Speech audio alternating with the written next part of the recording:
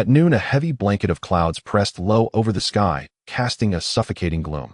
In the dense jungle along the southwestern border of the Yen Nation, a lean, agile figure darted swiftly between the trees. Huff, huff.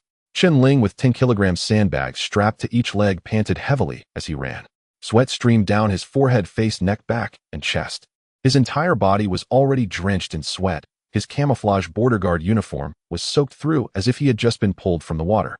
Yet Chen Ling seemed not to notice, continuing his wild dash forward, as though he would not stop until he had wrung every last drop of strength from his body.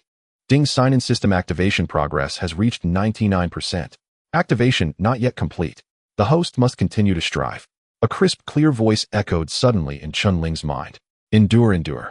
I've already held on for 3 months. Waiting a little longer doesn't matter. Keep pushing. Hearing the prompt in his mind, a resolute smile tugged at the corner of Chen Ling's lips as he continued to sprint madly through the jungle. He had originally been an ordinary man on Yuanxing, but 3 months ago, he inexplicably crossed into this parallel world and became a border guard stationed at a frontier outpost in the southwest. After arriving, just like the transmigrators in those novels, he obtained a system. However, it could only be activated by tempering his physical body and meeting the required activation conditions. In order to activate the system as quickly as possible, Chen Ling trained desperately every single day. After 3 months of grueling effort, only the final 1% remained before the conditions would be fulfilled. When he had first crossed over and become a border guard, Chen Ling had felt somewhat out of place. But he was someone with an exceptional ability to adapt. Moreover, hot blood ran in his bones, and serving as a guard had always been his dream. In his previous life, for various reasons, that dream had never come true. Now he finally had a chance to make up for that regret. Beep, beep, beep. A signal tone sounded in Chen Ling's earpiece. He pressed the answer button, and the voice of squad leader Shiwegwa came through at once. Xiaoling, don't push today's training too far. Good enough is enough. You're taking part in the Dragon Fong Special Guard selection tomorrow. You need to keep yourself in peak condition. Since Chen Ling had crossed over, squad leader Shiwegwa had taken the greatest care of him, treating him almost like his own younger brother. From daily life to training to standing duty, squad leader Shi looked after him in every possible way. Seeing how Chen Ling pushed himself to train so fanatically each day, he often took over his guard shifts for him. Today had originally been Chen Ling's turn on duty, but when Shiwegwa learned that he would be sitting the special guard selection assessment tomorrow, he took care of the shift for him without a word. Panting heavily, Chen Ling smiled and said, "Understood, squad leader. Good. By the way, my wife is about to give birth. You little rascal, have you thought of a name yet?" Shiwegwa's hearty laughter rang through the line. Chen Ling gave a helpless smile. They did not even know yet whether it would be a boy or a girl. Wasn't it a bit early to be settling on a name? Originally, Shiwegwa had been eligible for leave to be with his wife for the delivery, but he had given up that chance and secretly stayed behind on duty, all for the sake of Chen Ling's training. He believed that Chen Ling had a real shot at becoming a special guard.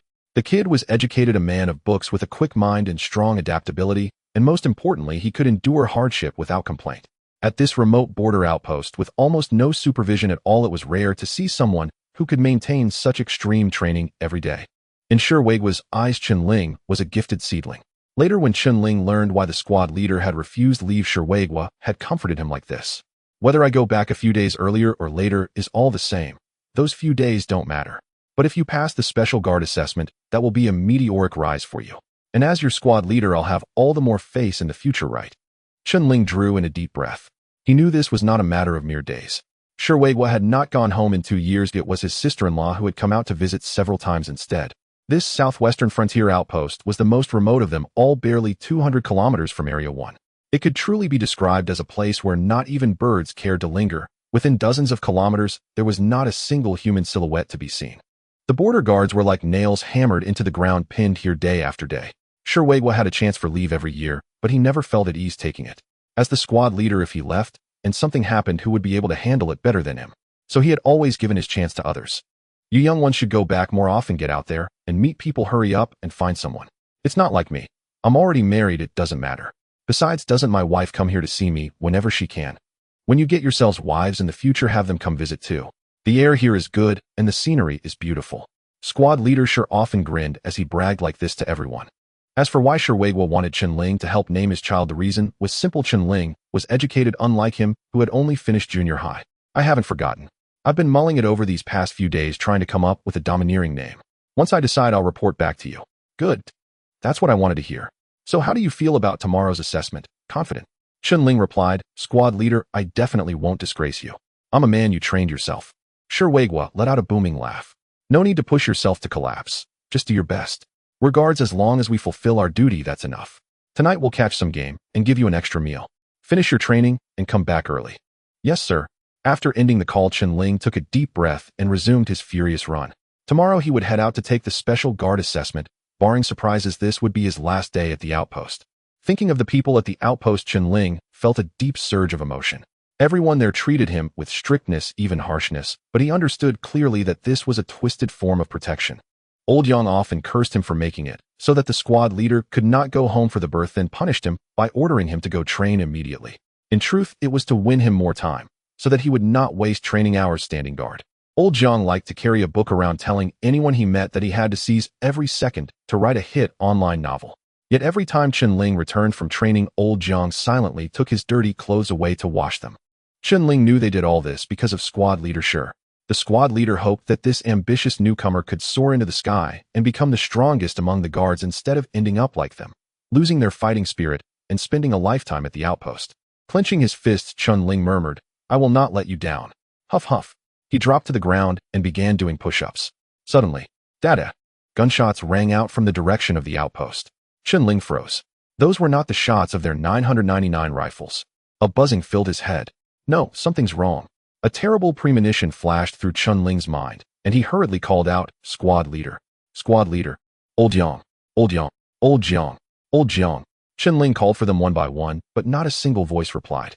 He immediately sprinted toward the outpost. As he drew near, a voice suddenly sounded in his mind. Ding! System activation progress has reached 100%. Guard King sign-in system initiating activation. Ding! System activation successful. The host may now sign in to obtain skills. The world is vast. In different environments and battlefields, the host may sign in to gain different abilities. Note: only one sign-in is allowed per day. Certain complex environments may be signed in at repeatedly to receive varied rewards. They finally came. In an instant, the blood in Chen Ling's entire body seemed to boil. As he ran, Chen Ling swiftly familiarized himself with this system. It was a system incomparably suited for special operations, one that allowed him to check in under any circumstances and obtain different skills. What did that mean? Whether in jungle, rainforest, desert, isolated island, snowfield, or even certain forbidden zones, Chen Ling could check in and obtain different skills. Each skill would immediately reach guard captain level. In certain special locations, he could even check in repeatedly to gain entirely different abilities. Chen Ling understood what it meant to be a member of the guard. The strong had always been the main theme of this world, and danger lurked everywhere. This was why he trained with such madness, desperate to activate the system as soon as possible. Because he never knew when danger would suddenly descend. Only by becoming stronger could he protect himself and others. Check-in. Chen Ling willed the thought into being. Ding! The host has checked in within the jungle and obtained the Ghost of the Jungle Guard King skill. Ghost of the Jungle is an all-terrain combat king of soldiers skill for jungle operations. Once the host fuses with it, he will become a ghost-like existence within the jungle, killing without leaving a trace. In an instant, a streak of light flashed through Chen Ling's mind. A vast tide of knowledge surged into his brain like a flood, rapidly transforming into an instinct of his body. Unconsciously, Chen Ling's running speed began to increase. It was not that his physical endurance had suddenly improved, but that his ability to observe and assess the jungle had sharpened. He naturally knew how to use the surrounding terrain, choosing the most suitable route for his run.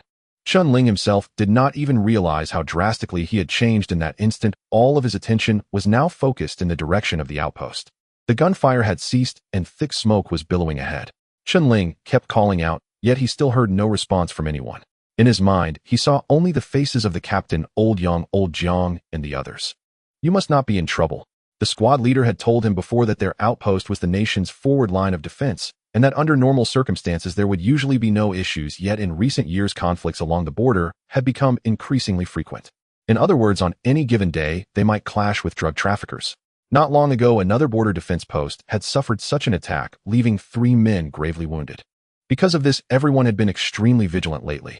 The route that normally took 10 minutes to cover, Chen Ling cleared in only 5, bursting out of the jungle and arriving before the outpost.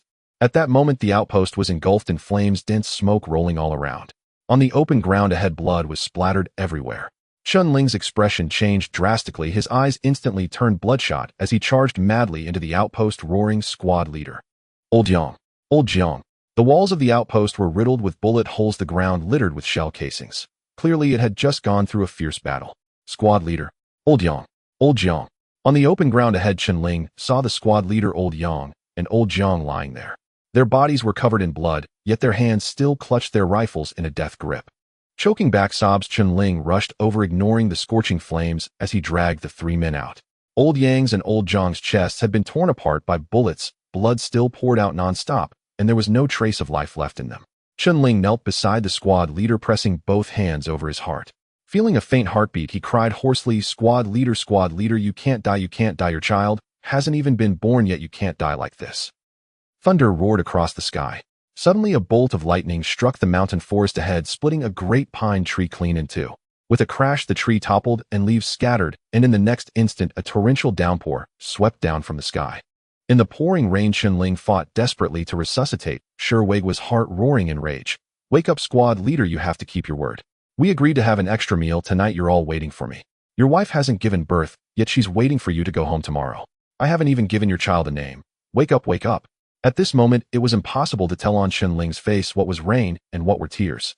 His bloodshot eyes were like those of a wild bull on the verge of madness. Suddenly, Sherwagwa coughed and spat out a mouthful of dark, clotted blood. Overcome with emotion, Chen Ling supported him, as if seeing one last glimmer of hope. "Squad leader, hold on, you won't die? Think of the child that's about to be born. You're going to be a father, you're going to be a father. I'll contact the guard unit right away." Saying that, he prepared to run toward the nearby individual communication device to call for help. Sherwagwa suddenly grabbed Chen Ling's arm, forcing out the words, "It's no use, there's no time. The brothers are all gone. Xiaoling, tell my wife that in this life I've wronged her most of all. In the next life I'll atone for her work like an ox or a horse for her." Chen Ling roared, "Tell her yourself. I'm not going. You can't die." Sherwagwa coughed violently, yet a smile appeared on his face. "You kid, not bad, well done. You said a man without ideals is no different from a salted fish. Be a good guard, Xiaoling." As he spoke, Sherwagwa struggled to raise his right hand and gave Chen Ling a thumbs up. His head lolled to the side and his breath ceased, yet his thumb remained frozen in that gesture. Squad leader, squad leader." Chen Ling once more frantically performed CPR on Sherwagwa, but he could feel the man's body growing colder and colder.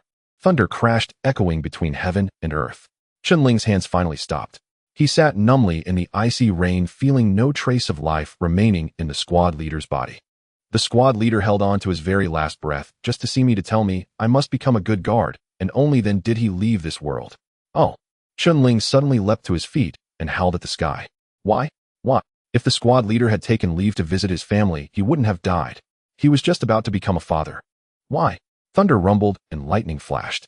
In a streak of white light, Chen Ling's eyes burned scarlet, his furious features contorted beyond recognition. Suddenly, the nearby individual communication device began to ring.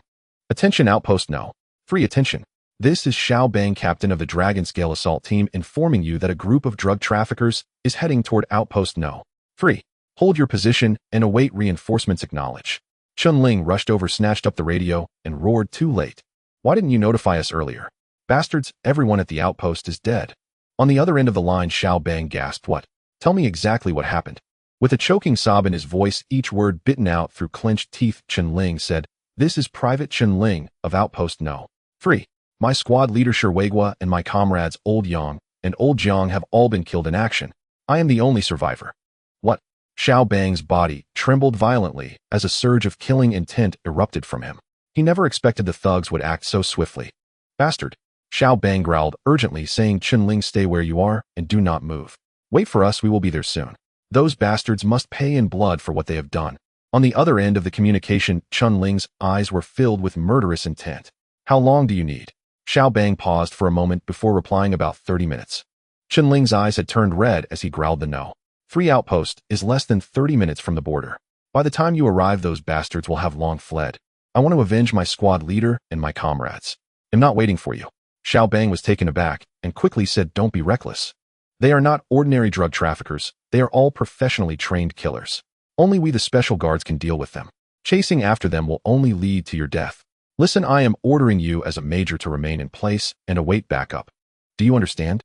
Chen Ling had been very clear earlier. He was still a private, meaning he had just been assigned to the border. A new private without any combat experience, how can he fight against hired guards alone? If he pursues, he will only be sending himself to his death. Chen Ling stood in the rain, looking at the corpse lying on the ground, constantly washed by the rain, the blood staining the surrounding water red. The squad leader had been hit at least 3 times, holding on just to see his comrades for the last time before sacrificing himself. Old Yang was shot in the head while standing guard for him, and Old Jiang was still holding a pen in his hand, unable to fulfill his dream of becoming a writer. Half an hour ago, the squad leader had been communicating with him, telling him to come back early for dinner to eat game and prepare for tomorrow's special operations assessment. Old Yang had earnestly told him to get lost, while Old Jiang had been chattering about how he had thought of an explosive opening, saying it would definitely go viral online if he could just write it down. Their smiles, their voices. So familiar it felt as if they were still alive. Although Chen Ling had only been with them for 3 months, during that time they treated him like family, especially the squad leader. The squad leader regarded him as his own younger brother. Human emotions are made of flesh. The blood on Chen Ling was boiling hot. The squad leader, Old Jiang, and Old Yang died tragically before him, while the murderer was preparing to escape from Yin country. Should he just stand there woodenly watching his enemies leave? No. Chen Ling clenched his fists and said coldly, "Commander, I cannot obey your orders. Even if I am killed by them, I must seek revenge. I will personally slay them." Having said that, he tossed the communication device aside, rushed towards the weapons cache, grabbed a tiger-tooth combat knife, and strapped it to his right thigh, then took a 999 rifle along with a box of ammunition and burst out of the room. Chen Ling looked at the bodies of the squad leader, Old Yang, and Old Jiang, gritting his teeth as he said, "Squad leader, Old Jiang, your vengeance must be avenged. Blood must be repaid with blood." After saying that, he turned and rushed into the forest. On the other end of the communication device, Xiao Bang kept calling out, "Chen Ling, don't be impulsive. Hello, can you hear me, bastard?" However, he shouted for a long time without a response, only the sound of the rain. Xiao Bang's brow furrowed tightly as he growled, "This kid is just a headstrong rookie. He is facing hired guards. Chasing after them is a death sentence. The snipers are highly experienced and ruthless. Several special guards have died at their hands. He is just a new recruit. He will definitely perish. Should we call for helicopter support? Otherwise, it will be hard for us to catch up with them." Xiao Bang's face was filled with anger as he slammed his fist into a nearby pine tree. With a loud crash, the pine tree shook violently. Xiao Bang and the others tracked them, but they ultimately let the enemy escape. He glared angrily at the pouring rain, saying, "The rain is too heavy. The armed helicopter cannot enter the mountains. Otherwise, do we need to make a forced march? This kid is a loose cannon. We have another rescue mission. Stop talking nonsense and march quickly. I hope this kid hasn't died too soon. Hurry." Xiao Bang waved his hand back and charged ahead. The rest of the Dragon Scale assault team quickly followed behind him, weaving through the forest and rushing toward the border. Meanwhile, Chen Ling was sprinting through the torrential rain in the dense forest. Due to the heavy rain, the ground in the forest was slippery, making it very difficult for an average person to walk, let alone run. Moreover, because of the rain, visibility in the woods was less than 10 meters. In such circumstances, tracking would be incredibly challenging, but under the enhancement of the jungle ghost, Chen Ling moved with astonishing speed. Whoosh! Chen Ling's figure darted like a ghost through the rainforest, his movements incredibly agile, seemingly unaffected by the harsh environment surrounding him. He could feel that his running speed had doubled compared to before. If it weren't for the rain affecting his body, he could run even faster. This is the change brought about by the jungle ghost's mastery of all terrains. Although it was Chen Ling's first time in this place, the surrounding images kept flashing in his mind, making him familiar with the terrain. Chen Ling felt as if he had grown up here. He envisioned the terrain ahead, the number of large pits, the amount of rocks, the density of trees, and which direction would be clearer, all naturally materializing in his mind. He could run wildly, even with his eyes closed. This forest felt like Chen Ling's paradise, where he could dominate everything. In the words of an old hunter, at this moment Chen Ling was the son of the jungle. Chen Ling could move through the trees like a monkey, swiftly changing positions for short distances, and could also sniff out the scent of prey around him like a cheetah. This is the terrifying ability of the jungle ghost. It was precisely due to this terrifying tracking capability that Chen Ling observed the footprints left by the enemy on the ground and began his search in the jungle. Thud! Chen Ling held the 999 rifle and leaped over a large tree that had fallen on the mountain, continuing his forward sprint.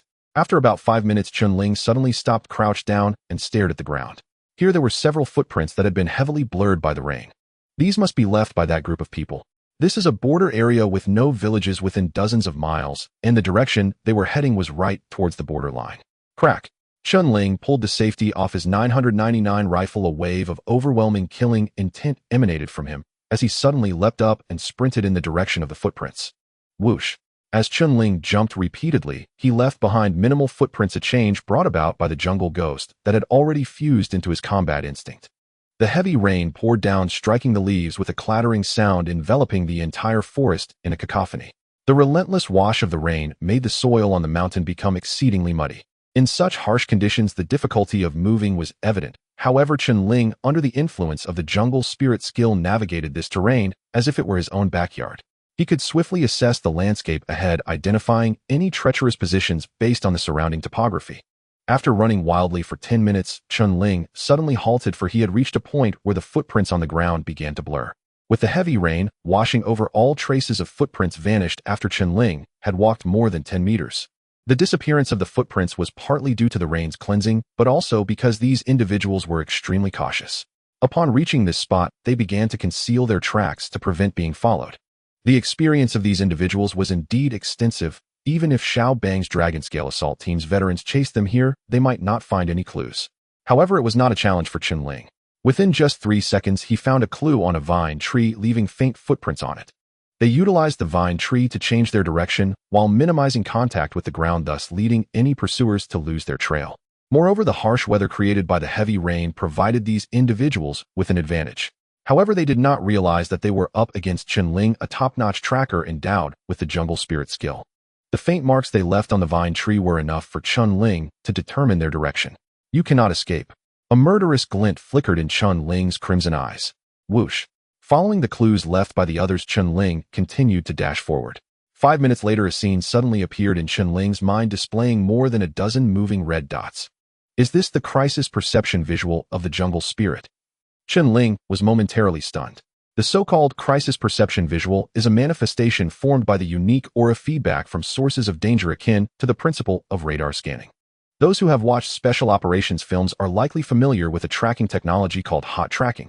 Hot tracking utilizes the heat emitted by the human body for positioning through advanced instruments. Such instruments do exist in modern high technology. To avoid being locked onto by such tracking devices, aside from the primitive method of covering oneself in cold mud to mask heat emissions, there are no other alternatives. However, applying mud to oneself, which draws away body heat, can be detrimental to health. In Special 2, He Chengwang's strong physique suffered because of heat absorption, causing him to faint and nearly lose his life. Fortunately, it was just an exercise. In a real combat situation, he would have been eliminated without any chance of recovery. Now Chen Ling possessed the jungle spirit's direct crisis perception, which was even more formidable than hot tracking, rendering mud ineffective.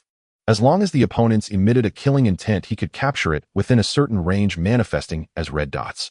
The jungle spirit is indeed practical. Chen Ling regained his composure, filled with joy. This was akin to having a biological radar installed in his mind, allowing him to track targets effortlessly within a certain range. The speed of the more than a dozen red dots displayed on the screen was not fast, especially one of the dots located further ahead, which moved significantly slower. It seemed they were protecting someone, which slowed their pace. They must be the ones. A surge of overwhelming killing intent erupted from Chen Ling. Previously, Chen Ling did not have confidence in eliminating these individuals, but the crisis perception ability of the jungle spirit provided him with this opportunity. The red dots represented the positions of each person, and he could use this to launch a surprise attack. Warrant Officer Old Jiang, if you are watching from above, keep your eyes open and see how I avenge you. Chen Ling began to slow his running speed, opting for a more concealed route to avoid alerting the others. Whoosh! Chen Ling's figure flickered as he slipped behind a large rock, perfectly obscuring his silhouette. When he leaped out again, he swiftly darted into a nearby tree. If anyone were present, they would see Chen Ling seamlessly blend into the dense forest, with each of his movements taking place in the jungle's blind spots. In other words, even if the person ahead wanted to observe the situation behind, they would have to lock onto a specific position beforehand. If the target happened to evade from there, they would not be able to find any trace of Chen Ling. This is the peculiar power of the jungle spirit, allowing Chen Ling to identify blind spots within the jungle in the shortest time possible, maximizing his ability to evade detection. Chen Ling approached the positions of these individuals at the fastest speed. Whoosh! He flickered and concealed himself behind a large tree less than 10 meters from a red dot ahead, close enough to see what they were doing. The individual was dressed in a camouflage suit, very robust in stature, holding an AK-47, with their face obscured, making it impossible to see their features.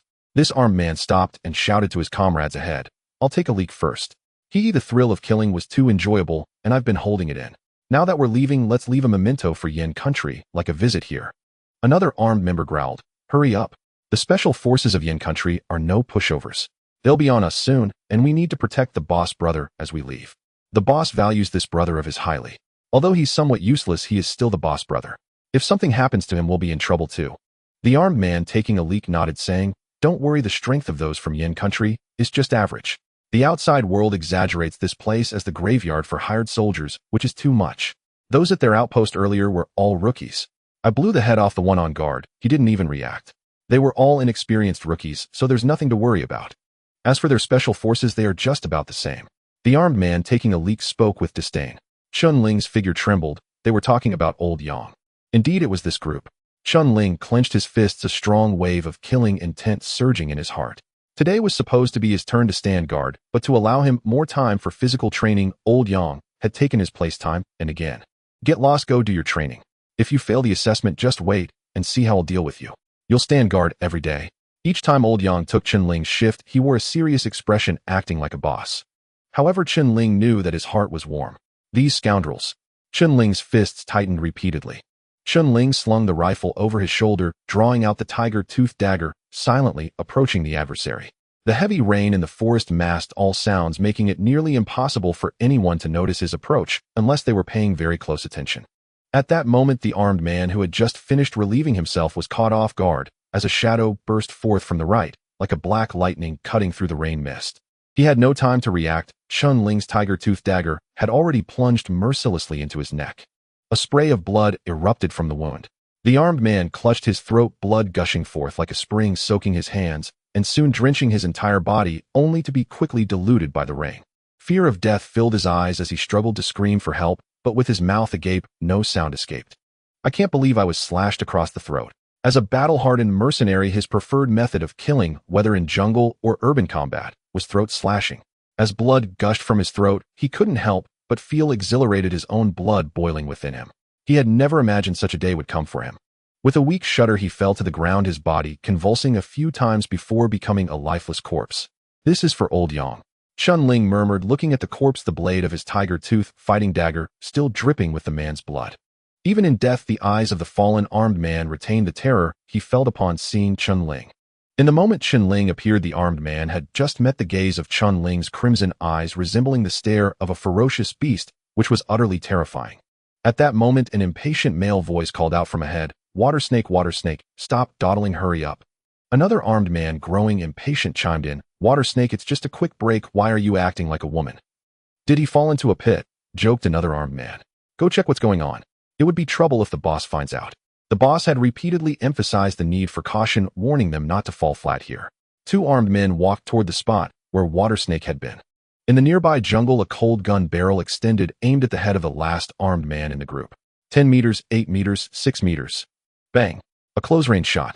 The moment the gun fired, the bullet, traveling at an initial speed of 890 meters per second, forcefully pierced through the man's forehead, making a sound akin to a ripe watermelon bursting. Blood sprayed everywhere from his head. The armed man didn't even comprehend what was happening before darkness enveloped him, collapsing to the ground, his body twitching uncontrollably. "Damn it!" Another armed man shouted in fright, hastily raising his gun, but it was already too late. In that instant, Chen Ling charged like a leopard, delivering a kick to the man's groin. Crack! The sound resembled that of an egg shattering. The armed man let out a low, mournful cry, curling up like a shrimp, his face contorted in extreme agony. It hurt too much. There was no doubt about it. He had become a modern-day eunuch. The metallic sound of the gun's mechanism clicking echoed. Enduring the pain, he lifted his head and saw the cold gun barrel aimed at him, his soul nearly screaming in terror. Trembling, he pleaded, "Don't kill me, don't kill me. I'm following the boss orders. I surrender, just don't kill me." In his experience, the Yin country soldiers never killed captives and even treated them well as long as they surrendered. He thought if he could just buy some time, his comrades would come to his rescue, and then it would be the enemy's turn to die. Chen Ling, expressionless, growled each word, "This is for Old Jiang." Bang! The gun fired again. "No!" The opponent screamed in terror with his last breath. The bullet shot through his skull at close range, blood and brain matter splattering out with the bullet, and then his body collapsed like a pile of mud, his eyes filled with fear. He never would have dreamed that he would end his life in such a manner, given that he had always preferred executing his enemies in this way. That's the third one. At that moment, Chen Ling's blood was boiling, his mind consumed with a single thought: revenge, to kill them all. Swish! With the jungle ghost's heightened sense of danger, 8 red dots appeared in Chen Ling's mind, approaching in his direction. This was exactly the outcome he needed. With a powerful thrust of his legs, he leaped forward like a cheetah, diving into the adjacent jungle. Tat tat tat. In the next moment, a barrage of bullets pierced through the rain curtain, striking the ground where Chen Ling had just been, sending countless mud splatters into the air, and the nearby branches were decimated. If Chen Ling had hesitated for even a second, he would have been turned into a sieve. Soon a group of fully armed mercenaries surged in, and upon seeing the two corpses on the ground, their expressions turned exceptionally grim. One particularly sturdy man wielding a machine gun emanated a terrifying aura with a fierce centipede mark visible on his face. He was the leader of this squad, codenamed Centipede. Coldly surveying the surroundings, he stated, "There's a Yin country soldier chasing us, but it's only one person, Water Snake, and the others were ambushed." One of his subordinates scoffed. "One person dares to come. Who gave him the audacity?" Another subordinate added, "Humph. He must be a stray fish from the outpost. Find him and send him to meet his comrades." Just as he finished speaking, bang, the gunfire suddenly erupted. Puff. A bullet shot directly into his mouth, exiting through a gaping hole at the back of his head. The armed man's eyes still held a look of disdain. "Get down," Centipede shouted, drenched in cold sweat. He never expected the enemy would return fire. Tat tat tat. 7 armed men searched for cover while shooting in the direction of Chen Ling. They were all seasoned killers, trained and experienced far beyond what this new recruit Chen Ling could compare to. Bullets whistled through the air. In the jungle, Chen Ling dodged relentlessly, evading the dense hail of bullets while searching for the best hiding spot. His jungle ghost enhanced his senses and evasions, but in terms of combat strategy, he was still at a significant disadvantage compared to his opponents. Soon Centipede and his men gained control of the situation. Centipede coldly shouted, "Surround him and take him down." To him, Chen Ling was already a dead man. Upon hearing the command from the Centipede, the group recklessly stood up, brandishing AK-47s, forming a fan shape as they opened fire towards Chen Ling's position, utilizing their intense firepower to completely suppress him. They advanced forward while shooting. With 7 people coordinating, when one ran out of ammunition, another would take over, while the rest quickly replenished their ammo, ensuring a continuous barrage of fire that left no chance for a counterattack. This group of armed men was indeed formidable. To maintain such a skilled coordination requires a level of synergy that can only be achieved through prolonged training and constant battles on the battlefield. One of the armed men shouted loudly, "Kid, come out if you dare. Aren't you going to seek revenge? How can you take vengeance while hiding like a turtle?" I remember the thrill of bullets piercing their bodies, blood splattering everywhere. That scene was so exhilarating. Their desperate eyes filled me with excitement and exhilaration. I watched as blood poured from their bodies until they ran dry. It was so satisfying, more thrilling than being on top of a woman. "Come out, you coward. You want to avenge your comrades. I'm waiting right here. Aren't the people from Yin Nation supposed to be the most loyal? What's wrong? Have you given up?" The other armed men laughed heartily. On the battlefield, once suppressed, the disparity in strength guarantees the opponent's doom. Provoking the enemy is also a form of psychological warfare. As long as the opponent loses control and reveals a flaw, they will be immediately turned into a beehive. The recent battle conveyed one message: this ambusher was merely a rookie, purely lucky, lacking even the most basic tactics. Otherwise, he wouldn't have charged in alone to meet his death. Indeed, Chen Ling's ability to effortlessly take down 4 men was largely due to luck. They never expected Chen Ling to catch up so quickly. A heavy rain was falling and night was approaching. Tracking in such conditions was exceedingly difficult, especially since they had deliberately concealed their tracks during their retreat. It should have been impossible for him to catch up so fast. This relaxation of vigilance was precisely their downfall. Otherwise, considering their combat capabilities on the battlefield, even if Chen Ling caught up, it would be impressive for him to take down even one person. Bang bang. The sound of gunfire rang densely in the woods. Boom. Occasionally a thunderclap echoed, shaking the very earth. At this moment, Chen Ling was crouched behind a large tree, surrounded by openness, relying solely on his jungle ghost's climbing ability to ascend. Under the jungle ghost's sense of crisis, 7 red dots continuously approached. The enemies formed a fan-shaped encirclement, maintaining a distance of about 20 meters from each other, advancing rapidly. After killing 4 men, Chen Ling's eyes showed no fear, but rather determination. "Squad leader Old Jiang, I will avenge you. I will." Given Chen Ling's current situation, shooting from the tree was not the best choice. After all, his movement range atop the tree was limited, and if the enemy discovered him, he would undoubtedly perish under the intense fire. In an instant, Chen Ling slid down the tree trunk headfirst, like a soft-bodied creature, landing right in front of the taunting man. This armed man taunted, "Coward turtle. Is this how you seek revenge for your comrades? The soldiers of Yin Nation truly are nothing but boys." Suddenly, he noticed a dark gun barrel emerging in front of him. Damn it. The armed man's soul seemed to leave his body as he hurriedly raised his gun, but it was already too late. Bang! The bullet shot out at a speed of 980 meters per second, striking the enemy at close range. Crack. The bullet exploded, his head, blood splattering everywhere. The bullet's tremendous impact sent the body flying backward heavily. Of course, Chen Ling only had one chance to shoot. The Centipede immediately reacted, roaring, "Kill him." He suddenly redirected his gun towards Chen Ling's figure. Chen Ling leaped forward like a monkey, using the jungle ghost's climbing ability to grab the armed man's corpse, shielding himself. Puff puff. The dense bullets hammered against the corpse, making it shake violently, blood gushing out as it was turned into a sieve. Holding the rifle, Chen Ling extended his arm from behind the corpse, locking onto the red dot in his mind through the jungle ghost's sense of crisis, and without needing to aim, he pulled the trigger. Bang bang. The bullets fired in succession. Crack. One armed man's chest exploded with a burst of blood. The bullet obliterated his heart. 1, 2, 3. These armed men were all standing while shooting. They never expected they would become living targets.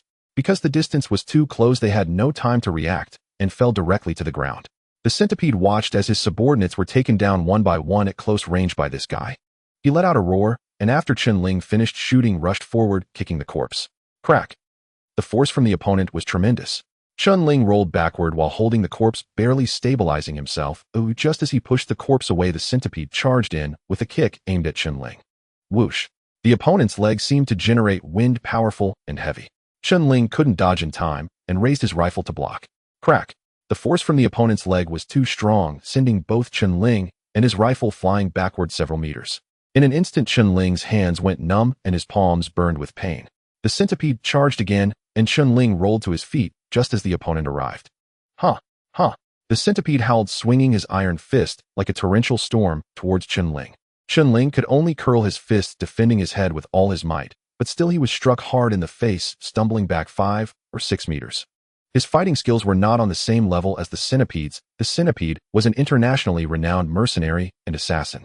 The Centipede exhaled, drawing a 30-centimeter dark red dagger from his side, his gaze fixed on Chen Ling like a venomous snake. "You Yen Nation soldiers are truly idiots. Knowing you're going to die, you still chase after us. Didn't you see what happened to the lookout?" Chen Ling spat out a mouthful of blood, glaring fiercely at the Centipede, and said, "Yen Nation soldiers defend everything for our country. You kill my comrades, and I will certainly take your life. I already knew you would be troublesome, but Wang Tong insisted on killing you. However, you're useless. Killing you is no loss. He'll send you to meet your comrades." The Centipede once again gathered strength in his legs, charging towards Chen Ling. Whoosh. The military knife sliced through the reins, swiftly aiming at Chen Ling's chest. "Stupid people of the Yin country die." Chen Ling's eyes flashed with a fierce light as he shouted. Chen Ling knew that his fighting skills were no match for such hired guards, but there is a saying in the Yin country, when the brave meet on a narrow path, the victor is the one who dares. I may not be able to compete with you technically, but I am more ruthless than you. With a sudden push off the ground, Chen Ling launched himself like a leaping cheetah towards his opponent, showing no sign of retreat. Thud. The Centipede's sharp dagger pierced into Chen Ling's right chest. "You." The Centipede looked horrified, shocked at the reckless young man before him, his face turning pale. He did not expect Chen Ling to suddenly accelerate and charge forward, directly impaling himself on the blade. This was definitely a madman. The Centipede was a seasoned warrior, but even after countless battles, this was the first time he had seen such a ruthless character who would use his own body as a shield. As he attempted to withdraw the dagger, Chen Ling abruptly charged forward, grabbing his neck and forcing him to retreat continuously. "I was careless." The Centipede's heart sank as he saw the blood-red glow in Chen Ling's eyes, resembling a frenzied beast, realizing that his opponent was fighting with all his might. Damn it. The Centipede, a killer who had crawled out of piles of dead bodies, had never seen anyone like Chen Ling, who would recklessly charge in and let the dagger pierce his own body, effectively trapping it.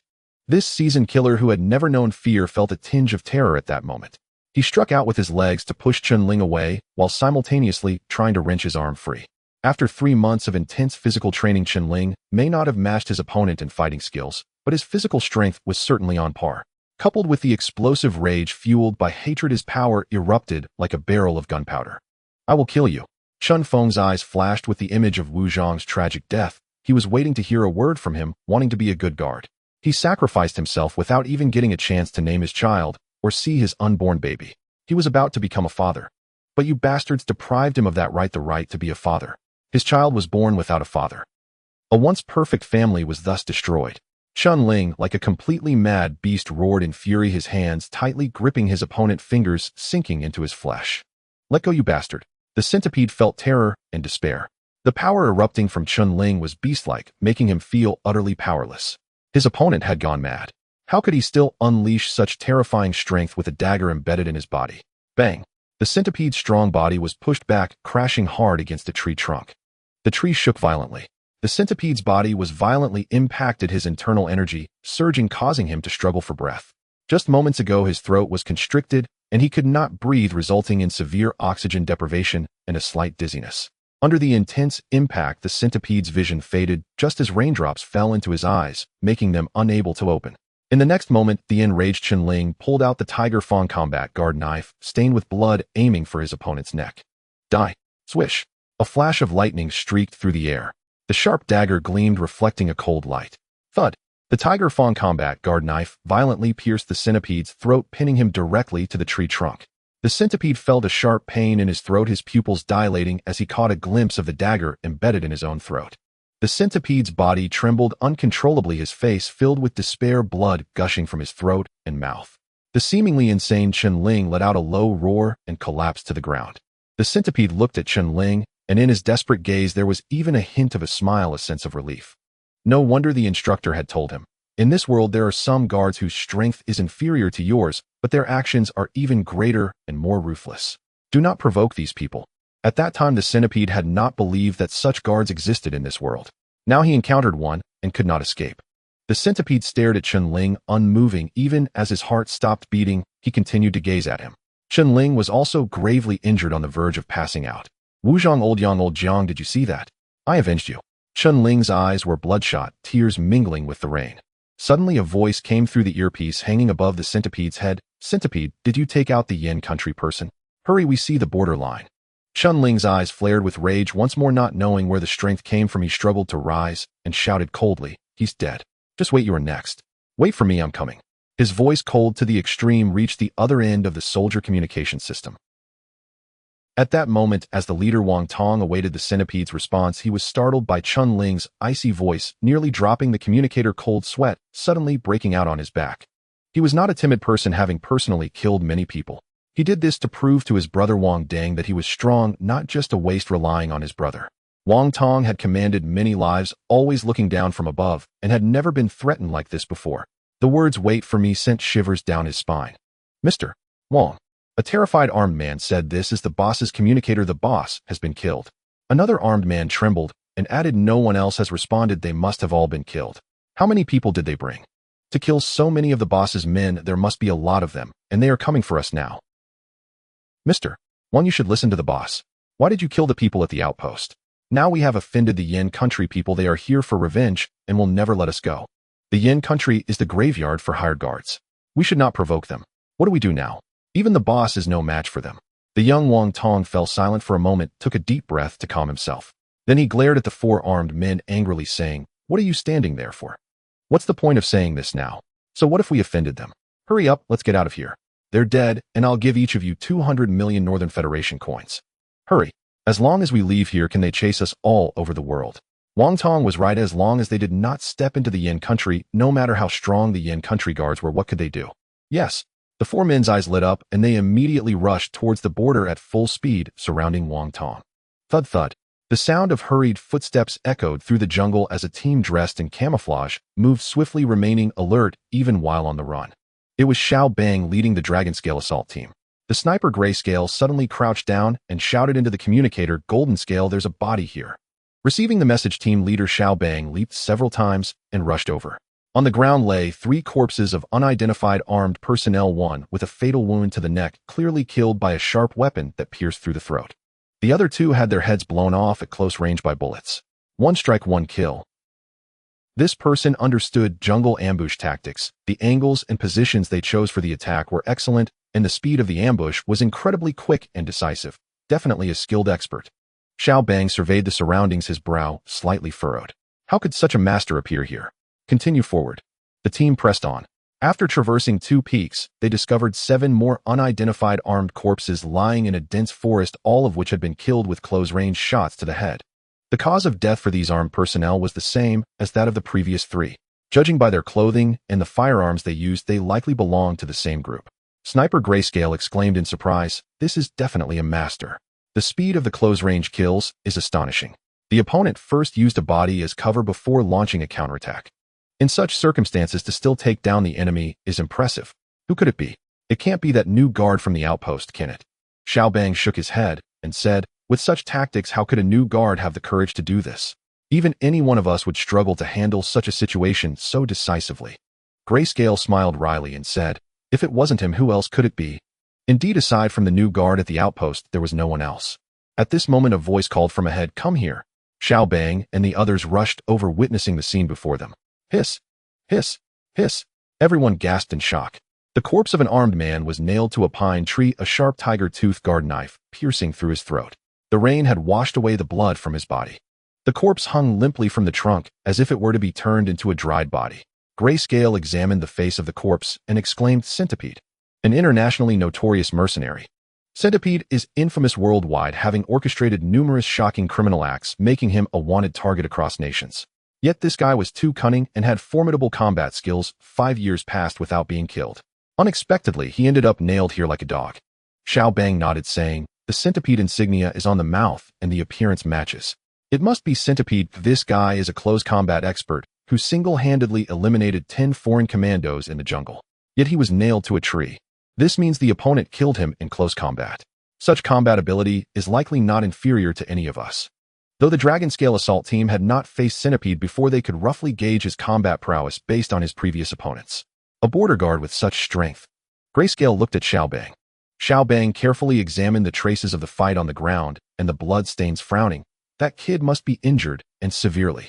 Grayscale immediately crouched down, pointing at the muddied footprints washed by the rain, saying, his steps are uneven, he must be seriously injured.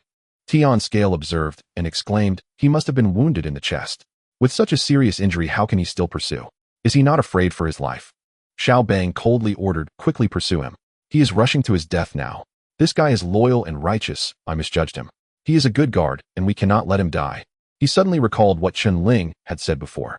My squad leader, my comrades have fallen, and I must avenge them. At that time, Xiao Bang thought the other party was acting on impulse, making a crazy decision to march recklessly to catch up. He never expected that Chen Ling not only held out until now, but also killed so many armed personnel, even defeating a mercenary like Centipede. Such combat ability far exceeded Xiao Bang's imagination. Go! We must catch up to him. Everyone followed Xiao Bang, charging forward madly. They shared Xiao Bang's feelings and were also eager to see what kind of border guard possessed such terrifying strength. On the other side, Wang Tong, under the protection of 4 men, fled toward the border like a stray dog. Suddenly, a mercenary shouted in delight, the border is just ahead. Do you see the lights? That's our signal. The boss is waiting for us there. Wang Tong's heart stirred, and he immediately saw the vast lights, getting excited and shouting, quick! Charge over, leave this place. If we make it, we'll be completely safe. This time Wang Tong was genuinely afraid. Centipede is the notorious leader of the mercenary group, leading a team of exceptionally fierce fighters, all experts coming down from the battlefield. Yet he never expected to be completely wiped out. How could he not be afraid? But the success was in sight. As long as he crossed over and reunited with his brother, delivering the items he brought back, he would be a hero. For this very item, he had fought with law enforcement and killed everyone at the outpost to break through to this point. Suddenly Wang Tong remembered the chilling voice from the communicator, wait for me, and every hair on his body stood on end. Hurry, hurry. Wang Tong ran forward frantically, no longer possessing the calm demeanor he had before. Who knew when that bastard would catch up? As long as he was with his brother, he would be safe. The 4 armed personnel also saw hope and ran forward frantically. Suddenly, bang, a sharp gunshot rang out in the rain. A bullet struck a mercenary in the back of the head, who let out a scream, his body lunging forward right into Wang Tong. Wang Tong was caught off guard and rolled away while the blood splattered from the mercenary's head hit him in the face. He thought he had also been shot, screaming in terror, feeling as if his soul was about to smoke. Another mercenary nearby shouted in panic, that guy is coming. The opponent is catching up. Wang Tong was so frightened, he almost wet his pants scrambling forward. The other 3 turned around to chase Wang Tong, using their bodies to shield him, while retreating, frequently turning to aim their guns at the jungle behind them, searching for the enemy's figure. However, the sky was nearly dark, and with the heavy rain pouring down, visibility was severely impaired. Beyond 5 meters, it was a murky blur, making it impossible to see any shadows. Bang! A bullet suddenly surged through the rain and mist, forming a column of water, striking one of the armed men in the neck. Puff! The sound of the bullet hitting flesh was followed by a splatter of blood. Gurgling. Blood surged out from the wound. The armed man knelt weakly on the ground, clutching his neck with both hands, his eyes filled with terror of death, He wanted to scream, but couldn't make any sound. Another armed man was on the brink of a mental breakdown, wildly shooting at the dense forest ahead. "Come out, you bastard, come out." This armed man screamed frantically. They were all people who lived on the edge of a knife, having seen death countless times. They should not fear death, but at this moment, with their leader taken down and their comrades being eliminated one by one, leaving only the two of them, and with the enemy still unseen, the feeling was more terrifying than death. Suddenly, a flash of lightning split the sky, dispelling the surrounding darkness. The two men were horrified to see less than 10 meters away from them a man covered in blood, his face devoid of color with blood red, eyes aiming a gun at them. What the hell is that, a person or a ghost? Covered in blood like a demon from hell. The two men stumbled back in fear, almost losing their balance. By the time they reacted and raised their guns, it was already too late. Tat tat tat. Chen Ling fiercely pulled the trigger, the bullets sweeping towards the two men. In an instant, their blood splattered everywhere as their bodies jerked before collapsing to the ground, their blood instantly staining the earth. Wang Tong, terrified, dared not look back, desperately shouting forward, "Brother, save me, please save me, kill that bastard, he's going to kill me, he's going to kill me." He was truly scared. The enemy had really caught up, eliminating everyone around him in the blink of an eye. Wang Tong regretted it. Why did he have to kill the border guard? Why provoke this demon? If he hadn't acted on a whim, he wouldn't have let them kill the border guard, and the enemy wouldn't be chasing him down desperately. But who the hell knew there would be such a terrifying person in the border guard? If he had known, even with 10 times the courage, he wouldn't have dared to do it. Wang Tong crawled forward frantically. Less than 2 meters ahead was a slope. If he could crawl over and jump down, he would be saved. As he crawled, he shouted loudly. At that moment, the staggering Chen Ling suddenly raised his gun and aimed at Wang Tong, pulling the trigger. Puff puff. A sharp pain shot through Wang Tong's legs, blood splattering out. His legs were brutally shattered, unable to stand up. He let out a scream like a slaughtered pig, his will to survive, screaming, "Brother, save me, I don't want to die, I don't want to die." Wang Tong was terrified to the extreme. He didn't want to die. He still had many things to do, many beautiful lives waiting for him to enjoy. He cried and struggled to move forward, but the intense pain almost made him faint.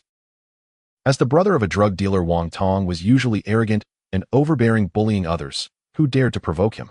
From childhood to adulthood, he had never even been shot or hit with a stick. Now, with gunshot wounds in both legs, the wounds were a bloody mess. Under the soaking rain, even slight movement made him feel the excruciating pain of torn muscles. When Chen Ling trudged heavily to Wang Tong's side, Wang Tong, his vision blurred by the rain, immediately felt the fear of death loom over him. No, you can't kill me. My brother is Wang Ding. If you kill me, my brother will definitely not let you go, including your family and friends. They will all die." Wang Tong breathed rapidly, his voice trembling with fear. Snap! A large beam of light flickered in front of him. Patter! The sound of heavy footsteps echoed from below the dirt slope. Hundreds of armed guards rushed over, but when they reached the bottom of the slope, they dared not ascend, instead aiming their guns upwards. The light illuminated the surroundings, dispersing the darkness.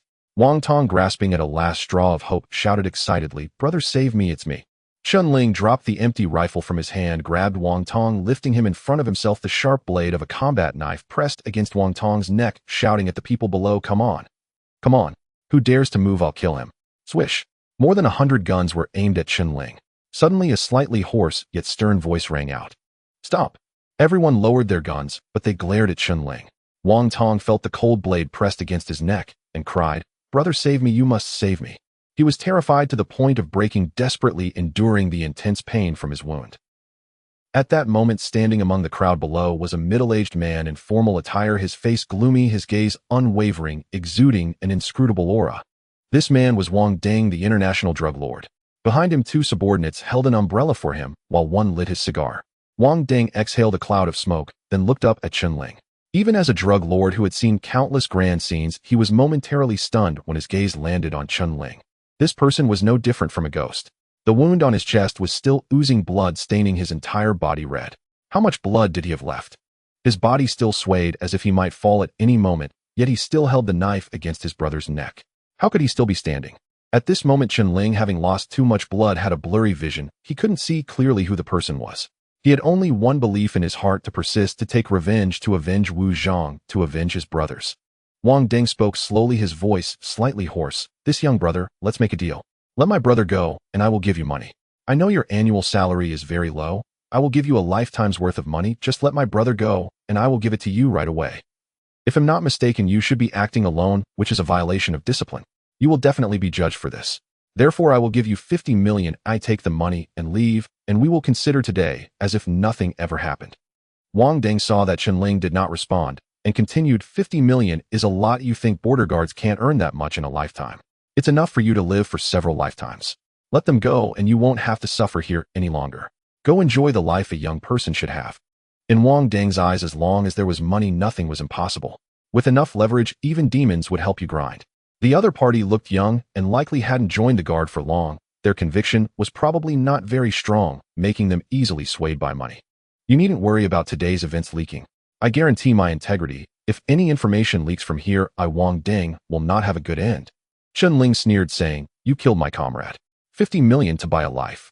Wang Deng raised his eyebrows slightly. As an international drug lord, he had dealt with the guards of Yen Nation many times and knew how troublesome they could be. Either kill cleanly, leaving no traces so they wouldn't know who struck, or once you act, pursue them to the ends of the earth. Thus, in Yen Nation's borders, he tried to avoid conflict. He never expected his younger brother, young and reckless, would actually take action. This was troublesome. However, Wang Tong must be saved. He was his brother and had something he needed. To show my sincerity, I'll offer 100 million. You give me your account, and I'll transfer it immediately. You can use this money to take care of your comrades' affairs, allowing their descendants or parents to live a secure and carefree life. What do you think? Chen Ling looked at Wang Deng with a cold smile and said, money is a good thing, but it can't buy my brothers' lives.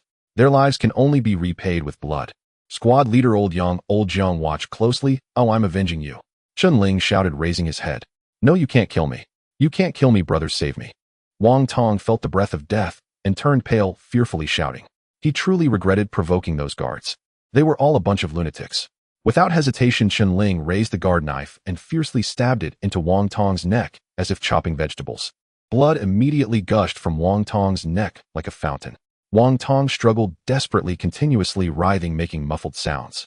How dare this bastard kill me in front of hundreds of people? Am I going to die? I have so many wonderful lives yet to enjoy, and I haven't proved myself to my brother yet. How did I die? No. No. Wang Tong grew up under his brother's protection, ruthless and calculating, never considering the consequences. No matter what trouble he stirred up, his brother could always sort it out. This time he actually died in front of his brother. Even if his brother had extraordinary abilities, he could not save him. Wang Deng, who had experienced countless storms, widened his eyes in shock, dropping the cigar from his hand, completely unprepared for the other party to disregard the consequences and kill his brother in front of him. The armed personnel around were also stunned. They actually killed the boss brother like this. Has he gone mad? That was 100 million. Wang Deng was truly enraged. Kill him. Despite Wang Tong's countless flaws, he was still his own brother, the closest person in this world. Whoever touched him, I'll kill their entire family. Wang Deng watched as Wang Tong's body thrashed in a desperate struggle, blood pouring, certain he wouldn't survive. Watching his own brother have his throat slit, the usually calm drug lord was completely furious. Kill him immediately. Amidst his roar, over 100 armed men immediately raised their guns at Chen Ling, preparing to shoot. Suddenly, a team rushed out from behind Chen Ling. Rat-a-tat. The gun muzzles spat fire into the sky. Who the hell dares to shoot? A furious voice rang out, accompanied by the sound of gunfire. Xiao Bang led the Dragon-scale assault team, rushing out, sprinting to Chen Ling's side. Behind them, the gray-scaled team set up 2 machine guns on the hillside, their dark muzzles aimed at them. Click, click. A row of reconnaissance guards loaded their bullets, lying on the dirt slope, aiming down at the armed personnel below. Xiao Bang leaned beside Chen Ling, glancing at his injuries, feeling a shock in his heart. The injuries were too severe. It felt like the other party could collapse at any moment. He truly couldn't understand what kind of conviction kept Chen Ling going. He was just a new guard for 3 months. But now was not the time to consider this. Xiao Bang's eyes were fierce, his whole body radiating killing intent as he looked at the armed personnel below. That was the borderline. This is Yen Nation's territory. Dare to fire, and you'll be killed without mercy. Xiao Bang shouted. The grayscale team also roared along. Suddenly, fully armed guards burst out of the jungle, directly charging up the slope, standing up, guns aimed at the armed personnel below. In an instant, faced with the bloodthirsty Yen Nation guards, these armed personnel were instantly frightened, involuntarily hesitating, no one daring to fire, subconsciously taking a few steps back. In this situation, once they opened fire, they would definitely suffer. Their gazes shifted to Wang Deng, then to the mad Yen Nation guard Chen Ling. Chen Ling shouted at Wang Deng. Now you know the pain of having your loved ones killed. I'm right here if you have the guts, come at me. Wang Deng's eyes twitched, wishing he could tear Chen Ling apart.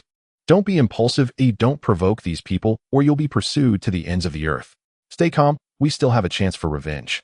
Wang Deng's strategist hurriedly reminded him. Finally, Wang Deng took a deep breath, suppressing his rage, lowly growling, "Give me the body." Chen Ling coldly looked at him, and with a swift motion directly severed Wang Tong's head. "Damn you." Wang Deng was completely enraged. Rushing over his brother was killed, and it was done in front of his own men. No one could bear that. Rat-a-tat. The bullets struck the dirt in front of him, causing soil to fly. Wang Deng stopped. Xiao Bang issued another warning. "This is Yin Nation's territory. One more step forward, and you'll be killed without mercy." Wang Deng glared at Chen Ling with the cold gaze of a starving wolf and said, "Bastard, I'll remember you. I will definitely take revenge for this." Chen Ling held up Wang Tong's head and said coldly, "I'll let you know, wait for it. This will be your end. Let's go." Wang Deng roared in anger, turned, and quickly disappeared into the darkness. Xiao Bang looked at Chen Ling and asked, "Are you okay?" The next moment, Chen Ling, whose body had been like a sharp sword, collapsed to the ground, a weak voice reaching Xiao Bang's ears. "I ask you for one thing." Xiao Bang hurriedly supported Chen Ling's shoulder and shouted loudly, "Medic! Medic! Save him! Quickly!"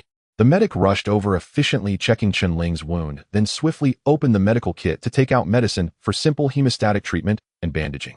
Although Chen Ling was just a new guard, he had chased all the way here from the outpost, displaying a spirit of fearless dedication that deserved everyone's respect, especially in the face of an armed squad of over 100 enemies without a hint of fear. It is very rare for a new guard to possess such courage. "Take me back to the outpost. I can't move anymore. I want to see my brothers one last time." Chen Ling spoke in a weak voice. Xiao Bang was taken aback, not expecting that even at this moment he was still thinking of his sacrificed comrades. "You must receive treatment now, otherwise. I beg you." Chen Ling interrupted Xiao Bang. Xiao Bang's heart trembled. Suddenly his pupils slightly reddened as he growled, "Get him back to the outpost. Quickly." Soon Chen Ling was placed on a stretcher while the medic bandaged him and said to Xiao Bang, "Yellen, he has too many wounds and one on his chest is too deep. We can only stop the bleeding temporarily. The wound has already started to get infected." At this moment it was still pouring rain and the wound was soaked by the rainwater. The longer it dragged on, the more dangerous it became.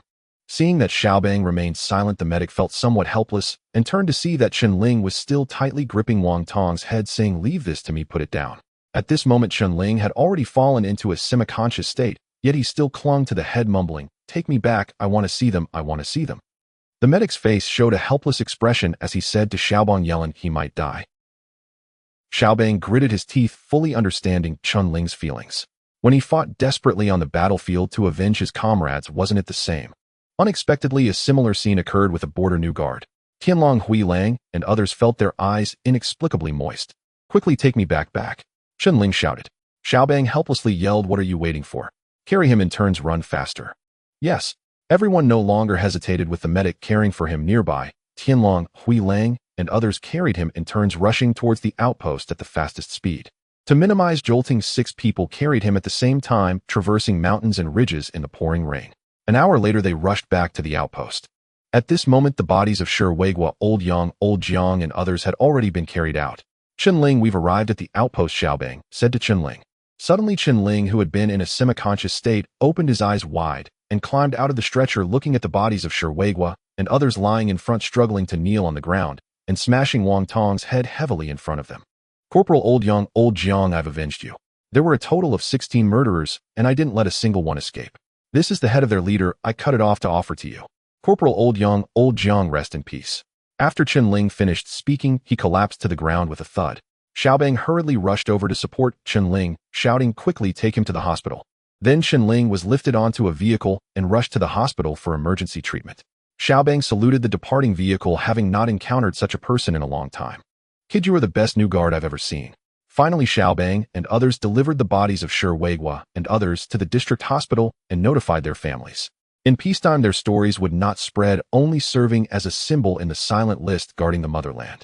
The district's general hospital's emergency center was brightly lit with doctors and nurses busily working in the operating room. "Doctor, the injured person's muscles still can't relax," the assistant doctor said. The attending physician furrowed his brows and said, "His entire body is tense. Even the surgical knife cannot penetrate, and not even the medicine can make him relax.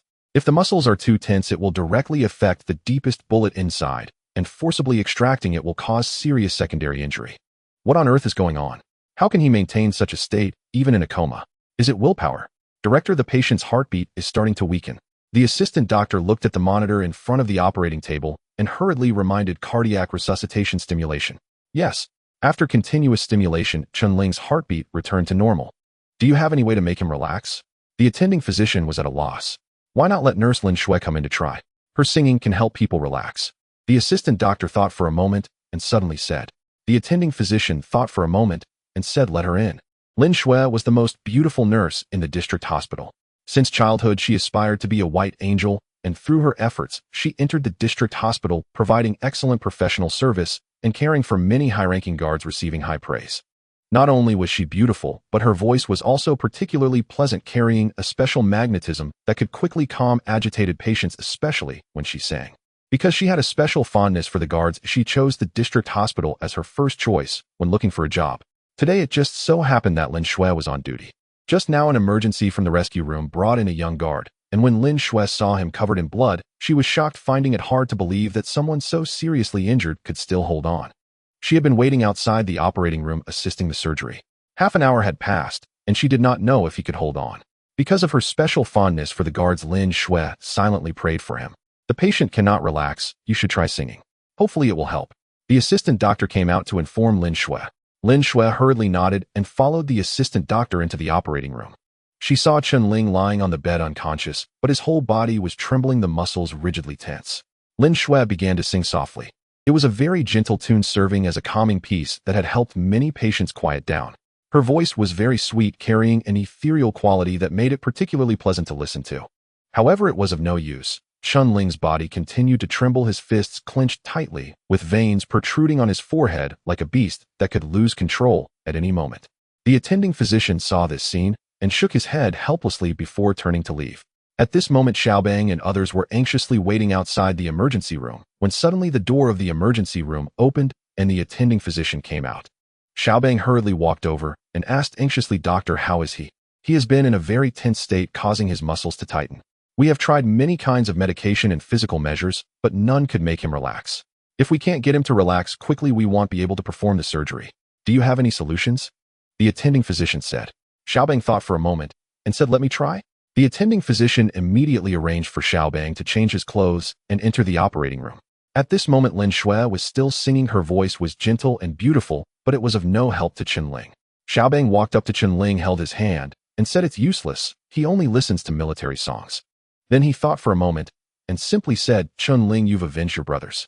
Lin Shui kept staring at Chen Ling, astonished to see the tension in his clenched fists suddenly ease upon hearing those words. What a simple sentence, yet it produced such a miraculous effect that the body of the person in a coma instantly relaxed. Yet for some unknown reason, Lin Shui felt a strange urge to cry. He has avenged your brother. Hurry, prepare for surgery. The attending physician looked in surprise at Chen Ling, who was gradually relaxing, and immediately instructed the staff to prepare for surgery while sending Xiaobang away. Lin Shui waited in another room of the operating theater. Lin Shui repeatedly murmured Xiaobang's words, Chen Ling, you have avenged your brother. It was for the sake of his comrade that he suffered such severe injuries, nearly losing his own life. Is this the camaraderie among the members of the guard? Lin Shui had always admired the guards. In her eyes, they were the embodiment of true masculinity. She usually learned about the guards through news and her colleagues, but today was her first encounter with such a situation. That commander, with just a simple phrase, helped him let go of his obsession. Time passed slowly. A full hour went by. Bang! A loud noise came from the operating room, startling Lin Shui, who was waiting next door, and she heard the attending physician shout, immediately prepare another stretcher to bring in. Yes. Lin Shui hurriedly pushed the stretcher in. He actually woke up. When Lin Shui entered, she found him displaying a clean smile towards her before closing his eyes again. His smile was pure, and though his face was somewhat pale, there was an indescribable handsomeness in his resolute features. For some reason, Lin Shui's heart raced unexpectedly, feeling a spark of affection. Soon Chen Ling was moved to a special ward with Lin Shui assigned to care for him. From the chief physician, Lin Shui learned that the surgery was very successful. The fatal bullet had been removed, but it was extremely perilous. Had it been a few minutes later, Chen Ling might not have survived. Lin Shui gazed at the sleeping Chen Ling, his handsome cheeks radiating strength, completely unlike the soft image of a pretty boy on the television screen. You are a hero. After a while, the chief physician entered with the medical records. After noting the data from the equipment, he looked at the sleeping Chen Ling and said to Lin Shui, take good care of him. He is a guard who was injured in combat with the enemy, fighting for the sake of his comrades. According to protocol, he shouldn't wake up after the anesthesia, but for some reason, he punched the hospital bed while in a coma. One punch. He actually broke the bed, which scared us all. I feel like he is always in a battle, such an incredible guard, his fighting spirit runs deep. Lin Shui listened, her eyes moistening as she recalled the moment he woke up, his pure smile, so clean.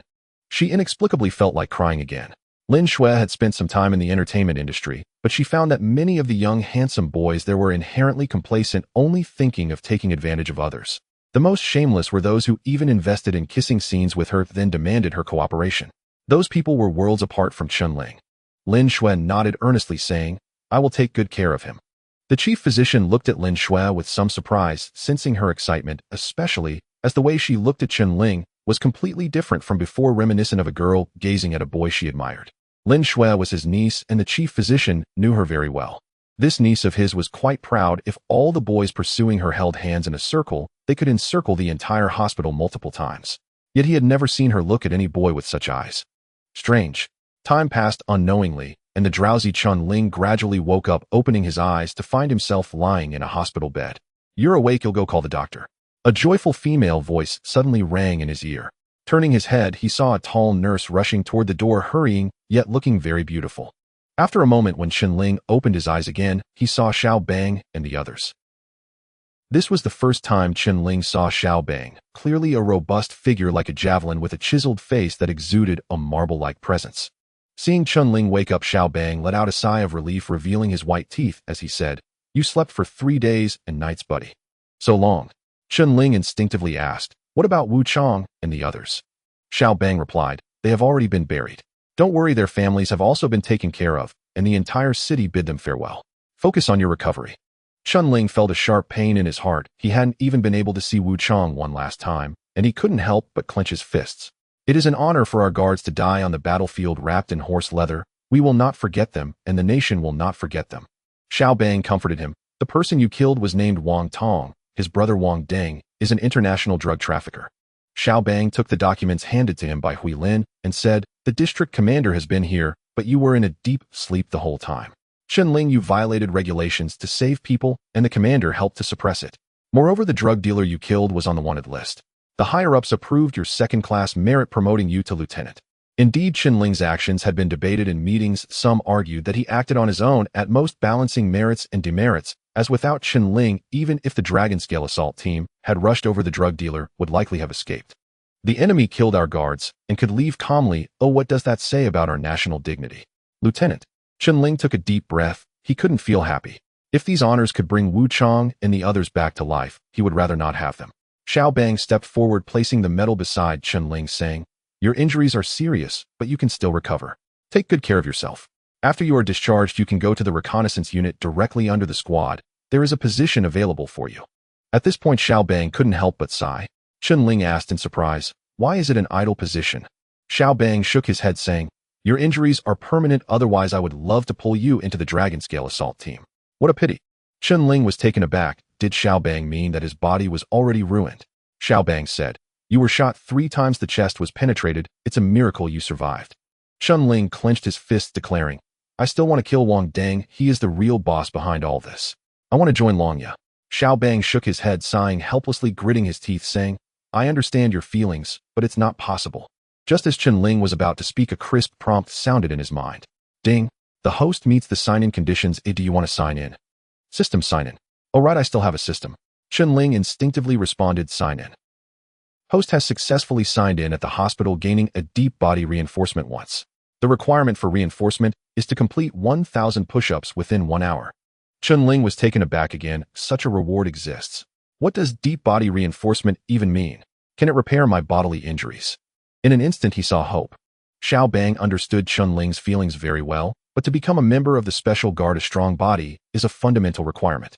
Chen Ling's injuries were too severe, otherwise how could Xiao Bang have missed such a promising candidate? A new guard single-handedly hunted down drug traffickers, and they were part of a group composed of hired guards, taking down 16 people despite the vast disparity in strength. What an achievement this is! To call it a miracle would not be an exaggeration. How could Xiao Bang not appreciate such a capable and valiant guard? What a pity. After seeing Chen Ling's diagnosis report, Xiao Bang felt an indescribable regret. "You should rest well. We'll come to see you again when I have time." Chen Ling came to his senses and saw Xiao Bang preparing to leave. He said, "Chief, I really want to try for the dragon tooth." Xiao Bang turned to look at him and asked, "Are you sure you want to do this?" Chen Ling said firmly, "I can recover from my injuries. I can go to Dragon Tooth, and if I can take revenge, joining your dragon scale would also be acceptable." Xiaobang laughed. This kid is speaking nonsense. Does he even know what kind of place the dragon scale assault team is? Let alone his severely injured body. Even if he could recover to his original state, there's no guarantee he could pass the assessment. How could it be a place you can go just because you wanna? Of course he understood Chen Ling's feelings. The sacrifice of his squad leader and comrades had too great an impact on him. Watching his brothers who fought alongside him die right before his eyes, while he could do nothing, was more painful than anything else. Xiaobang had experienced such pain, so he understood Chen Ling's feelings better than anyone. After a moment's thought, Xiaobang said, "How about this? I am comrades with Captain Zhang of the 128th team. You can go to him, and if you have the opportunity, you can participate in the selection for Dragon Tooth." Chen Ling nodded and said, "Thank you, Chief." Xiaobang waved his hand saying, "I will arrange everything, you just focus on recovering." Yes. Soon Xiaobang took Grayscale and the others out of the ward. Outside, Grayscale couldn't help but ask, "Chief, why not directly recruit him into the Dragon Scale reserve team?" As a sniper, Grayscale was quite optimistic about this kid. His first participation in actual combat yielded such astonishing results. He was a natural warrior born to be a special guard. Xiaobang shook his head and said, "Did you not see the examination report of his injuries? It's impossible for him to recover. I am just comforting him." Grayscale was taken aback for a moment, then sighed helplessly, saying, "This is the helplessness of being a guard, as sometimes one may have the will to kill a thief, but lacks the power to do so. What a pity, he is truly a good candidate." Grayscale glanced back at the ward. Inside the room, after Xiaobang and the others left, Chen Ling half lay on the hospital bed for a moment. Gritting his teeth, he tore off the foredrip and struggled to prop himself up to get out of bed. Immediately, the wounds on his body sent waves of tearing pain, causing Chen Ling's body to tremble uncontrollably, and cold sweat poured from his forehead. Chen Ling gritted his teeth and muttered to himself, "No matter what, I will avenge squad leader and the others. I must become strong. 1,000 push-ups within 1 hour. Am all in. Start. 1, 2, 3. Chen Ling began doing push-ups on the floor. In an instant, the wounds that had already started to heal on Chen Ling's body tore open again, causing him excruciating pain. However, with the pain came a surge of energy that began to alter his physical condition. Due to the intense exercise, blood immediately seeped from the wounds, staining the bandages wrapped around him red. Yet under the influence of that energy, the wounds began to staunch the bleeding and heal. Under the effect of this energy, Chen Ling's body was continuously reinforced. This was a high-intensity activation of physical potential. For instance, some soccer players immersed themselves in ice water at temperatures below 40 degrees right after matches to maintain their stamina. After 10 years of this, nearing 40, they still possessed the sprinting and jumping ability of someone in their 20s. This situation is akin to Chen Ling's current state. However, Chen Ling's reinforcement is more comprehensive, unlocking even greater potential. Chen Ling gritted his teeth and persisted, letting out low growls. "I must grow stronger. I must grow stronger." His mind was filled with images of squad leader Old Yang and Old Jiang dying tragically. At this moment, Lin Shui pushed the medicine cart and entered the room. She was not in a good mood, having just overheard Xiaobang and others discussing that Chen Ling's career as a guard might be ruined, relegated to an idle position awaiting retirement. How cruel this is for a guard. When Lin Shui entered, she was stunned by the scene before her. What was going on? When Lin Shui recognized Chen Ling, tears suddenly welled up in her eyes for some reason. How could he still be training in such a state? He must be unwilling to accept this. He wants to avenge his comrades. Just now he told the chief he wanted to join Dragon Scale to continue fighting. But his injuries? He hasn't given up. Chen Ling, stop it. Your wounds aren't healed yet. Stop now, or you will lose your life. Lin Shui, realizing the urgency, shouted anxiously. However, Chen Ling seemed to be deaf to her words, continuing to do push-ups madly. With her eyes red, Lin Shui hurried to find the chief, Dr. Lin Weiman. "Chief, Chen Ling is doing push-ups like crazy, covered in blood. I can't get him to listen. You must go check on him." Lin Shui rushed into Lin Weiman's office in a panic. "What?" Lin Weiman was taken aback and quickly rushed to the special ward. Upon arrival, he saw Chen Ling doing push-ups, his body covered in blood. "Stop immediately." Lin Weiman rushed to Chen Ling's side, trying to intervene. However, as he crouched down, he was astonished to find that the bleeding had stopped while Chen Ling was doing push-ups. Indeed, it had stopped. Upon closer observation, he was horrified to discover a wave of heat enveloping Chen Ling's body, acting upon his wounds. What is going on? Keep an eye on it. If something seems off, stop it immediately. This situation was rather strange. Lin Weiman had never seen such a unique patient in his decades of medical practice. Looking at Chen Ling, who was gritting his teeth and persevering with blood-soaked bandages. He is truly a man of iron and blood. Director, are you really okay? Lin Shui looked at Chen Ling with concern. The blood oozing from his wounds had already stained his clothes red. He had gunshot wounds and knife wounds, especially the one on his chest that had pierced straight through to his back. Just 3 days of recovery time. Could his body endure such intense activity? Not to mention whether his body could withstand it. Just enduring the pain of his wounds tearing apart was already bone-chilling. Lin Weiman had a puzzled expression. Under normal circumstances, Chen Ling really shouldn't be engaging in strenuous exercise because his body was still very weak, coupled with the wounds on him. However, as Chen Ling did push-ups, he seemed to become more energized, and the originally cracked wounds surprisingly stopped bleeding and appeared to be healing. How strange. You ask me, who should I ask? Let's observe first. Lin Shui nodded half-believingly, her bright eyes filled with concern, and she didn't know when her two tightly clenched hands became drenched in sweat. Huff, huff. With Chen Ling's heavy breathing, the frequency of completing each push-up became faster and faster. Lin Shui silently calculated in her heart. The frequency was almost once every 3 seconds. Is he really okay? She had tried doing push-ups herself, and managing 10 consecutive ones was already quite good. The other party maintained such a high frequency for so long, which must have totaled several hundred times. Is he pushing himself to the limit? Lin Shui felt a strange discomfort in her heart for some reason. She had admired the soldiers since she was young, treating them as her idols. She remembered during military training in her first year of high school, when she first saw the dashing instructor, she was captivated by his aura, still faintly recalling his appearance even now. Time passed bit by bit, and a full hour went by. Chen Ling suddenly felt that his muscles and bones were much stronger than before. The power in his body was greater than it had ever been, and when he clenched his fist, a tremendous force surged through his entire arm. Not only that, but he also felt lighter and more agile than before. Is this the result of deep enhancement? Chen Ling had a feeling that with his current physical condition, his physical qualities were at least twice that of an ordinary person. Instantly, an indescribable joy surged onto Chen Ling's face. If one deep enhancement brings about such a significant change, does that mean that with a few more sessions my injuries could heal completely? Aren't I on the verge of entering the dragon scale? That's great. Chen Ling excitedly flipped over to stand up, nearly shouting. As long as he fully recovered, he would have the chance to take revenge for Wu Zhang and the others. At this moment, Lin Weiman looked at Chen Ling's excited demeanor and saw him pacing back and forth. He suddenly came to his senses, his expression darkening. What are you doing? You scared me. Lin Shui, hurry and give him a full checkup. Chen Ling finally realized that there were others around him. Doctor, I just wanted to move a bit here. I've been cooped up for too long. Chen Ling hurriedly said. You're playing with your life. Oh, go get checked first. Lin Weiman said sternly. Lin Shui immediately took Chen Ling for a checkup, and when the results came out, Lin Weiman was astonished to find that Chen Ling's injuries had indeed improved significantly. Such a strange constitution. How is it? Lin Shui asked nervously from the side. Much better than before. How can he exercise and also speed up his recovery? Lin Shui looked astonished. You ask me, who should I ask? Lin Weiman said it's indeed very unscientific. That night he couldn't sleep. A week later, the orders regarding Chen Ling came down. He was transferred from Guard Post No. 3 directly to the Southeast Defense Zone Tiger Squadron, serving as the deputy company commander of the communication company, in line with his promoted rank of lieutenant. Of course, Chen Ling's rapid promotion from a new soldier to deputy commander was due to Xiao Bang's intervention. He made an exception to reach out for connections. Because a soldier like Chen Ling was worth that exception. 2 weeks later, Chen Ling applied for discharge. Although his body had not fully recovered, he was agile enough to engage in some vigorous activities. This amazed Lin Weiman, the chief physician, who had been practicing medicine for most of his life. Lin Weiman did not know that Chen Ling's rapid recovery was due to the strength enhancement from the signing system. During these 2 weeks, Chen Ling had signed in 3 times and undergone 3 sessions of deep physical enhancement, accelerating the recovery of his injuries.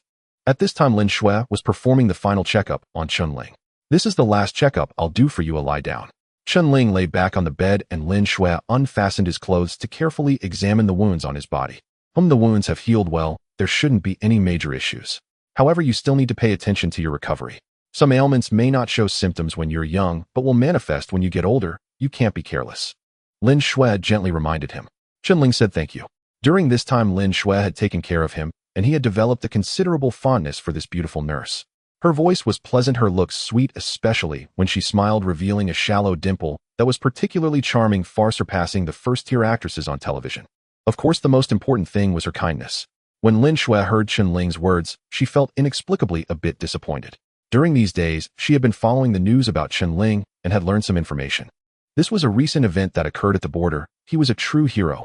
In Lin Shue's mind, the image of Chen Ling clenching his fist in the operating room, unable to even receive an injection, and the sight of him covered in blood, yet still training frantically, constantly replayed.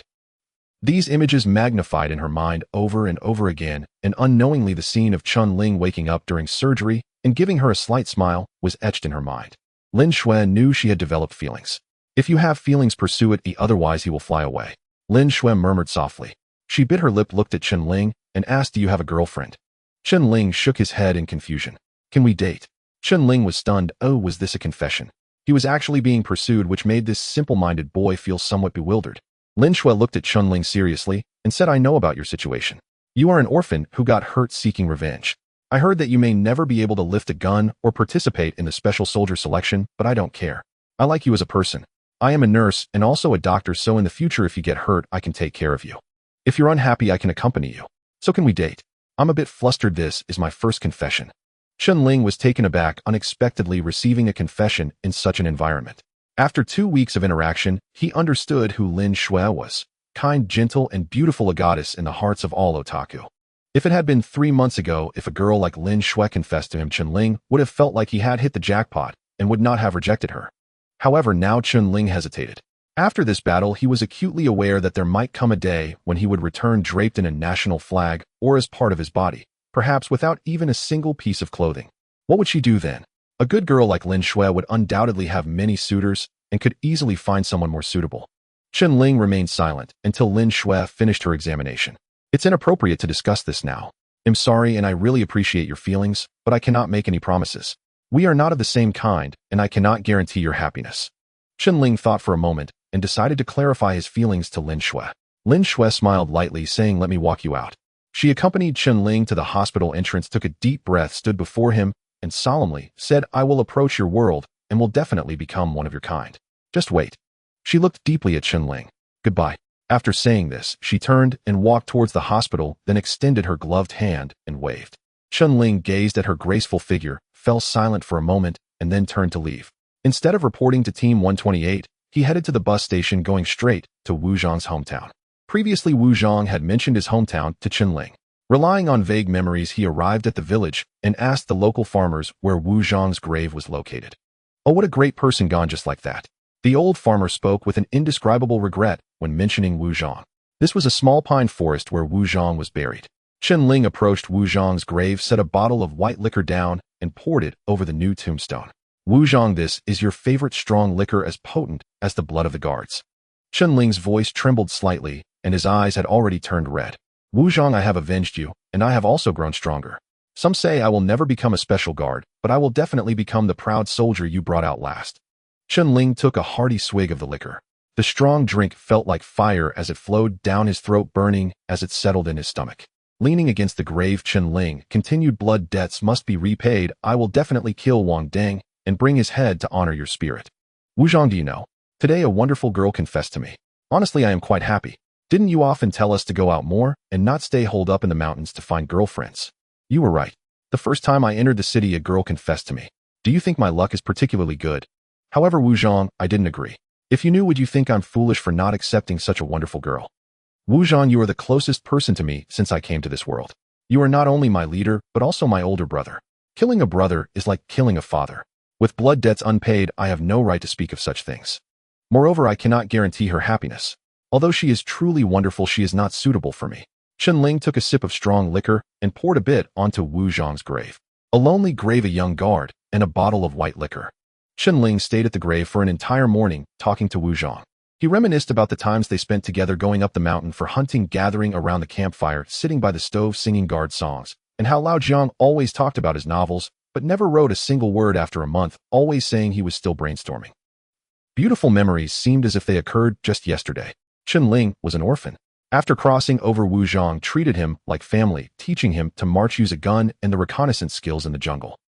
To help him grow stronger, he arranged for someone to take his shifts, just so he could have more time to train. Without Wu Zhang, Chen Ling would not have integrated into this world so quickly, making the guard his home. Unfortunately, Wu Zhang was gone.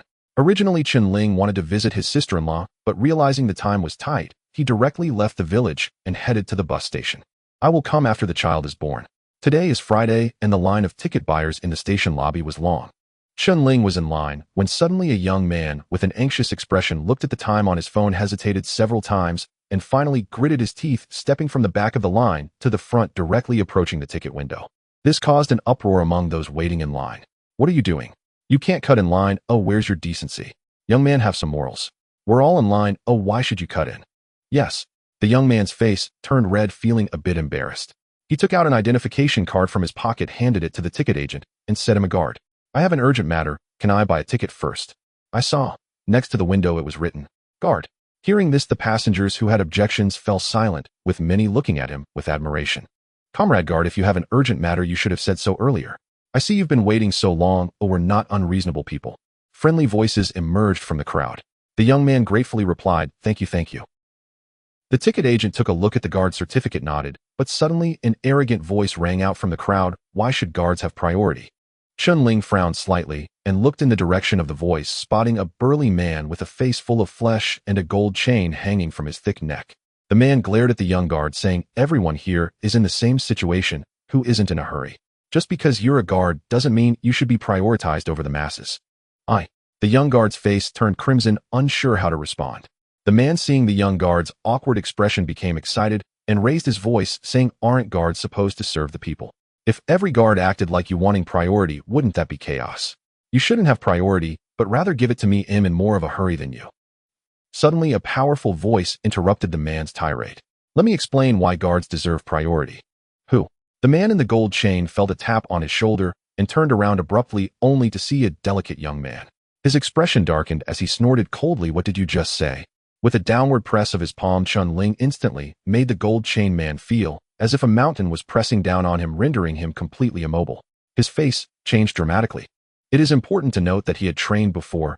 Although he was an amateur weightlifter, his strength was significantly greater than that of an ordinary person. Yet under the pressure of his opponent's palm, he felt as if he was being crushed by hundreds of pounds. The young man, despite not having a particularly strong physique and appearing quite delicate, how could he possess such immense strength? What he did not know was that over the past 2 weeks, Chen Ling's body had undergone a significant enhancement, boasting approximately 3 times the physical quality of an average person. How could his strength not be formidable when fully unleashed? Chen Ling's hands, hardened from long periods of intense training, were like iron pincers, effortlessly lifting the man with one hand. The onlookers were astonished, their eyes wide open. This guy is impressive. Goodness, how much does he weigh? That guy must weigh at least 200 pounds, and he's being lifted with one hand while struggling helplessly. One should not judge by appearances. The crowd dared not voice their anger at the gold chain man, fully aware that he was causing trouble. Yet they chose to stay out of it, as he did not appear to be someone to provoke. Now, seeing someone standing up to him, they couldn't help but cheer. At this moment, the gold chain man felt like a small dog being lifted. The most critical part was that the opponent's fingers were pinching his shoulder blade. Any slight movement would cause him excruciating pain. How could he dare to move? Instantly, his face turned as red as if he had been injected with adrenaline. Hey, what are you doing? Let me go? Do you know who I am? If you don't let me go, you'll be in big trouble. Do you understand? The gold chain man shouted angrily. He was a local bully with dozens of small thugs under his command. He usually swaggered around, beating up anyone who displeased him, and those who knew him dared not provoke him.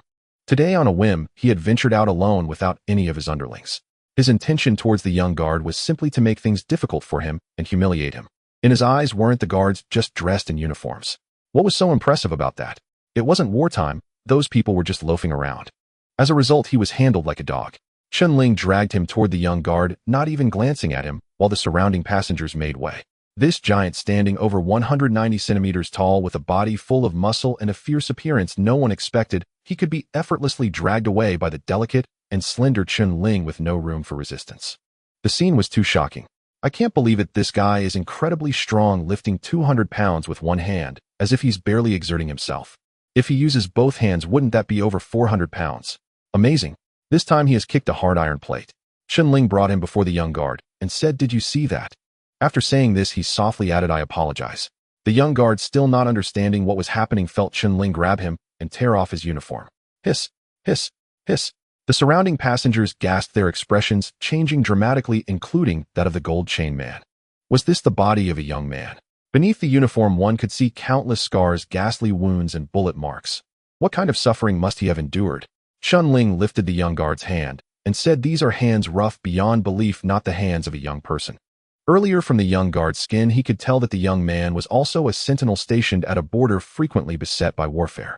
Chen Ling stared at the gold chain man and said, "What were you doing at his age?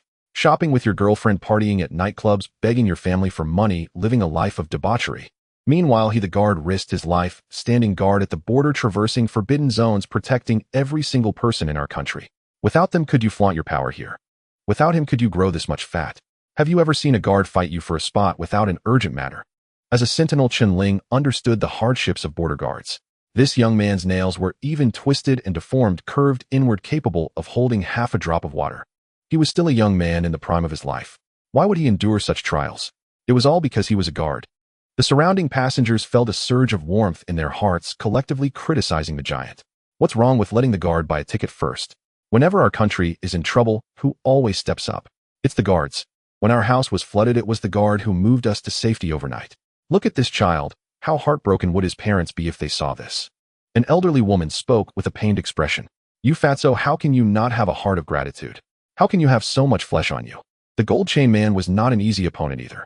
Seeing he could not argue back, he chose to play dirty and shouted, "He hit me. The guard hit me." After all, the barefooted are not afraid of those in shoes. Aren't guards supposed to uphold discipline? Isn't unity their motto? I'm just saying, you hit me. If this blows up, perhaps he'll lose his uniform and be forced to apologize to me. The guard hit someone in public. I'm going to sue you. He hit someone. Hit someone. Chen Ling glared, ready to kill this guy. Such a person in times of war would definitely be a traitor. After killing over 10 drug traffickers at the border, Chen Ling was no ordinary guard. A murderous aura surged forth from him in an instant. The gold chain man, having mixed in the underworld, was particularly sensitive to such a murderous presence and sensed it immediately, causing the hair on his body to stand on end. At that moment, he felt as if he was standing before not a person, but a beast that had crawled out of hell, ready to tear him apart at any moment. Oh my, how does this kid have such a heavy aura of murder? He must have killed before. The gold chain man was tough in his youth, but never had the courage to take a life. A few years ago, he encountered a murderer who exuded a similar aura, but just one glance had caused him to suffer nightmares for several nights. The murderous aura emanating from this kid was many times heavier than that of the murderer. Thud! The gold chain man's legs gave way, and he slumped to the ground, his hands trembling slightly, not daring to utter a word. Swish! The once noisy hall fell silent in an instant. Everyone was stunned by Chen Ling's aura. It is worth noting that the travelers present were all ordinary people who had never felt such a terrifying presence before. At this moment, 2 on-duty security personnel hurried over. After inquiring about the situation, they saw the burly man trembling on the ground in fear and took him away directly. Chen Ling did not lift a finger. That guy was slandering. Slandering a security member has very serious consequences. As for how to handle it afterward, Chen Ling didn't care. The young security officer saluted Chen Ling and said thank you. His eyes were filled with admiration. The other party had controlled the man with one hand, a feat he could not achieve. Moreover, if it weren't for the assistance of the other party, he didn't know how much trouble and time he would have wasted. Chen Ling smiled and patted his shoulder, saying, "Go buy a ticket. If a security officer wants to cut in line, it must be an emergency." The young security officer helplessly replied, "My mother had a car accident and is in critical condition. If I miss this train, I won't be able to return until tomorrow. I haven't gone back for a year, and if I can't make it, I won't even see her one last time." As he spoke, his eyes turned red. Chen Ling sighed, thinking of Wu Changshi, who served the nation. It was the same.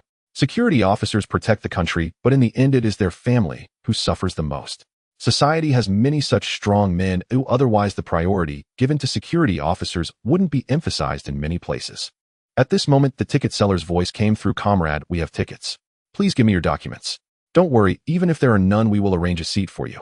You are a respected person." The young security officer expressed his gratitude, his eyes turning even redder as he saluted the people behind him. "Thank you." He turned and quickly disappeared at the entrance to buy a ticket. In the hall, everyone was staring at the 4 words security officer priority and recalling what the young security officer had said. A father held his child and pointed at the large characters, saying, "Can you read it?" The 6 or 7-year-old boy stared at the characters, trying hard to pronounce them, and in a childish voice said, "Security officer priority, Dad, am I right?" The father nodded in satisfaction and said, "That's right. Remember, those who protect you are these lovely people. The only thing we can do is let them experience priority in society. This is a form of gratitude, my child." The little boy blinked his bright eyes and said, "Dad, is it like now, when you can buy a ticket in advance?" "Yes, Dad, when I grow up, I also want to be a security officer." For a 6 or 7-year-old child, he didn't understand what this meant, but he already felt a vague sense of it. Security officers deserve everyone's respect. Chen Ling nodded, his gaze growing firm. There are many lovely people, a group worth protecting, and they are all very kind. Then Chen Ling bought a ticket, checked in, and boarded the train heading straight to the city where the 128th Regiment is located. 2 hours later, Chen Ling walked out of the train station. In front of the station was a large square bustling with activity. In a relatively open area, a group of youths were playing extreme parkour using bicycles to jump back and forth on the steps, sprinting rapidly and performing all sorts of dazzling tricks. When a certain youth performed exceptionally well, it drew cheers from the others, some even taking out their phones to film. Chen Ling's lips revealed a slight smile. The vigor of youth. Suddenly a voice from the system echoed, "Ding, conditions for signing in met. Does the host wish to sign in?" Chen Ling was taken aback for a moment, not expecting that he would trigger the sign-in condition here. Sign in. Ding. Host has signed in to the Security King system, gaining extreme off-road skills. Extreme off-road. Chen Ling looked at the youths, showing off in front of him, a peculiar expression on his face. It can't be parkour, right? I'm a security officer, a lieutenant after all. Fusion. In an instant, information about extreme off-roading flooded into Chen Ling's mind, becoming part of his memory. Extreme off-roading is a skill that enhances speed, agility, explosiveness, and more, putting the body into the optimal state of movement. Chen Ling felt a surge of joy. For a security officer, the most basic yet hardest skill to improve is off-road capability. This capability has no shortcuts. It can only rely on one's continuous training, day after day, accumulating experience until a certain limit is reached.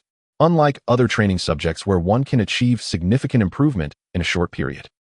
At that time, in order to activate the system, Chen Ling had to run through the forest every day and insisted for 3 months to improve just a little, which shows its difficulty. Extreme off-roading is different from the previously acquired Ghost of the Jungle. The latter is a combat skill formed by combining the forest environment and natural factors without producing substantial changes to the body. This extreme off-roading genuinely enhances speed and endurance, especially explosiveness, all of which directly affect the body. In an instant, Chen Ling felt as if his bones were being reinforced again, a feeling that was indescribable.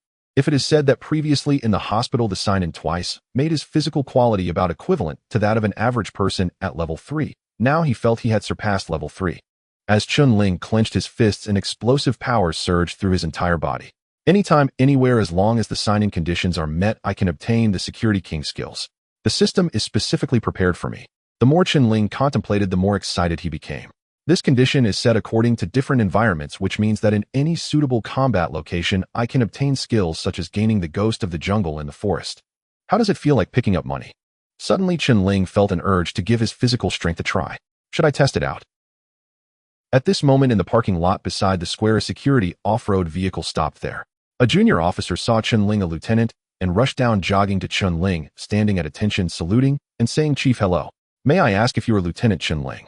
"I am Junior Officer Chen Yong from the 128th Regiment." Chen Ling returned the salute and said, "Hello, I am Chen Ling. You've worked hard, Chief.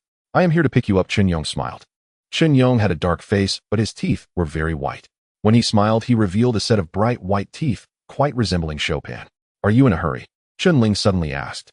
Chen Yong was taken aback for a moment and quickly replied, reporting to the chief, "Am not in a hurry. If there is anything, please instruct me." Originally, Chen Yong thought that Chen Ling said this because he wanted to buy something, but the next moment he was startled. "Chief, isn't this inappropriate?" Chen Yong's face showed hesitation as he said, "Chief, isn't this inappropriate?" Chen Ling replied, "There's nothing inappropriate about it. You drive and I'll run behind you." Chen Yong looked at Chen Ling in astonishment. Did he hear correctly? I drive and you run behind. This defies common sense. He was a professional driver, having chauffeured numerous leaders, yet this was the first time he encountered a chief who would rather race alongside a vehicle than sit in it. Little did he know Chen Ling's current thoughts. Chen Ling sought revenge and needed to become stronger, strong enough to eliminate Wang Deng. Wang Deng had stated that he would send stronger assassins to eliminate him. The other party was definitely not joking. As an international drug trafficker, his ferocity was not merely boastful. He had once hired a mercenary team from Dane Energy Company, resulting in the deaths of numerous law enforcement agents from the Northern Federation. That video still circulates online, showcasing a terrifying display. Wang Deng squinted, puffing on his cigar, his expression unchanged, while around him rockets exploded incessantly, and the Northern Federation's law enforcement personnel were mercilessly slaughtered, turning into a bloody mess. He was an international drug trafficker, embodying both brutality and calmness. To kill him, Chen Ling needed to train furiously, continuously enhancing his strength until he became powerful enough. Extreme off-road racing was just what he needed. "Execute the order," Chen Ling commanded. "Yes." Chen Yong replied loudly, then turned and boarded the off-road vehicle, starting it and driving forward. Chen Ling followed behind the off-road vehicle. After running for a distance, he noticed that this guy was driving slower than a snail and couldn't help but mutter, "Drive faster, haven't you eaten?" Chen Yong twitched his mouth and mumbled, "What is this about?"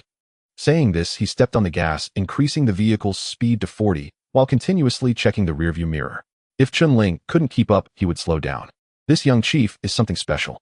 Having encountered many chiefs, Chen Yong found this one to be the youngest, likely not yet 20 years old, not much different from a new recruit, yet a lieutenant taller than his nearly 10-year senior officer. Well, let's see how long you can run.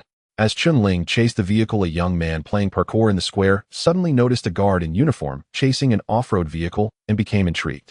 He runs so fast that speed must be over 30. A young man rubbed his eyes. What is he chasing the guard vehicle for? Is he being punished to run by the chief? Hey, who cares? Let's catch up and see. This is a test of endurance between man and vehicle. They say our guards are formidable, right? Let's go witness this. Moved. Instantly, these young men excitedly hopped on their bikes and frantically chased, after even urging their friends to film from behind. However, after a short chase, they were horrified to find that the other party was running faster and faster. This speed is so fast, what do? We can't catch up at all. They are riding bicycles at about 20 kilometers per hour while the vehicle ahead is at least 40. Wow, our guard is really impressive, running at a speed that definitely exceeds 40. I told you our guards are awesome, and now you see it right. You always thought our guards were inferior to foreigners. Let them try running at this speed. This group of young men was all exhilarated. Meanwhile, Chen Ling's frenzied running soon caught the attention of other pedestrians. This guy is impressive, his speed exceeded 40. While the world record for the 100-meter sprint is 9:58 seconds with a speed just over 40, but he can't keep it up for more than 10 seconds, and he's been running for a minute. Hurry and film this, it will definitely go viral online. This driver, a lover of extreme sports, was ecstatic at the sight and immediately took out his phone, filming while driving behind, occasionally aiming at his dashboard. Brothers, pay attention, my vehicle is at 40, but I can't catch up. He quickly directed the camera at the running Chen Ling.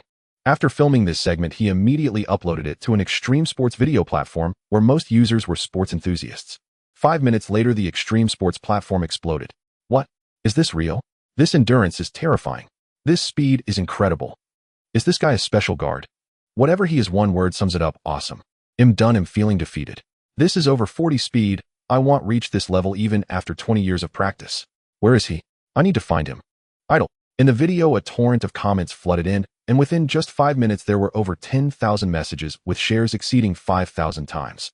As time passed, this speed of dissemination accelerated and the impact widened. While Chen Ling's running video went viral online, Chen Yong in the car was equally astonished. The off-road vehicle maintained a speed of around 40 kilometers per hour for over an hour. Along the way, he had suggested 3 times to Chen Ling, but the other party continued running, and crucially, he was able to keep up. Chen Yong even began to doubt whether the speedometer of the off-road vehicle was malfunctioning. This was 40 kilometers per hour, not slow at all. He looked at Chen Ling still running and was genuinely impressed. At first, he thought the other party just wanted to run a bit, stretch his legs, and would naturally get in the car once tired. But good heavens, he had been running at sprinting speeds for an hour, covering over 40 kilometers. The squad leader must be pleased now. Our team has a real powerhouse this time. Originally, Captain Zhang had told him to pick up a deputy who was temporarily transferred from another guard unit. Seeing Chen Ling so young, Chen Yong thought he must have used connections to get this position. After all, how could someone so young like a new recruit be directly promoted to deputy? Thus, he had a slight distaste for this connection. Now he didn't think that way anymore. With such strength, did he still need connections? What a master! After being in the 128th squad for so long, he had never seen anyone armed with off-road capabilities run 40 kilometers in an hour. Chen Yong genuinely shouted from the back, "Chief, I beg you, get in the car. You've already exceeded 40 kilometers. That's equivalent to a full marathon. Come take a break for a while." A full marathon is 40 kilometers, and top athletes take around 2 hours, while Chen Ling managed it in just 1 hour. This stamina, this endurance, this speed. No matter which aspect, he surpassed the likes of He Chun Wang Yin and others from the 128th squad, by far simply not on the same level. To be clear, He Chun Wang Yin and the others had been praised as the brightest new recruits in the history of the 128th squad, with claims they could compete with special guards. By comparison, they couldn't even be considered scraps. At this moment, Chen Ling did not appear as relaxed as he seemed. His legs felt as if they were filled with lead, heavy and burdensome. Each lift required immense effort, and if it weren't for the determination he held, he likely wouldn't have been able to continue. It is known that during physical exertion, glycogen in the muscles produces lactic acid. As a strong organic acid, lactic acid dissociates to produce H ions, causing the pH level in the muscles to drop. The accumulation of H ions interferes with the binding of calcium ions to troponin, disrupting the muscle contraction process and leading to fatigue. When the intensity of exercise is relatively low and the duration is longer, glycogen will decompose to provide energy for the activity. However, the storage of glycogen is limited, typically 300,400 G in an average person's muscles. If glycogen is depleted significantly, muscle fatigue will ensue. Having maintained high-intensity exercise for over an hour, Chen Ling's muscles produced a substantial amount of lactic acid, and his glycogen stores were nearly exhausted. Even with his physical fitness being 3 times that of an average person, he could hardly withstand it. Sweat had already soaked through the hoodie on his back, as if he had just emerged from water. Panting heavily, Chen Ling's breaths became increasingly labored and rapid. The prolonged sprint had drained a significant amount of his stamina. How much farther? About 5 kilometers. Chen Ling exhaled, saying, "Then let's finish it." Chen Yong assumed that Chen Ling would stop, get in the car, and take a break, but instead he continued to run. "Commander, come up and rest. If you wear yourself out, I won't be able to report to the squad leader." As the saying goes, a single straw can break a camel's back. Chen Ling had reached a point where he was nearly at his limit. Although there were only 5 kilometers left, those 5 kilometers were precisely the hardest to endure. What if something happened during the run? Wouldn't that be a grave mistake? "It's fine, I will continue. I know my own body," Chen Ling stated. Chen Yong sighed and could only keep driving forward. He truly worried that Chen Ling's reckless running might ruin his health. The 128th Squad had never seen such a remarkable individual. He hoped nothing unexpected would occur. Seeing Chen Ling's speed decrease slightly, Chen Yong quickly reduced the car's speed to around 20. This eased his mind considerably. This was the normal speed for running. However, Chen Yong recalled that Chen Ling had previously maintained a speed of 40 kilometers per hour for an hour. Such endurance, stamina, and speed surpassed anything he had seen from special unit members. At this point, if he can still run 5 kilometers, he would undoubtedly be an Iron Man. Additionally, Chen Yong noticed the crowd following in cars behind, and it was easy to guess that Chen Ling's frenzied running would spark a frenzy online. Not only the onlookers, but even he felt a bit overwhelmed. After considering it, Chen Yong felt it necessary to report this situation to the squad leader, so he took out his phone and dialed Captain Zhang's number. "Captain, it's me, Xiao Chun. Hey, race the situation." Chen Yong briefly reported the circumstances, concluding with, "How should we handle the crowd behind the car?" In the office of the 128th Squad leader Zhang Ting, he was discussing the next training arrangements with several officers in the squad. Suddenly, Captain Zhang stood up abruptly and exclaimed, "What did you say? That kid is running over." Chen Yong replied, "Yes, he ran all the way from the station to the 128th Squad. There's only 5 kilometers left, and a bunch of curious people are following the car.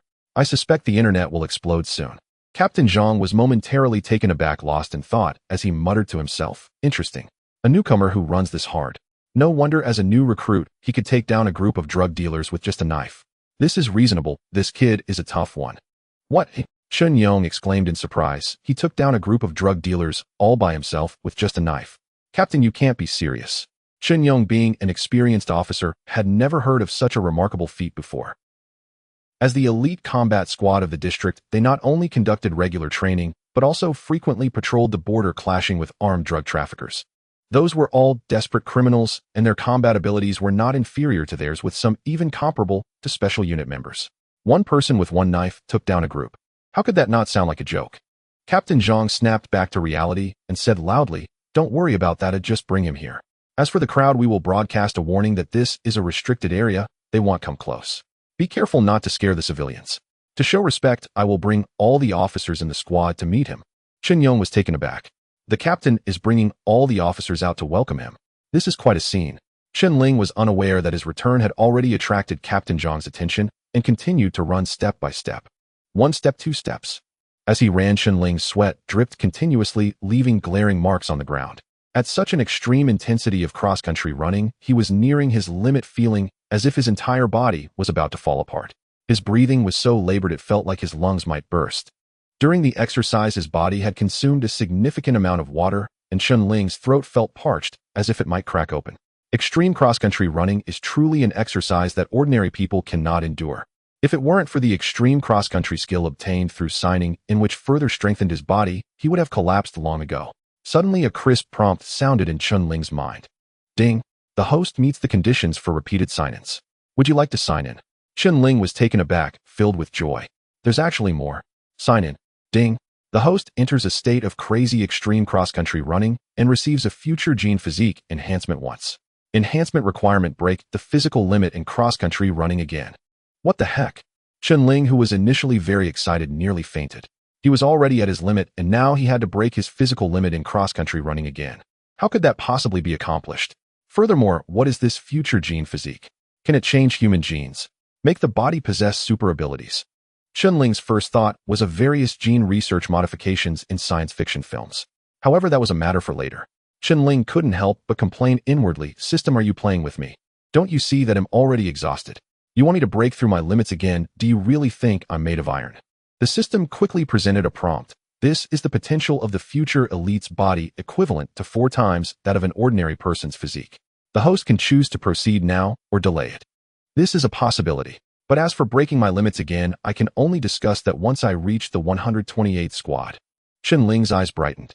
As Chen Ling ran furiously, Captain Zhang stood up in his office and declared, "Everyone, let's discuss this for now and go meet an extraordinary hero."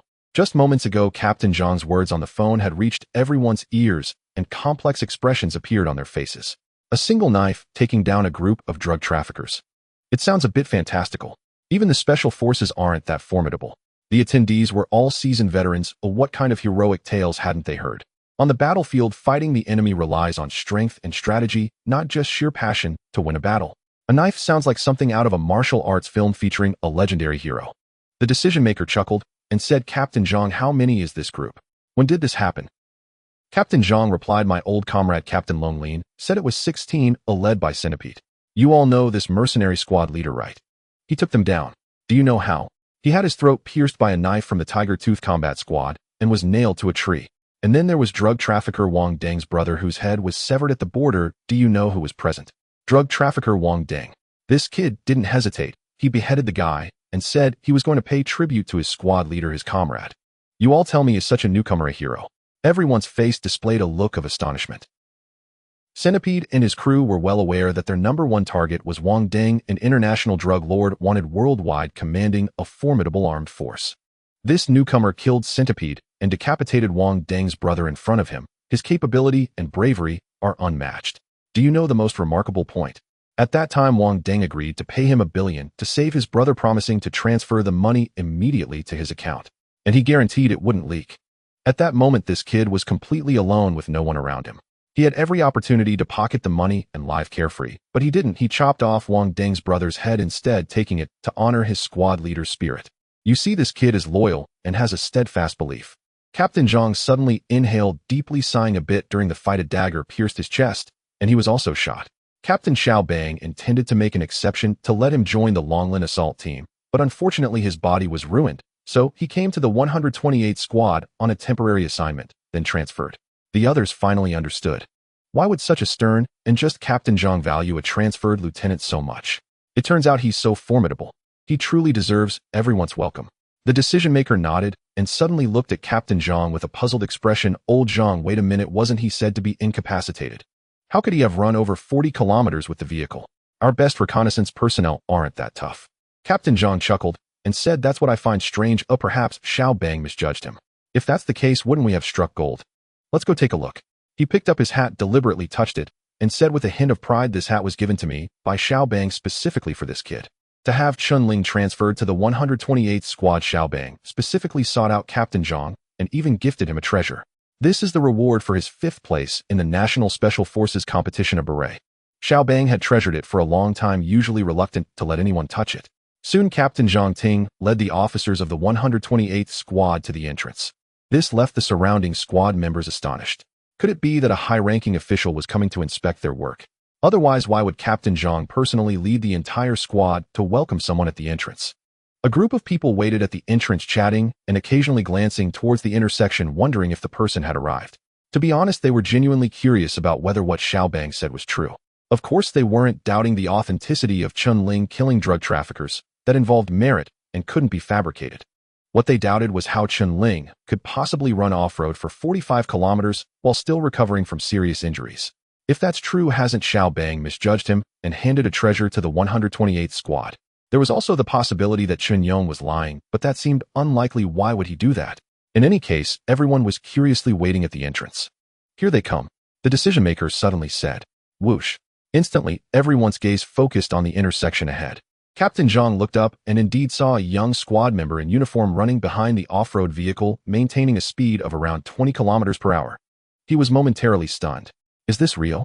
It's too exaggerated. He really ran from the station to the 128th squad.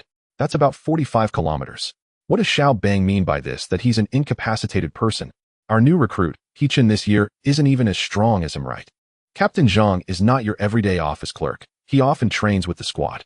He knows very well who the standout members are and their capabilities. Completing 45 kilometers in one go, you won't find another in the entire 128th squad. What's more, the opponent's running speed now seems like that of someone who has already run 45 kilometers. This speed is still maintained at over 20 kilometers per hour. Everyone can run off-road, but no one in the whole squad has run 45 kilometers in just over an hour. Not to mention the 128th squad, even the special forces have never heard of it. Especially to maintain such stamina after running. This is someone whose body has been rendered unusable and is not eligible for the special forces. Who would believe that? The faces of Captain Zhang's surrounding officers were filled with strange and astonished expressions. Captain Zhang, this kid's stamina is terrifying. He might as well be sprinting 100 meters. The decision-maker couldn't help but say. Captain Zhang was already laughing heartily. Xiao Bang probably doesn't know how well this kid has recovered, otherwise he wouldn't have been so generous to give him his own beret. Interesting. At this moment on the road, dust was swirling. After running 45 kilometers in one breath, Chen Ling was already drenched in sweat, his clothes soaked, as if he had just emerged from the water. Originally, Chen Ling's frenzied running was merely to challenge himself to feel the extent of his enhanced physical fitness. To others, choosing to run instead of riding in a vehicle must seem like self-torture. Who would have thought that despite his persistence, Chen Ling exuded an indomitable wildness and a faint sense of killing intent? At this moment, Chen Yong saw Captain Zhang and the others standing neatly at the entrance, and he was instantly taken aback. Just now on the phone, Chen Yong thought Captain Zhang was joking. Such a grand display just to welcome a lieutenant. Anyone unaware would think the district chief was here for an inspection. It seems that what Captain Zhang said was true. One person with a knife had taken down a group of armed drug traffickers. This is to welcome a hero. Chen Yong, being a clever person, realized this and immediately slowed the car down, aligning it alongside Chen Ling's. He rolled down the window and said, "Chief, let me introduce you to the first person ahead. That's Captain Zhang of our 128th Squadron, and behind him are the officers of the 128th Squadron here to welcome you." Taking a deep breath, Chen Ling nodded, adjusted his breathing, and quickened his pace towards Captain Zhang and the others. Upon reaching Captain Zhang, he stood at attention, raised his hand to salute, and loudly declared, "Report, Chief. Lieutenant Chen Ling has arrived for duty. Please give your instructions." While reporting, Chen Ling glanced at the renowned Captain Zhang Ting of the 128th Squadron. He was not exceptionally tall, lacking the broad shoulders of Xiao Bang, yet he was very agile, looking more refined than Xiao Bang, with somewhat small eyes that often appeared half-squinted. However, that gaze gave off an unfathomable feeling. Chen Ling had some impression of Captain Zhang. He was a comrade of Xiao Bang, an old veteran who had come down from the battlefield. If Xiao Bang was full of legends, then Captain Zhang was the embodiment of stability. Without extraordinary feats, he had steadily made his way to this point step by step. Under his leadership, the 128th Squadron trained to become the most formidable conventional force in the Southeast District. Swish! Captain Zhang saluted and said, "At ease, stand at attention." He squinted as he assessed Chen Ling, noting the youthfulness, athletic build, and a hint of killing intent about him. This kid has indeed killed.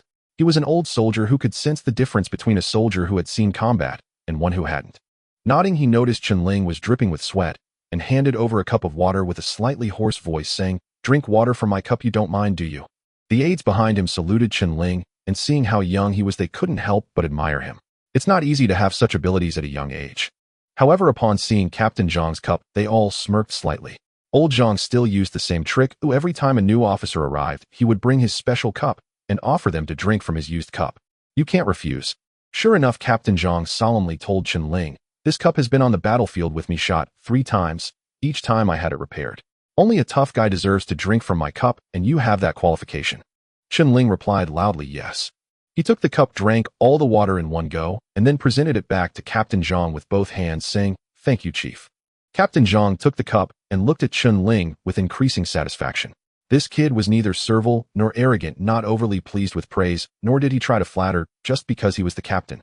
Not bad. Are you sure your injuries are fine? Xiao Bang told me they were quite serious. Chen Ling replied, "Report, Captain. All healed. I ran 45 kilometers, which is proof that I can handle any job. Healed so quickly. It's only been 2 weeks." Xiao Bang had informed Captain Zhang about Chen Ling's condition, saying his injuries were particularly severe. Under normal circumstances, he wouldn't leave the hospital for 2 to 3 months, and even after discharge there would be serious aftereffects. Because of this, Xiao Bang had reluctantly given up on recruiting Chen Ling into the Dragon Scale unit, as he couldn't meet the physical requirements for special forces. However, looking at Chen Ling's current state, he hardly resembled someone recovering from a serious illness. He was clearly a vigorous, tough guy. Captain Zhang looked at Chen Ling's shoulders and then chuckled. This kid ran 45 kilometers without showing much sign of fatigue. If it were anyone else, they would have collapsed. This was the best proof. Xiao Bang, you do have moments of misjudgment. Is this a waste of talent? If he is a waste, I will swallow my own cup. Captain Zhang maintained a calm demeanor, but inside, he was overjoyed. They had sent a treasure to the 128th Squadron. Xiao Bang told me about you. You are a good one. According to Xiao Bang's suggestion, after careful consideration, you will join the police unit and take on a civilian position, primarily assisting the captain with the ideological work of the squad. Less physical labor, just a bit of energy expenditure. You are young, full of energy, so it will be no problem. Captain Zhang directly assigned Chen Ling's work. Upon hearing this, Chen Ling frowned slightly and exclaimed, "Report, Chief. I need to participate in training." Training? Captain Zhang couldn't hold back. "Take off your clothes and let me see your wounds." "Yes." Chen Ling immediately removed his damp outer clothing and the waterlogged tactical vest, revealing a well-defined physique in front of everyone. After 3 rounds of enhancement, every muscle was sharply defined, radiating a beauty akin to a production line, and it exuded a strong, explosive power, as if filled with gunpowder.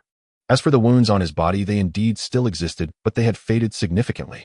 As everyone's gaze fell upon Chen Ling's upper body, strange expressions appeared on their faces, and they all subconsciously looked towards Captain Zhang.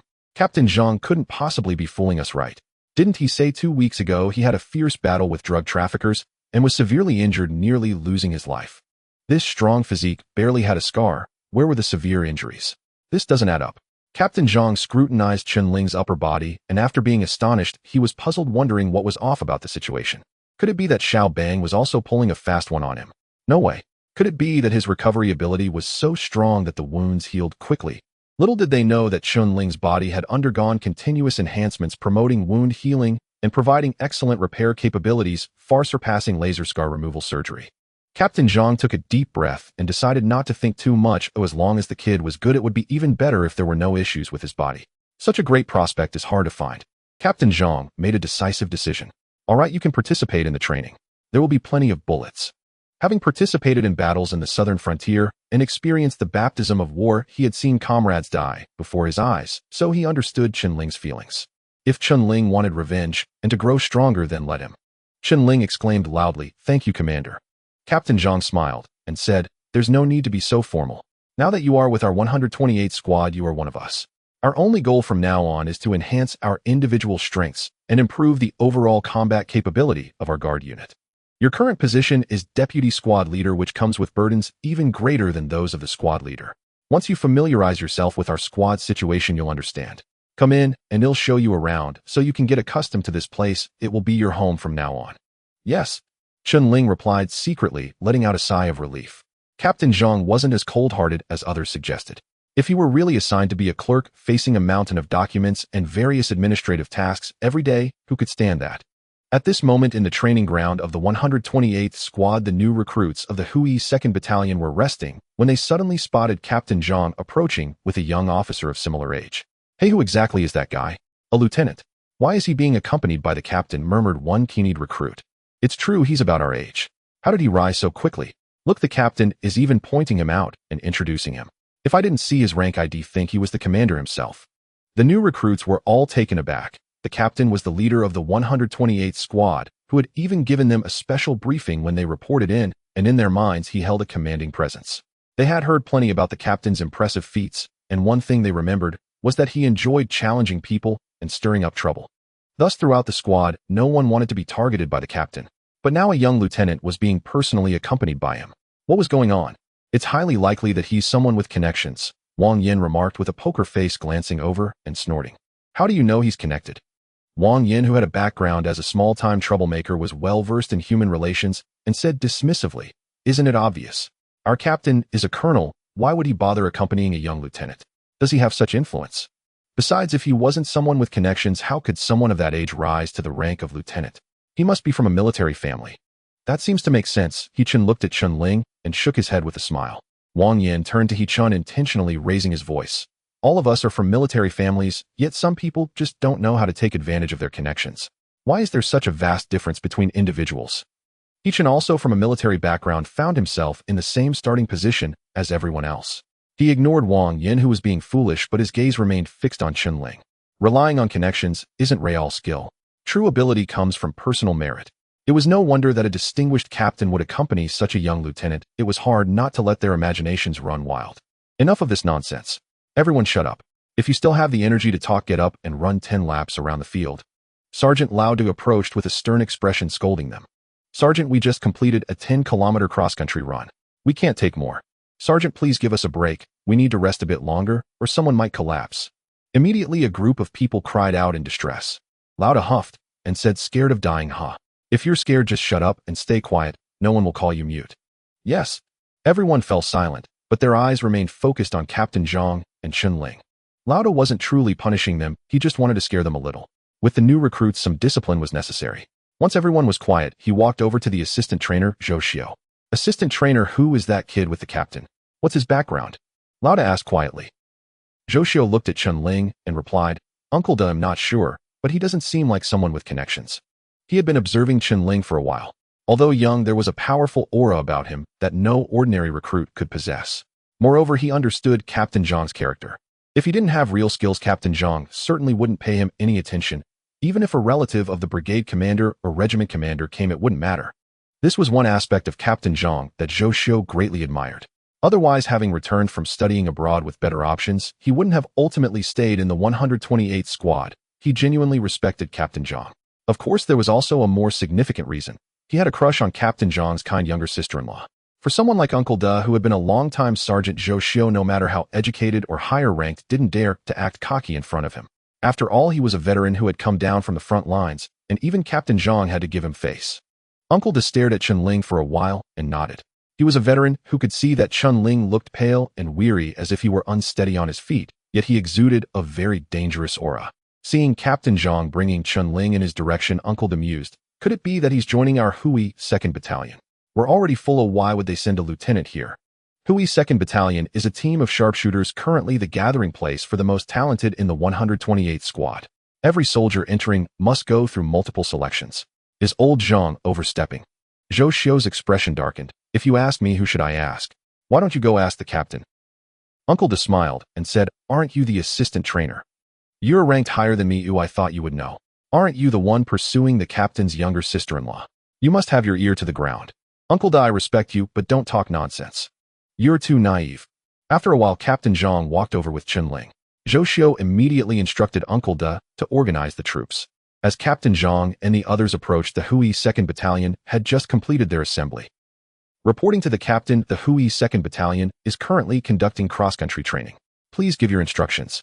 Lauda and Zhou Xiao saluted Captain Zhang. Captain Zhang returned the salute and then pointed at Chen Ling, saying, let me introduce you. This is Chen Ling, transferred from the 3rd Border Defense Squad, serving as the deputy squad leader of the Police Communications Battalion. You all in the Hui 2nd Battalion, be careful not to let the Police Communications Battalion down. Swish. All eyes were on Chen Ling. Zhou Xiao scrutinized Chen Ling closely. Though young, he emitted a strong aura. From a distance, it hadn't seemed so intense, but upon closer inspection, it was clear he was extraordinary. Lauda sensed the killing intent emanating from Chen Ling. This kid is not simple. However, among the recruits in the squad, He-Chun, Wang Yin, and others looked at Chen Ling with expressions of discontent. Captain Zhang introduced Chen Ling, saying, this is Zhou Xiao, our assistant trainer for the Hui 2nd Battalion, and this is the 2nd class sergeant codenamed Lauda. Chen Ling stepped forward, stood at attention, and saluted. His gaze fell on assistant trainer Zhou Xiao, who appeared very refined, giving off a strong scholarly vibe. If he wore glasses, he could easily be mistaken for a teacher. When Chen Ling's gaze landed on Sergeant Lauda, he showed a respectful demeanor. Lauda was a 2nd class sergeant, a veteran worthy of respect. At this moment, Captain Zhang's gaze fell upon He-Chun and the others. Seeing their expressions, how could he not know what these brats were thinking? However, this was the effect he desired. Chen Ling was an ambitious new recruit, and his competitors were the unruly new recruits. This is a very outstanding new recruit, specially admitted as deputy squad leader directly under the Police Communications Battalion, and will not be joining the Hui 2nd Battalion, which is meant for new recruits. Captain Zhang declared loudly. Chen Ling frowned slightly, sensing something was off. Why did it feel like Captain Zhang was trying to incite resentment against him? Sure enough, with a single word from Captain Zhang, the brains of the soldiers in Team Ho E2 exploded. Initially, they were somewhat impressed that Chen Ling was promoted to the rank of lieutenant at such a young age, but Captain Zhang's words implied that they, the Ho E2 team, were nothing but rookies. Ho E2 is the strongest team of the 128th squad. Assistant trainer Zhou Xiu also felt a bit uneasy. Ignoring the thoughts of the Ho E2 team, Captain Zhang said to Chen Ling, "Let's go to the police communication team." As he spoke, he pulled Chen Ling away. Once Captain Zhang left, the members of Ho E2 all looked as if they had been injected with adrenaline, staring directly at assistant trainer Zhou Xiu. Zhou Xiu's expression darkened as he shouted, "What are you all staring at? Everyone, 20 kilometers of training." Captain Zhang was clearly dissatisfied with the strength of Ho E2. "Don't bargain with me. You all heard what the captain said, right? Don't let the police communication team take us down. If you can't finish the run, no one is allowed to eat in the afternoon." As the entire Ho E2 team was training, Captain Zhang took Chen Ling to the police communication team.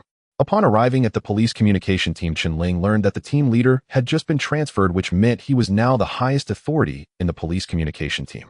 Therefore, Chen Ling would be in charge from now on. Captain Zhang patted Chen Ling on the shoulder and said, "I've told you the basic situation. Familiarize yourself with it in the next couple of days. When the time comes, I'll arrange specifics. For now, go rest in the dormitory. I've already arranged everything for you.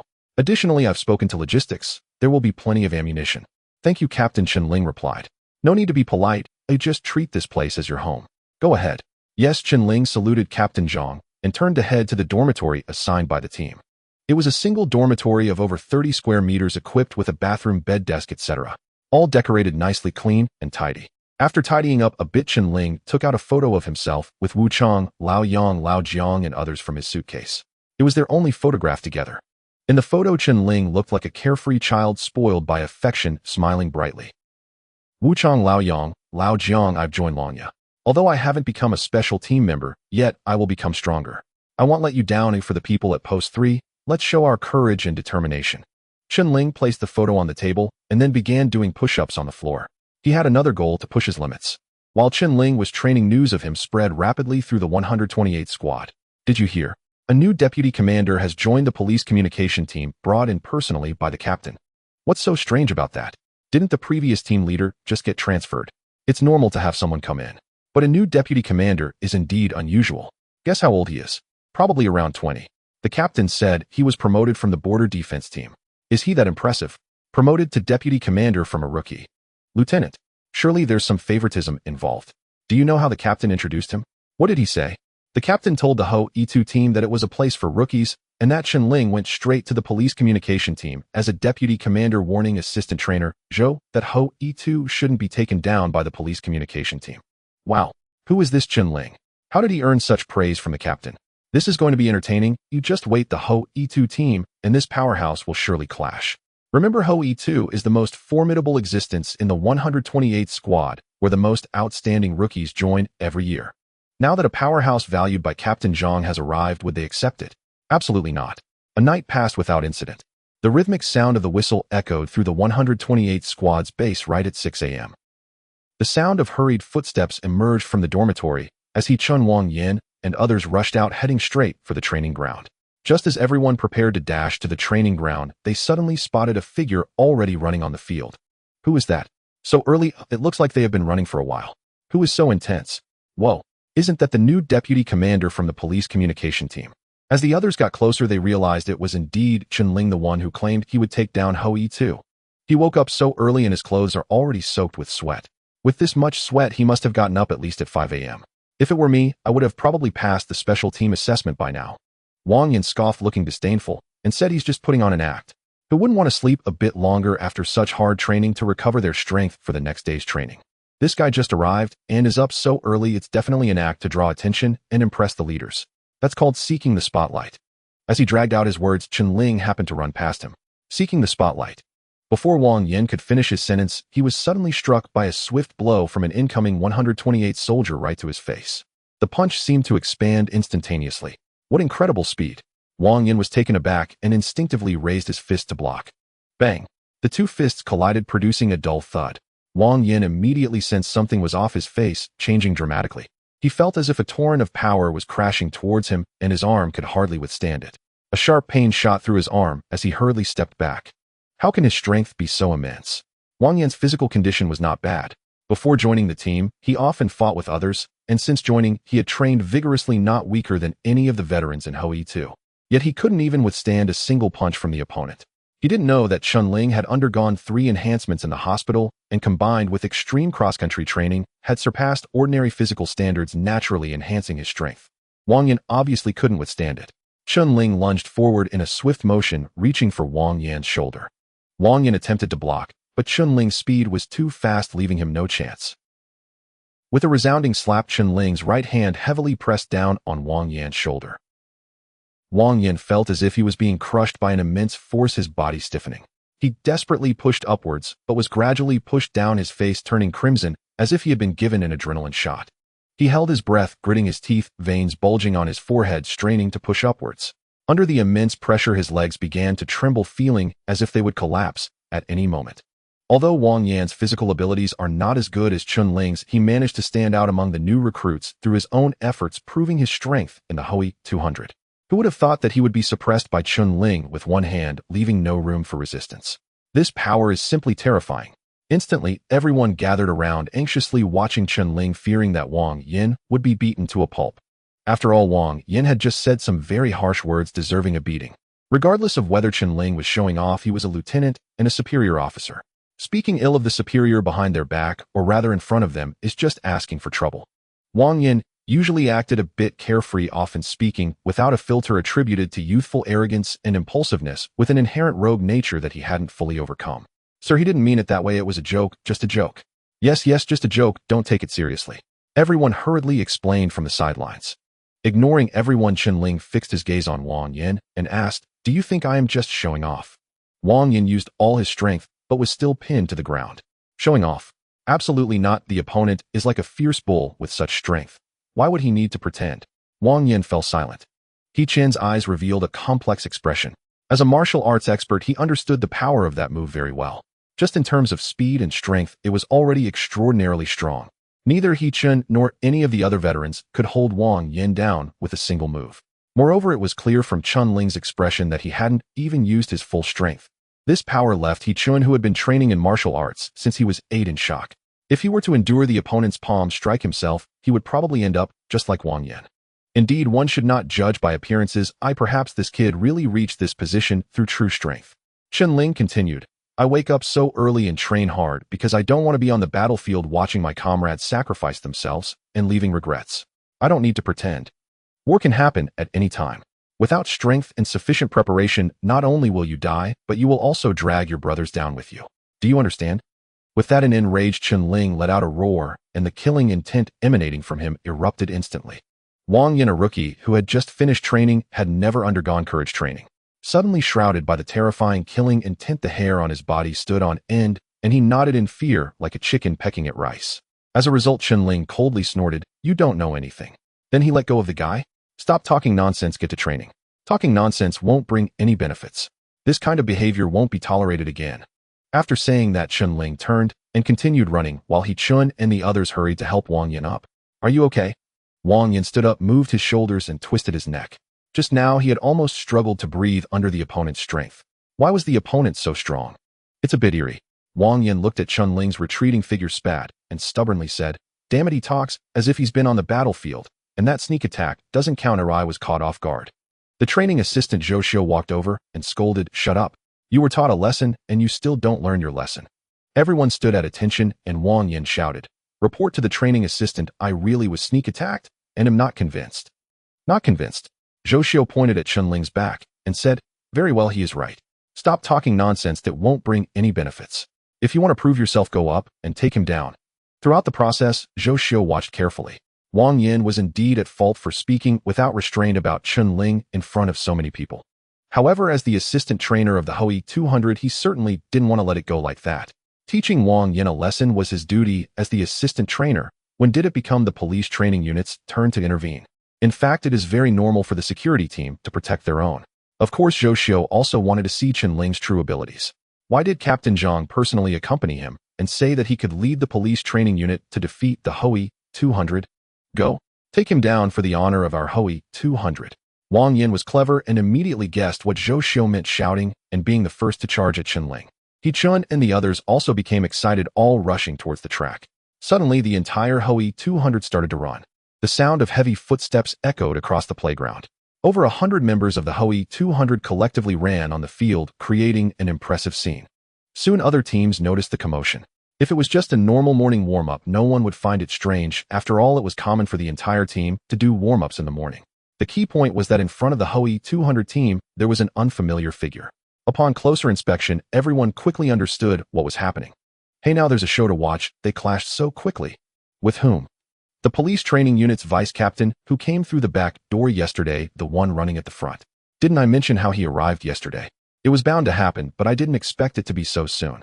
This is going to be exciting. One person is challenging an entire squad. Who will win? Guess what I bet on the new vice captain. Do you know how Captain Zhang praised him? Remind Zhou to not let the police training unit take down the Hui 200. Well, this might just be something Captain Zhang said casually. Each member of Hui 200 is fierce. None of them are pushovers, especially the few new members who are very strong. I know He Chen, the champion of free fighting in the team. He's very formidable. Wang Yin has a solid foundation trained from the ground up. I bet. A pack of spicy strips.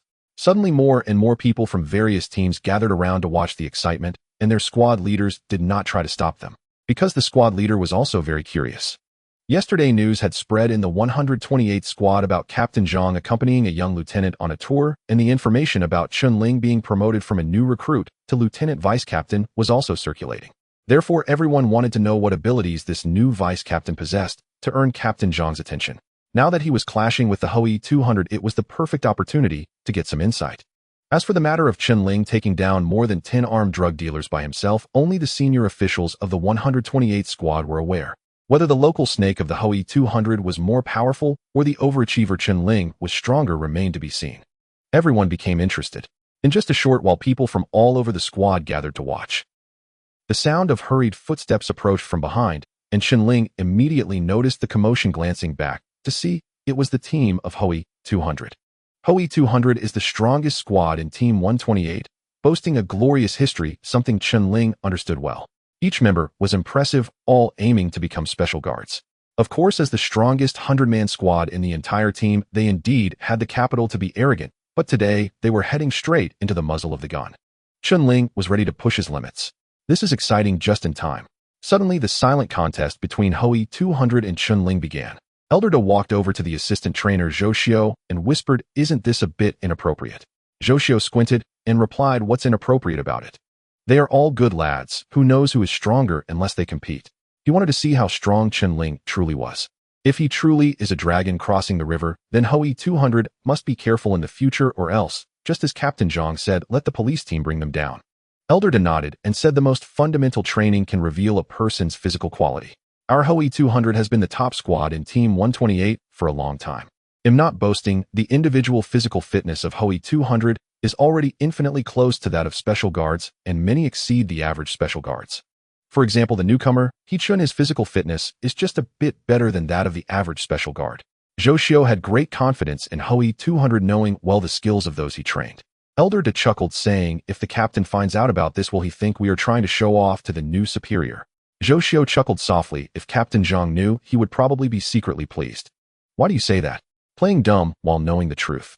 Didn't you hear Captain Zhang stirring up trouble yesterday? Zhou Xiu rolled his eyes. Elder Da chuckled. You keep showing off the ill, just be a good person. 1 lap, 2 laps. After reaching the 15th lap, the gap became apparent. Those with poor stamina began to fall behind, like Tai Dan from the countryside. Only the physically outstanding He Chen, Wang Yin, and about 7 or 8 others could still keep pace with Chen Ling. 20 laps, 21 laps. After 25 laps, the number of those falling behind increased. Yet Chen Ling's speed showed no signs of weakening. He maintained the lead. Zhou Xiu's expression turned grim. I was careless. The only ones who can keep up with Chen Ling now are He Chen and Wang Yin, but don't forget Chen Ling has already run quite a distance before they started. The newcomer Chen, his stamina is impressive. I didn't expect him to have such capability. It's already the 29th lap, and he shows no signs of fatigue. He's stronger than us. Hui 200 has hit a hard wall this time. Soon 30 laps, 35 laps, 40 laps, 50 laps. 1 lap is 400 meters, totaling 20 kilometers. Jogging isn't a big deal, but the key is all three maintained a speed of around 30 kilometers per hour. This is quite impressive. Based on this stamina, they have already reached the minimum standard for selecting special guards. At this point, only Chen Ling, He Chun, and Wang Yin remained on the track. Everyone fell silent, their gazes fixed intently on the three of them. At this moment, Wang Yin and He Chun were drenched in sweat, feeling as if they could hardly breathe. Their guard uniforms soaked through their feet felt heavy and unresponsive, and they struggled to keep pace. Wang Yin gritted his teeth. Damn it, he can still run. Is this guy a donkey? He can't lose. Wang Yin had grown up fighting when he couldn't win, he would run, and that's how he built his endurance. He Chen's stamina was similar to Wang Yan's, but he had practiced martial arts since childhood and underwent systematic physical training, giving him a better foundation than Wang Yan. 55 laps, 60 laps, the total distance exceeded 24 kilometers. This distance surpassed the 20 kilometers of Hui 200's training. Thud. Wang Yin, unable to hold on any longer while running, collapsed to the ground, completely limp and unable to move. This was his limit. 60 laps broke his previous record of 50 laps, and he maintained a relatively fast pace. Yet even so, he still lost. Damn, I was careless. Wang Yin cursed under his breath, unwilling to accept it. He Chen, it's up to you now. Don't let the pride of Hui 200 fall on your pants, hold on. Wang Yin struggled to raise his head, with only He Chen still persevering. I misjudged you, get up quickly, don't let us down. At this moment, He Chen felt he was nearing his limit, holding on purely by willpower. Is this guy made of iron? He Chen ignored Wang Yin, fixating on the figure ahead, feeling a deep sense of helplessness. Before they started running, the opponent had already run for at least an hour, and now he was running another 24 kilometers, as if nothing was wrong. Is he even human? Hui 200 challenged him, and now he was the only one left, everyone else had fallen. If they knew Chen Ling had once run 45 kilometers from the station to Team 128, they probably wouldn't have had the courage to challenge him. Of course, Chen Ling wasn't exactly at ease either. Before He Chun and the others arrived, he had already run 20 kilometers.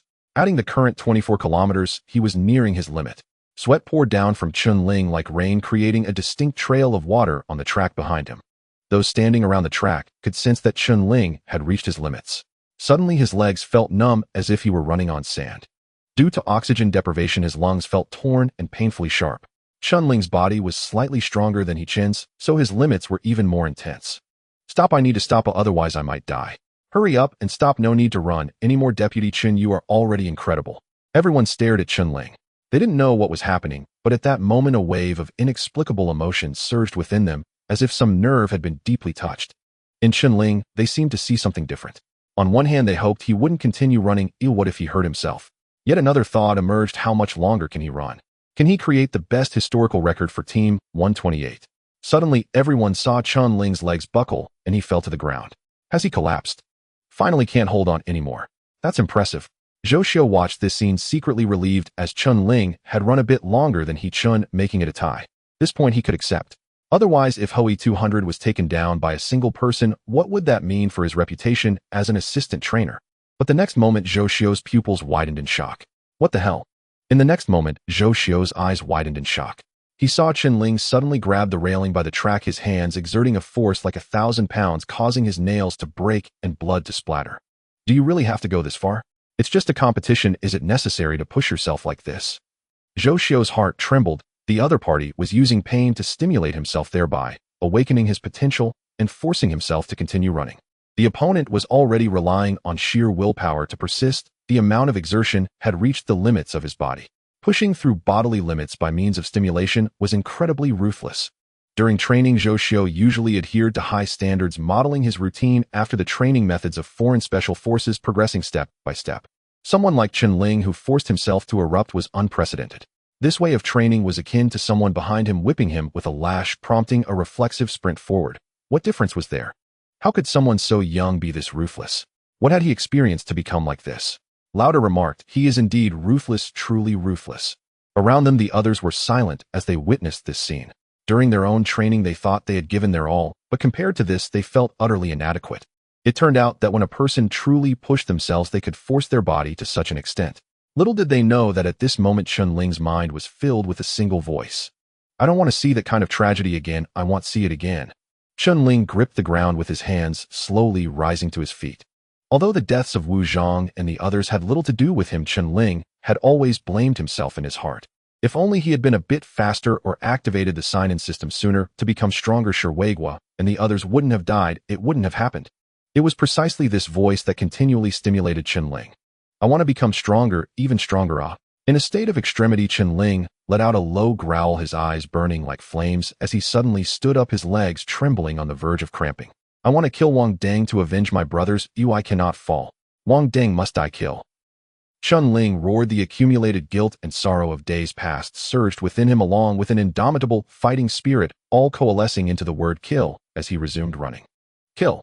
He let out another low roar, determined to fight. He carried the blood feud upon him, and the enemies he would face in the future would only grow stronger. Kill. Chen Ling repeatedly let out low growls, and with each growl, he charged forward. Watching him, Zhou Xiu and the others widened their eyes in astonishment, because that figure evoked the momentum of 1,000 troops charging forward. At that moment, everyone was dumbfounded, finding it hard to describe the scene before their eyes. Amidst the angry growls of the other party, the fallen figure stood up and began to run again. Though his speed was slow, he was indeed running. Although he lagged behind, every step he took was like thunder, shaking the eardrums of everyone present.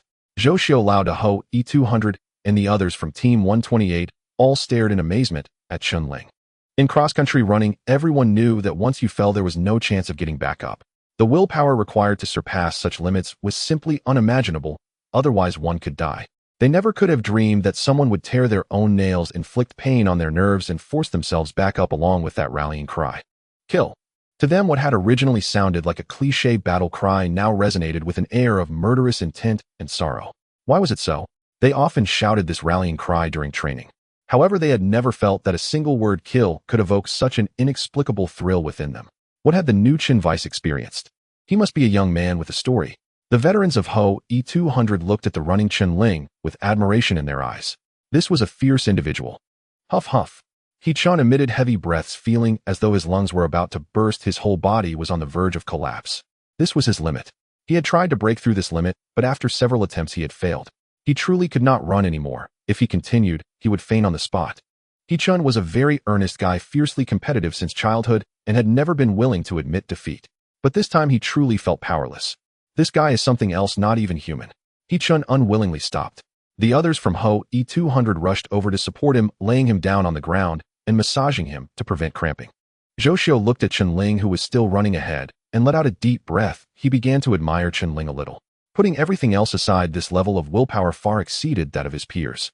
Lao Da's eyes revealed a complex expression as he said, Chen Vice is a young man with a story. He came from the border defense team. The border defense team is tough, Zhou Xiu remarked. It truly is tough, Lauda agreed. The harsher the environment, the stronger the willpower it cultivates. It seems we've been living too comfortably here in Ho E200. That's a bitter truth, Zhou Xiu replied with a wry smile. Lauda fell silent. However, we in Ho E200 must still uphold our dignity. Physical endurance is just one aspect of being an excellent guard. There are other tests to consider. Ho E200, assemble everyone present. Zhou Xiu bellowed. Thud thud. The sound of heavy footsteps echoed across the field once more.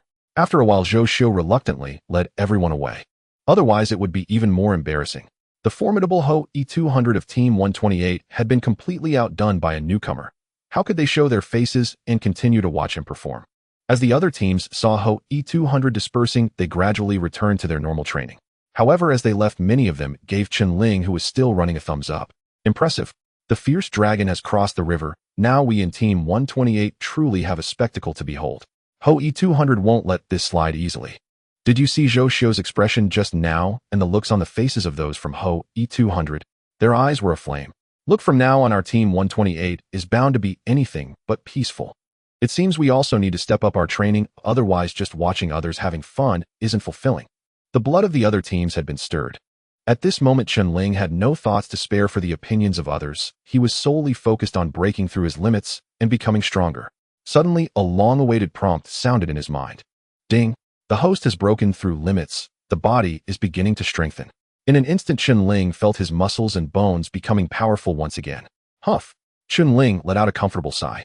It was a feeling of turning the tide. At this moment, Chen Ling felt that his physical quality had surpassed 4. A fourfold physical quality compared to an ordinary person is indeed quite terrifying when viewed purely from a numerical perspective. Take Chen, who has been training diligently since childhood, managing to barely break through to 2 after more than a decade of relentless effort. One can imagine how difficult it is to break through limits, especially after reaching a certain level of physical quality where it becomes increasingly challenging. Unlike Chen Ling, who made a crazy leap in one go, directly raising it by 1 point, which is equivalent to the results of others' intensive training for several years. A fourfold physical quality is probably the limit, right? Chen Ling pondered quietly. A fourfold physical quality is at the level of a guardian king. The system presented a piece of information in Chen Ling's mind. As expected, Chen Ling felt no surprise. After all, those at the guardian king level are undoubtedly among the strongest elites of humanity, so how could it be easily attainable? If he wished to break through to the guardian king level, or even surpass it, there was still a long road ahead. The training time is still too short. To eliminate Wang Deng and any potential assassins he might send, I must intensify my training. Chen Ling stretched his muscles slightly, then returned to his dormitory, took a quick shower to fully relax his body, and prepared to rest. Chen Ling was well aware of the principle of tightening and loosening. If one keeps the body too tense, the best results may not be achieved. Of course, the main reason Chen Ling could recover so quickly was that after breaking through his limits and entering a state of level 4 attributes, it greatly alleviated his physical fatigue. Knock knock. Suddenly a crisp knocking sound came from the door, followed by a voice. Deputy Chen, it's Uncle Da. Uncle Da. That name sounds somewhat familiar. Chen Ling got up to open the door, remembering this old sergeant, who carried a dignified air. Old Da stood at the door holding a thermos and handed it to Chen Ling, saying, Deputy Chen, this is a nutritious drink to replenish your energy. Please have some. Chen Ling was taken aback. He had just slapped Ho E2 by, and Old Da came at this time to provide nutrition. This script didn't seem right. Seeing Chen Ling's surprise, Old Da spoke solemnly. I know some things about you. Sai, my sergeant, also sacrificed in front of me. His voice carried a sense of helpless sadness. Chen Ling silently accepted the thermos and said, Thank you, come in and talk. He poured a glass of water for Old Da. Thank you, Old Da politely replied as his gaze fell upon a photo on the table, his eyes glistening with moisture. It was Captain Zhang from the squad who told me. After a moment of thought, Old Da added, I invited him for drinks, and after a few too many, he finally told me about it. I initially wanted to learn about our second company's opponents, but I didn't expect you to have such experiences at such a young age. As he spoke, a flicker of pain appeared in Old Da's eyes. I watched my brother die right in front of me, so I understand your pain. I cannot forget it. Even now, whenever I close my eyes, I see my sergeant's face and hear his words to me, Old Da. Forget. That will never happen. I will never forget it in this lifetime, Chen Ling said firmly while gripping the thermos. Old Da's eyes filled with tears as he said, Those guys received support, and their firepower was fierce. Our position endured repeated bombardments. I was only 18 years old, a new guardian like you, and I was completely terrified. I didn't expect the war to come so quickly. I couldn't even find my bearings. The shells were flying, and I couldn't react. My Sergeant Zhao Tai pushed me aside at a critical moment, but he was blown up. I crawled over and shouted loudly, but I couldn't wake the sergeant no matter what. I lifted his body, but my sergeant's limbs were mangled, blood everywhere. I frantically searched, but couldn't find. Old Da spoke rapidly, his voice filled with emotion. That scene had remained etched in his mind for decades. Chen Ling saw the tears glistening in Old Da's eyes. To see such a strong middle-aged guardian weep at the thought of such memories was a heartbreaking sight. Chen Ling gently patted Old Da's shoulder, his own eyes slightly moist. Old Da steadied his emotions and looked at Chen Ling, saying, I can understand you, but your frenzied training is not the solution. Your body will suffer. If you're incapacitated, you can't serve as a special guardian. How will you learn other skills to seek revenge? He understood after learning about Chen Ling's circumstances why he trained so desperately, as if he were disregarding his own life.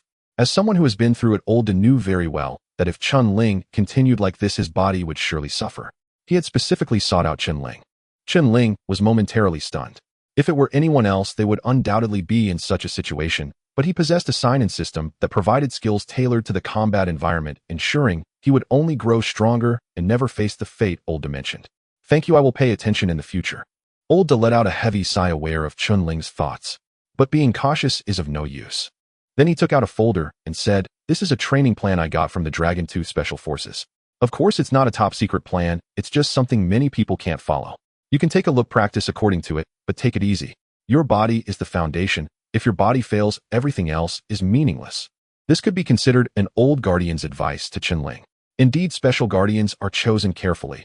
Only those with suitable physical qualities can undertake this role. Regular guardians would find it hard to endure. In fact, Chen Ling's physical quality was already on par with special guardians, but what he lacked was a systematic and gradual process. Thank you, Chen Ling accepted without refusal. Old Da took a deep breath and said, I am old and cannot offer much help, but I still have experience. If you need anything, feel free to come to me anytime. Of course, I have my own plans. Currently the strongest in Squad 128 is Ho E2 Bai, who usually struts around looking down on everyone else. With your arrival, I hope you can motivate those guys. You did very well this morning. Old De said, breaking into a broad smile, his eyes glistening with tears. His thoughts were simple. He hoped Ho E2 Bai would grow stronger so that when the day came for battle, more people would survive, not wanting to witness a tragedy like his sergeants happen again. Deputy Chen, you did great, really. Chen Ling deeply understood Lao Da's feelings. Only those who have truly been on the battlefield and felt its brutality would comprehend the importance of regular training. Sweat more in training to bleed less on the battlefield. After Lao Da left, Chen Ling carefully examined the training plan he had left behind. Physical training, shooting training, combat training. After reading through it, Chen Ling had to admit that Lao Da had truly put in the effort. This is an extremely detailed plan that covers all aspects of special forces training, from physical fitness to practical combat, even including psychological training. However, for Chen Ling at this moment, it was not enough. This is because his goal was to eliminate Wang Ding, and the assassins Wang Ding hired to deal with him were definitely of the Wei Wang level. In the face of such killing machines, the training of an ordinary special forces soldier simply wouldn't hold up. I still need the help of the system. Chen Ling set the training plan aside. Conventional training was suitable for ordinary people, but not for him. After tidying up his belongings, he wiped the photo clean. Squad leader Lao Jiang, watch me, I will definitely become stronger. After resting for an hour and having breakfast in the cafeteria, Chen Ling went directly to the combat training room. His main goal was to see if he met the conditions for signing in to obtain skills like combat techniques. Chen Ling now had a physique 4 times that of an ordinary person, but his combat skills were still at the most basic military level. Today his competition with Wang Yin was unexpected. His raw power and speed far exceeded his opponent, not because his combat skills were particularly impressive. When competing with the Centipede, it relied on sheer ferocity, not combat techniques. For this reason, Chen Ling wanted to try out the combat room. However, Chen Ling was somewhat disappointed when he arrived at the combat training room. The system did not issue a prompt. It seems that not every place can be signed in to gain skills. I still haven't completely grasped the system's definition of meeting the condition to sign in. It can only rely on luck. Chen Ling was not discouraged. As long as he persisted, there would definitely be times when he met the conditions. He grabbed a Huya combat knife and practiced the most basic combat techniques. This was taught to Chen Ling by squad leader. The moves were simple, but as long as the speed was fast enough, they could achieve the effect of killing. Initially, Chen Ling used simple combat stabs in the jungle to eliminate several armed drug traffickers. For using a combat knife, speed was crucial. As long as the speed was fast enough, killing was instantaneous. When speed reached a certain level, one could make blood spurt from the opponent at a rate of 83.3 milliliters per second. Therefore, with Chen Ling's current speed, using a combat knife made killing much stronger than normal combat. Stab, block, chop. Just 3 basic actions, and Chen Ling had already practiced them to perfection. Whoosh! The Huya combat knife danced in Chen Ling's hands, creating a fierce wind. Thankfully, no one was watching, otherwise they would surely be astonished. Although Chen Ling's movements were simple, and anyone could do them, the speed of his strikes struck fear into the hearts of onlookers. Once he made a move, it was as fast as lightning. Chen Ling practiced continuously for 2 hours, just in time for noon. After lunch, he regained some strength and went to the shooting range to prepare for shooting practice. Combat shooting and cross-country running are the 3 essential skills for special forces, and shooting ability was Chen Ling's greatest weakness. When engaging in firefights with the Centipede and others, the reason Chen Ling could eliminate them was not because of his marksmanship, but because he shot at close range. With a gun, could he miss at a distance of around 3 meters? He could even kill the opponent with his eyes closed. However, Chen Ling had tried shooting, and he indeed had no talent in that area. Squad leader had taught him numerous shooting techniques, but Chen Ling couldn't master them. In terms of shooting, squad leader comforted Chen Ling. Do you know how sharpshooters are made? It's all about feeding them bullets. Only 1% is talent, the remaining 99% rely on hard work. Our border supplies are limited, otherwise if I gave you 100 bullets every day in less than a year, you'd definitely become a sharpshooter. What squad leader said to Chen Ling felt like it was yesterday. Then let's start practicing. After all, Captain Zhang also said that there were plenty of bullets, which meant he could shoot as he pleased. When he arrived at the shooting range, a crisp prompt echoed in Chen Ling's ears. Ding! Conditions met for sign-in. Does the host wish to sign in? Chen Ling was taken aback. He hadn't expected to meet the conditions here. Life is full of surprises. Sign in. Ding! The host has acquired ballistic shooting technique. Ballistic shooting technique. Integrate. A flash of light passed through Chen Ling's mind, and in the next moment detailed information about the ballistic shooting technique merged into his mind, becoming part of his memory. Ballistic shooting is the integration of all shooting factors, automatically calculating the trajectory and as long as he steadies his aim and shoots according to the calculated path, he would hit 100. It is well known that in long-distance shooting, once deviating from the effective range, it is challenging to calculate the precise trajectory. Furthermore, many natural factors, such as temperature, humidity, wind speed, and direction, will affect the trajectory. The ballistic shooting technique precisely addresses this issue, calculating the direction and angle of deviation, solving problems related to wind force, humidity, and gravity. In an instant, Chen Ling felt that as long as he was fed enough bullets, he could rapidly develop into a strategic-level sniper. This is a leap to success. When snipers carry out missions, there is usually an observer who acts as the sniper's other pair of eyes, providing various information about the surroundings, especially information about the target such as distance, wind speed, and direction. After obtaining this data, the sniper calculates the trajectory in his mind and strikes accurately. However, a strategic-level sniper does not need this. The entire sniping process, from observation to data analysis, is completed independently. Therefore, strategic-level snipers are much more terrifying than ordinary snipers. Indeed, walking around more is beneficial. There could be skills to pick up anywhere. Chen Ling took a deep breath, a smile appearing at the corner of his mouth. Upon entering the shooting range, he noticed that the 200th team of Ho-E was also conducting shooting training. The sound of gunfire was continuous, and from the scores announced by the target announcer, it could be heard that their shooting skills were very accurate, with scores mostly above 9 rings. No wonder, the 200th team of Ho-E is the strongest in the 128th squad, especially in shooting, which is their strong suit. To be a member here, one must possess excellent shooting skills. Wang Yin had just finished shooting and turned around to see Chen Ling approaching, instantly becoming energized. Good fellow, there is a head to the feud and a master to the debt. The chance for revenge has come. That guy is coming. Wang Yin immediately greeted He Chen beside him, and He Chen looked over to see Chen Ling. Our opportunity has arrived, Wang Yin said excitedly. The others, upon seeing Chen Ling, were all a bit eager to compete with him once more. After all, they had suffered greatly at the hands of Chen Ling in terms of physical prowess. If they didn't seek to regain their honor, how could they hold their heads high in the future? Shooting was their strong suit. The opponents came from the Border Defense Squadron, and given their training conditions, they surely had little time for shooting practice. Perhaps they were just rookies. Instructor Zhou Xiu, upon seeing Chen Ling appear, instantly became energized and shouted, "What are you all dawdling for? Prepare for shooting." Everyone was determined. They absolutely could not afford to embarrass themselves again. What was the strongest aspect of the Ho-E 200? Of course it was shooting. Those who could enter the Ho-E 200 had talent in shooting, and with the intensity of their training, they naturally surpassed their peers by a wide margin. After Zhou Xiu gave the order, his gaze fell upon Chen Ling. Chen Ling arrived at the shooting position, and the private responsible for the area immediately arranged a shooting spot for him. Yesterday, the squad leader personally instructed that Chen Ling could conduct shooting training without limits. The private naturally did not dare to be negligent, and quickly found a 999 assault rifle and 2 boxes of ammunition. The 999 assault rifle consists of 11 parts: the barrel, gas system, handguard, bolt, recoil, spring, firing mechanism, stock, receiver, magazine, sighting device, and bayonet, along with a set of attachments. The chamber inside the barrel is divided into a bullet chamber and a rifled chamber.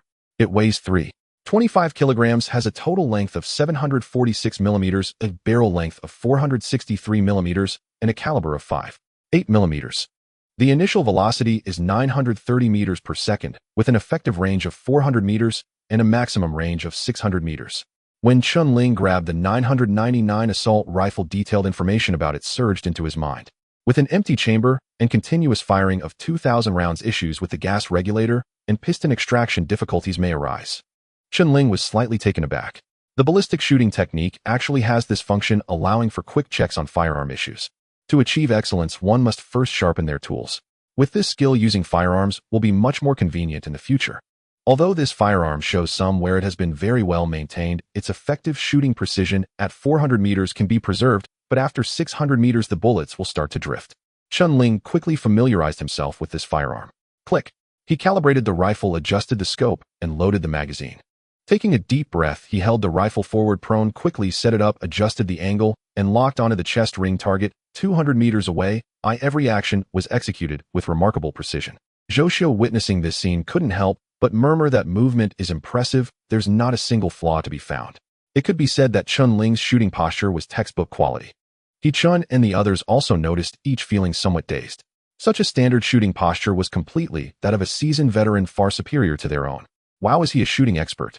Wang Yin muttered, suddenly feeling a bit uneasy. Having been defeated by Chen Ling twice yesterday, he was already somewhat psychologically scarred. Now seeing Chen Ling's flawless shooting posture, he naturally thought of a sharpshooter. Just moments ago, they had hoped to regain some dignity in shooting, but now it felt as if they had kicked a solid wall. The rural-born Tai Dan whispered, "My goodness, how come his shooting posture is more standard than our instructors? How did he train to achieve this?" He Chen's eyes flickered with a complex expression as he said, "Indeed, it's very standard." Little did they know, although Chen Ling's shooting skills had not been remarkable in the past, he had put in considerable effort to perfect his shooting movements. Under Sergeant Wu's repeated corrections, his actions became extremely standardized. Recently, he also integrated the ballistic shooting technique, which included various key principles for shooting different firearms, thus elevating the standard of his movements to a textbook level. In the midst of everyone's puzzled gazes, bang! Chen Ling suddenly pulled the trigger. The crisp gunshot echoed, and the bullet whistled out at an initial velocity of 930 meters per second. Swish! Zhou Xiu immediately grabbed the binoculars, locking onto the chest target down the steep slope 200 meters ahead. The next moment, a strange smile appeared on his face. Wow, that was fierce. Zhou Xiu couldn't help but mutter. Next to him, Wang Yin quickly asked how many rings. Given such a fierce shooting action, the score should not be bad. If he hits a 10 ring, it would be difficult for the Ho E200 to regain their honor. Zhou Xiu held back for 6 seconds and then said 6 rings. What? 6 rings? Wang Yin was stunned. After realizing it, he couldn't help but burst into laughter. Upon hearing this, the people around them wore strange expressions, and soon everyone couldn't help but laugh. Just now, Chen Ling's fierce actions had made everyone think he was a shooting expert, yet the results were utterly mediocre. With such a score, it was clear that he was unqualified to enter the Ho E200. Zhou Xiu shrugged and shouted, "Everyone focus. Let's show him what real shooting is. All of you prepare to shoot." Click, click, click. A series of sounds of bolts being pulled and safety mechanisms being engaged. He Chun and the others immediately disengaged the safety, aimed at the target, turned off the safety, and placed their fingers on the triggers. Soon the results were announced. He Chen 10 rings. Wang Yin 10 rings. Tai Dan 9 rings. Su Biao 9 rings. As expected of the Ho E200, each of them started with 9 rings. This was their level, otherwise how could they be worthy of the title sharpshooter? After finishing their shooting, Wang Yin and the others looked at Chen Ling with confidence in their eyes. However, they found him lying on the shooting position completely, still his attention fully focused on aiming, utterly ignoring them. What the heck? Could this be interpreted as neglect? Everyone's faces turned red, feeling a wave of frustration. This feeling was akin to a clown performing on stage, expecting to elicit laughter from the audience, only to find that the audience was completely oblivious to his presence. Zhou Xiu furrowed his brows. Focus. Effort. This can indeed improve shooting ability, but a true sharpshooter requires immense talent. For example, He Chun, Wang Yin, and others have high talent in shooting, which is why they stand out among the crowd. If one lacks talent, even putting in 10 or even 100 times the effort of others will not yield good results. This kid's shooting posture is so standard, he must have put in a lot of hard work. Yet he only achieved a rookie's score, indicating a lack of significant talent in shooting. No one is perfect, this kid is merely somewhat physically strong. Zhou Xiu thought these thoughts, feeling much better. In the morning cross-country run, Chen Ling had shocked everyone and broken the district record, making the Ho E200 a laughingstock. Now they had a chance to regain some ground, which was a good thing. Alright, now let me talk to you about sniping techniques. Zhou Xiu cleared his throat and began explaining sniping techniques to He Chun and the others. The members of the second squad were all wearing harmonious smiles, but every 10 minutes, Zhou Xiu would glance at Chen Ling through the binoculars. As time passed, after an hour, he noticed a twitch at the corner of his eye. Steady at 8 rings. Not bad, but it's a waste of bullets. Another hour passed, and he picked up the binoculars once more. The next moment, his expression slightly changed. Zhou Xiu's expression subtly changed, his eyes wide with astonishment as he softly murmured, 9 rings, this must be a coincidence. He continued to observe the target's condition through the telescope, suddenly lowering it. No way. Zhou Xiu quickly raised the telescope to his eyes again, fixating on Chen Ling's target. The bullet holes were densely clustered around the 9-ring area. What does this indicate? This is a genius marksman merely lacking practice. It shows that being able to create such a ring means the opponent is consistently locking onto the 10-ring position, but during shooting, the inability to control the gun's recoil resulted in bullet deviation.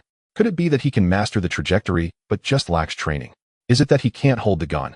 If this kid isn't just pretending at the start, his improvement would be terrifying. Zhou Xiu was increasingly astonished, discovering this kid was peculiar. During the first shooting, there were no issues with the shooting posture, yet he only scored 6 rings. After that, his scores kept improving. Moreover, the speed of improvement was astonishing. Originally scoring 6 rings, he elevated it to 9 rings within merely 2 hours, and it was highly stable. This shooting talent surpassed even He Chun and the others. They stabilized at 9 rings over nearly a month. He-chun and the others were also resting not because they didn't want to shoot, but because they had run out of bullet quotas and the recoil from the 9.99 rifle was unbearable. The recoil from the rifle stock during shooting was no joke. A few hits weren't a problem, but continuous impacts would cause the shoulder to feel numb, and it could even result in bleeding. It seemed that after shooting continuously for 2 hours like Chen Ling, his shoulder had developed a blood-stained red flag and was even falling apart. If it were on Lao Wei, there would be a mark left on it, as they had undergone prolonged high-intensity shooting training with the stock's recoil repeatedly hitting the scapula, gradually forming a hard imprint.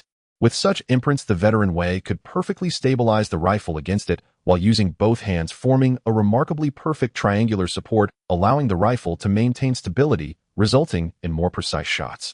This imprint has a melodious name in professional guard teams, bloodstained red flag. Everyone looked at Chen Ling with envy. This is fed by bullets. If I had such treatment, I would be thrilled even in my dreams. Goodness, the bullets he fires at once exceed what we shoot in a week. Special approval from the squad leader. What I'm considering now is what is his shoulder made of iron. It's been 2 hours and his shooting has never ceased, maintaining the same shooting posture. How can he endure this? He-chun said he should be reaching his limit. As a candidate for the Ho E200, He-chun had once received special attention given 2 hours of shooting time with plenty of bullets during that time. However, He-chun only lasted an hour and a half. His shoulder muscles numbed from the impacts, and it took him 2 days to fully recover. Since then, He-chun dared not to overdo it. He approached it gradually each time. One could imagine that with his physical quality, he could last at most 1.5 hours. No matter how impressive Chen Ling was, 2 hours should be the limit. Wang Yin displayed a complex expression, saying, "This kid is a freak. If I had that many bullets fed to me, I would have been a sharpshooter long ago." Shooting requires talent. Without talent, one must practice hard. Snipers and special forces are not all born talented. It's the right path to take one step at a time, leaving footprints behind. Olda said. Tai Dan opened his mouth wide, saying, "Old Wu, what if he practices like this and wrecks his shoulder?" Olda frowned slightly. He understood Chen Ling's feelings, but just take care of yourself. Why are you worrying about others? Olda scolded. Yet another hour passed. Damn it, how can he still hold on? Is this even human? Is his shoulder truly made of iron? Not just He-chun and the others, even the soldier beside Chen Ling, who was responsible for loading the magazine, was close to breaking down, pressing the magazine continuously, his fingers nearly numb. He roughly calculated he had exceeded 2,000 bullets. In 3 hours, completing over 2,000 shots. What concept is this? This meant that Chen Ling's shoulder endured over 2,000 impacts continuously on the same spot. How could he withstand that? Others training and shooting, even with ample bullets, could last an hour at most, which was already impressive. Yet Chen Ling showed no signs of stopping, even after 3 hours. The soldier finally couldn't take it anymore. He saw Chen Ling's guard uniform had worn through from the repeated impacts of the stock, and his shoulder area must be swollen and red. Yet Chen Ling remained focused on shooting, as if he felt nothing. "Sir, please take a break. You've been going for 3 hours. That's too long. Your shoulder won't hold up." The soldier finally couldn't help but remind him while Chen Ling was changing magazines. No one in the guard team was unwilling to give their all, but he had never seen anyone push themselves like Chen Ling. Chen Ling shook his head, saying, "It's fine, keep going." The soldier was taken aback, his face filled with bitterness. Of course, Chen Ling indeed felt the soreness and numbness in his shoulder, but his physical quality was above for allowing him to endure such intense impacts. The key was that he was beginning to grasp the trajectory shooting technique. According to the setup of trajectory shooting, mastering the basic rifle requires firing a full 10,000 rounds to form muscle memory. Once muscle memory is formed, it creates a subtle connection between oneself and the firearm, making one feel as if they are the gun itself. Now he had fired over 2,000 rounds plus the rounds he shot during new guard training, and at the subpost totaling nearly 10,000 rounds. Bang! As Chen Ling pulled the trigger, he suddenly felt the trajectory shooting technique merging with his movements. Once this feeling emerged, Chen Ling felt as if the 999 rifle had fused with his body, an extraordinary sensation of unity between man and gun. Taking a deep breath when he focused on the target, he realized that it felt entirely different from before. He felt as if he were the bullet in the 999 rifle. Locking onto the target, adjusting his breath, he gently pulled the trigger. Bang! The recoil from the stock struck against Chen Ling's scapula, and the gun body trembled slightly. The bullet whizzed out at a velocity of 930 meters per second, piercing through the target and kicking up a small cloud of dust. Following closely, there was a loud bang. Chen Ling pulled the trigger again, and the bullet still penetrated the target. A slight smile appeared at the corner of Chen Ling's mouth. Next, it's time to witness a miracle. Bang! Chen Ling quickly aimed and decisively pulled the trigger. As the sound of the gunfire faded, he pulled the trigger once more. Chen Ling's shooting speed accelerated rapidly. Initially, he needed 10 seconds to aim, then it became 9 seconds, 8 seconds, and 7 seconds. Eventually, it took only 3 seconds. Such aiming speed had already rivaled that of special forces. The difference from his first shot, which hit a 6, was astounding. The soldier noticed the change in Chen Ling's shooting, his face filled with confusion, eventually turning to shock. Has the chief's shooting ability improved too quickly? 3 hours ago, Chen Ling's shot was distinctly remembered hitting only a 6, with an aiming time exceeding 10 seconds. Such shooting ability could only be considered a newbie in Team 128. However, over time, Chen Ling's shooting speed became increasingly rapid and accurate, transforming dramatically within an hour. What was happening? The soldier in charge of daily training logistics at the shooting range had seen many talented shooters who took a month of hard training to show any improvement. Newcomers like He Chun and Wang Yin only stood out in shooting after 40 days. Chen Ling achieved this in merely 3 hours. Was this talent too formidable? Moreover, his shooting speed and accuracy surpassed that of any member of the Huiyue 200. A chilling thought struck. At that moment, Zhou Xiu was preparing to end training when he suddenly heard a series of gunshots, momentarily stunned before grabbing binoculars to scan Chen Ling's target area. What the hell? All 10s. Zhou Xiu felt as if struck by a million critical hits. In just 3 hours of frenzied shooting, a rookie had transformed into a sharpshooter hitting all 10s. How could this be possible? If he hadn't seen it with his own eyes, he would never have believed it. Zhou Xiu, having studied abroad, understood the entire training regimen. The notion of shortcuts was utterly nonsense, as skills were developed shot by shot. Talent was indeed important, but training was equally crucial. Now, witnessing a rookie make such a spectacular transformation in 3 hours, Zhou Xiu's worldview was beginning to crumble. Zhou Xiu could no longer maintain his composure, walking over to Chen Ling. Without a doubt, this kid had to be pretending. Otherwise, how could someone elevate from a novice to a sharpshooter with just over 2,000 rounds fired? If it were possible, everyone would be a sharpshooter. The more Zhou Xiu thought about it, the more upset he became. Was I played? This kid is here to embarrass everyone, intentionally firing a shot earlier to make his skills seem mediocre, and then. Zhou Xiu scrutinized Chen Ling and said, Deputy Chen, we're all from the guard unit. There's no need to put on an act. Isn't it better to be straightforward? You're strong, and we all respect that. There's no need to do this. Chen Ling stopped shooting, turned around, and replied, Instructor, you're misunderstanding me. Misunderstanding. Zhou Xiu nearly choked on his own spit, saying, You shot 2,000 rounds in 3 hours and became a sharpshooter. Are you not pretending? Doing this will leave you friendless. Chen Ling shook his head and said, Didn't you just say that to become a sharpshooter one needs talent? Those with strong talent exert less effort and improve faster than others. Zhou Xiu furrowed his brows, finding these words somewhat familiar. Oh no, were these not the exact words he had just used to instruct He Chun and the others? Did he memorize every word? Zhou Xiu's mouth twitched, unsure of how to respond. At a distance of over 100 meters, while shooting, he could still pay attention to our conversation. Are you sure you were training your shooting and not eavesdropping on our discussion? To be able to shoot perfectly while multitasking? Is it really that terrifying? Zhou Xiu, having studied abroad, had a deep understanding of shooting theory. When a person is shooting, their focus needs to be extremely heightened. The more concentrated they are, the higher the hit rate. Under comparable conditions, high concentration could enhance the hit rate by 80, while any distraction during shooting would significantly lower it. Very few can truly achieve multitasking. Someone like Chen Ling, who could shoot while listening to others and still achieve such results, was nothing short of a miracle. Even strategic snipers wouldn't dare to do that. The slap in the face was too loud. What I just said about shooting requiring talent, sometimes talent cannot be overcome by effort, otherwise wouldn't everyone just need to work hard to become sharpshooters? That is an impossible feat. In his shooting theory, sharpshooters must possess high shooting talent. Without talent, no matter how hard one works, it's all in vain. Of course, having talent without sufficient effort will also not lead to becoming a sharpshooter. The result was that in just 3 hours, Chen Ling transformed into a perfect shooter, surpassing even any member of the Huiyue 200. Zhou Xiu's face turned red. Chen Ling continued, I activated my talent. At the outpost, there weren't many rounds I could shoot daily, and I never had the opportunity to activate it until now, finally breaking through. All right. Zhou Xiu took a deep breath. Was there any better explanation than this? He truly had no reason to pretend. Shooting continuously for 2,000 rounds in 3 hours, wouldn't that be a sign of sheer boredom? The key is that even if I shot at that pace, my shoulder would have been wrecked by now.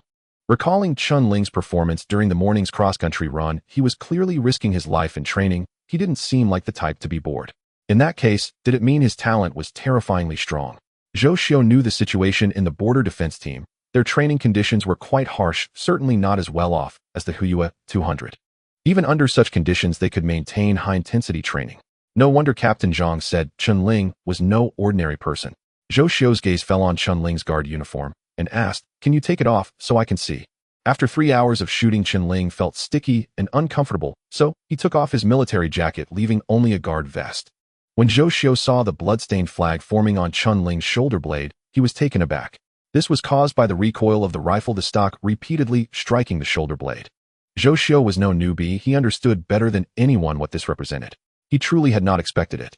Such marks, typically seen on veterans, now appeared on a rookie. How much effort and sweat had he put in? Zhou Xiu finally understood why Chen Ling's shooting form was so standard.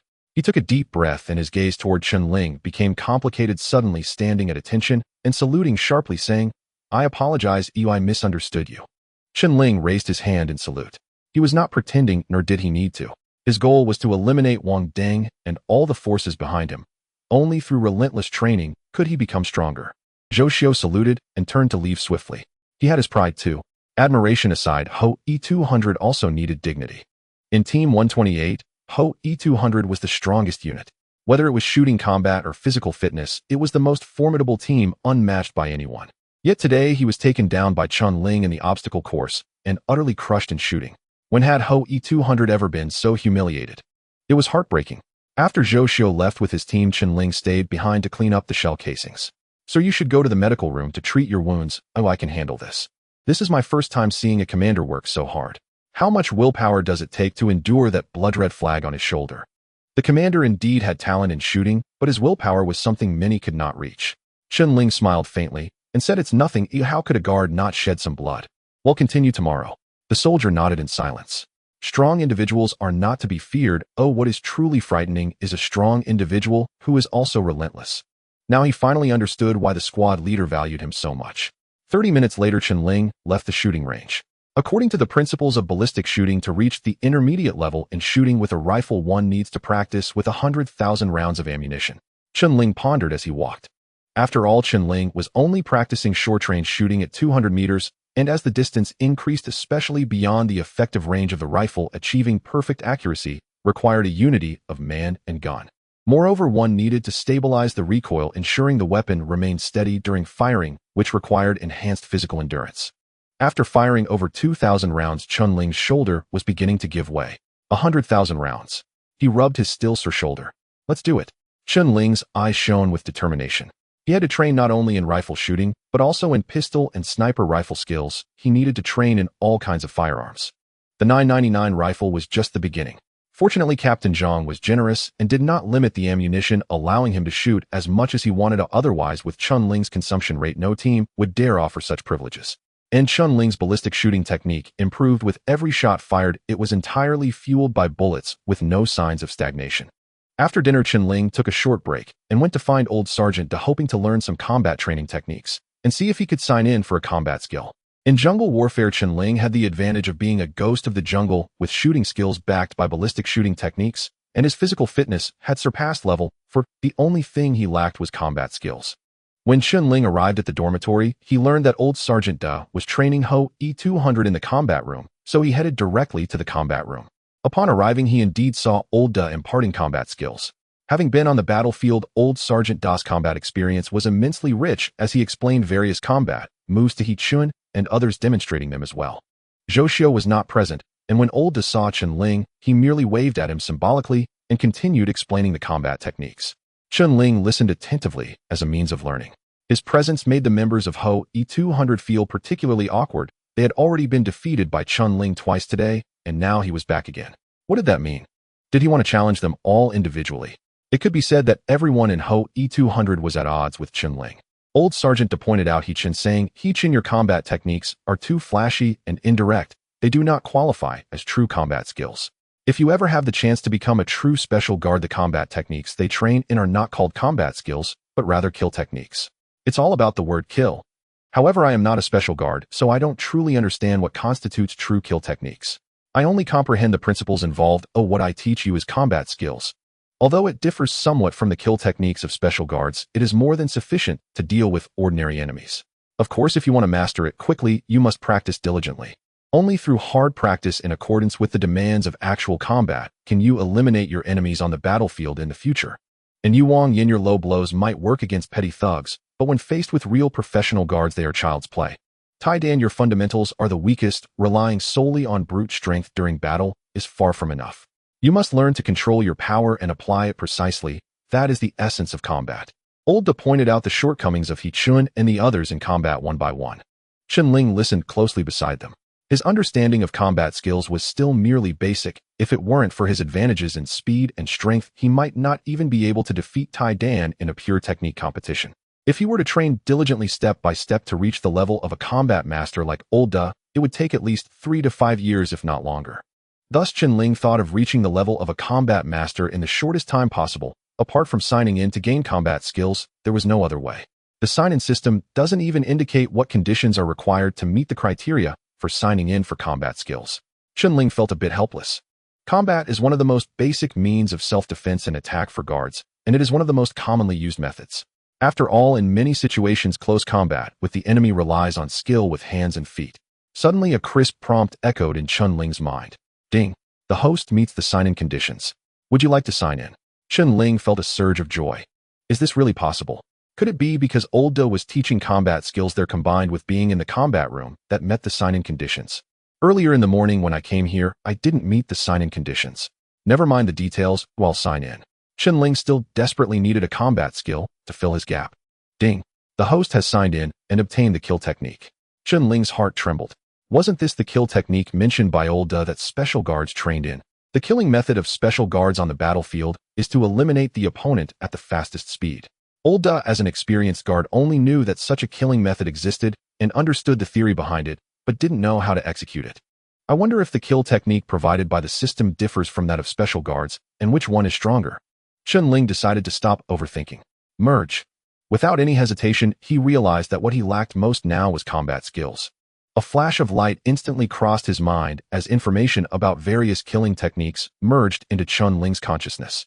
The guard fist technique is practiced by ordinary guards, primarily serving to enhance physical fitness and agility rather than achieving the goal of swiftly killing. Above the guard fist technique is the combat technique practiced by elite guards, which possesses significant lethality. Further up is the killing technique trained by special guards. This is an attack method trained specifically for killing, with the primary objective being to incapacitate the enemy in the shortest time possible, leaving them completely unable to retaliate. Chen Ling continuously merged the information on the killing technique, completing the integration in less than a minute. The killing technique is indeed terrifying. Every move is a deadly means of killing. Chen Ling marveled internally. This was far superior to the combat routines taught by Sergeant Wu, fundamentally on a different level of attack. If Chen Ling had understood the killing technique during his battle with the Centipede, he wouldn't have nearly lost his life. With this set of killing techniques, as long as I fully comprehend them, I will never suffer like before in close combat. Although Chen Ling had integrated the killing technique similar to merging with the ballistic shooting technique, he still needed extensive practice and continuous enhancement of his integration to fully unleash its potential. At this moment, various attack methods of the killing technique appeared in Chen Ling's mind, deepening his understanding of its principles. After completing the integration, Chen Ling did not leave immediately. He continued to listen to Lao Da explaining the combat techniques. Lao Da spoke of the combat techniques divided into upper, middle, and lower paths. The upper path consists of 18 types, the middle path has 9, and the lower path has 3, each with different variations. Combining these forms a complete set of offensive and defensive combat. Although the movements are simple, they become complex in execution. While explaining, Lao Da demonstrated with his body, slowing down the pace to help He Chun and others remember better, of course, also to allow Chen Ling to see more clearly. If it were a moment ago, Chen Ling would have been interested in this combat technique, but after merging with the killing technique from the system, the difference was clear. The killing technique that Chen Ling merged was not complicated in terms of moves, but it was the most ferocious offensive and defensive killing technique, and with his understanding of it, he could easily spot the flaws in this combat technique. He could similarly assess the flaws in He Chun and others' combat techniques. Chen Ling's eyesight had greatly improved. Lao Da's combat ability was indeed formidable with a wealth of battle experience. However, under Chen Ling's observation, there were still many shortcomings. Alright, practice among yourselves and carefully reflect on what I just said. After teaching, Lao Da instructed them on their training methods and walked towards Chen Ling to greet him. The others were taken aback to see Lao Da treating Chen Ling so amicably, as if they were quite familiar. What's going on? Why is Lao Da so friendly with him? That's strange. This kid has humiliated our second squad so badly, Lauda shouldn't be this courteous. Is he scouting the enemy? That's a possibility. Is that kid just coming over to take a look? Who knows? Anyway, our Hui 200 squad has lost 2 rounds, bringing shame upon us. Sigh, just wait to be scolded by Captain Zhang. Everyone recalled Captain Zhang's comments about them, each wearing a bitter smile. They had thought that the other party relied on connections to enter and lacked any real ability, but they never expected him to be so formidable. Wang Yin suddenly turned to He Chun and said, He Chun, aren't you the champion of the free combat in the district? Find a chance to challenge him. Yes, your fighting skills are so impressive you can definitely win. Our second squad has been dominated in off-road and shooting by this newcomer. If he were an old veteran, that would be fine, but he is just like us, so why? Right, whether the second squad can redeem its face depends on you now. Instantly, all eyes were on He Chun. His fighting skills were the most formidable in the entire squad. Many seasoned guards could not match him, and the only one who could suppress him was Lauda. Wang Yin added, his speed and strength are impressive, but nothing else stands out. If I hadn't been careless this morning, how could he have controlled me?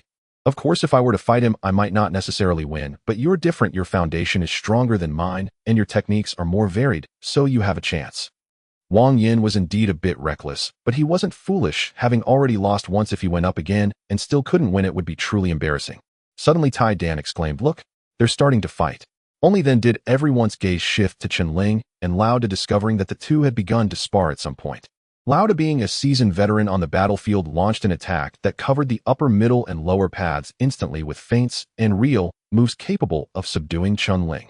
Lauda's intention was simple, to subdue Chen Ling and then share combat experiences with him to deepen his impression.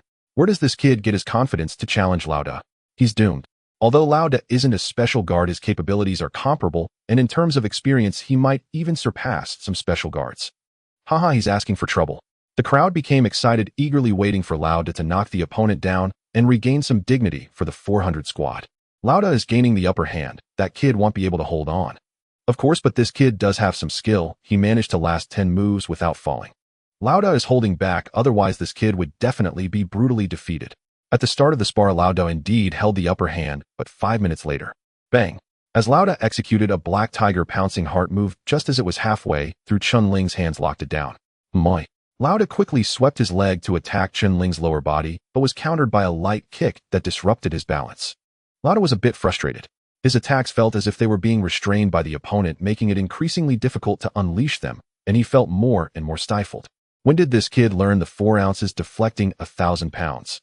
My attacks are completely ineffective and his strength is surprisingly great. My fists and calves are already aching. Lauda was annoyed. He initially thought the other party was a novice, but was surprised to find he was a master. I misjudged him. Bang! After exchanging a punch with Chen Ling, Lauda quickly halted, saying, you practice by yourself, I still have to train others. He didn't even wait for Chen Ling's response and walked back. Chen Ling grinned and said, Lauda, I'll find you for sparring again tomorrow if you have time. Lauda stumbled slightly, almost losing his balance. What is this? I was careless and ended up stepping on my own foot. At this moment, Wang Yin hurriedly approached Lauda, asking curiously, Lauda, did you hold back? Hold back? I wish. Lauda muttered. He had been on the battlefield training people to cultivate strong warriors for combat, taking his responsibilities seriously, and wouldn't waste time on the weak. But is Chen Ling weak? Uncle Da locked his trembling arm behind his back and exclaimed, training'll train you little brats to death. Wang Yin and the others revealed complex expressions on their faces. What does this mean? Is it possible that old Da Wu is taking out his frustrations on us? Caught in the crossfire. They never expected that Chen Ling could hold on for nearly 10 minutes under old Da Wu's control without being defeated. That is quite impressive. In the past, when they fought against old Da Wu, they would be knocked down within 5 moves. Even a combat expert like He Chun couldn't last more than 3 minutes. Did we misjudge him? They had no idea that Chen Ling had just signed up for the killing technique. Even though he hadn't fully showcased it, yet he found training against old Da Wu to be more than enough. As a result, Chen Ling possessed the foundational skills of a squad member, including cross-country running, shooting, and combat, officially entering the training routine. In the morning, Chen Ling began cross-country physical training at 5 o'clock, followed by shooting training at 10 o'clock and combat training in the afternoon. Every day, he moved between the dormitory, shooting range, combat arena, and cross-country course, living a life of a 4-point routine. In the blink of an eye, a week passed. Morning exercises began at 6 o'clock. After all the squad members gathered, they saw that familiar figure sprinting across the playground, and they had all grown accustomed to it. Damn, look at him. He's a madman pulling another stunt today. Did you see? He tied sandbags to his legs, 2 of them weighing 20 pounds each. He ran for another hour. Is this even human? At this rate, he must have covered at least 40 kilometers in an hour. Even a beast couldn't be this fierce. All right, enough talking. Haven't we been demoralized enough already? Seeing this scene, everyone felt a sense of collapse, especially the members of Team 2. In recent days, they had constantly challenged Chen Ling, but all ended up defeated. No matter what methods they used, as long as Chen Ling was present, they would find themselves left eating dust with no chance of winning. At the shooting range, they absolutely dared not show up whenever Chen Ling was training. Why? Because they were too scared to face the consequences. Watching his standard shooting posture, the speed of his shots, and the number of hits, they were too embarrassed to fire their weapons. Their confidence was severely undermined. At first, He-chun and the others were full of confidence, but after several days of being beaten down, they no longer dared to shoot in front of Chen Ling. As for combat, Olda had been training with him recently, and it was said that Olda had been taking it easy. Captain Zhang brought in a real powerhouse. There's no way around it. I finally understand what the captain meant back then. Who said he got in through the back door? Does he really need to rely on backdoor dealings? Upon hearing these remarks, Wang Yin turned away, not daring to speak up. How embarrassing. He-chun looked at Chen Ling's running figure, his gaze intense. In the afternoon, He-chun rolled up his sleeves and approached Chen Ling. Report. Old Da Wu is sick and can't train with you, so we'll take his place. He-chun saluted Chen Ling. Thus, Chen Ling's combat training officially fell into place: cross-country in the morning, shooting and combat in the afternoon. Chen Ling was taken aback. Sick. In the week he had sparred with old Da Wu, he had not used his full strength, merely countering his moves, fearing to hit too hard. In the end, though, old Da was still scared. Needless to say, it was definitely an excuse. After all, with Chen Ling's physical attributes around 4, combined with the killing technique, which was originally the essence of combat skills in a real fight, old Da might not last even 10 moves. However, He-chun was different. This guy truly had skills. He had practiced martial arts since childhood and was the free-fighting champion of the new generation in the district, a robust adult with physical attributes far superior to old Da Wu. Chen Ling immediately became interested and said, "All right." The two exchanged no more words. After a brief warm-up, they immediately began. The two exchanged a solid punch. He-chun. Of course, this punch was merely a test of each other's strength. He-chun took 2 steps back, while Chen Ling stepped back 1. This kid's strength is indeed substantial. He-chun delivered about 60 of his power, and it seemed that Chen Ling matched it, clearly showing the difference. No wonder Wang Yin had been pinned down and couldn't move. Chen Ling smiled slightly at He-chun. This guy was quite good with attributes around 3. He's significantly stronger than Uncle Da. You're a decent opponent. Oh, I decide to go all out once. He-chun's face changed slightly as he saw Chen Ling's serious expression. What does that mean? He wasn't serious before. Let's go for it. He-chun stomped his foot, powered his right leg, and immediately swept his leg across, unleashing astonishing speed towards Chen Ling's waist. No wonder he was a martial arts master since childhood. Though his movements were a bit flashy, his strength and speed were genuinely superior to his peers. The cuffs of his pants at the ankle bulged up, letting out a whoosh. However, Chen Ling's speed was even faster. Chen Ling kicked to block. Bang! A deep muffled sound echoed. He-chun felt a dominating force surge through his leg, causing him to uncontrollably retreat 3 steps before stabilizing his stance. What terrifying power! He-chun had already unleashed his full strength, yet he was the one who ended up retreating. He was stunned. If his combat power was 8,000, this kid was at least 1000. It's time to use techniques. He-chun quickly assessed Chen Ling's strength and speed, immediately altering his attack strategy, utilizing his extensive combat experience to launch a blitz. Suddenly, He-chun's punches and kicks formed a torrential assault on Chen Ling, as if he intended to completely overwhelm him. Chen Ling observed and countered, not rushing to retaliate. In a flash, after 50 moves, Chen Ling had grasped He-chun's attacking patterns and could easily exploit the flaws exposed in his attacks to take him down. However, he chose not to. Instead, he dragged it out, clearly treating He-chun as a good sparring partner. During the exchanges with He-chun, Chen Ling continuously integrated the killing technique into his limbs. Gradually, his killing technique had advanced to the intermediate level. Intermediate killing technique means that in terms of moves, Chen Ling could now execute them at will, harmonizing waist and horse. After more than an hour, He-chun retreated and said, "Chief, it's time for us to gather. I need to go." Chen Ling nodded and said, "Come back tomorrow. If you're afraid of losing, you don't have to show up." He-chun gritted his teeth and replied, "Who's scared of losing? Tomorrow continues." He tossed out this line, turned, and sprinted towards the door. As soon as he stepped outside, he immediately squatted down, grimacing while rubbing his legs and wrists. This freak has such terrifying stamina. No wonder old Da Wu said he was sick. He's scared after getting beaten up. At first, He-chun, with his extensive combat experience, was able to take the upper hand, but as time went on, he felt Chen Ling growing increasingly formidable. In the end, he couldn't fight back at all, engaging in high-intensity combat. Even after training his body for more than 10 years, he couldn't handle it. This guy was like a human beast. Every day, Chen Ling spent his time in frenzied training.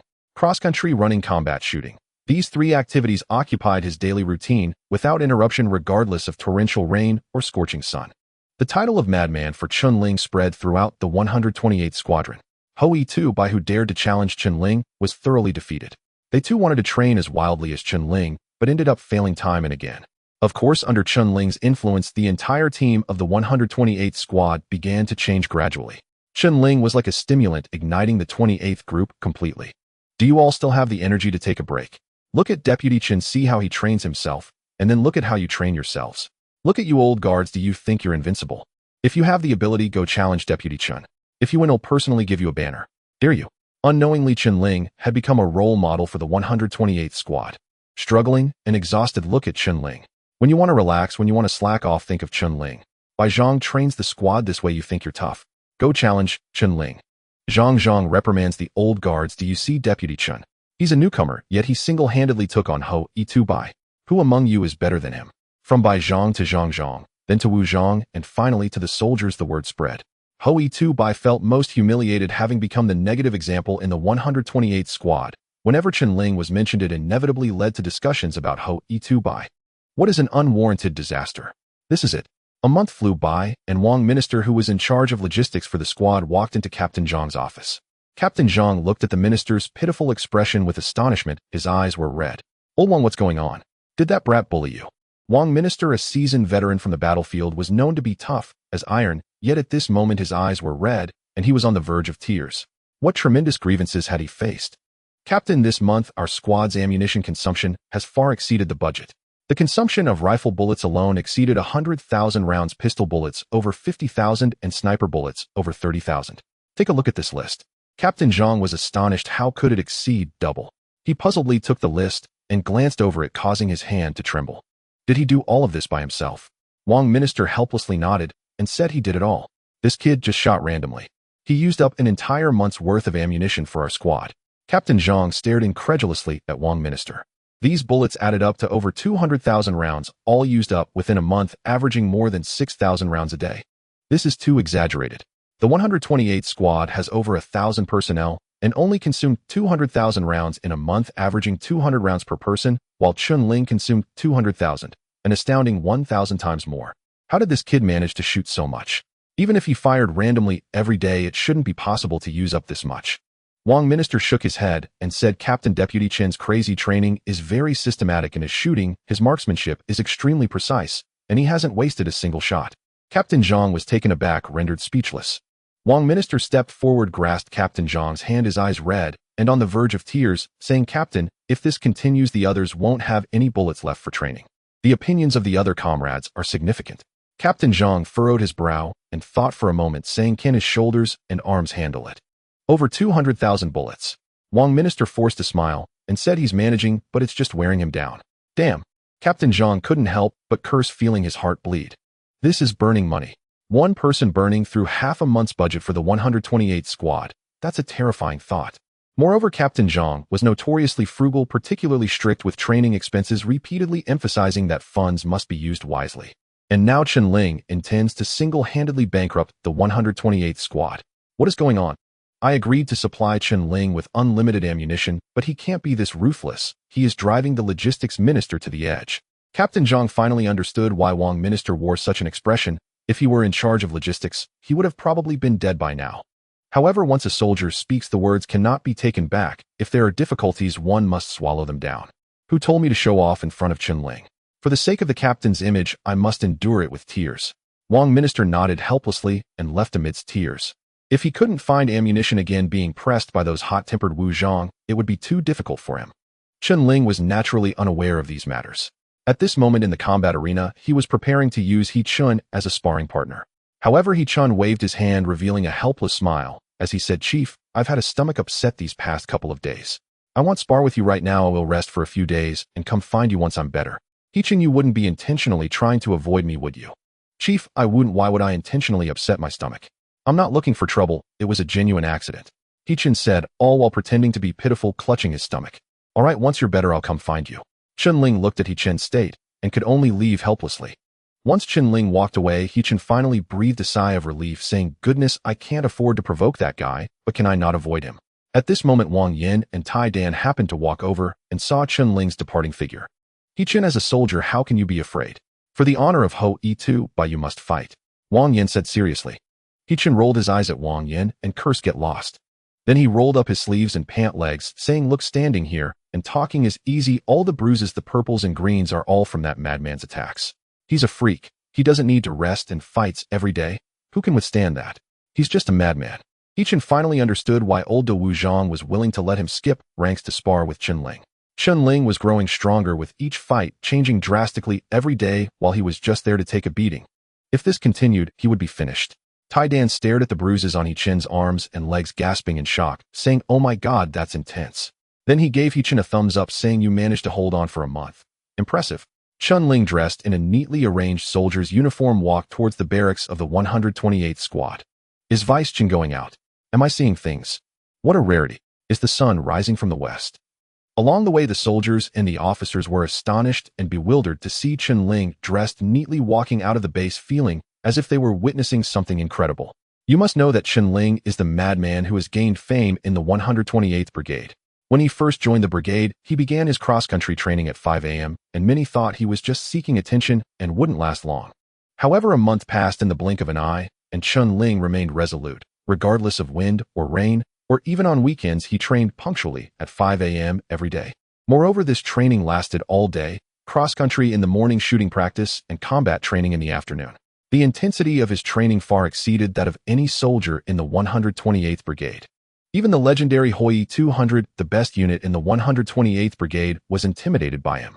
As a result, when Chen Ling suddenly stopped training today to go out, everyone felt a bit unsettled. Strange, why isn't he training today? What is he planning to do? Could it be that he can't take it anymore? After a month of madness, even an Iron Man needs to take a break, right? Indeed, comrades from the logistics department said this guy used over 200 rounds of ammunition by himself, more than the total consumption of everyone in our brigade. No way, that's outrageous. What do you think? Moreover, he has worn out more than 15 pairs of combat shoes, averaging one pair every 2 days. Indeed, he is a human beast. As everyone looked on in confusion, Chen Ling left the guard unit. Chen Ling wasn't encountering any trouble. He wanted to see Sergeant Wu's widow Yang Hui to check if she had given birth. Additionally, the allowance had been issued and he planned to give it to Sister Yang. Another matter was to name the child. Chen Ling had already thought of the name. Sergeant Wu's name was Weigua, so the child's name would be Wayman. Just as the book says, for the country, for the people. Sergeant Wu dedicated his life to the nation, dying on the battlefield, an unparalleled honor for a guard. He had said that when his child grew up, he would let him become a guard as well. Chen Ling would never forget these words. During this month, Chen Ling trained furiously, stabilizing his physical fitness at level 4, which is 4 times that of an average person, reaching the standard of a Quasi-Guard King. In shooting, he achieved intermediate rifle proficiency, basic sniper proficiency, and handgun proficiency, while his combat skills also reached intermediate level. Thus, according to Chen Ling's shooting, combat, and formidable physical fitness, he still had some distance to go before becoming a professional special guard, but the gap was no longer significant. As for other skills, Chen Ling had not unlocked them. After all, during this month, he lived a life of strict routine, without visiting new places, thus failing to meet the conditions for unlocking. Chen Ling was anxious about this, but there was nothing he could do. The conditions for unlocking skills were almost random, and he had yet to figure out any patterns. Chen Ling could only wait and train his shooting and combat skills to their maximum level. Compared to a month ago, Chen Ling's strength had increased significantly. If he were to encounter a centipede again, he was confident he could defeat it without getting hurt. Additionally, according to Captain Zhang, the annual exercises for the guard unit were about to begin, and they were waiting for specific notifications. So during this time, Chen Ling should focus on training and not exhaust himself too much, as it could affect his performance during the exercises. The guard exercises are an important assessment method to determine whether a guard is qualified. It is said that today the Dragon Tooth Special Guard Unit will heavily evaluate candidates based on their performance in the exercises. Chen Ling's goal is to become a special guard and avenge Sergeant Wu in the future. Therefore, he was very concerned about this annual guard exercise. Upon leaving the guard unit, Chen Ling sprinted to the station, bought nutritional supplements for both the child and an adult nearby, then purchased a ticket and took a bus straight to Sergeant Wu's hometown. Upon arriving in the city where Sergeant Wu lived, he found it overcast with heavy rain. Chen Ling had no choice but to take a taxi into the village. Due to the heavy rain, the mountain roads were muddy. It took almost an hour to travel the 4 kilometers of mountain road before reaching Sergeant Wu's village. Fortunately, the heavens were kind. After Chen Ling arrived in the village, the rain stopped, revealing brilliant sunshine. Chen Ling deftly made his way to Sergeant Wu's grave. The area around the grave was very clean, indicating that someone often came to maintain it. Just like last time, Chen Ling opened a bottle of white liquor and poured it over the grave. "Sergeant Wu, I've come to see you. I haven't let you down," Chen Ling said solemnly. "Do you know? After a month of hard training, I can hit targets at 200 meters with my rifle, achieving a perfect score, and my shooting speed is fast. None of the Hoi 200 can match me. Of course, there's still a bit of distance to becoming a special guard, but I believe that given some more time, I will definitely meet the standards for the special guard assessment. Sergeant Wu, do you know? I can also shoot with a sniper rifle at a range of 800 meters, hitting fixed targets with 100 accuracy. I will definitely become a strategic level sniper in the future. You loved sniper rifles, right? If there's a chance next time, I will definitely bring one for you to see to let you experience it. Didn't you often say? Sniper rifles are divine weapons. Also, I have been training a combat technique, a killing method that only special guards train in. My fighting skills have already surpassed those of the special guards. The old Sergeant Da of Hoi 200 has been on the battlefield. In a combat competition, he is no match for me anymore." Chen Ling, like a child, wore an excited smile as he gradually recounted everything that happened to him in the 128th Brigade over the past month. He talked about Captain Zhang, who loves to drink, the burdened old sergeant, to the proud He Chun, and the somewhat rogue Wang Yan. He shared the little bits and pieces of his life in the guard unit with Sergeant Wu, as if he were afraid that Wu would be bored, and specially told him stories. "Sergeant Wu, I will definitely not let you down. I will become a true special guard and will avenge you. I don't know if Sister Yang has given birth yet, but I have already thought of the child's name, Shi Weiman. As the ancient saying goes, the great responsibility of soldiers is for the country and the people. I believe that when he grows up, he will definitely be a strong guard just like you. Sergeant Wu, what do you think of this name? Are you satisfied?" "Wait a moment, I'm going to see Sister Yang." Sergeant Wu had told Chen Ling that Sister Yang was a primary school teacher in the village. Originally from the city, she came to the village to teach and was a very kind-hearted girl. In the end, she stayed for the village's children and ended up falling in love with Sergeant Wu. Chen Ling took a deep breath, stood at attention, and saluted Sergeant Wu. "Sergeant Wu, I will definitely become the strongest guard." After Chen Ling finished his worship, he went to the school to find Yang Dasa. This was the only school in the surrounding villages, serving as the central primary school in the rural area. Children of appropriate age who had not gone to the city for schooling all attended here. When Chen Ling arrived at the school, it was not yet time for class to end. The villagers nearby, knowing that Chen Ling was looking for Yang Dasa, welcomed him warmly, offering him water and fruits grown in their own gardens to taste. When mentioning Yang Dasa, the villagers spoke with great respect. After all, Yang Dasa was a teacher from the city who stayed for the sake of the children here, and being the widow of a martyr, the villagers cared for her greatly. Chen Ling waited outside the school until class was dismissed before going in to find Yang Dasa. When he saw her, she was noticeably pregnant, appearing ready to give birth any moment. Chen Ling strode up to her, stood at attention, saluted, and said, "Sister, I am a soldier of Wuzhang." Yang Dasa was the only teacher here, so there was no worry about mistaking her. She was a very graceful woman, exuding an air of scholarly elegance. Having just experienced the pain of losing her husband, her complexion appeared somewhat haggard. "You are a comrade in arms for the country." Chen Ling nodded and replied, "Yes, sister, I just visited Wu Zhang's grave to pay my respects." "Thank you," Yang Dasa said. "Sister, the baby should be due soon. Why haven't you gone to the hospital? The medical conditions here are too rudimentary." Chen Ling had already noticed that there was only a simple health station here, which could treat some common cold ailments, but had no conditions to deliver a baby, and the roads were quite difficult, making it hard for an ambulance to come in.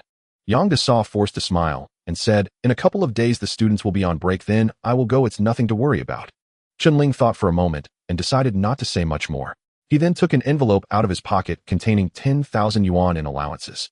"Sister, in the defense team Wu Zhang treated me like a brother. From now on you are my dear sister. This is just a small token from me." Yang Dasa hurriedly declined, saying, "Young brother, your kindness is appreciated, but I truly cannot accept this money." Suddenly the textbook in Yang Dasa's hands fell to the ground. She held her stomach with both hands, a pained expression appearing on her face, saying, "My stomach hurts. I think I am about to give birth." Indeed, as worries materialized, Chen Ling was a bit stunned and quickly helped Yang Dasa to his side, having her sit down, and then sent someone to notify the doctor at the health station. The doctor from the health station rushed over, checked her condition, and with a serious expression said, "There is bleeding. The fetal position is a bit abnormal. It might lead to a difficult labor. We need to get her to the hospital quickly." Upon hearing that Yang Dasa was about to give birth, the villagers rushed over to help. Soon an ox cart was brought over with a thick layer of blankets spread across it. Chen Ling was a bit stunned. The mountain roads are difficult and ox cart is more effective than any other vehicle. Hurry, the village secretary called out. Chen Ling recalled the muddy road he had taken earlier. Indeed, an ox cart was more convenient. Now getting Yang Dasa to the hospital was the priority, and there was no time to consider anything else. After helping Yang Dasa onto the ox cart, they sped out of the village. Half an hour later, the ox cart finally arrived at the town, and Chen Ling booked a ride through a ride-hailing app. However, when the driver saw that there was a pregnant woman about to give birth, he quickly said, "You should find another car. Mine is not suitable." He was worried that if something went wrong in his car, how would he continue his business afterward? Drivers are very superstitious about such matters. Chen Ling's veins bulged as he said, "My sister-in-law is a widow, and the child in her belly is the offspring of a martyr. She could have complications in labor which could endanger her life." The driver suddenly trembled, his eyes lighting up as he looked at Chen Ling and asked, "Is the child really the offspring of a martyr?" "No charge, I will take her.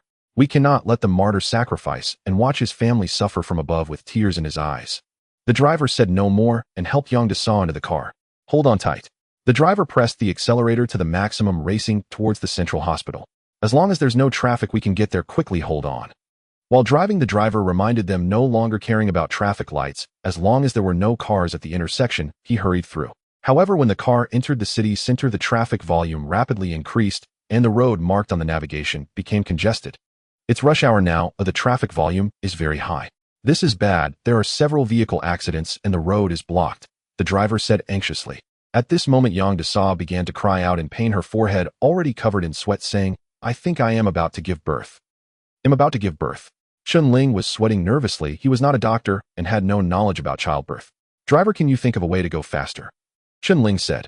The driver quickly grabbed the special call system in the car and said, "Let's see if luck is on our side." The driver kept calling. DD. It actually connected. The driver was overjoyed and hurriedly shouted, "Host, I am on the road leading to the central hospital, car number 2828. I have a defense wife who is about to give birth. This child is the offspring of a martyr. I hope you can help and let the cars in front of us clear a path for us." The radio host was a sweet-voiced girl in her early 20s who adored the defense team and admired the team members. If possible, she would have wanted to join the defense team herself. Upon hearing that a martyr's widow was stuck in traffic on her way to the hospital to give birth, she immediately broadcasted the message through the platform. "Hello, dear listeners. We just received news that a ride-hailing car with the tail number 2828 on the road leading to the central hospital has a martyr's widow who is about to give birth and is stuck in traffic in critical condition. If any driver on this route hears this broadcast, we hope you can clear a path for her car to pass." Suddenly, after the news spread, various broadcasting platforms began issuing notices. Meanwhile, the car Chen Ling was in could hardly move as it was completely blocked ahead. "I can't wait any longer. I'll find the traffic administrator." Chen Ling jumped out of the car and hurried towards the traffic administrator who was directing traffic at the intersection ahead. "Comrade, my car has a martyr's widow who is about to give birth. This situation is very urgent. Can you find a way to let the car through?" The young traffic administrator looked at Chen Ling with red-rimmed eyes filled with expectation. Sweat had already covered his forehead and his defense uniform was soaked. The traffic administrator immediately saluted Chen Ling, then spoke into the walkie-talkie saying, "Calling base, I am number 12345 on the road leading to the central hospital. There is a defense wife about to give birth. This child is the offspring of a martyr." At the Public Security Bureau's main office, Director Su Tellen was inspecting the work. The head of the main office received a notification from the staff, and his expression changed slightly as he immediately reported the situation to Director Su. Director Zu's pupils widened in shock as he exclaimed, "This is the descendant of a martyr." He, having come from the ranks of the Guard, understood well what it meant for a martyr to have descendants. Guard members deserve respect. We cannot let the martyr's sacrifice go in vain and hurt the hearts of their family. Contact the radio station immediately to broadcast this and mobilize the citizens in that area. Activate the emergency plan. Notify all traffic managers to form a clearing team to direct the vehicles. We must get her to the hospital in the shortest time possible. Understood. The head of the main office immediately turned to the command center to issue a directive. 3 minutes later, the sirens wailed. Centered around Gongjian Road, the sound of sirens echoed. A large number of traffic managers gathered and rushed to Gongjian Road to clear the way. As the public security vehicles swiftly set out, the broadcasting station and news outlets, having received the information from the Public Security Bureau, immediately disseminated the news. A large-scale rescue operation suddenly unfolded. "What's going on today? Why is it so congested? I almost missed my clock in time." Wang Chong, a recent university graduate working at a news media company, was responsible for organizing advertising information on the platform. He had just received an external assignment, finished it, and was hurrying back to the office when he unexpectedly encountered a massive traffic jam.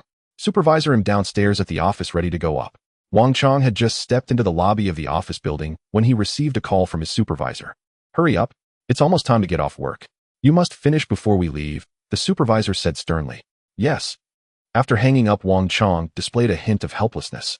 In truth, the information posted on the platform could wait until tomorrow. The supervisor merely wanted to assert his presence. As he was about to enter the elevator, a news report suddenly flashed on the screen in the office building. Dear citizens, if you are currently on or planning to head to Gongjian Road, please lend a helping hand. A widow of a martyr about to give birth is trapped in a ride-hailing vehicle. She needs our urgent assistance. The child in the widow's womb is the martyr's descendant, the only bloodline left. I hope that citizens nearby can take the initiative to lend a helping hand and clear a life-saving passage on Gongjian Road. Wang Chong froze for a moment, muttering to himself, "Isn't Gongjian Road right here?" He hurriedly turned to look outside and saw that the road was filled with cars completely jammed. A martyr's widow is trapped on this road. Suddenly, Wang Chong saw people rushing out shouting as they ran. Everyone come out and help. Move the cars and make way for a life-saving passage. Hurry. The road immediately became lively. Wang Chong immediately ran outside while dialing his supervisor's number, saying, "Supervisor, I need to take leave. A martyr's widow is trapped on the road outside our company, and I want to help." The supervisor's voice was cold. "What kind of hero are you trying to be? You can't even handle your own work, and now you're trying to help others. You need to return to the office immediately, or you'll be fired." Wang Chong urgently said, "Supervisor, the widow is carrying the martyr's descendant." The supervisor angrily replied, "What does that have to do with you? Get back here right now, or consider it a voluntary resignation." Wang Chang's heart surged as he declared, "If resigning is what it takes. Without the guard members protecting us, how could we have a stable life? Your thinking is problematic. The martyr's descendant indeed has nothing to do with me, but the guard members are our protectors. Do you know what a martyr is? They are the ones who sacrificed themselves to protect us. Although I'm young, I understand the most basic principles. I don't want to stay in such a cold-blooded company." Wang Chong was young, but he had admired the guard members since childhood. If it weren't for his physical condition not meeting the standards, he would have joined the guards long ago. After hanging up on his supervisor, he rushed towards the road. "Excuse me, could you please make way and allow the vehicles behind to pass?" "Thank you, friend, for making way." Many enthusiastic young people surged onto the road, knocking on car windows and guiding the vehicles to the side, clearing a lane. At that moment, the supervisor suddenly froze, then turned and walked to the window, looking down at the road, where he saw young figures rushing out to help clear the traffic and create a path. This kid. The supervisor happened to see Wang Chong busily working on the road. A martyr. The supervisor took a deep breath and quickly searched for the latest news on his phone, discovering that there really was a report about a widow of a martyr about to give birth trapped on Gongjian Road. I misunderstood him.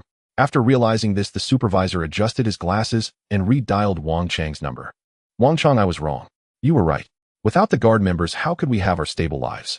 I apologize to you. If you're willing, come back to the office tomorrow, and I'll promote you and request a raise for you." Before Wang Chong could respond, he heard the supervisor's sincere voice. Suddenly, he felt that the night of this society was no longer cold. "Thank you, supervisor." Wang Chong felt a sudden clarity in his heart. Meanwhile, at the other end of the road, many cars were stuck, and some drivers were starting to become anxious. How can it be so congested before the end of work? What is our traffic department doing? Don't they have any solutions? Sigh, at this rate, we'll be stuck for at least another hour. By the time I get home, it will probably be late at night. Suddenly, the sirens wailed. Sirens sounded from all directions. A large number of traffic managers on motorcycles were rushing towards them. Why are there so many traffic managers coming? Looks like they're clearing the way. What's going on? This commotion is a bit much. As everyone wondered how so many traffic managers suddenly appeared, a host figure appeared on the roadside's large electronic display. "We now release an important news bulletin. A widow of a martyr about to give birth is trapped on Gongjian Road. Her husband unfortunately sacrificed himself while on duty, shedding blood at the border. The widow is determined to give birth to the martyr's child. The situation is urgent. We kindly ask vehicle owners currently on Gongjian Road number 3 to move their vehicles. We hope everyone can clear a life-saving passage." At that moment, everyone in the car focused their attention on the large screen, the host's voice reaching many ears. "Is the section of Gongjian Road No. 3 not in our position?" "Yes, that's our position. A large number of traffic managers have appeared here. It must be because of the pregnant woman. Move the car." At this time, 1, 2, 3. One after another, car owners rolled down their windows. Some even leaned out of their cars to shout at the drivers across from them, asking them to move over a bit. Many people began to take action upon learning the situation. In a black Baojuan, a little girl reciting her literature textbook suddenly noticed the large screen beside her, listened for a moment, and hurriedly reached out to remove her father's earpiece. "Daddy, did you hear? The pregnant woman is behind us. The host on the television is asking us to cooperate and clear a path for life as she is about to give birth, and she is a descendant of a martyr. Daddy, when the baby is born, when he grows up, he will also be a member of the guard, right?" The little girl said with her tender voice. The weary middle-aged man was momentarily stunned by his daughter's words, and then noticed the large screen ahead, immediately understanding the situation. Having worked all day and then having to pick up his daughter, he was already very tired after a busy day. Taking advantage of the traffic jam, he decided to rest for a bit. The middle-aged father revealed a relieved smile and said, "Members of the guard are people we should all respect. The pregnant woman needs help, we must assist. Dad will move the car now and clear a path for life." Saying this, he started the car and carefully moved it aside. "Daddy is the best," the little girl praised. "And my little treasure is also wonderful, reminding Daddy, otherwise Daddy wouldn't know. I hope the pregnant woman successfully gives birth to the baby," the little girl quietly prayed. Not far from them, a young couple sat in a car. The girl was sending her boyfriend to the airport as he was preparing to work abroad. "The salary abroad is much higher, but I still feel that it's better in our country. At least this is our hometown, where we have lived since childhood. When we go abroad, we face a bunch of foreigners who have no connection to us." The girl couldn't help but nag a few times. She didn't quite agree with her boyfriend going to work abroad, but she couldn't convince him otherwise. The good conditions abroad made her boyfriend want to provide a better material life for her, which wasn't a wrong thought. The boy remained silent, his gaze fixed outside the car, where the traffic jam mirrored his mood, feeling equally stifled. He actually wasn't keen on going abroad for work either, but the domestic salary was too low. When would he be able to give his girlfriend a good life? As the boy's thoughts became complicated, the car's radio suddenly switched to a news report. "We are now releasing an important news item. A pregnant woman is trapped on Gongjin Road. Her husband tragically sacrificed his life while on duty, shedding blood on the frontier. The pregnant woman insists on giving birth to the martyr's child. The situation is critical. We urge all car owners on Gongjin Road No. 3 to clear their parking spaces. We hope everyone will clear a path for life." The girl checked her phone's navigation and found that they were indeed on Gongjin Road No. 3, so she began to move the car. The boy glanced at the rearview mirror and was surprised to see the cars behind starting to move aside. No one was directing traffic, as the traffic managers were stuck at the other end and couldn't make it through. 1 car, 2 cars, 3 cars. A path began to faintly appear in the formerly congested road. The boy's eyes suddenly watered. Just a single broadcast calmed the originally anxious, hurried, and uneasy people, and even if they were rushed, they cleared a route for those behind. Only the Chinese people possess such spirit. When one side is in trouble, help comes from all sides. "This is the best place. I'm not going anywhere else," the boy said with determination in his eyes, turning to the girl and saying, Chun, I've decided not to go abroad. Although the salary abroad is high, they don't have the peace and humanity that we have here. Their various violent activities continue, and all they think about is themselves. In a situation like this, no one abroad would give way. Even if the security personnel came, they would say, it's my freedom, I have my rights. Chen, my salary is much lower in our country, but I believe that as long as I work hard, I can certainly provide you with a happy life. At this moment, the girl's eyes became moist as she struggled to control her emotions, trying not to let her tears flow. Previously, she couldn't persuade her boyfriend, but she didn't expect that such a very ordinary action would bring about such a significant change in him. Pregnant woman, thank you. I will definitely come to see you, the girl thought to herself. This is a very ordinary thing in the country, yet it invisibly changes many people's views of it. Chen Ling was unaware of these circumstances. He noticed that Sister Yang's amniotic fluid had broken, and with time dragging on, there was a risk of infection at any moment. She wore a painful expression, her face covered in sweat, biting her teeth, feeling as if she would collapse at any moment. We can't wait any longer. Chen Ling pushed open the car door, ready to carry Sister Yang to the hospital, when a young traffic manager rushed over, saying, "Follow me quickly." Chen Ling gritted his teeth and sat back in the car. Beep. The security vehicle blared its horn. Then one by one, traffic manager motorcycles emerged from both sides of the road to clear the way for the ride-hailing car. A miraculous path appeared in the center of the originally congested road. This? Chen Ling was stunned. The ride-hailing driver excitedly said, I told you they will definitely help us, and no one would let the family of a martyr feel cold-hearted. The car sped forward with people standing along the road looking at it. There were elite individuals in formal wear, students in uniforms, ordinary workers, and even a boss with a large belly. Chen Ling saw them all. One by one, they gestured and shouted, "Go for it, go for it." Their gazes were so sincere and simple. Chen Ling couldn't help but think of Wu Zhang. Wu Zhang fought desperately on the border just to protect these ordinary citizens. Wu Zhang, it was worth it. These people are worth Wu Zhang sacrificing for worth protecting. They haven't forgotten the martyrs who sacrificed. The ride-hailing driver excitedly said, I told you we want just stand by while the guard spills blood without doing anything. Meanwhile, a few foreigners riding bicycles stopped looking on in disbelief at the scene before them. They chose to come here for work because of the frequent terrorist attacks and instability in their own country. Oh my God, their government actually caused such a commotion to help the descendant of a martyr. The citizens here are surprisingly cooperative. This is a miracle. One of the foreigners shook his head. It's worth noting that such a nationwide movement to help the descendant of a martyr would not happen in their country. In their country, they would only do things for money. They all say that the Yin Kingdom is a very magical place, and today, I finally understand a bit why this nation has developed so rapidly. This is a very simple and united people, something our nation lacks. Our country has always boasted about personal freedom, individual rights, personal liberation, and personal supremacy. When disaster strikes, when has the government ever cared for us? This is the difference. They only measure a person's worth by status and wealth, serving those who are rich and powerful. When have they ever cared about ordinary people? I truly envy the people here who have a government that thinks of them. Several outsiders couldn't help but sigh. Without comparison, there is no disparity. In contrast, it immediately made them realize how fortunate the people here are. Unlike their own country, where they dare not go out after 9 p.m., and even during the day, they must be cautious. If only we could acquire their nationality. It's so difficult. This country has the toughest nationality requirements in the world. As several outsiders lamented the ride-hailing car that Chen Ling was in zoomed past heading towards the city center hospital. Due to the clear road, they arrived at the hospital in merely 10 minutes. Hurry! The doctors and nurses who had been waiting at the hospital entrance saw the car approaching and immediately rushed over with a stretcher to receive Sister Yang. Comrade guard, rest assured, leave it to us, we will do our utmost. The doctor said solemnly to Chen Ling. Chen Ling replied, thank you. Soon Sister Yang was taken into the delivery room preparing to give birth. Chen Ling finally breathed a sigh of relief and turned to the ride-hailing driver saying, thank you. No need to be polite, this is what I should do. The driver smiled. Here's your fare. No, as I said, it's free. The ride-hailing driver smiled and turned to leave. Chen Ling saluted this unfamiliar driver. After Sister Yang entered the hospital to await childbirth, the city's traffic gradually returned to normal and the people resumed their usual routines. At this moment, the city was already adorned with bright lights illuminating this beautiful urban landscape. People stuck in traffic on Gongjian Road Section 3 anxiously awaited news, wondering how Sister Wei was doing and if both mother and child were safe. I wonder if they will make it in time. They should be able to. Let's pray for them for a safe delivery. Yes, the guard is our most beloved person. Sister Wei has been through so much. Giving birth to a child alone requires immense courage and determination. It's truly difficult. She is someone we should respect. As everyone quietly waited, the traffic broadcast channel played soothing music, and then the host's sweet voice said, dear listeners, our station has just received news that through everyone's combined efforts, Sister Wei has been sent to the hospital and is currently undergoing surgery.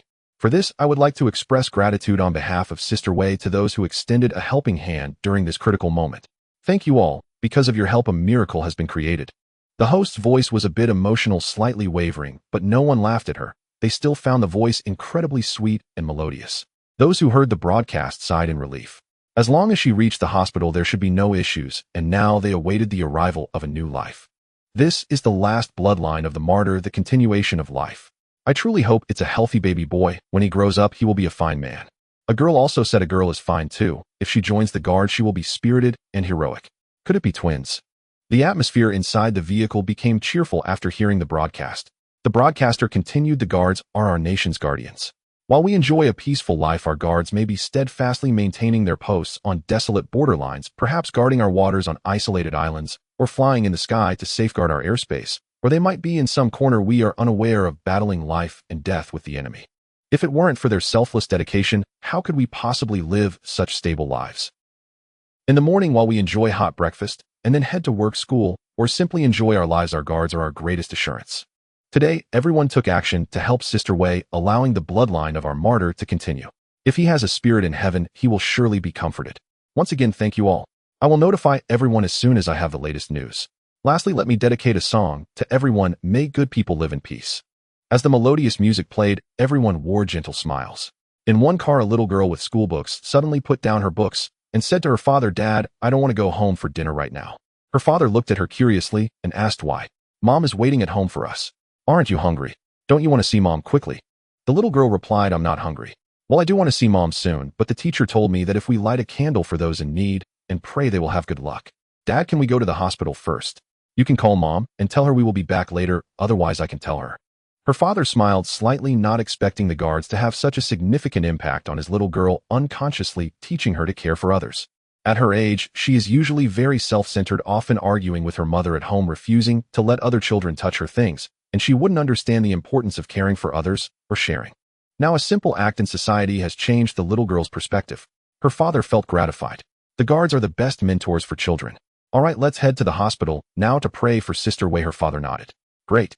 You need to call Mom personally and explain. Okay, I'll call now and tell Mom that today I helped Sister Wei and Dad also helped Sister Wei. As he turned the steering wheel, he slowly headed toward the hospital. In another car, the boyfriend sighed in relief and said, let's celebrate tonight. We will have hot pot, signifying a prosperous start. How about that? His girlfriend nodded and said, no problem, but before we have hot pot, let's go to the hospital and pray for the new life about to arrive. The boyfriend paused for a moment, then nodded emphatically. Absolutely. Meanwhile, a video of the guard escorting the daughter-in-law to the hospital spread widely on social media, prompting many concerned friends to head to the hospital. People nearby rushed to the hospital, and those further away came as long as they had the time, praying for the safety of the daughter-in-law and the child. Their thoughts mirrored those of the little girl in the car and the young couple. At this moment, Chen Ling was anxiously waiting outside the delivery room, pacing back and forth. Captain Wu, your sister-in-law, is about to give birth.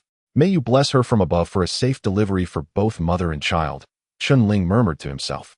Originally, it should have been Captain Wu waiting outside the delivery room, but unfortunately, he would never have that chance. Captain Wu, if it weren't for me, you would have been on leave. If you had left the post, this tragedy would not have occurred. Chen Ling felt a deep sense of guilt. He could only feel a bit at ease when the sister-in-law and child were safe. Suddenly, he looked out the window and saw people lighting candles in the small square below. 1 candle, 2, 3. More and more people were coming and lighting candles that faced the delivery room. These were concerned citizens who had heard the announcement and came urgently, not only lighting candles to pray for the daughter-in-law, but each also brought gifts for the child. Children's clothing, small toys, and even quite a few nutritional products. Nurse, this is a small token of our sincerity. Please help us deliver it. Once both mother and child are safe, we will come to visit. Ah, poor child, I hope he grows up quickly. Chen Ling looked at these caring citizens, feeling an indescribable warmth in his heart.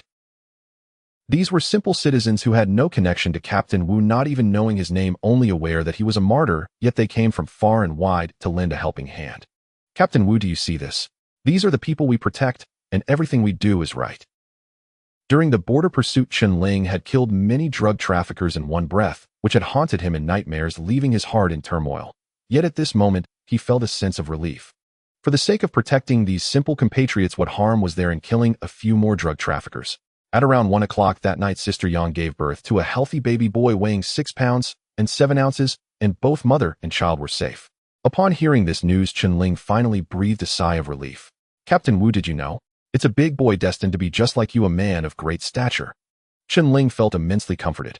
He didn't disturb Sister Yang and secretly placed 10,000 yuan in cash among her daily necessities before quietly leaving the hospital. As Chen Ling exited, many caring citizens were still trying to visit Sister Yang and the child, but they were stopped by security. It wasn't until a middle-aged couple arrived claiming to be Sister Yang's parents and confirming their identity that they were allowed in. As soon as Chen Ling stepped out of the hospital, his phone rang. It was Lauda from the Huyang 200 calling. Deputy Chen, where are you right now? The annual guard drill has suddenly commenced. I just received news that the squad leader has been decapitated in Xinchang, and Bai Chang are in a meeting at the field command center, which was raided by the Lanya forces. Lauda quickly briefed Chen Ling on the situation of the drill. Chen Ling was taken aback and said, it started suddenly. He knew there was an annual guard drill, but hadn't the squad leader said there would be a formal notice a few days later? How could it have started so suddenly? Lauda said angrily, it's so embarrassing. The drill just began, and before the battle officially started, we were already wiped out by the red team, ending the combat. It's frustrating. Indeed, it was true. The 128th Squad, as a formidable force in the southwest defense zone, never expected to suffer such a severe blow before the battle had even fully commenced, which was particularly humiliating for Huyang 200. For this drill, they had trained rigorously, hoping to perform excellently, but now it ended before it even began. How could they not feel stifled? Chen Ling furrowed his brows tightly. He also wanted to perform well in the drill to show the Lanya people, especially to show Xiaobang that he was worthy of entering the Lanya. Unexpectedly, how unfortunate that combat broke out just 2 days after he left. Deputy Chen, you've been away for 2 days. How are you doing? Are you alright? Lao Da, the squad leader, knew that Chen Ling had taken leave for 1 day, but he hadn't expected him to be gone for 2 days. In the depths of the southwestern defense zone, Lao Da lay in the dry leaves while contacting Chen Ling. The Huyang 200 with over 100 men received the drill notice and rushed out of the camp only to be bombarded by the blue team, suffering significant losses without any defenses. They lost more than 60 men immediately, leaving fewer than 2 squads remaining. Bai Chong took 1 squad away and is now hiding in the valley, leaving only Lao Da's team and the auxiliary trainer Zhou Xiu. Just now news came from the squad. Their command center was wiped out, leaving only the sharpshooters and a few from their team along with Chen Ling, who had not returned. In less than 2 hours since the drill began, the 128th squad suffered such heavy casualties, their command center was destroyed, and the squad leader was gone, leaving the entire regiment in shock. With over 1,000 men in the squad, only a handful remained. Could they not feel stifled? They were the 128th squad, the pride of the southwestern defense zone, but when had they ever faced such a defeat? It felt like a dream. According to the auxiliary trainer Zhou Xiu, the 128th squad was definitely targeted, otherwise they wouldn't have been hit so hard. Longya clearly did not intend to leave them any way out. The squad leader specifically left someone at the base to wait for you, Zhongsong, the soldier who loaded your bullets. If you return, contact him. However, given the current situation, your return would not matter much. Lao Da said helplessly. With the 128th squad in such dire straits, Chen Ling, no matter how capable he was alone, could not turn the tide, especially facing the Longya special guards. There was no chance at all. This time the 128th squad would definitely be reported to the entire guard. Chen Ling had not expected that at the start of the drill the 128th squad would suffer such heavy losses. He said, "I'm fine. I just visited Captain Wu's widow and had a small incident on the way. Everything is fine now. I will return immediately." "Alright, be careful. Those bastards from Longya are too treacherous. They are definitely targeting our 128th squad." Lao Da chatted with Chen Ling for a bit before ending the call. After hanging up, Chen Ling rushed to the bus station and took a vehicle back to the city where the Taekwon squad was located. By the time he arrived at the 128th squad station, the sun was already setting. As soon as he arrived at the entrance, Private Zhang Song hurried over to salute, saying, "Report, sir. War has suddenly broken out. The squad leader has gone to the battlefield, and he asked me to wait for you." Chen Ling had been running all the way from the bus station, letting out a long breath. Clearly, Zhang Song had no idea that the 128th squad had nearly been wiped out. Chen Ling nodded and said, "Prepare for battle. Let's chase after them." "Yes." Zhang Song, full of excitement, immediately took out the equipment he had prepared from the off-road vehicle and handed it to Chen Ling. A badge combat uniform, a 999 rifle, and a dagger along with 2 magazines. "Which area is the exercise in?" "Area 3. Chen Ling was slightly taken aback and asked, "The border?" "Yes." Without dwelling too much on it, Chen Ling quickly changed into his combat uniform, affixed the red team insignia on his sleeve, tucked the dagger into a small pocket on the inner side of his calf, and grabbed the rifle. With a click, Chen Ling swiftly checked the firearm and ammunition. The bullets were all blank rounds, posing no lethal threat to anyone, but being shot at close range would certainly cause some pain. "Get in the car." Chen Ling jumped into the vehicle, taking the passenger seat, while Zhang Song drove. Virum. Zhang Song slammed the accelerator, and the off-road vehicle shot out of the base like a crazed beast, speeding towards Area 3. Chen Ling immediately contacted Sergeant Lao Da. "Lao Da, where exactly are you?" "I'm coming to find you." Sergeant Lao Da lowered his voice and said, "Don't come over. We've been surrounded by the blue guards and can't get out. I suspect they have a tracking system, so I've shut down the communication." Chen Ling growled, "Send me your location, then shut down." Beep. The signal was cut off, and 3 seconds later Chen Ling's individual communication system received a coordinate point. "Hurry up." Chen Ling ordered Zhang Song to speed up. Regardless of whether he could make a difference, they had to try. As the deputy leader of the 128th squad, Chen had a good relationship with Captain Zhang. If it weren't for him providing unlimited ammunition supplies, his shooting skills wouldn't have improved so quickly. Following the direction of the coordinates, Zhang Song drove the vehicle at full speed. By the time they reached the outskirts of Area 3, it was already 8 p.m. and it was pitch dark all around. "Park the car in the woods and switch to foot." Chen Ling commanded Zhang Song to conceal the vehicle in the trees, and the two stealthily approached the lookout post ahead. About 200 meters from the lookout post, the two hid in the bushes by the roadside. Ahead was the defensive line erected by the blue guards with barricades and sandbags piled up as positions, and the patrolling sentries moved back and forth. There were at least 2 squads defending this area. "Chief, what should we do?" "The blue guards are here, blocking the roads completely. Our situation in the 128th squad is quite grim." Zhang Song, having experienced 2 exercises, quickly figured out the predicament of the 128th squad. There was a high chance they had been completely surrounded. Chen Ling was well aware that the 128th squad was on the verge of annihilation. Suddenly, a rustling sound came from the bushes to their side. Zhang Song quickly adjusted his gun to aim in the direction of the sound, his nerves instantly becoming tense. Chen Ling whispered, "Don't be nervous, it's just a small animal." Zhang Song asked in surprise, "You can hear that?" The sound was very faint indeed, resembling a small animal, but it could also be the noise made by a person accidentally.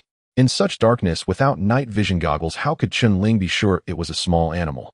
Little did he know Chen Ling had long become accustomed to the sounds around the border defense team, easily distinguishing between sounds made by animals and humans.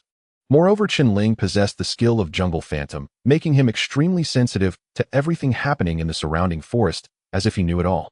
Chen Ling whispered, "I used to be in border defense, so I've heard a lot of sounds." He didn't elaborate further, and instead observed his surroundings. This was a hilly area with very complex terrain, and the main route was the road ahead. If they avoided this main road and took a detour, they would have to walk at least 5 kilometers, and some parts were very difficult to traverse, if not impossible. Thus the main road was the only passage. How do we get in?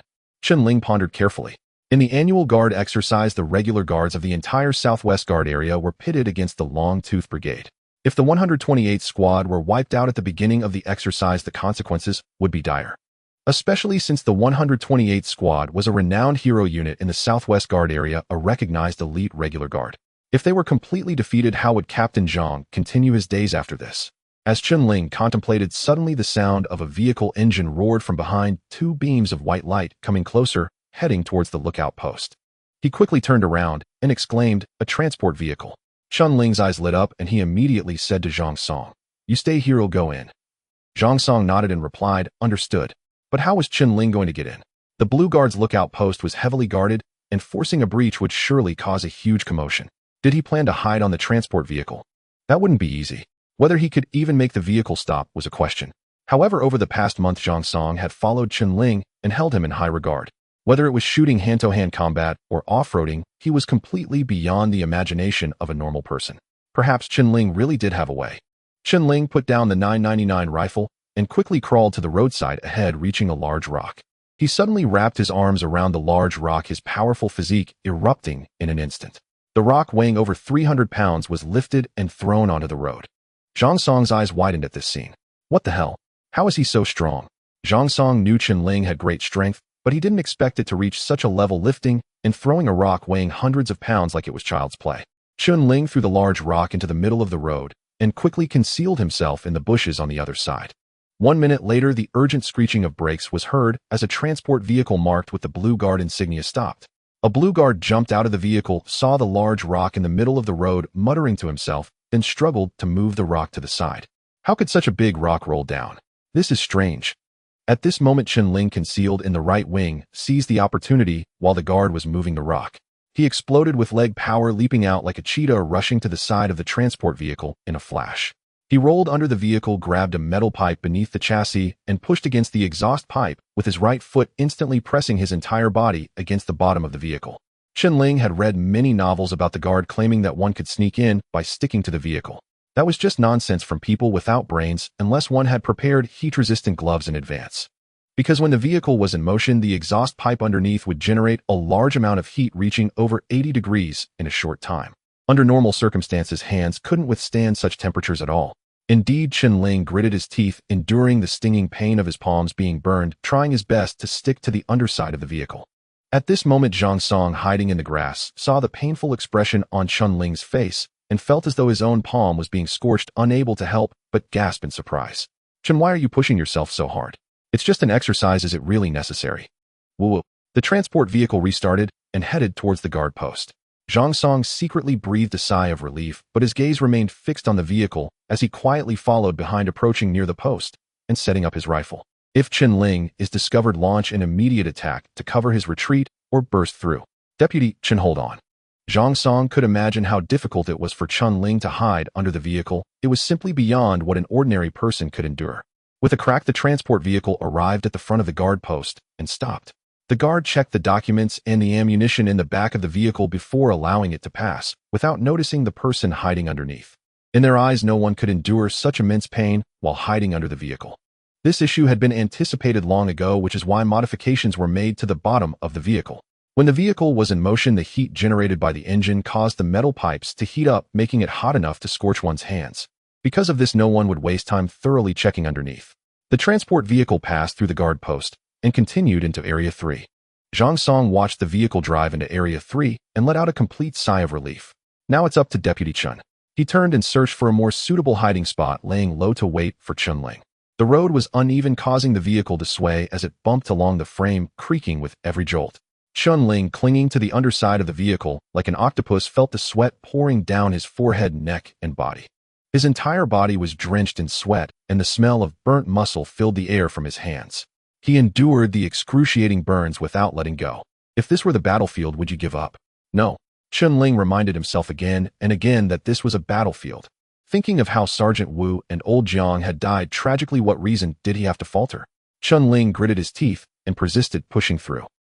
After an unknown period, the vehicle emitted a hissing sound as it braked and then came to a halt. Chen Ling opened his eyes to bright lights surrounding him with piles of ammunition boxes stacked nearby. This is likely the logistics base of the Blue Guard. A surge of excitement flashed through Chen Ling's mind. If he could blow up the Blue Guard's ammunition depot, even if Captain Zhang were beheaded, it would still be a victory. With that thought, Chen Ling gently let go, his legs dropping to the ground. Then he rolled onto the ground, looking down at his hands. The skin had peeled away due to the heat, leaving charred, bloodless wounds. Gritting his teeth, Chen Ling pulled out his dagger and carefully cut a strip from his guard uniform to quickly wrap around his palm. After a simple dressing of his wound, he stealthily shifted his body to one side of the wheel and crouched low to observe his surroundings. Around him were mountains of ammunition boxes and various light and heavy weapons. It was indeed an arms depot. There were also Blue Guards moving ammunition boxes, but their numbers were few, only about a squad. Chen Ling could see their moving feet, relaxing his breathing and adjusting his body to gather strength. He had to resolve these people quickly, otherwise, even if he blew up the ammunition depot, he would also be eliminated. At this moment, 4 Blue Guards were behind the vehicle, with 2 on top of the cargo and 2 carrying ammunition boxes.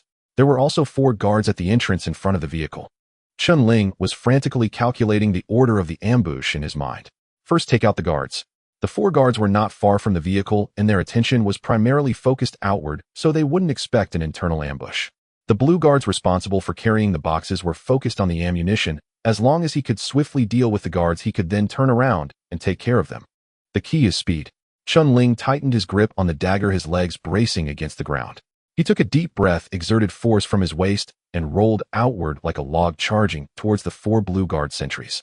The 4 Blue Guard sentries were all focused outside, when suddenly they felt a force at their legs, and caught off guard, all fell to the ground.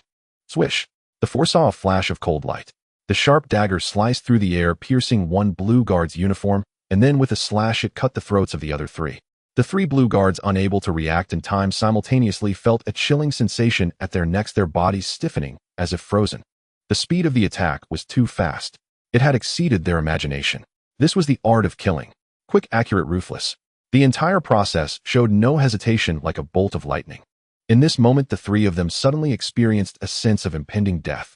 Chen Ling did not linger, but flipped up, swinging his dagger across the neck of a Blue Guard carrying a box, then grabbed the other Blue Guard who had reacted and was hastily retreating. With a sudden pull, the guy fell off the vehicle, and Chen Ling caught him, slashing the dagger across his neck, signaling him to lie down. The other man's eyes revealed a look of horror and disbelief. Then Chen Ling stomped his right foot on the ground, and his whole body flew out. Among the 2 Blue Guards still carrying ammunition boxes, one shouted, "What's going on? Hurry up!" The moment he turned his head, he was stunned to see a shadow lunging at him. Just as he prepared to dodge, Chen Ling's dagger was already at his throat, saying, "Brother, you understand the rules, right?" Huh. The guy finally realized they were ambushed by the Red Guards, deliberately loosening his grip with both hands, causing the ammunition box to drop. As long as the ammunition box hit the ground and made a noise, it would definitely attract the attention of those outside. But the next moment, Chen Ling raised his left leg and caught the ammunition box perfectly. Although he didn't catch it completely, the sound of it hitting the ground was very soft, unable to reach the outside. This Blue Guard was stunned. This was possible. The fallen Blue Guards touched their necks, feeling a chill. The opponent's speed was so fast that if the force was not controlled properly, their blood would have definitely spurted out at a speed of 83.3 milliliters per second. If this were a real battlefield, wouldn't they be doomed? One by one, they looked at the Red Guard who had ambushed them in horror. This guy was too fierce. In less than 10 seconds, the 8 of them had no chance to resist and were all killed instantly. This assassination technique was the most terrifying they had ever encountered. They looked at Chen Ling with admiration in their eyes. This was how guard members were. They admired the strong. Although the opponent had ambushed them, the combat prowess displayed had completely conquered them.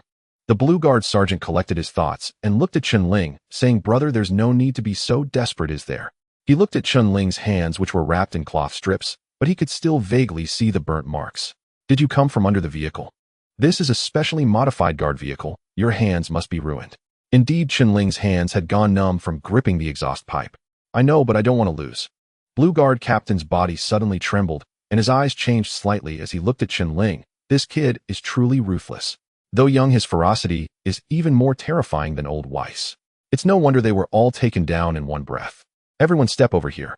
Blue Guard Captain was decisive, accepting defeat without a word. He ordered his subordinates to stand aside and wait quietly as corpses. They watched Chen Ling quietly as he opened an ammunition box and took out grenades, setting them among the piles of ammunition boxes, including those containing shells. This is the pace to blow everything here up. One by one, the Blue Guards' faces were filled with helplessness and frustration. Needless to say, they were sure to suffer next. The exercise had just begun, and the ammunition depot was blown up. How could they fight with all their supplies destroyed? Prepare to be scolded like pigs by the superior.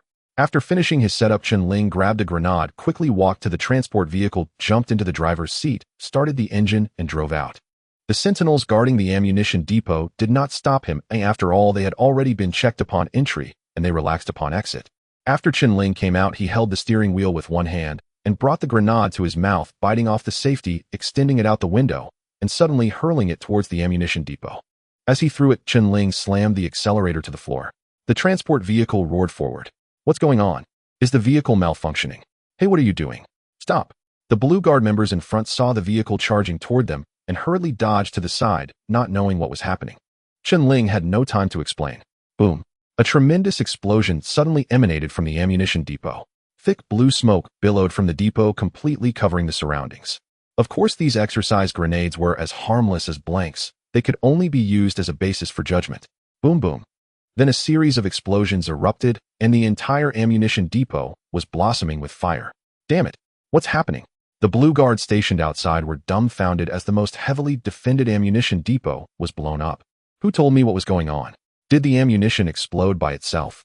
Major Qianzhong rushed out from the tent, seeing the depot covered in blue smoke. His face turned as black as the bottom of a pot, and he roared, "What on earth is happening?"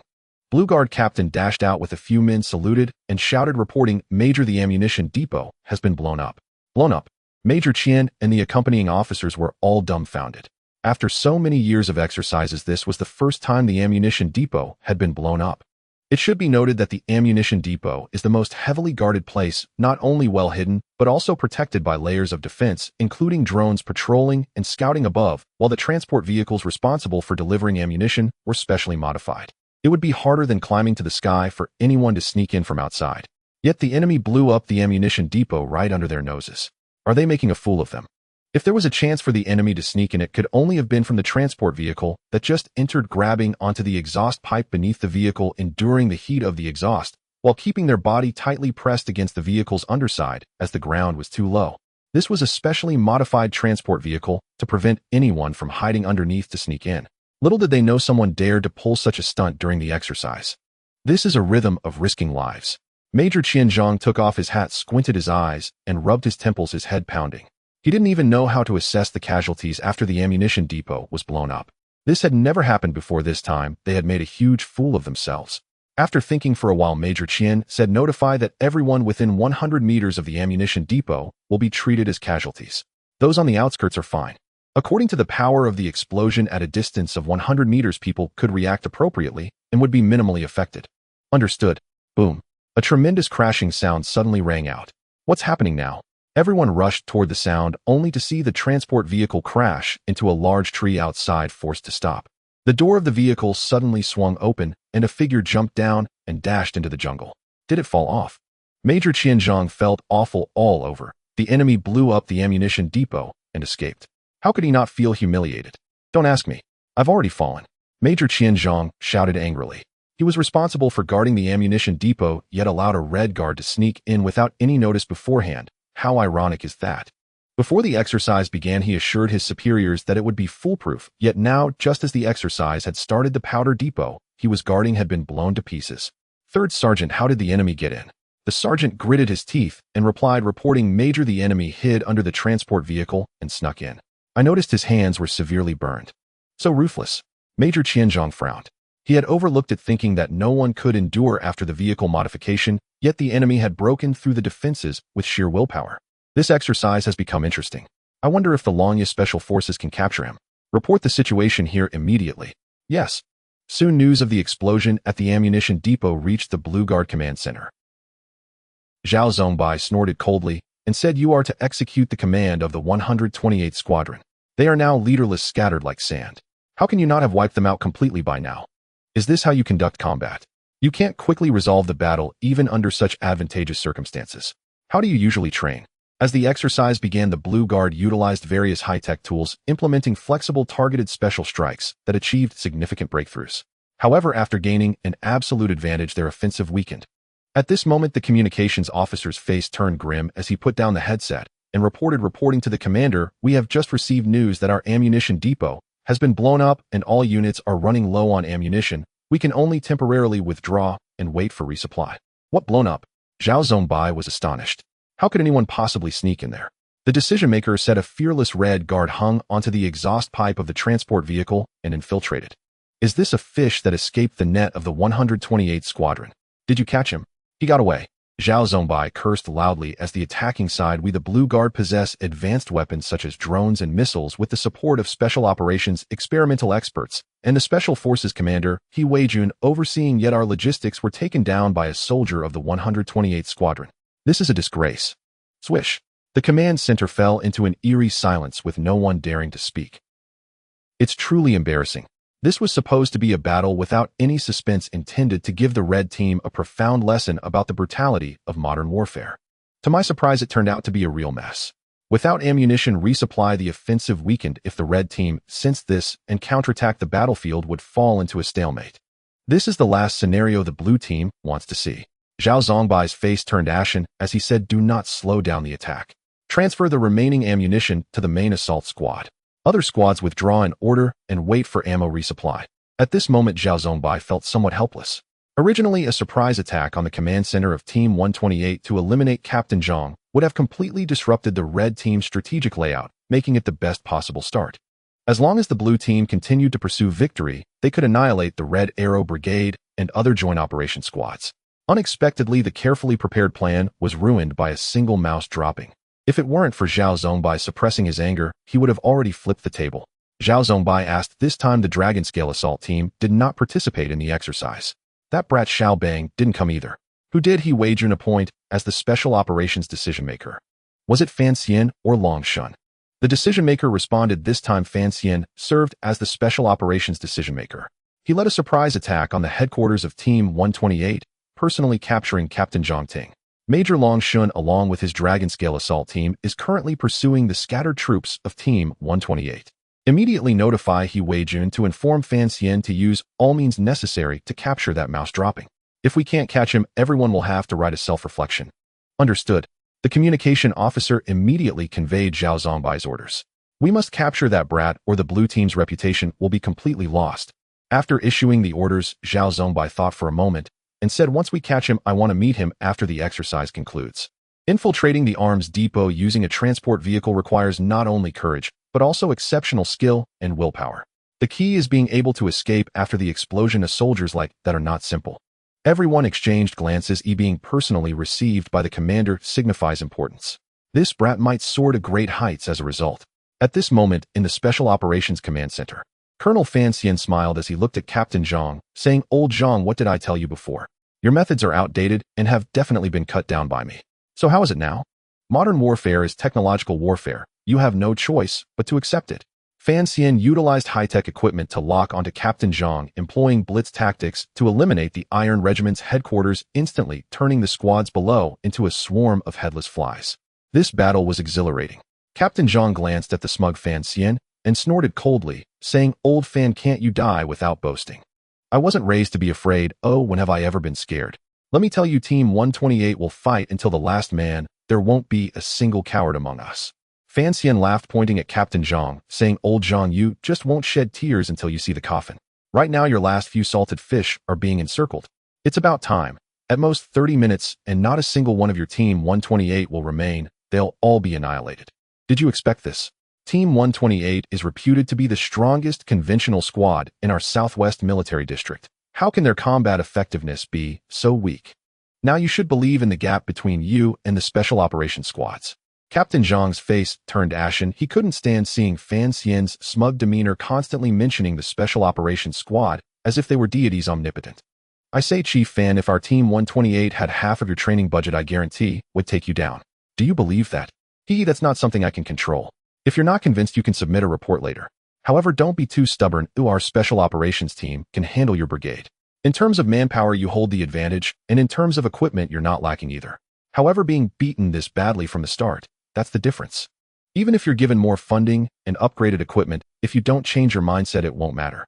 After the exercise, it'll tell you precisely where you went wrong. Just as he finished speaking, the curtain was pulled aside and a panicked communications officer from Longya rushed in, saying to Fan Xian, Chief, something has happened. Fan Xian furrowed his brow and asked what happened. A guy from Team 128 hid under a vehicle, infiltrated the blue team's logistics, and blew up the arms depot. Now the logistics are destroyed and ammunition supply has been interrupted. The commander has ordered our special operations team to capture that mouse dropping at all costs. What? Fan Xian's expression changed drastically. His previously smug face instantly turned ashen, his eyes darting around. He was a seasoned soldier who had seen his fair share of battles, but this situation was unprecedented. Goodness, I just wiped out Team 128's stronghold, and now they blew up the blue team's arms depot. Calculating, the red side has gained the advantage. Good. Captain Zhang, who was nearby, laughed heartily upon hearing the news, saying, well done. Trading my head for a logistics base for the blue team is a great deal. Just now Fan Xian's smug demeanor irked Captain Zhang, but now he felt relieved. A person popped into Captain Zhang's mind. Chen Ling. It's highly likely that he did it, as only he from Team 128 had the ability to pull this off. This brat is a madman on the battlefield. After feeding 20,000 rounds of ammunition, it was finally not in vain. Now Captain Zhang felt less heartache thinking about it. Having Chen Ling serve as the deputy chief of logistics was precisely because he hoped Chen Ling would play a trump card during the exercise. If Chen Ling hadn't left Team 128 at the start of the exercise, it would have been difficult for Fan Xian to take him down. Captain Zhang looked at Fan Xian's unpleasant expression and felt a satisfying thrill. Sorry, I forgot I was already dead. I couldn't help it. Who said that just now? Everyone says not to talk too big. Now things have gotten serious, right? Fan Xian picked up his hat, shot a glance at Captain Zhang, and said, Old Zhang, keep smiling. Team 128 is all here, not a single one missing. Relay the orders, Dragon Tooth team, assemble. Understood. Lanya, an old special operations team, has more seniority than Xiao Bang's Dragon Scale Assault team, and is the most covert special operations squad of Lanya. Half an hour later, Fan Xian and his team arrived at the last location where Chen Ling disappeared. Report, he rushed out from here and disappeared. Fan Xian surveyed the surroundings. The area was a complex hilly terrain with dense bushes. Night vision equipment makes tracking difficult. Bring in the military dog squad. Understood. Wait, don't rush. First seal off the perimeter and trap the opponent. Getting into logistics isn't the work of a novice. Understood. Have Comrade Zhao Bing from the research team come over to assist in capturing him. As the decision-maker of the Dragon Tooth Special Operations Team, Fan Xian has extensive combat experience, and his codename Sky Eye is best known for his observational and judgment abilities. We'll catch him in a tight spot. Soon a female officer in camouflage, looking spirited and poised, approached Fan Xian and saluted, saying, Report, Chief, Comrade Zhao Bing from the research team has been ordered to assist. Zhao Bing, the director of the gaming office for the Southwestern Defense District, is a formidable woman who does not yield to any man. Despite her pure and lovely appearance rivaling the top female stars of the entertainment industry, those who truly know her are aware of how fierce she can be when she takes action. Additionally, she possesses a very special skill. She is an expert at tracking using modern equipment. Fan Xian believes that the mouse will surely not escape Zhao Bing's search, either captured alive or shot on the spot. Comrade Zhao, thank you for your efforts, Fan Xian said. It's my duty. I also want to know who it is that can make Zhao Zongbai go to such lengths to bring him out. Once we catch him, you'll find out. Let's get started, Fan Xian replied. Zhao Bing nodded and took out a black device from her backpack, somewhat resembling a scanner with a dedicated search screen. This way. 10 minutes later, Zhao Bing led the way with the Special Forces team, right behind her, moving at a speed unmatched by anyone else. Hurry, the target is near the river. The sound of rapid footsteps echoed as dry leaves and twigs on the ground were continuously crushed beneath them, creating a sound of snapping. A group of Special Forces wearing night vision goggles searched along the way. Woof woof. Two trained dogs dashed ahead, sniffing the air for Chen Ling's scent. However, his scent completely vanished by the riverside. Even Zhao Bing's tracking device could not lock onto his location, as if he had suddenly evaporated into thin air. The target must be nearby, search carefully. Zhao Bing frowned, clearly realizing that the target was more cunning than she had imagined, and was highly alert, as if he knew she was trying to lock onto him. The group of elite soldiers turned the area upside down, but still found no trace of Chen Ling. Meanwhile, downstream in the river, with a splash, Chen Ling emerged from the water, crawling onto the shore. It was already early morning with a low temperature, and the river in the mountains was extremely cold. Even Chen Ling's formidable physique was beginning to struggle, his face appearing pale from the cold. The experience of the ghost of the jungle told Chen Ling that he had been locked onto. Someone had somehow locked onto his scent, and with no other choice, he had to risk diving into the water until now. The river water could lower his body temperature and help him evade the dog's tracking, but everyone knew that swimming in the cold night was extremely difficult. If it weren't for Chen Ling's 4 times the average person's physical capability, he wouldn't have been able to endure for so long in the water. Just as Chen Ling crawled to the shore, a gust of wind suddenly struck him from behind. Ambush! Chen Ling swiftly leaped to the side, like a leaping leopard charging into the forest. The ghost of the jungle's instinct was indeed correct. Such quick reflexes, no wonder such a ruckus was caused. A flicker of surprise flashed in Zhao Bing's eyes as she tracked him, realizing that this was the very spot where Chen Ling had disappeared. Driven by her instincts, she was sure the target was nearby, so she split from Fan Xian's group to search alone, finally waiting for Chen Ling to emerge from the river. This guy not only had astonishing reflexes, but also terrifying physical endurance.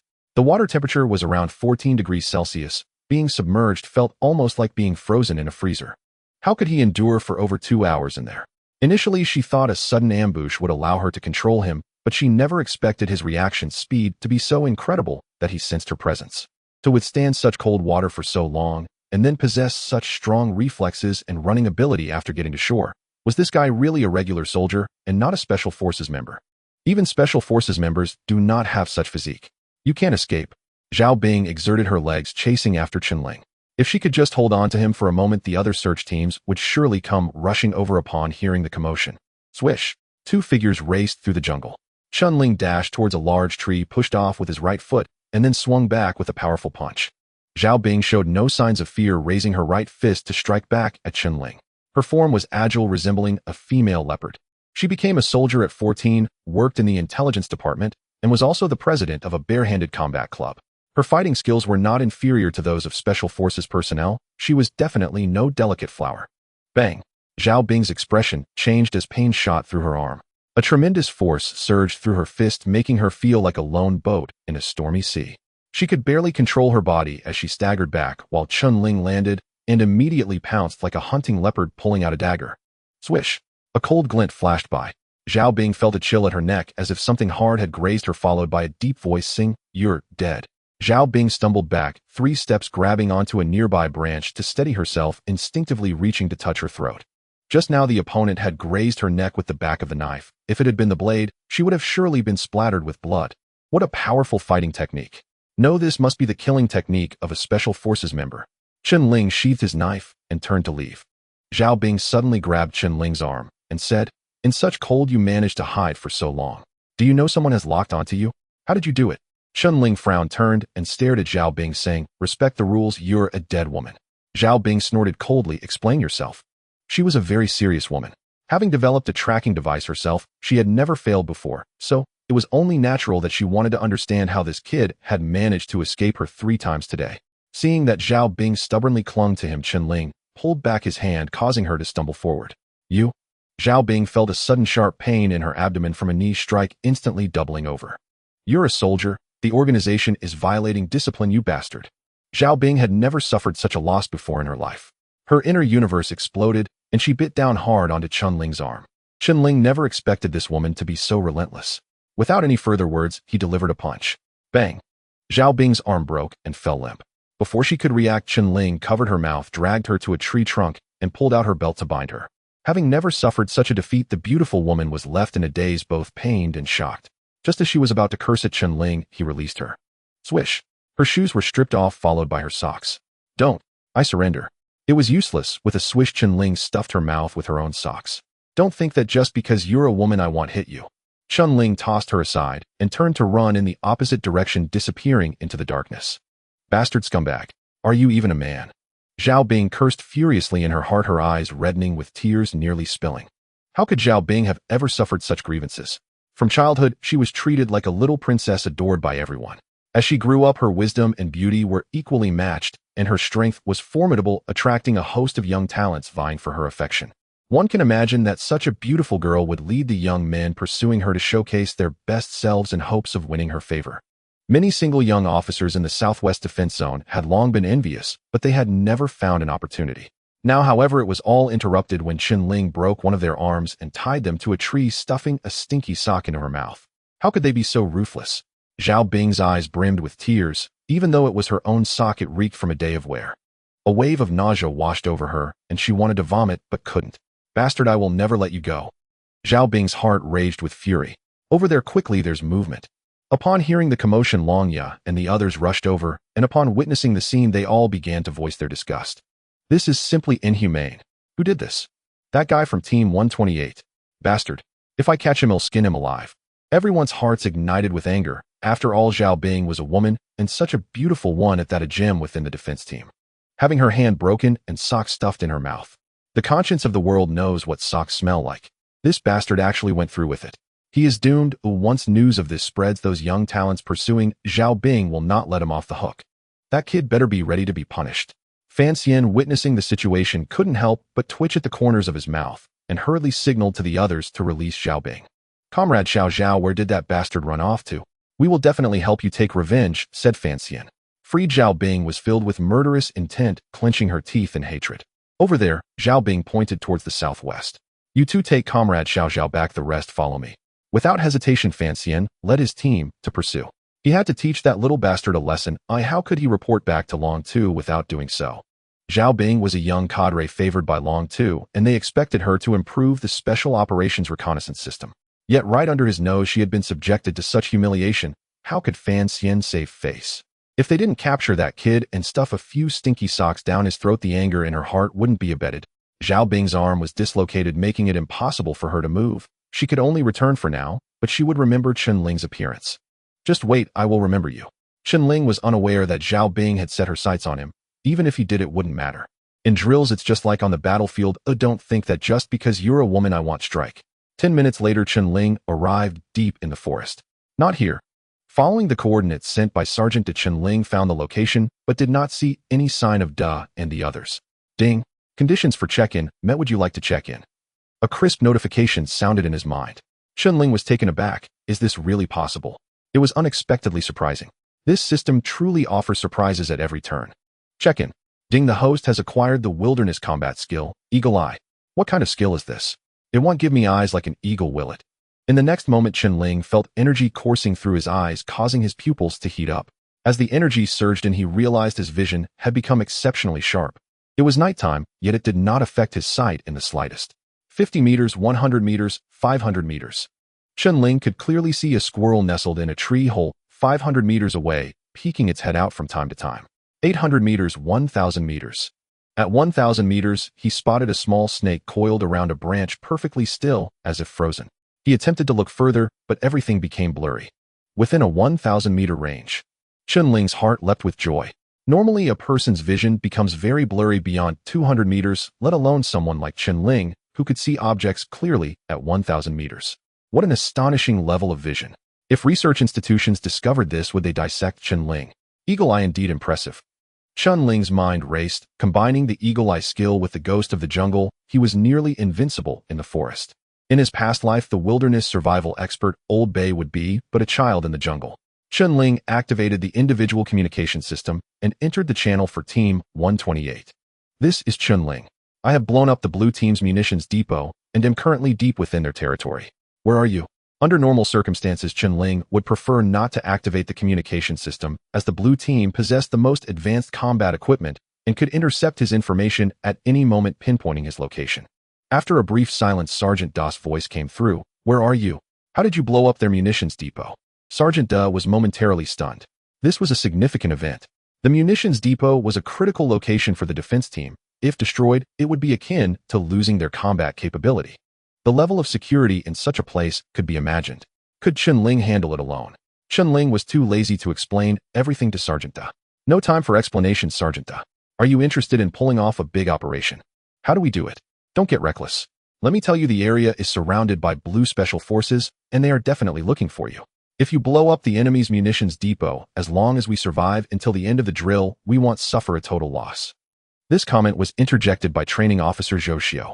Chen Ling replied, "It's useless, officer. If they deploy search dogs, we will be chased like rabbits and none of us will escape."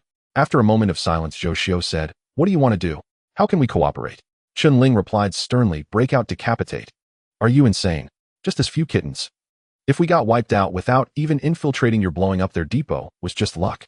Because we were being chased, they couldn't find out that there were people behind you, which gave you the chance to muddle through, and they definitely were careless, never expecting you to be so bold. Zhou Xiao said anxiously. What he said was indeed true. Chen Ling's ability to blow up the enemy's munitions depot was largely based on luck. If they had been slightly more vigilant, he wouldn't have had any opportunity at all. Zhou Xiao continued, "The area is surrounded by blue special forces who are several levels stronger than us. If you don't court death, you won't die." Are you dreaming, kid? Zhou Xiao admitted that Chen Ling was indeed impressive, but this was not a time for individual heroics. The group of old elites on the blue side were not easy opponents. Especially after Chen Ling blew up their munitions depot, they would undoubtedly become even more cautious.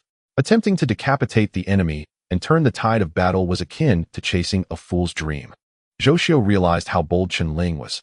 Listening to Zhou Xiao's words, Chen Ling slightly furrowed his brows and said, "Instructor, I disagree with you.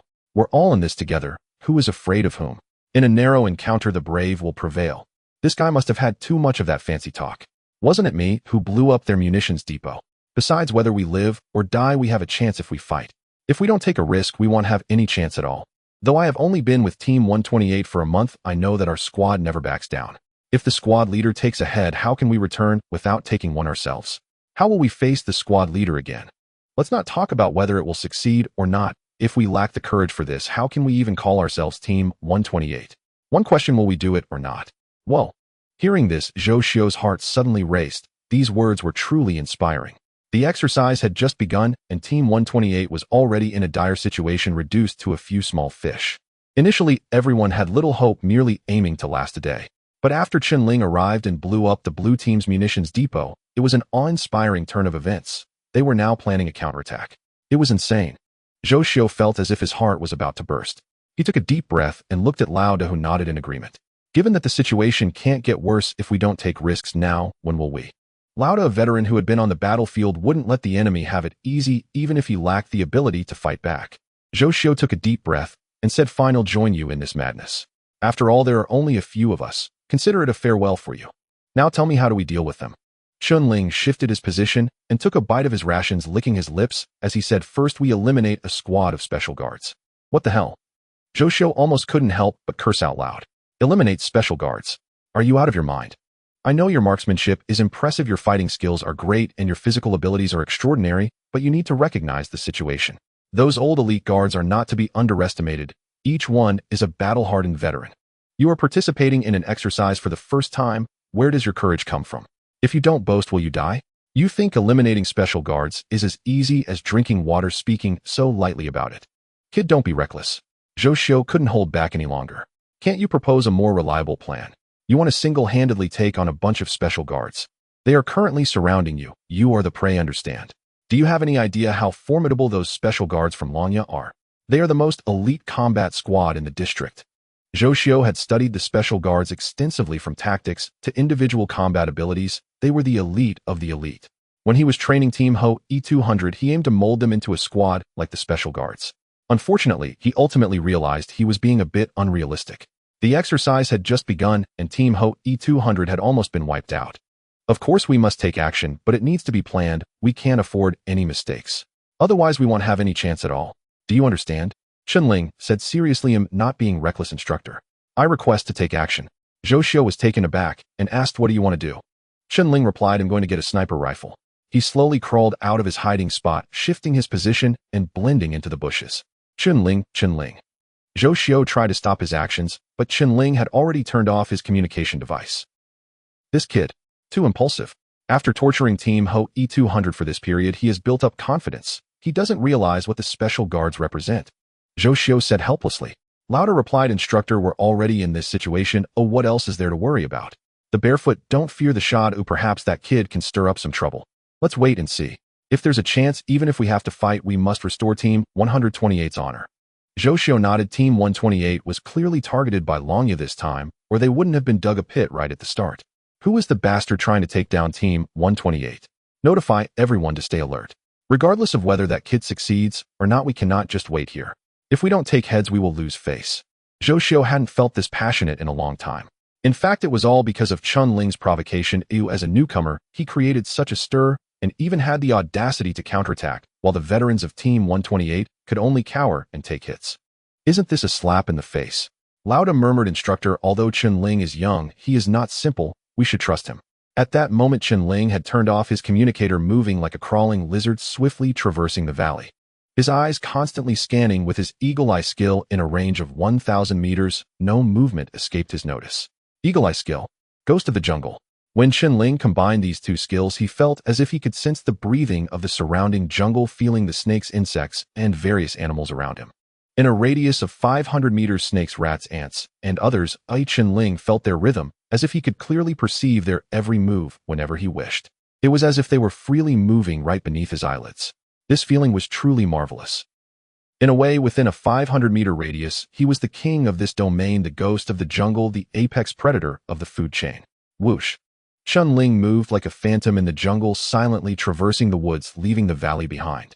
After leaving the valley, Chen Ling swiftly approached the blue team's encampment. After about 10 minutes, he had stealthily covered about 1,000 meters. Hiding in the bushes, Chen Ling suddenly stopped and slightly shifted his expression, looking up towards the 3 o'clock direction about 600 meters away. There was a small rise surrounded by trees, and under the highest pine tree, a person in camouflage gear with face paint of green and white lay still holding a sniper rifle. The opponent was lying quietly, unmoving like a statue. If one wasn't close, they would never notice. Wow, no wonder they are a sniper of the special guards. Their hiding ability is truly remarkable. If it weren't for Chen Ling's eagle eye quickly capturing subtle details, he would have never discovered it. Sniper, I've located you. Chen Ling confirmed the opponent's position, a smile flickering at the corner of his mouth. Chen Ling acted decisively, refusing to engage in any empty gestures. He moved forward low to the ground, and from above his figure resembled a leopard crawling slowly across the earth. Though his speed was not swift, the entire process was utterly silent. Moreover, being close to the ground, he was concealed by the surrounding weeds and bushes, making it impossible for anyone positioned higher to observe him. Visual blind spot. As Chen Ling stealthily climbed up the hillside at a concealed sniper point on the slope, the sharpshooter, Yin Wang from the Longya Special Operations Team, lay in wait. Under the sniper scope, he observed the movements ahead. Currently, the Longya base has 3 assault teams: the Longlin Assault Team, the Longshan Assault Team, and the Longya Sub-Team, led by Fan Xian. Among them, the Longya Sub-Team has the longest history existing since the inception of the Longya base. It could be said to have once been the sharpest fang of Longya, but over time, with the transition of the old and the new, the Longya Sub-Team frequently found itself short-staffed, necessitating the infusion of fresh blood. This time, Fan Xian led the Longya Sub-Team to participate in the exercise, hoping to scout for promising talents. Otherwise, once the veteran members of Longya retire, the Longya Sub-Team would truly become a thing of the past. Meanwhile, Xiao Bang's Longlin Assault Team has developed into 2 teams, Longlin A and Longlin B, and has long overshadowed the Longya Sub-Team. In this exercise, the Longlin Assault Team, as a special task force, was not required to participate. The Longshan Assault Team, on the other hand, is a recently established unit consisting of 8 members serving as the sharp edge of the Southwest Defense Zone, led by Long Zhan, codenamed Dragon God. His reputation is even more illustrious than Xiao Bang's, being the 3-time defending champion of the Southwest Defense Zone. The Longshan Assault Team is the most elite combat unit in the zone, having never suffered a defeat since its establishment during exercises or missions. Yin Wang is the ace sniper of the Longshan Assault Team. Just moments ago, he observed a peculiar movement in a patch of bushes below the valley, and when he prepared to lock onto the target, it suddenly vanished. Interesting. Yin Wang narrowed his eyes. He heard that the ammunition depot at the logistics base was counterattacked by the 128th Squad, resulting in an explosion that forced the blue side to adjust their original deployment, significantly slowing their pace, much to the frustration of the command center's officials. A perfectly good start was disrupted by a small mouse. Oh, anyone in that position would be displeased. Yin Wang opened his eyes again and contacted the nearby communications officer, Xiao Qinglong, lowering his voice as he said, "Did you notice the shadow below the valley just now?" About 10 meters away from Yan Wang's position, Xiao Qinglong, serving as a temporary observer, still held up his binoculars and whispered, "I noticed it. This guy is very alert, a bit like a mole. Interesting. Do you think he is the one who blew up the logistics ammunition depot? If it really is him, that would be even more interesting. It's been a long time since we've played the Catan mouse game." Yan Wang whispered, "It's possible. I heard that Fan Xian ordered the Longya sub-team to capture him, turning over the surrounding mountains and forests without finding him. It's highly likely that this little guy is the one. That kid sure is slippery. Meanwhile, Fan Xian is over there searching for nothing." Xiao Qinglong chuckled and said, "In my opinion, the eye of heaven is getting old. While experience is present, the physical rhythm can't keep up. Today we just happened to cross paths with him, which makes it entertaining, otherwise it would be dreadfully boring." As the blade of the defense zone, the Longshan assault team treats the regular defense teams as if they were playing, always dominating them. If there were no interesting matters to engage in, it would surely be terribly dull. The Catan mouse game is their favorite pastime. A cold smile appeared at the corner of Yan Wang's mouth. "Let's have some fun this time. Let's wager on who can pull him out first." As they spoke, the two began to search for the shadow in the valley. However, as time passed, the shadow that had appeared earlier never reemerged. Xiao Qinglong couldn't help but speak up. "Strange, has he hidden away? Could it be that we were discovered?"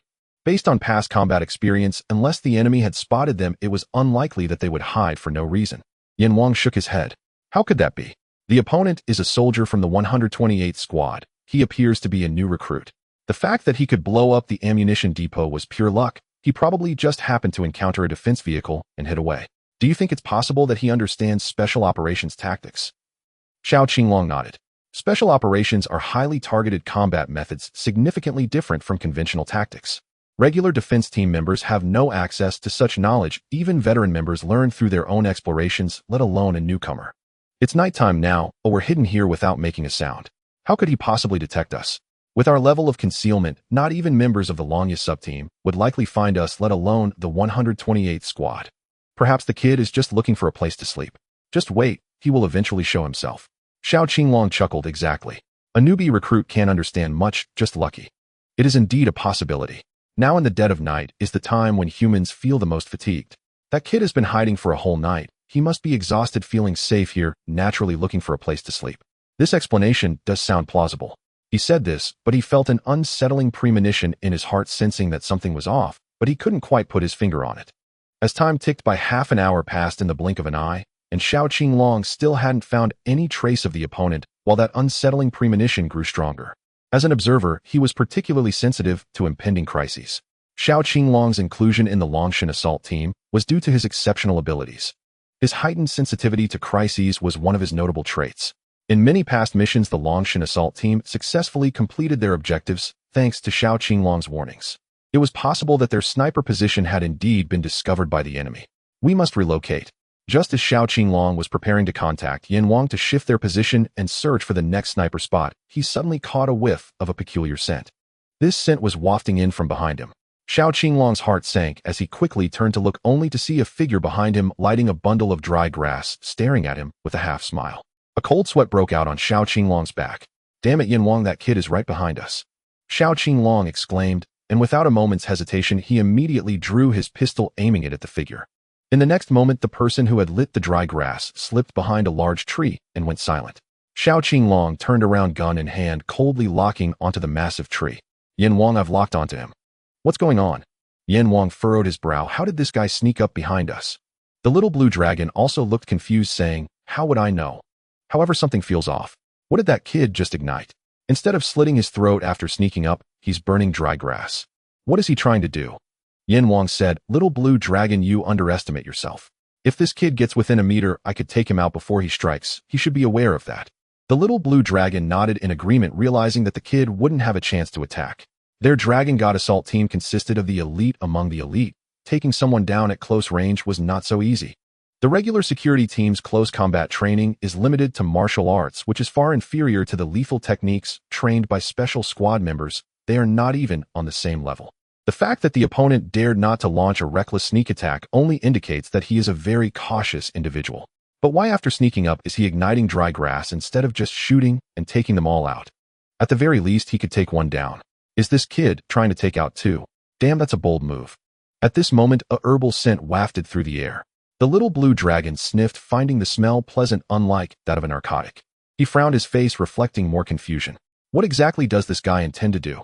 Even Yin Wang, a veteran of countless battles, began to feel perplexed. This kid indeed possesses some skill. Not only did he detect them, but he also managed to sneak up behind them unnoticed. Is this something a novice can pull off? If the opponent had quietly thrown a couple of grenades, they would have been caught off guard without even realizing what happened. Yin Wang tightened his brow, saying, "We were careless." Clearly, when the opponent suddenly disappeared, he had already spotted them, hidden himself, and then made it to this spot. The two of them hadn't sensed a thing, and to still call themselves special squad members. Suddenly, they heard a rustling sound from all around, as if many small creatures were crawling toward them. What is that sound? The little blue dragon cautiously glanced around. Suddenly, his painted face turned pale. Black spiders the size of fingernails, purplured centipedes nearly 20 centimeters long, colorful venomous snakes, and countless unidentifiable poisonous insects were crawling toward them. Trees, leaves, the ground. They were everywhere. What the hell? What is this? Meow People's pest control technique. Is there really such a terrifying ability in this world? Even the steady little blue dragon couldn't help but break into a cold sweat at the sight. Just one bite from these poisonous creatures could mean death. Yin Wang noticed it too. What the hell, where did all these things come from? Are they sending me to meet Yin Wang? The little blue dragon and Yin Wang looked at the swarm of poisonous insects rushing from all directions, knowing it must be the kids doing. They gripped their handguns, searching in vain for the opponent's shadow. What do? We're trapped. The little blue dragon steadied himself, trying to remain calm. With so many poisonous creatures, it's tough to disperse them. Yin Wang, experienced in life and death situations, maintained a calm expression, but inside, he felt like an ant on a hot pan. Kid, what are you trying to do? This isn't the time for jokes. These poisonous creatures can kill. Yin Wang shouted into the forest.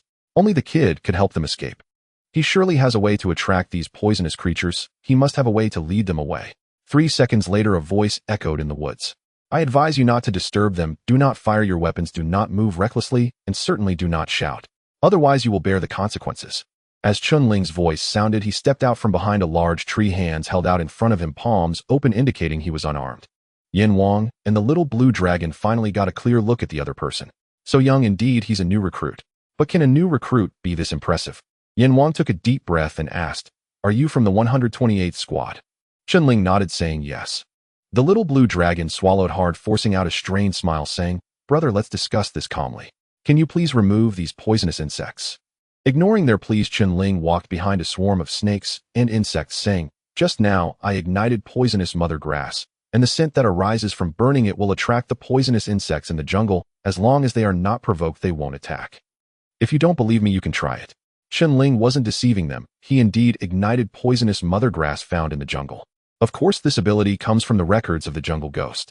This unique poisonous mother grass, when burned, produces a special fragrance that is deadly enticing to poisonous insects and snakes, easily drawing them in. As Chen Ling spoke, a large batch of snakes and poisonous insects had already gathered at the feet of the little blue dragon and Yin Wang. Their faces turned pale, feeling stiff all over, as if they were about to collapse. It wasn't that they were not strong enough, but that there were too many poisonous insects here, many of which were deadly. A single bite could cost them half their lives.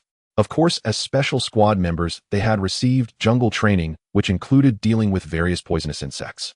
But when had they ever faced so many at once?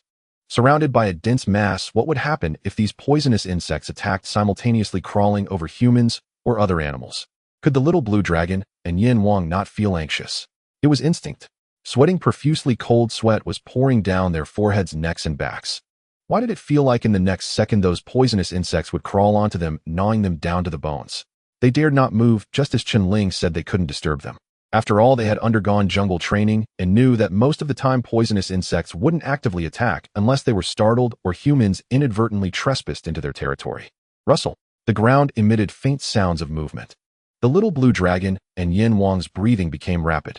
Even when executing real combat missions, facing life-and-death situations, or gunfire, they had never felt this terrified. Countless poisonous insects crawled under their feet, some even climbing onto their calves before retreating. They felt adrenaline surging. They were even close to wetting themselves. Yama's forehead was dripping with cold sweat as he swallowed hard and took a deep breath to calm himself. He had really fallen hard this time, outsmarted by that kid. Kid, you've got some guts. We can take the loss. You've won this round, Yama said as he tossed the sniper rifle in his hand to Chen Ling. Chen Ling grinned as he caught the rifle and slung it over his back, his gaze turning to the little green dragon. This is yours, the little green dragon said, his face filled with reluctance. However, with Yama surrendering, what could he do? Gritting his teeth, he handed over his own assault rifle to Chen Ling. Chen Ling unceremoniously put it away and then smiled, pointing to the pistols on their waists, saying, "Continue." Yama and the little green dragon's mouths twitched. "Kid, don't be too ruthless. The mountain may not turn, but the water will flow. Who knows when you might also fall into our hands. Have you thought about the consequences?" the little green dragon warned. Chen Ling replied lightly, "We'll talk about that when the time comes. You've got some nerve." Before long, Chen Ling had stripped Yama and the little green dragon of their handguns, tiger tooth combat knives, individual communication systems, military backpacks, helmets, tactical boots, water bottles, and outerwear, leaving them with nothing but a tank top and shorts. Chen Ling looked at the two of them, now empty-handed, and nodded in satisfaction. Yama and the little green dragon were furious. This kid was truly ruthless, surpassing even Zhou Pai. Yama's face darkened as he said, "Kid, that's enough. Do you really want us to run naked in the woods? Hurry up and get these pests away from us quickly." He could feel a centipede the size of his thumb crawling on the back of his foot, sending chills all over his body. If that creature decided to bite him, would he be in pain before he even faced Yama? The little green dragon was in a similar plight, a red and black striped poisonous snake slithering at his feet, making him feel increasingly uneasy. He knew that it wasn't just one snake around, but a whole swarm of poisonous creatures, though any wrong move could lead to them all pouncing on him. The little green dragon was almost in tears. "Brother, we were wrong. Please have mercy and let us off this time. We'll keep this matter to ourselves and won't trouble you again." Yama and the little green dragon were both seasoned in jungle warfare, yet they never expected to fall into such a predicament today. They weren't defeated by their enemies, but rather by a swarm of venomous insects. What kind of situation was this? In previous drills, they were always the ones dominating others. When had they ever been taken down by someone else? If word got out, their reputation would be utterly ruined. Chen Ling compared their gear and found that the little green dragons fit him better, quickly putting on the equipment belonging to the little green dragon. As he donned the gear, he said, "Don't worry, as long as you maintain this position without moving, in 30 minutes when the scent dissipates, these pests will leave on their own." 30 minutes. Yama and the little green dragon were infuriated, their expressions twisted with disbelief, almost ready to curse. They were left with only a pair of shorts and a tank top in the cold and dark jungle to remain still for half an hour. Come on, did he think they were wooden dummies, heartless? Chen Ling didn't care about their feelings.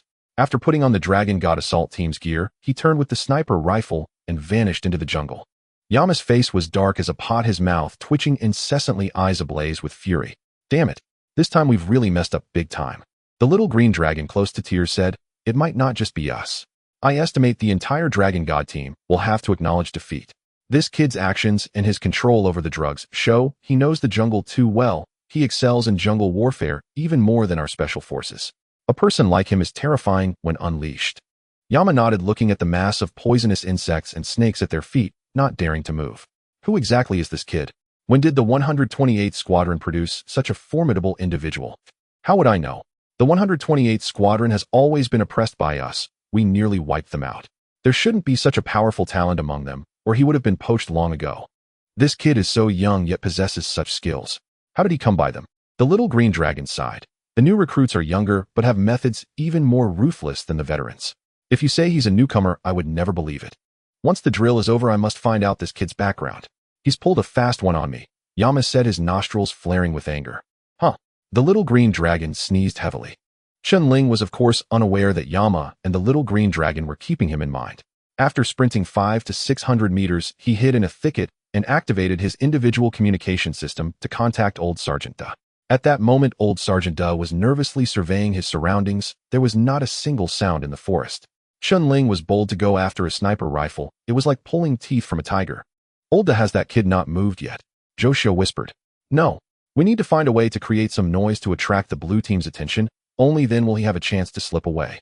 This is a good idea, striking east to attack west, but we need to inform him, otherwise that kid will definitely come charging back in confusion." Old Da nodded. "You seem to know that kid quite well," Joshua remarked. "Tell me, that kid may be young, but he possesses something that sets him apart from others." Old Da agreed, saying, "He truly is different. Who would expect such a young person to dare chase down a fully armed group of mercenary soldiers by himself, taking out 16 of them in one go? What kind of courage and determination did that require?"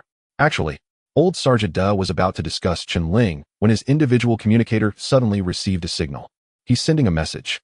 Old Sergeant Da suppressed his anger and whispered, "What are you doing, kid? Where are you now? Hurry back. The old veterans are not that easy to deal with." Chen Ling replied softly, "Old Da, if I'm not mistaken, I've already entered the blue team's rear." "You?" Old Sergeant Da was rendered speechless. He exchanged bewildered glances with the training officer Zhou Xiao. Is this for real or fake? There hasn't been a sound in the woods. How did you manage to get into the blue team's rear? The surrounding area is filled with blue team's defensive lines, hidden snipers, and the old veterans are keeping watch 247. Do you think they are just decorations? Or do you have some kind of cloaking technique? Old Da and the training officer had considered various escape methods, but none were feasible. In the end, they could only remain there obediently, without moving. You kid made no noise at all, slipping out of the encirclement without anyone noticing. This is just too much to take. Are you sure you're not joking with us? Lao Da took a deep breath and lowered his voice to ask again. Chen Ling chuckled and replied absolutely. For Lao Da and the others, breaking out from a group of seasoned veterans was nearly impossible. The enemy possessed the finest equipment for night combat, setting up sniper points in the jungle to form a perimeter.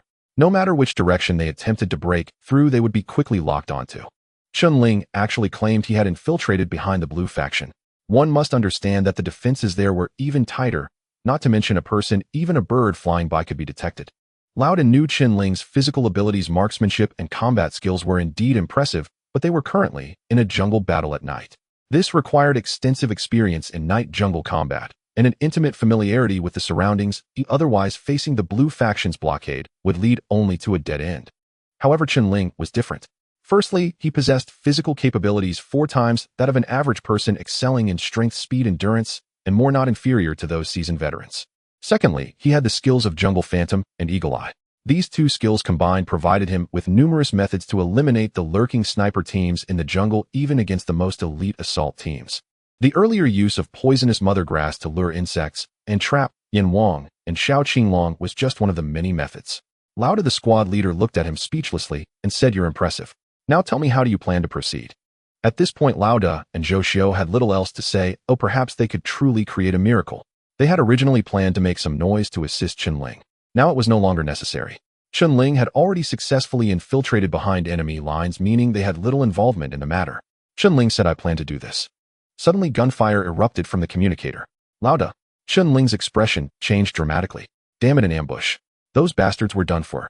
The sound of rapid gunfire erupted. Chen Ling furrowed his brow, clearly aware that Lao Da and the others were under siege. Damn it, they're even desecrating the dead. How shameless of those bastards. Lao Da's voice suddenly rang out. The gunfire from the assault rifles and submachine guns lasted for over 5 minutes. Chen Ling could hear the furious voices of Lao Da and instructor Zhou Xiao as if they had surrendered and were being desecrated by the enemy. Those bastards. A flame of anger ignited in Chen Ling's eyes. He held great respect for squad leader Lao Da, who shared a similar experience with him. Seeing him reminded Chen Ling of his own squad leader.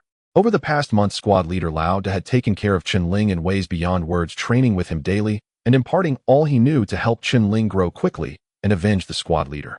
Although this battle was a drill for a true guard member, a drill equated to real combat. Being eliminated by the enemy was equally a disgrace. Now Chen Ling was the last hope of the 128th squad. He lay flat on the ground, using the sniper rifle scope to clearly see a special operations team searching from 1,000 meters away. Lao Da, don't worry. I will ensure that the Dragon God assault team pays for this. Chen Ling put away his sniper rifle and turned to sprint away. He did not intend to eliminate the search team, not due to marksmanship issues. Having signed in for a month, he was proficient with not only sniper rifles, but also handguns and assault rifles. If he wished, he could eliminate this assault team within 5 minutes. The reason he chose to forego this was to better conceal himself and prepare for the next step. At this moment, squad leader Lao Da and others were painfully lying on the ground, holding their heads alongside Zhou Xiao and other fallen warriors. Smoke was rising from their bodies, indicating they were eliminated. They had just been pelted by blank rounds like hail, not deadly, but their bodies were already bruised all over. Those bastards were doing it on purpose. Lao Da and the others were clearly emitting smoke, yet the enemy continued to fire frantically. Was this not intentional? Surrounding them, 4 special teams searched for any remaining survivors. The leader of the Dragon God assault team, Long Zhan, fixed his sharp gaze on Lao Da and Zhou Xiao and asked, "Your team is missing a person. Where is he?" Lao Da and Zhou Xiao looked up at Long Zhan. The leader of the Dragon God assault team, Long Zhan, codenamed Dragon God, was a prominent figure in the southwest defense zone. How could Lao Da and Zhou Xiao not recognize him? They did not expect that in order to deal with them, Long Zhan would take matters into his own hands, feeling it was a bit of overkill. The enemy had shown them no mercy, firing at them as if venting their anger. When had they provoked these bastards? As for being ruthless, if I die, don't waste your efforts on us. We won't talk, Lao Da said. Long Zhan laughed and replied, the dead can't speak, but corpses can provide intelligence. Following this, he took Lao Da's communicator, cleared his throat, and spoke softly into the personal communicator, we've been ambushed. Are there any survivors left? Long Zhan imitated Lao Da's tone when speaking into the communicator. Squad leader Lao Da's veins bulged, but he was helpless. This kid who looked unsuspecting was already a major, and yet so cunning. Aren't you a special guard member? With such strength, why resort to such underhanded tactics? The rapidly running Chen Ling suddenly heard squad leader Lao Da's communicator and furrowed his brows. Lao Da. In the earlier communication, Lao Da clearly said they were ambushed and desecrated. How could he still be speaking? However, Chen Ling quickly realized. The enemy was deceiving him. It was not Lao Da at all. It's me. Where are you? Chen Ling asked. Long Zhan's eyes narrowed as he heard Chen Ling's voice looking at Lao Da with a face full of mockery. Is this your remaining survivor? A rookie is still a rookie. Lao Da's forehead twitched with a vein, not expecting Chen Ling to actually respond. This guy was far too cunning, imitating his voice. Chen Ling was still too young and unaware of the cunning nature of these individuals. What a pity. It seemed this time he might truly be done for. Zhou Xiu's mouth twitched, filled with helplessness. Now the last hope of the 128th squad was also not long for this world. Long Zhan would surely find a way to extract Chen Ling's location and then take him down. As both felt a sense of despair, a sarcastic voice came through. Lao Da, have you taken your medicine? The two were momentarily stunned, their eyes revealing a strange expression. Zhou Xiu burst into laughter. This kid was impressive. He reacted quickly and managed to insult them with a twist. Lao Da secretly glanced at Long Zhan. Long Zhan's face was dark as if he had swallowed a fly and could not spit it out. How satisfying. It was that kind of feeling of constipation. Old Da grinned, knowing that Chen Ling must have caught on. This kid is exceptionally sharp. When they practiced combat back then, he could initially keep up, but later on he was entirely on the receiving end. Eventually he had no choice but to pretend to be sick and let He-Chen train with him. This kid surely knows, and is just pretending not to reveal it. Now he's directly mocking Long Zhan. What is Long Zhan's background? He is the defending champion of the Southwest Defense Zone for 3 consecutive years. This kid managed to make a roundabout insult. Seeing Long Zhan's constipated expression, Old Da almost burst out laughing, feeling relieved as the anger from earlier dissipated. Zhou Xiu wanted to laugh, but couldn't. That kid really has guts. Long Zhan furrowed his brows, suppressing his anger, and said, being schemed against isn't pleasant. Those bastards are nothing, especially their captain, the worst of them all, smiled and narrow-minded, always acting like he's on medication. Chen Ling took the opportunity to mock him. Long Zhan's face changed repeatedly. They were pointing right at his nose. Who is Long Zhan? He is someone who usually reprimands others. Oh, when has he ever been insulted like this? My eyes are small and my mind is narrow. You're spreading rumors. Old Da and Zhou Xiu listened in astonishment. This kid is truly impressive. Not only does he have remarkable skills, but his verbal prowess is also extraordinary. The dignified captain of the Dragon God Assault team, a 3-time defending champion, has to endure being insulted. If this gets out, it would be enough for that kid to brag about for a while. Suddenly, he heard the other parties say, Old Da, I'm lost. There's a big rock here. If you shake them off, you can come find me, but it's easy to find. He'll rest here for now. You rest well. I'll handle things here, and then find a way to meet up with you, said Long Zhan with a slight smile as he quickly cut off the signal. Turning coldly to Old Da, he said, remember, you are already corpses. Saying this, he immediately led his 4 teammates into the forest. The big rock mentioned really was in that position, just behind their base. Long Zhan had noted it while observing the terrain. He never expected the other party to hide in that location. However, this time, he couldn't escape. Old Da watched Long Zhan and the others disappear, a slight smile of satisfaction appearing at the corner of his mouth. That kid is digging a pit and waiting for them. I wonder if he can trick them. Zhou Xiu took a deep breath, a complex expression in his eyes, and said, but that's Long Zhan, codenamed Dragon God, the defending champion for 3 years. It won't be that easy to trick him. Indeed, as a 3-time defending champion, Long Zhan's reputation in the Southwest Defense Zone is incredibly loud, even more so than the fame of Xiao Bang from the Dragon Scale team. His combat power goes without saying, and the Dragon God Assault team he leads is the sharpest blade in the Southwest Defense Zone, ranking highly among all major defense zones in the country. In the past 3 years of drills, countless teams have suffered greatly under him. No matter how strong Chen Ling is, he is still a newcomer. How much chance does he have to face such experienced special forces? He probably has less than a 1% chance. Old Da snorted coldly, saying, nonsense. What's so special about special forces? Our team 128 is not inferior to them. If they weren't relying on advanced equipment and playing dirty, who knows who would win? Hey, those bastards. Old Da moved too much and hit his wound, grimacing in pain. Zhou Xiu glanced at Old Da and said, Old Da, you seem to know that kid very well. Are you so confident he can handle it? Old Da chuckled and replied, what if I said that kid is even better than the defending champion? Would you believe me? Zhou Xiu twitched at the corner of his mouth, saying, would you die if you didn't boast? How about we bet? A pack of spicy strips. Nonsense, can't you be a little less stingy? 10 packs. You said it. On the other side of the forest, after hanging up the communication, Chen Ling continued to sprint forward like a wild wolf in the woods. With the help of the Phantom of the Jungle, he clearly grasped every foothold in the forest, making full use of the terrain to exert minimal effort while achieving maximum distance. In less than 10 minutes, he arrived at a large rock, took cover, set up a simple sniping point, and calmly observed the area ahead. He calculated that those guys would definitely come. Sure enough, in less than 5 minutes, an armed special operations team appeared in Chen Ling's sight, and then another assault team showed up from a different direction. They were preparing to surround this place. Chen Ling grinned and quickly pulled out a bundle of poison grass from his backpack. He had used a bit against the sniping team earlier, and this was the remaining large bundle. Chen Ling ignited all of it. To be honest, he wasn't sure what kind of effect igniting such a large bundle would have, but since he was going to play, he would play big. Soon the smoke from the burning poison grass spread through the forest. Chen Ling turned and sprinted in another direction, breaking free from their encirclement. In less than 3 minutes, 4 special teams emerged from the southwest, northwest, northeast, and southeast, all surrounding the location where the smoke was dissipating. The other party had nowhere to run. In the southwest, Special Forces Long Zhan led the charge at the forefront of the team. Seeing smoke rising around the rock, he coldly chuckled. A new rookie still dares to light a fire. Does he think we can't find him? Long Zhan slowed down, waved his hand, and ordered 2 teammates to swiftly advance while he stayed behind to cover them. The 2 teammates dashed toward the direction of the smoke as fast as possible, but when they pounced on the smoke point, there was nothing but a burning clump of grass, not even a shadow of a bird. Dragon God, he ran away. Ran away. Long Zhan quickly rushed over only to find not a single figure around. Search for traces. Soon the other teams converged. After gathering together, the smoke had unknowingly seeped into their combat suits, staining them. Suddenly Long Zhan's expression changed, saying, something's wrong, this smoke has a scent. The next moment a soft rustling sound echoed around them, and then an unforgettable sight emerged.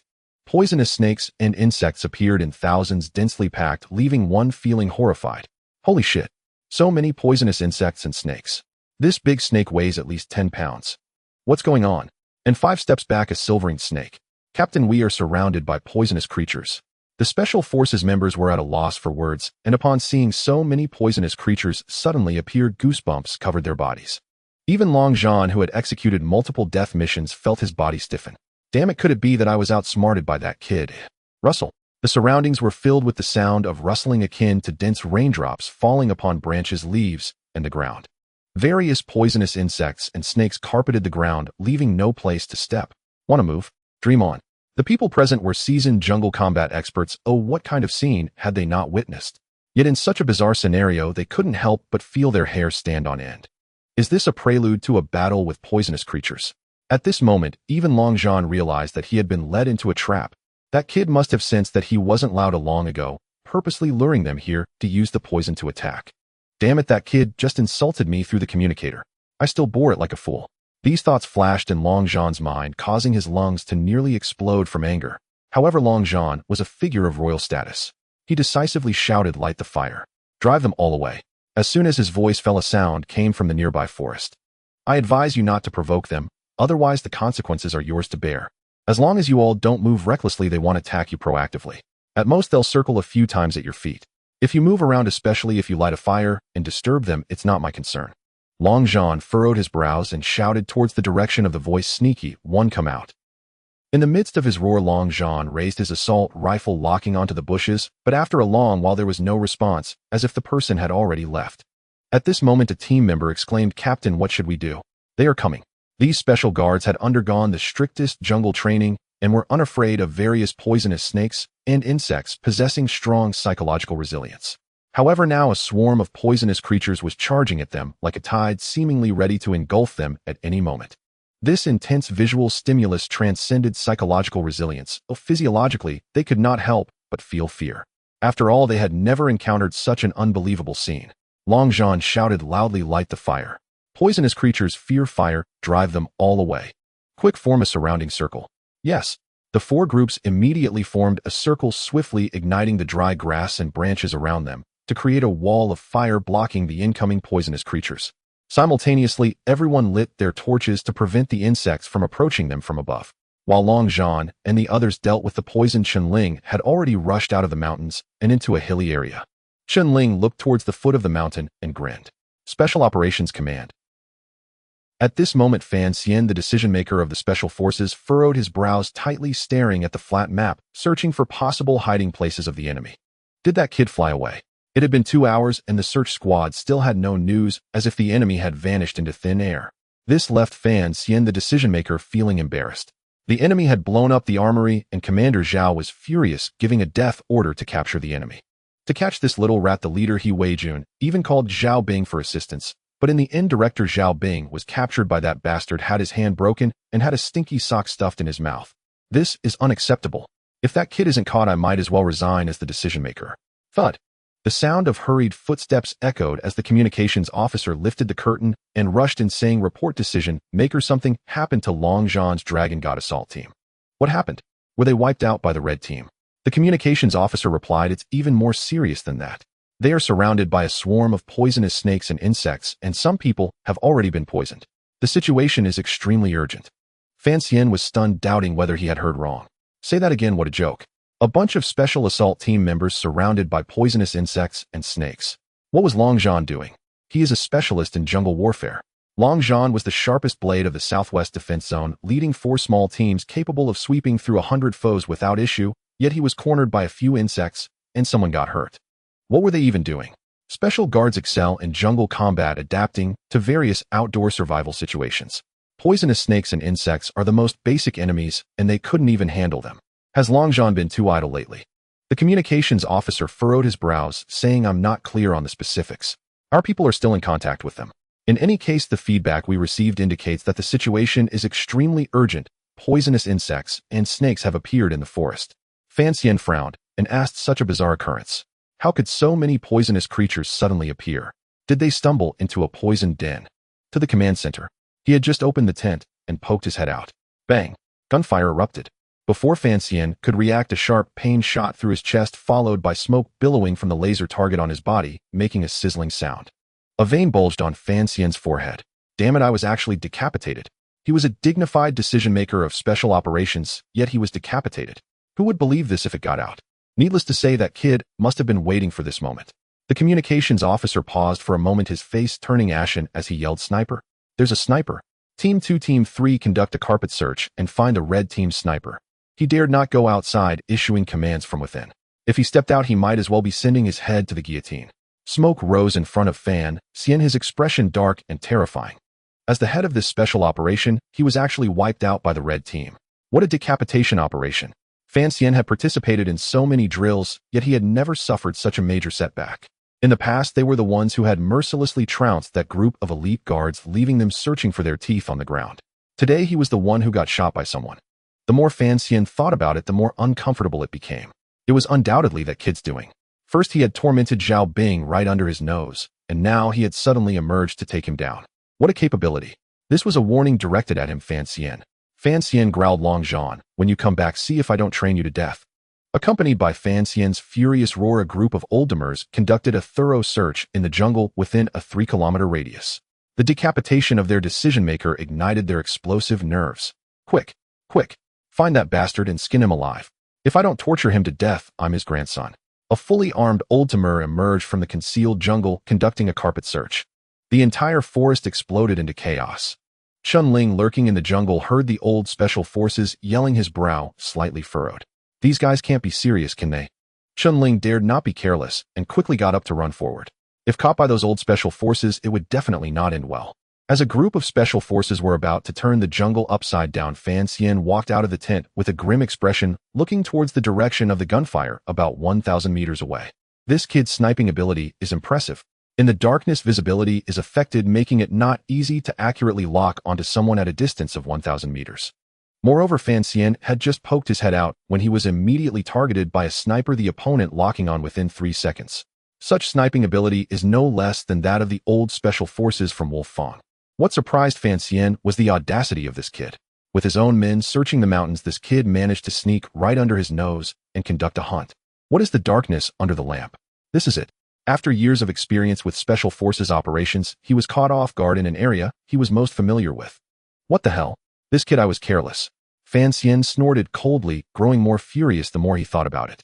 Having conducted so many exercises, he had always dominated the opponent like a grandson. When had he ever been turned around like this by someone else? However, this kid firing a shot would expose his position and he would surely not escape. Capturing him was just a matter of time. Report, Chief Strategist, what should we do next? Fan Xian replied gruffly. I'm just a corpse, why are you asking me? Yes.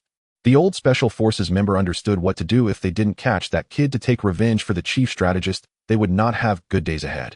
At this moment, the communications officer awkwardly said, the exercise headquarters has sent orders instructing us to rescue the Dragon God assault team as quickly as possible. Fan Xian was taken aback, saying, even the headquarters is alarmed. What exactly happened that is so serious? No, what did Long Zhan encounter? Logically, if Long Zhan and the others encountered some poisonous insects, it shouldn't be a big deal since they were all trained for this. At this moment, a communications officer rushed over, bringing a tactical tablet and opening the footage captured by the drone. In the footage, it was clear to see that the 4 teams, led by Long Zhan, totaling several dozen Special Forces members, were waving torches wildly in all directions. On the ground, the surrounding branches and leaves were densely covered with poisonous creatures. Those creatures showed no fear of the torches and instead attacked more fiercely. The overwhelming black mass of poisonous creatures sent chills down people's spines. Several members had already been bitten by the poison and were lying on the ground convulsing. This is serious trouble. Quick, bring the flamethrowers and antidotes, hurry to support them. Fan Xian shouted. What about the sniper in the jungle? As someone shouted. Fan Xian cursed. What are you worrying about at a time like this? Saving lives is the priority. Hurry. He was going mad. He initially thought it was just a few poisonous insects, but he never expected so many to gather in one place. If they were late, Long Zhan and the others would be doomed. This was definitely not a joke. The members of the Dragon God assault team were treasures, a huge investment from the defense zone, trained with countless resources and time. Not a single one could be lost. What the hell, after so many years of exercises, when did they ever encounter such a situation? Yes, there are fierce beasts and poisonous insects in the jungle, but when have they ever gathered together to hurt people? Soon the surrounding teams quickly assembled and boarded helicopters to fly to the incident location. Fortunately, their medical team was well equipped with antidotes, as they often encountered various poisonous creatures in mountain operations. Antidotes were a necessity. However, this time the situation was exaggerated. It felt like they were shooting a sci-fi blockbuster, poisonous insects battling Special Forces. The old Special Forces who had originally been chasing Chen Ling quickly withdrew halfway, hurriedly turning around to regroup. Quick, quick, save people. The originally stationary participating personnel also joined the rescue operation, completely disrupting the original deployment. Chen Ling, hiding in the mountains, noticed that no one was chasing him anymore and quickly boarded a helicopter to leave a cold smile appearing at the corner of his mouth. He knew that it was most likely that Long Zhan had caused a commotion, prompting a rush for support. This isn't my fault, I warned them not to move recklessly. The Special Forces team has gone out, and outside the mountains there's the missile team. He muttered to himself as he blended into the forest. The 199 Missile Team of the Southwest Defense Zone is the most elite missile combat unit. When the exercise began, they received the exact location of the 128 team from the Wolfang Special Forces and immediately conducted precision bombardment, swiftly dismantling the 128 team. It can be said that the annihilation of the 128 team was primarily due to the efforts of the missile team. At this moment, inside the mobile command vehicle, Captain Wang Yang and the chief strategist were discussing the bombing of the 128 team. What did I say before? This attack operation is one of the best combat plans. Even team leader Zhang was stunned. Captain Wang said with a proud expression. The 199 missile team and the 128 team were old rivals. In past exercises, the 128 team often used mobile tactics to evade the missile team's targeting, ultimately launching ambushes that rendered the missile team ineffective. Captain Wang had been feeling quite frustrated, always wanting to find an opportunity to regain his honor. This time, cooperating with the Wolfang team, the advantages of the missile team became apparent, making it feel like defeating the 128 team was akin to beating a child. This battle feels so refreshing. Didn't old Zhang always say our missile team was just for show? Now look at how we blew him away. The chief strategist laughed. After the exercise, let's go discuss some experiences with old Zhang, the commander joked. Haha, yes, we'll go together. What did old Zhang say during the last exchange meeting? This time, let's see what he has to say. Everyone burst into hearty laughter. The 128 team has been completely crippled. Now, let's discuss tomorrow's bombing plan. This time, let's make a concerted effort to wipe out the red team. I think it's feasible. As long as we deploy here, we can definitely achieve unexpected results. While they were formulating plans and preparing to take action, no one expected a figure had already changed into their blue team combat uniform and quietly arrived in front of their command vehicle. This figure was none other than Chen Ling.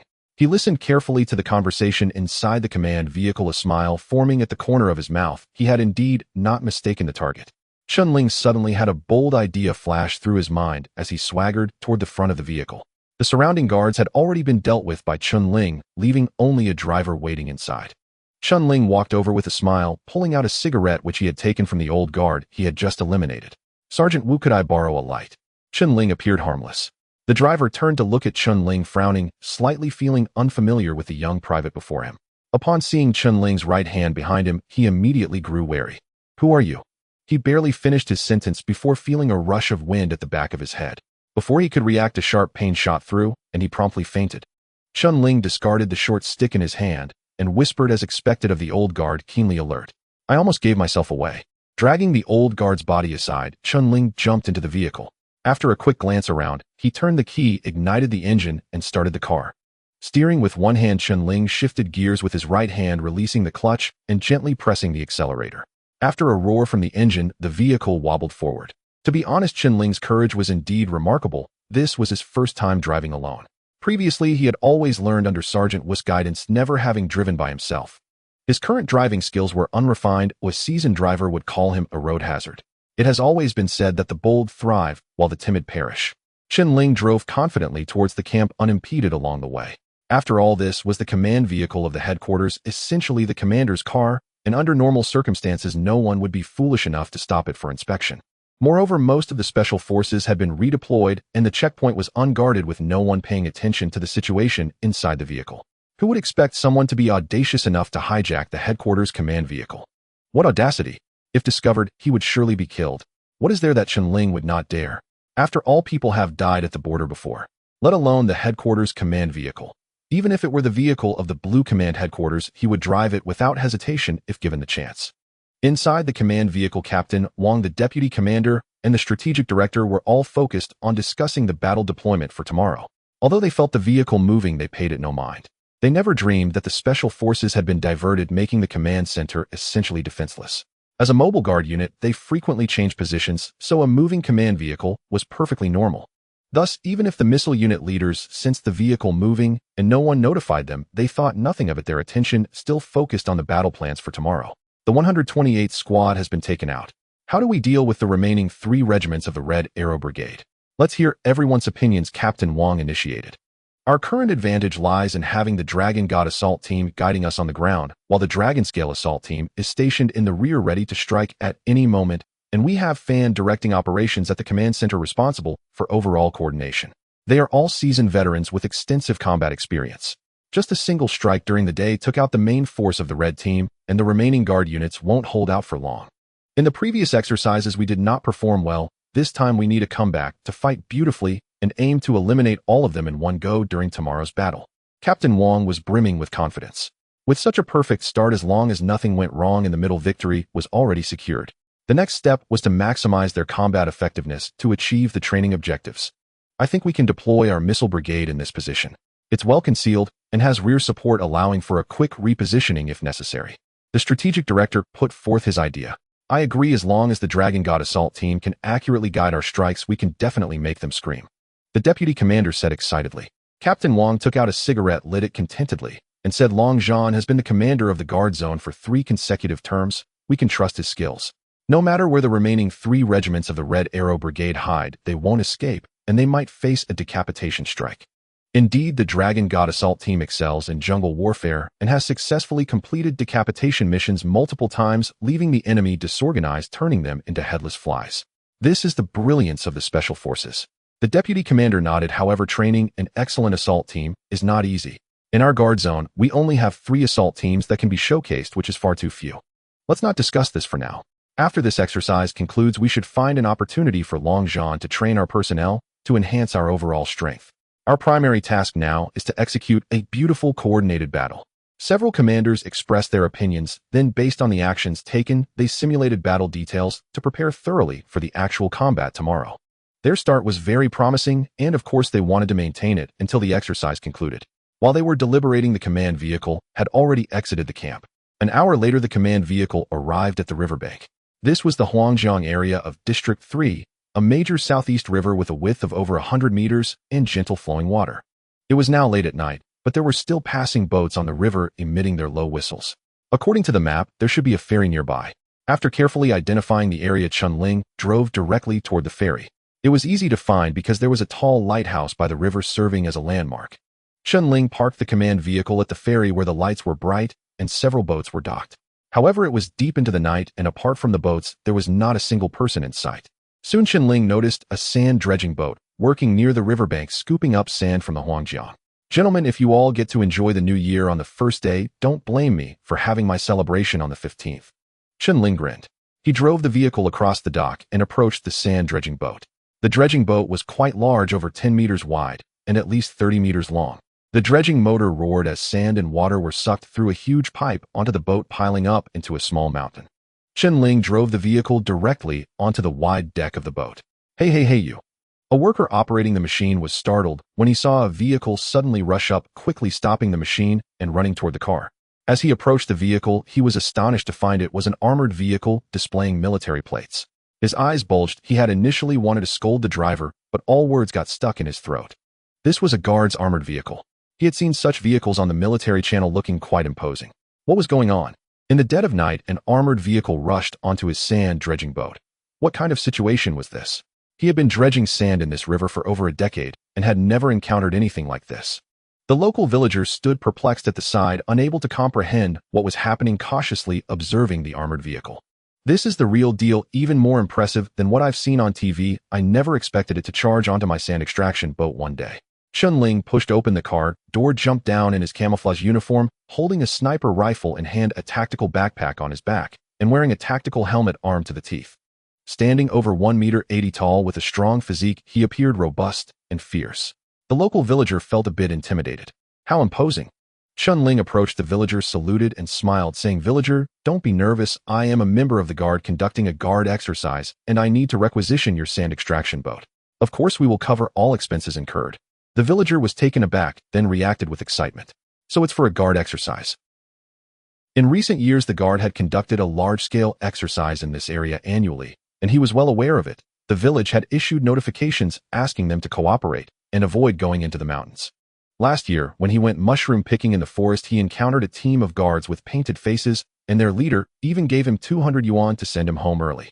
The villager smiled broadly, patting his chest, and said, "No problem, you can use it. There's no need for compensation. Helping our guards is our duty." We common folks understand this principle. It's not easy being a guard defending the border, rarely making it home throughout the year. And when natural disasters occur domestically, you are always at the forefront. Feel free to requisition it. I will fully cooperate. Chen Ling smiled and said, "Thank you for your support, but compensation is necessary. This is a matter of principle. The guard has its own discipline, and we cannot let our common folk suffer." The sand extraction worker, knowing a bit about the guard's discipline, relented. "You all do as you please." The villager was also a straightforward person.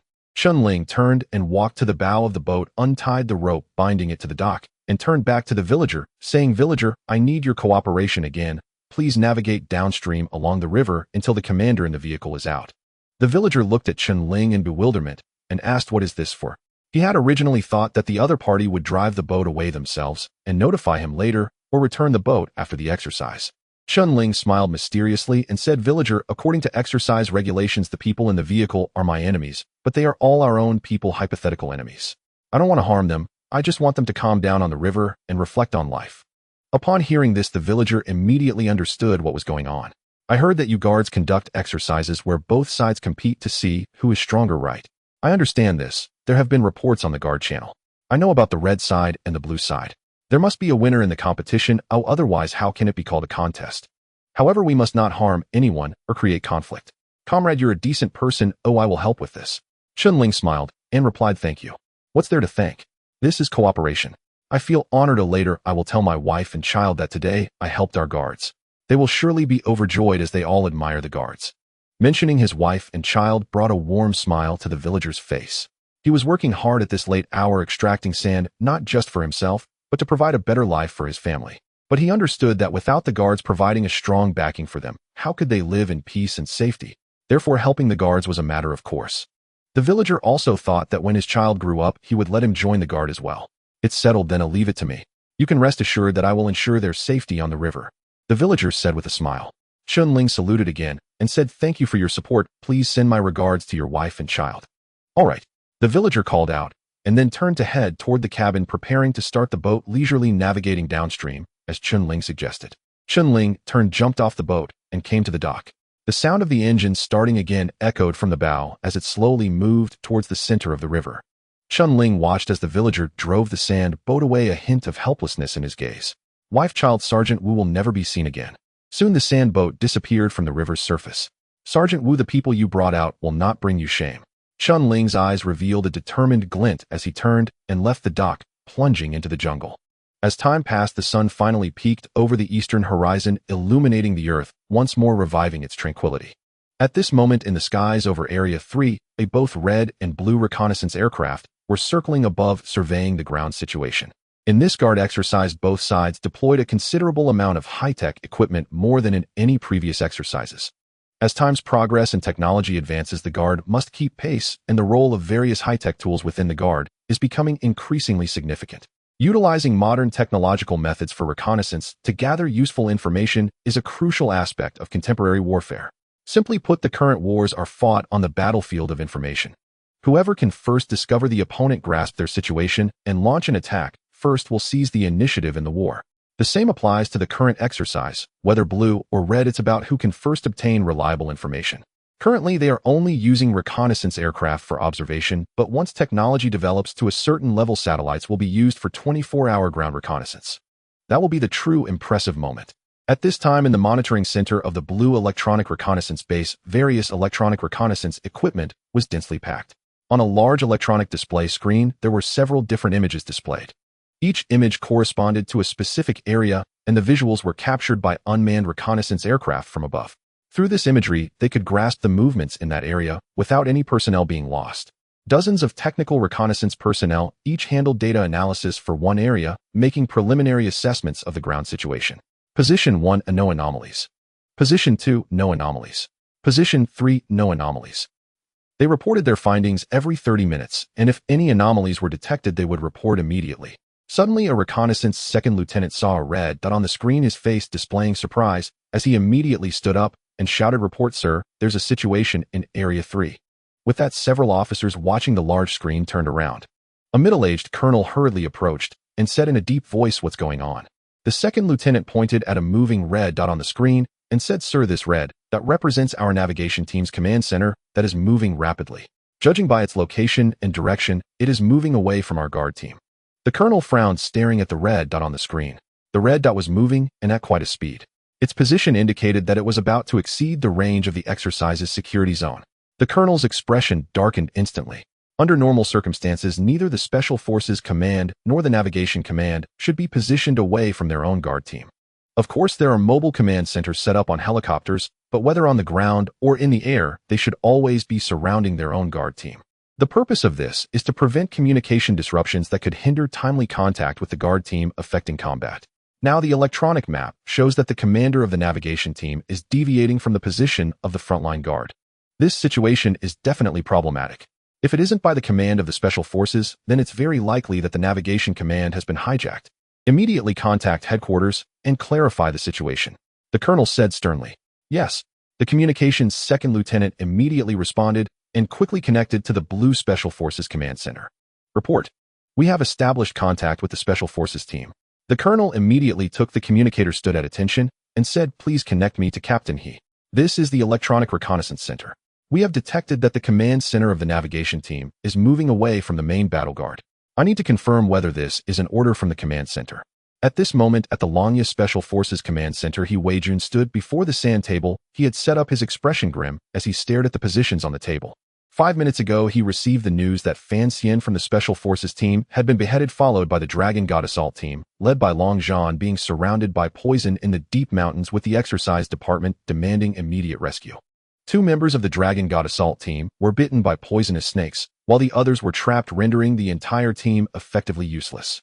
Originally during this blitzkrieg, Captain Zhang from the 128th team had been beheaded, and the main guard team was in disarray, left with only a few remnants. The subsequent encirclement operation should have been very easy.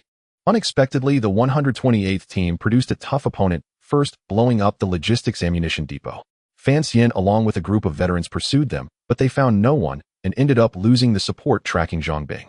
Then the Dragon God assault team inexplicably got surrounded by poison, alarming the Directorate and throwing the Special Forces team into chaos. That tough opponent from the 128th team took the opportunity to eliminate Fan Xian. All things considered, the Longya Special Forces had suffered severe losses. Since the formation of the Longya Special Forces, participating in so many guard exercises, when have they ever faced such significant losses? The 128th team is indeed a tough nut. He Weijun thought to himself, feeling a headache coming on. With Fan Xian beheaded and the Dragon God assault team trapped, the Special Forces team was left leaderless. Should he as the team leader take command personally? That kid from the 128th team stirred up such a commotion, a single rat dropping spoiled the whole pot. Originally, this exercise was set to have a perfect start, annihilating the 128th team in one go, disrupting the layout of the red team, and then gathering forces to launch an offensive against them. Now the logistics base's ammunition depot has been blown up, the speed of the guard team's attack has been forced to slow down, and the commander of the Special Forces team has been beheaded. What a turn of events. He Weijun's original battle deployment was completely thrown into disarray. At this moment, the electronic communication rang, and after listening for a moment, the communications officer immediately handed the phone to He Weijun. He Weijun took the phone and said, "This is He Weijun." When he finished listening to the report from the other side, his expression changed slightly, and he immediately said to the decision-maker beside him, "Quickly pull up the location of the navigation team's command center." The decision-maker was a bit surprised. Hadn't the navigation team always followed the main guard team? However, he still followed He Weijun's instructions to pull up the location of the navigation team. 1 minute later, they locked onto the position through the coordinates of the navigation team's command vehicle. Using satellite surveillance, after clarifying their position, the command center personnel widened their eyes in shock. What the hell? How did the command vehicle end up on a sand dredger? On the wide river surface, the navigation team's command armored vehicle was positioned on the deck of the sand dredger, moving downstream with the flow of the river. This scene was too bizarre. This was a command armored vehicle, a command vehicle for an entire brigade, yet it inexplicably ended up in the river. What were they planning to do? Were they planning to swim with the armored vehicle, or were they off on a sightseeing tour? He Weijun was already filled with rage, and upon seeing this, he felt as if his lungs were about to explode. "Immediately connect me to Wang Yang," He Weijun roared. He was already heartbroken enough, and he never expected the navigation team to cause such a scene. Wasn't this just stabbing him in the back? Soon the call connected to the armored vehicle command center. Wang Yang and the others had just finished discussing and were preparing to present their plan to the Special Forces. This was the result of their discussions throughout the night, arriving at what they considered the perfect offensive plan. Once implemented, the navigation team would definitely shine in front of the higher-ups of the security zone. Instantly, smiles appeared on their faces. A call from the Special Forces team. "Speak of the devil, and he shall appear." Captain Wang Yang smiled as he took the communicator and said, "Report, this is Wang Yang, please." Before he could finish, He Weijun's angry voice interrupted him. "You better take a look outside and see what the situation is. You guys jumped into the river, swim back. Is it so embarrassing? Are you all pigs?" Wang Yang looked utterly bewildered, completely confused. What on earth was happening? Jumping into the river? Swimming back? Weren't they on the ground? Who ran into the river? Slap. Wang Yang wanted to respond, but He Weijun had already hung up the call. The command personnel, deputy team leader, and decision-maker all looked at Wang Yang with puzzled expressions, each completely baffled. He Weijun's shout was loud enough for everyone present to hear clearly. "What's happening outside? Could it be that we—" Wang Yang reacted quickly, hurriedly pushing open the hatch. What he saw was a great river rolling before him, flanked by high mountains with refreshing mist hitting his face. The boat's deck sliced through the water's surface, sending up splashes and creating a sound like thunder. In his mind, a song flashed through. "My motherland, a wide river with waves, the wind blows the fragrance of rice flowers on both banks. My home is right on the shore, accustomed to the calls of the boatmen, used to the white sails on the boats." Wang Yang rubbed his eyes vigorously, then slapped himself, and then opened his eyes wide to take in everything around him. What the hell, what's going on? Have I arrived on the river surface? Zhang Yang was completely dumbfounded. How did old Wang drive the vehicle here when I wasn't even in the mobile command of the guard team? What the hell is going on? Old Wang, get your ass out here and explain what's going on. Zhang Yang was furious. He rushed out of the armored vehicle, stepped onto the deck, rolled up his sleeves, ready to fight. "Who gave you the audacity to drive the command vehicle here? Where's this place?" Jiang Yang angrily stormed into the driver's cabin, yanking the door open only to find it empty, without a single shadow. Where is everyone? Jiang Yang felt a surge of frustration, holding back his anger. The commander, deputy captain, and other decision-makers had all exited the armored vehicle, each looking bewildered. What the hell is going on? How did their armored command vehicle end up on a sand extraction boat? Who gave the order? The commander reacted quickly, hurriedly running to the driver's cabin, but it was empty, and Old Wang was nowhere to be found. Where is Old Wang? Jiang Yang suppressed his fury, fished out a pack of cigarettes from his pocket, pulled one out, and nervously lit it, saying, I was careless, and Old Kong tricked me. The navigation team was supposed to overpower the 128th Squadron and then annihilate the other guard teams in one fell swoop. I thought after this exercise we would definitely earn a collective second-class merit, but instead we were left dumbfounded and sent to the river like fools. I was still dreaming of preparing for a big score. What a slap in the face. If this were a real battlefield, I would have already followed the armored vehicle into the river to feed the fish. I probably resemble what He Weijun said him, just a pig. The commander's face turned crimson, trembling with rage. Bastard, don't let me run into that kid. The commander, usually calm and rarely angry, couldn't hold it in this time. A perfectly good start was ruined by that kid. A collective second-class merit that was almost within reach just flew away, and not only that, but they also became the biggest joke in the entire guard team. So what now?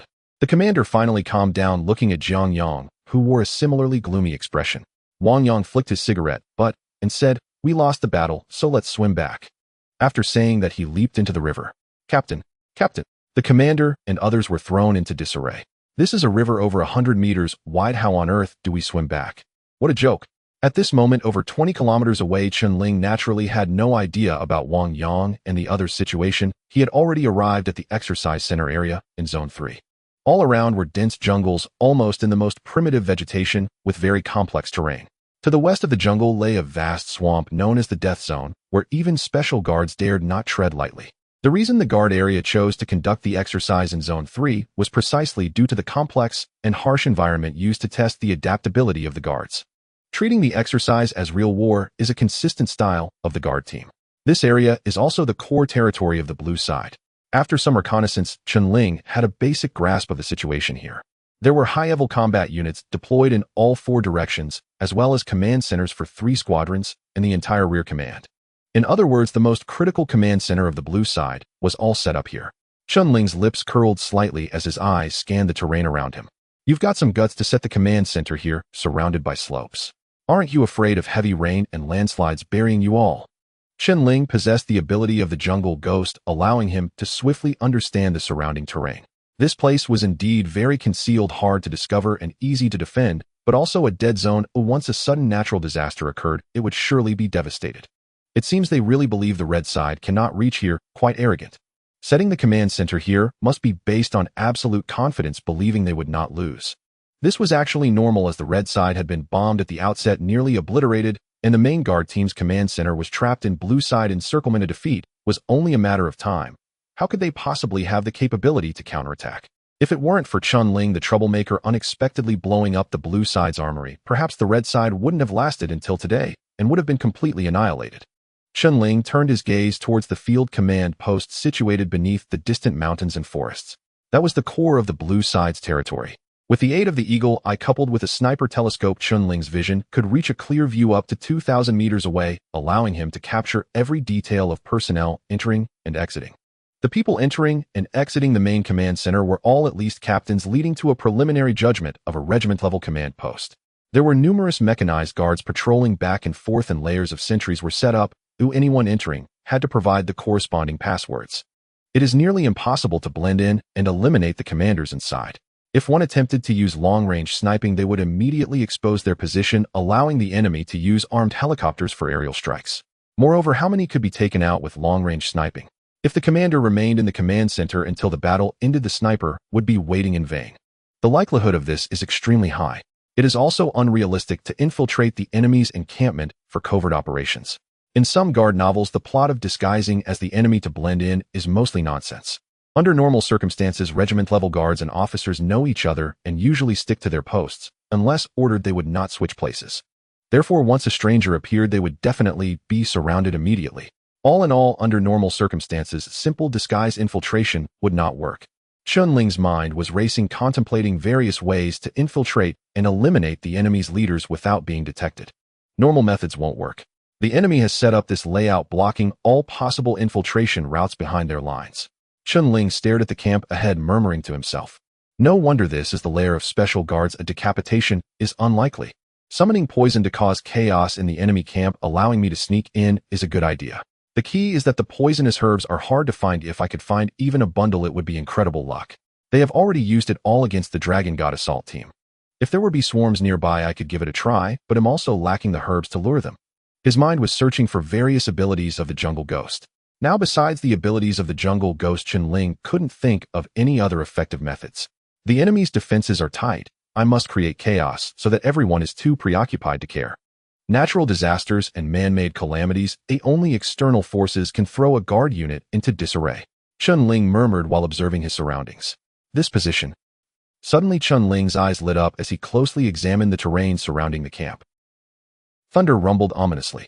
Lightning streaked through the dark clouds, resembling a colossal dragon rolling within them. The heavy clouds loomed like a moving mountain, slowly advancing, causing the entire sky to change color. It's here. Chen Ling stared at the dark clouds, suddenly lost in thought. When Captain Wu sacrificed himself, it was raining heavily as well. Chen Ling muttered to himself. The rain began to pour down after 10 minutes, the droplets striking the trees, grass, and earth like hail. The entire forest was engulfed in a sea of rainwater. The rain quickly gathered on the ground, flowing from high to low, forming small streams that cascaded down the mountain. In the spot that Chen Ling had previously dug, rainwater continuously flowed into the pit. Thanks to the preparations made in advance, the rain could not seep into Chen Ling's location, but water was all over his face. These are tears. On that day, it was the same torrential rain, and Captain Wu, Old Jiang, and the others all fell in a pool of blood, the rain mercilessly beating down on their cold bodies. Captain Wu held on with his last breath, wanting to tell himself to be a good guard. If it weren't for them, Chen Ling would not have felt the warmth of this world. If it weren't for their continuous care, dedicating all their time to his training, he might not have activated the system so quickly. Little Chen, our conditions here are quite harsh, but the air is good, the water is good, the scenery is beautiful, and we often get to enjoy various wild delicacies. What other brothers in the guard can have such enjoyment? Work hard. Oh, we have high hopes for you. Little Chen, remember, once you become a special guard, you must tell others that I am your comrade. When my novel is completed and adapted into a series, I will say that the male lead is modeled after you. Captain Wu chuckled and said, don't listen to their nonsense. You are different. They will never amount to much in their lives. Captain Wu believes in you. You will surely become great in the future. Chen Ling's eyes reflected their smiles and figures, their voices echoing in his ears as if they had just spoken yesterday.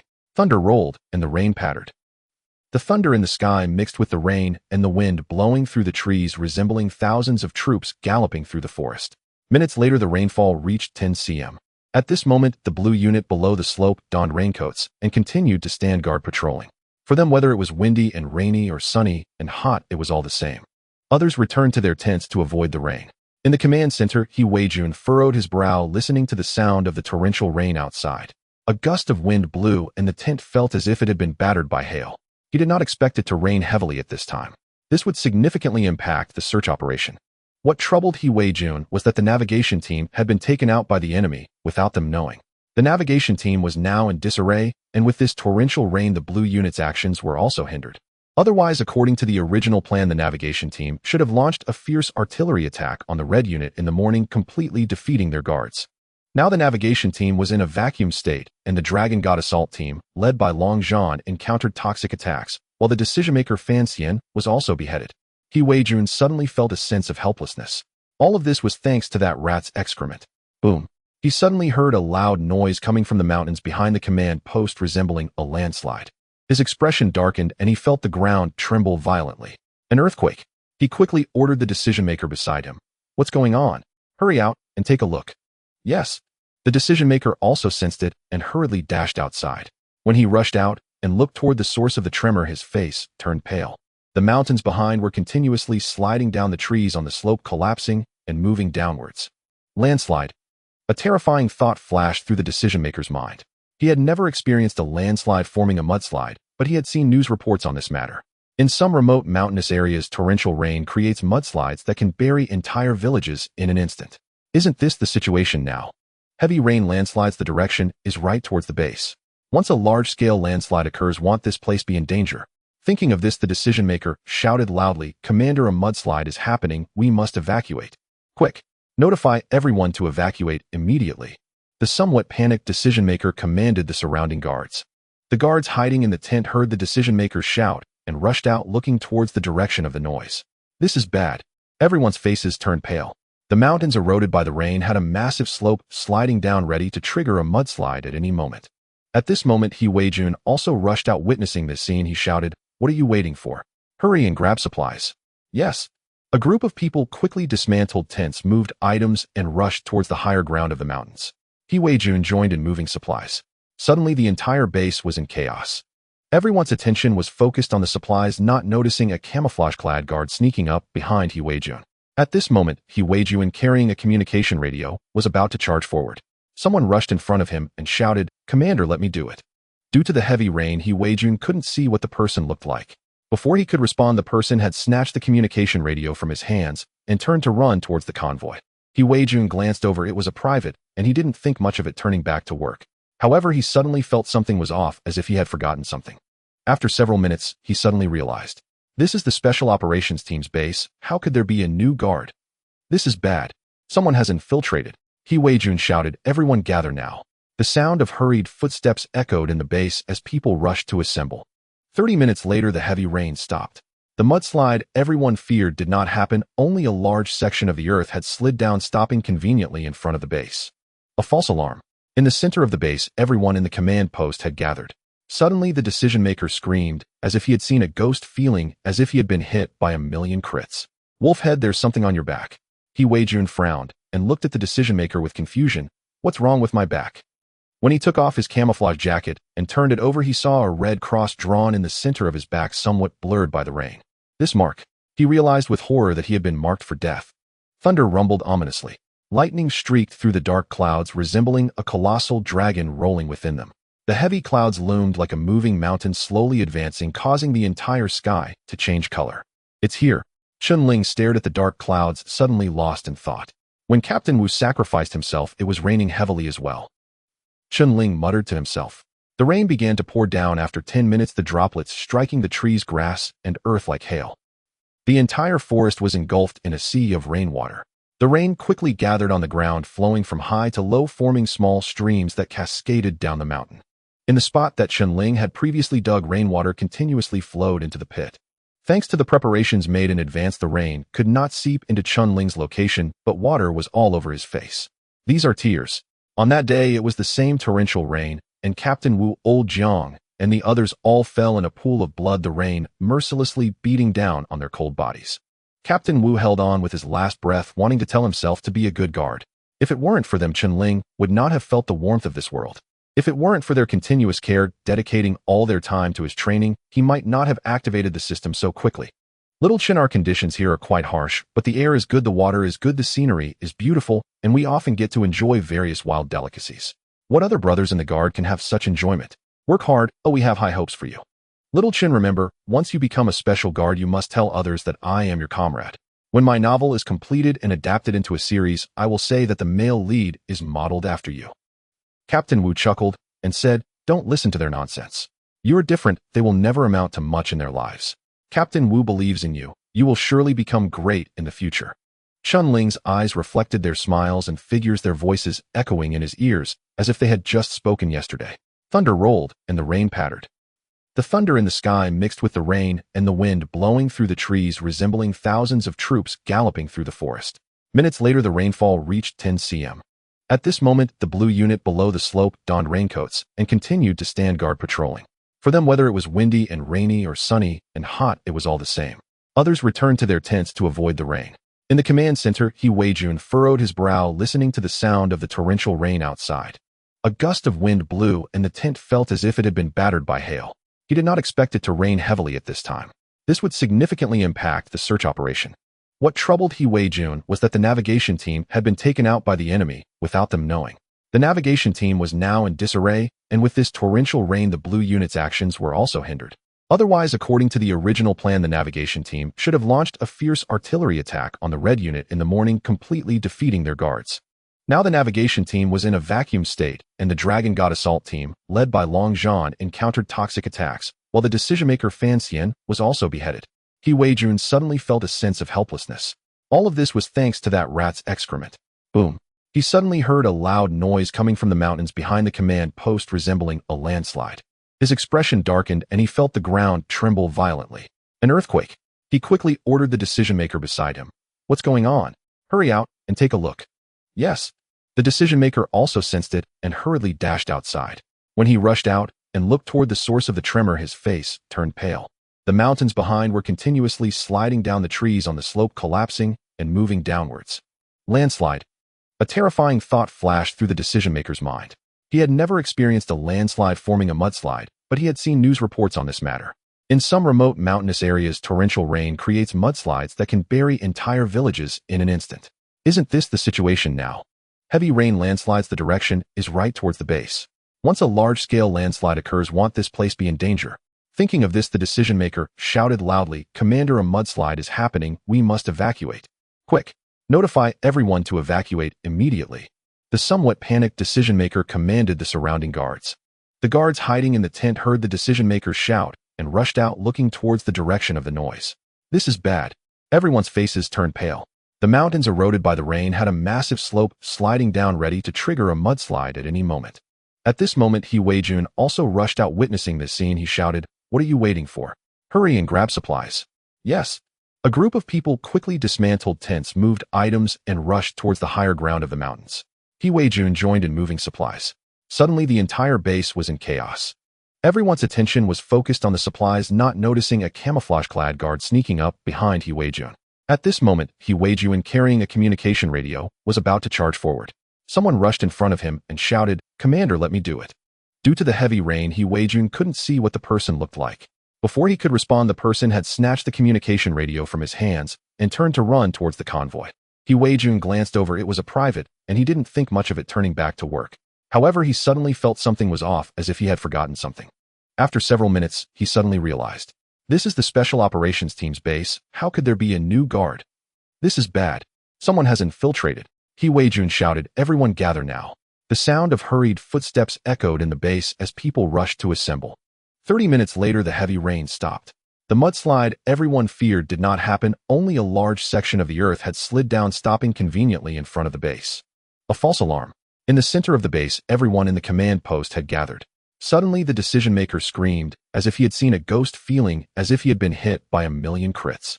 "Wolfhead, there's something on your back." He Weijun frowned and looked at the decision-maker with confusion. "What's wrong with my back?"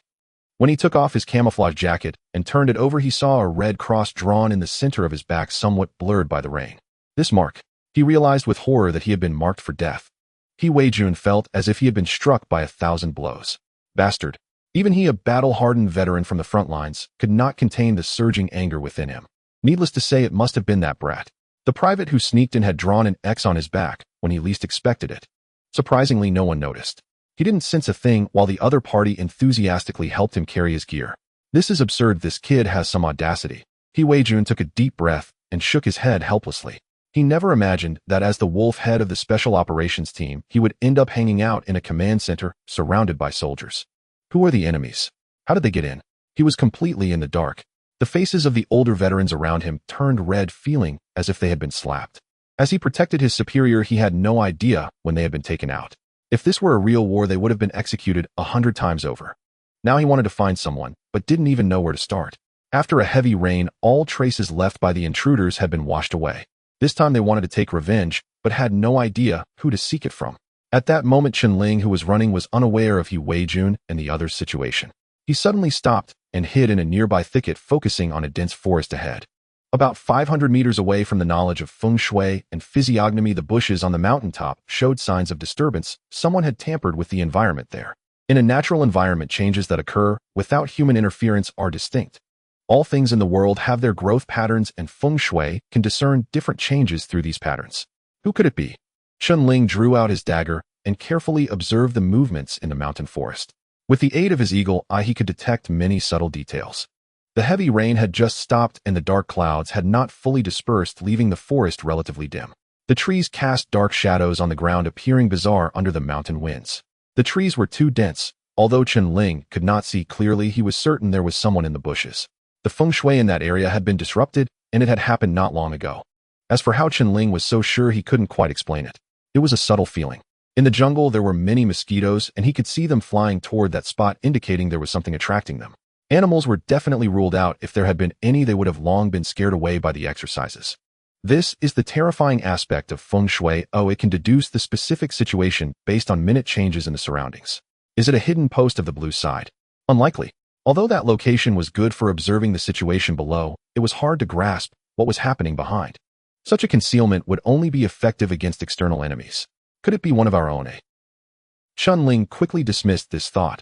The sharpshooter C.B. was the last of his kind, while the other teams were preoccupied with their own matters. How could they possibly be hiding here? If it weren't for Chen Ling's skills like Jungle Phantom and Eagle, I am making this jungle feel like his own backyard, he wouldn't have been able to navigate here. Could they be real enemies? Chen Ling took a deep breath. This was the No. 3 border area, a favorite entry point for drug traffickers due to its complex terrain and ease of concealment. Remembering his last encounter, Chen Ling immediately heightened his vigilance, adjusting his posture, intending to investigate further. He observed the surrounding jungle, and upon finding nothing unusual, he quickly changed direction, keeping low to the ground like a stealthy raccoon. Swish! With the effects of Jungle Phantom, each step he took was light and soundless. As Chen Ling slowly approached, he indeed spotted a man hiding in the bushes. The man was clad in camouflage, fully disguised from head to toe, looking extremely professional. Definitely not something an ordinary hiker could achieve.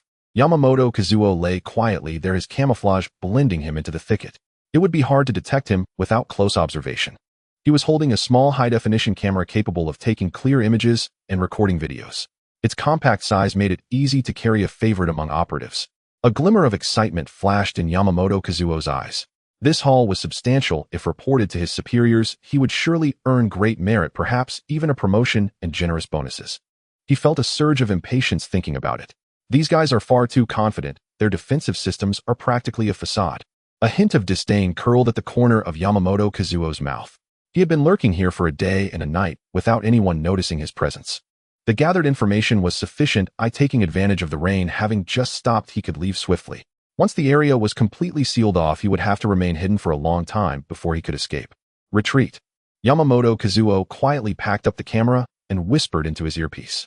He had 2 other partners in this operation lurking in different areas to provide cover. Received. Soon a subdued voice came through. Yamamoto Kazuo crawled slowly along the ground, taking the most cautious approach.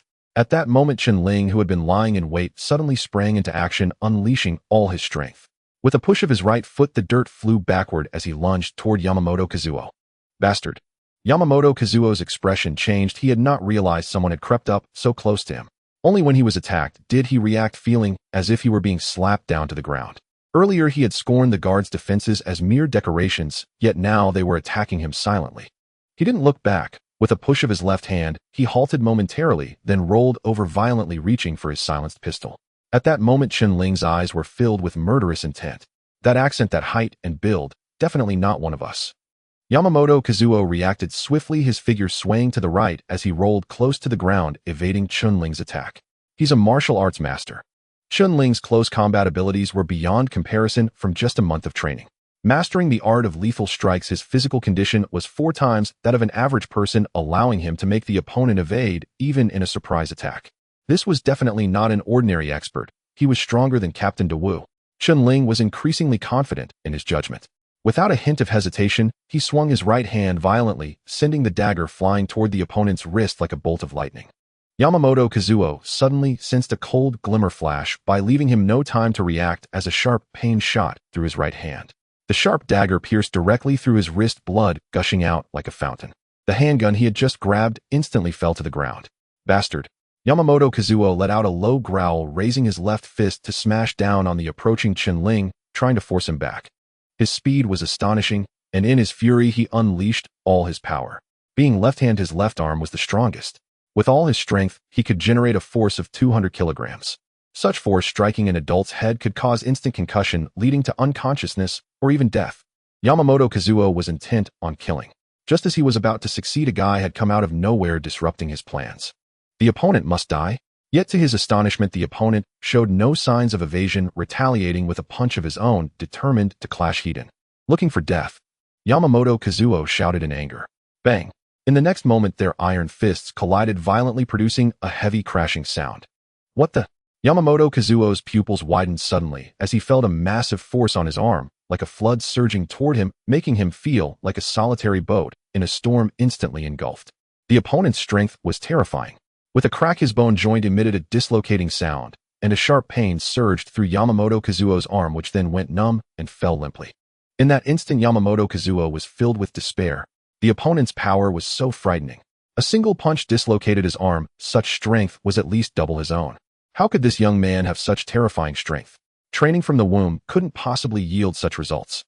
Little did Yamamoto Kazuo know Chen Ling's body had undergone 3 extreme enhancements, elevating his physical condition to 4 times that of an average person.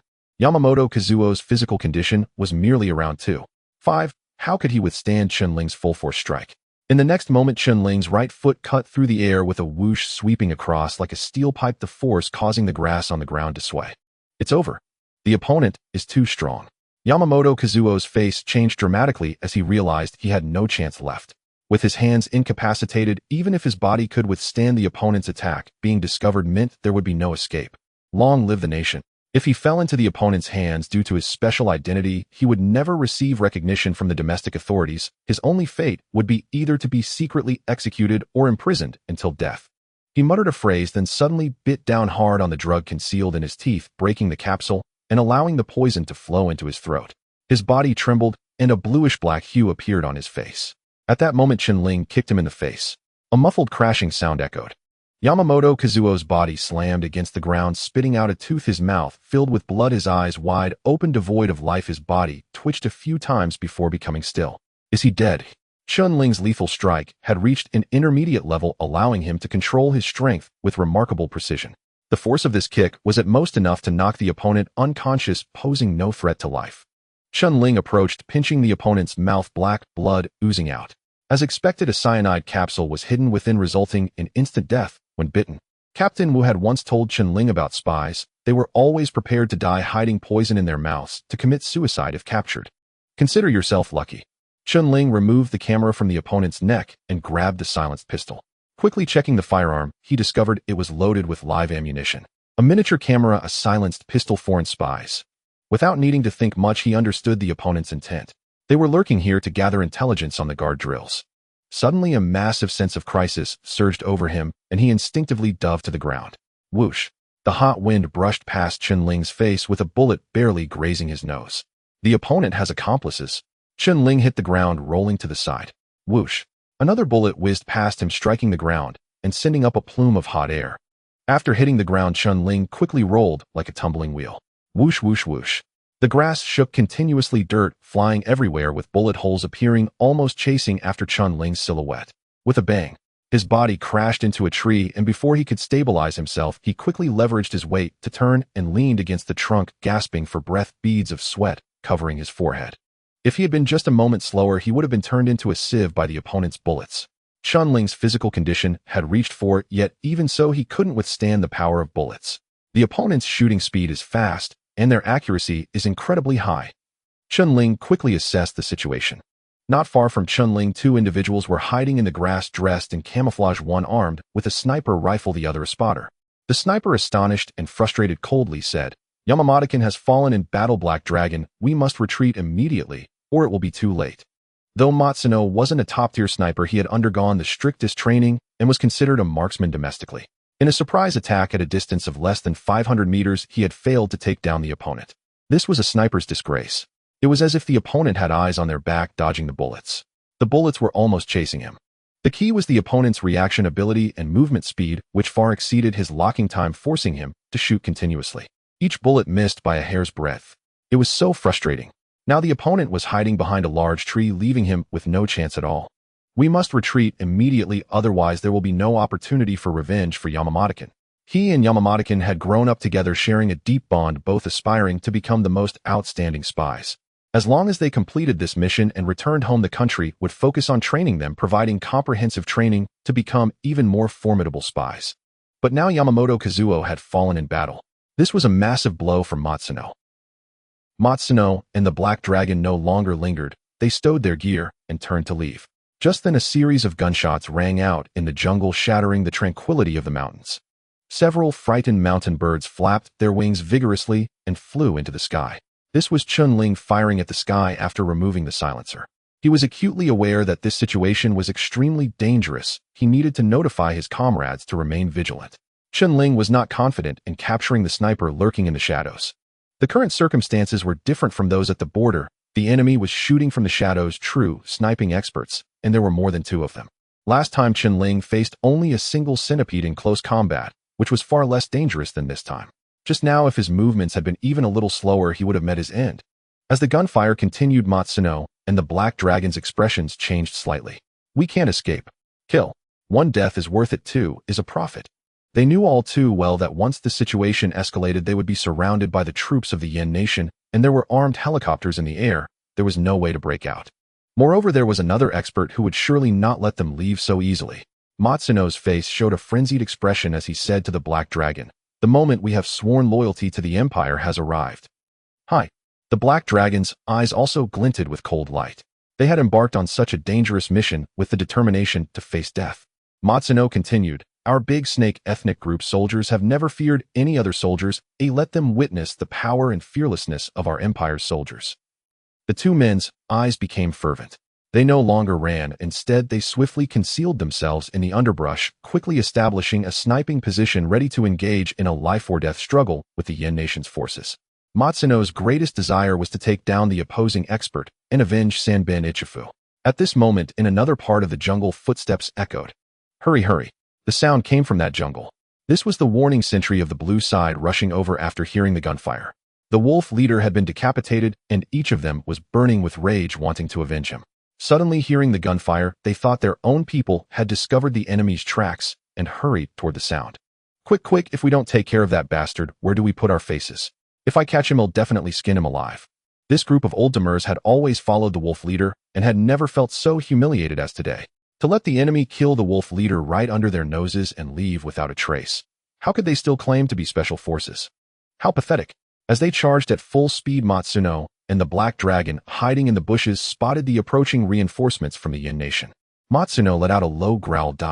He suddenly pulled the trigger on his Scarlet assault rifle. This was a premium assault rifle manufactured by FN, the favorite of mercenary soldiers, equipped with 5.56 ammunition, known for its high accuracy. Its firing rate could reach 600 rounds per minute, meaning 1 bullet per second, with an effective range of up to 600 meters, 200 meters, more than an ordinary assault rifle. The muzzle quickly adjusted, aiming at the direction from which the Yen Nation soldiers were charging. As soon as the enemy entered effective range, he would ensure their heads burst like flowers. Beside him, the Black Dragon took out an R-type explosive grenade.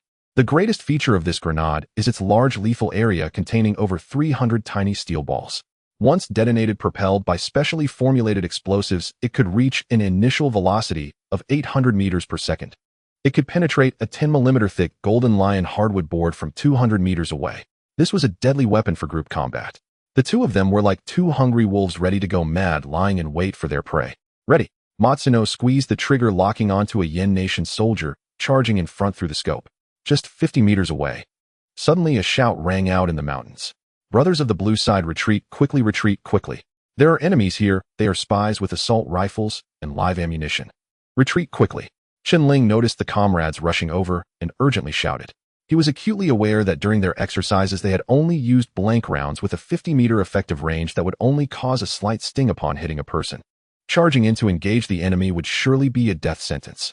Moreover, they were still unaware that the enemy was a spy, not their own. Bang! Chen Ling fired another shot at their position. The bullet struck a large tree, exploding into a shower of wood chips. They have live ammunition. Retreat. Chen Ling shouted loudly. Matsuno and the Black Dragon were stunned by Chen Ling's shout. They had specifically learned the language of the Yen Nation and understood the meaning clearly. Swish. The expressions of the 2 changed to that of a boiling pot, a sense of suppressed frustration boiling within them, nearly choking out a mouthful of old blood. They had resigned themselves to death, thinking that before they died they would at least make a good kill, as long as they killed enough to break even, they would be satisfied. But now with Chen Ling's shout, how could they kill? The enemy wasn't foolish enough to charge in with blank rounds. Wouldn't that make them look like fools? If the enemy stayed on the periphery and called in heavily armed reinforcements, wouldn't they be trapped? As the saying goes in the Yen Nation, they would be caught like a turtle in a jar. Brothers of the blue side, retreat quickly. There are enemies here. They have live ammunition. Chen Ling shouted repeatedly.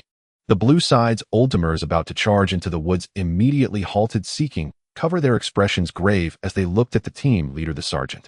Just then they had noticed Chen Ling firing that shot, the tree exploding with wood chips. Only live ammunition could produce such power. This was Area 3, a border zone, and it wasn't surprising to encounter armed militants.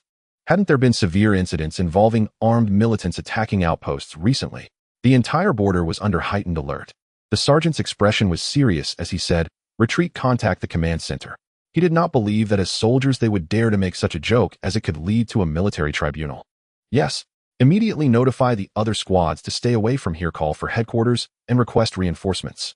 The sergeant, being a seasoned veteran, remained exceptionally calm in the face of this unexpected situation. Yes. The communications officer quickly relayed the order. "Sergeant, that brother in the woods shouting." The sergeant clenched his fist and said, "If he can spot the spies, he must be an expert. Let us retreat. We must retreat immediately. Without live ammunition, let's not court death or cause trouble." Yes. The sergeant led his men to quickly retreat. At this moment, it was not a time for rash actions. If they had live ammunition, they wouldn't mind confronting the enemy. Right now they were armed with blank rounds. Oh, what a joke. At this moment, hearing the shout again, Matsuno and the Black Dragon's eyes went bloodshot. Bastard. They charged out of their hiding place, intending to take down Chen Ling, the one stirring up trouble. Kill him. The murderous intent surged within Songya and Heilong. This bastard caused their operation to fail, and Yamamoto Kazuo died in the line of duty. If he isn't killed, the hatred in their hearts won't be resolved. Chen Ling shouted continuously, already exposing his location. Both were excellent snipers, swiftly locking onto his whereabouts. Flush him out. Bang bang. The gunfire erupted in succession. Songya and Heilong cooperated in their shooting, rushing towards Chen Ling's direction. The bullets whistled as they struck the tree trunks, sending splinters flying and leaves scattering. The wood particles scattered like smoke. They aimed to suppress the enemy's firepower, locking them in one position to ultimately kill them. The opponent only had a handgun, which couldn't possibly compete with 2 assault rifles. Chen Ling only possessed a single gun, with just a few bullets left, making it impossible to confront them head-on. This is the best scenario. Chen Ling noticed his supporting comrades retreating and immediately understood that the enemy was directing their fire towards him. Time to practice. After a month of intense training, Chen Ling was eager to find an opportunity to put it into action. This was the best moment. He suddenly kicked the ground with his right foot, using the rebound to leap forward like a jumping leopard. 3 o'clock. Songya quickly adjusted his gun and pulled the trigger. Bang bang. Bullets whizzed out, chasing after Chen Ling's position. Whoosh. The bullets struck the ground, kicking up clouds of dirt. Chen Ling unleashed all his strength, supporting himself with his hands, his body bending as he rolled forward. The bullets seemed to follow closely behind him, hitting leaves, grass, and more, accompanied by splattering dirt. It was incredibly dangerous. If a third party were to witness this moment, they would undoubtedly break out in a cold sweat. If Chen Ling's movements had been even half a second slower, his body would have been riddled with holes. After rolling several times, other than the pain from the uneven ground, he sustained no further injuries. It was the jungle ghost quickly familiarizing himself with the terrain, effectively using the surroundings for cover, which successfully intercepted the bullets. Otherwise, with his physical prowess, he would have succumbed much earlier. Now was not the night. Many of his specialties could not be utilized. Gritting his teeth against the pain, he dodged frantically. Whoosh. After rolling continuously, Chen Ling found himself in a hollowed side, pausing briefly for a second. He grabbed a fist-sized stone with his right hand and flung it backward. Whoosh. The fist-sized stone, moving at high speed, produced a sound akin to breaking through the air. With his attribute power exceeding 4 times, one could only imagine the force behind it. A shadow flew towards Songya and Heilong. In midair, the shadow of the stone rapidly enlarged. Seeing the stone approaching, Songya and Heilong hurriedly spread out. Bang! The fist-sized stone smashed into the ground, landing squarely in the muddy water, splashing filth everywhere. Bastard! Songya roared, a wave of anger swelling inside him, almost causing him to spit blood. The two were supposed to take down the enemy, yet this guy even countered with a stone. What was this feeling? It was like their intelligence was being rubbed into the ground. A blatant insult. They wielded highly accurate assault rifles, alternating their fire, leaving the enemy scarcely a moment to breathe. In one breath, they fired over 50 rounds, yet they didn't even graze the enemy's clothing. Instead, they were hit by stones. A stone against an assault rifle. Damn, such humiliation was unbearable. Bang. Seeing the opponent finally stop to shoot back with a handgun, Heilong immediately pulled out a grenade, removed the safety, and threw it at the enemy's position. Die. Chen Ling saw the dark grenade flying towards him. With a kick, he leaped like a leopard in the forest, jumping continuously to the back of a large rock. Boom. The explosion echoed a massive cloud of smoke rising in the forest while the surrounding branches trembled violently, broken branches and leaves flying everywhere. Taking cover behind the boulder, Chen Ling felt the ground shake violently. The flying shrapnel struck the stone, scattering sparks, showcasing immense power. Chen Ling did not linger for a moment, quickly relocating. With the abilities of the jungle ghost, he moved through the forest like a squirrel. Seeing the fleeting shadow in the bushes, Sonya gritted his teeth and shouted, "Chase." He got up and pursued the enemy. Sonya would not accept defeat. They were both snipers, having undergone the strictest jungle combat training. Together with absolute firepower, they believed they could take down a nearly unarmed opponent. Little did they know how terrifying the combination of the jungle ghost and geomancy was. Every position Chen Ling dodged was meticulously calculated, the best landing spot. Swish! Two shadows quickly moved through the jungle, chasing after a shadow ahead. In the pursuit, they constantly adjusted their positions, searching for shooting opportunities. However, the opponent's back seemed to have eyes. As they prepared to lock onto him, he suddenly changed direction, causing their lock-on to fail. The chase officially began. Yet as they pursued further, Sonya and Heilung began to panic. The opponent's movement speed exceeded their imagination, clearly not on the same level. Moreover, the opponent's instantaneous strength and on-the-spot reaction ability were even more formidable than theirs, who had undergone brutal training. Damn it! Sonya, feeling frustrated once again, stowed away his sniper rifle, reluctantly changing his running direction to seek the next sniping opportunity. Just moments ago, they had cornered the opponent into a desperate situation, yet the enemy leaped from one tree to another like a monkey, landing and relocating. This was the third time this had happened. The enemy was like a perpetual motion machine, exhibiting no signs of weakness in speed, agility, or reaction. Is this really a human? Sonya and Heilung felt they had made a grave mistake, realizing they should have pursued those Yin Nation soldiers instead of this jungle combat expert. Otherwise, they could have hunted down several Yin Nation soldiers instead of trailing aimlessly behind this opponent in the forest. If this dragged on and the Yin Nation soldiers gathered, they would be doomed. Whoosh whoosh. The two rushed into the jungle, but the enemy's figure suddenly vanished. Bastard! Sonya couldn't help but let out a low growl. The opponent had escaped right under their noses. In that moment, Sonya suddenly heard the roar of a tractor. He hurriedly raised his rifle, using the scope to scan the direction of the roaring sound. Soon a tractor appeared on the forest path, slowly moving towards him. A cruel smile appeared on Sanji's face. The opportunity to take down this expert had arrived. The black dragon glanced at Song Yi with slight surprise and lowered his voice, saying, "Do you have a plan?" Finding the elusive opponent in the vast mountains was exceedingly difficult. Song Yi replied confidently, "The members of the Yin Kingdom's guard have a foolish common trait. They will risk everything to rescue their people when danger threatens the masses, as they hold the people above all else." The black dragon suddenly understood and nodded. While speaking, Song Yi immediately turned his gun to lock onto the direction of the moving tractor, coldly stating, "I do have some admiration for the Yin Kingdom's guards. Many times they unhesitatingly risk their lives to save others." Having lived in the Yin Kingdom for a long time, they usually gathered information related to the guards. The accounts of their selfless dedication were plentiful, such as fighting tirelessly for days on end during flood relief, leading to deaths on the levees. During earthquakes, they rush into disaster zones without regard for their own safety, even if it means being buried under rubble. In fires, they also charge to the front lines. This is what the Yin Kingdom's guards are like. Of course, Song Yi considered such actions to be extremely foolish. While the guards' duty is to protect the nation and uphold the interests of their countrymen, it is crucial that they ensure their own safety before considering any action. In other words, if they determine that their own safety is at risk, they can abandon the rescue mission. A life is a life, one cannot sacrifice their own for the sake of saving another. This is the individualism upheld by their country. However, the Yin Kingdom's guards are the exact opposite. They value the lives of others above their own. Let's go. After confirming the route of the tractor, Song Yi quickened his pace, leading the black dragon towards another high ground in the jungle to set up a sniper point. With a snap, Song Yi set up his Scarl assault rifle, disengaged the safety, and locked onto the tractor once more. He was ready to conduct a surround and attack maneuver to force the master out. "Yamamoto-kun, I will not let your sacrifice be in vain. I will definitely take down that bastard." Song Yi's gaze was icy as he stared at the tractor. The black dragon was tasked with observing the movements in the surrounding forest, knowing that if the hidden master wanted to save someone, there would surely be action once the gunfire erupted. No matter what, he would not come out of this empty-handed. At least he would find a companion for the grave. 800 meters. 700 meters. 600 meters.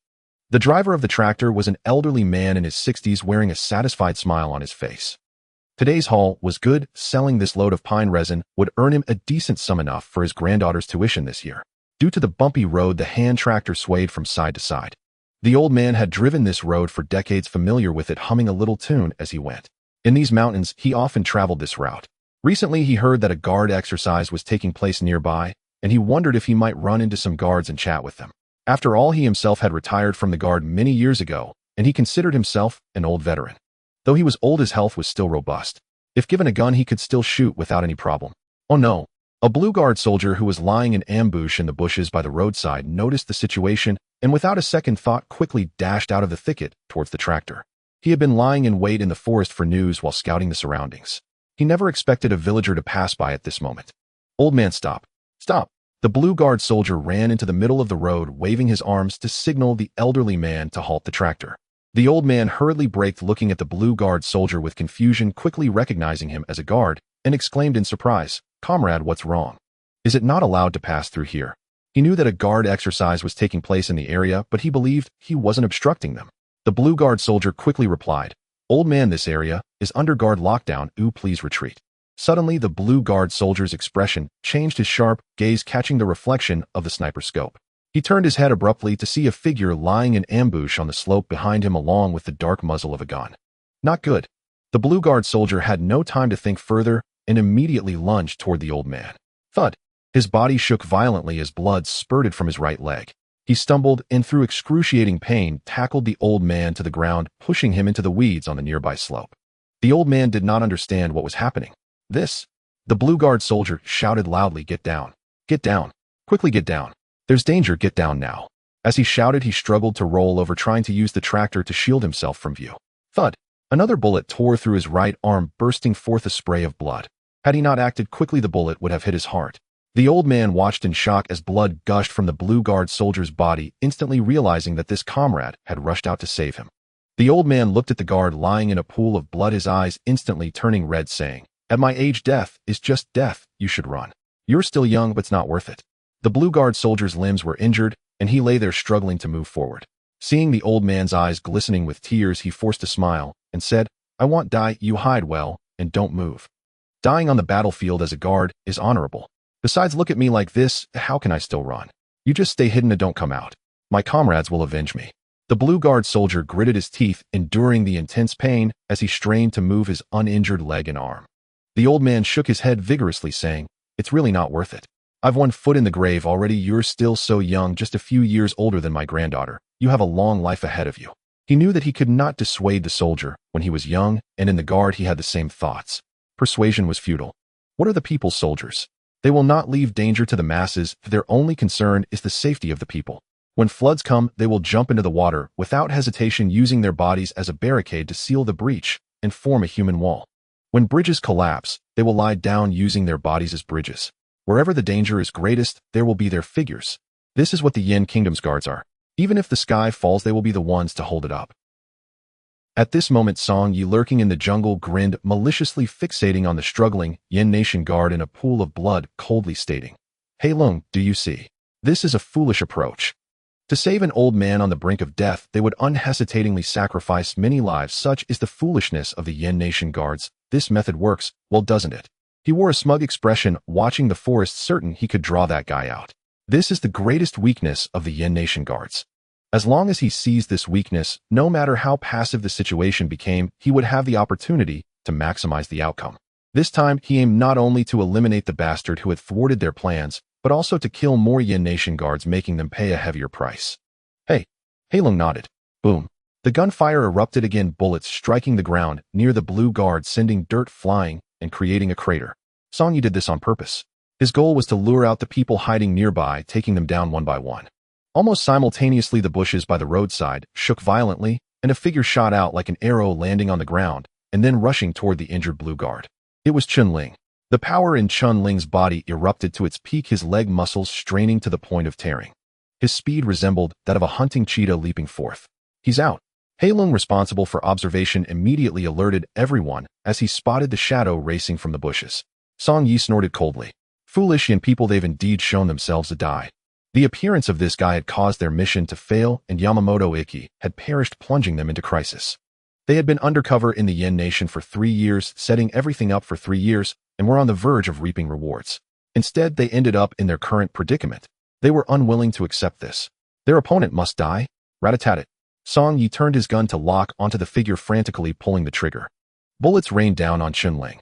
He pushed off the ground with his right foot, abruptly halting and quickly retreating. In the area he had just been rushing toward was now peppered with small holes. While retreating, he flicked his wrist and decisively pulled the trigger. Bang bang. Chen Ling fired twice. Bastard. Song Yi's face turned ashen, unable to suppress a curse. They were already prepared, knowing their opponent was no easy target. Seeing his arm move, they immediately dodged. The opponent's reaction speed far exceeded their expectations. They hadn't anticipated that he would stop and retreat while running at high speed. This maneuver seemed simple, yet it required precise control over timing bodily reflexes, movement speed, and the angle of motion. Otherwise, being a second too slow would result in being shot. It could be said that Chen Ling had pushed the athleticism of the jungle ghost to its limits, especially his sense of crisis. It was precisely at the moment the opponent pulled the trigger, when danger suddenly loomed, that Chen Ling reacted, creating such an effect. If anyone else had attempted such a feat, it would not have been so easy. Chen Ling advanced, rapidly firing continuously while shouting to those behind him, "Crawl to the tractor, hurry." The blue guard behind him gritted his teeth, his left hand bracing against the ground, and his uninjured leg pushed with all its might toward the tractor. Their life was shielding him, and he had no reason to give up. "Hurry, hurry, hurry." The blue guard let out an angry roar. The enemy had intentionally injured him to draw more people in to rescue him. This tactic was known as surrounding the corpse to call for aid. The blue guard was acutely aware that he could not drag his comrades down with him. Meanwhile, the elderly man crouched below the slope was nearly in tears from worry. "Hurry, keep going, young man, you can do it." The old man gripped the ground with both hands, wanting to rush over and pull him up. However, he feared that if he rushed over, he might not be able to save him, but instead drag him down. Song Yi pressed, and being fired upon in the jungle, snorted coldly. With such continuous gunfire, the bullets in the magazine would be spent in mere seconds. "Grenade," Song Yi commanded. Heilong nodded, grabbing a grenade and releasing its safety. With a freshly changed magazine, Song Yi growled, "Prepare for the assault. When the grenade explodes, he will definitely dodge. We'll use that moment to rush in and unleash a barrage on him. No matter how strong that bastard is, he will undoubtedly die. And the injured one and the old man, they must all be eliminated." Song Yi had gone mad. They couldn't escape anyway, so one kill was worth it. For the Empire. Hey! Heilong released the safety and hurled it toward Chen Ling. Whoosh! The dark grenade flew towards Chen Ling, tracing an arc in the air. At this moment, Chen Ling had already noticed the grenade in midair. He didn't dodge in advance, but rather became highly agitated, his sharp gaze fixed on the tumbling grenade. He knew very well the situation at hand. If the grenade exploded near him, all of his advantages would be lost. The enemy would surely rush in, using the explosion as cover. He could escape, but his comrades and the old man would undoubtedly perish. "I'll gamble it all." Chen Ling's eagle eyes locked onto the grenade in the air, and his right hand grasped the dagger. In an instant, his mind's ballistic shooting technique went into overdrive, forming the trajectory of the dagger's flight in his mind. Whoosh! In a flash, Chen Ling hurled the dagger. The cold gleam flashed. Clang! A crisp sound of impact rang out in midair as the flying dagger accurately pierced the grenade. This was the result of Chen Ling's frenzied shooting practice over the month. His ballistic shooting technique had reached an intermediate level of precision, and the same principle applied to the dagger's flight. With ballistic locking, the combination of arm and wrist strength was like a flying sword, accurately hitting the target. To others it seemed like luck. Only Chen Ling knew this was the result of training.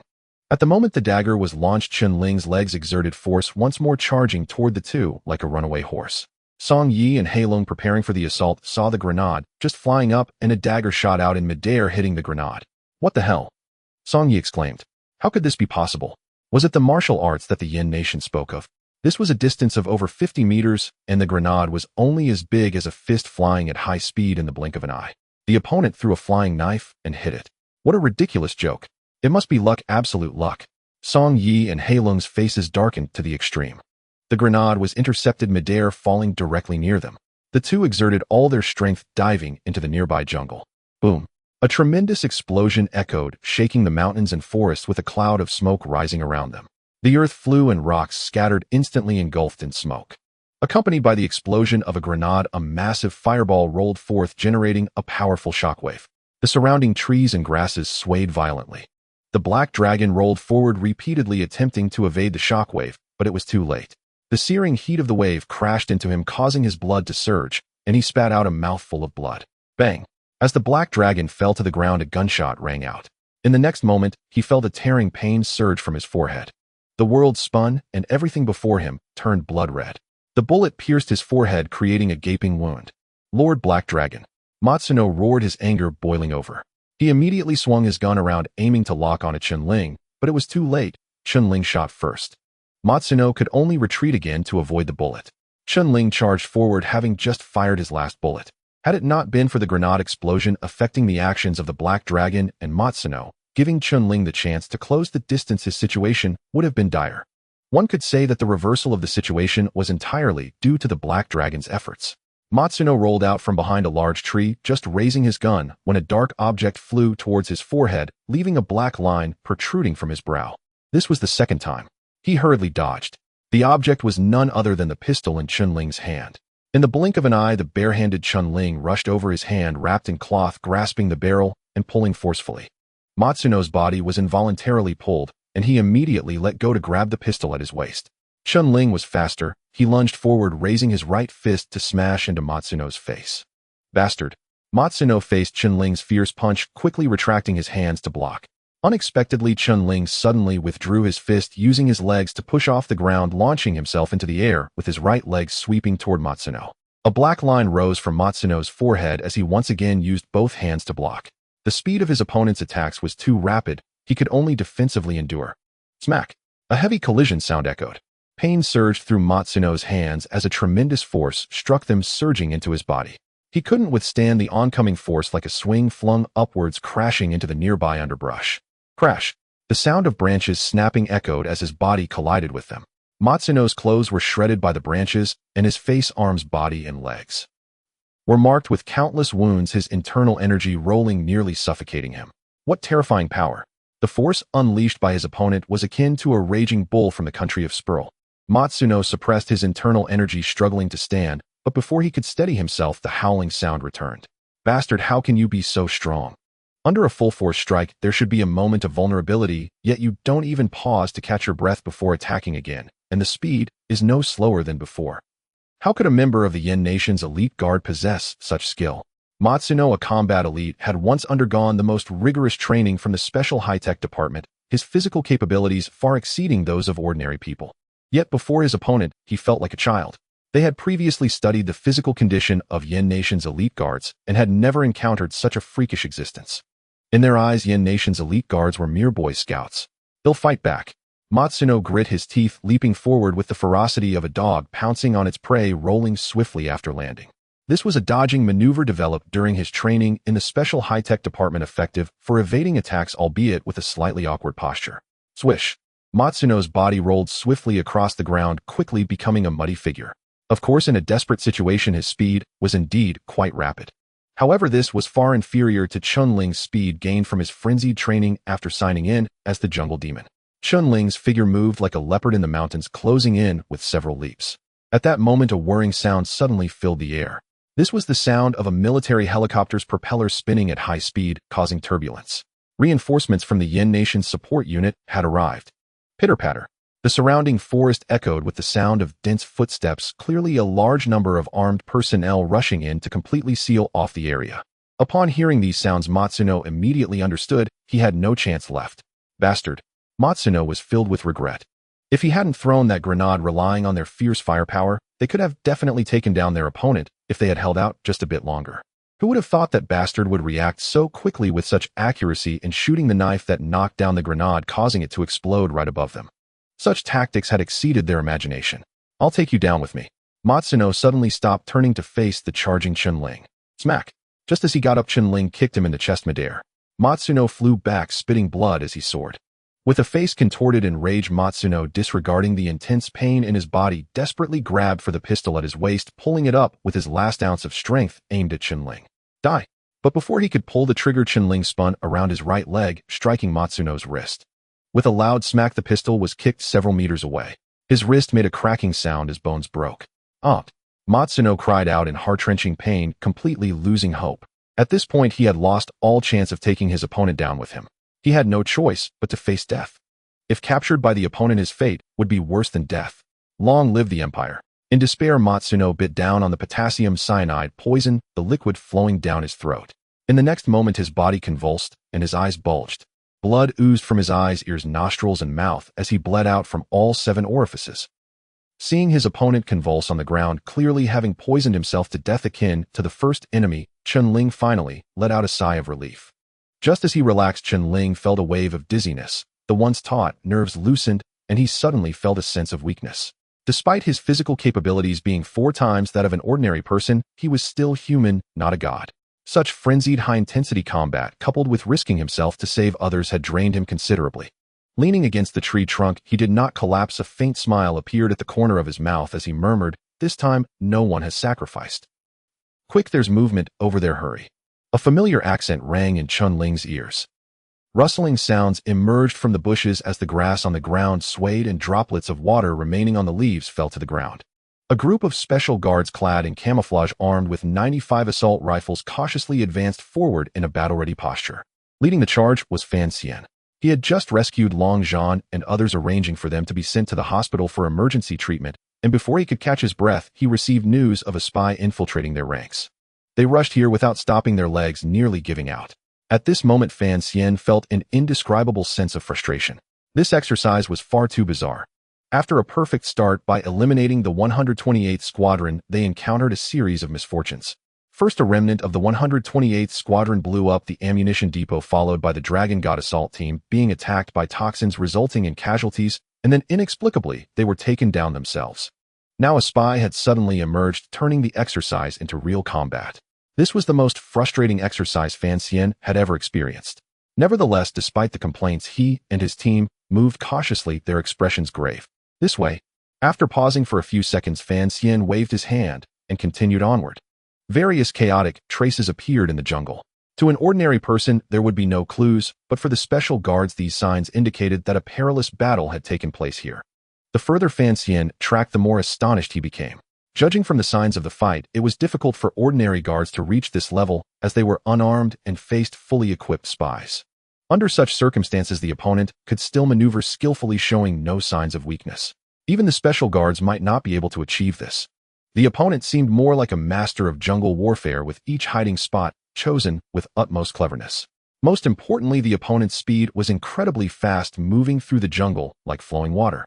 With such jungle infiltration and off-road capabilities, even their most adept old guards struggled to match it. When had the regular guards encountered such experts?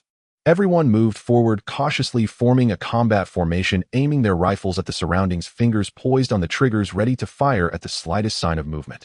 What if the gunshots have stopped? Fan Xian frowned tightly. "Quick, regardless of everything, increase your speed," Fan Xian declared decisively.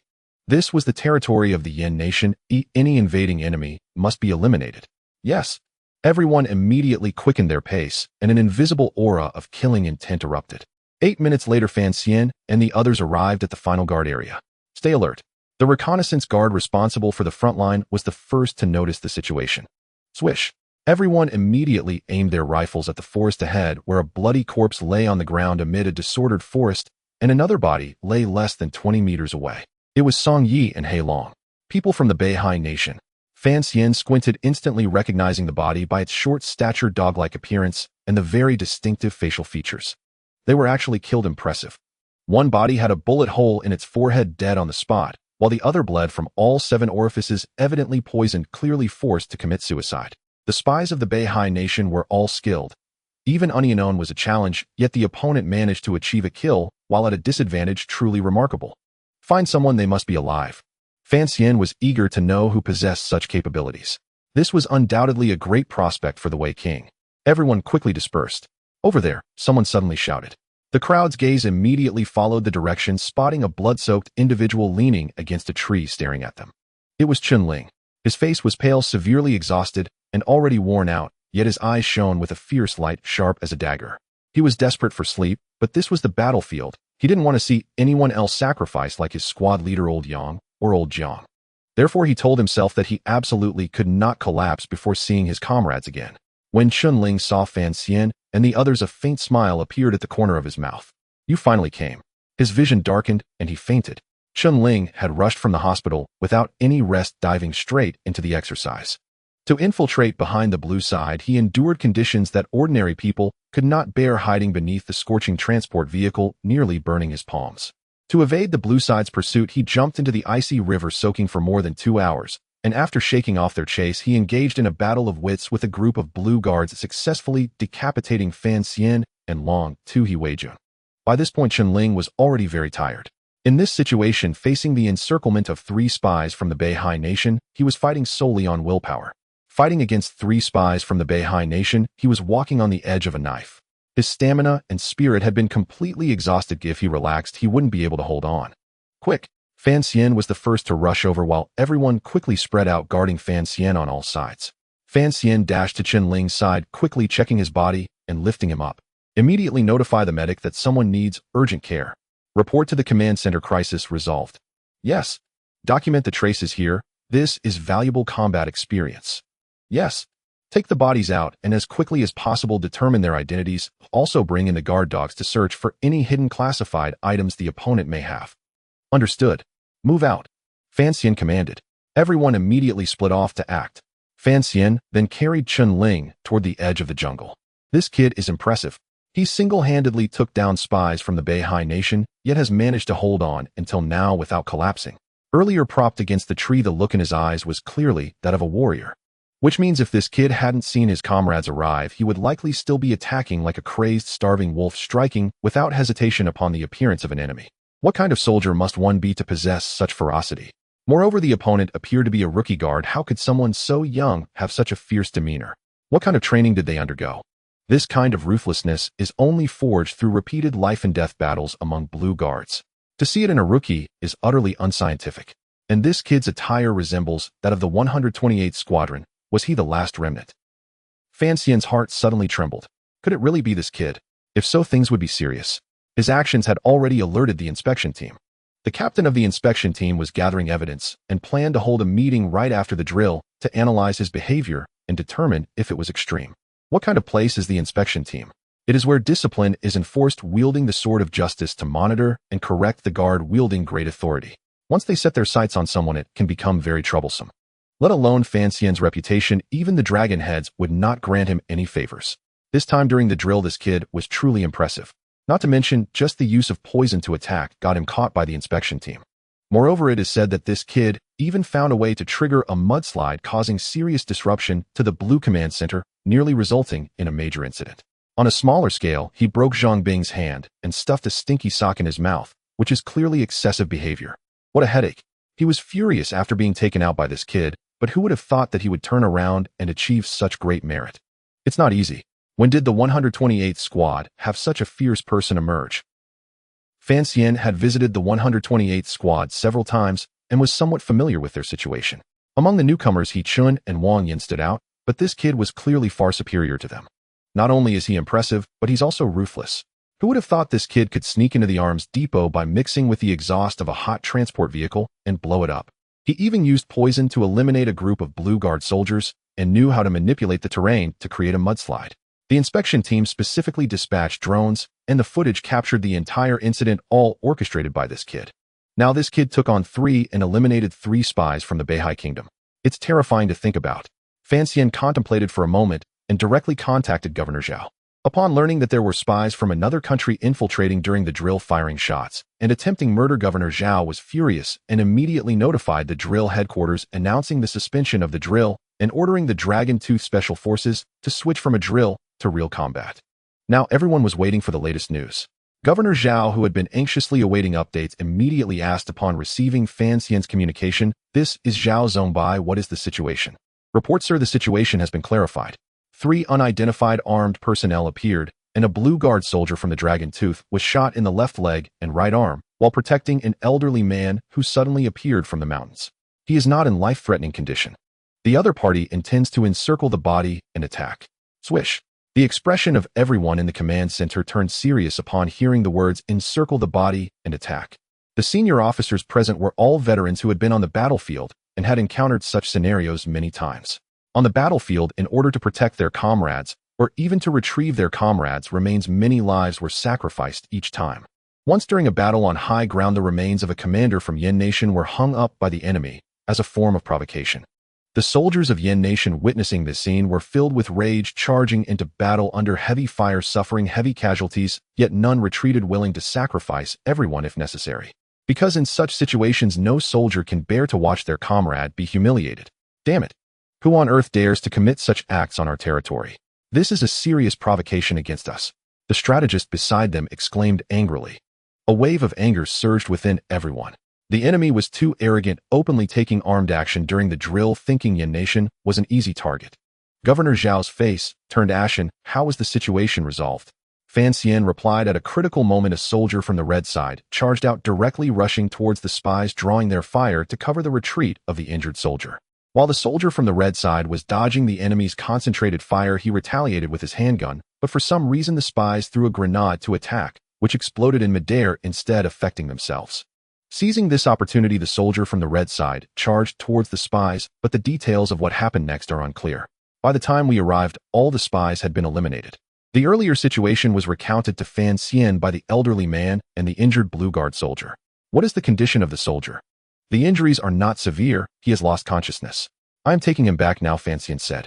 Governor Zhao quietly let out a sigh of relief. Do you know the exact identity of this soldier? Is he the one who blew up the arms depot and poisoned the kid from the Dragon God assault team? Upon hearing about such an impressive soldier appearing on the red side, Governor Zhao immediately thought of that mouse droppings. Fan Xian nodded helplessly. It's very likely him. He is the only one from the 128th squad who managed to persist. I found out his name. It's Chen Ling. Governor Zhao's eyes flickered with a complex expression. He never expected it to truly be him. The navigation team's guys had stirred up the inspection team to look for trouble with that kid, yet no one anticipated that he would turn around and achieve such great merit. He cracked the encircle the body and attack tactic, saved his comrade and the elderly man, and successfully eliminated the spies. This is no small feat. This kid is truly a talent. Seeing Governor Zhao suddenly fall silent, Fan Xian said, Sir, his hands are severely burned, and he is in a state of severe coma due to excessive mental and physical exhaustion, yet he keeps mumbling about avenging Sergeant Wu. Sir, I just checked his identity from the 128th squad. Chen Ling previously held an identity as a border guard in Unit 3, having just been transferred to the 128th squad last month. The drug dealer attack incident that occurred last month was single-handedly pursued by him, chasing down 16 drug traffickers. Governor Zhao's pupils widened in shock at him. No wonder Governor Zhao felt a sense of familiarity when hearing the name Chen Ling. He recalled the incident at the border. No wonder. During the border attack, 3 border soldiers were sacrificed, and 1 soldier was severely injured. After hearing the news, Governor Zhao placed great importance on it and rushed to visit Chen Ling as soon as possible, but at that time Chen Ling was in a coma. He is a hero. Governor Zhao had always wanted to find an opportunity to meet Chen Ling, but later, due to an emergency meeting in the guard area and a drill, this matter was delayed. Who would have thought that just a month later he would achieve such great merit again? Suddenly the curtain in the command center was lifted and the captain of the inspection team walked in with a grim face. I found evidence. That person is called Chen Ling, and based on his actions, he has completely violated discipline. The low voice of Captain Su Yang echoed in the command center. Swish. All eyes instantly focused on him. In past exercises in the Southwest Defense Zone, the blue team had never lost due to their utilization of the most advanced electronic equipment and special tactics. In essence, their exercises with the regular defense forces served to test the usage of the latest developed or upgraded electronic equipment, while the participation of the special forces aimed to maximize the application of that equipment. It was precisely because of this that some foreign hostile forces began to spy, seeking to assess the strength of the Yan nation's defense forces through the displayed power during the exercises. No one expected that shortly after the exercise began, the decision-maker of the Dragon Tooth Special Team, Fan Xian, and the commander of the navigation team, Wang Yang, along with Captain He of the Dragon Tooth Special Team, would be beheaded one after another. This was undoubtedly the most shocking upset in the history of defense exercises. Such an event had never occurred before. Although the exercise was temporarily halted, the victory and defeat had already been determined. The blue team suffered a devastating defeat. The blue team possessed the most advanced reconnaissance technology and attack equipment, and with the special forces participating in the exercise, the renowned Dragon God assault team was attacked by toxins, leading to a complete loss of combat effectiveness, with the decision-maker and commander of the special team beheaded. Was it still the special forces? Was it still special operations? It felt as though positions had been swapped, with the regular troops engaging in the beheading operations against the special forces, while the previously elite special forces had transformed into regular defense forces. The tactics that the special forces excelled at had instead been used against them. What a tremendous irony. Wang Yang from the navigation team entered behind Su Yang, his face dark and nearly black with rage. Having participated in so many exercises over the years, this was the first time he had been inexplicably exiled to the Yangtze River during an exercise. One can only imagine the rumors that would spread in the defense zone after this exercise. They had lost face to the point of disgrace. The commanding team was secretly ambushed and carried away on the Yangtze River adrift for an entire night. Without realizing it, this was utterly humiliating. How could they be so embarrassed? The other officers from the navigation team, beside Wang Yang, were practically bursting with anger. The audacity of the opposing side was staggering. If their armored command vehicle had encountered an accident in the river and fallen in, what would the consequences be? Such recklessness must be dealt with seriously. Tap tap.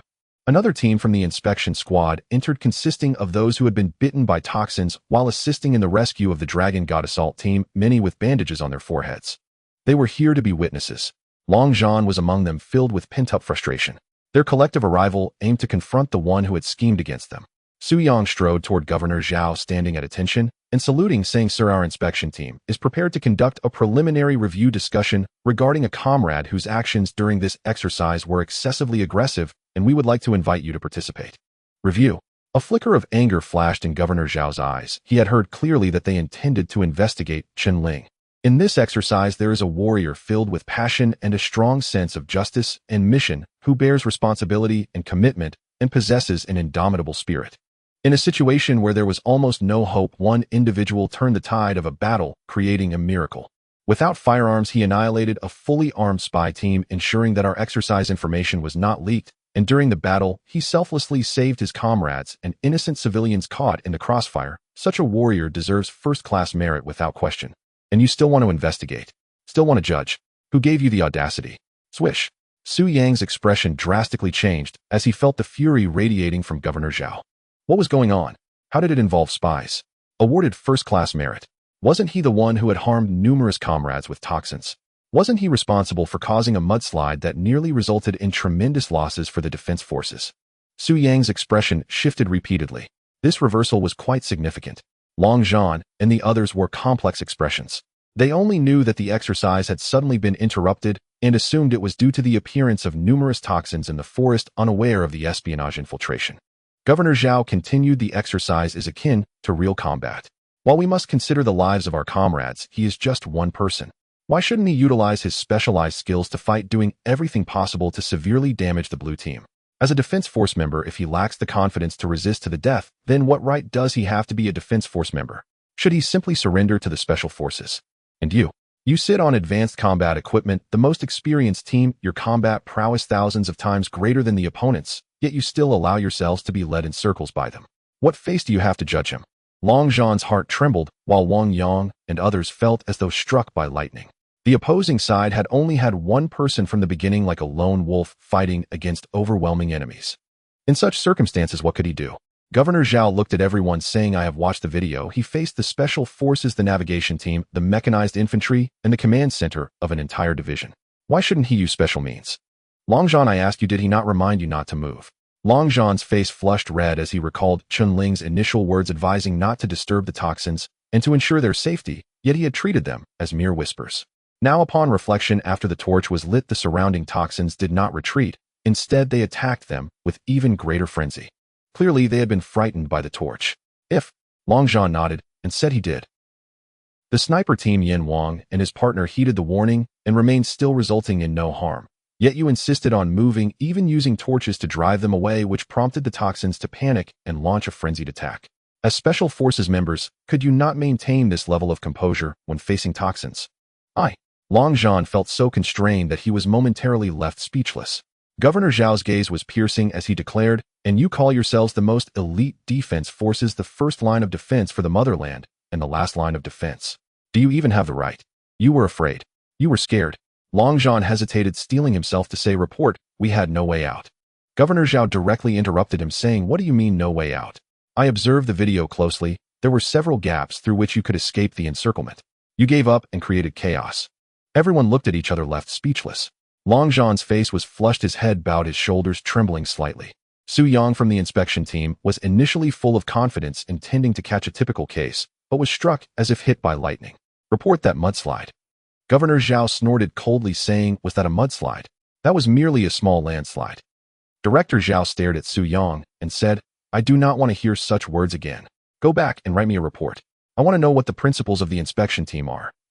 Suyong hurriedly stood up and replied loudly yes. This time he had hit a solid wall. He never expected that this kid would have such great capabilities. There was no doubt that Director Zhao intended to establish Chen Ling as a model. Captain Wang and the others were left speechless. They had not anticipated that this kid could accomplish so much, especially taking on armed spies single-handedly. Such soldiers indeed have the ability and courage, and no wonder they could quietly take out their opponents. Losing to them was not unjust. Director Zhao turned to the communications officer and said, "As soon as Chen Ling wakes up, notify me immediately." Yes. After Director Zhao made it clear he did not linger and strode out. The exercise was interrupted, and there were many matters awaiting his attention.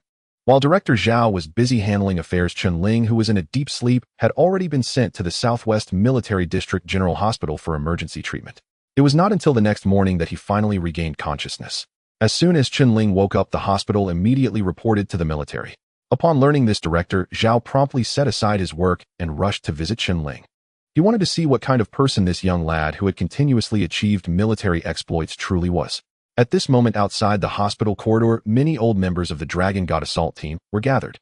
They had been bitten by poisonous creatures and were receiving treatment here.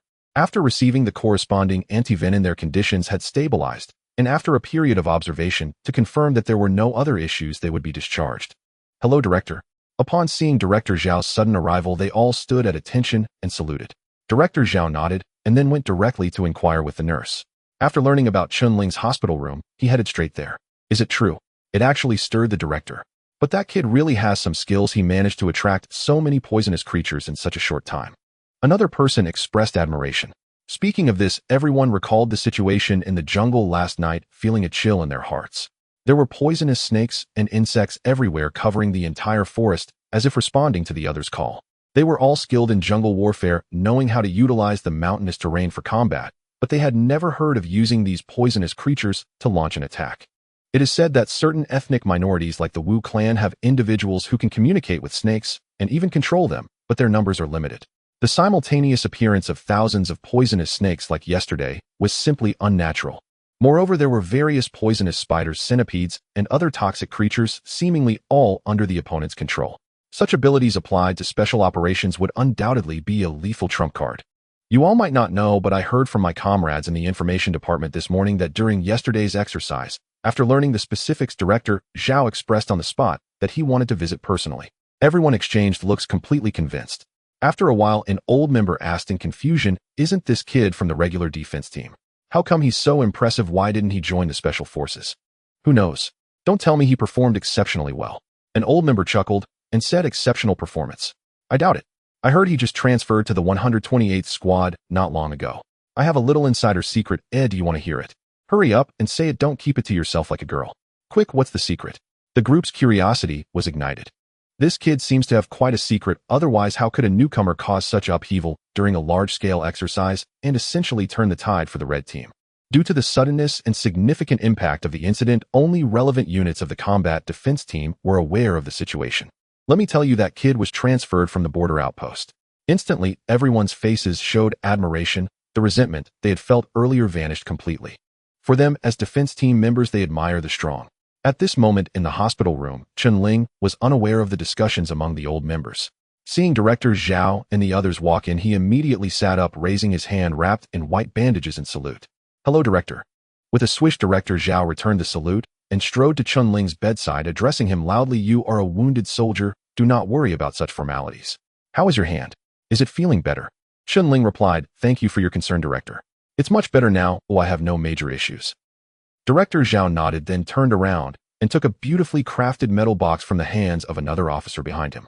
He opened it in front of Chen Ling, revealing a golden medal inside. During this exercise, Chen Ling provided everyone with a vivid lesson in real combat. This selfless spirit is one that every soldier in the defense team should learn from. Commander Zhao continued, "You were just promoted to lieutenant last month. This achievement will be noted for now. Your contributions will not be forgotten by the defense district." Chen Ling replied, "Yes." Given Chen Ling's rapid advancement from joining the defense team to now in less than half a year, his rise from a new recruit to lieutenant was akin to being shot into the sky. Under normal circumstances, even a second lieutenant would require 2 to 3 years to be promoted to lieutenant, and only exceptional performance could possibly lead to such an upgrade. Now Chen Ling had also been awarded a first-class merit medal and honor that required the headquarters to apply on behalf of the defense team, and only with their approval could it be obtained. One can only imagine how difficult it is to earn a first-class merit medal. For instance, Long Zhan of the Dragon God Assault team, who has been the defense king for 3 consecutive terms, only received a second-class personal merit medal. It took him nearly 5 years to achieve that. After all, the Yin Kingdom is currently in a peaceful period and opportunities to earn merits are quite rare. You must work even harder in the future. Do not become arrogant. Pride leads to downfall, understand. Commander Zhao encouraged. He had high hopes for Chen Ling, seeing such ability and drive at a young age, believing that with proper cultivation, he would certainly become a sharp blade for the defense district and the nation. A strange thought flashed through Chen Ling's mind, wondering why Commander Zhao seemed to be lecturing him like a primary school student. When did I ever act arrogantly? Yes, Chen Ling replied earnestly. He held great respect for Commander Zhao, the highest authority in the defense district. From what he learned about Commander Zhao's resume, he was even more legendary than Captain He of the Dragon Tooth Special Forces, a true general who had survived countless battles. Commander Zhao nodded with satisfaction and continued, with your skills, being in the 128th Squadron is a waste of talent. Would you like to join a squad like this? The Dragon Tooth side is eager for you to join immediately. Leaders like He Weijun and Fang Xian, as well as Long Zhan from the Dragon God Assault team, have all fallen under his command. The qualities of such a squad exceed many current special squad members. Moreover, with his noble character, he hunted down mercenary squad members alone at the border to avenge his comrades, unafraid of sacrificing his own life, if necessary. In exercises, he risked his life to rescue comrades he wasn't even familiar with while facing the siege of enemy spies. Such a level of awareness is rare among young people. For a talent like this, where else but in special forces should he go? Of course, this also depends on Chen Ling's opinion.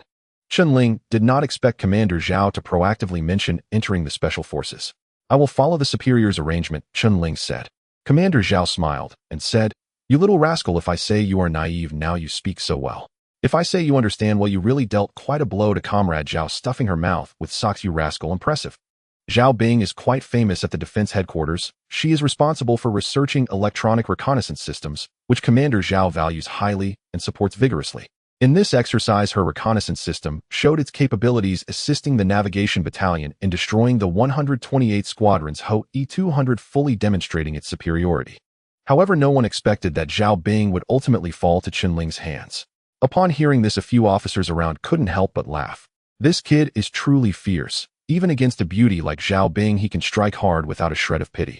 It is well known that countless young single officers in the defense district admire Zhao Bing and go to great lengths to cultivate a good relationship with her. Yet this kid was ruthless, giving her no face and just dominating. They heard that after Zhao Bing returned, she was in such a terrible state that she hadn't eaten or drunk anything, lying in the hospital receiving intravenous fluids. She was truly tormented to the point of exhaustion. Chen Ling felt a bit awkward, not knowing that even Commander Zhao was aware of this matter. In his view, exercises are real combat with no distinction between men and women, only comrades and enemies. Commander Zhao smiled and said, I don't mean to blame you. The battlefield is meant to be this way. To be merciful to the enemy is to be cruel to oneself. However, it is essential for Yin Kingdom soldiers to maintain their demeanor. You should go and see her. It's not unreasonable. After the exercise, you are all comrades, and no one will hold grudges about what happened in battle. You are all young and need to communicate more. Little Zhao is a great girl. As men, we should show some grace in front of girls. It won't be a wrong move. Commander Zhao paused and suddenly asked, you probably don't have a girlfriend yet, right? No, Chen Ling said, his eyes slightly strange. What did Commander Zhao mean by this? Commander Zhao smiled and said, little Zhao is also in the hospital. You can communicate more during this time. All right, I won't disturb your rest any longer. Take care of your injuries, and there will certainly be opportunities for you to showcase your abilities. By the way, let me give you a heads up. The defense district is preparing to establish a new assault team, while the second squad of the Dragon Scale needs to be restructured for special reasons. Both processes will occur simultaneously. If you want to join the special forces, there is a process to follow. I will help you submit your name for consideration, recover well, and you will return to the 128th Squadron. Someone will come to pick you up. Is that all right? Yes, I will follow the organization's arrangement. Chen Ling would not refuse this opportunity to participate in the selection for the special forces, and he must enter the special forces. This was the greatest hope of the squad leaders, who otherwise they wouldn't help him take shifts every day, creating all possible conditions for him to train vigorously. They hoped that one day Chen Ling can step out from the border defense and become the most dazzling defense king of the district. Chen Ling has not forgotten. Moreover, he must avenge squad leader Wu Old Yang and old Jiang. After giving a few instructions, Commander Zhao left the ward. Not long after he left, Captain Zhang of the 128th Squadron and others came to visit Chen Ling. This time the 128th Squadron gained face in the exercise, and Captain Zhang had never been this excited before. When looking at Chen Ling, he directly patted his chest, saying that once Chen Ling was discharged, he would promote him to 100 long. The meaning was quite clear. They wanted to retain the talent that is Chen Ling. Captain Zhang is a perceptive person. Chen Ling, with his stunning performance in the exercises, had turned the tide and would definitely attract the attention of others. It's needless to say that Fang Xian, that old fox, would have ideas. Thus, he gave Chen Ling a heads up in advance, expressing his stance. That night, Sergeant Da and training assistant Zhou Xiu came to visit Chen Ling. They chatted casually for a while before leaving, as they needed to summarize the exercise. By the third day, Chen Ling's body had mostly recovered, and he was ready to be discharged at any moment. What hesitated him was whether to visit Zhao Bing, who he had stuffed with his stinky socks next door. Should I go or not? Chen Ling hesitated for a moment, but ultimately decided to check it out. After all, it was General Zhao who had spoken up. What harm could it do to take a look? He wasn't afraid of armed drug dealers or spies, so why would he fear a woman? Moreover, he hadn't done anything wrong in this matter. Without further ado, Chen Ling immediately left the hospital room and inquired with the nurse about Zhao Bing's ward before heading over. The door was half open, and through the crack, he could see a young female guard holding a lunchbox preparing to feed Zhao Bing, who was dressed in a patient gown. Zhao Bing sat on the hospital bed with her left arm in a cast and bandaged, unable to move, yet her right hand was surprisingly holding a pen, writing something. Sister Zhao, it's time to eat, otherwise it will get cold. Today I bought your favorite sweet and sour ribs. Assistant Gu Xiaojia opened the lunchbox and a steaming aroma wafted out. Wow! As Zhao Bing caught a whiff of the food's fragrance, she suddenly covered her mouth with her right hand, feeling nauseous, nearly vomiting. Her delicate face flushed red. Hurry, take it away. Oh, I can't eat it. Zhao Bing struggled to say. Gu Xiaojia promptly set the lunchbox aside and gently patted Zhao Bing's back to help ease her breathing, while unable to resist chattering said, "That guy is really something. Is he even a man? Treating a woman like this. I bet he won't find a wife in this lifetime. Such a beautiful girl." As Zhao Bing in the entire district, countless young guards would want to leave a good impression on her, yet this guy managed to treat her so terribly. Hearing about food made her immediately think of that taste and feel sick, nearly throwing up. This had left her with serious psychological trauma. If this continued, wouldn't she fall apart? Standing at the door, Chen Ling felt speechless. Oh, what did this have to do with whether he would have a wife in the future? This woman was indeed troublesome. Her divergent thinking was stronger than anyone else's, and she could associate everything together. Little did Chen Ling know Zhao Bing felt an indescribable grievance. Her hand had been broken by that guy, and now she was being asked to write a reflection. What kind of reasoning was this? She was the victim, so how could it be her fault? Zhao Bing frowned, suppressing the turmoil within, gritting her teeth, and said, "If I ever see him, I will bite him to death." Gu Xiaojia nodded, saying, "Yes, we will definitely teach that guy a lesson when we find the opportunity. We won't believe there is no way to deal with him." She was firmly on Zhao Bing's side. "In the future, I will find out which unit that guy is in and keep a close eye on him, so he can feel what it's like." Gu Xiaojia admired Zhao Bing greatly. She was truly talented, and not just a pretty face. Her skills were on par with special guards, and she was well-versed in electronic information technology, having done extensive research on operations of special guards. She was an exceptionally well-rounded female officer. The leaders of the district took Zhao Bing very seriously, even establishing a structure specifically for her to focus on research. In the recent exercise with the guards, the tracking system Zhao Bing developed played a significant role, and the district leaders were very satisfied, preparing to promote it throughout the entire district. For such a beautiful and intelligent woman, men should cherish her. That guy treating her so harshly over trivial matters was nothing short of a scoundrel. Knock knock. 2 knocks echoed. Chen Ling pushed the door open and walked in. Zhao Bing, still feeling nauseous, lifted her head and instantly recognized Chen Ling as the soldier who had been so ruthless that day. Her bright eyes changed in an instant, radiating a fierce, killing intent as she stared at Chen Ling. Chen Ling. He raised his eyebrows slightly, immediately sensing the hostility from her. Women truly are incomprehensible creatures. He had only stuffed a sock in her mouth. Was it really necessary for her to be this furious? Chen Ling didn't think he had done anything wrong. At that time, she had disregarded the exercise rules. If she had behaved properly like a corpse, he certainly wouldn't have acted that way. Forget it. Out of respect for General Zhao, he decided not to argue with her.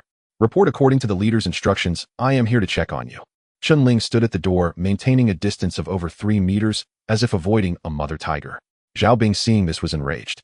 Bastard. Coming empty-handed is one thing, but standing at the door, without even entering, was he here to apologize or to demonstrate? Was he showing off how amazing he was? The leader personally sent him to see me rather than him coming of his own accord.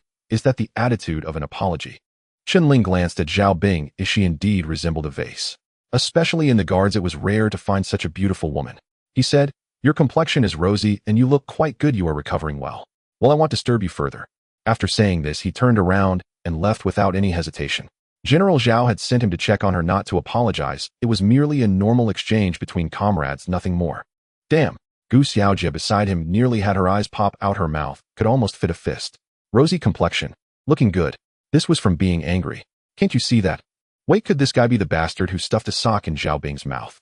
Gu Xiaojie was slow to realize, but quickly reacted. Stop right there. Zhao Bing's little universe finally exploded. Her eyes, already big, were about to pop out. Chen Ling halted his steps. She was a captain, and he was one rank lower. As the saying goes, higher rank can suppress others, so even if Chen Ling was displeased, he had to show her some respect. He turned back and said, "Sir, what further instructions do you have?" Zhao Bing suppressed her anger and asked, "I have a few questions for you. Why did you choose to jump into the river in such cold weather?" Chen Ling replied, "To evade the tracking of the guard dogs." He couldn't very well say that he had a sign-in system that granted him various experiences and skills. If he did, he would be sent off for research in no time. Zhao Bing stared at Chen Ling in confusion, saying, "Is that it?" She suspected Chen Ling was not telling the truth. He must have sensed something that made him risk entering the cold water to avoid her heat signature tracking. Chen Ling explained, "The river water can wash away my scent and evade the guard dogs. My squad leader told me this." Zhao Bing felt a surge of frustration. She wanted to ask how Chen Ling had evaded her heat tracking and why the conversation had turned to dogs. Was this a coincidence? Why did it sound somewhat suffocating? "Sir, I have no further business. I will take my leave now." After saying this without another word, he turned and exited. Bang, the door slammed shut. Zhao Bing's lips couldn't even close, her head buzzing as if a flock of crows had flown over. A true ironclad man, absolutely a steel straight man. Gu Xiaojie could no longer hold back. She jumped up, rolled up her sleeves and shouted, "Hey, you stop right there. What kind of attitude is this?" As she spoke, she was about to chase after him to confront Chen Ling. "Stop right there," Zhao Bing said sternly. Gu Xiaojie pointed at the door, turned around angrily, and said, "Sister Zhao, he's simply inhuman, a robot so cold-hearted. Does he even have any human emotions left? He has made you suffer like this. What kind of attitude is this? Is he here to apologize and check on the patient? He's just here to infuriate people." In the Wei district, she had seen various young talents, and whenever they encountered Zhao Bing, they were all polite, trying to win her favor. When did anyone ever bully Zhao Bing like this? This guy was either pretending or just an idiot. Zhao Bing, with a cold expression, said, "Bring me the lunchbox, I'm going to eat." Gu Xiaojie was taken aback, looking at Zhao Bing in surprise. "Sister Zhao, aren't you afraid of throwing up?" Zhao Bing gritted her teeth and said, "Eating gives me strength. Who wants him better? I will settle accounts with him." Gu Xiaojie immediately reacted, saying, Right. Once you are healthy, you'll have the energy to deal with him." She quickly picked up the lunchbox, opened the lid, and placed it in front of Zhao Bing. Zhao Bing bit down and started eating voraciously, swallowing it all down. Having grown up, she had never suffered such humiliation. If she didn't teach this little punk a lesson, she wouldn't be called Zhao. Zhao Bing was not an ordinary girl. She had risen to the rank of lieutenant at a young age. How could she be just a pretty face? She had research, scientific development, special operations theory, sniping skills, close combat techniques, and more. If she weren't a woman, she would have long since joined a frontline assault team, charging onto the battlefield to undertake the most dangerous missions. In recent years, Zhao Bing had been thriving in her career, naturally developing a sense of pride. Now she felt as if Chen Ling was pressing her forehead to the ground. If she didn't personally reclaim her dignity, she would never find peace. "There will be plenty of time in the future. Just wait, I will definitely bring you down." Zhao Bing was devouring her meal, her eyes filled with fury. Suddenly, after swallowing a few bites, her throat felt nauseous and her stomach churned, causing her to vomit everything out. At that moment, Chen Ling had just returned to the ward, inexplicably sneezing. "Is someone thinking of me?" He frowned slightly. His injuries were no longer serious. The main issue was the severe exhaustion of his physical and spiritual energy. After resting for 2 days, he had already fully recovered. The most terrifying thing is being remembered by a woman. Chen Ling rubbed his nose, his lips twitching slightly. Feeling as if he were being watched by the person in the next room, he didn't want to stay in the hospital any longer. Coincidentally, his allowance for the month had just arrived, and he planned to send it to Aunt Yang. Discharge. Chen Ling immediately changed his clothes and prepared to go through the discharge procedures.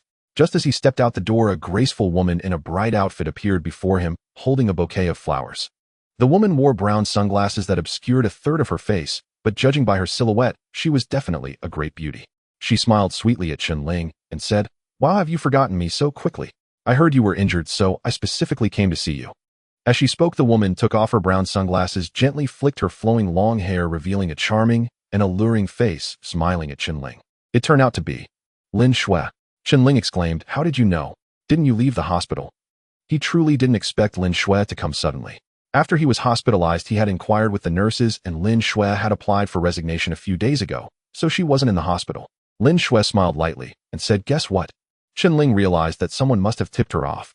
After all, she had worked here, and the nurses were all her acquaintances. A phone call wouldn't be difficult. Indeed, someone had informed her a sister here had told her that her idol was hospitalized, and she immediately rushed over. Seeing Chen Ling dressed neatly and in good spirits, Lin Shui said, "Are you planning to be discharged? Where are you going? They'll give you a ride. Don't worry, I'm a big girl. Do you think I'm going to eat you?" she said, pulling Chen Ling along to handle the discharge procedures. At this moment in the corridor, Gu Xiaojia was carrying a bag preparing to get some fruit for Xiaobing. She muttered, "Chen Ling, that ironclad straight man, must not have a girlfriend. How could such a jerk possibly be liked by any girl? He'll be single for a lifetime." The more she thought about it, the angrier she became. Sister Zhao, such a good woman, was bullied by him like this. Suddenly, Gu Xiaojia saw a very beautiful girl with an excellent figure standing very closely next to Chen Ling in the corridor. His girlfriend? Just then a female nurse walked by, and Gu Xiaojia gently pulled her aside to ask. The nurse looked at Chen Ling and Lin Shui, revealing envy in her eyes, and said, "Are you talking about the girl next to Lieutenant Chen? She used to be the beauty of our main hospital and really liked him. She transferred here just because of him." Gu Xiaojia was speechless. Just this. There are people who like him. Is that girl called Lin Shui out of her mind? Based on looks, Lin Shui is not at all inferior to Xiaobing. She could easily compete with first-tier female stars in the entertainment industry. Moreover, she even quit her job at the main hospital for him. You have to understand, this is the way District General Hospital, where so many nurses are desperate to get in. Seeing Gu Xiaojia's astonished expression, the nurse smiled and said, "I've heard many stories about Lieutenant Chen. Would you like to hear them?" Yes. As the nurse shared gossip about Chen Ling with Gu Xiaojia, Chen Ling had already completed the discharge procedures and arrived at the hospital entrance with Lin Shui. Beep beep. A white Ferrari parked by the roadside, honking twice. Lin Shui walked over with the car keys in hand, leaving Chen Ling a bit astonished. A rich girl. Lin Shui opened the car door gracefully, took her seat in the driver's position, and smiled at Chen Ling, saying, "I'll drive, just sit tight. It's my honor to drive for a great hero." Chen Ling awkwardly nodded. He could only sit in the passenger seat, suddenly feeling like he was living off someone else. "Let's go." Lin Shui started the car, drove onto the road, and opened the convertible top. Instantly, a gentle breeze brushed against his face. The autumn air was lovely, and the leaves by the roadside had turned golden, while the sky was painted with fiery clouds like an oil painting. The car sped along into the city. After casually finding an automatic teller machine to transfer money to Aunt Yang's card, Chen Ling originally planned to return to the 128th Squadron. However, Lin Shui glanced at the time and said, "There's no time to go back. Since you've just been discharged, I'll treat you to a meal, and you can't refuse. Let's go. You promised me last time that you would have a meal with me. You said it, and a guard's word is as good as a nail. You wouldn't go back on your word, would you?" Lin Shui smiled at Chen Ling as if she had him completely under her thumb. Chen Ling felt a bit speechless, increasingly sensing that he was becoming more of a kept man. "All right, that's more like it." Lin Shui led Chen Ling to the entrance of a hot pot restaurant. "This is it. A hot pot symbolizes a booming year. Your discharge from the hospital is a great start." Lin Shui pulled Chen Ling inside the hot pot restaurant. At this time, it was nearing mealtime, and the hall was buzzing with activity. Families were dining together, friends were gathering, and young couples were enjoying their time. The atmosphere was incredibly lively. Lin Shui was clearly a regular here. After sitting down near the window, she handed the menu to Chen Ling and said, "Go ahead, order something." Chen Ling took the menu, glanced at it, and frowned involuntarily. He didn't know how to order. In the guard unit, they ate whatever was served in the cafeteria. It wasn't like now with a full menu and hundreds of dishes, leaving him unsure of what to choose. Seeing that Chen Ling had been in a daze without ordering for a long time, Lin Shui suppressed a laugh, took the menu back, and said, "You, an excellent guard, are so out of touch with society that you can't even order food. How will you fit into society after retirement?" Chen Ling said seriously, "I never planned to leave the guard unit. Look at how comfortable these people are. It's because many like me have sacrificed everything to create this stable society. So I won't feel inferior." Inferior? Lin Shui covered her face, laughing and crying at the same time. "Come on, big guy, I didn't mean to ridicule you. I'm complimenting you. You're quite remarkable, you know." Looking at Lin Shui, Chen Ling asked, "Really?" Lin Shui replied seriously, "I can guarantee that if the people here knew what you've done, they would stand up and applaud you." The tasks you've executed are truly extraordinary. Hearing this from Lin Shui warmed Chen Ling's heart. Although he was a guard willing to give without expecting anything in return, everyone would welcome recognition from others. Let me order. The dishes here are not expensive and very fresh. You should like them, right? Can you eat spicy food? I'm all right. Do you have any dietary restrictions? For instance, I know some people can't eat pork or dog meat. None. Okay, got it. After understanding Chen Ling's preferences, Lin Shui ordered a mix of 4 people's portions. This wasn't wasteful, as she knew Chen Ling's appetite. As a frontline border guard, he had a very large appetite, and ordering too little would definitely leave him unsatisfied. In less than 10 minutes, all the dishes were served. Let's eat. Lin Shui ladled half a bowl of beef into his bowl. You expend a lot of energy, so eat more beef, it's good for your health. The ginger vinegar braised pig's feet, here, taste great, so have more of that. And this has a lot of vitamin C, which helps maintain your bodus balance. Lin Shui kept adding food to Chen Ling's bowl, while eating very little herself, taking just a bit of everything. Why aren't you eating? Lin Shui smiled and said, I'm on a diet, I need to maintain my figure. Your figure is already great. Really? Lin Shui beamed a radiant smile. Tell me some stories from the guard unit, just the interesting ones. I know there are confidentiality regulations. Interesting stories. Chen Ling thought for a moment and said, when I was stationed at the border, my comrade Lao Jiang said his biggest dream was to write a sensational online novel and that he would write me into it. Does that count as an interesting story? Did he write it? Lin Shui asked curiously. He sacrificed himself. Lin Shui paused for a moment and said, well, maybe he will continue writing in another world. Perhaps. He was a very interesting person. He talked about that dream for 3 years, but hadn't even written 600 words of his novel. After I went to the sentry post, he kept saying, I'll write hard, wait for me, I will definitely succeed. My squad leader is also a very interesting person. He loves to drink strong liquor, saying that a man should drink strong liquor to be a true man, only then can he fight bravely on the battlefield. One time he got drunk and with tears in his eyes said he was sorry to his wife for not having time to accompany her, and that he felt sorry for her.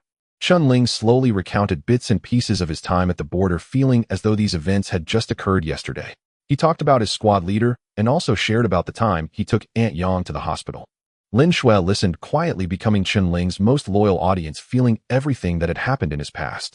The meal didn't last long, but it was enough for Lin Shui to gain a deep understanding of this iron-blooded guard. He seemed emotionless, as if he were a machine existing solely for war, yet deep down, he was filled with tenderness. Tenderness towards his comrades, tenderness towards the guard unit, and care for countless strangers. Lin Shui suddenly realized that this young guard truly radiated an indescribable charm that motivated her to want to learn more about him. After finishing the hot pot, Lin Shui paid the bill. As they walked out, the moon hung bright in the sky. Lin Shui stretched and playfully said, let's stroll around, it's a perfect way to digest. Are you full? Chen Ling felt a bit awkward. He had eaten nearly enough for 4 people, while Lin Shui had hardly touched her food. Since he crossed over, he had been guarding the border with his squad leader, eager to activate his golden finger early. Influenced by his squad leader, he wanted to be a good guard. Only after achieving first-class merit in the drills did he relax a bit, especially since he had protected his comrades without letting anyone sacrifice. First-class merit. Chen Ling took out the medal given to him by Governor Zhao from his pocket and handed it to Lin Shui, saying, today you treated me, so I sent my money to Aunt Yang and don't have any gifts for you. Here, take this medal. Lin Shui was surprised as she received the exquisite box, opened it, and saw the shining medal. A first-class merit medal. Lin Shui looked at Chen Ling in astonishment.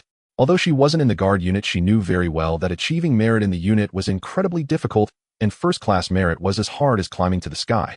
And how long has it been since Chen Ling returned to the guard unit? Not even a week, and he brought back a first-class merit.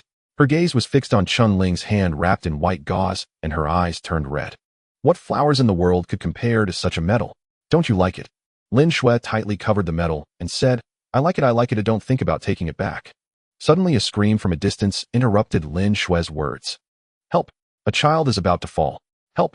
The sound of screaming came from ahead.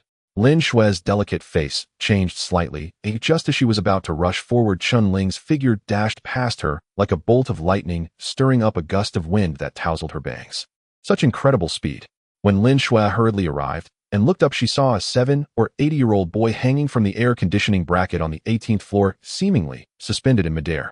The terrified child cried and struggled, hanging above and desperately gripping the support, appearing as if he could fall at any moment. A crowd gathered below the tall building. Quick, bring a blanket to catch the child. Call the fire department. Hurry up. Otherwise it will be too late. Various concerned voices emerged from the crowd, Some rushed into the building to find blankets, while others quickly dialed emergency numbers. Hurry, the child is clearly losing strength and won't hold on much longer. What if the blanket can't catch him? The fire truck will take at least 10 minutes. The child definitely can't last that long. This is the 18th floor. If he falls. The anxious gazes of the crowd were fixed on the crying child dangling from above, their hearts in turmoil. The child was so young and didn't understand what was happening if he fell. Meanwhile, the child's family was already in tears, covering their mouths with their hands, sobbing so hard they couldn't speak. However, faced with such a situation, they had no way to help. This was on the outer wall of the 18th floor. They couldn't climb up like geckos to save him. They also didn't have airbags or nets that could catch the child with certainty. As the crowd anxiously waited, Chen Ling suddenly dashed towards the building, exerting force in his legs as he leaped over the crowd, grabbing hold of an air conditioning unit on the second floor's exterior wall, with one hand propelling his body upwards. With his other hand, he grasped a slight protrusion on the second floor, pushing off with his feet to quickly climb upwards. Using a coordinated effort of hands and feet, Chen Ling moved up the building's exterior like a monkey, rapidly ascending. By the time Lin Shui reached the ground below, Chen Ling had already climbed to the 6th floor. At this moment, the crowd noticed Chen Ling climbing upwards. Seeing him in his green rescue uniform, they felt a surge of hope and couldn't help but shout in excitement. Look, it's our rescue team member. Yes, it's our rescue team member. Be careful, comrade. That's great. As long as they're here, there's nothing that can't be solved. This child is incredibly fortunate to encounter him at this moment. The crowd below watched as Chen Ling continuously climbed higher, feeling as though they were witnessing a superhero. This was the exterior wall of a tall building, and he had no protective measures. Climbing barehanded, any slip could lead to a disastrous fall. However, in their eyes, Chen Ling was a superhero. In their minds, there was nothing that rescue team members couldn't accomplish. When floods came, they could build flesh and blood walls to block the water. When earthquakes struck, they could excavate mountains to clear the way out. When fires erupted, they fought the flames like warriors. As long as there were difficulties, calling for rescue team members was the answer. Only Lin Shui watched Chen Ling's figure climbing higher, her heart suddenly racing, her eyes turning red. His hands. She remembered Chen Ling's hands were injured and bandaged during dinner the night before. He had to be careful not to use too much strength when picking up food, afraid of reopening his wounds and bleeding. But at this moment, he climbed higher without regard for his life, his hands repeatedly grabbing onto the hard structures and concrete ledges with great force. How painful that must be. Lin Shui couldn't cry out, afraid of distracting Chen Ling. When she reached the ground and looked up, her face flushed, and when she wiped her hand, she discovered it was covered in blood. It was Chen Ling's blood. He was injured. Lin Shui couldn't hold back her tears, which streamed down her face. The crowd around them was shouting, "Go, go, be careful, comrade." Everyone was tense, filled with both anxiety and anticipation. Whether the child could survive now depended on Chen Ling. Lin Shui dared not shout loudly. She was afraid of affecting Chen Ling. Her heart climbed along with him, up and up. At this moment, Chen Ling's speed was still quite fast. His palms ached with each exertion, but he endured it. Climbing training was common for special rescue team members, but Chen Ling had not undergone specialized training and lacked those skills. However, his physical fitness was 4 times that of ordinary people, and with his agility and extraordinary endurance, he maintained an incredibly fast climbing speed. In the blink of an eye, Chen Ling had climbed to the 16th floor. Not good, the child can't hold on any longer. Oh. The boy, who had been precariously hanging from the air conditioning bracket, could no longer endure and helplessly let go of his small hands while crying out. His frail body plummeted rapidly. The crowd below gasped in shock. The timid ones covered their eyes, each of them feeling helpless. This child was unfortunate. He ultimately couldn't escape the fate of falling to his death. The child's mother fainted at the sight. In a critical moment, Chen Ling suddenly leapt out, and in the instant he brushed past the child, he grasped the boy's body with one hand and pulled him into his embrace. Lin Shui, who had been holding her breath, suddenly shouted, "Be careful." Her whole body trembled, nearly losing her balance. Chen Ling was giving it his all. The crowd around him screamed, seeing Chen Ling and the child plummeting together. Just then, Chen Ling's feet hooked onto the air conditioning unit of the 10th floor. Bang! His feet landed heavily on the air conditioning unit, causing pain that made Chen Ling's mouth twitch. He couldn't afford to hesitate for a second. If he missed a moment, both he and the child would fall to their deaths. "Stop!" Chen Ling growled as he abruptly twisted his body, using his feet on the air conditioning bracket to halt his descent. In a flash, he grasped a protruding part of the balcony, stabilizing his position. Due to the force he exerted, the white bandage tore open with a rip, blood gushing out. Bang! Chen Ling's body slammed against the wall, but the child remained unharmed in his protective embrace. A wave of sweetness filled his throat as a mouthful of blood surged up. The crowd below, witnessing the harrowing scene, reacted in shock, and when they saw Chen Ling save the child, they erupted in enthusiastic applause. Lin Shui looked at Chen Ling with joy, covering her face with her hands, her fingers already stained with tears. Listening to the praises around her, she murmured to herself, "Where are the superheroes in this world? If they exist, they are the rescue team members, security personnel, and firefighters who strive forward in our lives."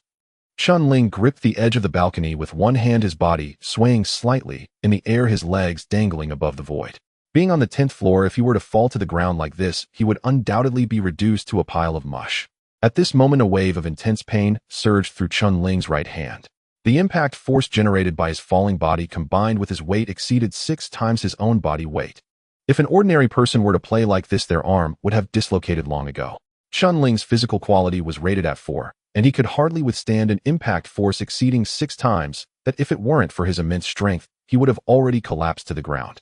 All his strength was concentrated in his right hand, enduring the excruciating pain. Chen Ling took a deep breath, smiled, and looked down at the child in his arms, saying, "Don't be afraid, little one, uncle will take you down." The child, who had been terrified, surprisingly stopped crying upon seeing Chen Ling's smile.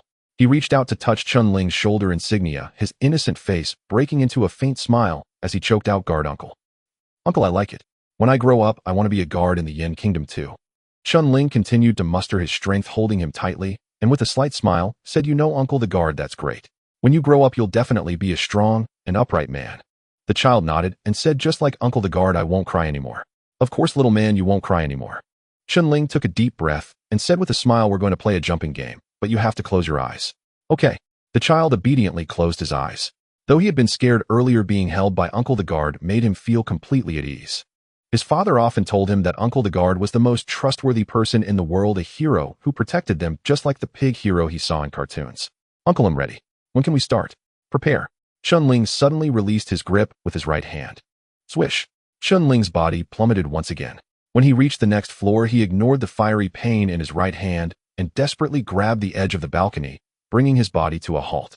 This maneuver appeared effortless, but those in the know understood that the operator had to tense all their muscles like steel to ensure stability. Otherwise, if the body swayed and strength could not be controlled in midair, it would lead to a deviation in direction during the fall, resulting in a crash. Moreover, Chen Ling was also holding a child, forcing him to exert strength with one hand. Such physical control required higher demands on strength and balance. He's risking his life. Today, I've finally witnessed the prowess of our country's guards. Extreme parkour pales in comparison. That's for sure. Be careful, my heart can hardly take it. The crowd watched Chen Ling descend floor by floor, their hearts racing. Young people thrive on adrenaline. Anyone with a weak heart would surely struggle to cope. This was a deadly game. Even a slight mistake could lead to a fall.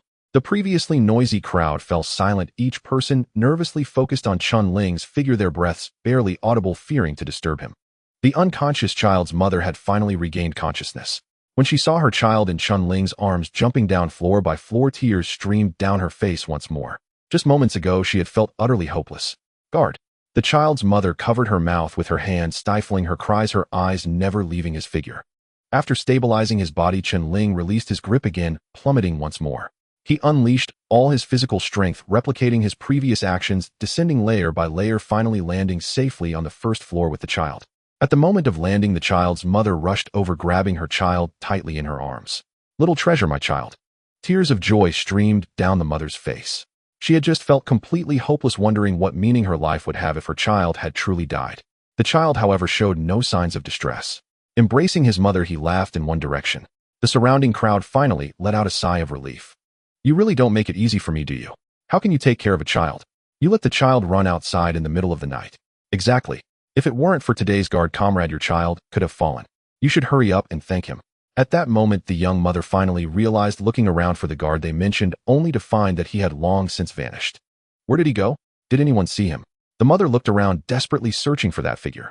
The crowd also realized and began to help look. They all wanted to see this superhero who had climbed to the 16th floor like Superman, and at the most dangerous moment risked everything to jump out and save the child. Where is he? He was just here. How could he disappear in the blink of an eye? Did he leave? They hadn't noticed that after placing the child down, Chen Ling had turned and walked away. The crowd's attention was so focused on the child that they inadvertently overlooked him. Blood.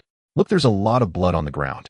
Suddenly, the crowd saw drops of fresh blood on the ground trailing away. Following the blood, they found several spots where it had flowed, staining the ground red, extending all the way to the flower bed by the road before finally vanishing. Check if the child is hurt. Someone urgently reminded.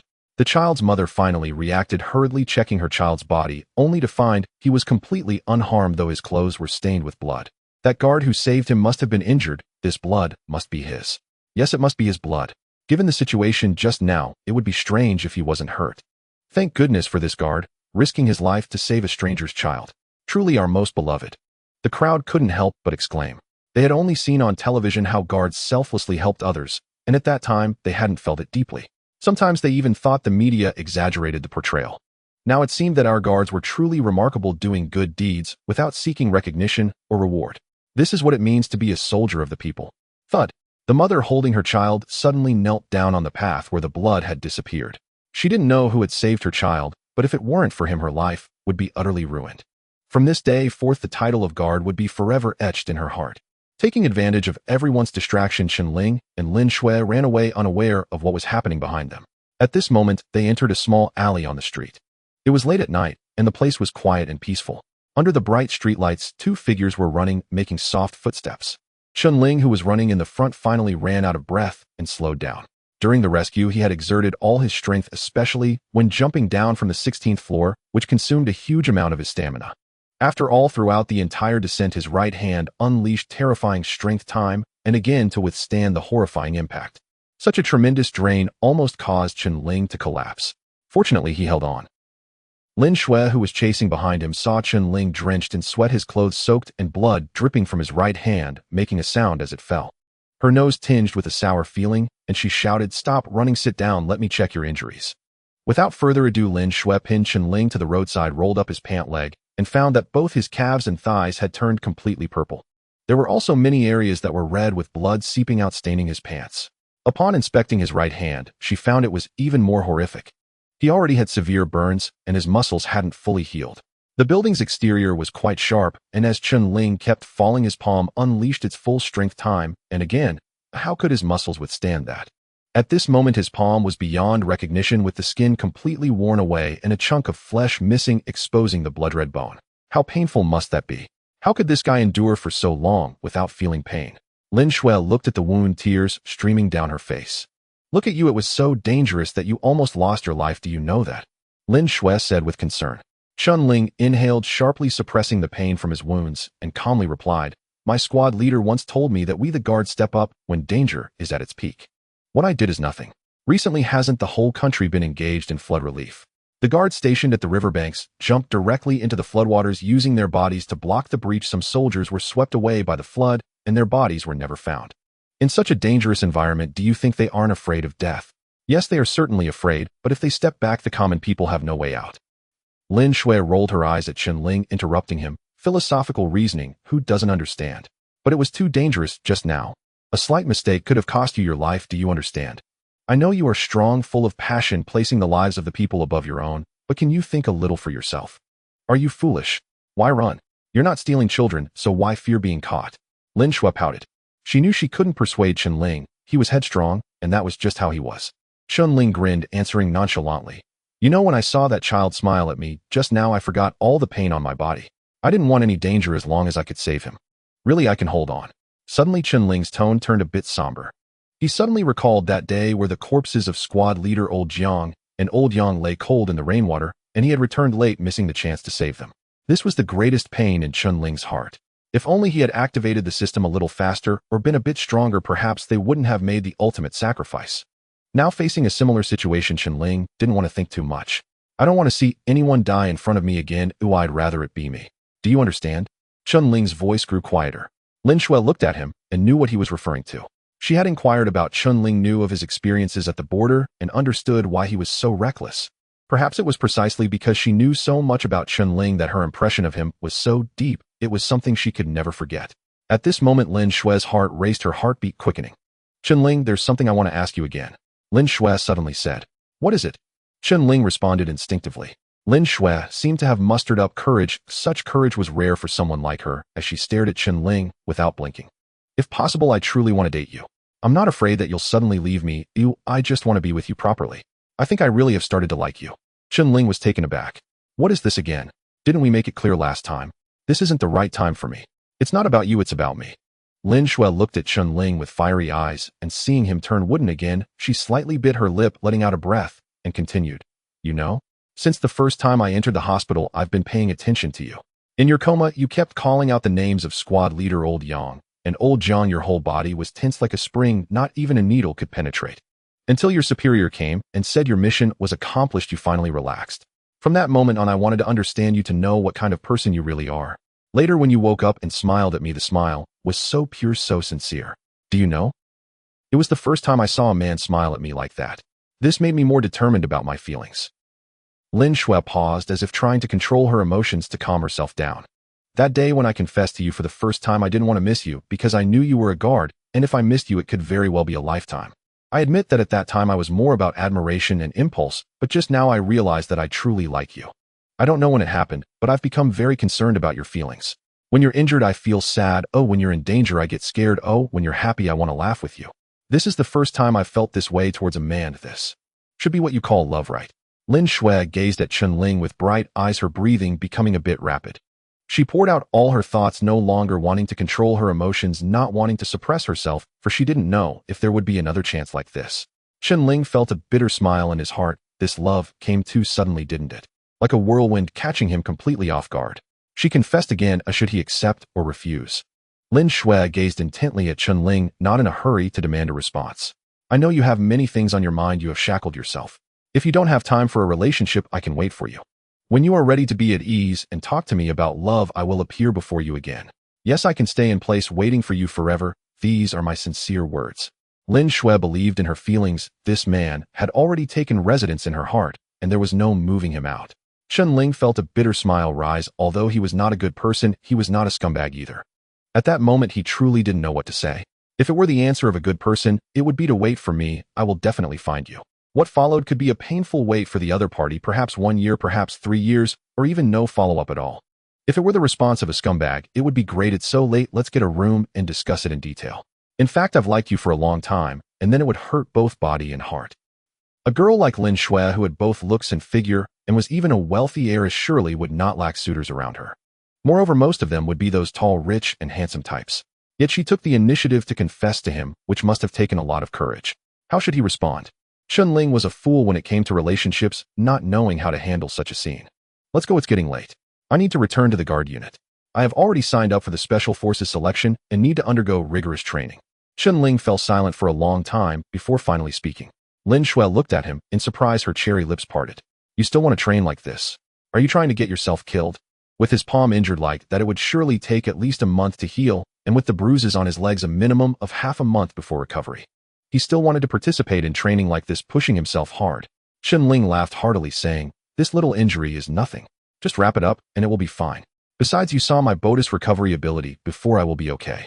When Chen Ling was hospitalized after his first injury, even while bandaged all over, he could still do push-ups like a madman, leaving his body covered in blood, yet his wounds seemed as if nothing had happened, and he could even speed up his recovery. This puzzled Lin Weiman as well. Thinking of this, Lin Shui sighed helplessly and said, all right, let me bandage you up first. No need, I'll handle it myself when I get back, he insisted. No way, it must be me doing it, only then can I feel at ease. Lin Shui firmly rejected him. Chen Ling was at a loss for words and reluctantly stood up. Getting involved with women was always troublesome. Suddenly, a clear notification sound rang in his mind. Ding, conditions for signing in met. Will the host sign in? Chen Ling was taken aback. This works. The system truly brings surprises everywhere. Sign in. Ding, the host has obtained the extreme climbing skill. Will you merge it? Chen Ling's eyes lit up. Climbing was a fundamental course for Special Forces members, essential for executing rescue missions, assaults, and other special tasks. For instance, if he had known how to climb during the recent rescue operation, he wouldn't have gotten injured so severely. Special Forces members could soar through the skies and traverse terrains. Climbing ability was naturally a prerequisite. The extreme climbing skill is indeed excellent, but isn't it a bit late? Chen Ling muttered to himself. He recalled how he used brute force to climb to the 16th floor, relying solely on his reaction ability, with no technique whatsoever. Otherwise, his palm wouldn't have been hurt so badly. If he had signed in for extreme climbing earlier, wouldn't he have been able to learn it on the spot? These thoughts flashed through his mind. Merge. In an instant, a flash of light passed through his mind, and then a wealth of climbing techniques continuously flowed into his brain, becoming muscle memory ingrained in every cell of his body. In just a moment, Chen Ling felt as if he had become a top climbing expert, who had scaled countless peaks. If he were to climb to the 16th floor again, he would certainly not be as clumsy as before. The sign and skill is indeed powerful. While Chen Ling was merging the extreme climbing skill, Lin Shui pulled him to a nearby pharmacy, buying alcohol, gauze, bandages, and other medical supplies. Then she took Chen Ling back to the car to personally attend to his wounds. Lin Shui, being a trained nurse, was very skilled at these tasks. Cleaning the wounds, applying ice to the bruises, disinfecting, and stopping the bleeding, applying medicine, and then bandaging. Finally, Lin Shui wanted to give Chen Ling a full-body checkup, but he strongly resisted, and she had to abandon the idea. After finishing up all the treatment, Lin Shui drove Chen Ling back to the 128th Squadron. The sports car sped along, and before long they arrived at the entrance of the 128th Squadron's base. After getting out of the car, Chen Ling nodded at Lin Shui and said, "Thank you for bringing me back, and also thank you for your hospitality today. If there's a chance, I will treat you next time." Lin Shui looked at Chen Ling in surprise, then revealed a sweet smile, saying, "Then I will wait for you." Chen Ling, not refusing her invitation, implied that he still had a chance. Falling in love. As long as he persevered, he would surely win her heart. Chen Ling gazed at her deeply before limping towards the group. "Chen Ling," Lin Shui suddenly called out, "I'm not joking with you, I'm serious. I will wait for you." Chen Ling hesitated for a moment, but continued to walk forward without stopping, yet a smile had already spread across his face. Being liked and pursued by someone felt quite nice. When Chen Ling entered the base, it was already quite late, so he did not seek out Captain Zhang to report the situation and went directly back to his dormitory to rest. Little did he know, after he left to rescue someone, the whole process of him climbing to save the person had been filmed by citizens on the scene and posted online. That night's live news broadcast featured a report on the rescue video. In the footage, a figure dressed in guard clothing suddenly burst out from the crowd, climbing upwards without hesitation from the first floor, moving with the agility of a monkey. There were no protective measures seen on him as he climbed barehanded, and when he reached the 16th floor, the child suddenly could not hold on any longer and fell. In that critical moment, he leaped forward without hesitation, catching the child. This scene sparked intense social reactions. That was the 16th floor. This young guard had jumped out recklessly, determined to save the child at all costs. What immense courage and resolution. The footage captured him leaving the scene stained with blood, as he chose not to stay for any flowers or applause. Instead, he silently chose to leave. The entire internet erupted. Bang, bang, bang. On the television screen, the host said with a passionate voice, "This is the most moving moment of the year, the most touching guardian. I have seen countless ways to save people, but I never expected someone to risk their life by leaping from a height to catch a child falling together with them. I was so moved that I almost cried, and I believe many others felt the same after seeing this moment. What kind of spirit is this? Selflessness with only the people in mind. This child had no prior connection with the guardian, yet he bravely stepped forward to save the child, even if it meant sacrificing his own life.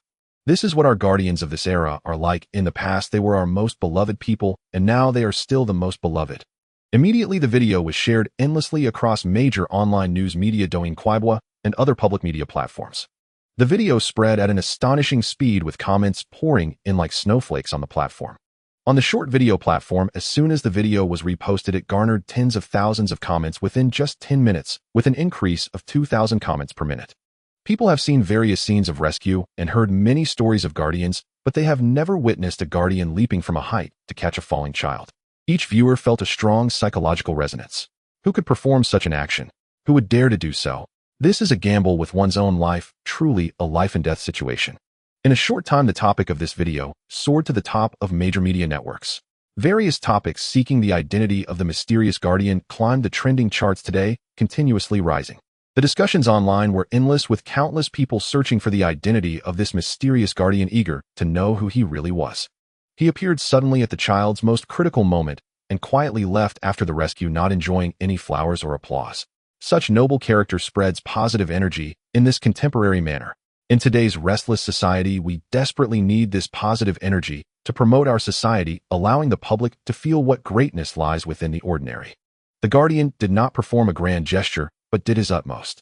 What is most valuable is that he sought neither fame nor fortune, choosing instead to contribute silently.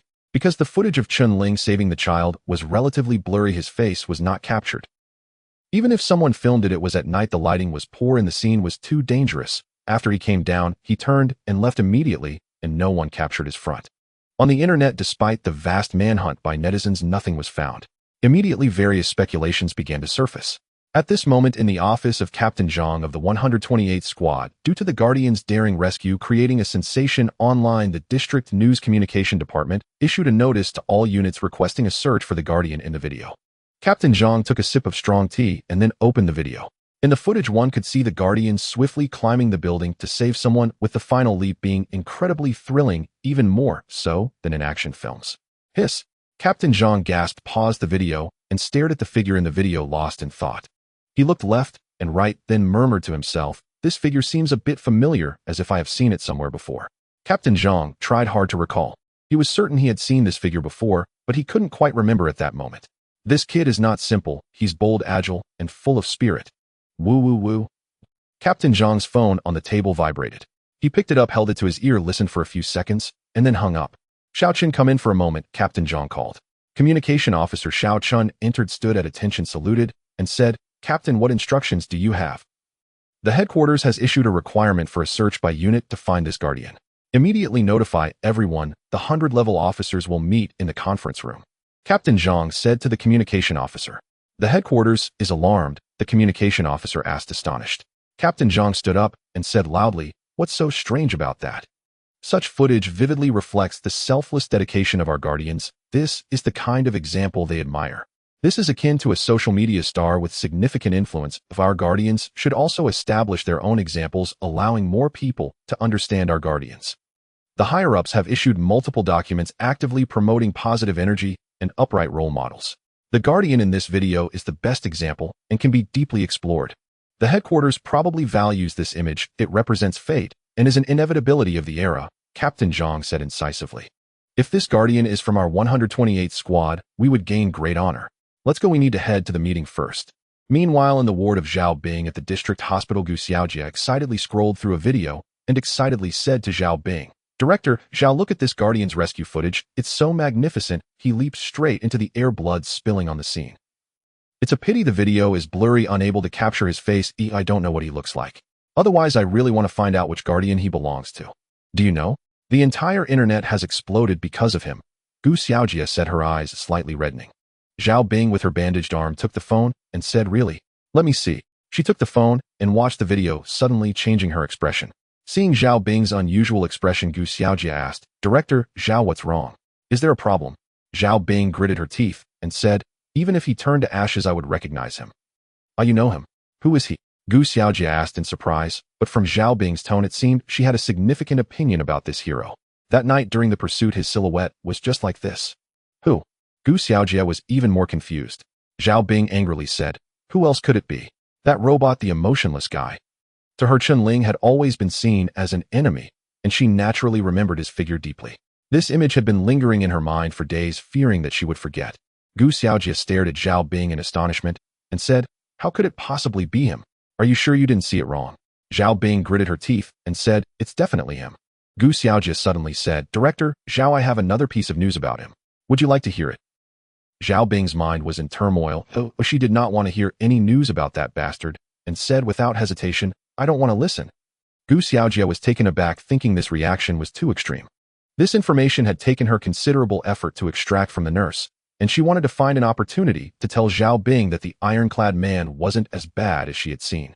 As a result, Zhao Bing wouldn't let her speak. This reaction was a bit too much. In Gu Xiaojia's impression, Zhao Bing was a very rational woman, rarely impulsive. It seemed that Chen Ling had truly affected her. Zhao Bing turned over and said, "By the way, my injury has almost healed. Please handle my discharge procedures." "Didn't the doctor say you need to be observed for another 2 days?" Gu Xiaojia asked in surprise. "I can't wait any longer. It's just a dislocated joint, I'm not that delicate. This time for the Longya selection, I heard it will be coordinated with the Longlin assault team's Xiaobang. It's no longer the past selection model with the security personnel. The Longlin assault team's second squad is experiencing a downturn and needs to be rebuilt. I've been invited to be one of the assessment instructors, and it's tomorrow, so I must return." As Zhao Bing spoke, she walked towards the cabinet to pack her things. Gu Xiaojia's eyes lit up. "Are you talking about that hero? No, that robot. Will he participate in the special selection? His skills seem quite impressive." Zhao Bing nodded fiercely and said, "He will definitely participate. Just wait and see how I train him." "I see." A strange glint flashed in Gu Xiaojia's eyes. Zhao Bing had truly been stimulated. It seemed that this ironclad man had suffered. Zhao Bing insisted on her discharge, and no one could dissuade her. Soon the discharge procedures were completed. After her discharge, the first thing she did was call Captain Zhang, smilingly saying, "Captain Zhang, the one who called me is Chen Ling, right? Has he returned to your team, 128? Captain Zhang replied in surprise, "Director Zhang, you can't just say that. Why would he call you? Chen Ling is a good guard. He wouldn't strike someone casually." Zhao Bing's chest rose and fell, feeling quite unwell. Was she not saying she was casually beaten? "Captain Zhang, you might not be fully aware of what happened. Oh, let me explain it to you in detail." Zhao Bing recounted the events during the exercise in detail, including how Chen Ling came to her ward to apologize. She concluded angrily, was his apology even sincere? Did he show any sincerity? He even ran off with his girlfriend to save someone. Now he's all the rage, being called a mysterious guard and reported online, becoming the object of admiration. "Captain Zhang, I'm telling you, I would recognize that figure even if it turned to ash." Whoever Zhao Dudu ordered to apologize, he just casually remarked that I looked good and left EY. Zhao Bing's call was suddenly cut off. She was stunned for several seconds before realizing. What did that mean? What was Captain Zhang implying? What attitude is that? Many people from your team 128 are participating in the special guard assessment, right? I'm one of the instructors. Why treat me this way? Very well. Zhao Bing clenched her fists, feeling chaotic in the wind. Since she joined the guard team, everything had gone smoothly, always held in high regard. When had she ever suffered like this? Chen Ling, just you wait. Zhao Bing made sure to remember him. Little did she know that Captain Zhang hadn't meant to hang up on her. He was shocked to hear that Chen Ling had run out of the hospital to save someone, causing a stir online. Is that Chen Ling? Does he even have a girlfriend? Captain Zhang opened the video again and carefully observed the slightly blurry figure. Damn, that really is that kid. No wonder I felt that figure was somewhat familiar. Turns out it was this case. While watching the video, Captain Zhang had considered that thought, but he thought Chen Ling was hospitalized and wouldn't run out to save someone, so he dismissed it. Unexpectedly, it truly was that kid. He ran off to save someone before his injuries healed and became a hero. Impressive. When the higher-ups issued a notice to find this mysterious hero, Captain Zhang thought how great it would be if this hero were from their team 128, bringing them prestige. Now haha. Captain Zhang's face was filled with excitement, feeling like a local tycoon marrying a young bride. This kid always manages to surprise himself. Captain Zhang was beaming with joy. During the exercise, Team 128 faced a challenge, but Chen Ling managed to turn the tide and won the exercise spectacularly. Now he had become a focal point in society. The headquarters had issued a notice to find him and set him as a role model for the guards. Great. This time our Team 128 will be shining. Captain Zhang hummed a little tune in excitement, overjoyed. At that moment, he suddenly saw the bloodstains and the footage froze and hurriedly grabbed his phone to call Chen Ling. This kid hasn't healed yet, and he spilled so much blood saving others. Is he trying to throw his life away? Hurry and answer the phone. At this time, after returning to the dormitory, Chen Ling, not wanting to disturb Captain Zhang, since it was late, had not reported anything and was completely unaware that he had been doxxed. Chen Ling changed into a clean outfit and quietly lay down on the bed to rest. His wounds still hurt a bit, but with his physical condition after a night's rest and his strong self-repair ability, he would recover significantly. He took a deep breath, and Lin Shui's smile and graceful figure floated in his mind. She was indeed a good girl, a beautiful with a great figure, gentle, yet somewhat bold, and she was a rich girl. A girl like that liking him should make him feel like his ancestral graves were smoking, but he didn't seem as excited as others imagined. Forget it, let nature take its course, we're all young anyway. Chen Ling put away his thoughts, not wanting to think too much. Matters of the heart couldn't be rushed. Just as he was about to enter deep sleep, Captain Zhang's phone call came through. Why is Captain Zhang calling at this hour? An urgent matter. Chen Ling hesitated for a moment, but still answered the call, saying, "Sir, it's late. Are you still awake?" Captain Zhang directly asked, "Where are you?" Chen Ling hesitated, smiled, and said, "Captain, it's too late. I haven't had the chance to report to you. I'm already back at Team 128, just in the dormitory." On the other end of the line, Captain Zhang was taken aback for a moment, then wore a face that was a mix of laughter and tears. "You kid, the whole world is looking for you, and you went back to sleep in the dormitory. How can you be so relaxed? Aren't you supposed to be shopping with your girlfriend and casually saving a little girl? It's trending all over the internet on the headlines.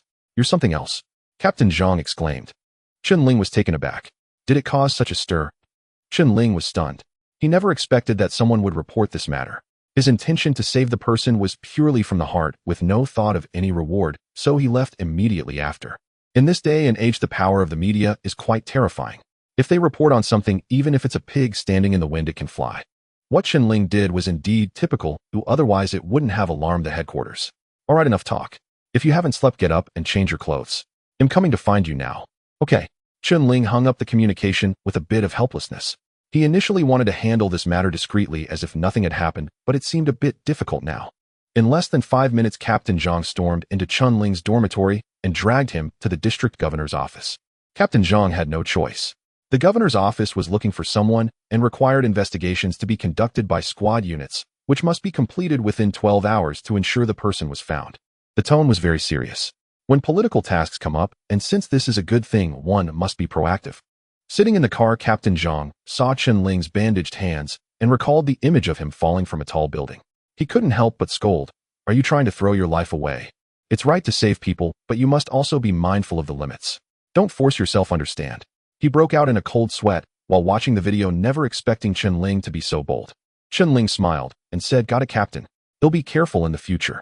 Captain Zhang's lips twitched, feeling a surge of anger, and said, "Remember, don't try to show off, okay? Moreover, what's the deal with your girlfriend? And why did you offend Director Zhao? I'm giving you a heads up, it doesn't matter who you offend, just don't provoke Director Zhao, or you'll be in trouble. That Director Zhao is very domineering, notorious for being a fierce woman in the district. I heard that once Chun had a bit of a conflict with her, and she took him to the Taekwondo club, locked him in, and beat him up. I don't know the details, but when he came out he had bruises for a long time." Chen Ling couldn't help but complain. Women are indeed tigers. Captain Zhang chuckled and said, "You see through it clearly, so why did you provoke her?" Chen Ling replied seriously, "In the dark, who knows who it is?" Captain Zhang couldn't hold back his laughter. "You're saying it so lightly, but as a man, when it's time to act, you must act. On the battlefield, there is only friend or foe. There is no distinction between genders."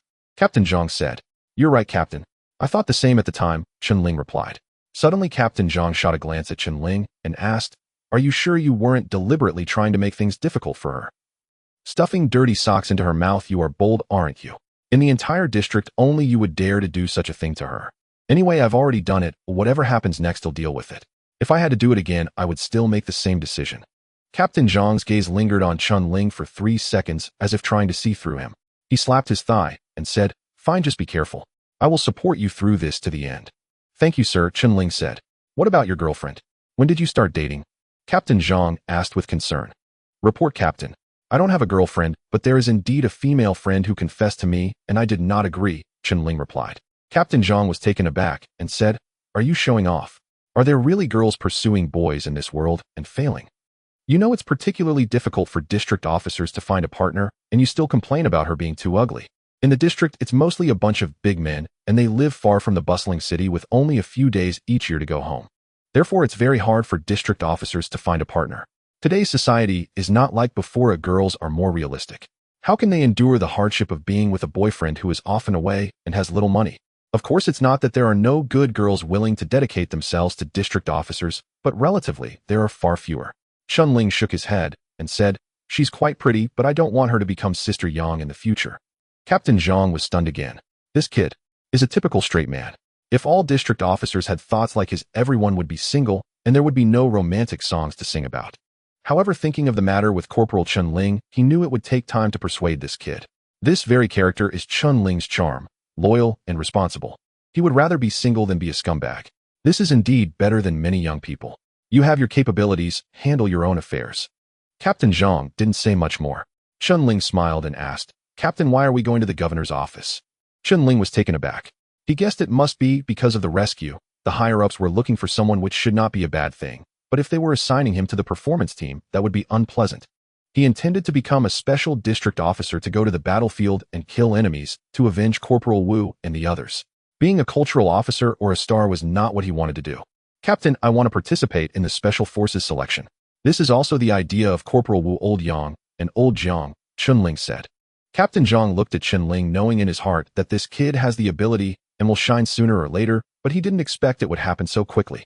A district exercise made many superiors aware of such a remarkable person as Chen Ling. Even without the rescue incident, the higher-ups would definitely have had thoughts about promoting Chen Ling. The Special Forces would surely be the first choice considering his skills and abilities. However, the 128th Squad also needed talent. Captain Zhang's mind was racing.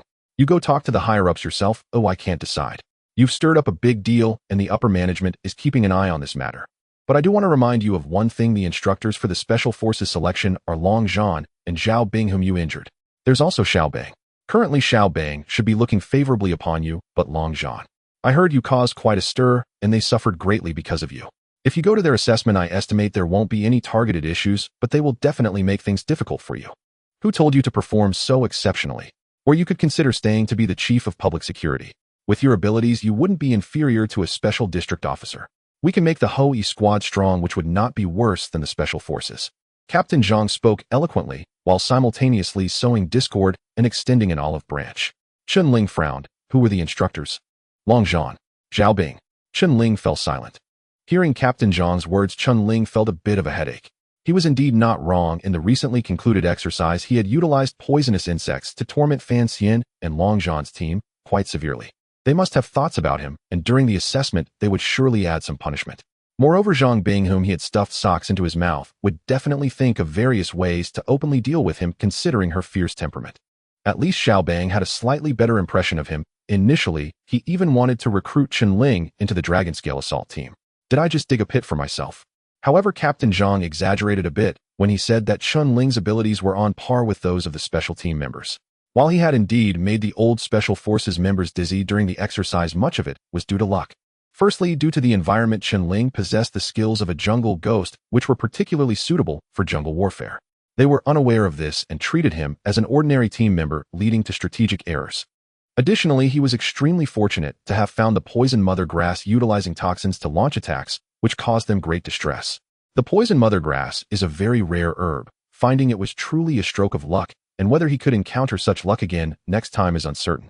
Secondly, employing feng shui tactics in combat and using landslide warfare is also heavily reliant on luck, which cannot be sought after. Without that heavy rain, all of Chen Ling's efforts would have been in vain. And he was alone. It was utterly impossible for him to infiltrate the command center and complete the beheading of He Weijun. Therefore, overall luck accounted for 80 of Chen Ling's victory this time. Chen Ling was very aware that he knew too little about special tactics. If it was just a solo operation, relying on luck and skills could allow him to contend with opponents, but bringing a team into battle was an entirely different matter. On this point, Chen Ling was very clear. The most crucial aspect was that he needed to operate in different environments to acquire various combat skills. Thus, he definitely needed to participate in the special selection.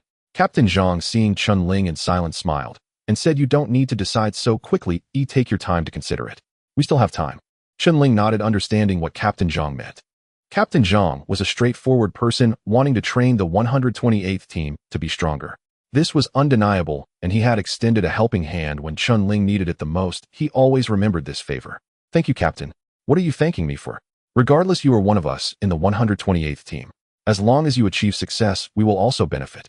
Even if you leave the 128th team in the future, we will all remember you." Captain Zhang was indeed generous and did not force Chen Ling. He brought Chen Ling to the office of Governor Zhao. The two of them adjusted their attire, and then Captain Zhang knocked on the door, calling out, "Report." "Come in." Governor Zhao's deep voice echoed from inside the office.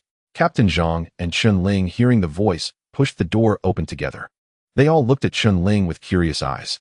They did not expect this mysterious hero to be so young, handsome, and with a tall stature fitting the image of a perfect member of the Northern Federation Special Forces. Such a soldier is perfect for the headquarters. Governor Zhao stood up, his focused gaze on Chen Ling, and asked, "Last night, were you the mysterious Special Forces member who rescued the child from the tall building?" Chen Ling replied, reporting yes. Governor Zhao immediately smiled and said, "Good lad, weren't you supposed to be in the hospital? How did you run off to rescue someone? Your hand was severely burned during the exercise. Let me see." "Yes." Without any hesitation, Chen Ling extended his bandaged right hand, revealing bloodstained bandages that were shocking to behold. The other officers present also examined Chen Ling's hand and nodded in acknowledgement, their eyes reflecting admiration. Despite his young age, he had a high level of awareness. Governor Zhao spoke solemnly, "Your image as a resolute Special Forces member is indeed exemplary. The headquarters wishes for you to work there. It will be a performance team role, not to conduct various trainings or undertake dangerous missions like the local Special Forces. Many Special Forces members want to go there. Firstly, it's easier without danger, and it's very respectable, often appearing in public. Secondly, promotion is swift, as there is direct contact with the superiors. As long as you perform well, it's easy to gain recognition from the superiors and get promoted." Chen Ling would enter the headquarters under the identity of a hero, and as long as he did not make serious mistakes, promotion was a certainty. Governor Zhao briefly explained the benefits to Chen Ling. Chen Ling remained silent. Indeed, there were many advantages, but what would he do there? Would he gain singing skills, or the ability to dance? He wanted to be on the battlefield to avenge Wu Zhang and the others, to become the king of the battlefield. He did not want to become a literary soldier. How could Governor Zhao with his insight and experience fail to see Chen Ling's thoughts? Seeing Chen Ling's silence, he already understood his thoughts and said, "This is not an order, it mainly depends on your choice. No one is forcing you."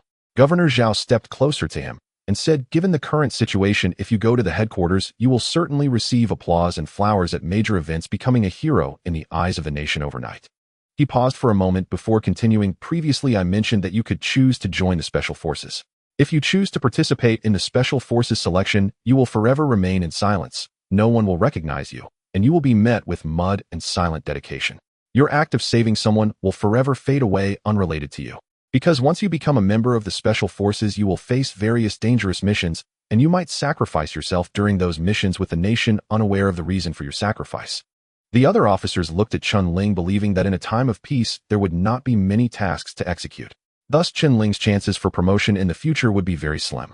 As a Special Forces member, who wouldn't want to rise through the ranks and become a general? This was a once-in-a-lifetime opportunity. The era needed a benchmark for Special Forces members, as we are in a time of media and visibility. Suddenly, Chen Ling said, "I agree." Governor Zhao's face instantly tensed up. To be honest, General Zhao certainly does not wish for Chen Ling to go to the headquarters. Although that place is good, it is not suitable for Chen Ling. Chen Ling is a very passionate Garda-born warrior. Without any special operations training, he managed to carve a bloody path through 2 perilous situations. What extraordinary talent! Such a talent is better suited to make achievements in the Special Guard rather than becoming a mere propaganda figure at headquarters. If he chooses to go to headquarters, his talent will be completely buried. "You agree, eh?" General Zhao couldn't help but ask. Chen Ling replied loudly, "Report to the commander, I agree to stay and continue as a guard." The crowd furrowed their brows, their faces reddening. "Can you speak clearly in one breath? The way you phrase it can easily lead to misunderstandings." The officer from headquarters revealed a look of surprise. He did not expect the other party to refuse. Going to headquarters is considered a coveted opportunity by many, and they would fight tooth and nail for such a chance. With such a great opportunity in front of him, how could he not take it? What is he thinking? Can you share your thoughts? For a guard, this is a decision that could significantly impact your life. General Zhao said. The officer looked at Chen Ling and said, "Comrade Chen Ling, I hope you will consider this carefully. Opportunities come only once, and if missed, they are gone. You may not be particularly familiar with our headquarters. Apart from easier promotions and becoming a hero in the eyes of the public, we have the most young female comrades in our organization. Comrade Chen Ling, do you have a girlfriend? A young man like you, accomplished and handsome, must be popular with the ladies." The officer smiled. Chen Ling's refusal indeed surprised him, as it was the first time someone had declined an invitation from headquarters. Before coming, the officer from headquarters specifically instructed to try to secure Comrade Chen Ling a perfect propaganda image. Once promoted, it would create a sensational effect nationwide, and even globally, enhancing our guard's image internationally. He had already thought through the subsequent publicity plans on the way here. As long as Chen Ling was transferred up, he would immediately start creating a wave of heroism across the country. Unexpectedly, Chen Ling actually refused. This young man is quite special. General Zhao frowned slightly, wondering if they were planning to use charm to persuade Chen Ling.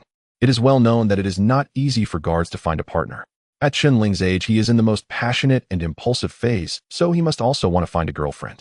These old foxes are determined to recruit him. Captain Zhang, upon hearing this, flashed a strange smile. If he hadn't just heard that Chen Ling had rejected a female friend's pursuit, he would have worried that Chen Ling, in a fit of passion, would agree immediately. This trick won't work. Comrade Chen Ling, let me tell you, many of the female comrades at headquarters are young university graduates about your age. I can help create more opportunities for you. The officer continued smiling. General Zhao and Captain Zhang couldn't help but twitch their lips. Could he have a little dignity? It was as if he was saying, as long as you go to headquarters, I guarantee I'll introduce you to someone. Suddenly, all eyes were focused on Chen Ling. Chen Ling looked at the officer and said, "Thank you, Commander, for your kindness. If my squad members had not sacrificed, I would have hesitated, thinking war was far from me. But now they have sacrificed a lot for my growth. Wang Deng is still alive, and I have not avenged them. I will not welcome any flowers or applause. Therefore, I have decided to continue to stay in the Guard. I will participate in the Special Guard selection assessment, and I will strive to become a true Special Guard warrior.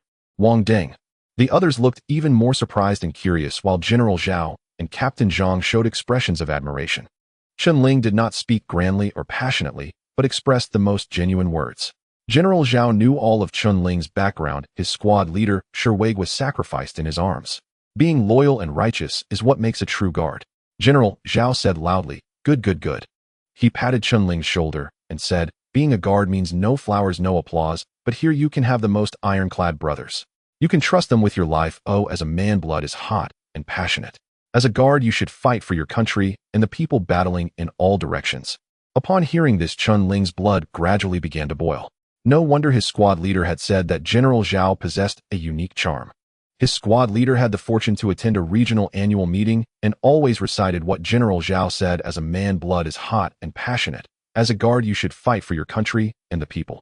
However, his squad leader loved this saying so much that he had been teased for it, because his name meant for the country. Squad leader, if you knew that the commander you admire most spoke encouraging words in front of your guards, you would surely feel proud, right? Chen Ling murmured to himself.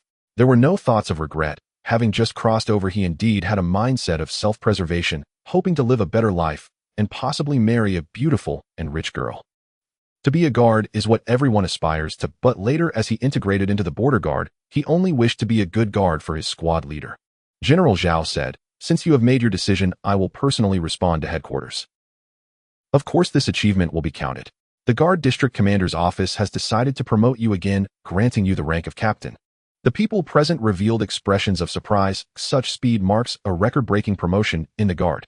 In peacetime, even at an elite Guard academy, one must learn various Guard philosophies and train themselves. Only when graduating with outstanding comprehensive assessment scores can one be granted the rank of second lieutenant. Chen Ling rose from a private to a captain in less than half a year, an unprecedented promotion speed. However, thinking about it, had he gone to headquarters, he would have likely been promoted even faster. Chen Ling said, "Thank you, Commander." General Zhao replied, "Don't thank me. You earned it through your own efforts. In the Guard, you fight for your country, and in the civilian realm, you can ensure peace in your area. You are the most outstanding young Guard I have seen in recent years. However, special operations are special operations involving various tactics. I cannot let you skip this selection." Chen Ling said, "I understand.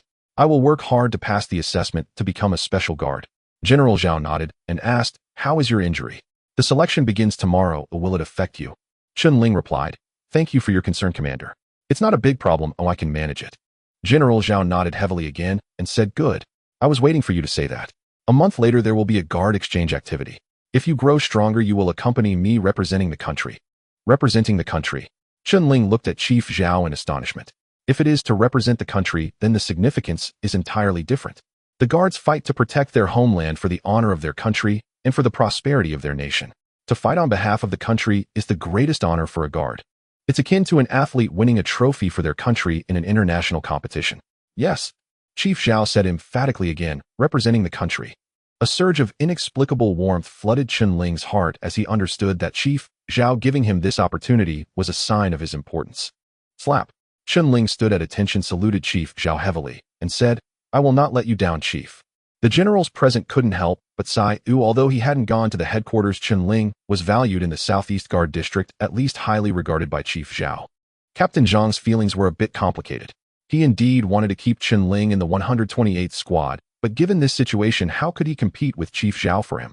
Alas, such a good soldier, he could only watch him leave. However, this is also good. People should strive for higher positions. This kid will definitely have greater prospects in the future, and when the time comes, don't forget, he was once a soldier of the 128th Squad. Chief Zhao patted Chen Ling on the shoulder and said, "All right, go back and prepare. Tomorrow morning, someone will take you to the assessment alongside the new guards from the 128th Squad." Chen Ling stood at attention and saluted Chief Zhao, saying yes. After saluting the other chiefs, he turned to leave Chief Zhao's office only to see an old acquaintance standing there sizing him up. It was none other than Fan Xian, the special operations strategist he had beheaded, who he had lured out and executed on a rainy night.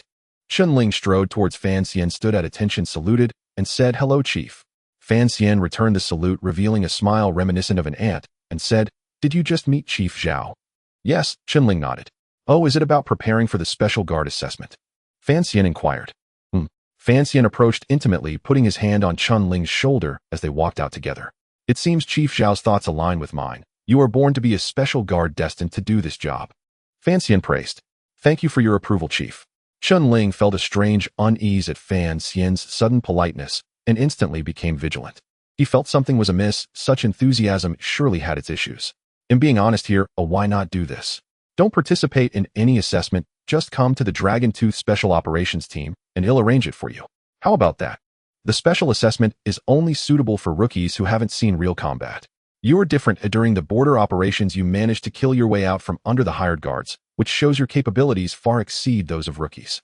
During the guard exercises, you infiltrated the enemy's rear, which is special operations. Coupled with your combat against spies, you are nearly a qualified special guard. Therefore, even if I make an exception to let you join, no one can say anything against it. Fan Xian heaped praises on Chen Ling. Was this a trick? Chief Zhao just mentioned that for special selection, he suggested not to skip the basic tactical training. Now he wants to put me directly into the special forces.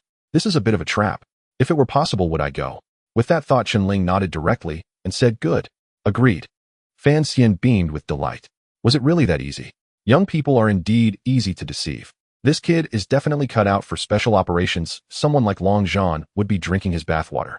If I dig him over in advance, he will surely become an internal candidate. Otherwise, if Chen Ling participates in the special guard assessment, he will surely shine, and at that time, he won't be the only one keeping an eye on him. Not to mention Xiao Bang will definitely have ideas. Moreover, he specifically sought out Captain Zhang, who also had intentions of keeping Chen Ling. To avoid complications, Fan Xian planned to secure this fruit first. Originally, he had prepared a whole bunch of reasons on how to persuade Chen Ling to follow him, but in the end, he only said a little, and the other party agreed immediately. Fan Xian smiled broadly, saying, "That's right. Your skills are impressive. You've killed drug dealers and spies with ample experimental experience. What assessments? You don't need to participate.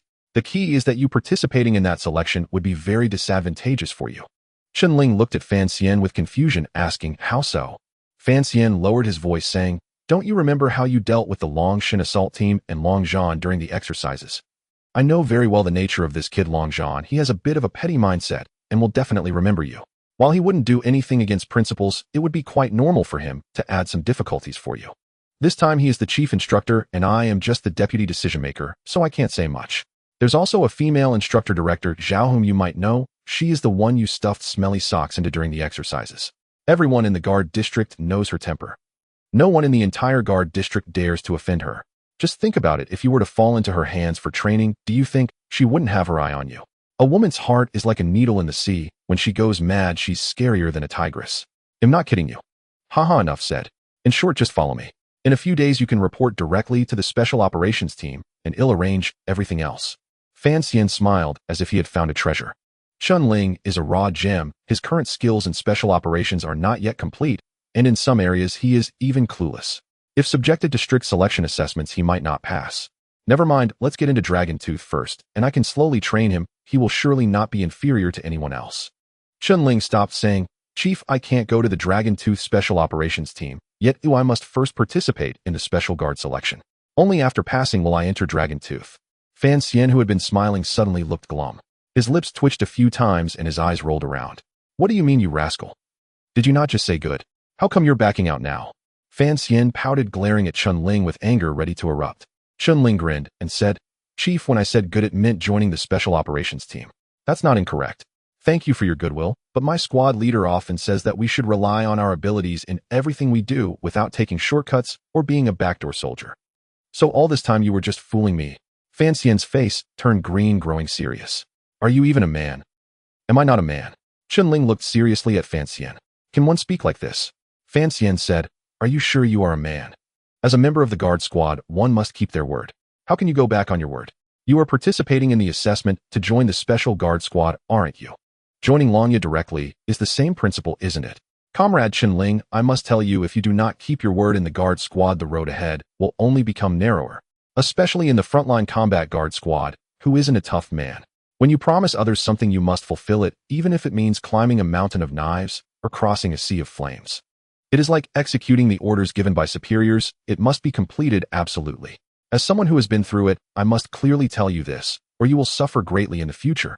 Fan Xian spoke with such fervor that he almost sprayed Chen Ling with spit. He truly did not expect Chen Ling to play tricks on him, thinking he wouldn't need to use too many words. It seems this kid is not easy to deal with. Chen Ling quietly observed Fan Xian remaining silent. It was not intentional. The other party misunderstood him. While Fan Xian's ideas were good, they were not suitable for Chen Ling at the moment. Chen Ling needed to systematically learn various combat knowledge for special guard members to enhance his knowledge reservoir. He required different combat environments to acquire various skills and did not need to immediately join any assault team. Does signing in to become stronger require shortcuts? Fan Xian ignored him and continued, "You don't understand the special guard members. Losing face means you must regain it. During the exercise, you poison Long Zhan and those old experts. Can they not remember you? The reason they haven't approached you yet is that they currently cannot find the opportunity. Once they have the chance, they will definitely come after you. Now you are offering yourself to them, but just imagine how they will torture you. I am more familiar with the special guard training than anyone else. I can definitely make you feel despair. It is not comparable to the regular guard. Long Zhan is ruthless. If you fall into his hands, you will be in for a tough time. At that time, even I as the decision-maker won't be able to help you. Why am I blocking you here today? It is not for my good, but to spare you some suffering, yet you do not appreciate it. Fan Xian grew increasingly angry. It was as if Chen Ling not following him was a colossal mistake. His words, actions, and facial expressions all clearly indicated he was thinking of Chen Ling with more consideration than even a biological father would have. In the end, Fan Xian laid everything on the table. I've said everything I needed to say. If you think my words are too serious, just treat it as if I said nothing. Just don't bottle up your anger later. The benefit of joining Lanya directly is that I will personally guide you. I am not boasting. When I trained special guard members, Long Zhan was still playing in some ditch. In the end, Fan Xian could not resist boasting about himself while belittling Long Zhan. Chen Ling solemnly replied, Director, my participation in the special guard member selection assessment was at the behest of Director Zhao. Today the headquarters invited me to work there, but I declined. Director Zhao suggested that I should not skip the special guard assessment because there are many things I can learn from it, and it is a valuable training opportunity for me. He repeated Director Zhao's words and casually mentioned the matter of working in the headquarters. After hearing this, Fan Xian was somewhat taken aback. Is this real or fake? What do you mean by this? The headquarters invited you to work. The director personally told you to participate in the special guard assessment. Do you really hold such importance in Director Zhao's eyes? This kid is indeed cunning. Does he not know my code name is Heavenly Eye? Have you heard of the Fire Eye Golden Eye? Who are you trying to fool with these words? Fan Xian exhaled, feeling like he had met a worthy opponent. It seems that if he did not take risks, he would be in trouble. Over the past few years, the Dragon God assault team had risen rapidly, overshadowing his old Lanya, almost losing all face. If he couldn't rise quickly, he would probably end up sitting on the sidelines in a few years.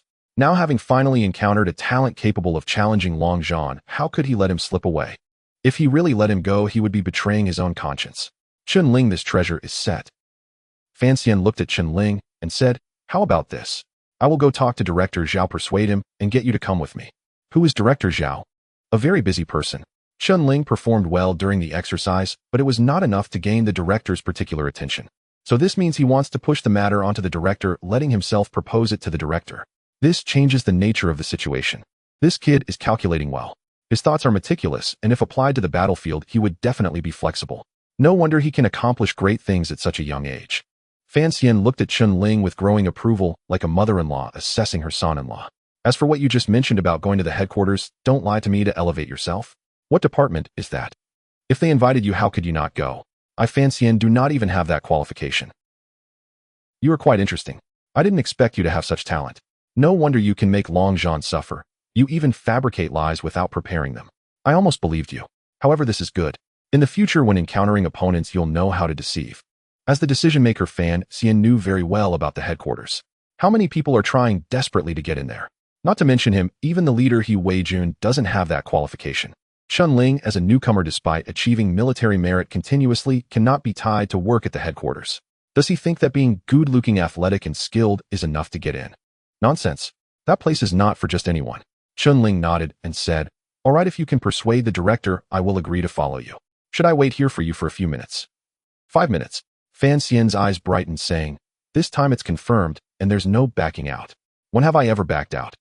Chen Ling smiled. His words sounded off. Fan Xian pointed at Chen Ling, seeming to smile, yet not, and dropped a line, Just wait for it. He left with a laugh, heading straight to Director Zhao's office. After all, Chen Ling was someone who would follow anyone. Fan Xian planned to wear down his vocal cords just to get Director Zhao to settle the matter. Thus Fan Xian hurriedly knocked on Director Zhao's door. Chen Ling waited outside. As a result, in less than a minute, Fan Xian emerged with a long face, looking pale. He had thought that after exhausting his arguments, Director Zhao would give him some face, but instead he was scolded and kicked out. Fan Xian's old face turned green. It felt like a dream, just now utterly unreal.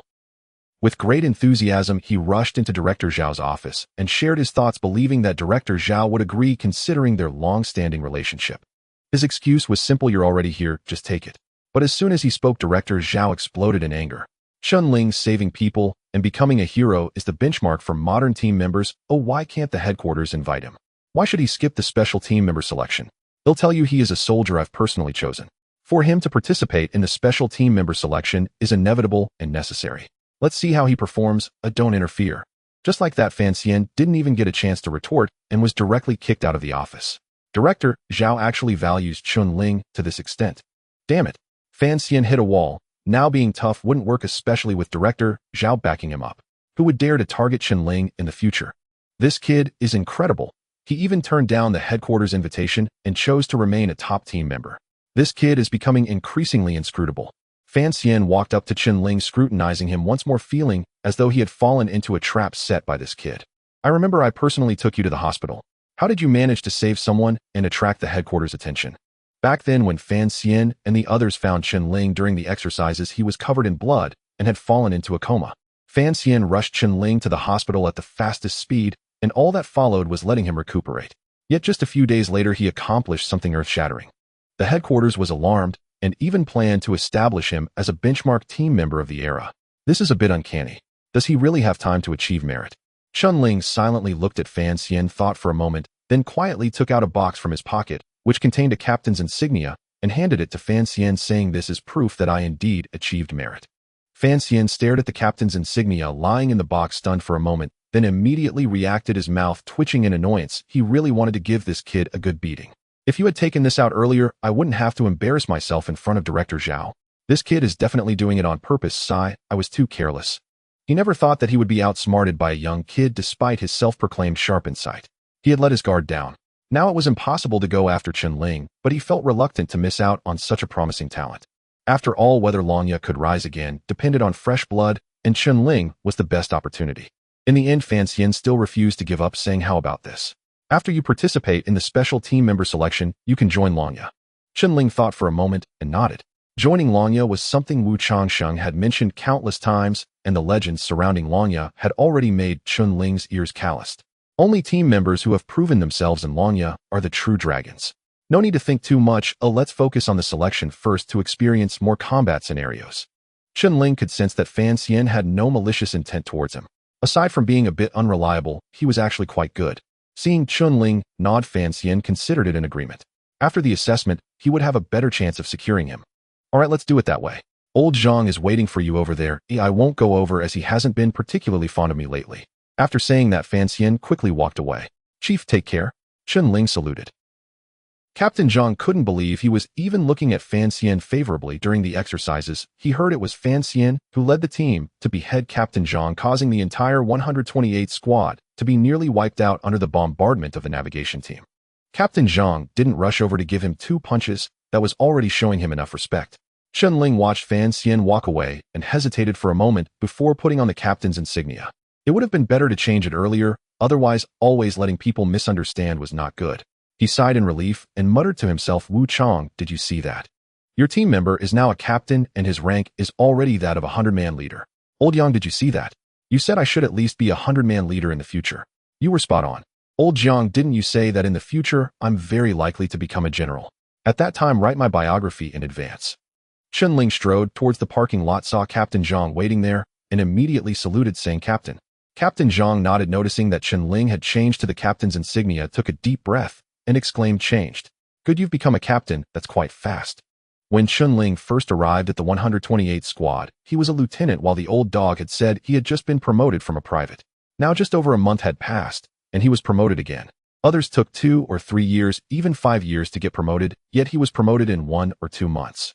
People cannot be compared. Get in the car. Captain Zhang patted Chen Ling's shoulder, turned around, and prepared to get into the car. Chen Ling said, "Captain, I can drive. This time I'll drive." Hearing Chen Ling's words, Captain Zhang's expression darkened. This might have been Chen Ling's way of apologizing. Because his hand was still injured, yet he insisted on driving. It indicated he had made his final choice to leave the 128th squad. Sometimes these things don't need to be explicitly stated. A clever person can convey their intentions through their actions. Though Captain Zhang was reluctant, he was not someone who would hold others back. He was happy that Chen Ling could have a good future. Now that Director Zhao valued Chen Ling so much, his path would surely be broader and faster than others. It was a good thing. A captain under 20 years old, already a cadre at the level of a 100-man leader, was truly rare across all major military districts. Captain Zhang smiled faintly and said, "You little brat, enough already. Your injury isn't healed and you're about to participate in the special team member selection. He'll drive personally, otherwise people who don't know might think I'm mistreating you." As he spoke, he had already taken the driver's seat and started the car. "Captain." Chen Ling stood still, his eyes slightly reddening. Captain Zhang, since he joined the 128th Squad, personally welcomed him, offered him water in his own cup, and told him, "I understand your grievances, I can relate to your feelings. Here you have enough bullets." He knew that Minister Wang from Logistics had complained about him, saying the bullets had exhausted the 128th Squad's budget. It was Captain Zhang who personally pressed down on it and shamelessly sought approval from above. It was said that he returned after getting drunk while seeking approval. In the 128th Squad, everyone knew Captain Zhang had a high tolerance for alcohol and rarely got drunk. This was all for Chen Ling. Chen Ling was not ungrateful, he just couldn't afford to stop now, as he hadn't avenged Wuchang, Old Jiang, or Old Yang.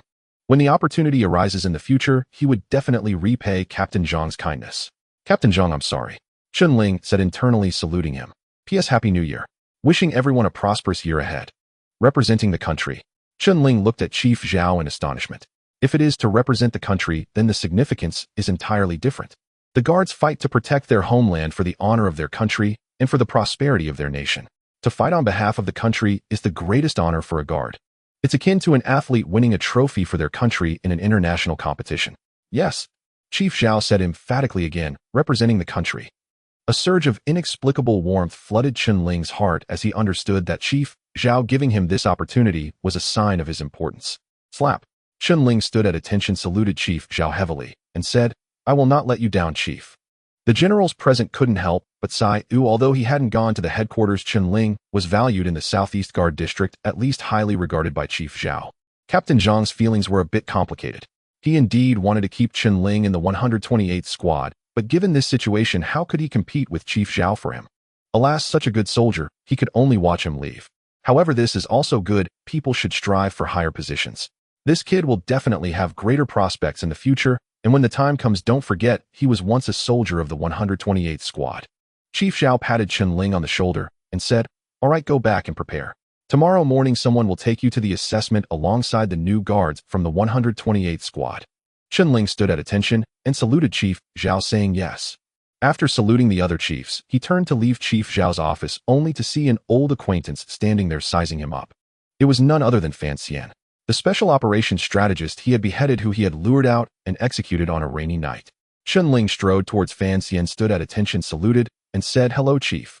Fan Xian returned the salute, revealing a smile reminiscent of an ant, and said, "Did you just meet Chief Zhao?" "Yes," Chen Ling nodded. "Oh, is it about preparing for the special guard assessment?" Fan Xian inquired. Fan Xian approached intimately, putting his hand on Chen Ling's shoulder as they walked out together. "It seems Chief Zhao's thoughts align with mine. You are born to be a special guard destined to do this job." Fan Xian praised. "Thank you for your approval, Chief." Chen Ling felt a strange unease at Fan Xian's sudden politeness and instantly became vigilant. He felt something was amiss. Such enthusiasm surely had its issues. In being honest here, why not do this? Don't participate in any assessment, just come to the Dragon Tooth Special Operations Team and he'll arrange it for you. How about that? The special assessment is only suitable for rookies who haven't seen real combat. You're different. During the border operations, you managed to kill your way out from under the hired guards, which shows your capabilities far exceed those of rookies. During the guard exercises, you infiltrated the enemy's rear, which is special operations. Coupled with your combat against spies, you are nearly a qualified special guard. Therefore, even if I make an exception to let you join, no one can say anything against it. Fan Xian heaped praises on Chen Ling. Was this a trick? Chief Zhao just mentioned that for special selection, he suggested not to skip the basic tactical training. Now he wants to put me directly into the special forces. This is a bit of a trap. If it were possible, would I go? With that thought, Chen Ling nodded directly and said, "Good. Agreed." Fan Xian beamed with delight. Was it really that easy? Young people are indeed easy to deceive. This kid is definitely cut out for special operations. Someone like Long Zhan would be drinking his bathwater. If I dig him over in advance, he will surely become an internal candidate. Otherwise, if Chen Ling participates in the special guard assessment, he will surely shine, and at that time, he won't be the only one keeping an eye on him. Not to mention Xiao Bang will definitely have ideas. Moreover, he specifically sought out Captain Zhang, who also had intentions of keeping Chen Ling. To avoid complications, Fan Xian planned to secure this fruit first. Originally, he had prepared a whole bunch of reasons on how to persuade Chen Ling to follow him, but in the end, he only said a little, and the other party agreed immediately. Fan Xian smiled broadly, saying, "That's right. Your skills are impressive. You've killed drug dealers and spies with ample experimental experience. What assessments? You don't need to participate. The key is that you participating in that selection would be very disadvantageous for you. Chen Ling looked at Fan Xian with confusion, asking, how so? Fan Xian lowered his voice, saying, don't you remember how you dealt with the Long Shin assault team and Long Zhan during the exercises? I know very well the nature of this kid Long Zhan. He has a bit of a petty mindset and will definitely remember you. While he wouldn't do anything against principles, it would be quite normal for him to add some difficulties for you. This time he is the chief instructor and I am just the deputy decision maker, so I can't say much. There's also a female instructor director, Zhao, whom you might know. She is the one you stuffed smelly socks into during the exercises. Everyone in the guard district knows her temper. No one in the entire guard district dares to offend her. Just think about it. If you were to fall into her hands for training, do you think she wouldn't have her eye on you? A woman's heart is like a needle in the sea. When she goes mad, she's scarier than a tigress. I'm not kidding you. Haha, enough said. In short, just follow me. In a few days you can report directly to the special operations team, and I'll arrange everything else. Fan Xian smiled as if he had found a treasure. Chen Ling is a raw gem. His current skills in special operations are not yet complete, and in some areas he is even clueless. If subjected to strict selection assessments, he might not pass. Never mind, let's get into Dragon Tooth first, and I can slowly train him. He will surely not be inferior to anyone else. Chen Ling stopped, saying, Chief, I can't go to the Dragon Tooth special operations team, yet I must first participate in the special guard selection. Only after passing will I enter Dragon Tooth. Fan Xian, who had been smiling, suddenly looked glum. His lips twitched a few times and his eyes rolled around. What do you mean, you rascal? Did you not just say good? How come you're backing out now? Fan Xian pouted, glaring at Chen Ling with anger ready to erupt. Chen Ling grinned and said, Chief, when I said good, it meant joining the special operations team. That's not incorrect.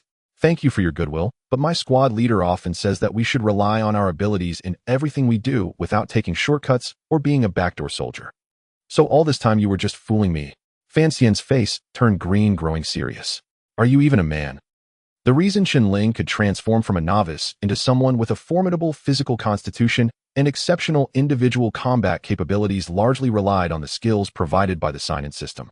Shooting skills, off-road abilities, jungle combat skills, and even feng shui techniques. All these contributed to Chen Ling's significant transformation. Of course, this is also related to Chen Ling's tenacious willpower. In short, Chen Ling firmly believes that as long as he continues to strive, he will only grow stronger. Upon stepping out, the vehicle from the Watch District was already waiting outside. Chen Ling got in and noticed He Chun Wang, Yin Tai Dan, and others from the Hui 200 unit were also in the car. Special operations team members are selected from various watch districts where elites are gathered for centralized selection, choosing the most elite soldiers.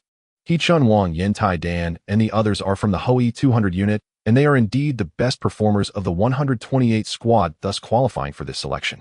Therefore, Chen Ling was not surprised to see them. However, they were puzzled to see Chen Ling. Who is Chen Ling? He was the remarkable individual who had just concluded the watch team drill, impressively dominating the scene. Single-handedly causing chaos among those old special forces, it is said that he even took down the commander of the Special Operations Brigade. Does such a person still need to be assessed to join the Special Operations team? What a joke. Besides, Chen Ling is now a 100 commander, a first lieutenant, and official officer. The rank of major is just one step away higher than those old special forces. Commander, are you going to participate in the Special Operations team assessment? Wang Yin couldn't hold back and asked. Chen Ling nodded and casually found a seat to sit down. Everyone was stunned. He's really going to participate in the Special Operations team assessment. Does that leave any chance for the others? He Chin squinted, shook his head, and tried to ease the stiffness in his expression, saying, Commander, aren't you a 100 commander? Do you still have to go through this process? You wouldn't be going to show off, would you? In the eyes of He Chun and the others, Chen Ling should directly be transferred to the Special Operations team. How could he be evaluated alongside them, a bunch of novices? Chen Ling sat down, his focus shifting to the skills in his mind, wanting to quickly understand them in preparation for the upcoming assessment. Upon hearing He Chin's words, he casually replied, yes. Whoa. The expressions on everyone's faces became exceptionally interesting. Such a direct answer. We know your strength is formidable, but is it really unnecessary to be modest or explain a little?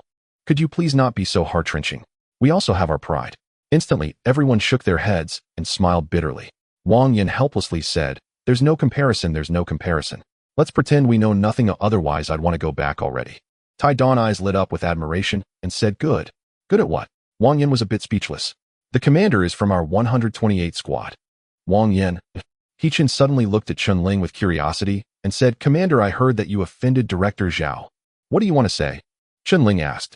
Chen smiled awkwardly and said, I also offended her. Let's not talk about it. It's in the past. The vehicle started continuing on to pick up others. Meanwhile, Fan Xian, Xiao Bing, and team leader He Weijun gathered together. This special operations team selection is extremely important. Yesterday, I personally asked He Weijun about this matter, urging him to select the most outstanding talents according to high standards. He Weijun certainly understood that it was due to dissatisfaction with himself. The recently concluded drill made the Longya Brigade lose face, and if they did not enhance their strength, other watch districts would laugh at them. Additionally, it was specifically instructed that Chen Ling should also participate in the selection to be treated equally and even add some dishes for him. The commander is showing importance. Who else in the entire watch district enjoys such treatment? He Weijun was also a bit eager to see Chen Ling's performance in this selection. At this time, his gaze fell on Xiao Bing, frowning as she arrived with her arm bandaged. Xiao Bing is the director of the Special Operations Research Center, and this time she is assisting with the assessment. Director Zhao, welcome to this Special Operations Team selection. However, with your injury, who did this to you? Are you okay? He Weijun asked with concern. Xiao Bing saluted and replied, Commander, no problem. Fan Xian coughed a couple of times and said to He Weijun, it was that Chen Ling, this kid, haha, I warned him he will apologize when we meet. He Weijun was taken aback. Did that kid provoke Xiao Bing? Xiao Bing coldly said, it's fine, he has already apologized. Oh, he apologized. Fan Xian looked at Xiao Bing in surprise, seeing her face full of hostility. Is that what you call an apology? Who believes that? Fan Xian pretended not to see anything. Xiao Bang coughed softly. He only learned about Chen Ling's situation later and was not particularly clear about it. Director Zhao, this time we're conducting a joint drill and we need to form a brand new special assault team. Additionally, my Longya's second team made a slight mistake and needs to be restructured. Do you have any good methods to assist us in the assessment? This time Xiao Bang felt a lot of pressure. If things didn't go well, his Longya's second team would be disbanded. Therefore, this restructuring must enhance their strength, undergo a complete transformation, otherwise they would all be left to fend for themselves. Xiao Bing has unique insights into the training methods for special operations team members. Xiao Bing's expression softened a bit as she set aside her opinions about Chen Ling, saying, there are a total of 318 newcomers plus the Longya's second team. For the first assessment, based on my tracking device, we will evaluate their outdoor escape abilities. What do you think? Xiao Bang was taken aback. Isn't this exactly his specialty in jungle tracking plus hotspot tracking? Interesting. That idea is good, but is there any way to escape the hot spots? Xiao Bang said. Xiao Bing's mind flashed with Chen Ling's silhouette, saying, the riverbed should be able to lower body temperature. Some people have escaped through this, so I suggest we change the location to wilderness. No. 4. What do you think? There are no rivers or swamps, and they cannot escape. Xiao Bang and Fan Xian exchanged glances, feeling a chill run down their spines. Women are indeed terrifying, forcing them into dead ends. With tracking and hotspot monitoring, could they still escape? They could catch whoever they wanted. Fan Xian and Xiao Bang were both skilled in training, aware that if they followed Xiao Bing's training mode, it would indeed be like a cat playing with a mouse. Of course, this selection was originally a game of cat and mouse, merely testing how long these mice could endure. Fan Xian twitched his lips. It went without saying that Xiao Bing was definitely fixated on Chen Ling. Last time Xiao Bing used hot tracking, but failed to catch Chen Ling, instead ending up suffering himself. This time he was determined to reclaim his pride. Xiao Bang was aware of certain circumstances and immediately thought of Chen Ling, furrowing his brow. Of course, there was nothing wrong with such an assessment. The special guard members were meant to select the most elite talents, and only those truly outstanding could remain. Otherwise, when they eventually reached the real battlefield, they would only serve as cannon fodder. Xiao Bang nodded and said, extreme environments reveal a person's true strength. I agree. Fan Xian chuckled and replied, playing big is not out of the question. Seeing both of them in agreement, Xiao Bing turned her gaze to He Weijun and said, Captain, what do you think of my suggestion? He Weijun pondered for a moment and said, I agree. With over 300 people in the selection, to quickly eliminate a portion and allow a few to stand out, we need to use the most ruthless methods. A slightly harsher environment is nothing the special guard members must adapt to combat in various environments. He Weijun, being a battle-hardened general, had no equal in ruthlessness during his time in the Dragon Tooth Special Operations Brigade. Xiao Bang, Fan Xian, and Long Zhan, compared to He Weijun in his youth, were still lacking. How was the Dragon Tooth Special Operations Brigade formed back then? It was built from scratch by He Weijun, step by step, with unyielding determination and an iron will. Now the Dragon Tooth Special Operations Brigade was at a critical stage of transformation and enhancement, urgently needing a unique assault team. Thus, the selected elites must be the most suitable candidates. After speaking, He Weijun's gaze turned to Fan Xian and said if that Chen Ling comes, show him to me. I want to see what he looks like, the one who stealthily beheaded me. He Wei-jun had never actually seen Chen Ling. Due to the involvement of Governor Zhao, he had stayed busy managing espionage matters and had never had the chance to meet that boy. By the time he had the opportunity, Chen Ling had already been discharged from the hospital. Just as the selection for special guard members began, Governor Zhao recommended him, so he Wei-jun planned to take the chance to see the one who beheaded him during the assessment. That boy had taken advantage of a heavy rain to cause a landslide leading to chaos in the command center, and amidst that chaos he managed to behead He Wei-jun, leaving a deep impression. He Wei-jun was a battle-hardened leader. It was the first time he had died, without understanding how. Therefore he was eager to witness this audacious boy. Fan Xian silently grumbled to himself. Show him to you. Oh, Dragon Head, are you planning to push Chen Ling to his death? His gaze secretly glanced at Zhao Bing, whose face turned frosty upon hearing Chen Ling's name, her lips curling in anger. Wasn't this expression obvious enough? How did she get all those injuries? Fan Xian had witnessed Zhao Bing's dire situation firsthand. It went without saying that Zhao Bing was clearly targeting Chen Ling. Dragon Head, you still want me to point him out to you? Aren't you just hoping for his swift demise? Did you not hear her say earlier that she was preparing to send them to Area 4? Comprehensive tracking without any blind spots. Fan Xian could already imagine the predicament Chen Ling would face. Haha, that boy will probably be dead from the start. But that's fine, I know your strength. If others don't want him, I will take him. Naturally, it's like this little one, I'm sorry, but I must point you out. You die quickly, and when I request someone, you ought to thank me, old fan, right? Fan Xian's scheme echoed loudly. At this moment, Chen Ling was unaware that he had already been plotted against before he even arrived. Chen Ling, who was meditating, suddenly sneezed, feeling a chill run down his back, sensing that something was amiss. Something feels off. Chen Ling turned to look out the car window as they entered the management area of the guard. The surroundings were dense with trees, and in the distance lay rolling mountains, a very remote location. Of course, compared to the border, this place was nothing. Here, no matter how one looked at it, it was filled with green trees and mountains full of life, while the border regions felt desolate and lonely. The vehicle arrived at a sentry point where 2 guards stood at the entrance responsible for inspecting passing vehicles. The driver stopped the car, jumped out, and handed a registration form to one of the guards.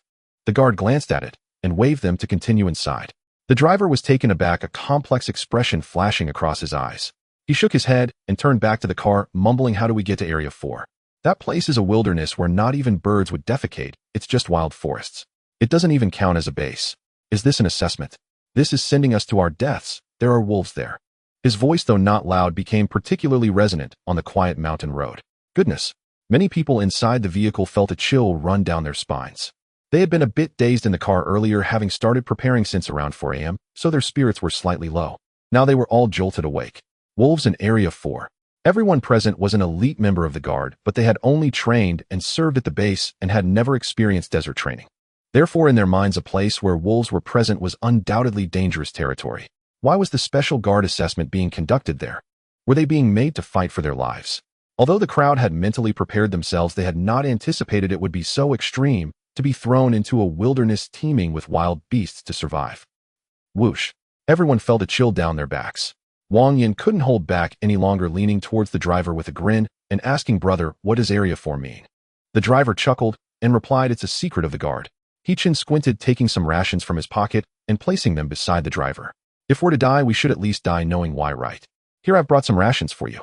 Taidan also pulled out some and said, this is mine, to share some information with us.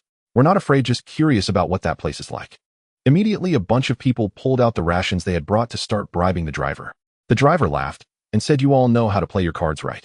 That Area 4 within 100 miles is densely wooded with bones exposed in the wild, and not a single crow cawing for miles. Everyone's expressions changed. What did this mean? Bones exposed in the wild, and not a single crow cawing. It sounded a bit like a description from a horror movie. Wang Yin swallowed hard and asked, you can't be telling me there's a manhwa temple there, right? Suddenly, a chilling voice rang out from outside the vehicle. You guessed right, I am the Black Mountain Old Demon Kikik. Following this, the car shook and a figure jumped onto it. Swish. All eyes were focused on the shadow. Chen Ling also noticed the figure, whose face was painted with black and white patterns, making it difficult to discern the features. From the figure, Chen Ling sensed an extremely dangerous aura. This guy is not simple. The figure casually found a spot to sit down, chewing on a blade of dogtail grass, while squinting and observing the people around. His gaze seemed to carry a smile that was not quite a smile, giving off an inscrutable vibe. Moreover, his sudden appearance in the car felt a bit eerie. The car was moving at least 40 kilometers per hour just now. How did he jump on? Even the driver didn't notice. A master.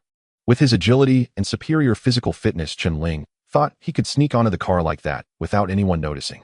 But what does it mean for him to climb on like this? Is he also taking the special guard assessment? Everyone eyed the sudden intruder with confusion.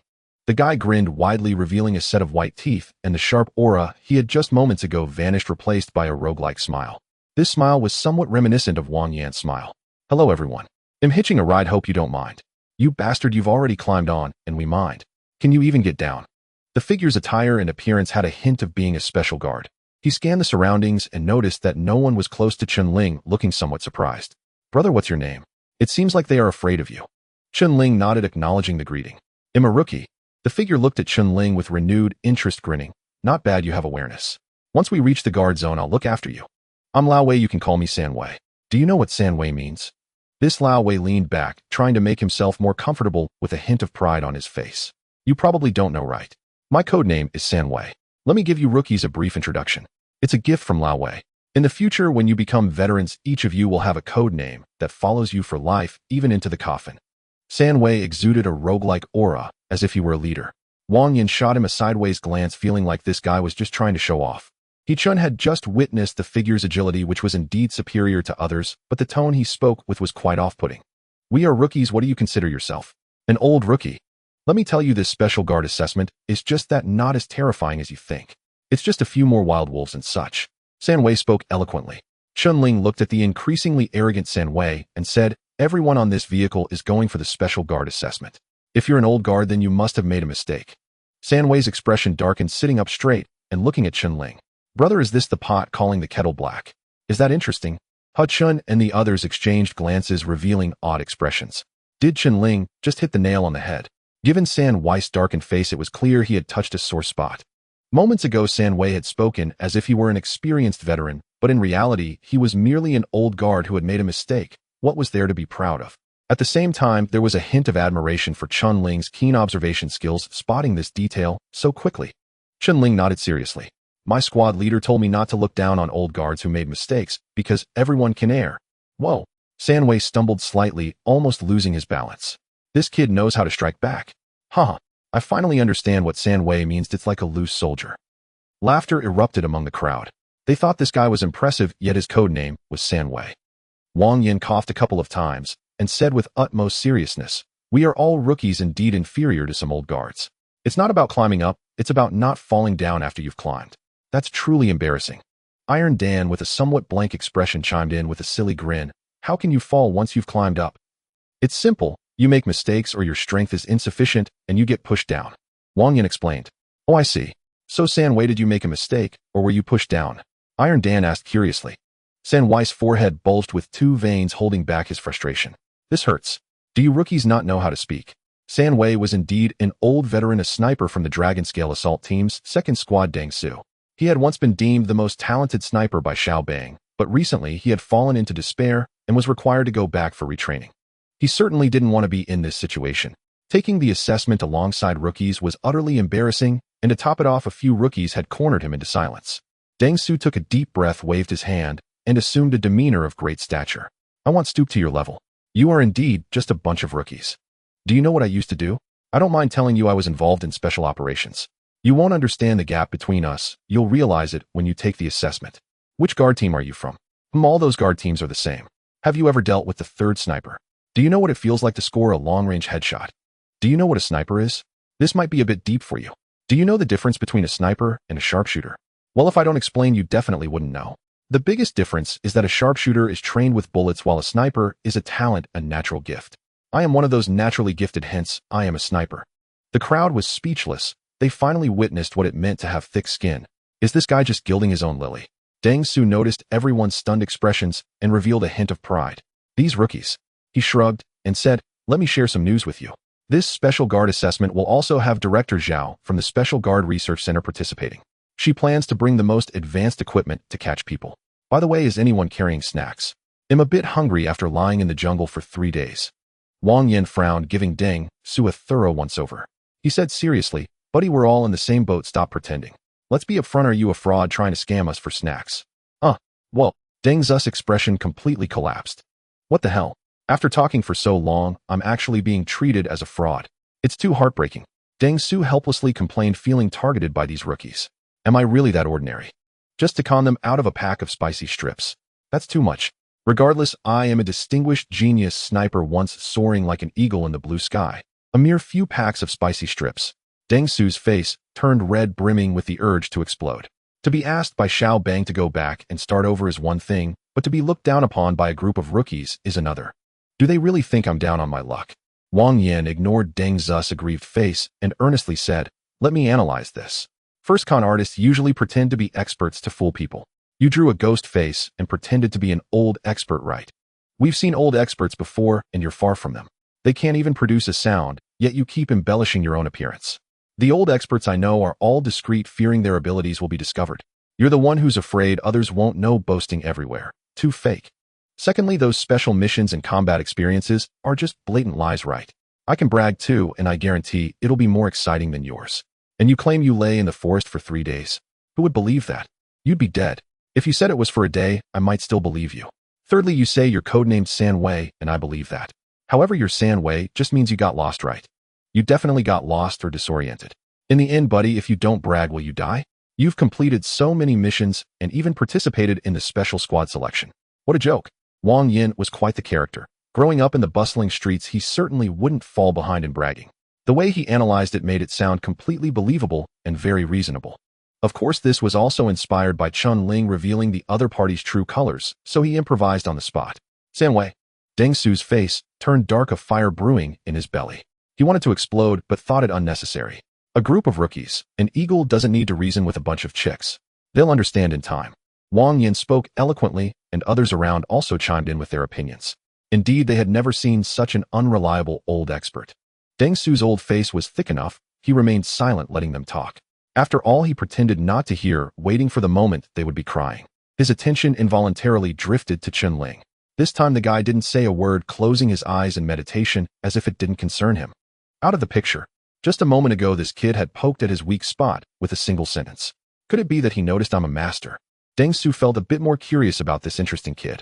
As the vehicle moved forward, the road became increasingly difficult, swaying left and right, sometimes even bouncing 3 feet high before crashing down, prompting a chorus of gasps. Everyone in the vehicle was swaying, appearing to be a mess. Chen Ling grabbed the edge of the vehicle frame, rubbing his foot, feeling a sharp pain in his fingers.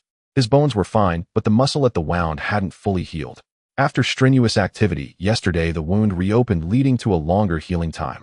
Just now he had to exert himself to stabilize his position, causing blood to seep from the wound. Deng Su saw the stained gauze, shocked, and asked, "Buddy, you're injured, and still here for the selection?"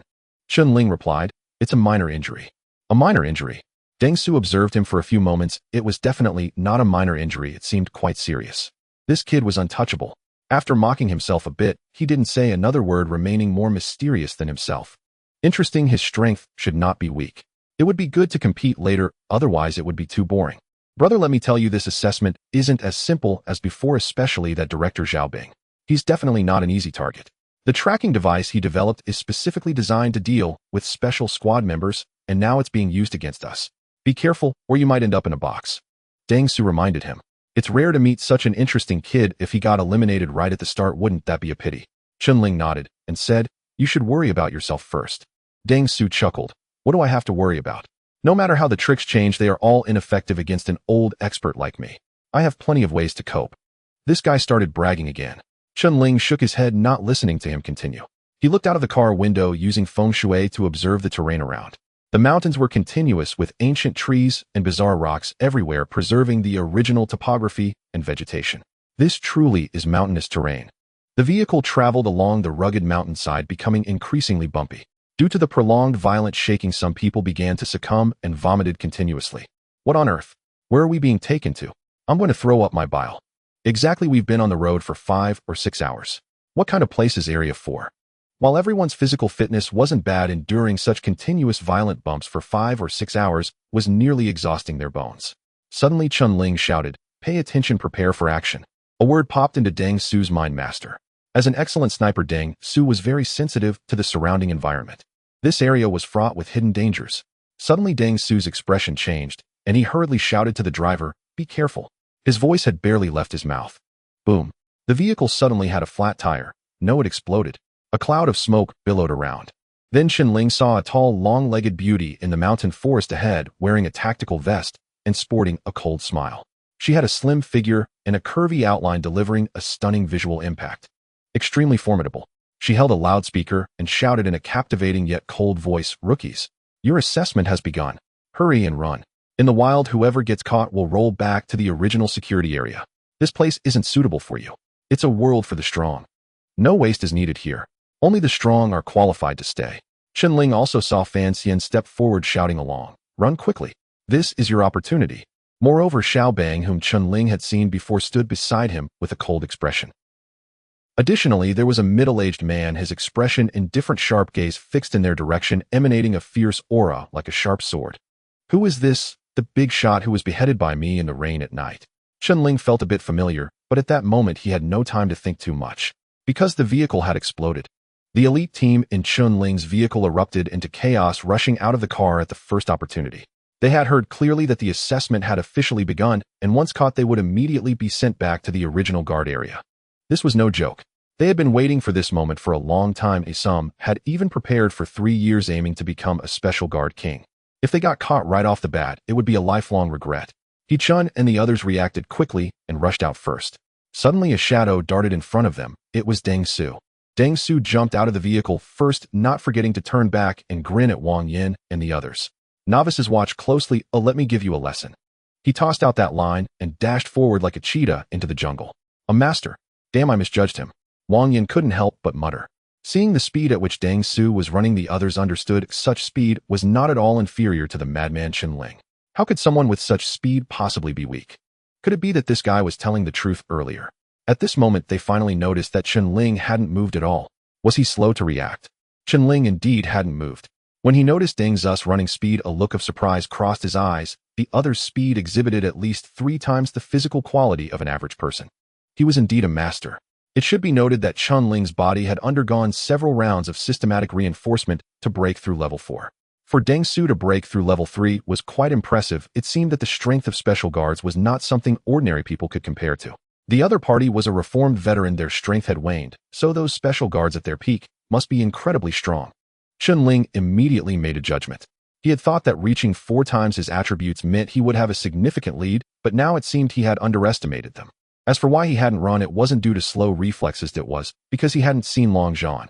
Fan Xian had told him that the chief examiner for this special guard selection was Long Zhan. With Xiao Bang, Fan Xian, and several assisting instructors all gathered, wasn't it strange that the chief examiner was absent? Chen Ling had offended so many during the drill, especially having made Long Zhan's Dragon God assault team suffer so badly. They definitely wouldn't let him off easily. Being cautious was definitely the right move. He-Chun and the others saw that Chen Ling hadn't moved. Although they were puzzled, they couldn't think too much about it. At this moment, they were like clay statues crossing a river, struggling to save themselves, let alone caring about others. One by one, they jumped out of the vehicle, frantically running towards the woods. While everyone was frantically fleeing, He Jun took out his binoculars and said to Fan Xian, "Which one is the brat that decapitated me?" Fan Xian looked for a long time, but couldn't spot Chen Ling. Could it be that this kid didn't participate in the assessment?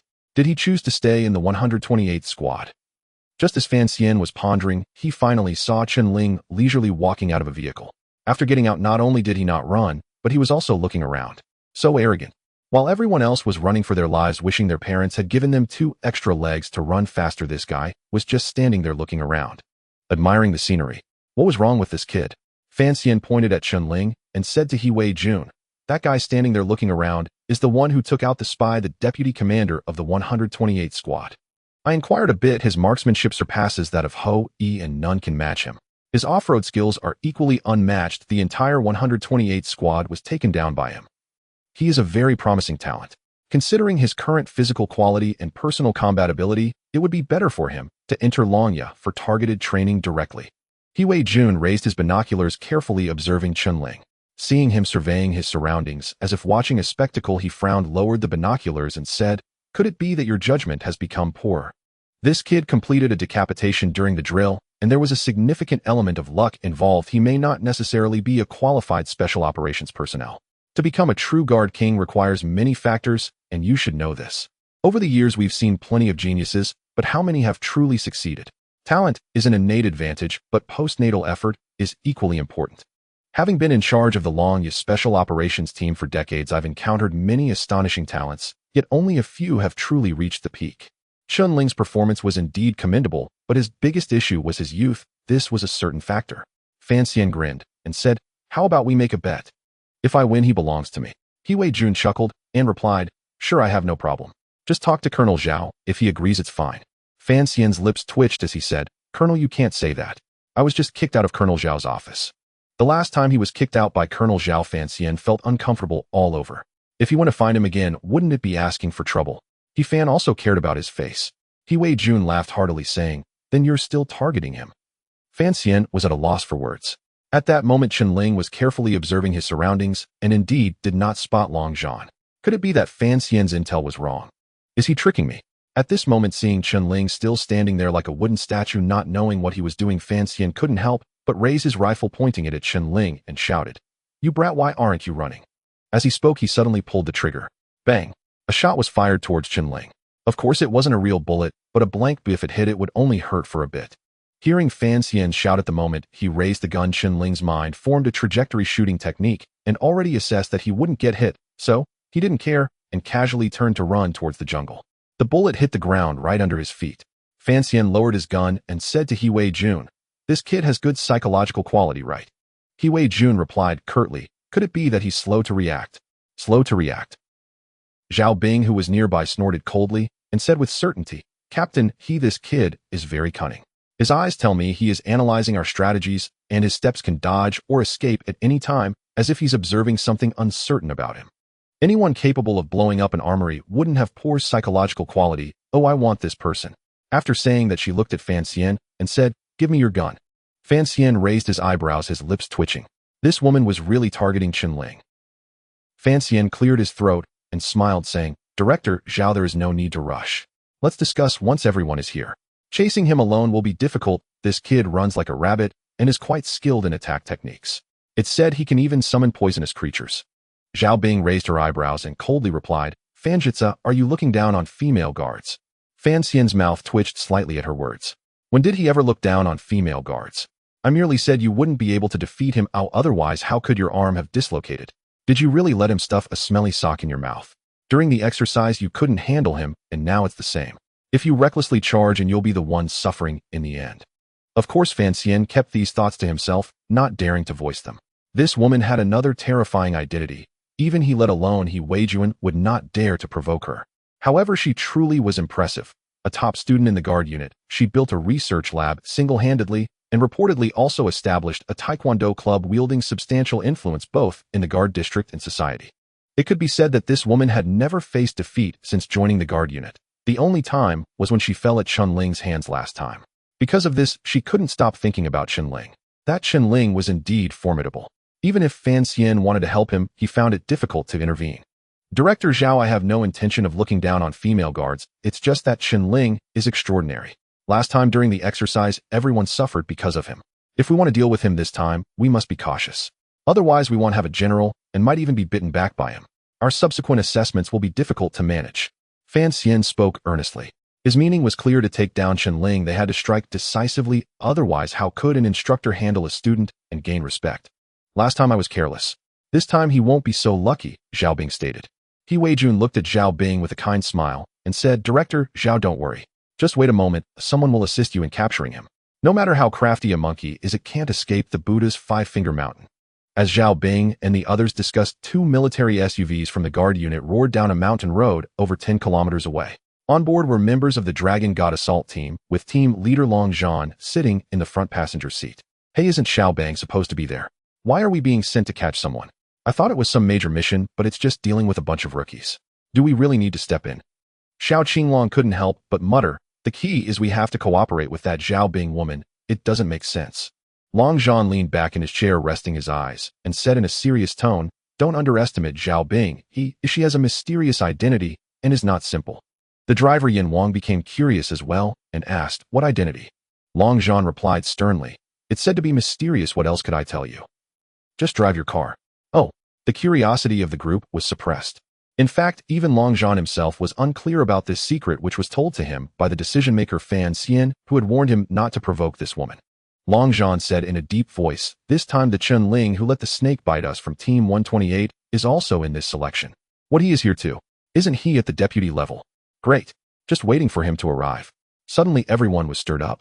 During the last guard exercise, the Dragon God Assault team suffered tremendously at Chen Ling's hands being bitten by venomous snakes and stung by poisonous insects. They had spent a whole night in the hospital in pain. Each of them was pondering when they could go to Team 128 and teach that kid a lesson. This time we'll catch him first. I refuse to believe he can summon any divine dragons again. Saying this, Yin Wang and the others pulled out pieces of sulfur from their pockets. Sulfur is the best way to deal with poisonous insects. Xiao Qinglong even took out a few talismans, confidently claiming, "This is a treasure against heretical practices. Everyone gets one, and I guarantee that kid will be left with no tricks up his sleeve. That kid is a bit sinister. He knows the witchcraft of the Wu family.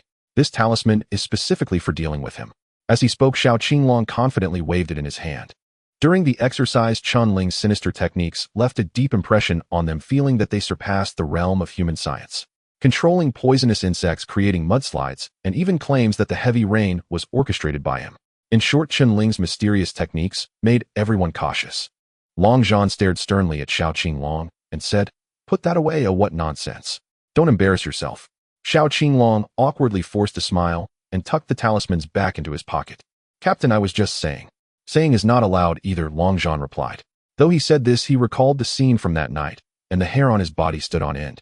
This kid is not easy to deal with. 10 minutes later, the Dragon God Assault team arrived at the designated location and met up with He Weijun and the others. Long Zhan jumped out of the car and strode toward He Weijun and Fan Xian, saluting both of them, including Xiao Bang. He Weijun nodded. As the sharpening stone of Long Zhan's reputation in the guard district was not inferior to Xiao Bang, and he even had the momentum to surpass Fan Xian. In the recently concluded exercise, although they suffered losses at Chen Ling's hands, victory and defeat are common in battle. One cannot judge success and failure by a single encounter. Long Zhan, this time you will cooperate with Director Zhao to unearth the most outstanding talents during this assessment, He Weijun instructed. Understood, Long Zhan replied. He turned to face Zhao Bing, preparing to greet her, but found her pretty face darkened, clearly displeased, causing his heart to skip a beat. While Long Zhan was greeting He Weijun and the others, at the edge of the forest stood a smooth tree trunk. Such a smooth tree would be impossible to climb without assistance. However, this was precisely the moment when Chen Ling's climbing skill came into play. The smooth trunk posed almost no challenge for his hands and feet, allowing him to scale it like a monkey. At this moment, Chen Ling crouched like a monkey on a branch, carefully observing the situation of He Weijun and the others. Are all the people here now? Chen Ling shifted his gaze, closely examining his surroundings, and unexpectedly discovered that there were dormitories in the mountain forest. If I sneak into the dormitory, they probably wouldn't expect it. As Sergeant Wu often says, sometimes the most dangerous place is the safest place. Chen Ling had an idea. Chen Ling carefully observed the surroundings. The dormitory area was located in the jungle behind the instructors, but there was a short stretch of road completely exposed to view, with almost no obstacles for concealment. This was the most challenging part. Therefore, he had to wait for the moment they moved, taking advantage of their distraction to sneak into the dormitory. Chen Ling had no choice in this matter. His hands and feet were injured, making movement difficult. He could run at full speed for a short time without significant impact, but over time he would definitely not be able to outrun them. Thus he decided to take the opposite approach and take the risk. Let's do this. After making up his mind, Chen Ling began to seriously contemplate the route for stealth. At this moment, the eagle eye skill played a significant role, as if it had installed a telescope in front of his eyes, allowing him to observe the subtle details in the jungle and use the ghost of the jungle to find advantageous points for ambush. The area of District 4 was filled with primitive forests with overlapping tree canopies almost completely obscuring the sky, greatly facilitating Chen Ling's movements. Once Chen Ling determined his position, he swiftly climbed down the tree and headed towards the dense forest, quickly scaling a large tree. If anyone saw Chen Ling's climbing speed, they would likely be astonished, their jaws dropping in disbelief. It was hard to believe a human could climb trees with such agility. Even monkeys would struggle to match him. This was the terrifying aspect of the extreme climbing skill. His hands, feet, and even his waist worked in unison, moving smoothly up the trunk as if he were glued to it. As Chen Ling climbed along the branches, he utilized the distance between the trees to jump. As long as the distance between the branches was no more than 1 meter, he could use the rebound force of the branches to propel himself to another tree. Whoosh! Amidst the dense trees, a figure darted through like a spirit monkey. Wherever he passed, the branches merely swayed slightly, as if a gust of wind had passed by. Due to Chen Ling's rapid movements, the moment he made contact with the branches, he leaped forward like a dragonfly skimming the water, avoiding putting too much weight on the weak points of the branches. Otherwise, with Chen Ling's weight, the treetops would not be able to withstand him. This was the horrifying nature of the extreme climbing skill. However, despite this, blood began to seep through the bandages on Chen Ling's already injured hands and feet, staining the fabric red and causing him waves of intense pain. Endure. Chen Ling gritted his teeth, not making a sound. To him, this pain was nothing. When he fought the Centipede, its dagger pierced his body, and he didn't even cry out in pain. Team leader Wu Old Yang, I will surely pass the assessment and become a true special guard member under your watch. Chen Ling stealthily approached the edge of the jungle closest to the dormitory area. At this moment, everyone's attention was focused on the fleeing rookie. No one noticed that Chen Ling had boldly circled back and directly approached the dormitory. Now is the time. Seizing the opportunity, Chen Ling unleashed the power of his legs in an explosive leap, charging towards the dormitory like a leaping cheetah. In just a breath, Chen Ling dashed through the open area, entering the dormitory zone and crouching beneath the wall of a row of dormitories. He took a moment to observe and discovered that the dormitory area was stocked with quite a bit of supplies, and at the back there was actually a standalone dormitory. Chen Ling stealthily approached the standalone dormitory, which surprisingly resembled a villa, complete with a small garden in front, filled with various flowers, and even a faucet. Whose dormitory is this? This is too extravagant. One must realize that this is a deep mountain forest. Constructing such a layout must have consumed considerable manpower and resources. Chen Ling hid among the flowers next to the faucet, unwrapped the bandages on his hands, and began to re-bandage his wounds. Just as he was treating his injuries, another military vehicle drove up outside. As soon as the vehicle stopped, Gengzhan, the captain of the Longlin's second squad, was the first to jump out, followed by the other team members who poured out one after another. Gengzhan rushed to Xiaobang's side, stood at attention, saluted, and reported. Report, team leader, the Longlin second squad is supposed to have 6 members, but only 5 are present. Please give your instructions. Xiaobang's face darkened, and he said, why is there one person missing? Gengzhan replied, report. The Umbrella Guard is conducting sniper training in the jungle and has sent a message that they are acting alone. Xiaobang's eyes blazed with fire as he sternly said, do you think it's humiliating to go through reassessment with a bunch of rookies? Don't deny it. What does this indicate? Your psychological resilience is inadequate, which led to a team member mistakenly killing a hostage. Look at how cowardly you all are. You're a bunch of weaklings. You can't even handle a little setback and immediately retire. What kind of attitude is that? Xiaobang scolded angrily, while Gengzhan and the others lowered their heads, not daring to speak, their faces burning with shame. Crack! In a fit of rage, Xiaobang snatched the rifle from Fan Xian's hands and began to fire wildly at Gengzhan and the others. Get the hell out of here! Gengzhan and the others frantically ran into the forest, not daring to waste a moment. As Xiaobang shot wildly, he felt slightly more relaxed and tossed the rifle to Fan Xian, saying, this gun feels so uncomfortable to shoot. Fan Xian snorted and replied, crossing the river and tearing down the bridge. Hui Jun, seeing that everyone was present, declared, announced the orders. Whoosh! Xiaobang, Fan Xian, Zhao Bing, and others stood at attention. Xiaobang, remain on standby. Fan, you will make the decisions. Long, take your team to find the rookie and clean up as quickly as possible. Yes. Both Fan Xian and Long Zhan shouted simultaneously. Hui Jun turned to Zhao Bing and said, Director Zhao, assist in the operation. Zhao Bing's eyes shot forth a sharp cold light as he heavily handed 2 pieces of equipment to Fan Xian and Long Zhan. This time I will personally capture the target. You will capture someone. Hui Jun furrowed his brow, preparing to persuade him, while Zhao Bing approached Old Tay, who managed the weapons, and said, give me a 888 pistol and a few blank rounds. You will capture someone. Aren't you a cadre of the research team? Old Tay was taken aback, his gaze immediately shifting to Hui Jun. Director Zhao, what are you planning to do? Hui Jun said, you are a comrade of the research team and don't need to go into the field personally. Chief, I need practical combat to test my products. After speaking, Zhao Bing saluted Hui Jun, without another word picked up the pistol and the 2 magazines of blank rounds and turned to leave.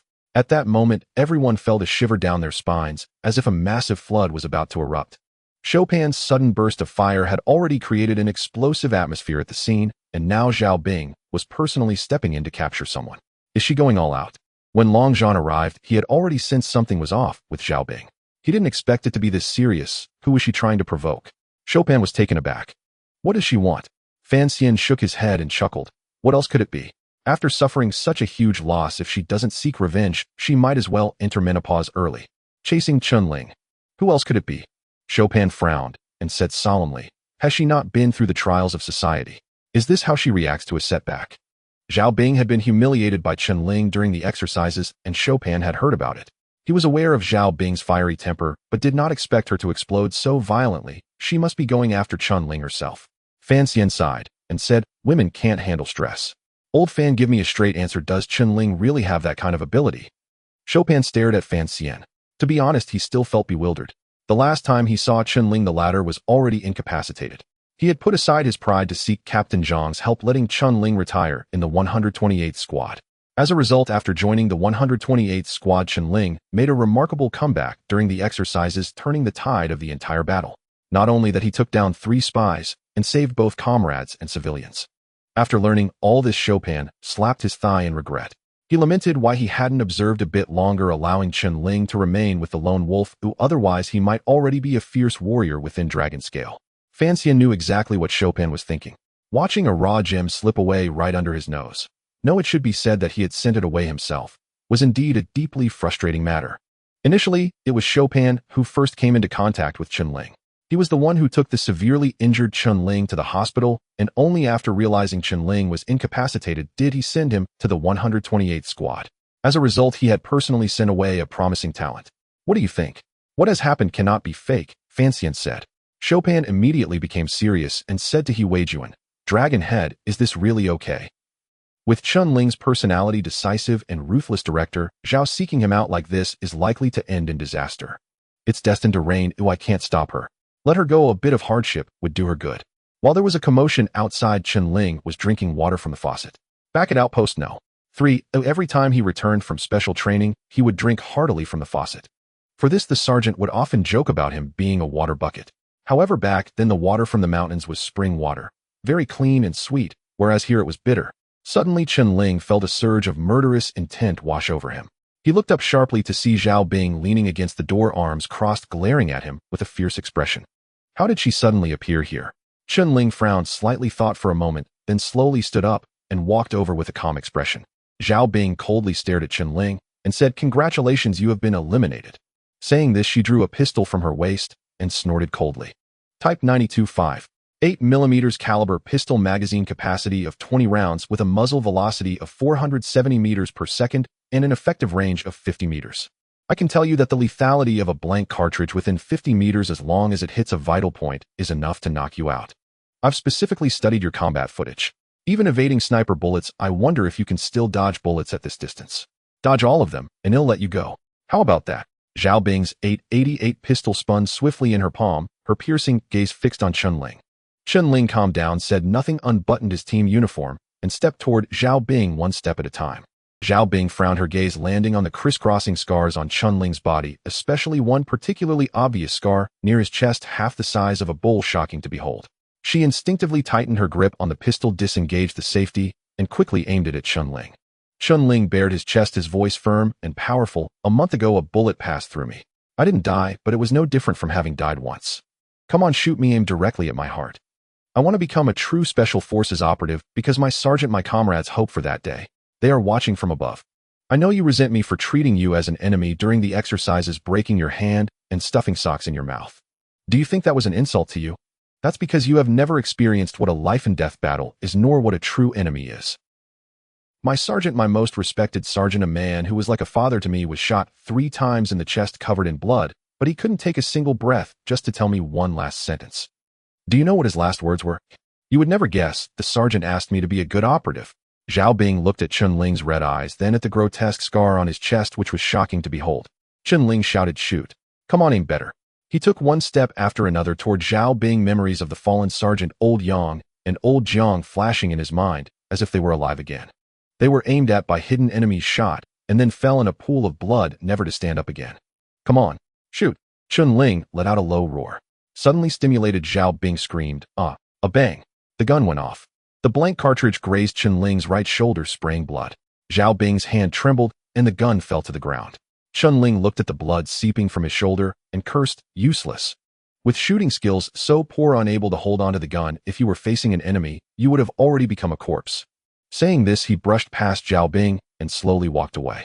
Zhao Bing watched Chen Ling's blood dripping continuously. Her entire body lost strength, her nerves completely shattered, and she collapsed on the ground, covering her face and crying. She vowed to become a soldier to be strong, but now faced with someone like Chen Ling, she collapsed again. The opponent was fierce and domineering, acting outside of common sense, entirely beyond her expectations. Zhao Bing's mindset completely collapsed. What kind of person is this young guard who makes her feel so powerless in his presence? Zhao Bing had profound research into the combat strategies of special guards and also understood psychology. Such fearless individuals must be supported by strong beliefs, otherwise they could not face death with such indifference. Was it because of his squad leader, his comrades? After calming down slightly, Zhao Bing recalled every word he had just spoken, extracting relevant information from it. He is a guard who has experienced life and death battles. A bullet passed through his chest, yet he survived. His squad leader sacrificed himself and his comrades also perished.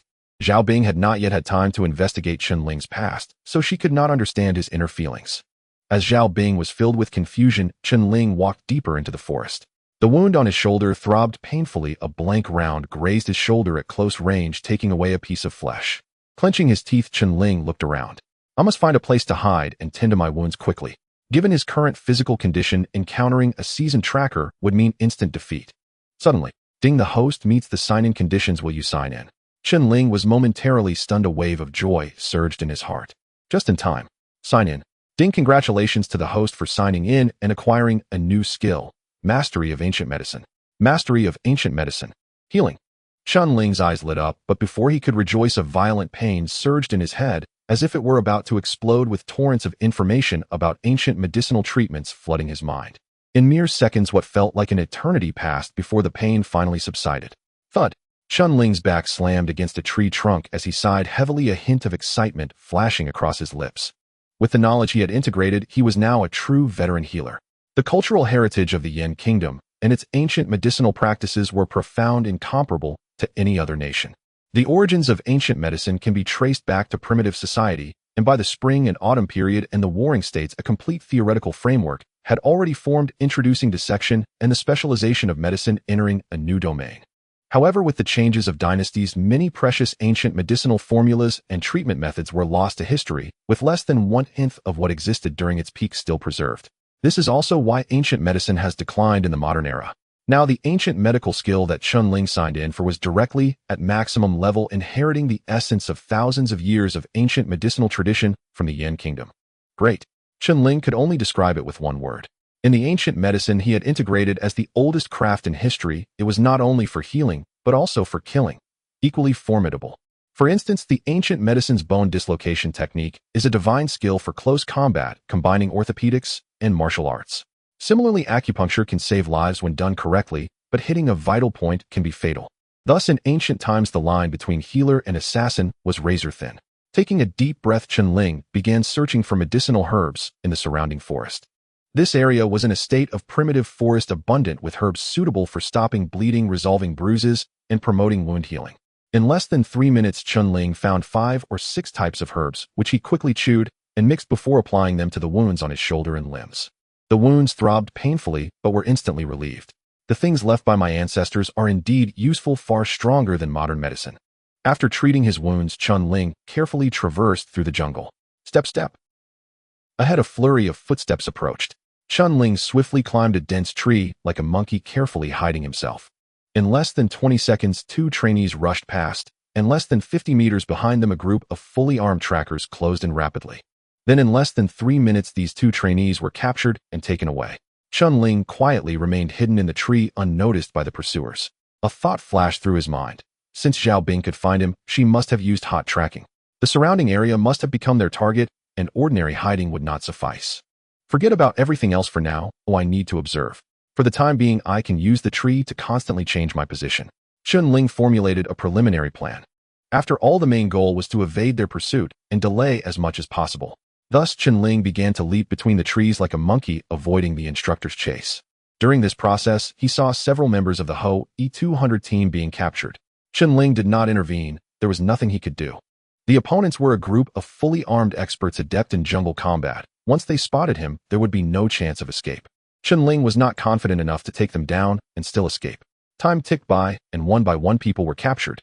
Chen Ling played a game of hide and seek with them in the trees until darkness fell, at which point he climbed down and, using feng shui techniques, dug a hole into the soft earth of a hillside, covering his entire body with heat leaving only his nostrils exposed. He rested while observing the movements around him. By the late night, only He Chun and a few others from the team of 318 remained along with some veterans from the Dragon Scale Assault team who had yet to be captured. However, by morning they had all fallen into the net. After all under hot tracking, those rookies became living targets and they could catch whoever they wanted. However, when the instructors counted the numbers, Chen Ling was not seen. Damn it, where did that kid go? How did he disappear into thin air? Fan Xian said, hands on his hips, eyeing the group of rookies ahead. Long Zhan's expression soured. The primary target of the Longshan assault team was to capture Chen Ling. Initially, they wanted to seize him first, but he moved like a ghost, vanishing without a trace. Not even a shadow was seen. Director Zhao is also missing, Long Zhan remarked. Didn't he go to capture Chen Ling? Lost himself instead? Fan Xian replied. While the two were puzzled, Zhao Bing walked over. Upon seeing her expression, Fan Xian noticed her eyes were swollen from crying. What was going on? Could it be that kid did something to her again? Good morning, Director Zhao. What's going on? Have you found Chen Ling? Fan Xian asked with a smile. Zhao Bing's pretty face was gloomy, not uttering a word. Long Zhan, burning with anger, directly questioned Director Zhao, is your hot tracking still effective? How can we not find him? They had already scanned the treetops and drones were patrolling, yet not even a trace of Chen Ling was found. He Weijun looked slightly surprised, and then solemnly turned to the distraught Zhao Bing. He Weijun stared at Zhao Bing and asked Director Zhao, have you found Chen Ling? He remembered very clearly that Zhao Bing went directly to capture Chen Ling. Now with Chen Ling missing and Zhao Bing's eyes swollen from crying, what did that signify? He Weijun knew Zhao Bing's character all too well. How could such a proud woman easily shed tears? Unless she had received a severe shock that caused her mental state to completely collapse. Zhao Bing looked at He Weijun, suddenly unsure of how to begin. Indeed, the person had been found, but she herself had hurriedly fired a shot, and the gun had fallen to the ground. He Weijun said, hand me your gun. Zhao Bing hesitated for a moment, then pulled out her handgun and handed it to He Weijun. He Weijun took the gun, clicked the magazine out, checked the bullets inside, and found one missing. His brow furrowed as he asked, did you fire a shot? Zhao Bing in a daze replied with a question that did not answer his chief. Do you know who he is? Her mind flashed with Chen Ling's words. For the sake of Sergeant Wu, I must become a special guard. Am not afraid, shoot at me. He Jijun was momentarily stunned by Zhao Bing's words, unsure of where to start as there were too many stories about Chen Ling. Who was Chen Ling? Even when injured, he had climbed up an 18-story building to save a child in life-threatening danger, risking his own life, and then quietly left. Such a young guard was a paragon of modern guards. He is a battle hero. Where is Chen Ling? Haven't you found him? He Weijun continued, he is a soldier from Post No. 3. His 3 comrades have fallen, and he is the only survivor. Do you know the circumstances under which he survived? Do you understand what real combat is like? You don't. He is a true guard, a model for our modern guards. His harshness towards you can be understood as treating you like his enemy. Buzz. Zhao Bing's mind exploded with confusion. Gu Xiaojia wanted to tell her about Chen Ling, but her anger towards him made her unwilling to listen. She had never considered that his indifference and fearlessness stemmed from being one of the people from Post No. 3. Zhao Bing was well aware of the events at Post No. 3. She was deeply shaken when she first heard about them. No wonder he wasn't afraid of death. It was as if he, like Zhao Bing, had watched his comrades die in front of him. The impact on one's soul was immense, which is why he was unafraid of death. He Weijun's brow furrowed, tightly asking, really? Is it serious? Zhao Bing nodded, saying, it seems quite serious. I lost control at the time and couldn't hit him at close range. He Weijun commanded Long Zhan immediately announced the end of the wilderness survival exercise. Have Chen Ling come out for treatment. Yes. Long Zhan rushed to the off-road vehicle, took out a loudspeaker, and shouted, Chen Ling, listen up. The wilderness survival assessment is over. Return to the team immediately. He shouted 3 times in succession. Before long, Chen Ling slowly walked out of the woods. Long Zhan immediately rushed over, circling around him 3 times before speaking. You kid are impressive. Last time we lost track of you after blowing up the ammunition depot. Where were you hiding this time? Chen Ling replied, thanks for the compliment. He did not offer further explanation. That's it. Long Zhan looked at Chen Ling with a strange expression. Chen Ling reported no more. He Weijun and the others secretly breathed a sigh of relief upon hearing Chen Ling's energetic tone. There was something interesting about it. One by one they burst into laughter. Long Zhan shrugged and asked, do you want to rest for a bit and tend to your wounds? Chen Ling shouted, report, I've already taken care of it. Oh, Long Zhan said seriously, do you know what infection is? What about deep wounds for special guards? Right now you may not feel much, but when you're old, do you know how chronic leg pain comes about? Chen Ling replied, report, I just know that light injuries don't take one off the battlefield. Everyone furrowed their brows. This guy came to the assessment with injuries, his training uniform stained red. Was that a light injury? Long Zhan sneered. Very well. Your bones are indeed tough, but because of your actions, all assessment personnel will carry a 50-kilogram load and run 10 kilometers. The assembled crowd suddenly shuddered. What the hell? 50 kilograms and 10 kilometers of running. This isn't fair. Wang Yin panicked and shouted, report. Why us? 20 kilometers. Long Zhan shouted again. Wang Yin was about to speak, but was preempted by the angry Deng Su, who shouted, everyone be quiet, or we'll add more. After all, they were veterans and understood that special guard training only had one command. Oh, any questioning was a provocation to the instructor. The training intensity would only increase. Fan Xian shouted, the run begins 20 kilometers. Xiao Bang stepped forward and called out to Geng Zhan and the others, Dragon Scale, second squad, run 40 kilometers. Suddenly the faces of the Dragon Scale veterans changed dramatically. 40 kilometers and 50 kilograms. This was a life and death struggle. They could get shot while lying down. At the command of Chopin, the members of the Dragon Scale assault team swiftly strapped on their 50-kilogram backpacks and entered the off-road state, with others closely following. As the team began their off-road journey, He Weijun and others directly entered the monitoring room, simultaneously dispatching drones and tracking vehicles to observe the team's off-roading situation. Carrying a 50-kilogram load over 20 kilometers is extreme off-roading. This training intensity far exceeds that of local militia training. These elites selected from the regular militia are in good physical condition, and the entire team maintains a consistent performance. Of course, this is just the beginning. The real competition lies beyond the 10-kilometer mark. After 5 kilometers of off-roading, there has not been a significant change in the team overall. Fan Xian nodded and said the physical fitness of this group is decent. After 5 kilometers, no one has fallen behind, which is an improvement over the previous group. Long Zhan maintained his composure and said they are indeed stronger, but this is only 5 kilometers, a quarter of the distance. If they can maintain this over 10 kilometers, then that would be impressive. They are all outstanding soldiers selected from the regular combat forces. If they lack this level of physical capability, it only indicates that they have had it too easy in the militia. Fan Xian chuckled and said to Chopin, Chopin, your second team is the frontrunner. Chopin rolled his eyes and ignored Fan Xian. This guy is being deliberate. Knowing it's a re-evaluation, he still brings it up in front of me. What does he mean? If the Dragon Scale assault team can't even outperform a bunch of rookies, wouldn't that be a slap in Chopin's face? His gaze caught sight of Chen Ling, who was performing exceptionally well in the wilderness survival aspect. This kid was full of surprises. Logically, the hospital's examination results shouldn't be wrong, but something unexpected happened with Chen Ling. Chopin wanted to see for himself just how formidable this kid truly was. This kid has injuries on his hands and feet. Can he hold on? Carrying a 50-kilogram load over 20 kilometers, even an old veteran would be struggling. Soon Chopin noticed a detail. While others kept their heads down to avoid the sunlight and reduce its harshness on their eyes, this guy was running with his head held high. What does this mean? Does he not fear the glaring light? It was noon, and the sun was relentless. Looking directly at it for even a minute would make a normal person dizzy. At this moment, Zhao Bing said to the old veteran beside him, get me a training suit. I'm going to train with them. The old veteran smiled awkwardly. Sir, don't put me in a difficult position. This is a 50-kilogram load over 20 kilometers. You're too precious. Are you sure you can run? Zhao Bing shot him a cold glance and said, do you look down on women? The old veteran was speechless. Oh, when did he ever look down on women? He Weijun said loudly, give it to her. Yes. The old veteran, having received He Weijun's approval, immediately went to prepare, fetching a set of training gear and corresponding team uniforms. Zhao Bing quickly donned the training outfit strapped on the military backpack, and after saluting He Weijun and the others, turned to chase after the assessment team. Fan Xian, Long Zhan, and Chopin watched Zhao Bing's slender figure disappear into the distance, all stunned. Did she get triggered? Leader, is she going to be okay? Fan Xian asked. He Weijun replied loudly, no worries, she's no mere flower vase. She has won first place in local competitions for 3 consecutive years in off-roading. He then turned to Long Zhan and said, keep an eye on Chen Ling. He was injured while saving others and could collapse at any moment. Be ready for rescue. Long Zhan replied, understood. At this moment, Chen Ling, who was running, was indeed feeling the pain from his leg, hand, and shoulder injuries, as well as the gunshot wounds he had suffered earlier. After all, his body had not fully healed, and the muscles at the wound sites began to tear again under the intense exercise.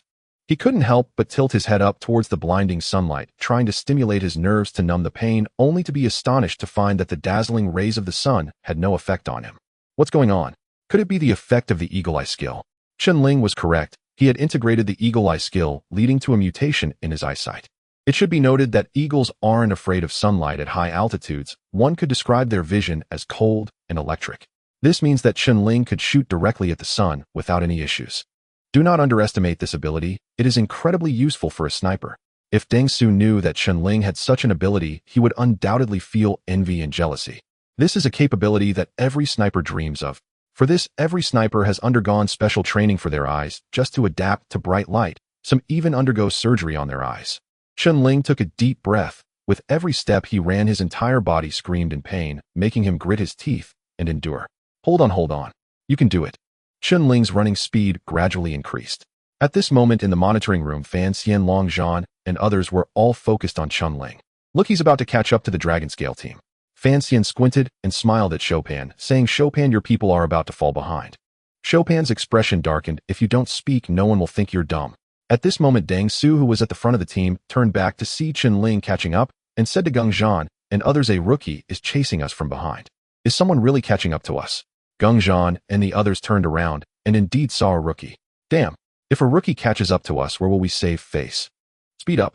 We can't let that person catch up. Suddenly the veterans increased their speed and the original pace was gradually disrupted. The sound of heavy footsteps intensified and the members of the Dragon Scale assault team were stimulated. However, under Chen Ling's formidable physical prowess, he gradually surpassed them.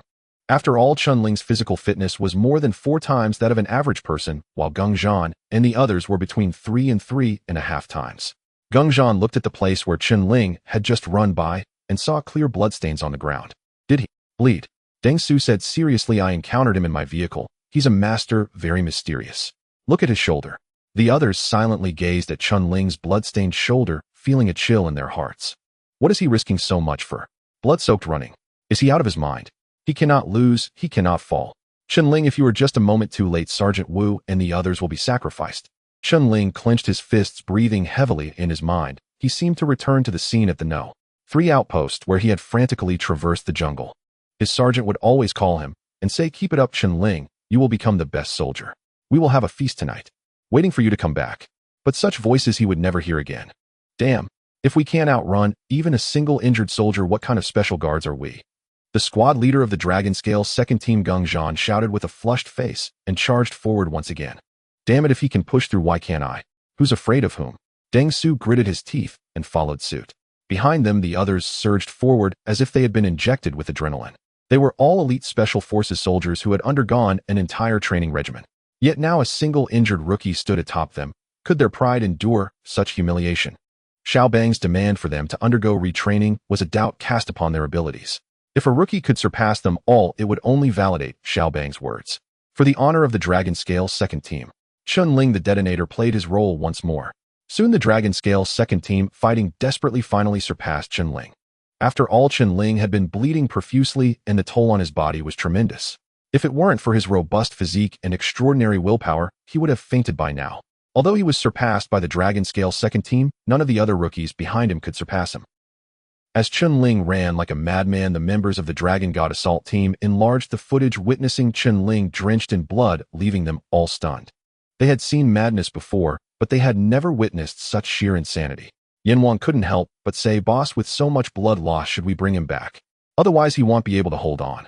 Long Zhan said coldly, do you think with his willpower while injured and running you can make him stop? Yin Wang was taken aback, noticing the madness in Chen Ling's eyes. Could anyone stop him in this state? I didn't expect this kid to possess such immense willpower. Yin Wang nodded. Long Zhan said in a deep voice, unless he faints, even the King of Heaven can't stop him. Saying this, he turned to look at Fan Xian. Director, do you have his file? I want to take a look. Fan Xian immediately felt a sense of vigilance. Oh, would this kid also have his eyes on him?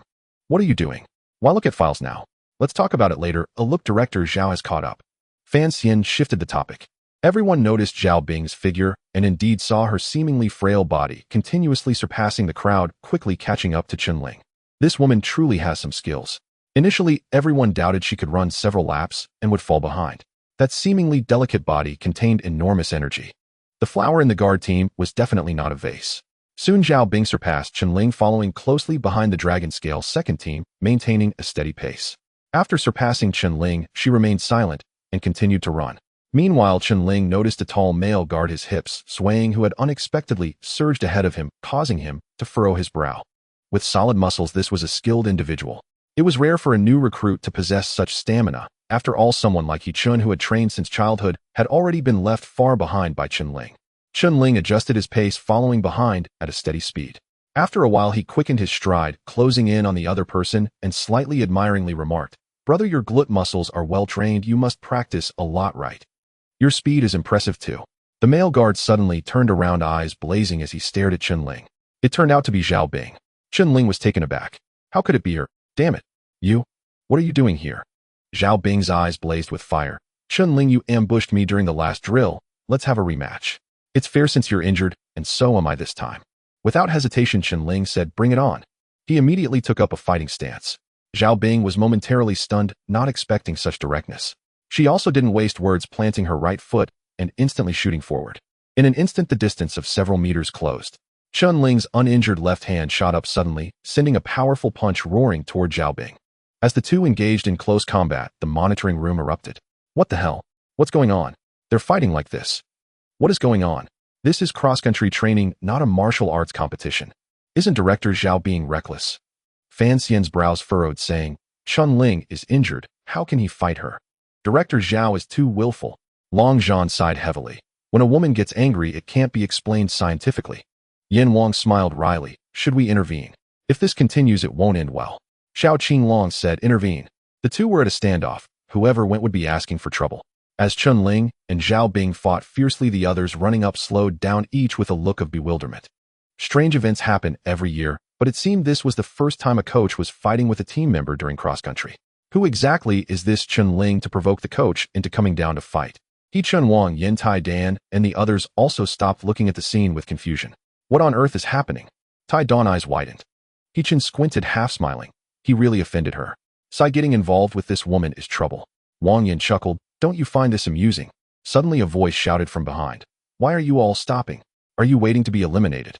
Hurry, run." He Chen turned back to look. "Ah, auxiliary instructor. Why are you here?" Zhou Xiu shouted from the vehicle. "Why can't I come? Let me tell you, even if you become a special guard, I'm still in charge. Hurry up and run." "Yes." He Chen and the others couldn't care less about the spectacle and ran forward frantically. After Zhou Xiu and the others left, they looked at Chen Ling with some concern. If it were before, they would have had no worries, but now Chen Ling was seriously injured. At this moment, in a critical situation, Chen Ling slightly sidestepped, avoiding Zhao Bing's fist as it grazed his clothing, causing the wind to rustle through the guard uniform. Zhao Bing, not surprised by the miss, unleashed her full power again, her left hand transforming into a knife hand, striking fiercely toward Chen Ling's neck. If it hit, Chen Ling would surely faint. In a flash, Chen Ling leaned back, his upper body and lower body forming nearly a 90-degree angle, causing Zhao Bing's knife hand to miss. As Zhao Bing was about to pull back, Chen Ling's only intact left hand shot out as fast as lightning, so quick that Zhao Bing could only see a shadow, and the angle was tricky. Zhao Bing felt herself caught, a massive force surged, and she immediately lost control of her body. Not good. Zhao Bing's face changed drastically. She reacted quickly, twisting her waist and reversing her body, raising her arms for an elbow strike. Bang! It struck precisely at Chen Ling's injured spot.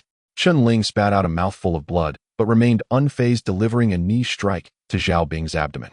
The two were thrown apart simultaneously. The sudden scene caused everyone in the monitoring room to widen their eyes. During the recently concluded guard drill, Chen Ling disrupted the entire battle situation, leaving a group of veterans in disarray, and both Long Zhan and Fan Xian fell under his hands. They were aware of these events, but only through hearsay. They had never seen Chen Ling in action before. Now they were witnessing his skills for the first time. Indeed, he was fierce. Even while severely injured, he could unleash such powerful combat capability. He was undoubtedly a formidable warrior. The seasoned veterans could not match his brutality. Long Zhan furrowed his brow, watching Chen Ling drenched in blood, having forced him to spit blood from the earlier impact. If this continued, Chen Ling might not be able to endure. He turned to Fan Xian and Xiao Bang, saying, "Should we intervene? He is injured." Xiao Bang remained silent. He understood that Chen Ling was tenacious. Back at the border, he had dared to fight against enemies dozens of times stronger than himself. Even with a sharp dagger piercing his chest, turning his body into a bloodied mess, he still crazily pursued the fleeing enemies. The injuries he sustained now were much lighter than those from the last time. Fan Xian shook his head, saying, "The leader has gone to find the medic. Let's wait a moment. How about we make a bet? Chen Ling will definitely teach Director Zhao a lesson. If I win, that kid belongs to me." Long Zhan and Xiao Bang's expressions darkened. What was this old fox up to? Clearly, he had enough confidence in Chen Ling. Did he want to poach him so quickly? Getting a bit anxious, weren't we? This has only just begun. Chen Ling was beginning to shine, showing great potential. Everyone present was not a fool, especially Xiao Bang, who had missed an opportunity before. How could he let go so easily this time? Xiao Bang said, "Director, you seem very confident in Chen Ling naturally, so let's just wait and see." Fan Xian smiled, but said nothing. At that moment Chen Ling stood up, wiping the blood that had trickled from the corner of his mouth. This woman truly could not tolerate any loss. Didn't she just let him suffer a bit last time? And now she came to interrupt others' drill. Naturally, there was no need to be polite. It was a perfect opportunity to test the ancient medical technique of dislocating bones. Zhao Bing stood up, her cold gaze fixed on Chen Ling, saying, "If you admit defeat, we can forget about this." She had seen Chen Ling spitting blood just now. As long as he was willing to concede, the previous matters could be wiped clean. Instead, Chen Ling leaped forward again towards Zhao Bing. Zhao Bing frowned, striking out with a heavy fist without hesitation. "You're asking for trouble." In a flash, Zhao Bing's heavy fist came flying toward him. A glint of light flashed in Chen Ling's eyes as he sidestepped to the right, avoiding her punch, while simultaneously shooting out both hands to grab Zhao Bing's right arm. In the instant he grabbed hold, the force in his arm erupted, pushing at her joint first, then pulling back. Crack! Zhao Bing's arm emitted a slight sound of dislocated bones, and she felt a sharp pain followed by her right arm hanging limply down. What? Zhao Bing, who was about to struggle free, turned pale, not expecting her right hand to lose all combat effectiveness in an instant. What kind of attack technique was this? Furious, Zhao Bing suddenly launched her left fist toward Chen Ling's face. Yet again, it was caught by Chen Ling, followed by a push and a pull, crack, her left arm's joint dislocating. In just one or two exchanges, both of Zhao Bing's arms were rendered useless. Her arms hung limply down like willow branches devoid of control. Damn it! Zhao Bing felt as if she were dreaming. How could the opponent's technique be so peculiar? This was neither military combat, nor the special forces' lethal techniques. Where did he learn this from? In the blink of an eye, Chen Ling had already sidestepped, placing both hands on her shoulders, seizing her shoulder joints. To rise, one must first descend, seal the blood following the momentum, with both hands capturing lifting will suffice.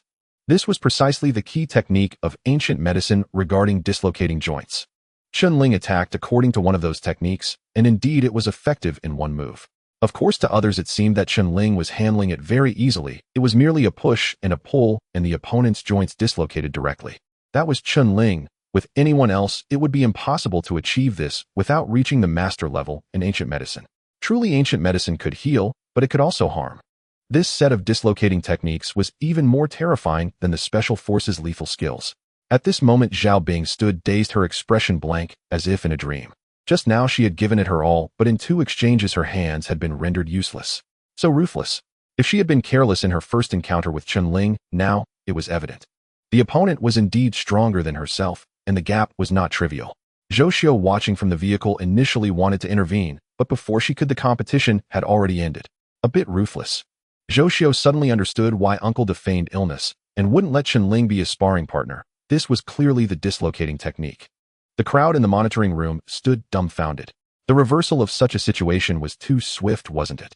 Just moments ago the two had seemed evenly matched, but in the blink of an eye Zhao Bing's hands were incapacitated, leaving her without the ability to resist. What on earth was happening? Chen Ling's attack technique was truly bizarre, far superior to the joint capture techniques in the guard unit, effortlessly subduing the opponent without a sound. Had he figured it out himself? How many secrets did this kid still have? Fan Xian suddenly shook his head with a bitter smile, saying, "Why does this kid never hold back?" Director Zhao's hand was just right, and this time he directly injured both. But it's refreshing. A man should swing his arms and hit when necessary.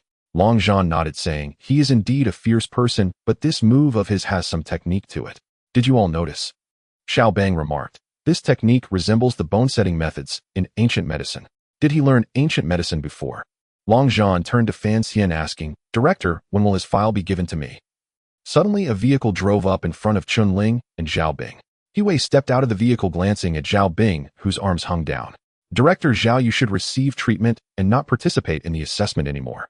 "Yes, I." Zhao Bing looked at He Wei with a dazed expression, feeling unwilling, but she truly could not match the opponent. Chen Ling approached Zhao Bing again, grabbed her arm, shook it a few times to locate the dislocated joint, and with a sudden push, crack, the joint was set back in place. Then the left shoulder was dealt with in the same manner, rejoining the dislocated joint. The movement was clean and efficient without any hesitation. This was ancient medicine. Chen Ling's indifferent voice sounded, "I do not empathize with you for resetting your bones, but merely fulfill a physician's duty. Next time if you make a move, I will strike just as hard." "You?" Zhao Bing was stunned, feeling a wave of killing intent. After a period of silence, Zhao Bing moved her arms a bit, feeling as good as new. She glanced at Chen Ling, bit her lip, and ultimately did not speak, turning to leave. He Wei called out to Chen Ling, "Come with me, I need to explain something to you." Chen Ling strode towards He Weijuan, saluted, and said, "Hello, Commander." He took his first close look at He Weijuan, who was said to be a blood Mandarin general, the remarkable commander of the Dragon Tooth Special Forces. The last time he beheaded him in the rain was merely a fleeting encounter, a stealthy kill followed by a swift retreat. The opponent's agile physique and broad shoulders gave an impression akin to a mountain. With sword-like brows and tiger-like eyes, although his face bore the marks of time, he exuded a resolute aura. Even without speaking, the pressure emanating from him made Chen Ling feel an underlying oppression. This feeling Chen Ling would later understand as killing intent. While Chen Ling was observing He Weijuan was quietly observing Chen Ling in return. Indeed, he was a handsome figure, the key being the faint gathering of killing intent around him. This killing intent was an aura accumulated from constantly slaying enemies on the battlefield. Now He Weijuan completely believed that the dozen or so mercenary guards on the border were all killed by him. Truly a young hero. At his age, he had just learned to handle a gun, while the other was already capable of killing for the country.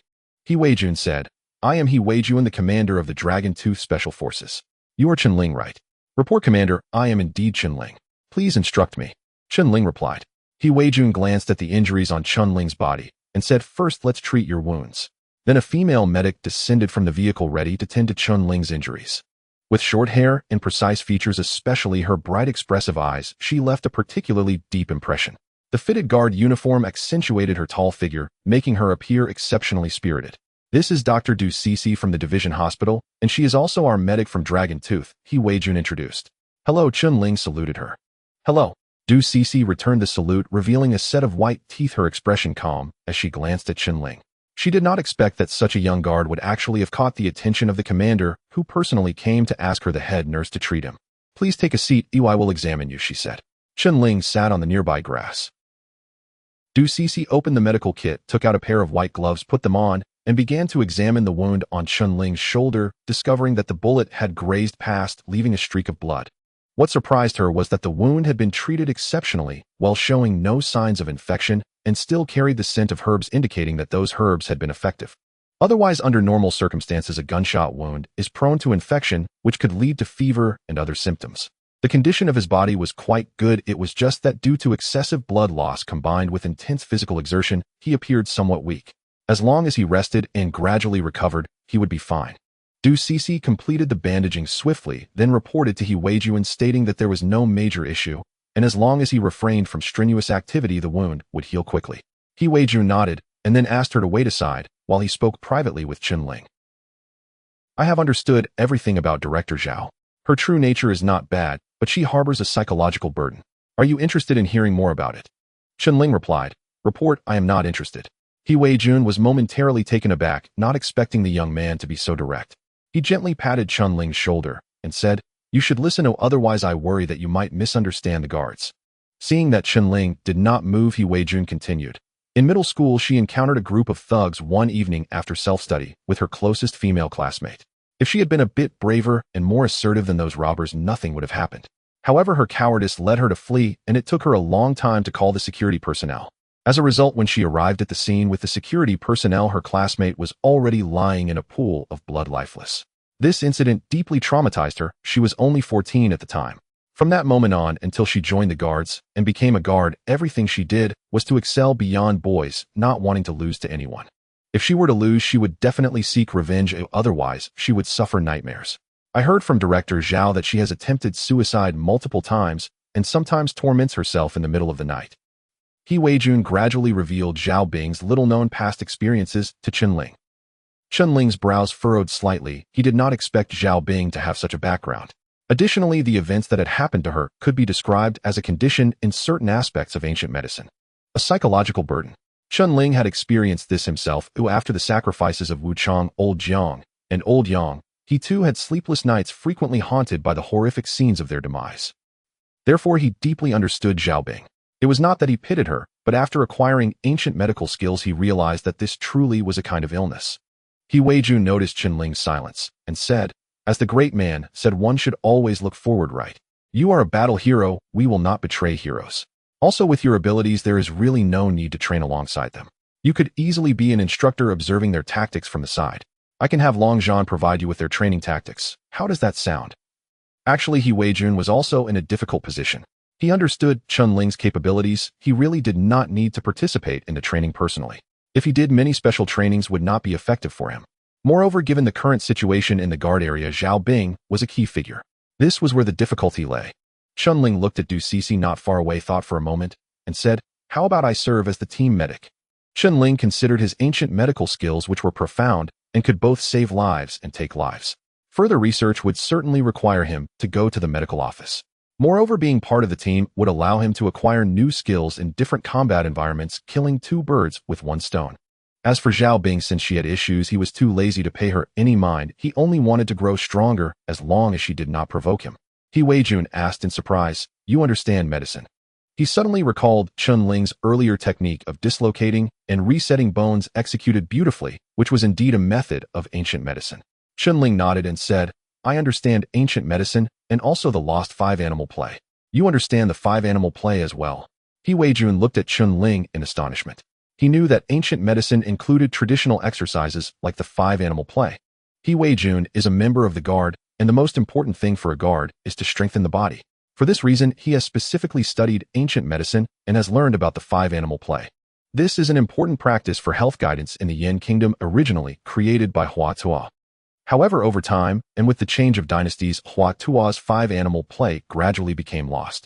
In modern times, the 5-animal play that has been passed down is not the true Hua Tuo's 5-animal play, but rather something developed by later generations. Alright, I agree. You can try it first, and if it doesn't work, we can discuss it later.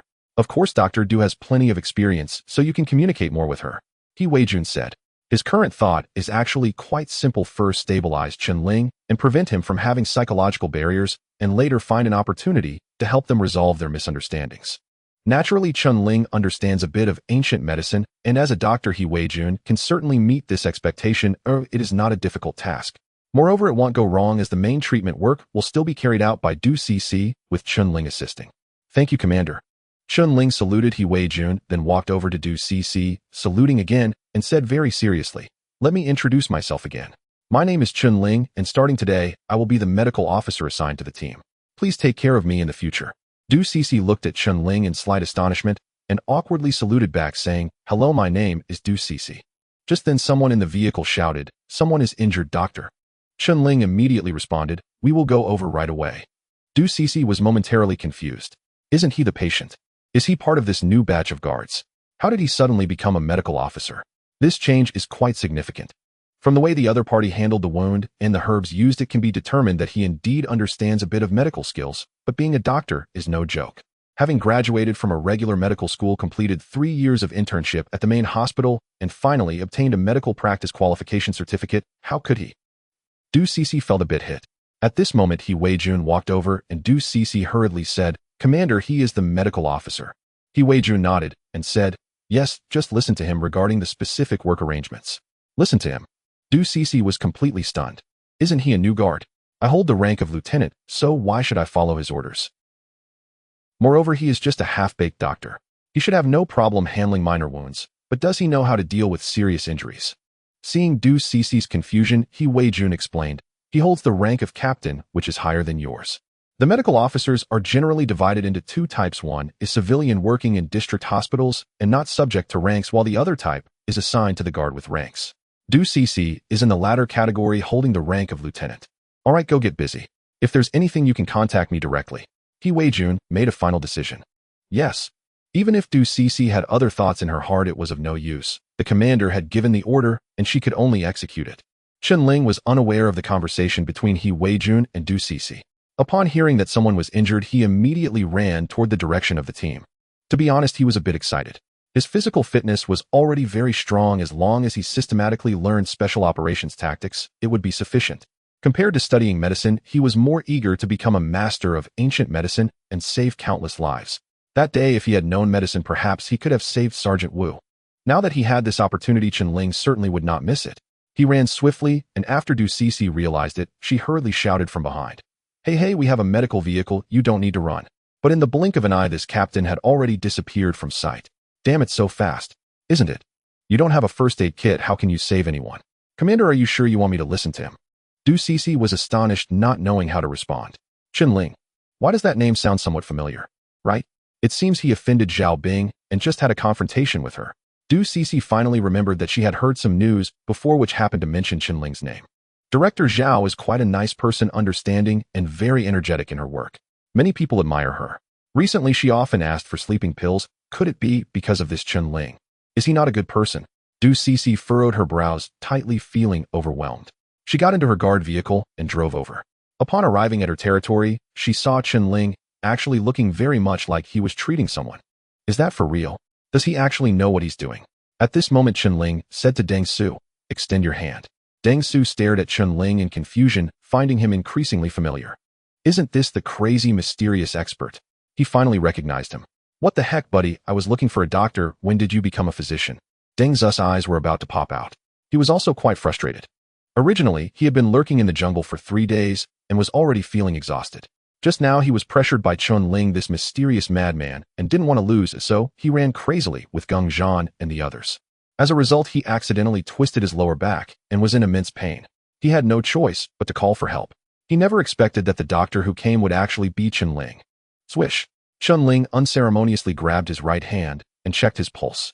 He had mastered all the techniques of observation, listening, questioning, and palpation from ancient medicine, allowing him to determine the body's ailments through the pulse.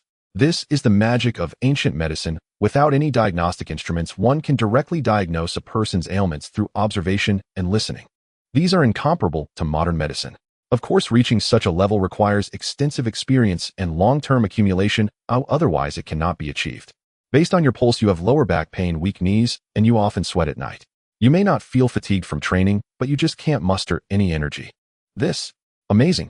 Deng Zu's eyes flashed with surprise, not because Chen Ling was wrong, but because he was so accurate, not a single error, just like knowing his own body. This kid really has a way. Just as he was about to speak, suddenly Chen Ling let go of his hand and said, "You have kidney deficiency." What the heck, kidney deficiency? Bro, don't talk nonsense. Deng Zu's forehead broke out in a black line. Deng Su had a prominent black line on his forehead, his eyes darting around anxiously, immediately sensing the peculiar gazes of several veterans around him, barely suppressing their laughter. What the hell? What does that mean? How could I possibly have kidney deficiency? Can't you see how strong I am, muscles bulging? I'm sturdier than an ox. Impossible. Deng Su said excitedly. Dude, this is something you can't just say carelessly. I'm telling you, I'm perfectly fine. Chen Ling continued. Kidney deficiency means kidney depletion. During this time, have you been training in a cold place? Deng Su was taken aback. How do you know that? Chen Ling was spot on. He had been lurking on the icy ground for 3 days and nights to practice his sniping skills, doing everything. Eating, drinking, and sleeping. On the ground, all for the sake of today's rigorous training. Can this really lead to kidney deficiency? It can't be that tragic, right? No one told me that this could cause kidney deficiency. I still don't have a girlfriend, and if this really causes problems, I'll be in big trouble. What should I do? Deng Su asked instinctively. Chen Ling replied, you can take medicine. Deng Su suddenly realized, feeling as if struck by lightning, goosebumps rising all over his body. Bro, do I really have kidney deficiency? For a young man, he could be without much money, not particularly handsome, or even tall and strong, but he absolutely couldn't have kidney depletion. A young man can say anything is impossible, but he absolutely cannot admit that he is incapable. Otherwise, how will he find a girlfriend in the future? Deng Su felt a chilling fear. If this gets out, how will he face the future? He was nearly in tears, muttering, it's over, it's over. Just then, Deng Su saw a young and beautiful female medic stepping out of a vehicle, coughing lightly, turning her head as if pretending not to hear. Heart-wrenching. The other party must have heard it. How embarrassing is this? Deng Su, as if electrocuted, hurriedly stood up, laughing awkwardly, saying, dude, you must be mistaken. She's the real medic and I'm just a pretender. He walked towards Du Cece, displaying his trademark smile, his white teeth gleaming, and said, beautiful doctor, can you take a look? I think I sprained something, but I'm still waiting to train. Du Cece said seriously, comrade, please watch your words. He is indeed the medic. Whatever he says is true. Kidney deficiency is no trivial matter. You can't be negligent. She wanted to laugh, but held it back. Turning to Chen Ling, she shook her head in disbelief. Chief, is it really okay to send someone like this in who immediately claims someone has kidney deficiency?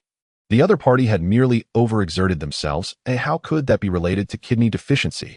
Deng Su didn't expect Chen Ling to truly be the medic, and with a rank higher than this beautiful lieutenant medic, it's over, it's over.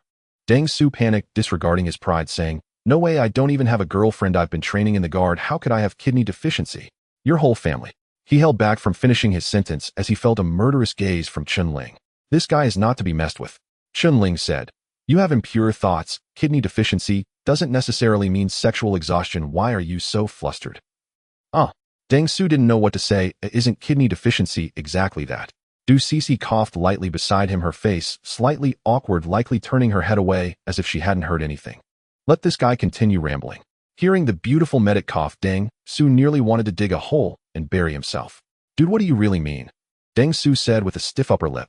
If he doesn't clarify this issue once it spreads, his reputation would be ruined. What girl would ever look at him after this? Let's not mention it. Several veterans around had turned away, secretly laughing. Didn't I just twist my waist a bit? How did it turn into such a big problem? Chen Ling said, ancient medicine states that sexual exhaustion is just one common cause of kidney deficiency, but it's not absolute.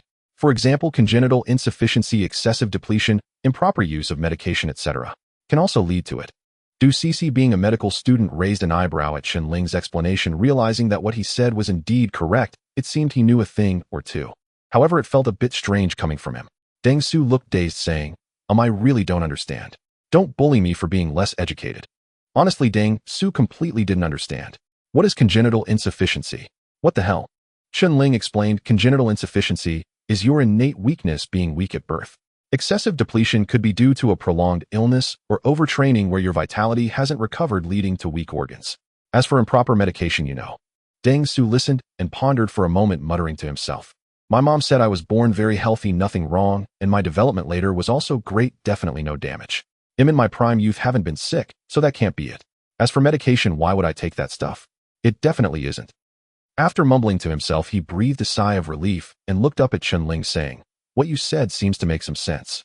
So I'm definitely not insufficient by birth. Could it be overtraining? I remember telling you that I lurked in the jungle for 3 days all on the cold ground. It must have been during that time that I left some issues, no doubt about it. Is he starting to believe he has kidney deficiency? Du Cece's face showed a strange expression, thinking that guy must be feeling guilty. To determine if someone has kidney deficiency is a skill only ancient medical practitioners possess. Is Chen Ling old? At most, he's just a young man in his 20s, yet he's discussing kidney deficiency and has convinced a grown man. Most men have some degree of such issues. To get a proper diagnosis, one should go to the hospital for a comprehensive examination for clarity. Du Cece felt a bit speechless. Chen Ling shook his head, saying, that's not necessarily true. If you had a girlfriend, it could also lead to congenital insufficiency, which would mean kidney deficiency. At your age, your energy is at its peak. It's easy to lose control. Chen Ling, an expert in ancient medicine, knew a lot about this area. And when he was checking Deng Zu's pulse earlier, he indeed found issues with his kidneys. He was merely informing Deng Su about the various possible causes of such symptoms. Deng Zu's face turned green. Oh, was this guy trying to blacken his name, or what? Did he have a grudge against me? What on earth does he mean? There's a female comrade beside me. Every day, I lie in the jungle training, and after a day of hard work, I'm exhausted. This kid is talking absolute nonsense with a serious face. But with a female comrade present, he couldn't explode with anger. However, he guessed wrong. Du Cece furrowed her brow, confused. Instead, she concluded a fact. It can't be mistaken of this guy as only a superficial understanding of medicine, and he might as well be reading palms. Chen Ling said solemnly, I've explained the reasoning to you. You should consider the tonic. The difficulty of the upcoming training will definitely increase, and if your body can't recover its vitality, you will lag behind. After saying that, he paid no mind to Deng Zu's reaction and turned to Du Cece, saying, Doctor, do we have this medicine? Du Cece nodded and said, yes, but it's only in the medical room. I can write a note for someone to fetch it. Here the medical supplies are very complete. Moreover, such health supplements do indeed have some effect on men, so it's good to keep some in the medical room. But Chen Ling's casual remarks about someone having kidney deficiency are really. The key is that this kid says it so seriously, convincing people without a second thought. Just now the captain instructed me to do as Chen Ling said, and besides, these kidney tonics won't kill anyone no matter how much you take. That's why Du Feifei cooperated so generously with Chen Ling. Get 2 boxes for him. Yes.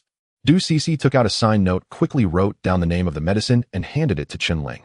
Chen Ling then passed the note to Deng Su. Deng Zu's face turned awkward. He hesitated, wondering whether to take it or not. If he took this thing, wouldn't it mean admitting he had kidney deficiency? An unspeakable embarrassment. Anyone would feel that way. Seeing Deng Zu's shy demeanor, Chen Ling directly stuffed the note into his pocket, saying, why are you shy, big man? This isn't something to be ashamed of. Deng Su stumbled, nearly losing his balance. It's not like your kidneys are deficient, right? You act like you have some big issue. Aren't you afraid your captain will eliminate you? This is a chance to start over. If you can't pass, you have to withdraw from the assault team. Think it through.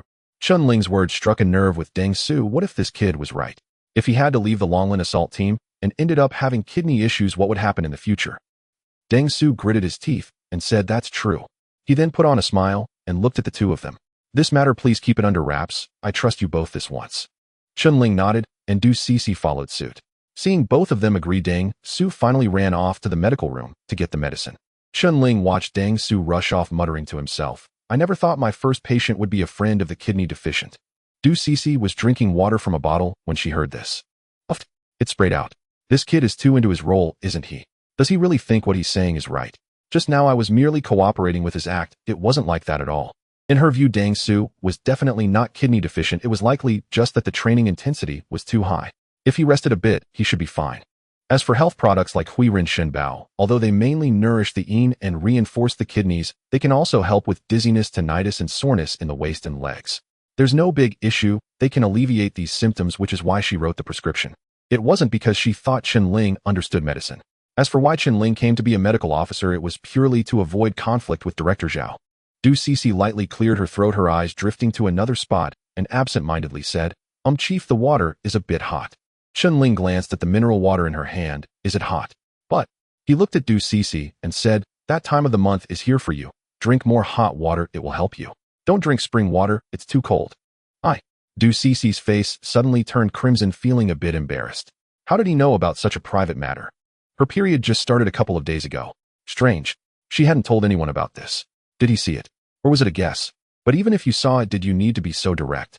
During a girl's menstrual period, one needs to pay attention to warmth. According to ancient medical theory, it's advisable to eat some. Chen Ling spoke seriously about ancient medical theories, making it sound quite convincing. Du Cece saw his serious demeanor and thought he was spouting nonsense. She was caught between wanting to scold him and being angry. After all, his title was higher than hers. He was the chief. Forget it, just endure it and cooperate with his work.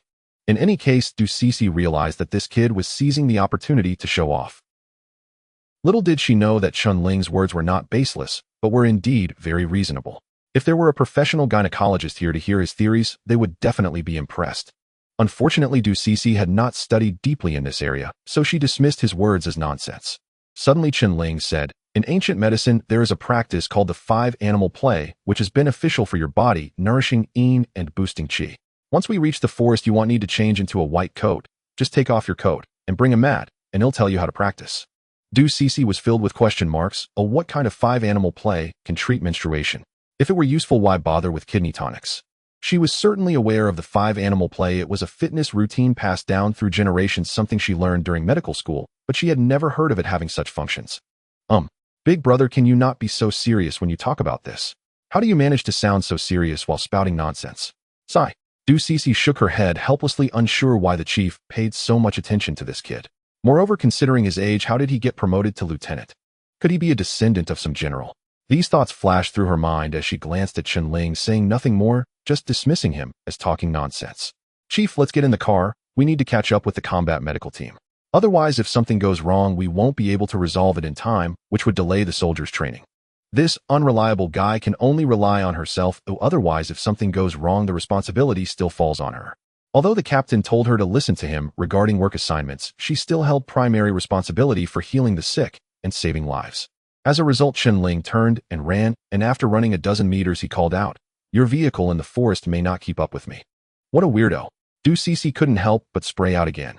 The mountain path in the wild jungle is rugged and uneven with various bumps and sharp turns, thus the faster the vehicle goes, the more it jolts. Du Cece dared not drive too fast as her body could not handle it. After all, she was in a relatively weak state at this moment. After driving for a while, she was astonished to find that she really couldn't keep up with Chen Ling's speed and could only trail far behind, feeling the distance gradually widening. This is too fierce. He's still injured. Du Cece found it hard to understand this guy. The car was not going too fast, but it maintained a speed of 30 kilometers per hour, which far exceeded a person's long-distance running. The key point was that she still couldn't catch up to him. At this moment, the scene returned to a previous moment in the monitoring room, where Fan Xian, Xiaobang, Long Zhan, and others were staring at the screen. With a crack, the sound of bones clicking resonated. Chen Ling put Zhao Bing's dislocated arm back in place, while saying, "I will help you reset your bones. It is the responsibility of a healer. You do not need to thank me." Moreover, if you shoot at me, you will be my enemy from now on. Everyone showed expressions of astonishment. Chen Ling is still a doctor? Long Zhan looked at Fan Xian in confusion, having said he wanted to see Chen Ling's file, but Fan Xian kept making excuses to deny it. Xiao Bang interjected in surprise. How did I not think of that? He really could be a doctor. When I saw him at the border, his body was already ruined and the results were the same after a hospital checkup, or at that time I gave up and didn't let him join the Longlin assault team. I didn't expect that in less than a month since he joined Team 128 he would be full of vitality, stronger than a bunch of old veterans. What does this indicate? He must have his own way of solving his body issues. He must be a brilliant doctor. I was careless. If I had agreed to his request back, then he would have been a powerful member of our Longlin assault team now. What a pity. What a pity. Xiao Bang was extremely frustrated. With his strong physical qualities, terrifying willpower, agile skills, and a sense of loyalty, coupled with his superb medical skills, the medic of the Longlin assault team would probably not be as impressive as him. Such a good talent, I actually let him fly right under my nose. Fan Xian's eyes flickered and his lips twitched twice, saying, nonsense. Generally, doctors cannot save themselves. In the guard team, who does not know some self-rescue skills? But compared to a doctor, it's far from it. How old is this kid? How could he possibly be a doctor? You are being overly generous. You feel he can do anything and everything well. At this moment, Chen Ling suddenly proposed to He Weijun to be the team medic, and He Weijun agreed. He Weijun is the leader of the Longya's special operations team. Could he be wrong? Long Zhan glanced at Fan Xian, feeling something was off.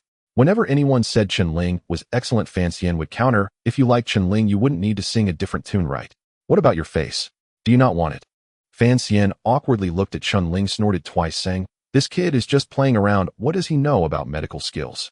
However, after a while, Chen Ling actually went to treat Deng Su, appearing quite serious as he checked the pulse, and then stated that the other party had kidney deficiency. Oh, I didn't expect this serious kid to be quite interesting. The key is that Deng Su, this cunning old veteran, was actually fooled by him and took it seriously, going to get medicine with that prescription. With this ability to deceive, he is definitely exceptional, even better at fooling people than the medic of the Longlin assault team. This is interesting. The several veteran soldiers around couldn't help but smile crookedly. Long Zhan pondered for a moment and said seriously, I feel what he said is true. Deng Su does have kidney deficiency. Xiao Bang's face darkened, scolding, nonsense. The members of your Longshan assault team are the ones with kidney deficiency. Every single one of them. Saying that your subordinates have kidney deficiency is indirectly suggesting that their captain also has kidney deficiency. Any man would be furious. Long Zhan said, Xiao Bang, why don't we find a time to compare? All right. Immediately the auras of the two surged. The rivalry between the Longshan assault team and the Longlin assault team had never ceased. For example, this time's special guard selection was actually a competition for talent resources. All right, whenever you decide to compete, I don't care, you just keep your eyes on the assessment. Fan Xian glared, speaking in a harsh tone. Long Zhan and Xiao Bang each took a step back. Long Zhan turned to Fan Xian and said, Decision maker, I want to see Chen Ling's file right now.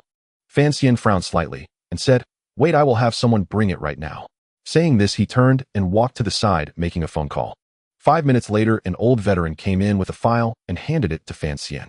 Fan Xian opened it, took a glance, and handed it to Long Zhan, saying, the file you wanted. Long Zhan took the file and quickly flipped through it. Chinsong Team 128, Public Security. Long Zhan's brow furrowed as he looked at Fan Xian and asked, Isn't he called Chen Ling? Why is it calling him Chinsong? Did you take the wrong one?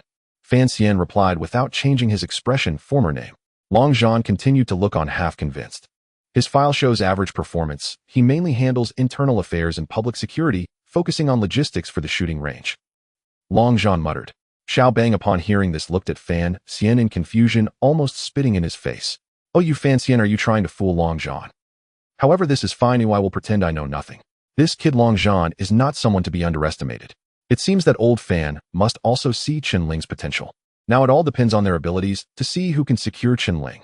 While everyone was calculating in their minds, Chen Ling was already preparing to catch up with the team. He saw a lone team member jogging ahead, looking as if every step forward was painful. Chen Ling rushed up quickly. As a result, when that team member saw Chen Ling, he instinctively stood at attention and saluted, saying, Good day, sir. Chen Ling noticed the other party's appearance and immediately recognized him, saying, Chinsong, what are you doing here? He is the internal affairs soldier in public security who had helped Chen Ling load magazines every day for a month at the shooting training ground. Chen Ling had fired 200 rounds, most of which he had helped load, and his fingers had developed calluses. Chen Song respectfully said, Reporting to you, sir, I came to participate in the assessment. I was inspired by you. Sir, you are so young and ambitious. I also have to go crazy, right? Chen Ling was taken aback, not expecting his influence to be so significant. Are you feeling unwell? Chen Song smiled bitterly, saying, reporting to you, sir, I have blisters on the soles of my feet. I overestimated myself. At this moment a voice called from ahead, hurry, the time is almost up. Chen Ling quickly helped Chen Song up, saying, let's run together, it's a natural selection, let's go all the way. Chen Ling was about to help Chen Song run forward, but he stopped. Commander, you pursued strength alone, shooting over 2,000 rounds in a month. Your shoulder bled from the impact, yet you didn't even frown. If you can endure, why can't I? I will run myself. If I pass the assessment with your help, it won't reflect my true abilities. Commander, you understand what I mean. Our 128th squad does not have cowards. Chen Song's expression was resolute. During the month spent with Chen Ling, his spirit had been greatly moved. The other party was several years younger, yet that willpower and strength were far superior to his own, making him feel ashamed. Due to his relatively easy position, he had gradually lost his former fighting spirit over time, thinking that he could live this easy life until retirement. However, after interacting with Chen Ling, he realized how wrong he had been, exceedingly so. Thus he came. No matter the outcome of the assessment, he would give it his all. Chen Ling was slightly taken aback. He had indeed considered things somewhat inaccurately. However, his feet had developed blisters, and continuing to run would ruin them. Even if he passed this assessment, he would certainly struggle in the future. Commander, you go ahead, don't worry about me. Chen Song didn't want to drag Chen Ling down, and pushed him away, gritting his teeth as he took one step at a time forward.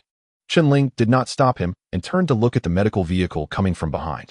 As the vehicle approached, Chen Ling reached out to stop it. Do you have sanitary pads? Give me 2. Chen Ling leaned against the car window, and said directly, cough cough. Du Cece, sitting in the driver's seat, almost choked on her own saliva, her charming face flushed. Commander, what exactly do you want to do? This is something for girls. Can a big man like you even use it? What do you want, Commander? Du Cece's expression was frosty. Chen Ling said seriously, the soldier ahead has blisters on his feet. It must be addressed before he can continue running. Sanitary pads are soft and can absorb sweat, minimizing the burden and protecting his feet from infection. What do you think I want? Du Cece frowned, amazed that he could think of this. It made perfect sense. But why did it still feel strange?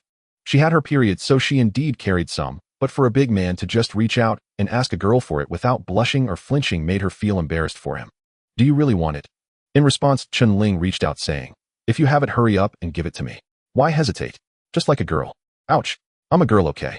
Did you really think I was a man before? This guy must be a hardcore straight man. Wait. Du Cece looked around like a thief, ensuring no one was paying attention, before quickly pulling out 2 Blue Moon sanitary pads from her tactical backpack and handing them to Chen Ling. This? Do you know how to use it? Du Cece's ears turned red. Chen Ling took the pads and immediately turned to run, chasing after Chen Song. Du Cece was utterly speechless.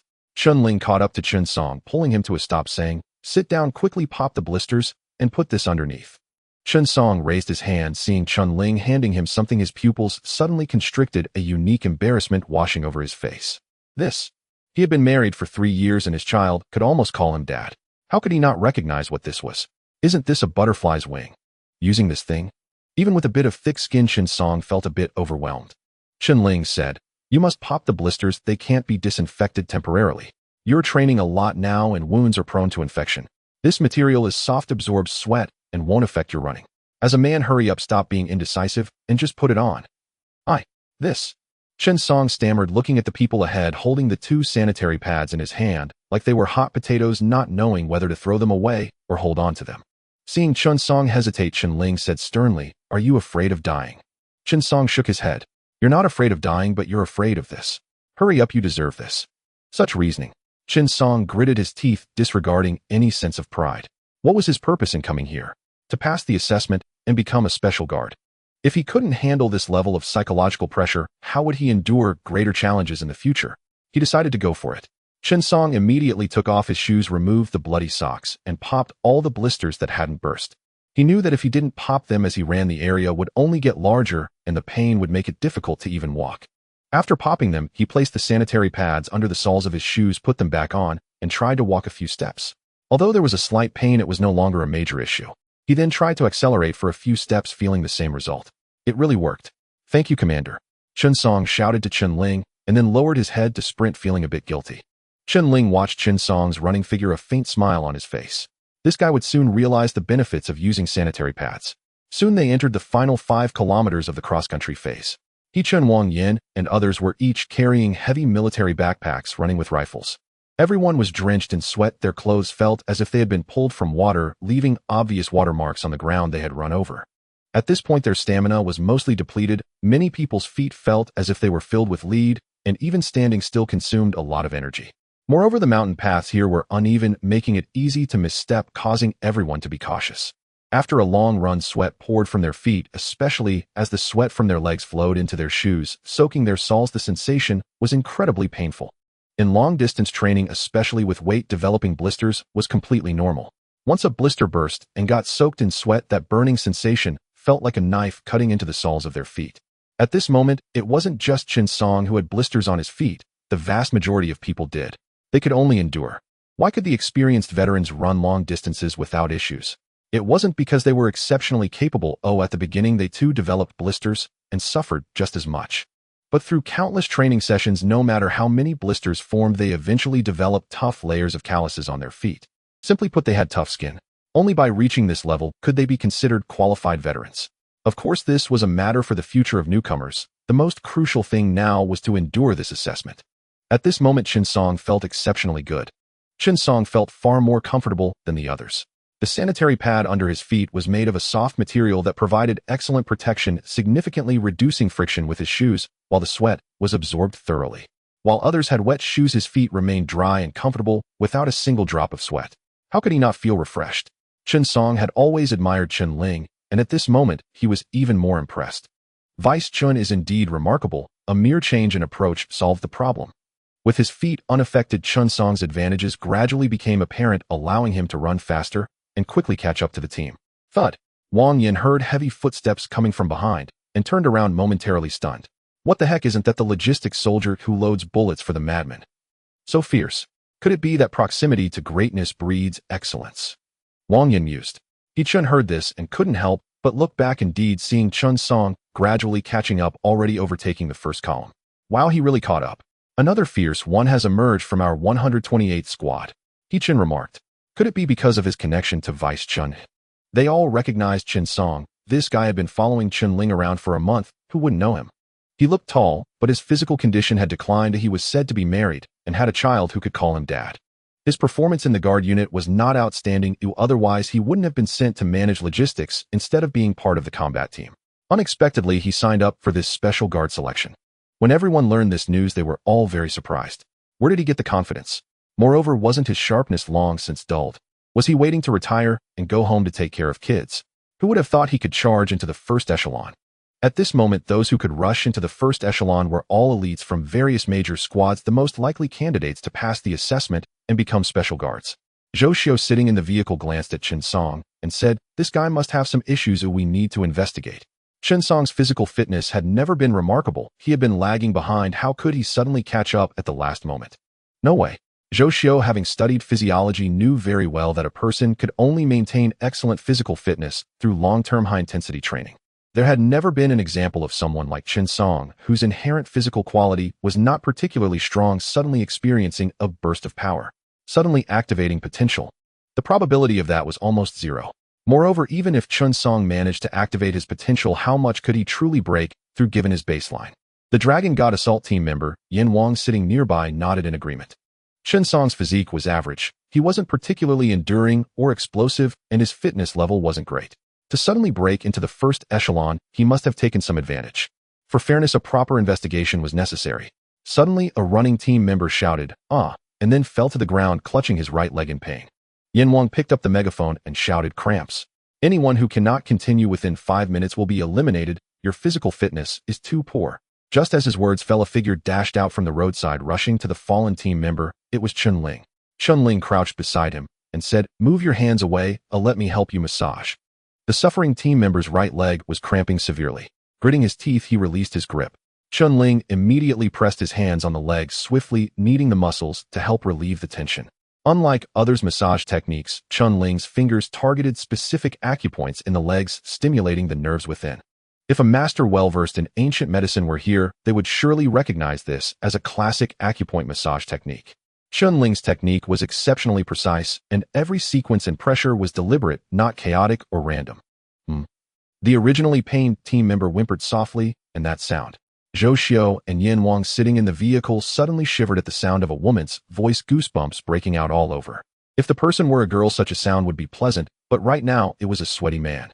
Was it appropriate for him to make such a sound? It was too incongruous. The team member realized this and almost cried, hurriedly covering his mouth. He didn't want to, but that moment had been too comfortable to resist. Along with Chen Ling's massage, the results became evident immediately. The tense cramping in the right leg relaxed completely, and the muscles returned to normal. Not only that, but the original muscle fatigue was also greatly alleviated. The team member tried to stand up, moved around a bit, and felt fantastic. He sprinted a few steps without any issue. "Brother, thank you." The team member was overjoyed and quickly expressed his gratitude to Chen Ling before turning to continue sprinting ahead. He had prepared for this special guard assessment for a whole year. In the past year, he had trained frantically, maintaining his best condition just for today. If he missed this opportunity, he didn't know if he would have the courage to participate again. Chen Ling had given him his last hope. "Chen Ling." Zhou Xiao stared at Chen Ling as if seeing a ghost and said, "Are you still practicing medicine?" The massage techniques Chen Ling had just used were extraordinarily unique, and the results were astonishing. Normally, it would take over half an hour to alleviate leg cramps without proper massage. Yet Chen Ling had done it in less than a minute, and the other person was able to continue sprinting as if nothing had happened. That technique is impressive. Earlier, Zhou Xiao hadn't seen clearly as Chen Ling ran too fast, but as soon as the other stood up, he immediately recognized him. Chen Ling replied, "I'm an auxiliary trainer, just having a laugh as a part-time medical officer while training and helping in the field." Zhou Xiao and Yin Wang exchanged glances, doubting if they had heard wrong. Chen Ling was there to participate in the selection. Everyone else was racing madly to complete the tasks in the shortest time possible, yet he was acting as a medical officer along the way. Yin Wang, who had participated in the special guard assessments several times, had never encountered such an impressive person. Just then Du Cici's voice came through, "Someone has fainted." Chen Ling immediately replied, "Okay, coming right away." He then pushed off with his back foot, his body leaping forward like a cheetah, and in the blink of an eye he was already several meters away. Watching Chen Feng dart away, Yin Wang's mouth twitched. "This guy is so fast, he has hidden depths. I thought he could only play tricks." Zhou Xiao said solemnly, "Not just that, he excels in combat and shooting. He isn't just here to go through the motions. Oh look, he's playing the part-time medical officer." Upon hearing this, Yin Wang immediately became interested, his eyes brightening as he said to Zhou Xiao, "Old Zhou, we met while studying in the military. Look, Long Zhan personally invited you to be an assistant trainer. We're on the same side, right?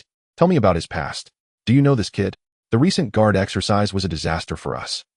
During the exercise, that kid somehow summoned a horde of poisonous creatures, trapping them in a tight circle, which ultimately turned into a battle between special guards and venomous insects. The Dragon God assault team was nearly all injured, and they spent the night in the hospital." Zhou Xiao chuckled. He had heard about these events too. "By the way, I just received instructions from my team leader to pay more attention to him. He has another previous name, Chen Song, right?" Yin Wang said, "Chen Song." Zhou Xiao was bewildered. "Where did you hear that from?" "The one who was cramping is called Chen Song. He was the one running at the back of the first team, slightly overweight." Zhou Xiao pointed at Chen Song as he spoke. Yin Wang followed Zhou Xiao's gesture, and his face darkened. "Did our team leader get it wrong? We should ask again later. Let's go, we're almost at the finish line." The two immediately quickened their pace to catch up. The first team, the Dragon Scale Assault team, arrived first. He Chun and others were in the middle of the first team, preparing to reach the finish line.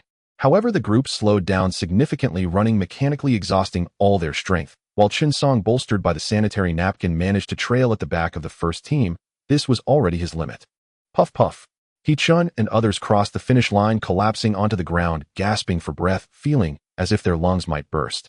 Sweat poured down their bodies like rain, leaving water stains on the ground. "Damn it, we finally finished." Wang Yin lay on the ground, arms outstretched, forming a big character, a look of excitement plastered on his face. "This is the best cross-country result of my life." He Chen smiled and said, "So do we all."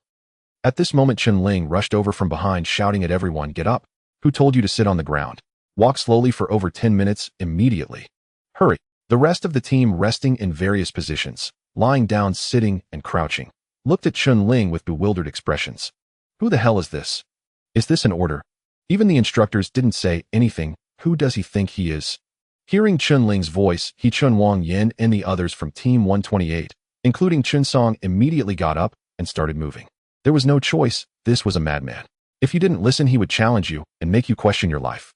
Those who were unclear about Chen Ling merely looked at him with puzzled expressions and did not get up to walk. Soon Zhou Xiao and Yin Wang drove over, shouting at everyone, "He is the medical officer. Listen to him. Get up and move. Quick!" Medical officer. The other soldiers looked at Chen Ling with suspicious eyes. This uniform isn't it from the new recruits? Medical officer. Since when did medical officers accompany special training? I may not be well read, but I can see clearly. Don't try to fool me. Yin Wang saw that these rookies were reluctant to move, lifted his assault rifle, and fired a volley at their feet.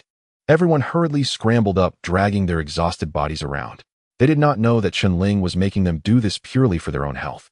After prolonged, intense exercise, the human body, like a car running at high speed, cannot suddenly stop, otherwise the risk of sudden death increases.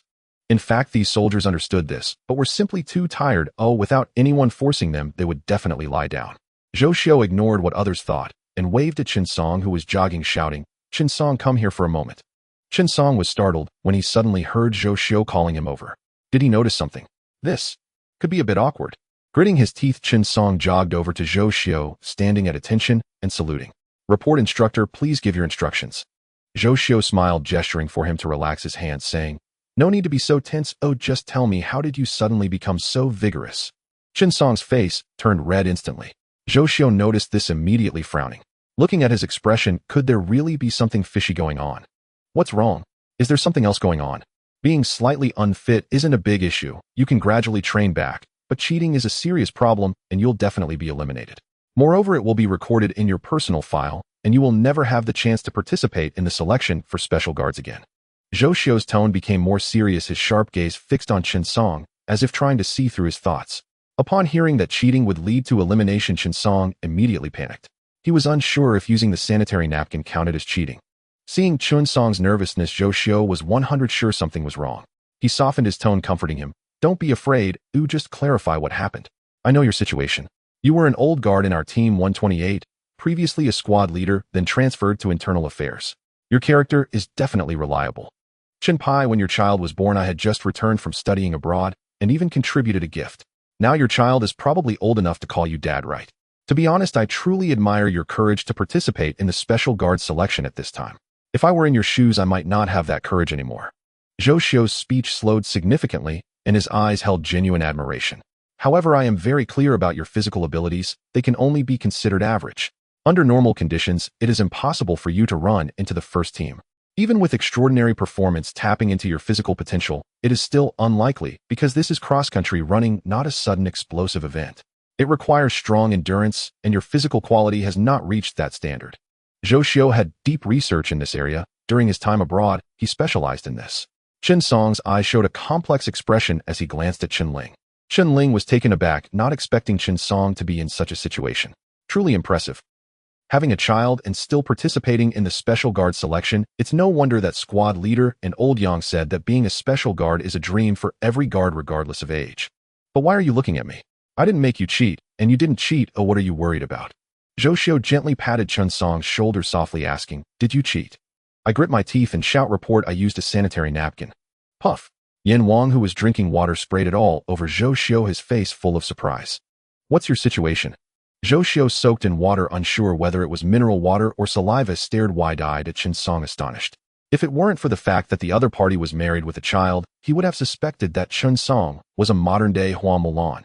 Yama stared at Chen Song. The prominence of his Adam's apple was unmistakable, making it impossible to disguise this masculine feature even with a full-body surgery. "What are you using that thing for?" "Stimulation," Yama interjected with a dark expression. Zhou Xiu wiped the moisture from her face, fixing her gaze on Chen Song. Chen Song felt a surge of frustration, becoming increasingly awkward. This was a mess. There was no way to explain it. Chen Ling approached and said, "I made him use it." Zhou Xiu and Yama stumbled simultaneously, nearly losing their balance. "You made him use it? Goodness. Please don't treat us as if we haven't been educated. A grown man using that thing. Could he possibly have psychological issues?" Chen Ling continued, "His foot developed blisters, so I taught him to use sanitary pads for cushioning." Turning to Chen Song, he said, "Take it off. If it's soaked with sweat, it will be uncomfortable." "Yes."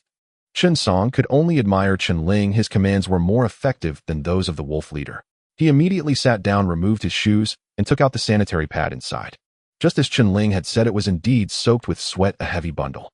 Zhou Xiu and Yama's eyes widened at the sight. Sanitary pads can be used like this. Is this for real? What on earth was going through this guy's mind? Wang Yin and He Chun, standing nearby, wore expressions of astonishment. Wang Yin exclaimed, "Wow, what a talent. It really is a sanitary pad." Chen Song coughed lightly a couple of times, feeling a bit embarrassed. Initially, he couldn't bring himself to use it, fearing this very situation would arise. Chen Ling cast a sharp glance around, saying, "What's wrong with using a sanitary pad for cushioning? Who said it can't be used? First, it has antibacterial properties, is soft and comfortable, and provides excellent protection for the feet. Secondly, it has exceptional moisture-absorbing capabilities, ensuring a healthy environment for the feet. Third, it prevents slipping and can stick inside the shoes, allowing for better force application and improved external pressure relief." Chen Ling confidently outlined the benefits of the sanitary pad. After his explanation, this item had transformed into a miraculous tool for off-road racing. Zhou Xiu instinctively asked, "Is it really that good?" Chen Ling nodded and said, "Isn't Chen Song the best example? Those who use it will know. His foot developed blisters, and if not treated properly, it could lead to infection, potentially leaving him unable to walk. In this special case, he didn't take any medication, nor did he use any auxiliary equipment. He ran solely on his own from start to finish, which isn't against the rules." Yama, being an old hand, clearly understood the pain of developing blisters. If he had known about this method earlier, he wouldn't have had to suffer so much. He nodded, saying, "This is indeed impressive." He fell into thoughtful silence for a moment before adding, "He'll give it a try later." Wang Yan, He Chun, and the others stumbled, nearly falling over. "Is this really okay?" Zhou Xiu pondered, feeling that Chen Ling made a valid point. It truly was the case, but using this item on a man felt a bit strange. She looked at Chen Ling with a smirk and asked, "Deputy Chun, did you really think of this?" Chen Ling replied, "As an auxiliary trainer, it helps to keep an eye on advertisements. They can be useful." Zhou Xiu. At that moment, other team members who had been arriving gradually looked at Chen Ling with expressions of disbelief after hearing about this method. What kind of newcomer is this? Such a big imagination. No, a genius. Using sanitary pads as foot cushions for off-road racing, you can't argue with that. I've heard he became a sanitary medic. Incredible. He's taking the off-road assessment while treating injuries. Are you sure he's just a newcomer participating in the assessment? Wow, his imagination is truly vast, but I would never use that. Exactly what a joke, using something for women for us men. What nonsense. Many different voices echoed, with many people declaring that regardless of its effectiveness, they would never use that item as they couldn't afford the embarrassment. Facing these murmurs, Chen Ling smiled calmly, choosing not to explain. The benefits had been stated, and whether to use it was their own decision. Zhou Xiu and Yama did not penalize Chen Song for any violations. "Gather!" Yama shouted loudly. With a thud, the previously chaotic group quickly formed into a square formation. Yama walked to the front of the line, scanning the group with fierce eyes, exuding a palpable aura of menace that immediately instilled an invisible sense of pressure among them. This is just the beginning. The real test will come next. Prepare for Hell Week training. I can tell you in advance that among the more than 300 of you, only a few dozen, or even just a handful, will remain. Long-distance off-road sessions like today will happen every day. Every day, the time you sleep will not exceed 4 hours, and the total time for eating, drinking, and using the restroom will not exceed 10 minutes. The rest will be training, non-stop training. Some of you may even die. This is not a joke, nor am I trying to scare you. I'm simply stating a fact. You are to become soldiers of the Special Guard. What is a Special Guard? It is a soldier always prepared to enter the battlefield and engage in life-and-death combat with the enemy. Today you are alive, tomorrow you may very well become a cold corpse, or even have no bones left. So I tell you, we only need robots that execute orders without question. Everyone's expressions changed slightly. Many knew that Special Guard training would be tough, but they never expected it to be this extreme. This training is life-threatening. Just as Yama was giving his speech, suddenly, "Ding, the conditions for signing in have been met. Do you wish to sign in?" Chen Ling was taken aback. The system truly had surprises everywhere, and it could trigger the sign-in system here. Sign in. Chen Ling thought to himself. Ding, the host has signed in and obtained the skill of deep sleep. Deep sleep skill? Isn't that just sleeping? Chen Ling was a bit stunned, but having more skills is never a burden. Integration. In an instant, knowledge about physiological regulation flowed into Chen Ling's mind in a continuous stream. In just 3 seconds, Chen Ling felt as if he had become a master of time management, fully capable of controlling his sleep. It is well known that deep sleep requires only 2 to 3 hours a day to cope with a full day's workload. Many people have poor sleep quality, which is why the recommendation for sleep duration is 8 hours to restore energy. Now for Chen Ling, there was no issue with poor sleep. He could regulate his brain, allowing himself to enter deep sleep in any situation while also letting his organs rest. A smile flickered across Chen Ling's lips. While others were enduring Hell Week, he was mastering time management and crazily enhancing himself, all without realizing he had completed this process. Sleeping for less than 4 hours a day with almost no time for rest, and even the time for eating and using the restroom strictly controlled. Such a hellish training regime is truly extraordinary. Previously, Chen Ling felt a bit strained. After all, no matter how strong the body is, it still requires ample time to rest in order to recover stamina and energy. Like before during the drills, Chen Ling overexerted himself and ended up sleeping for a whole day and night in the hospital before fully recovering. Now he no longer needed to worry about that issue. The deep sleep skill he just signed for completely compensated for it. Chen Ling was indifferent, but the others were overwhelmed. He-Chen shouted loudly, "Report. Speak." The Yama replied, "I protest. Less than 4 hours of sleep in a day is far too little, completely exceeding the physiological limits of the human body. Moreover, we still have to undergo high-intensity physical training. Without enough sleep, the body cannot recover effectively. By the end of the week, we are likely to collapse." From a young age, He-Chen practiced martial arts and is not afraid of hardship, but training must be scientific and cannot be reckless. Otherwise, one might not grow stronger, but instead train oneself to death. Wang Yin shouted loudly, "Report. I also protest. We are not afraid of training, but we cannot die in vain. Report. I protest." Suddenly, one by one, the team members expressed their protests. They were all elite students of the guard accustomed to hardship and training, which strengthened their willpower and physique. They could understand that, but having less than 4 hours of sleep while undergoing various high-intensity training was too much. This is not training, but it's pushing us into hell. Woo-woo. At that moment, an off-road vehicle drove over. After stopping, Long Zhan jumped out of the car, his expression tense, and let out a low growl. "Anyone with objections can leave immediately. Oh, I will arrange for a vehicle to take you back to the original guard. I'll tell you, not only will you sleep for less than 4 hours, but while you are sleeping, training, or even eating, we will also use gas to disturb you every day." At this point, Geng Zhan and Deng Su, the veteran members of Team Longlin, felt it was a bit twisted. This was a higher level of psychological warfare. At any given moment, a surprise attack could be launched which would keep one's nerves on edge. Under such circumstances, sleep would be restless. Indeed, it is ruthless. Long Zhan's sharp gaze swept over everyone, adding fuel to the fire. In the past, writing a will was done only after the assessment was completed. This time the training is different. Referencing foreign military practices, it is direct combat. You might not survive the hellish week. Buzz. Everyone's expressions changed. It was already extreme enough before, and now the difficulty was being escalated further. Was there still a way out? They felt like they were not here to train, but rather to die.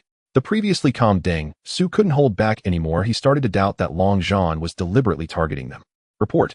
This is too inhumane." Long Zhan stepped forward, his icy gaze fixed on Deng Su, and shouted in the guard, "There are death quotas every year. The probability of sacrifice is even higher than that of executing missions. Did you not know? Now everyone write a will immediately." Instantly, the entire team erupted. Before coming, they thought they were psychologically prepared and would endure any kind of training, but now they realized they had overestimated their endurance and underestimated the difficulty of the special guard assessment. Long Zhan ignored what they were thinking and shouted loudly, "Now we will begin roll call. Those whose names are called come forward to receive your codes, pens, and paper. If you want to withdraw, just say I concede, and I will send you back immediately." "Chen Song," Long Zhan called out first. "Here." Chen Song walked out of the line, without hesitation, standing at attention in front of Long Zhan and saluting. Long Zhan's face darkened as he asked, "Are you Chen Song?" Chen Song replied in confusion, "Report, sir, I am Chen Song." "Is that a former name?" Chen Song was increasingly puzzled. "Sir, I do not have a former name." Standing next to him, Yama slapped his forehead. He forgot to tell Long Zhan that this guy was not Chen Ling. Long Zhan furrowed his brows tightly and suddenly shouted, "Chen Ling." Chen Ling walked over and saluted Long Zhan. "Was your former name Chen Song?" Chen Ling replied, "Report, no, my name is Chen Ling." "Damn, you old fan, you actually played a child's game with me." Long Zhan is not a fool and quickly realized that without a doubt old fan was setting him up, giving him another person's file. If it weren't for him personally coming today plus writing the will in advance, he might have been fooled completely. As the hellish training began, all new recruits only had one code name, Rookie. Old fan is so insidious. Long Zhan remained expressionless and no longer dwelled on the issue. It was still not too late to know now. "Chen Ling, you are still Rookie now. 1. Chen Song. Forget it, since you're here, you are Rookie now. 2. No. 1 represents the strongest among this batch of new recruits, and Chen Ling's strength is evident, thus rightfully earning the title. However, no. 2 represents second place, and Chen Song's strength is a bit lacking. That's why Long Zhan had some reservations. Chen Song was left a bit bewildered, thinking, why can't I understand? Long Zhan continued speaking to Chen Ling. "I heard you are a guard medic. You can train with the team or train individually, or..." He lowered his voice. "You can also directly join our Dragon God Assault team. I have a special plan for you, ensuring that you can become the strongest guard king at the fastest pace." Chen Ling was taken aback, not expecting Long Zhan to extend an olive branch at this time. Didn't Fan Xian say that Long Zhan was a bit stingy? wouldn't he definitely give me a hard time? But that's not the case.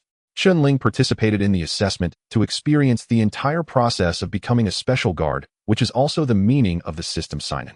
Of course, once Chen Ling acquires the skills, he won't need to waste time in this regard anymore. Captain Long, is it alright if I have the freedom to train individually whenever I want? Long Zhan's face darkened. This kid really dared to say that. What do you mean by having freedom? Guard members are to obey as their duty. Besides, if you do this, how can I maintain my dignity and authority? Long Zhan immediately coldly lowered his voice and said, I can give you special treatment, but you must promise me that you will absolutely not join Fan Xian's assault team and join our Dragon God assault team instead. Chen Ling felt it was difficult. The lack of freedom would waste a lot of his time, but he had already promised old Fan.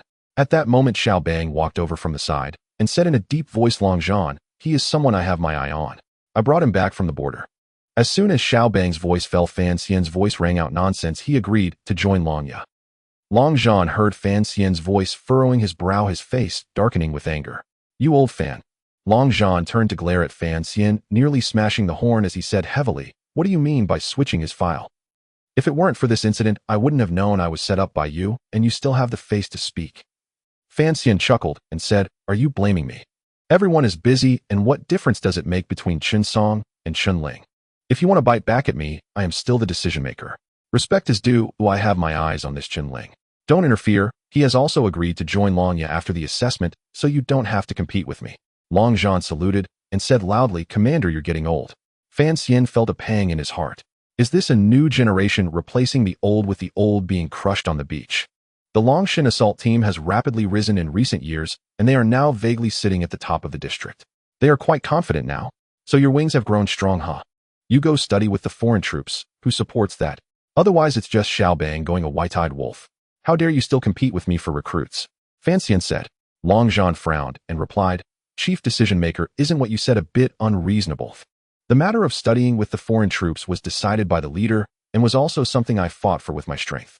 How did it turn into me needing your approval to go? You naturally favor Chen Ling, but don't play dirty behind my back. Let's compete fairly. Long Zhan did not back down. The current strength of the Longshan assault team is indeed strong, but how can they let go of a talent like Chen Ling? During the exercise, the entire Longshan assault team suffered greatly under his command. If he joins Longshan with my careful and systematic guidance, he will definitely grow and become my right-hand man. By then, the strength of the Longshan assault team would surge, and they might even break into the top 3 assault teams in the country. If a talent like this follows Fan Xian, wouldn't that be a waste? Seeing the two arguing fiercely, Xiao Bang said in a deep voice, Let's be orderly. Chen Ling, come here. Chen Ling walked towards Xiao Bang and Fan Xian saluting.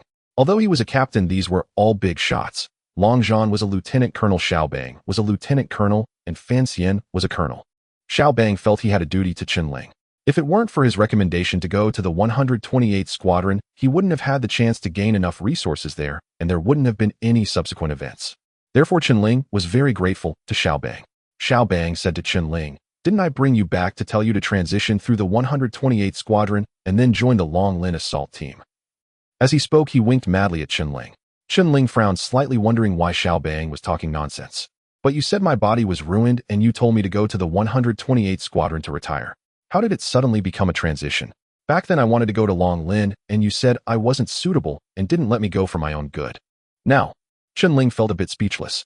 As Chen Ling was about to speak, Fan Xian immediately pulled Chen Ling to his side, pouting, and said, Chen Ling, a soldier of the district, don't let me look down on you, but don't lose the face of the squad leader. Chen Ling. This is too difficult. Chen Ling never expected they would argue. He felt it was hard to refuse Xiao Bang, and he had indeed said something to Fan Xian before, and he couldn't offend Long Zhan either. Now how to choose? Chen Ling was in a dilemma while Chen Song beside him felt he was superfluous. He finally understood that his file had been used to deceive others, and it was all wrong. If it weren't for Chen Ling, how could he have obtained file number 2? No wonder the instructor just said forget it since he's already here. That hurts. Gongzhan Deng Su and others saw their boss competing for recruits with 2 other bosses, all wearing blank expressions. Has society really become like this? Could you not treat the others as air?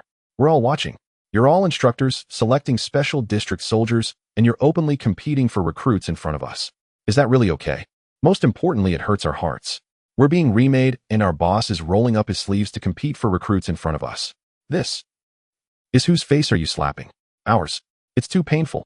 Not just them, but all the more than 300 new recruits in line were dumbfounded.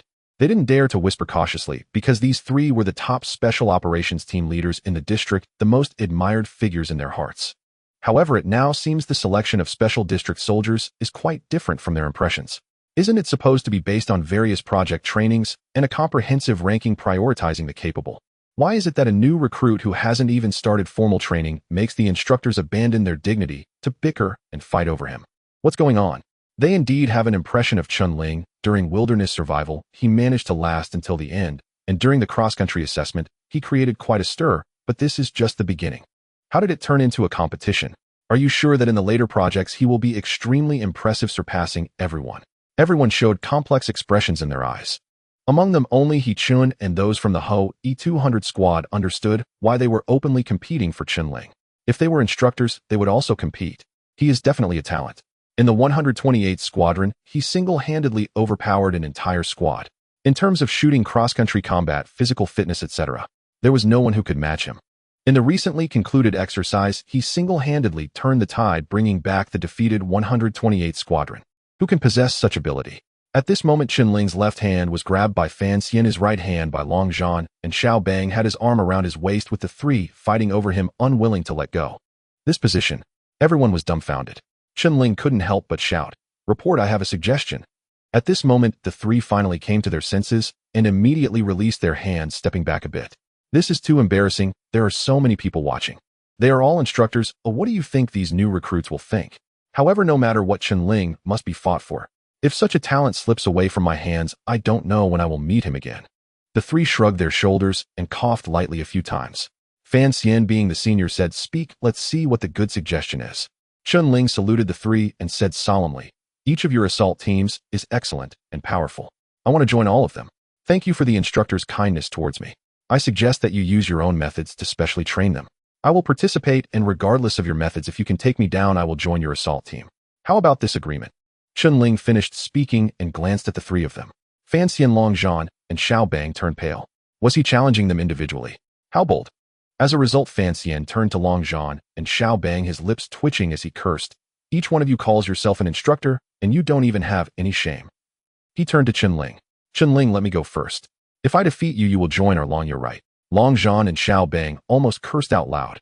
Damn, who has no shame? Starting off with a challenge, where's the face? Chen Ling's guard unit was strong, but being a newcomer, he hadn't undergone systematic guard training and was unaware of many special operations tactics. He didn't understand special operations like camouflage and infiltration at all. The first person to face him would have a greater chance of winning. What kind of person is Old Fan? A veteran of Lanya. His combat ability might not compare to the peak prowess of Xiao Bang and Long Zhan, but his experience in combat surpassed theirs. The veteran guards he led, even though they walked down a broken path, were adept at coordinated operations and special tactics. Whether it was the Dragon God or the Dragon Scale assault team, they needed to be on their toes, otherwise they would suffer greatly. Could a rookie like Chen Ling, who didn't understand any tactics, handle this old fox? How shameless. Chen Ling added, "You can use your own plans to specifically train and eliminate these team members. If you can defeat me using your special skills, I will join whoever's assault team." His idea was simple. You can use all your methods to the fullest, and by doing so you can sign up for new skills. If during the competition you can't defeat me, sorry, but I want join your assault team. This way no one gets offended. Killing two birds with one stone. What Chen Ling lacked now was skills. After researching for some time, he already grasped the general patterns. As long as they chose a new training ground and new subjects, he had a high chance of meeting the sign-up conditions. As long as he acquired new skills, he could turn the tables on them easily. Thus in this deal, Chen Ling wouldn't lose out no matter how he calculated. Long Zhan and Xiao Bang were naturally unaware of Chen Ling's thoughts. Seeing him so confident, they couldn't help but smirk. This kid has some guts. Long Zhan said, "It can be done, but it's not fair. Why does Old Fan get to go first?" Xiao Bang said, "Let's draw lots, it's the fairest way." Saying that, he broke 3 pieces of dry grass and placed them on his back, quickly adjusting their positions. "Draw." Xiao Bang held the 3 pieces of grass. Fan Xian grinned and said, "Just to clarify, do the long ones go first or the short ones?" Xiao Bang snorted. Indeed, he was an old fox who couldn't be easily fooled. Long Zhan said, "The long ones. Don't think about cheating behind our backs." "All right, well, go with the long ones," Fan Xian agreed. Saying this, Fan Xian drew first, followed by Long Zhan, with Xiao Bang drawing last. As a result, the 3 compared the dry grass. Fan Xian's was the longest, Xiao Bang's second, and Long Zhan's last. Long Zhan's face turned ugly. If he couldn't even handle Fan Xian, how could he take on Xiao Bang, who was even stronger? Did he still have any chance? Long Zhan felt like Xiao Bang had played him. Fan Xian grinned at Long Zhan and said, Long Zhan, you lead the training. My plan needs to coordinate with the Public Security Bureau. They'll head out first to wait for my call. After finishing, he gave Chen Ling a smirk and turned to leave. Xiao Bang said, I'm going to find Wolf Head. I need a practical task assessment. You keep practicing, and when you're ready, he'll call you. With that, the three instructors, two of whom left without a word, left Long Zhan alone to deal with things here. Long Zhan's face turned green, but he had no way out. After all, he lost the draw. Holding back his anger, Long Zhan turned to everyone and yelled, Write your wills.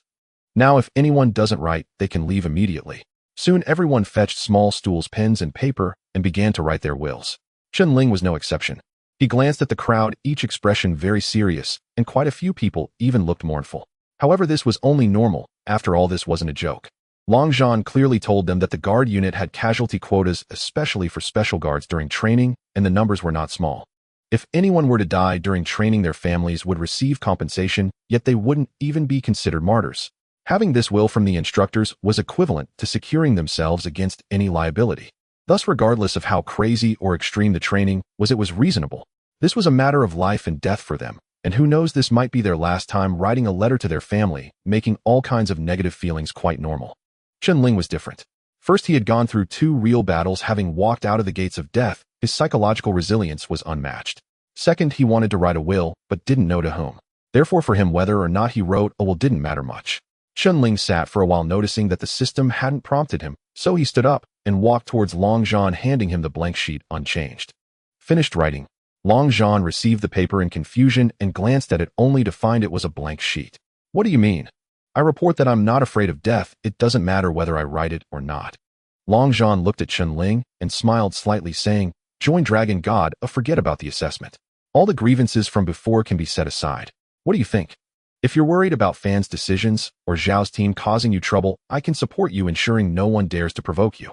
Long Zhan extended another olive branch. Old Fan and Xiao Bang clearly valued Chen Ling, seeing the potential in him. He would surely be a valuable asset in the future. Chen Ling replied, I'm not afraid of offending anyone, besides you won't hold a grudge, right?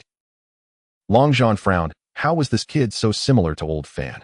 Damn, neither of them were easy to deal with. Feeling a bit frustrated, Long Zhan waited for everyone to finish writing their wills before reprimanding. Your first training subject is swamp training. The bottom 10 in scores will be eliminated. Set off. With Long Zhan's order, the team of over 300 rushed towards the swamp. 30 minutes later, they arrived at the swamp training ground. Ding, the host meets the sign-up conditions. Would you like to sign up? As soon as they arrived at the swamp, a crisp system prompt rang in Chen Ling's mind. Chen Ling's eyes lit up. His guess was indeed correct. Sign up. Ding, congratulations to the host for acquiring the Swamp Spirit Fox skill. Would you like to merge it? Merge. In an instant, all the techniques regarding the Spirit Fox leaping in the swamp infused into Chen Ling's mind, quickly becoming an instinct of his body. A smile flickered at the corners of Chen Ling's mouth. Swamp special training completed. Over 300 people gathered on the open ground by the edge of the swamp. Long Zhan spoke loudly. The swamp is often encountered in the operations of special team members, and how to utilize the swamp for combat is a very important subject. Your task is to familiarize yourselves with this swamp and become like foxes on it. We will score each person's performance, and the top performer will earn assessment points, possibly even becoming the team leader. Begin. Long Zhan announced the training officially commenced. Without hesitation, the old guard of Team Long Lin charged out first and jumped into the swamp, followed by others who were unwilling to lag behind. Splashing sounds echoed as the swamp erupted in clouds of dark mud, creating a spectacular scene. Everyone jumped in except for Chen Ling, who stood still at the edge watching as if he were enjoying a show. The team members who jumped in were akin to black pigs rolling in the river, a pitiful sight. After integrating the Linghu swamp skill, Chen Ling was incredibly familiar with utilizing the swamp and saw no need to endure such hardship. Seeing Chen Ling standing still by the bank, Long Zhan approached and said, Didn't you say that defeating you would suffice? How about we compete first? Chen Ling was momentarily taken aback. What did this mean? Before he could respond, Long Zhan shouted to Yin Wang, Go down and give him a lesson. Yin Wang twitched the corner of his mouth. He wasn't afraid of sparring with Chen Ling, but this artificial lake had all kinds of animal waste. As someone who had just come ashore, he would suffer if he jumped in. Long Zhan's expression darkened as he shouted, Get down there. With a splash, Yin Wang jumped into the murky swamp, without hesitation standing in it, and waving to Chen Ling, Come on, rookie number 1. Chen Ling glanced at Yin Wang covered in muck and shook his head. This isn't necessary, instructor, he said before turning to call Du Cece. Go check if anyone needs help. This artificial lake feels a bit dangerous. Yin Wang stood in the mud looking bewildered. Damn, I acted hastily. This kid lacks a competitive spirit. Why did he jump down? Isn't he just asking for trouble? Yin Wang hurriedly shouted, Are you afraid of losing? Though Chen Ling was a straightforward man, he wasn't a mindless, hot-blooded youth, and ignored Yin Wang continuing to move forward. Yin Wang helpless climbed up, reeking and looking disheveled, and said to Long Zhan, Did you see that? He definitely can't do it. He's afraid of losing. Long Zhan furrowed his brow and shouted at Chen Ling, Can't you handle losing? Suddenly a voice from the loudspeaker interrupted, Where is the doctor? Quick, lives are at stake. Someone has collapsed in the swamp. Their head hit a rock. Hurry, pull him up. Yin Wang jumped into the swamp, and with a swoosh a figure shot out racing toward the accident site. That figure was none other than Chen Ling. Yin Wang watched in astonishment as Chen Ling glided over the swamp with incredible speed. So fast. Did he attach a skateboard to his feet? Yin Wang had just doubted Chen Ling's understanding of swamp maneuvers only to realize that his skills were superior. It seemed that it wasn't that Chen Ling didn't understand, rather he felt there was no need to compete with him. Not only Yin Wang, but Long Zhan was also left in awe. Chen Ling's figure moved like a swift spiritual fox across the swamp, quick and agile, leaving no traces of mud splattering behind him. This kid must be greased on his feet or practicing lightness skills. Long Zhan shook his head, finding it hard to comprehend this young man. Initially, he thought Chen Ling was afraid to jump in, but once he made a move, he realized the other party was not bronze level, but diamond level. Soon Chen Ling reached the scene of the incident. Assistant trainer Zhou Xiu was anxiously holding a bloodied guard, saying, It's Chen Song. He hit his head on a rock. Chen Ling noticed a protruding rock in the swamp stained with a pool of fresh blood, indicating a severe impact on the head. His gaze quickly shifted to Chen Song's head, blood covering Zhou Xiu's hands, and the man was already unconscious. A severe head injury could lead to a concussion at best, or worse, death. Chen Ling's expression turned grave. This was far more serious than he had anticipated. Hurry, prepare a vehicle, and take him to the military hospital immediately. Do CC contact the district hospital and inform them that there's a fracture at the back of the head, intracranial bleeding, and he's unconscious. Tell them to prepare for surgery and blood plasma. Chen Ling shouted toward the bank. Du CC, running over from the shore, was taken aback. Did Chen Ling truly understand or not? How did he know about the fracture and bleeding? This situation required a specialized CT scan at the hospital, and only after careful examination could the diagnosis be confirmed. Did Chen Ling just guess? Du CC didn't dwell on it, and hurriedly took out her phone to contact the main hospital. Chen Ling stepped in front of Zhou Xiu, saying, Assistant trainer, let me handle this. Move slowly, try to keep his head steady, and avoid any jolting to prevent secondary injuries. Zhou Xiu carefully adjusted Chen Song's head, his forehead already beaded with sweat, and his face was filled with anxiety. Vice Chen, please, you must find a way, Zhou Xiu said. Chen Song was in a coma. If not for the faint breath coming from his nostrils, Zhou Xiu would have thought he was dead. Though he wasn't a medical professional, he understood that Chen Song's condition was extremely dangerous, and without urgent care, even if he survived, severe aftereffects would occur. Chen Ling nodded and said, He is our comrade, our brother. He took over Chen Song, quickly applying pressure with his right thumb on the bleeding wound and his index finger on a nearby blood vessel. In the next moment, everyone saw the previously uncontrollable blood flow actually slow down. Zhou Xiu was taken aback. Was this manual hemostasis? He had read about this special technique in a medical book that could quickly stop bleeding. However, it was extremely difficult and required precise identification of the injured blood vessel. It required rich experience that an ordinary doctor might not possess. Was Chen Ling's medical skill really that remarkable? Zhou Xiu had only seen Chen Ling massage cramping soldiers and thought he knew nothing beyond that. Chen Song still had hope. Du Cece, noticing the scene, widened her eyes in disbelief. She truly hadn't expected Chen Ling to possess such skills. She had always thought of Chen Ling as a mediocre doctor, someone who could talk a big game, but would be clueless when it came to action. Manual hemostasis, especially for head injuries, was not something just any doctor could accomplish. Even the experts at the main hospital weren't guaranteed to have such abilities. Could it be that she had misjudged him? As everyone saw that Chen Song's bleeding had temporarily stopped, they all sighed in relief, but only Chen Ling knew that the situation was extremely urgent. P.S. Alright, some votes go uncast, and some people drift apart as they walk. Chen Ling was acutely aware of how serious Chen Song's injuries were. He continued to press down on the wounded artery with his right hand, while his left arm wrapped around Chen Song's waist, lifting him onto the shore together with Zhou Xiu. Booming. A military vehicle roared over. Chen Ling and Zhou Xiu placed Chen Song in the back seat, with his left hand supporting his neck and his right thumb pressing on an acupoint. Comrade, drive steadily, Chen Ling instructed the driver. Understood. The driver nodded in response. Doctor, do support his head, keep it stable, and avoid any violent jolting. Chen Ling said again to Du Cece. Du Cece was momentarily taken aback, but nodded in agreement, saying yes. The two worked together to stabilize Chun Song's body, preventing any severe movement. The space inside the vehicle was limited, and Zhou Xiu occupied the passenger seat. Hurry, to the main hospital of the medical district, Zhou Xiu urged. Boom. The vehicle roared to life again, racing into the night. Long Zhan glanced in the direction the military vehicle had gone, then turned and coldly shouted at the crowd. This is special operations training. Injuries can occur at any time and lives can be lost. The letters of last words are not written in vain. Continue. Inside the vehicle, Chen Ling loosened his grip every minute for 10 seconds to stop the bleeding, preventing blood flow issues that could affect cerebral circulation and lead to severe damage to the brain's nerves. Throughout the process, Du Cece observed closely. Chen Ling's techniques were exceptionally skilled and precise, clearly not something a novice could accomplish, nor was it mere luck. The other party possessed this level of skill. This led Du Cece to re-evaluate Chen Ling, who she initially thought was just an inexperienced doctor. It was clear now that she had underestimated him. Chen Song was gravely injured. If the wound on his head could not be stopped from bleeding, it was questionable whether he could even make it to the hospital.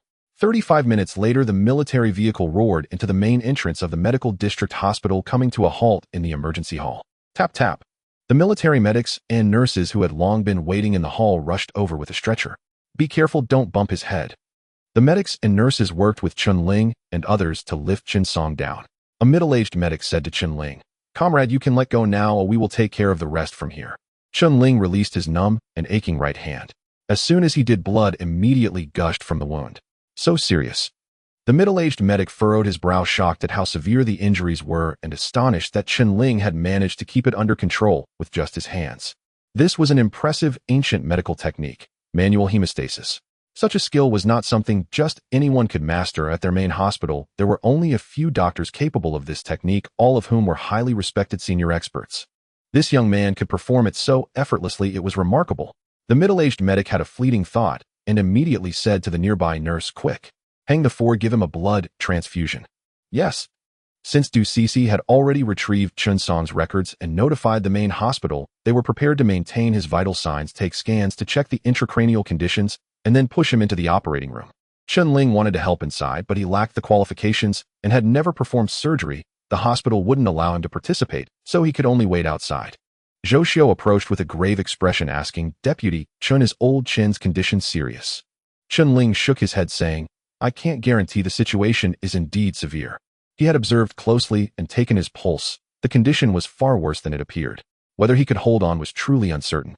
Bang!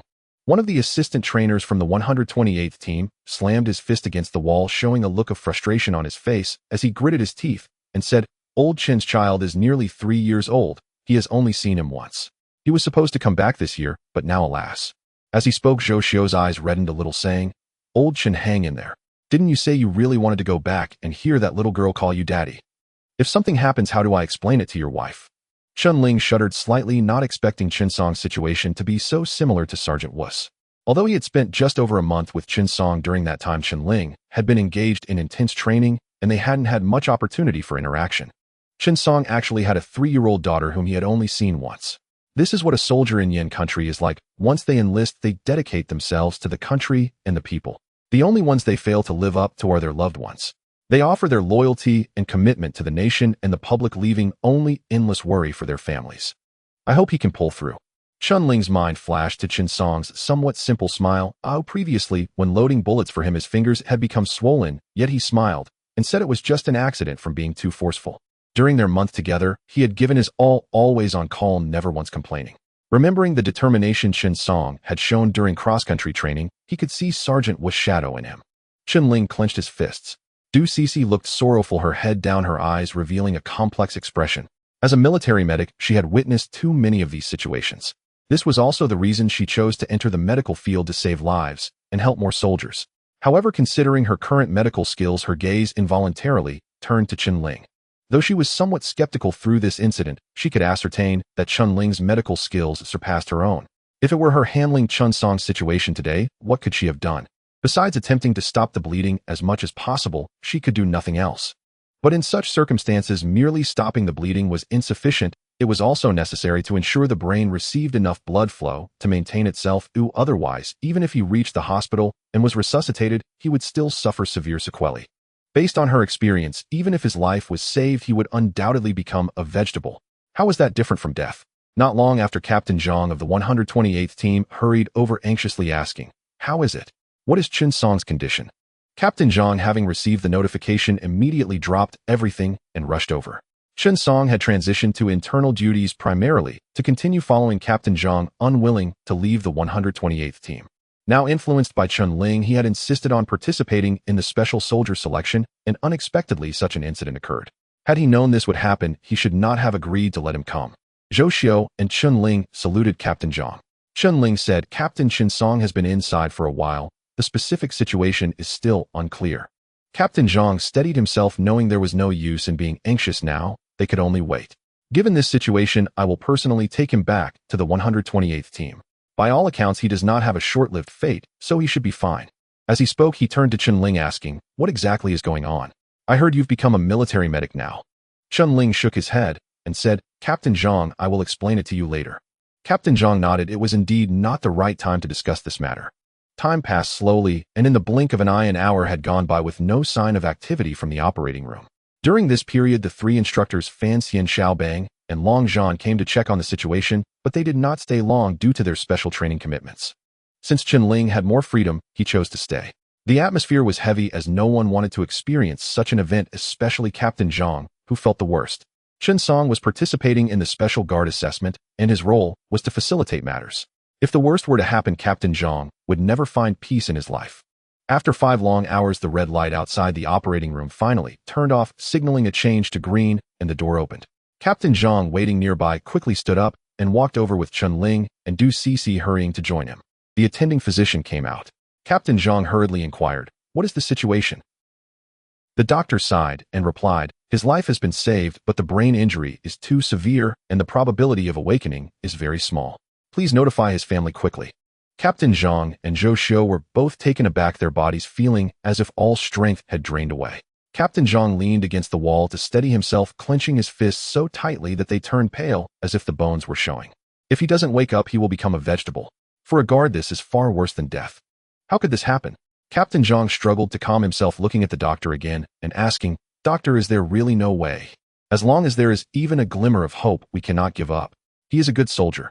The attending physician, with a troubled expression, said, "We have done everything we could. All possible methods have been tried. Now it's up to him to fight for himself." The heart of a physician wishes to see the warrior rise again, but many times they too are powerless. Du Cece turned her head aside, tears brimming in her eyes, as her greatest fear had come to pass. Though she had no direct connection with him, he was still her comrade.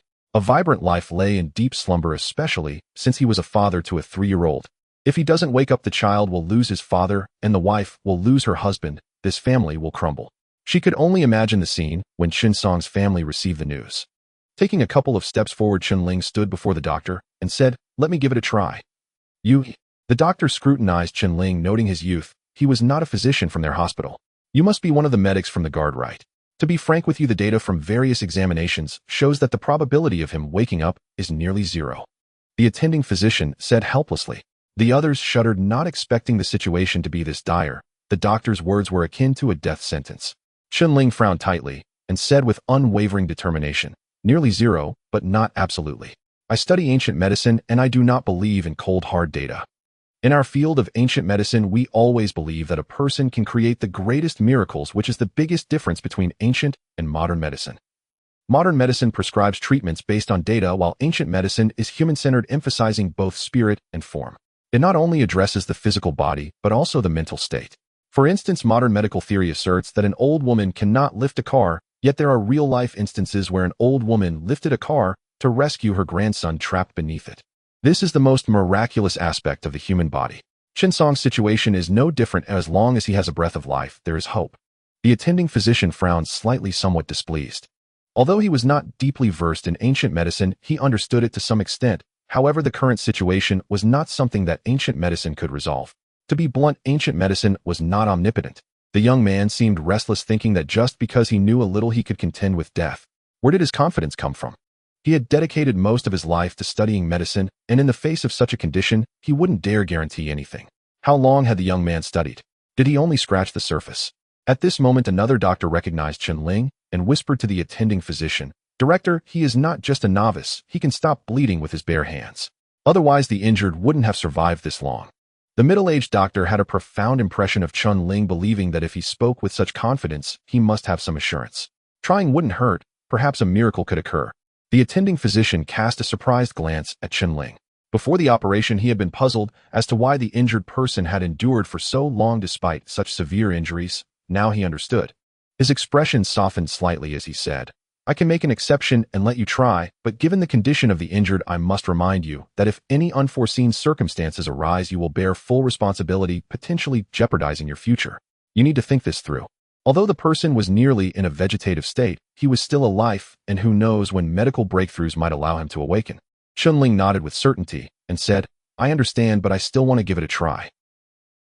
The attending physician glanced at the time and said, "There are 2 minutes left before his anesthesia wears off. You need to hurry. Theoretically, the sooner the greater the chance of awakening. After that, it will be very difficult."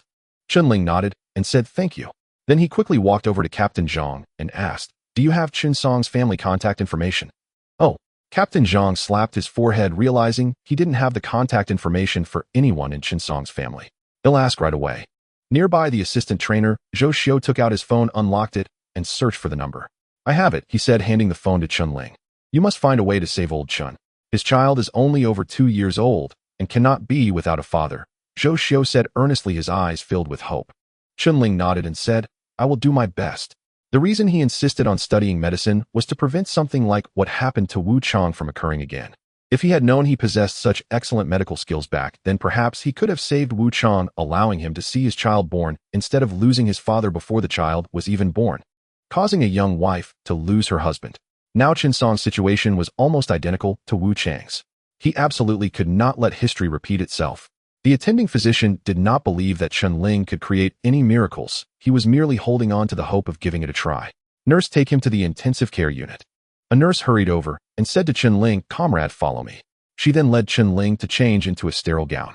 The attending physician remarked, "Let's go take a look as well." Following that, they called Captain Zhang Zhou Xiu and Du Cc to head towards the intensive care unit. They would observe from outside the glass. If any emergency occurred, the doctors would handle it promptly.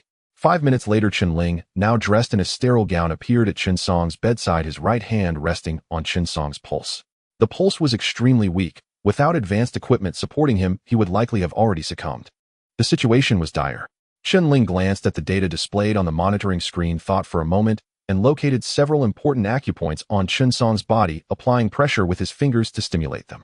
This was a method he had repeatedly contemplated in his mind before finally determining the stimulation approach. Due to the urgency of the situation, he had no time for extensive preparation. Otherwise, using a gold needle for stimulation would have yielded better results. As the saying goes, an expert reveals their prowess. The attending physician recognized Chen Ling's actions and knew he was not merely posturing. Indeed, he had some skill. After all, this technique of acupoint stimulation requires a deep foundation. Without it, one could not accurately pinpoint these locations. Moreover, his understanding of stimulating these acupoints indicated that he was aware of their significant impact on the head and spirit. However, despite this, the attending physician felt it would be of little use, as the monitoring data showed not a trace of fluctuation, indicating that the effect was nearly zero. Approximately 6 minutes later, Chen Ling stopped his actions and took out the auxiliary trainer's phone. The nearby doctors furrowed their brows, baffled as to why at such a critical moment he would pull out his phone. Isn't this a waste of time? What is he trying to do? Saving a life is like extinguishing a fire. The injured have little time left, and now he's making a call. What does he want?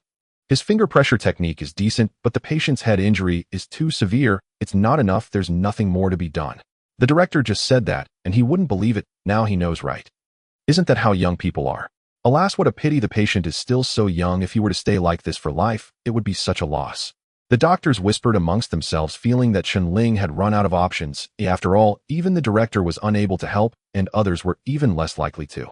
The attending physician remained silent, immediately guessing Chen Ling's intentions, but shaking his head helplessly. It was futile.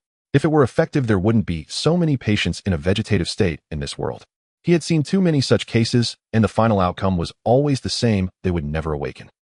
However, the technique displayed by Chen Ling piqued the director's interest for someone so young to possess such knowledge of traditional medicine was quite impressive.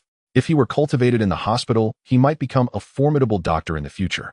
Only Captain Zhang and Zhou Xiao still held hope. What was Chen Ling's nickname? Madman.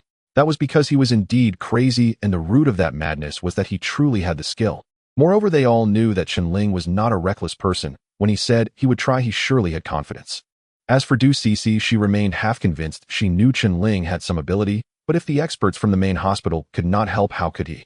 If he truly could, wouldn't that mean his medical skills surpassed those of the experts at the main hospital? It was known that the experts at the main hospital had a high reputation not only domestically but also internationally. They were authoritative figures. Could their diagnoses be easily overturned? Of course, she still hoped that Chen Ling could create a miracle. After all, this was a living life. At this moment, Chen Ling took a deep breath and dialed Chen Song's wife's number. Soon a woman's voice came through the phone saying, "Hello, auxiliary trainer, is something wrong with Chen Song?" Chen Song's wife was no fool. Receiving a call from the auxiliary trainer rather than her husband made her immediately suspect that something had happened. Chen Ling replied, "Sister-in-law, hello, I am not auxiliary trainer Zhou, I am a medical officer from the guard team. Chen Song was injured during training and is now in a coma.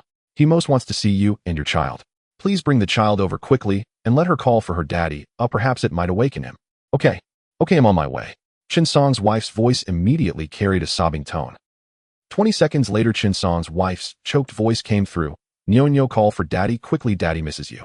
He hasn't seen you for 6 months. When daddy comes back, he will buy you delicious food. Call for daddy, be good."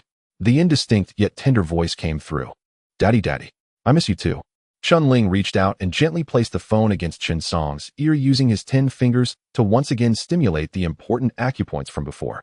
He believed that the willpower of a guard, a father's longing for his child, was the greatest strength a person could possess. Just like the soldiers of the Yen nation, why do they instill fear in the world? Why do they fearlessly fight to the death? It's because they love their country and people, and they love their families. When the enemy invades, they fight fiercely, refusing to retreat, because they cannot allow any enemy to harm their beloved home and nation. Now the opportunity for Chen Song to awaken rests on that love in his heart. The love for his daughter, the love for his wife, and the concern for this family. Although he was currently in a coma, Chen Ling's continuous stimulation of the acupoints made his brain particularly active, especially the auditory nerves. He should be able to hear the voice of the child. This was the key. Many people are unable to awaken from a coma. No matter how loudly the outside world calls or speaks, they do not respond, because in many cases they cannot hear the sounds from the outside.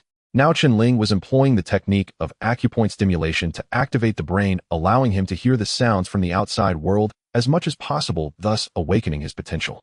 Daddy, I miss you." The little girl's tender voice echoed in the intensive care unit, continuously reaching Chen Song's ears. Outside the glass window, Captain Zhang, Zhou Xiao, and others were quietly praying for a miracle to happen. Captain Zhang still remembered when Chen Song came to find him and expressed his desire to participate in the special guard selection, wanting to become a special guard and the strongest guard. He said he was aware that his physical fitness was somewhat inferior to others, his shooting talent was not as good, and his fighting skills were not outstanding, but he could put in 100 times the effort compared to others. Just like Chen Ling, training madly and striving continuously to become stronger. If Chen Ling, so young, worked so hard then as an old guard of Team 128, if he didn't work harder, he would have no opportunities left in the future. It was Chen Ling who reignited his fighting spirit. Now Chen Song's last hope of awakening rested on Chen Ling. He must wake up, he must. 10 seconds, 20 seconds. Time passed gradually, a full minute elapsed. The attending physician still saw no fluctuations in the brainwaves displayed on the monitor. "Let it go, we need to think of other methods," the attending physician said with a hint of resignation. To awaken him through emotional means, if it has any effect, it must show results within the first minute, otherwise no matter how hard one tries, it would be a waste of time. Chen Song's brainwaves showed no response, indicating that he was completely in a coma, unable to hear any sounds. No matter how strong his willpower was, he could not break free from his confinement, having completely turned into a vegetable. What a pity for such a promising young man. He would likely spend the rest of his life in a hospital bed. Just as the chief physician was about to turn away, he suddenly paused, his eyes fixed intently on the brainwave graph. "Am I seeing things?" At that moment, he clearly saw the smooth brainwave fluctuate slightly. At this moment, Du Cixi pointed excitedly at the brainwave monitor and exclaimed, "It moved. It moved. Doctor, look, it really moved." In the next instant, the pupils of the attending physician and others widened in shock as the previously motionless brainwaves began to fluctuate, resembling spreading ripples. Did a miracle really happen? The attending physician and others stared at the data fluctuations on the monitor as if struck by 100 blows. At this moment, Chen Song's wife was still calling out, "Chen Song, can you hear me? Nyo is calling for you. She said you promised to take her out to play this year. Have you forgotten? You also said you would take her to the zoo to see the giant pandas, dolphins, and monkeys. She remembers waiting for you to come back to see them together. Nyo, quickly call for Daddy. Then Daddy will agree and come back soon." Immediately, the sound of sobbing and the child's tender voice echoed, and Chen Song's brainwave fluctuations intensified, accompanied by a noticeable increase in heart rate and breathing. Clearly, the neural system in his brain was recovering, the words of his wife and child had an effect, and Chen Song's consciousness was gradually awakening as he struggled to break free. This is the moment. A brilliant light flashed in Chen Ling's eyes as he pressed his thumb firmly on Chen Song's philtrum.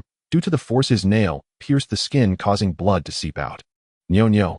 In an instant, Chen Song's tightly closed lips parted, and a weak voice emerged. I'm awake, Captain, look." Zhou Xiao shouted in excitement. Captain Zhang leaned against the wall, watching Chen Song's slightly parted lips, a broad smile spreading across his face, saying, "You scared me to death." Haha, he finally woke up. Haha, I knew this kid had the face of a long-lived person. How could he leave so easily? As he laughed, his eyes turned red. Even the strongest guards are human, and seeing their comrade return from death's door was overwhelming. Zhou Xiao's eyes were also red with tears.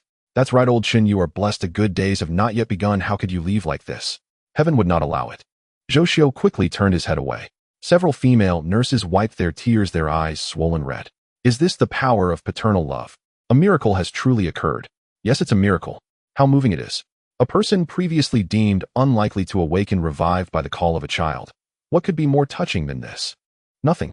Du Cece covered her mouth with her small hand, pacing back and forth in excitement. He actually did it. I actually thought he was a quack, that he was incompetent. Du Cece murmured to herself, not knowing how to describe her feelings at this moment.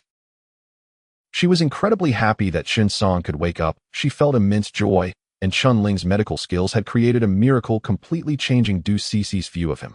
No wonder the wolf head valued him so highly. It turns out to be like this. The attending physician and others were stunned as someone they had deemed nearly impossible to wake up had done so. It could be called a miracle.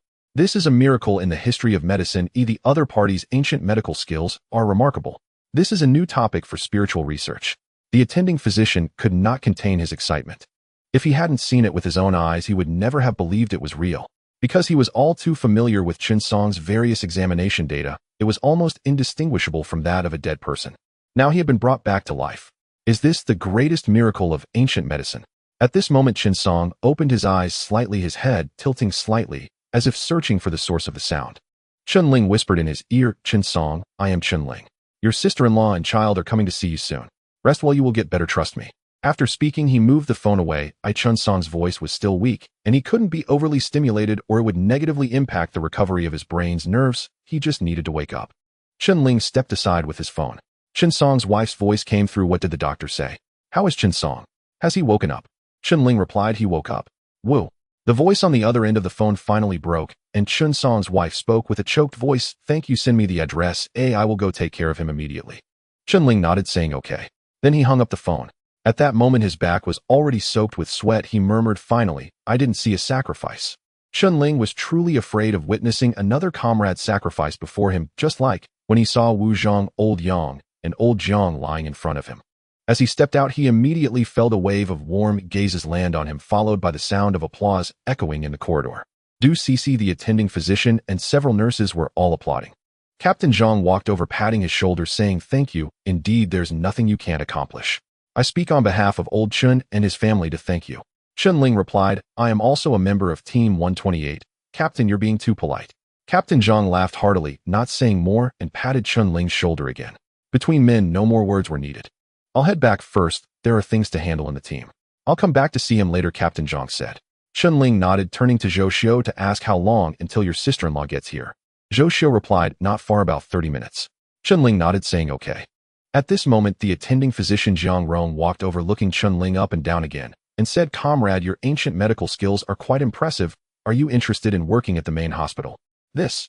Several assistant doctors beside them widened their eyes, having never seen Director Jiang actively invite anyone before. It was their first time witnessing this. Chen Ling furrowed his brow, feeling a slight headache. Fan Xianlong Zhan and Xiao Bang wanted him to join their assault team. He had just managed to talk his way past them, and now he encountered this situation. How could he possibly become a medical officer? Just staying in the hospital? Absolutely not. Chen Ling was destined to become a king's guard. He sought revenge on Wang Deng for the fallen Wu Chang and Old Yang. Being a medical officer was merely a temporary role for him. His medical skills were a form of combat technique. Meanwhile, the assistant medical officers beside him did not understand Chen Ling's thoughts, their eyes revealing strange expressions. To be honest, they could hardly see what was so remarkable about Chen Ling's ancient medical skills. Wasn't it just using a child to wake Chen Song up? There was a significant element of luck involved. It was merely that Chen Ling happened to be there. If such an injured person appeared again, he might not be able to wake them. As for Chen Ling's ability to stop bleeding with his bare hands, it was mostly luck, just hitting the right spot. Otherwise, how could a mere 20-year-old manage such advanced medical skills? At 20 years old, he hadn't even graduated from medical school. Therefore, most of the doctors present believed that Chen Ling primarily relied on luck to revive Chen Song rather than true skill. Of course, he had some understanding of ancient medicine, but it was not enough to warrant Director Jiang personally inviting him to join the main hospital. It could only be said that this young man was incredibly lucky. Having saved one injured person by chance, he gained the qualification to enter the main hospital. They lacked insight, but Director Jiang did not. He understood Chen Ling's prowess. While Chen Song waking up was certainly related to emotional stimulation, it was more about Chen Ling's stimulation of the acupoints, particularly the final stimulation of the Ren Zhong acupoint, which could be considered the finishing touch. Moreover, with his previous ability to stop bleeding with bare hands, even a seasoned doctor with over 20 years of experience like himself could not achieve that level. A true talent. If such a talent were to join the main hospital, its overall strength would increase significantly, allowing for the resolution of more problems. Suddenly, all eyes were focused on Chen Ling. After a moment of silence, Chen Ling said, "I am a newcomer in this special medical officer assessment. I am participating in the special medical officer assessment, not as a full-time medical officer." She is. Chen Ling pointed at Du Cixi, and Director Jiang looked at Du Cixi in surprise. "Part-time? Are you from a family of medical officers?" Chen Ling shook his head again and said, "No. Thank you for your kindness, but I am a soldier, not a doctor, so I cannot come to the main hospital." Chen Ling directly refused. Refusal? Several assistant medical officers beside him looked at Chen Ling in astonishment. This was the main hospital of the medical district. How many people wished to enter but had no opportunity? They all graduated from prestigious medical schools, even went abroad for further study, and finally qualified to enter, yet they were still only assistant doctors, not fully fledged doctors. A director as esteemed as Director Jiang invited you, and you still found such excuses to refuse. What exactly are you thinking? You claim to be a new medical officer. Your demeanor does not match. Director Jiang looked at Chen Ling with a face full of regret. If the other party was not from a medical family, how did he acquire such medical skills? If that were the case, he would indeed be a rare talent. Are you really not considering it? I can speak to the leaders of your medical district and transfer your personnel relationship. Rest assured, I will not make things difficult for you. A talent like you will definitely have a great development space at the hospital, allowing you to fully display your talents. Director Jiang looked at Chen Ling with an expectant gaze. No need, thank you. I believe I am more suited to being a soldier. Chen Ling did not wish to explain much to the other party. After expressing his gratitude, he signaled Du Cixi to leave. This left everyone present dumbfounded. Such a clean refusal. I am more suited to being a soldier. How did we not notice that? We feel you are more suitable to be a doctor. Chen Ling had no intention of considering their thoughts. Chen Song's situation had been resolved, and the hospital would handle the subsequent matters. Now it was best to return early to prevent similar incidents from happening. In the car, Du Cixi hesitated for a moment and suddenly apologized to Chen Ling. "Sir, I am sorry I misunderstood you earlier. Your medical skills are truly impressive, and you possess a healer's benevolence." She continued speaking, but saw Chen Ling with his eyes closed in meditation. Was he too tired? Or was he not accepting her apology? He must be too tired. Du Cixi's mind involuntarily recalled the scene of Chen Ling saving a life where he battled with death and managed to bring Chen Song back from the gates of hell. The shock that brought her was simply overwhelming. Director Jiang of the main hospital in the medical district was known to Du Cixi. He was a renowned expert both domestically and internationally. A doctor of such repute personally invited him to the main hospital, indicating how remarkable Chen Ling's medical skills were. From others' perspectives, it was a once-in-a-lifetime opportunity, and he rejected it. How could someone like him offend Director Zhao? Du Cixi realized she truly could not understand this ironclad man more and more. And what about what he said in the hospital? Was it really true? He is more suited to being a soldier. How did I not notice that? Suddenly, Du Cixi's phone rang, and it was the captain calling. "Hello, sir, this is Du Cixi. Yes, I will bring him to your office." He Wei Jun wanted to see Chen Ling, and from his tone it seemed there was an urgent matter. Seeing that Chen Ling seemed to be asleep, Du Cixi did not wake him immediately, but sped towards the Longya medical district. Upon arriving at the medical district, just as Du Cece was about to call Chen Ling, he opened his eyes. "Captain, he just called and asked you to go to his office," Du Cece quickly said. "Got it." Chen Ling swiftly exited the car and headed straight for He Weijian's office. Du Cece puzzled thought, wasn't he asleep? Did he hear what I said? Did he accept my apology? Ironclad man. Chen Ling arrived at the door of He Weijian's office, knocked, and called out, "Report. Come in." Chen Ling pushed the door open, finding He Weijian standing while on the phone, so he quietly stood to the side. He could tell from the phone conversation that something significant was happening. Sure enough, as soon as He Weijian hung up the phone, he said angrily, "It's those people again. The special operations team cannot handle it, and the request for assistance has reached the medical district. I've sent Lao Fan and the others out. Chen Ling, you all wait and see what the situation is over there." Chen Ling wondered if it was Wang Deng and his gang saying, "Is it those people led by Wang Deng?" He Weijian paused, muttering to himself, "It should be that group." Chen Ling's anger ignited. All the intense training he had endured to enhance his strength was for what? To avenge Wu Chang and the others. He Weijian started putting on his clothes. He planned to go over and personally command the operation. Chen Ling clenched his fists and said, "Report, sir. I request to participate in the battle." In a flash, Chen Ling clamped a silver needle between his left thumb and index finger, his right hand holding a cotton swab soaked in alcohol, pressing it onto the wound of the man. Under the sting of high-concentration alcohol, a sharp pain surged through the man's heart, causing him to grunt softly as his body involuntarily shivered, about to speak and request a gentler touch. Chen Ling's left hand suddenly shot up as he shouted, "Don't move, endure it." The moment the voice rang out, his left hand landed on the man's head, and the silver needle hidden in his fingers instantly pierced into the biwi acupoint. At the moment of penetration, the man felt a chilling sharp pain in his head, and the next moment it felt as though his head would explode. His entire body, suddenly losing control, feeling his hands, his upper body, and his legs were all rendered immobile. An unprecedented fear surged within him, his heart gripped by terror. He wanted to cry out for help, but he found he lacked even the strength to open his mouth, unable to make a sound. No. He struggled desperately, but his body was completely beyond the control of his mind, showing no response whatsoever. Despair, utter despair. What on earth had this bastard done to him? He wished for the people nearby to notice the commotion, but though the few individuals glanced over, they saw nothing amiss, believing it to be the doctor's normal operation. After all, Chen Ling had said earlier not to let the man move, and that he was preparing for surgery. The fear of death engulfed him. Gradually, he completely lost consciousness, his eyes not moving at all, as if he had turned into a wooden puppet. Chen Ling's expression remained calm, and the movements of his hands did not cease. The biwi acupoint is the most important acupoint in the human body, located at the midpoint of the line connecting the top of the head and the tips of both ears, where the meridians converge. Below it lies the central nervous system. Damaging it is akin to rendering someone a vegetable. The silver needle pierced in with lightning speed, damaging the man's central nervous system, ensuring he would never awaken. This is the terrifying aspect of a healer turning into a killer. Chen Ling silently took out a second and a third silver needle, clamped them between his fingers, and shouted, "Someone come and help hold him down," and preparing to extract the bullet head. Upon hearing this, a thin, dark-skinned man immediately stood up, his gaunt figure exuding a strong aura of killing intent, clearly having taken many lives.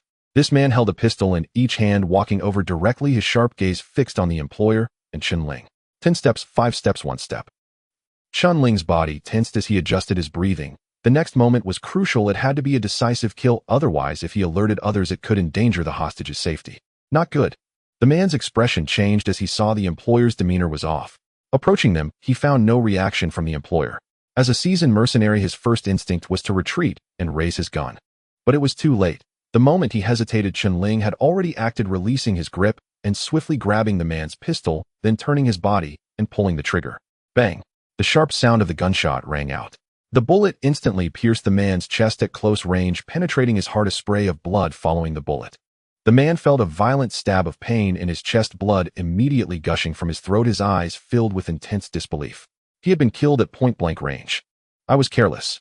As an international mercenary, I had experienced over 30 life-and-death battles, always being the one to eliminate others, many of whom were elite members of armed forces from various countries. I never expected to die today at the hands of a defenseless medic. Unwilling. Swish. Following that, Chen Ling's left hand swung violently, channeling all his strength into the silver needle clamped between his fingers, launching it. After using a dagger to smash a grenade last time, Chen Ling had specially trained for this.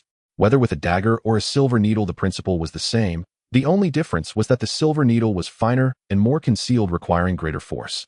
While others might struggle to use a silver needle to kill, Chen Ling possessed physical attributes 4 times that of an average person, and the explosive force he unleashed was extraordinarily terrifying. When all the force was concentrated in the silver needle, its speed surged instantly akin to an arrow piercing through the air. Utilizing ballistic shooting skills, he controlled the trajectory of the launch, killing the enemy with ease. Of course, distance was a limitation. Through rigorous training, Chen Ling could kill from within 3 meters. At this moment, the 2 thugs hiding among the hostages suddenly heard the gunshot and were a bit startled. When they entered, they had not brought any weapons. How could they dare to act? Did he disregard the hostages' safety? But years of combat experience made their bodies react faster than their minds, and they immediately dodged to the side, but the distance was less than 2 meters. Whoosh! 2 silver needles accurately pierced the eyes of the 2 armed men, their eyeballs exploding, blood splattering, the needles directly entering their skulls and destroying their neural tissue. The 2 froze, their eyes wide open, terror etched on their faces. Thud! The 2 collapsed heavily to the ground, blood gushing from their eye sockets, dyeing the floor red, their bodies twitching several times on the ground. Until the moment their breath ceased, they could hardly believe that they had been so easily taken down by him. No, they couldn't understand how he had killed them. Both had fought their way through bloody battlefields, having killed at least 80 people, many of whom were experts from various countries. They had never imagined that one day they would be killed in such a manner. Everything happened far too quickly. The armed man guarding the iron door finally reacted, roaring in anger, "I'll kill you." He could hardly fathom that Chen Ling had taken down 4 of them in less than a minute. Wasn't he just a medic? How could he possess such terrifying killing capabilities? He had just failed to see how Chen Ling had killed his comrades hidden among the hostages. He had only seen the man raise his hand, and his 2 companions had screamed and collapsed. Such means were too terrifying. He had traveled far and wide encountering all sorts of combat techniques, but had never witnessed such bizarre methods of killing. Was he a mercenary or a killing machine? He did not know that this was the terrifying aspect of a healer's ability to kill. The small silver needle unleashed astonishing power. If an ordinary healer used a silver needle, at most they would only blind the opponent, and it would never reach the level of killing.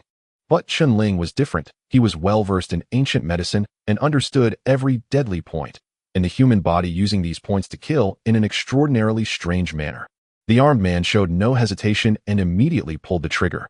Du Cici's mind suddenly trembled, and her entire body felt an invisible pressure. Such overwhelming killing intent. She was a medical officer, and as a member of the Longya Special Operations Team, she had encountered many powerful soldiers, all of whom exuded a certain aura of lethality. For instance, He Weijian's killing intent was particularly strong. However, the killing intent radiating from Chen Ling was surprisingly not inferior to He Weijian's. How could he possess such formidable killing intent? He Weijian was a seasoned veteran, having fought on real battlefields, which accounted for his intense killing aura. Yet Chen Ling was only in his 20s, what had transpired in his life. At that moment, Chen Ling suddenly looked at Du Cici and asked, "Do you have gold needles?" Gold needles? Du Cici regained her composure and shook her head. How could we possibly have gold needles? Such a precious item is beyond our reach, but we do have some ordinary silver needles. Do you need them?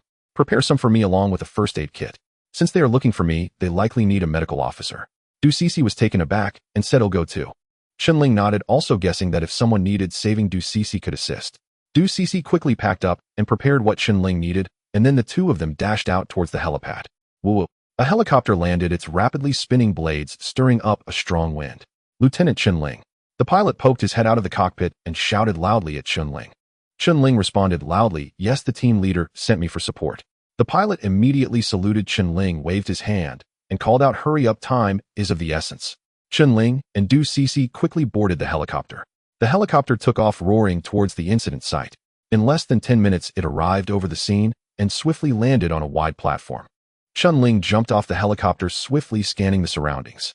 Upon seeing the situation before him, his expression turned serious. He dreaded witnessing casualties, but as soon as he landed, he saw a bloodied corpse on a stretcher.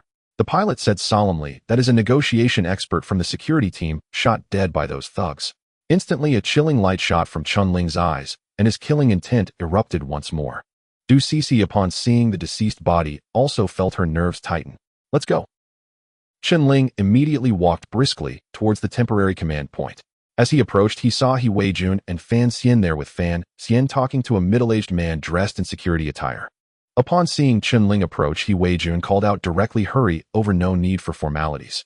Chen Ling walked over, and He Weijun said seriously, "To make a long story short, the reason you're here is to save lives. The bandits inside need a doctor to treat them. Your medical skills are commendable, and you are strong enough, making you the most suitable candidate. Once inside, assess the situation and try to remember the environment and the bandits' conditions. Du Cici's expression changed slightly, as she hadn't expected Chen Ling to be assigned such a task. It was known that the bandits who could outsmart a group of elite soldiers were certainly not ordinary thugs. Sending Chen Ling in at this moment was akin to sending him to his death. They had already killed an expert and had no intention of resolving the situation peacefully. He Weijun continued. Those people, their leader is probably Wang Ding, a powerful figure. His subordinates are certainly desperate individuals. The expert sent for negotiation was shot dead, so you must be cautious. This. He Weijun, Director Su, and the nearby Longya special soldiers all changed their expressions. Since the bandits had killed, they surely would not hesitate to kill Chen Ling to preserve their secrets. This was a dilemma, a situation where whoever went in would face death. The scene fell silent for a few seconds, and everyone's expressions grew a bit more complex. Director Su looked Chen Ling over. The young medical officer was far younger than he had previously imagined, radiating a sunny charm and possessing delicate skin unlike the hardened soldiers who trained regularly. Hello, I am the director of the Security Bureau of Shihai City. I need not elaborate on the importance of this mission. 5 armed men have taken numerous hostages inside. Our task is to ensure the safety of the hostages and bring the bandits to justice. They must not be allowed to escape. You are going in, but it is undoubtedly a perilous endeavor, so consider carefully. You can choose not to take on this task, and I can find someone else. Director Su stated. If this young medical officer was hesitant and did not possess the resolve to face death, going in would be a futile sacrifice. Chen Ling glanced at Director Su, his expression calm, and said, I am a soldier. Open the box, Chen Ling instructed Du Cici. Du Cici nervously looked at Chen Ling and said, you will die. Chen Ling took out a white coat, putting it on calmly, and said, I will go in. This is my choice. I am an orphan and have no regrets. If I die, please take good care of my squad leader's widow, sending someone every year to pay respects to my squad leader's grave. That little fellow named Shi Weiman should be made a soldier in the future. This is also my squad leader's wish. Thank you. Chen Ling. Du Cici called out, unsure of what else to say, feeling an inexplicable emotion surge within her, her nose tinged with a sense of urgency, and her eyes moistening. Fan Xian looked at He Weijun, thinking that if he were to train Chen Ling for a month, he would certainly be capable of handling such a task. But at this moment, he was still essentially a novice. Assigning a rookie to accomplish a task that even seasoned veterans were unsure of was fraught with danger. Everyone understood that. Chen Ling was a promising talent. Given some time, he could quickly grow into an exceptional warrior. If he were to sacrifice himself or suffer serious injuries resulting in irreversible damage, it would be a great pity. Fan Xian internally hoped that Chen Ling would not take on this mission. He Weijun looked at Chen Ling, hesitating. Had he been too rash in assigning Chen Ling this task? Chen Ling possessed strong combat abilities, understood medicine, and was young, but he was completely blank when faced with such a battle. Just as he had previously told Chen Ling, this was not jungle warfare. It involved navigating various complex issues, especially ensuring the safety of hostages without any mistakes. He Weijun found himself in a bit of a bind. Chen Ling saluted He Weijun, saying, Sir, no one is more suitable than me. Don't let other medical officers go in to sacrifice themselves. I have a glimmer of hope. May I ask, can you confirm that there are 5 bandits inside? Chen Ling had an inexplicable feeling about Su Ju. He found his words somewhat unreliable, to say the least. He felt uneasy. How could the other party be certain that there were 5 armed men inside? This is crucial. Although Chen Ling had never undertaken a similar mission, he understood very well that determining the enemy's numbers during the rescue process was key to devising a combat strategy directly affecting the safety of the hostages. Swish. He Weijun and Fan Xian turned to look at Su Ju. This matter had always been handled by the security personnel, and he was the one most familiar with the situation inside. This was a critical issue. Whether there was one more or one less would impact Chen Ling's actions, especially if there were additional threats, which could very likely lead to the entire operation failing spectacularly. Su Ju said with certainty, definitely 5 people. Fan Xian nodded and looked at Chen Ling, saying, Chen Ling, Su Ju is an old comrade of mine. His words are reliable. Since you've decided to go in, be very careful and pay attention to your safety. He Weijun, who had hesitated earlier, said no more upon seeing Chen Ling's determination. This was how the guards of Yan Nation were. Even knowing the danger, they pressed on. This was their unshakable responsibility and duty. I believe in you. He Weijun said. Chen Ling opened the box and carefully pinned the silver needles onto his pants. They were so small that one could hardly notice them unless paying close attention. Seeing Chen Ling's actions, everyone showed a hint of confusion. What was he doing? What could such a small silver needle accomplish? Chen Ling took the first aid kit from Du Cici's hands. Du Cici gritted her teeth and said, Chen Ling, I'll wait for you to come back. Chen Ling looked at her and surprised her expression was a bit agitated. He nodded and said, "Don't mind me. I was already dead at the border. Oh, every extra day I live is a gain." If it weren't for the duty of Wu Zhang and the others, he would have been the one who perished. After speaking, he picked up the first aid kit and moved toward the factory gate. "Salute!" He Wei Jun shouted. Fan Xian Su Ju and the others immediately raised their right hands in salute to Chen Ling's back, the highest form of respect. Knowing that they were stepping into a life-and-death situation, they moved forward without retreating. This is what it means to be a guard. As Chen Ling passed by, all the security personnel and law enforcers along the way stood straight and saluted him.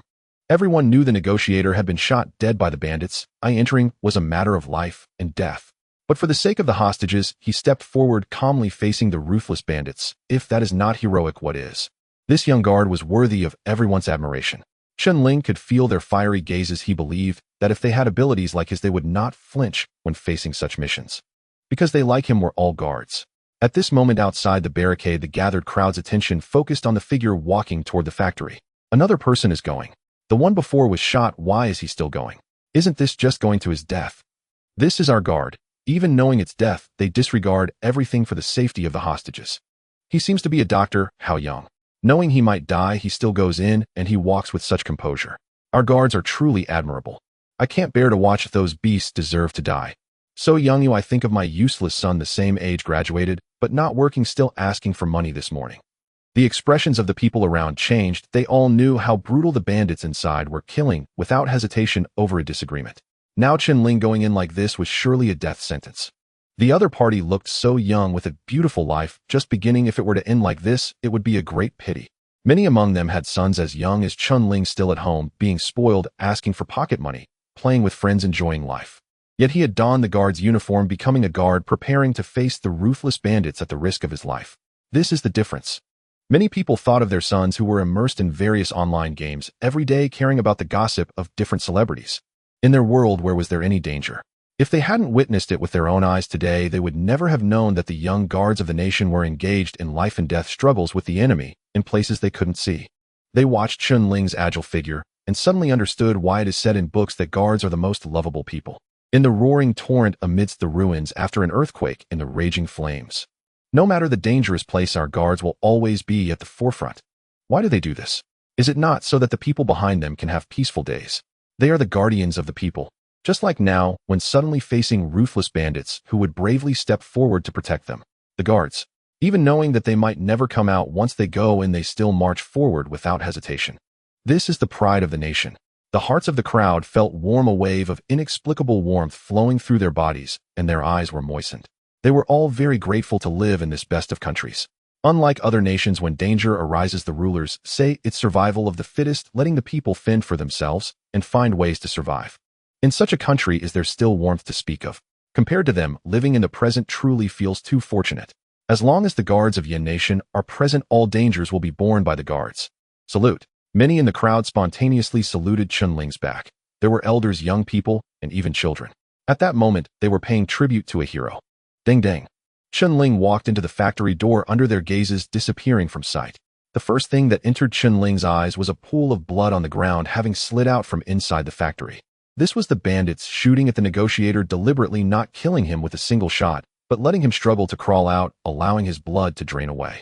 Using such a cruel method to warn and intimidate those outside, not to anger them, or else they would kill all the hostages inside. They were already prepared to perish together. Chen Ling looked at the blood on the ground, as if he saw the bloody corpses of Wu Zhang, Lao Yang, and Lao Jiang at the sentry post. Wu Zhang was covered in blood, dying in his arms. With his last breath, he only wanted to tell him one thing: to be a good guard. Chen Ling would never forget. He clenched his iron fist, producing a crisp sound, the raging fury in his heart, making his blood boil. These bandits deserve to die. Chen Ling took a deep breath, gradually calming himself, the murderous intent flashing in his eyes. This border guard who had emerged from the frontier once again exposed his intense urge to kill. Chen Ling walked forward step by step, heading straight to the rusted gate of the factory. He calculated the time, and it was exactly 1 minute. The factory gate was ajar, leaving a narrow gap. The inside was unlit and dim, making it impossible for the naked eye of a normal person to discern anything inside. However, Chen Ling was different. Under the effect of his eagle-eye skill, he could see the situation inside clearly. He quickly noticed that the hostages were gathered in a compartment of the factory consisting of the elderly, women, and many young people. Every face was etched with terror. The women had tears in their eyes, their bodies curled up and trembling incessantly. Some individuals were strapped with detonators, their faces filled with despair. 3 bandits sat among the hostages, using them as shields while warily surveying their surroundings. One was by the iron gate, another was in the corner armed with an AK and a handgun. A preliminary assessment indicated, just as Director Su mentioned, that there were a total of 5 robbers inside. From their arrangement, it was clear they intended to take the hostages down with them. If the guard team stormed in, they would detonate the explosives immediately, causing massive casualties. These bastards. Chen Ling's expression remained calm. The more critical the situation, the more one needed to keep a cool head. This was what Sergeant Wu had told him: when danger approaches, it is not the danger that is terrifying, but the cowardice to face it. For instance, when a vicious criminal swings a knife, if you are afraid and choose to close your eyes, it is you who will perish. However, if you face him directly, at least you have a chance to evade. At that moment, the robbers inside also spotted Chen Ling. He stood still in front of the iron gate. Wei Yi. The bandit by the gate was the first line of defense, warily scrutinizing Chen Ling, the gun barrel trained on his forehead. Chen Ling brought forward the first aid kit and said, "You are too ruthless. Ordinary doctors wouldn't dare to come in. Put the kit on the ground and push it over." The bandit commanded. Chen Ling placed the first aid kit on the ground and pushed it toward the doorway. "Step back 3 paces." Chen Ling took 3 steps back and stood still. "Extend your hands." Chen Ling stretched out his hands. The bandit examined Chen Ling's hands, which were fair and not like those of a habitual gunman, but rather those of a surgeon, which eased his tension somewhat. After confirming there were no issues, he cautiously opened the door and swiftly pulled the first aid kit inside. He squatted down and opened the first aid kit, carefully checking the contents: disinfectant, gauze, anti-inflammatory medication, and other emergency supplies. There was nothing hidden inside. "Come in." After the robber finished inspecting, confirming there was no problem, he gestured to his companions and opened the iron gate just wide enough for one person to enter. "Good. You behave yourself while you're here, or the bullets won't spare you. The life of a doctor is precious, but those people inside are worthless to us. Understand?" Chen Ling picked up the first aid kit again, nodding and saying, "I won't joke with their lives. It's a matter of principle. You should know us very well. You have some guts, more than that so-called negotiation expert before you, who could at least talk better," the bandit said as he moved closer, searching Chen Ling for weapons. After confirming that he carried nothing, he finally let out a sigh of relief, believing him to be a doctor. This was merely a procedure. Given their professional combat abilities, even if the special guards of Yin country were outside, they wouldn't be able to enter unless they were willing to perish together. As for a special guard disguised as a doctor seeking opportunities, that depended on whether the other party had the courage to court death. They were all professional hired guards. The difference between a doctor and a special guard could be recognized at a glance. At that point, it would be 1 down for each that came. Just like how they dealt with the negotiation expert, letting him crawl outside until his blood drained away. "Go. If you can't treat him, you'll be buried with him." The robber pointed to a bandit leaning against the wall. Chen Ling walked over with the first aid kit. This guy was in his 30s, had short hair, dyed a striking blonde, and looked particularly conspicuous. He had been shot in the abdomen, his clothes stained red, and his face looked pale and slightly bloated. He wore a valuable gold chain around his neck, indicating he was likely the leader of this group. This reminded Chen Ling of Wang Tong, whose head he had once severed. When he chased that person, Chen Ling had been frenzied now. He had 100 ways to eliminate the opponent. Seeing Chen Ling approach, the bandit suddenly raised his pistol, aiming it at Chen Ling with a fierce expression, saying, "Don't play tricks, otherwise, well, all die together. If you're doing this, keep your head away from your waist, as you never know when it might vanish. So think carefully." They were international hired guards living a life on the edge, never thinking about tomorrow. Chen Ling slowly set down the first aid kit while opening it, saying, "As long as you guarantee the hostage's safety, letting you leave is no problem.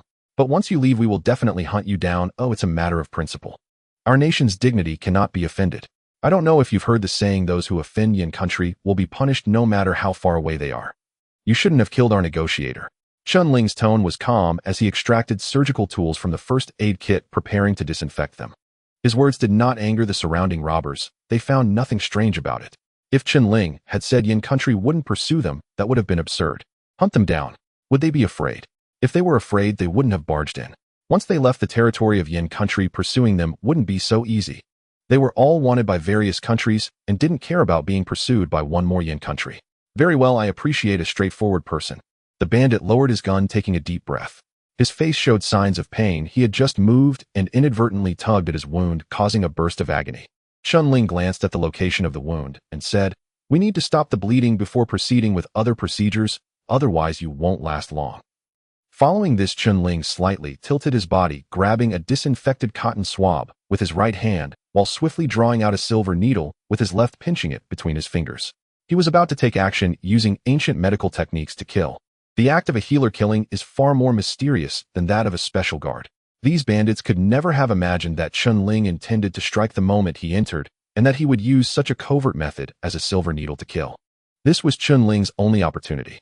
If successful, everyone would survive. If he failed, he would certainly meet Sergeant Wu, Elder Yang, and the others. There was only one chance. He had to utilize his medical skills to eliminate a few of those in front of him in an instant. In a flash, Chen Ling clamped a silver needle between his left thumb and index finger, his right hand holding a cotton swab soaked in alcohol, pressing it onto the wound of the man. Under the sting of high-concentration alcohol, a sharp pain surged through the man's heart, causing him to grunt softly as his body involuntarily shivered, about to speak and request a gentler touch. Chen Ling's left hand suddenly shot up as he shouted, "Don't move, endure it." The moment the voice rang out, his left hand landed on the man's head, and the silver needle hidden in his fingers instantly pierced into the biwi acupoint. At the moment of penetration, the man felt a chilling sharp pain in his head, and the next moment it felt as though his head would explode. His entire body, suddenly losing control, feeling his hands, his upper body, and his legs were all rendered immobile. An unprecedented fear surged within him, his heart gripped by terror. He wanted to cry out for help, but he found he lacked even the strength to open his mouth, unable to make a sound. No. He struggled desperately, but his body was completely beyond the control of his mind, showing no response whatsoever. Despair, utter despair. What on earth had this bastard done to him? He wished for the people nearby to notice the commotion, but though the few individuals glanced over, they saw nothing amiss, believing it to be the doctor's normal operation. After all, Chen Ling had said earlier not to let the man move, and that he was preparing for surgery. The fear of death engulfed him. Gradually, he completely lost consciousness, his eyes not moving at all, as if he had turned into a wooden puppet. Chen Ling's expression remained calm, and the movements of his hands did not cease. The biwi acupoint is the most important acupoint in the human body, located at the midpoint of the line connecting the top of the head and the tips of both ears, where the meridians converge. Below it lies the central nervous system. Damaging it is akin to rendering someone a vegetable. The silver needle pierced in with lightning speed, damaging the man's central nervous system, ensuring he would never awaken. This is the terrifying aspect of a healer turning into a killer. Chen Ling silently took out a second and a third silver needle, clamped them between his fingers, and shouted, "Someone come and help hold him down," and preparing to extract the bullet head. Upon hearing this, a thin, dark-skinned man immediately stood up, his gaunt figure exuding a strong aura of killing intent, clearly having taken many lives. This man held a pistol in each hand, walking over directly, his sharp gaze fixed on the employer and Chen Ling. 10 steps, 5 steps, 1 step. Chen Ling's body tensed as he adjusted his breathing. The next moment was crucial. It had to be a decisive kill, otherwise if he alerted others it could endanger the hostage's safety. Not good. The man's expression changed as he saw the employer's demeanor was off. Approaching them, he found no reaction from the employer. As a seasoned mercenary, his first instinct was to retreat and raise his gun. But it was too late. The moment he hesitated, Chen Ling had already acted, releasing his grip and swiftly grabbing the man's pistol, then turning his body and pulling the trigger. Bang! The sharp sound of the gunshot rang out. The bullet instantly pierced the man's chest at close range, penetrating his heart. A spray of blood following the bullet. The man felt a violent stab of pain in his chest, blood immediately gushing from his throat, his eyes filled with intense disbelief. He had been killed at point-blank range. I was careless. As an international mercenary, I had experienced over 30 life-and-death battles, always being the one to eliminate others, many of whom were elite members of armed forces from various countries. I never expected to die today at the hands of a defenseless medic. Unwilling. Swish. Following that, Chen Ling's left hand swung violently, channeling all his strength into the silver needle clamped between his fingers, launching it. After using a dagger to smash a grenade last time, Chen Ling had specially trained for this. Whether with a dagger or a silver needle, the principle was the same. The only difference was that the silver needle was finer and more concealed, requiring greater force. While others might struggle to use a silver needle to kill, Chen Ling possessed physical attributes 4 times that of an average person, and the explosive force he unleashed was extraordinarily terrifying. When all the force was concentrated in the silver needle, its speed surged instantly, akin to an arrow piercing through the air. Utilizing ballistic shooting skills, he controlled the trajectory of the launch, killing the enemy with ease. Of course, distance was a limitation. Through rigorous training, Chen Ling could kill from within 3 meters. At this moment, the 2 thugs hiding among the hostages suddenly heard the gunshot and were a bit startled. When they entered, they had not brought any weapons. How could they dare to act? Did he disregard the hostage's safety? But years of combat experience made their bodies react faster than their minds, and they immediately dodged to the side, but the distance was less than 2 meters. Whoosh! 2 silver needles accurately pierced the eyes of the 2 armed men, their eyeballs, exploding blood splattering the needles, directly entering their skulls and destroying their neural tissue. The 2 froze, their eyes wide open, terror etched on their faces. Thud! The 2 collapsed heavily to the ground, blood gushing from their eye sockets, dyeing the floor red, their bodies twitching several times on the ground. Until the moment their breath ceased, they could hardly believe that they had been so easily taken down by him. No, they couldn't understand how he had killed them. Both had fought their way through bloody battlefields, having killed at least 80 people, many of whom were experts from various countries. They had never imagined that one day they would be killed in such a manner. Everything happened far too quickly. The armed man guarding the iron door finally reacted, roaring in anger, "I'll kill you." He could hardly fathom that Chen Ling had taken down 4 of them in less than a minute. Wasn't he just a medic? How could he possess such terrifying killing capabilities? He had just failed to see how Chen Ling had killed his comrades hidden among the hostages. He had only seen the man raise his hand, and his 2 companions had screamed and collapsed. Such means were too terrifying. He had traveled far and wide encountering all sorts of combat techniques, but had never witnessed such bizarre methods of killing. Was he a mercenary or a killing machine? He did not know that this was the terrifying aspect of a healer's ability to kill. The small silver needle unleashed astonishing power.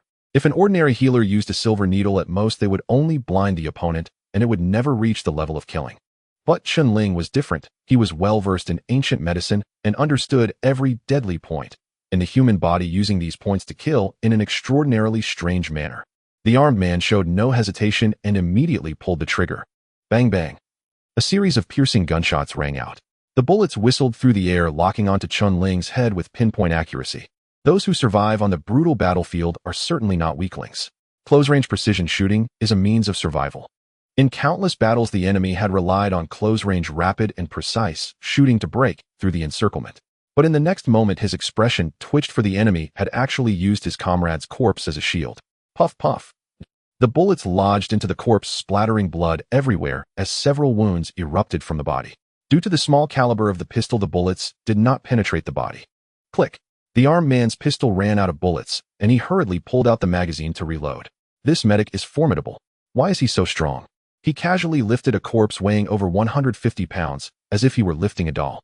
And the enemy's reaction speed was frighteningly quick. Why did it feel faster than his own shooting speed? He miscalculated. He initially thought the enemy was weak, but little did he know they were like a fighter jet in the air. How could Chen Ling possibly give him the time to reload? The gun barrel immediately emerged from under the corpse's armpit, continuously pulling the trigger at the armed man. Bang bang. Several bullets fiercely pierced into the enemy's chest, the blood staining his shirt red. The armed man's eyes reflected a look of unwillingness. He never anticipated that he would die at the hands of a mere medic. Indeed, the kingdom of Yen is the graveyard for mercenary soldiers. This place is forbidden. The armed man's body swayed a few times before he helplessly collapsed to the ground. At the moment he fell, Chen Ling's expression changed slightly, giving rise to a sense of foreboding. As the enemy fell, a hint of mockery appeared on his face, along with a trace of relief. This was very suspicious. There must be something wrong. All 5 of them had been killed. They should have felt regret and anger over their failed mission, so why were they mocking? Could there still be someone among them? How could these guys appear here without someone in contact? Thoughts flashed through Chen Ling's mind as he immediately turned around, his sharp gaze sweeping over the hostages.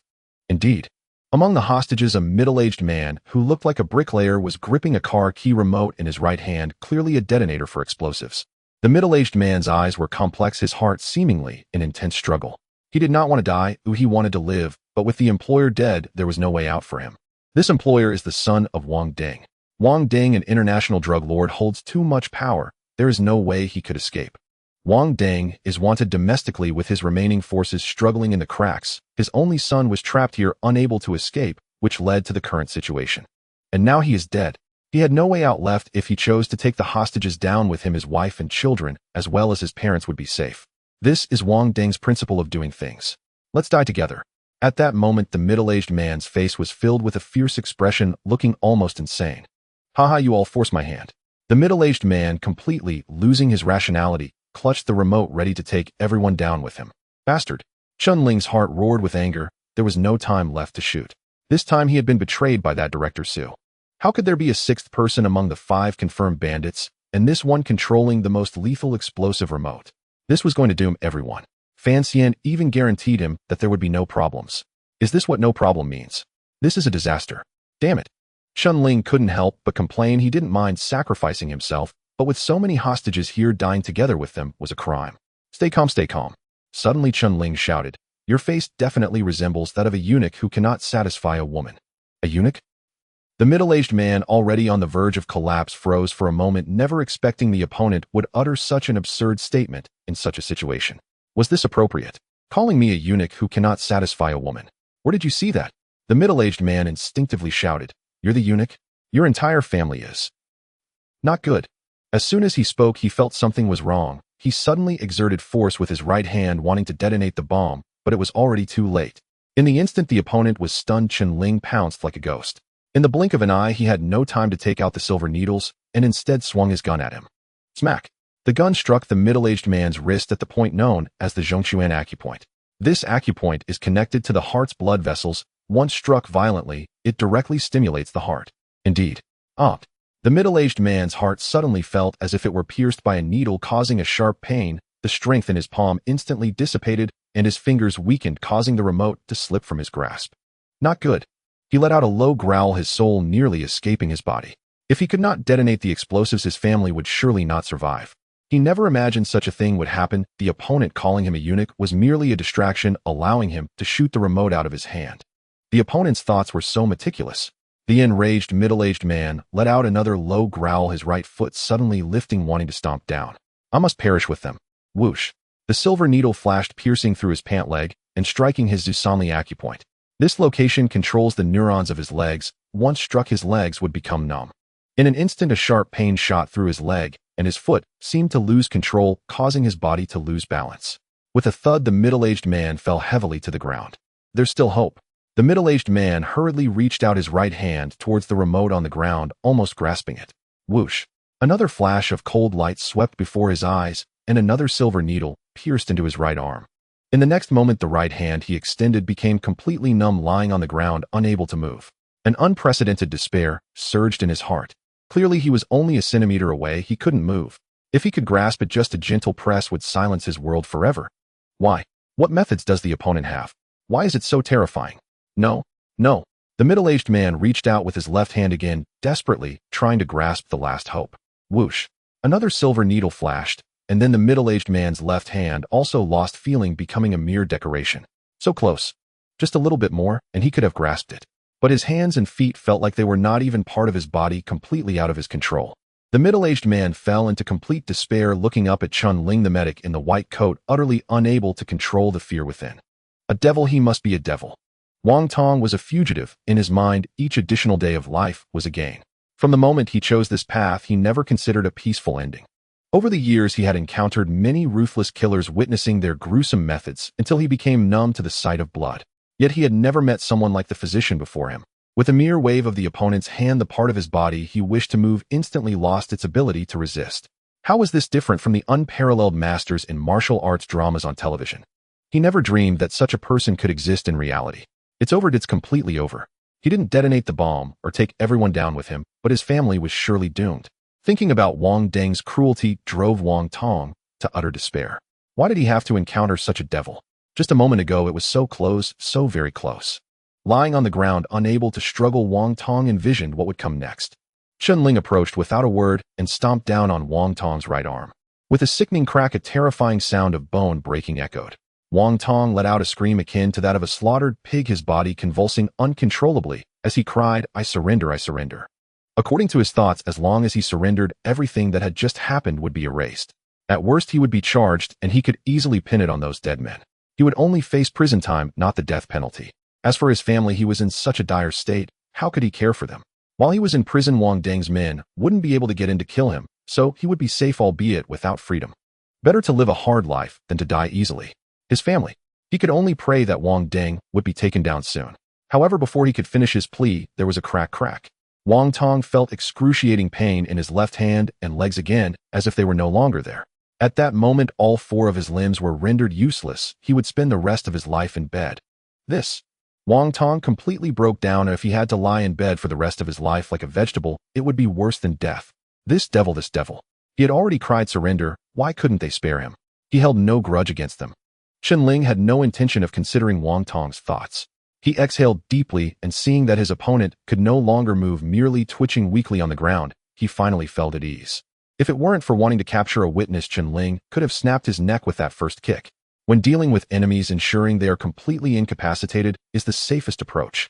The onlookers stared in shock at this sudden turn of events, as if they were numbed and had no idea what was happening. Previously, when the 5 thugs were eliminated, they thought they could finally breathe a sigh of relief and felt saved. But no one expected that a 6th thug was hiding among them, standing up with a remote control in hand, ready to take everyone down with him. At that moment, despair engulfed everyone, especially those bound with explosives. They were completely shattered. They closed their eyes in hopelessness, waiting for the explosion to tear them apart. Suddenly, a calm voice reached their ears. "It's all right, don't be afraid, I will take you out." The ones who had been waiting for death opened their eyes in despair and saw the sunny, handsome physician looking at them with a gentle smile. With no thugs in sight, had they been saved? Everyone felt as if they were in a dream, unable to believe it was real. "Folks, you are all safe," Chen Ling said again.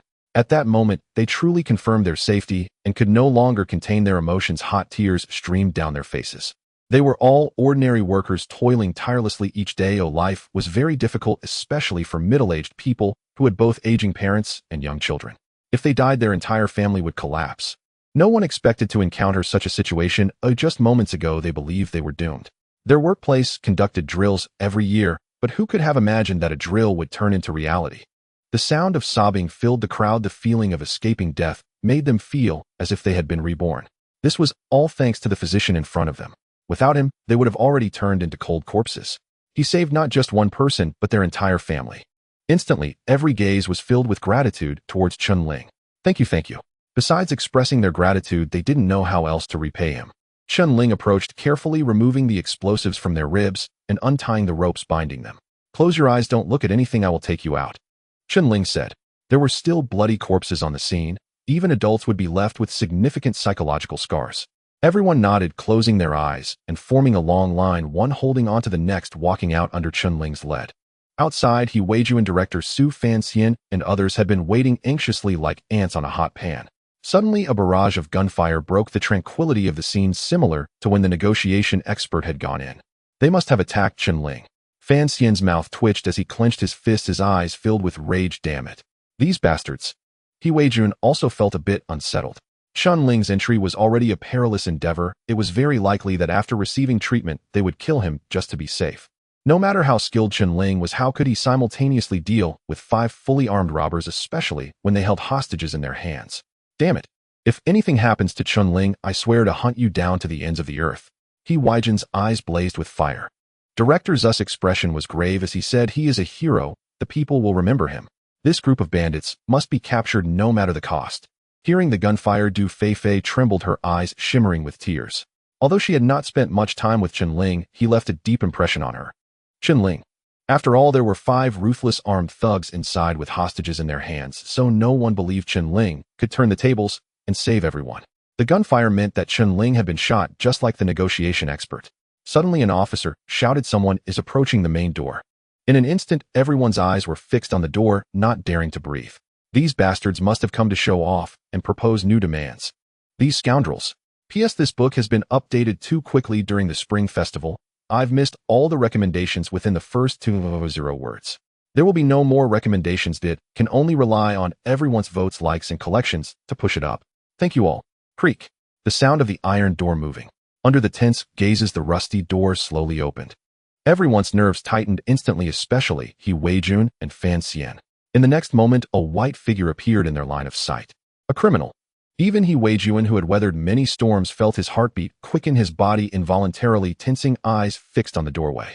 It was crucial that Chen Ling entered for rescue under such urgent circumstances. The danger level was unimaginable.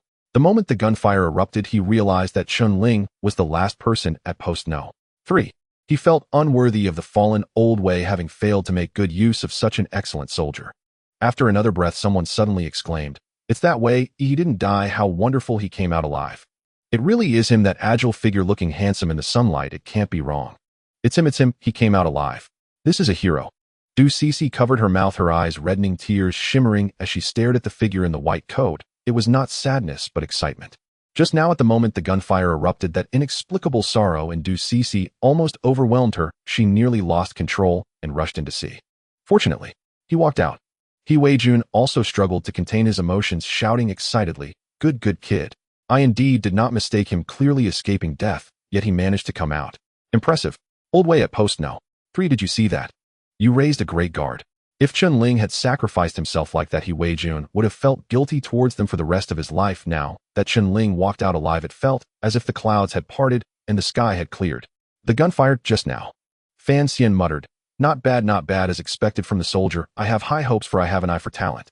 Countless images flashed through Fan Xian's mind, Chen Ling battling enemies inside, yet no matter how he thought, he could not imagine how he managed to take down 5 robbers in an instant. Because only by taking down all 5 robbers instantly could he possibly walk out safely. How did he do it? Even the most exceptional agents would not have a 100% guarantee in such situations, let alone a rookie without any experience. Not only Fan Xian, but Director Su also looked surprised. However, he was more concerned about the condition of the hostages inside. For him, that was the key. There were more than a dozen lives inside, if the others were unharmed, yet many hostages were killed.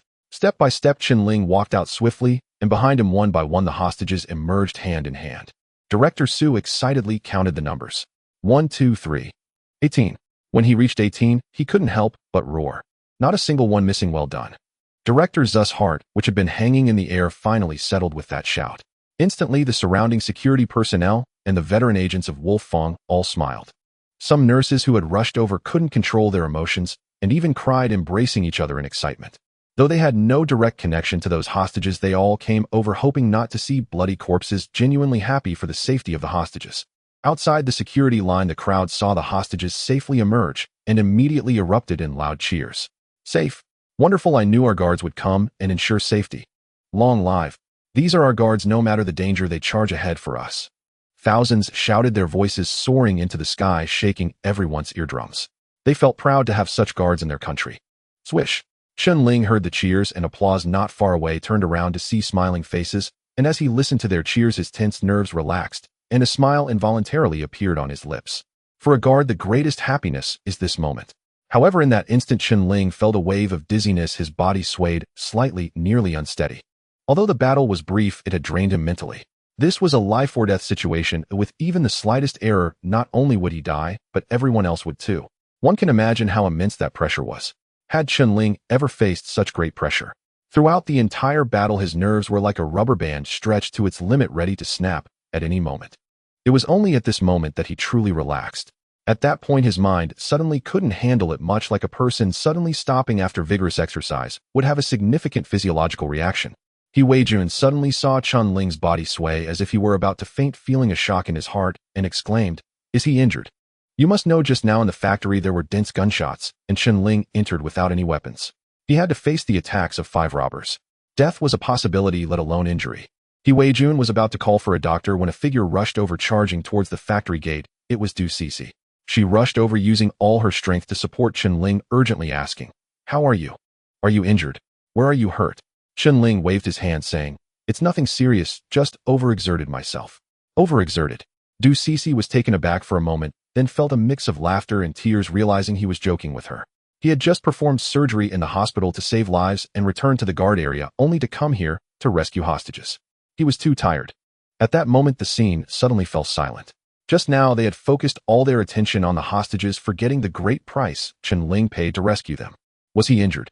Was it serious? Would there be a risk to his life? Everyone quietly watched this guard who had risked everything to save the hostages. Tears welled up in everyone's eyes again. Du Cece quickly checked Chen Ling, discovering that indeed there was not much wrong. Aside from the existing wound, there were no new injuries. This guy is really impressive, Du Cece thought to herself. You must know he faced a group of fully armed robbers that even special guards couldn't handle, yet he managed to rescue the hostages without a scratch. Is he really just a rookie participating in the special guards assessment? At that moment, Chen Ling suddenly lowered his voice and said to Du Cece, "Arrange for a vehicle to leave quickly, don't let the crowd take pictures." Du Cece was taken aback for a moment, saying, "They'll take you to the hospital, close your eyes, don't think about anything, he'll lift you onto the ambulance." Chen Ling was taken aback, not expecting Du Cece's mind to react so quickly. He saw Du Cece urgently calling to the 2 nurses beside her stretcher. Upon hearing her, the 2 nurses immediately rushed over with the stretcher, without a second thought joining Du Cece in laying down Chen Ling and swiftly lifting him onto the stretcher heading straight for the ambulance. This am not that serious. Is it really necessary to be this dramatic? I am really fine. Chen Ling felt somewhat speechless. He just wanted to leave this place quickly without attracting too much attention. How did he end up being treated like a severely injured person? Using a stretcher is too much. This CC is so unreliable. Chen Ling tried to sit up, but Weijun quickly walked over, his stern gaze fixed on him, saying, "Lie still, you're a hero. Rest well, take care of everything from here." Chief, I really am fine." Weijun ignored him and ordered have the crowd disperse. "Quickly, be careful, and don't let anything go wrong." Yes. The special security officers around quickly received Weijun's command and dispersed to swiftly evacuate the surrounding crowd. "Let's go in and take a look." Weijun turned and walked towards the factory building with Fan Xian and Director Su following closely behind, eager to know what had happened inside. Chen Ling had actually managed to single-handedly rescue all the hostages. As they hurried into the factory, they were immediately hit by a strong smell of blood. Lying haphazardly on the ground were several corpses. One of the bodies was riddled with bullets, blood gushing out and staining a large area of the floor red, while two other bodies had their heads covered in blood, as if they had been shot in the head, instantly killed. Suddenly, they noticed a wounded bandit groaning in pain on the ground. His limbs were rendered useless, exposing white bone at the joints. There's even a live one. Everyone felt a sudden jolt, their faces showing disbelief. For Chen Ling to have taken down the others was already impressive, yet he managed to capture a bandit alive. How? How did he accomplish this? Fan Xian said, "We underestimated his strength. Even if it were King Wei undertaking this task, he probably couldn't achieve it. This kid seems to have cheated." Suddenly, Fan Xian's brow furrowed as he quickly counted the numbers, exclaiming, "Wait, there were 6 bandits. What?" Director Zu's body shook, his eyes darting over and seriously counting again, his eyes widening in surprise. 5 corpses plus 1 alive indeed makes 6. What does that mean? How much has the danger level increased? Zu's back felt cold sweat running down. As an experienced officer still working on the front lines, he understood better than anyone how terrifying it was when information was unequal during a rescue. This is setting a trap for the rescue team. If Chen Ling were to sacrifice himself, and it resulted in massive casualties among the hostages. Cold sweat streamed down Zu's forehead. Before the operation, they had confirmed the number of bandits with him. If the enemy thought they were safe after taking out 5 and let their guard down. Weijun's expression turned serious, saying, "Old Su, this is a significant mistake on your part. This concerns the safety of 18 people, and a slip-up occurred. Are you purposely sabotaging your own men?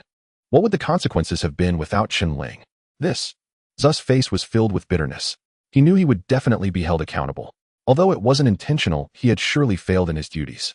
Fortunately, the hostages were safe, otherwise, even if he took off his security uniform, he would still be held responsible. Fan Xian's mouth twitched. He had guaranteed Chen Ling that the information was definitely correct. "Old Su, you're putting me in a tough spot. If it weren't for Chen Ling being so incredible ensuring the hostages' safety, while also taking out enemies, the consequences would have been unimaginable. If he weren't, his old comrade Fan Xian would have already cursed Su out." Fan Xian no longer paid attention to Su and began to carefully examine the bodies, trying to deduce how Chen Ling managed to take down so many people in such a short time. As he examined closely, he became increasingly alarmed. 2 of the victims had been shot, while the other 3 had been killed by silver needles. Looking at the sharp silver needles embedded in the bandits' acupoints and eye sockets, their heads appeared as if they had been exploded, sending chills down the spine of the battle-hardened Fan Xian. He was witnessing silver needle killings for the first time. As for the living one, there were silver needles inserted in his legs and arms, clearly injured and immobilized before being captured alive. The enemy's limbs must have been crippled by Chen Ling's brutal strikes from behind. For Chen Ling to achieve this, he must be intimately familiar with every acupoint and joint in the human body. With such close combat capabilities, who could withstand him? The silver needles were so fine that with speed they were nearly impossible to defend against. If a master like Fan Xian encountered this kind of attack, he would likely meet his end. He couldn't help but think of the invincible Dongfang Booby from Lao Yong's works. This kid truly harbors numerous secrets. Fan Xian breathed out, standing up, his eyes once again revealing a complex expression. Director Su approached and remarked, "He is indeed an exceptional talent, knowledgeable in medicine and possessing considerable combat skills. If he were in the frontline combat team, countless citizens would benefit. I wouldn't have to ask for your help, he could act directly. By the way, what's his name?" "Chen something." Fan Xian replied without hesitation, "Chen Song." After saying that, he gently patted Zu's shoulder. "Don't think too much about it. Even someone of my rank, 3 people are vying for him." Fan Xian knew his old buddy too well. There was no doubt that he was eyeing Chen Ling. Su paused for a moment and turned to look at Weijun. He indeed had the intention of recruiting him, Having such a person under his command would undoubtedly ease his burdens and significantly reduce personnel casualties. He Wei-jun snorted, clearly understanding Zu's intention. After such a huge blunder, he still had designs on my people. The live one is yours, don't waste the hard-earned results that kid fought for.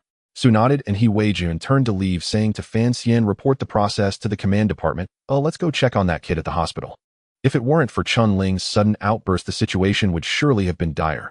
Fan Xian saluted and said, Chief, I want to discuss the assessment of this batch of newcomers with Director Su, particularly on how to improve the practical abilities of security personnel. They'll go see later.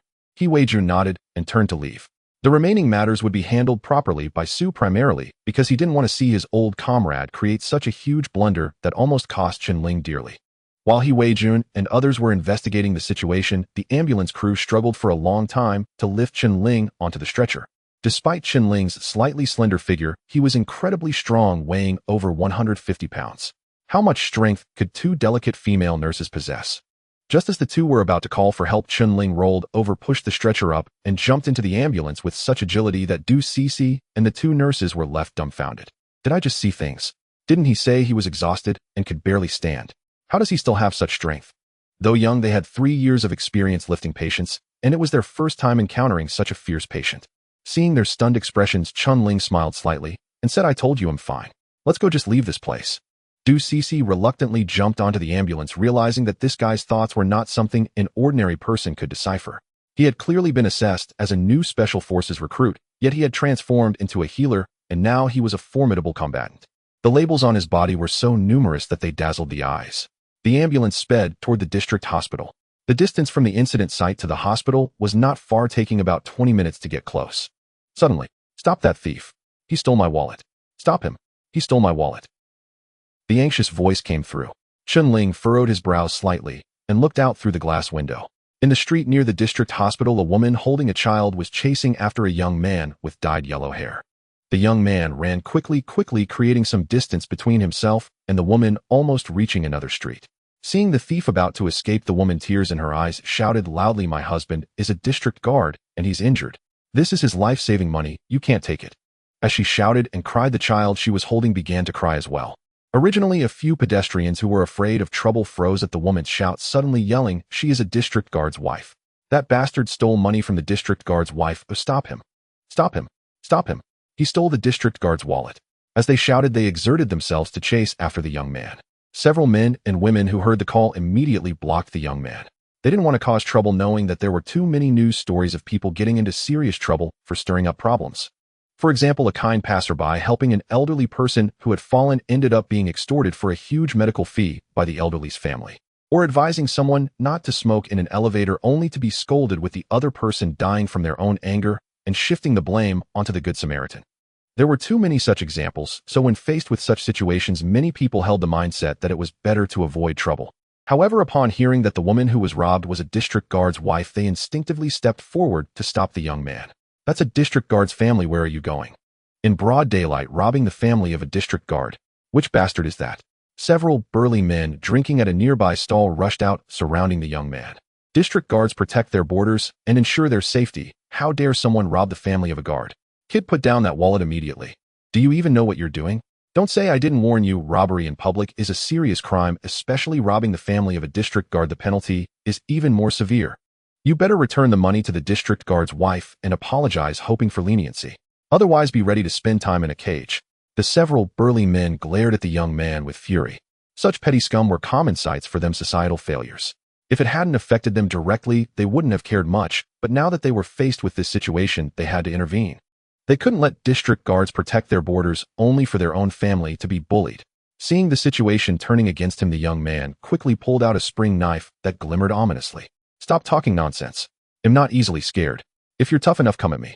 One by one, I'll stab you. I'll only be in jail for a few years. I'm not afraid. If you hurt me, you'll end up in jail too. Let's see who can outlast the other. For me, I can fill my stomach. My family won't starve.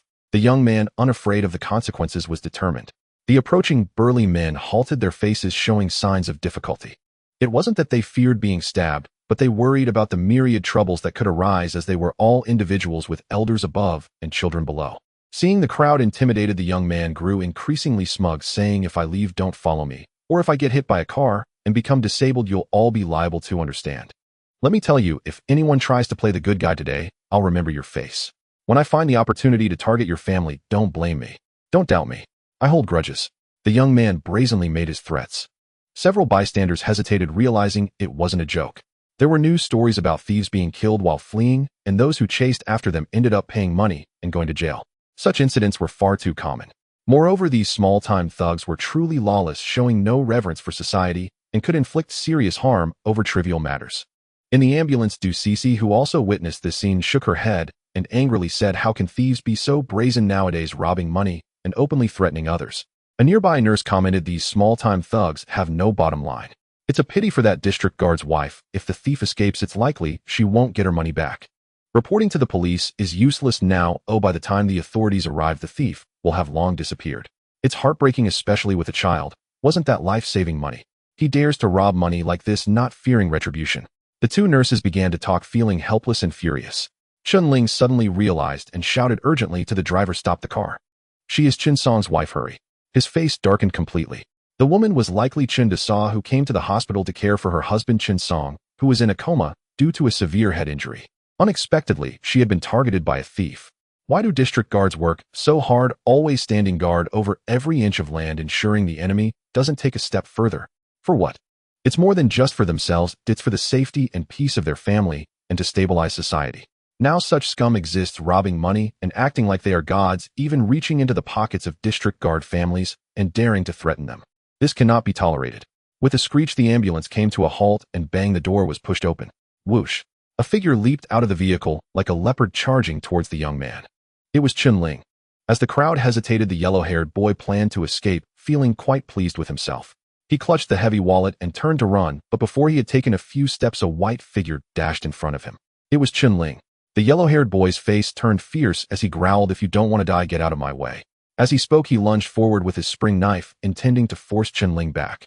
Seeing this scene, someone in the crowd exclaimed, "Be careful, get out of the way. Get back, he has a knife."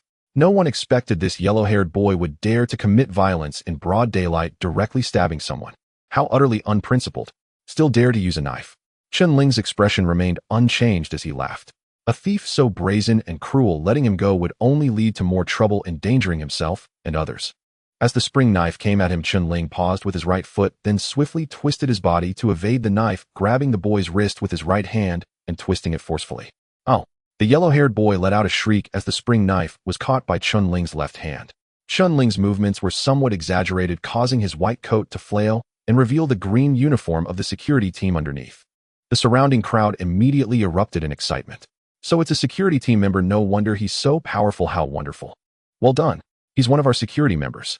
Good job, take him to the police station for robbing in broad daylight and attacking with a knife. He deserves to stay in a cage for a long time." The crowd cheered as they saw the yellow-haired boy subdued. They had hesitated to intervene earlier due to too many concerns, whether about hurting the other person or being hurt themselves. Both would bring significant trouble. Now, with the security team member stepping in directly, it was the best outcome. Seeing Chen Ling in the security uniform, the yellow-haired boy showed clear fear, but still struggled violently, shouting, "So what if you're a security team member? If you're a man, give me a stab. Otherwise, I'll make you regret it. Send me to the station. Find him not even 16. If I get through today, they'll be released." Even so, the yellow-haired boy continued to shout, glaring angrily at Chen Ling. In his view, so what if someone was a security team member? Would he dare to touch him? He wouldn't. Having mixed with people for so long, he knew that security team members were very disciplined and wouldn't easily resort to violence, or else it would be bad for them too. It was precisely this understanding that made the yellow-haired boy even more audacious. How arrogant. The surrounding crowd was furious, but felt helpless. The boy was young, and unless he committed a serious crime, the focus would still be on education, not heavy punishment. Chen Ling frowned tightly and shouted angrily, "Do you know that she is a security wife? This is life-saving money." Chen Song was still lying in the intensive care unit of the hospital. The security team would cover the treatment costs, but procedures needed to be followed and necessary nutritional expenses would have to be covered out of pocket. This bastard actually robbed a security wife in broad daylight. The yellow-haired boy felt a surge of killing intent, chills running down his back, and fear blossomed within him, but he still forced himself to speak defiantly, "Why should I care? Let me go, or I'll make sure you regret this. My brothers will definitely find you. What's so great about being a security team member? Don't let me find out where you live, or we will never let you go." Chen Ling muttered, "A person without fear is reckless. Arrogance is a disease that needs curing. The lack of fear in people's hearts is the most terrifying. Today he can rob for money, out tomorrow he could kill for money. This is a disease. Chen Ling, having mastered ancient medical skills, understood more profound ancient medical theories. Healing people is not just physical, but also mental. As he finished his last word, the yellow-haired boy felt a sharp pain in his abdomen. Looking down, his eyes widened in horror. He stabbed me, he really stabbed me. The other party had truly stabbed him cleanly and decisively, without hesitation. What the hell, is he a madman? Why did I tell you to stab, and you actually did? And you say you're curing arrogance. Is this how you cure it? Hiss, hiss. The crowd gasped in shock. They saw Chen Ling with his left hand gripping the spring knife and his right hand holding the boy, stabbing into the yellow-haired boy's abdomen, bright red blood flowing out. With a swift pull, Chen Ling withdrew the bloodied spring knife. The yellow-haired boy was dumbfounded, not expecting Chen Ling would actually stab him. Shouldn't he be more restrained as a security team member? He should have been cautious. How could he dare to stab him? In an instant, his soul felt as if it were smoking. He regretted it. If he had known this young security member was so ruthless, he wouldn't have dared to act tough. He didn't want to die. The yellow-haired boy immediately began to plead for mercy, saying, "I." Just as he uttered a word, Chen Ling thrust the second knife forward, followed by the third, fourth, and fifth. The cold blade glimmered and blood splattered. Each stab met flesh. The yellow-haired boy instantly collapsed, the aura of death enveloping him as he realized the other party intended to kill him. How dare he? But the scene before him forced the yellow-haired boy to believe it. He would die. For the first time, the yellow-haired boy truly felt fear. Although he often threatened others with a knife, claiming he would stab them, it was all just talk. Even if he were to stab someone, he wouldn't dare aim for a vital spot. Despite his bravado, he was deeply cowardly at heart. Now, as someone repeatedly stabbed him in the abdomen with a knife that he usually used to show off, he realized the gravity of the situation. "How dare you kill me?" The entire scene fell into a deathly silence, including Du Cece, who rushed over and was completely stunned by this sight. Chen Ling is finished. He's too impulsive. No matter how vile this thief's actions were, killing him in public was still unacceptable. It felt satisfying, but how much trouble would this bring upon himself? Even if Chen Ling had just achieved great merit, it couldn't absolve his wrongdoing. Was it worth it to sacrifice his entire future for a petty thug? No one had anticipated he could be so ruthless, stabbing again and again. This was about to end the other person's life. In an instant, the yellow-haired boy became a bloodied figure enveloped in endless terror, trembling uncontrollably, urinating in fear, his pants wet as he fell backward, his eyes filled with boundless fear. He had never imagined he would face such a day. Among the crowd, two companions who had come to assist the yellow-haired boy were stunned, immediately shouting in terror, "Someone's been killed, you're finished, someone's been killed." As they spoke, they retreated like lost dogs. The timid fear, the bold fear, the unreasonable. These people were the unreasonable ones, clinging on like rubber bands. But what the unreasonable fear most are those like Chen Ling, who disregard their own lives, playing by their own rules, stabbing someone at the slightest provocation. But how could he dare? He stabbed 18 times. After a moment of silence, the surrounding crowd finally regained their senses, realizing the seriousness of the situation. The young man was too impulsive, but we can testify that he acted in defense. The other party attacked first with a knife and even threatened to harm his family. But even so, this is still excessive defense. 18 stab wounds, I counted them. This indeed was reckless. What are we to do now? The people around sighed in regret for Chen Ling. They all heard that the one being robbed was a guard's wife. Even when the assailant knew this was her life-saving money, he remained indifferent. Such scum deserve to die. Guarding the homeland, our guards are the most beloved among us. Without them, where would peace come from? Where would happiness arise? This scum even robbed life-saving money. He deserves to die.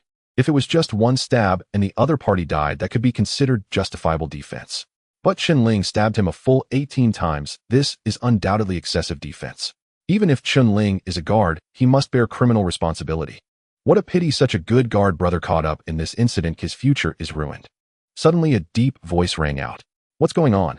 The crowd turned at the sound and immediately saw a middle-aged man in guard uniform with a star insignia of a lieutenant on his shoulder, instinctively parting the way.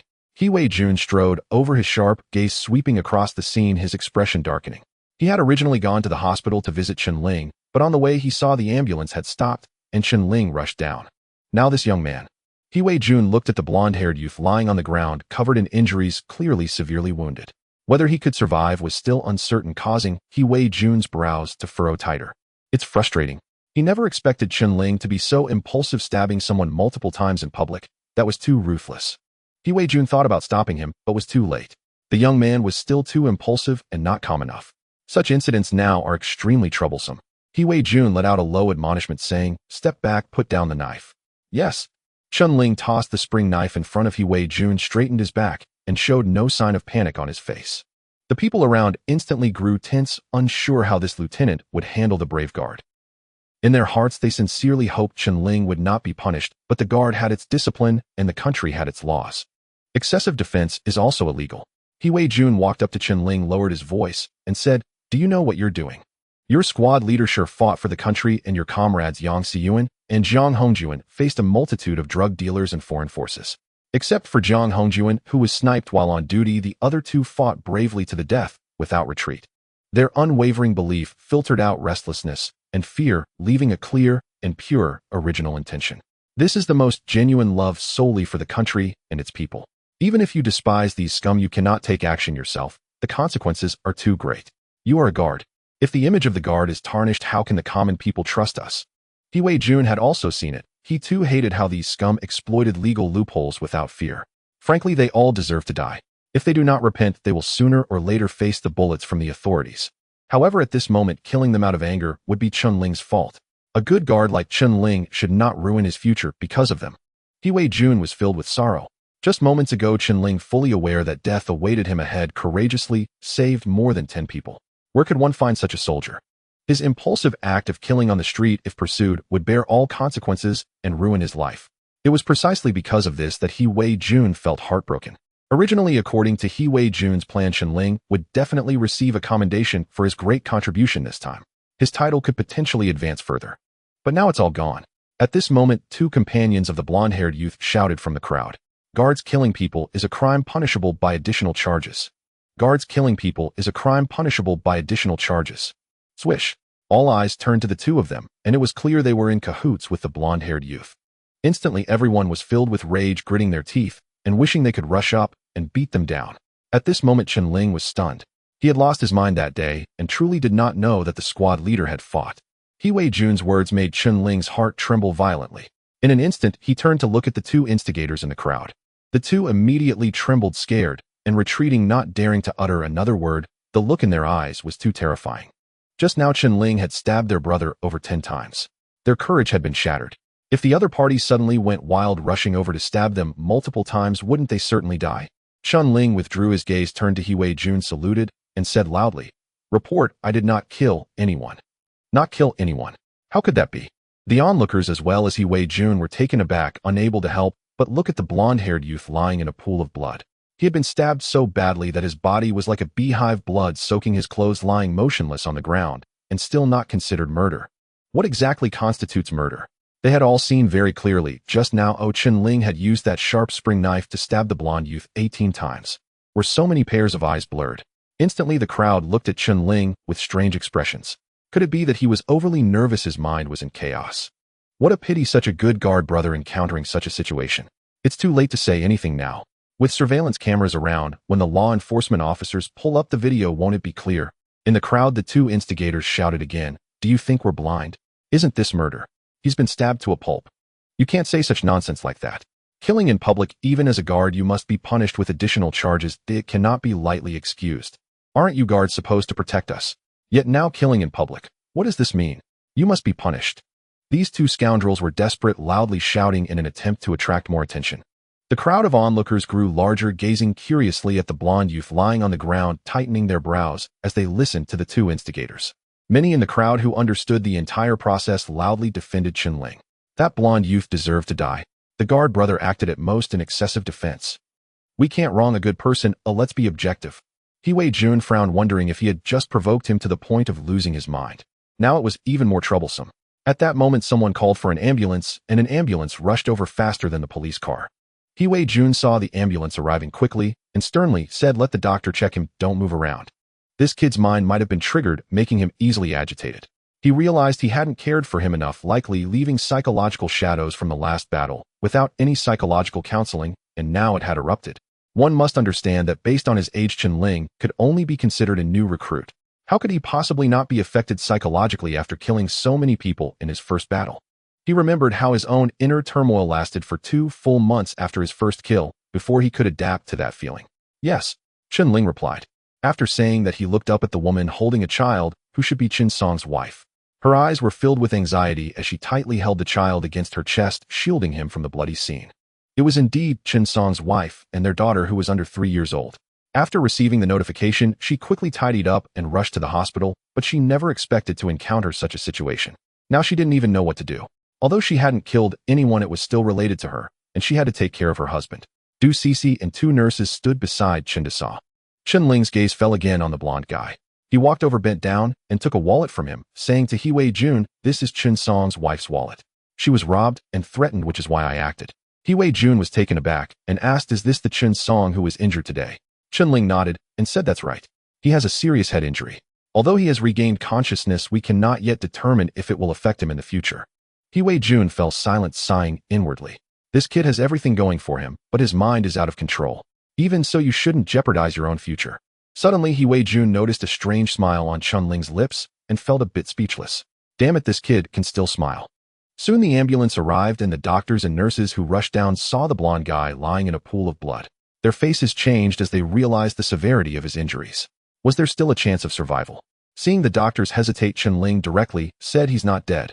You should check for yourselves. I defended against 18 stabs, but each one avoided the blood vessels and internal organs." After integrating ancient medicine, Chen Ling was extremely familiar with human anatomy. From skin tissue, muscles, meridians, bones, to internal organs, it was as if a 3D model appeared in his mind. He could accurately target any part of the body, so even though he had never held a scalpel before, he was still the top-tier surgeon. Though the blonde guy was despicable, his crime did not warrant death. Chen Ling was not reckless enough to kill him. Just as he had said before, he was treating an injury. What? Are you joking? With this kind of stabbing, you can avoid all the vital points of the human body. The doctor glanced at the victim's external condition, which was the most severe knife injury he had ever seen. It looks like a random stabbing without any pattern. It's clear you intended to kill him, yet you tell me you avoided vital points. Young man, don't be overconfident. You need to be responsible for your words. The doctor shouted, "Quick, conduct an examination." 2 nurses immediately squatted down and took out various instruments from the first aid kit to assist the doctor in checking. Pulse 79 normal. Blood pressure systolic 100, diastolic 72 normal. Heart and lungs normal. The 2 nurses continuously reported the examination data, and their expressions gradually became strange. These readings were all normal for a human. This wasn't right. Was he really just fainted from fear? Impossible, given these injuries. Could it be that the instruments were malfunctioning? Not only the nurses, but the doctor's brow also furrowed, and his expression was equally incredulous. All the physiological indicators of the injured were normal. His breathing was so steady that it seemed he had started to snore. Was he asleep? As the nurses continued to report the results, the 2 companions of the blonde guy and the surrounding onlookers all stared wide-eyed. Some gently shook their heads, murmuring, "Did I hear that wrong? Bro, what did the nurse just say? Everything is normal." It seems that's what they said, but this doesn't make sense. He is fine. They all had odd looks on their faces, feeling a bit like they had seen a ghost. Even someone like He Wei-jun, who had experienced great storms, was momentarily stunned. 18 stabs. That kid had stabbed him 18 times, and so much blood had been drawn. No injuries. This isn't scientific. The blood flowing from him wasn't ketchup. He Wei-jun took a deep breath and asked the doctor, "Doctor, how is he?" The doctor remained silent for a moment, then checked again before slowly standing up and said, "He is very lucky. It seems that none of the blood vessels or organs were injured, just a bit of blood loss. However, with any one stab, if it had been off by 0.1 millimeters, it would have injured the bones. In other words, every stab only injured the subcutaneous tissue and some capillaries. Therefore, he only has minor injuries." What? The surroundings fell silent. Just minor injuries. When the crowd heard this result, they were completely dumbfounded. Could it be a mistake? He was so injured, yet it was just a minor injury. What would count as a serious injury then? After the doctor finished speaking, he instructed the nurses to pack up the instruments. His expression remained calm, but his heart was already in turmoil. In his medical understanding, this was a miracle. These stab wounds, if they were off by even a little bit, would be fatal injuries. 18 stabs. If it were just one stab, it could still be considered luck, but to have the same outcome from 18 consecutive stabs, how could that be luck? A miracle. Just earlier, he had claimed to have avoided the major blood vessels and internal organs. Did he know that himself? Was it not luck? Could he really see all the structures inside the human body? The doctor felt that his worldview was about to be overturned. After 3 seconds of silence, the surroundings erupted. This is unbelievable. My God, to avoid vital points with 18 consecutive stabs, how did he do it? Is it really just minor injuries? Just a bit of skin damage? Wow, strange things happen every year, but nothing like this. Incredible, no, haha, that's great. So the team member brother didn't go overboard in self-defense. Haha, that's great. He Wei-jun furrowed his brow, tightly staring at Chen Ling. What kind of divine knife technique was this? Did he really have such confidence before rather than acting impulsively? His gaze towards Chen Ling completely changed, sparkling with an indescribable light, as he said, "Tell me, what was the significance of what you did? Was it to kill or to guard? If there's a next time, I warn you there can't be a next time." Chen Ling replied, "Chief, as a team member seeing the family of a team member harmed, I cannot tolerate the slightest grain of sand in my eyes. If there is a next time, I will stab again." Damn, this kid is so cold-hearted. P.S. Someone mentioned charging fees. Don't worry, this book is free to read, and the speed is reliable starting from 10,000 words. Just vote like and give a 5-star review, and during the public period you won't find a book updated this quickly. How fast?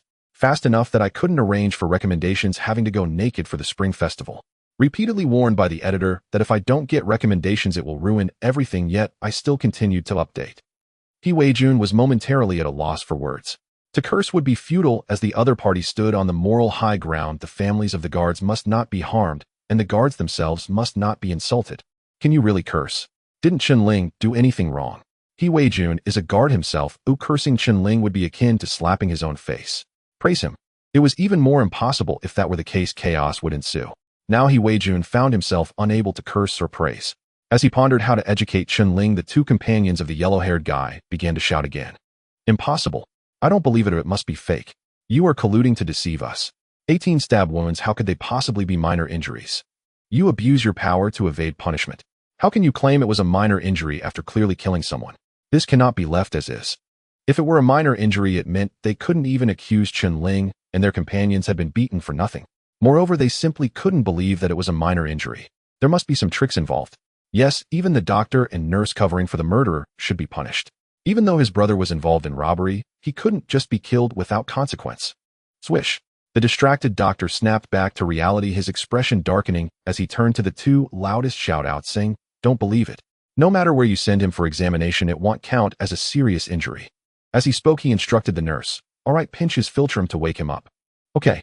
The nurse, shaking off her shock, quickly pinched the yellow-haired guy's philtrum. The doctor turned back to Chen Ling, his gaze revealing admiration, and said, "Comrade, you must be a guard, right? Your understanding of the human body is astonishingly profound. Your knife skills are akin to a chef skillfully butchering an ox, deft and precise." This doctor had been practicing for over a decade and had never encountered someone with such an intimate familiarity with the human body. His technique was nothing short of extraordinary. If on the operating table there was likely no surgery, he could not perform. Moreover, the other party was so young, probably not even 20, yet had mastered such skills. One couldn't help but admire him. Chen Ling, unexpectedly flattered by the doctor's praise, felt a bit embarrassed, but still nodded, saying, "I am indeed a guard doctor." What the doctor said was indeed correct. In this world, no one understood the human body better than him. After all, Chen Ling's ancient medical skills had reached the peak level. This ability was the culmination of thousands of years of ancient wisdom concentrated in Chen Ling. Who could compare? So the guard brother deliberately taught that scoundrel a lesson, not truly wanting to kill him. "I knew it. Our guard must have a strong sense of justice. How could he casually kill someone? That scoundrel deserved such a lesson." As the crowd understood, their gazes toward Chen Ling were filled with even more admiration. A young man in the crowd secretly glanced at his girlfriend beside him, feeling a bit anxious. His girlfriend was also studying medicine and was about to graduate from medical school. She greatly admired doctors, especially guard doctors, often saying that such men were true men. Instantly, the young man felt a twinge of jealousy. Are today's guard doctors really this formidable? Who would dare provoke someone who could stab others 18 times without consequence? No one would dare. After a dozen seconds, the yellow-haired guy lying on the ground opened his eyes just a slit. Entering his vision was still the standing Chen Ling, causing him to shudder and quickly roll over, more agile than a carp leaping from the water, and then with a thud he knelt before Chen Ling, crying out, big brother, I know I was wrong. I won't dare anymore. I've turned into a ghost. Why won't you let me go?" He was genuinely terrified to the extreme, pitiable to the core, like a lost dog devoid of its spirit, lacking even a trace of his previous arrogance. But thinking about it, it was only natural. He had been stabbed 18 times by Chen Ling, scared to the point of wetting his pants, his courage thoroughly shattered, leaving an indelible shadow on his psyche. For the rest of his life, he would think twice before committing any wrongdoing. The people around him did not laugh. If they were caught and stabbed 18 times, they would be just as terrified. But what does this mean? There is a reason for every pitiful person to be hated. As everyone regained their senses, they realized this kid was really fine. When he rolled over just now, he didn't resemble someone who had been stabbed 18 times at all. It's too miraculous. This confirms that what the doctor said earlier was absolutely true. This kid really only had minor injuries. Thinking back to when Chen Ling wielded the knife, everyone felt a chill run down their spines, realizing they had been deceived by their own eyes. It can only mean that this guard brother's medical skills are extraordinarily high. Every stab was calculated beforehand, achieving such an effect. Yes, it must be so. Suddenly the crowd surrounding him looked at Chen Ling with admiration. The two companions of the yellow-haired guy, seeing him suddenly spring up and bow, were utterly dumbfounded. What the heck? He really isn't hurt. Big brother, are you a human or a ghost? They had thought the yellow-haired guy was dead and that the doctor was an accomplice of the murderer, wanting to sue them together. Now the blood-soaked big brother suddenly jumped up, looking as if nothing had happened. The most bizarre part was that he was kneeling before the other party, begging for mercy, saying he knew he was wrong and wouldn't dare again. Can someone tell us what exactly is going on? Whoa. The sound of police sirens approached, and a security vehicle quickly arrived at the scene. Two security officers quickly got out of the vehicle. One of the officers, upon seeing Chen Ling, stood at attention and saluted loudly, stating, "Hello, comrade. Thank you for your fearless spirit of sacrifice." The officer recognized him as the hero who, risking his life, had entered the factory to rescue 18 hostages. If it weren't for him stepping up at the critical moment to successfully defuse the crisis, no one knew what kind of tragedy might have occurred. You must know that both the security personnel and the special guards that arrived to assist were utterly helpless. The yellow-haired guy, still kneeling and begging for mercy, froze for a moment, his confused gaze scanning the surroundings, and then looked at the officer, who saluted Chen Ling, feeling like he recognized him somehow. "This. I'm not dead.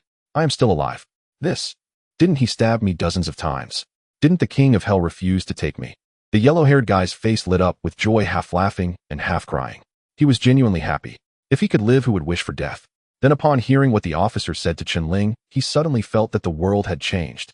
What the hell? I got stabbed, and you, as a security officer, thank the other party for being fearless. Is that how fearless you get while stabbing me? Didn't I just get released after 3 months of confinement? When did society become like this? The yellow-haired guy's mind was completely bewildered.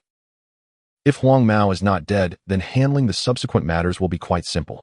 Huang Mao is a habitual offender.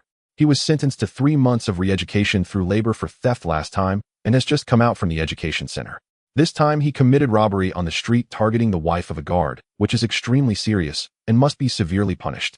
Moreover, after being stopped by Chen Ling, the assailant attacked him with a knife, which constitutes a more serious crime of wielding a deadly weapon. As for Chen Ling stabbing the assailant, the surrounding citizens stood up to testify that it was an act of legitimate self-defense. Although Huang Mao was injured, the wounds were all minor and did not hit any vital areas, so it does not count as excessive self-defense. When the forensic doctor carefully examined this point, he was completely shocked by Chen Ling's knife skills. From a very professional perspective, every wound on the victim was thoroughly examined, and not a single one was a vital injury. The precision of this control truly reached an extraordinary level. Without any assistance, the assailant was able to stab with such precision it can only be described as miraculous.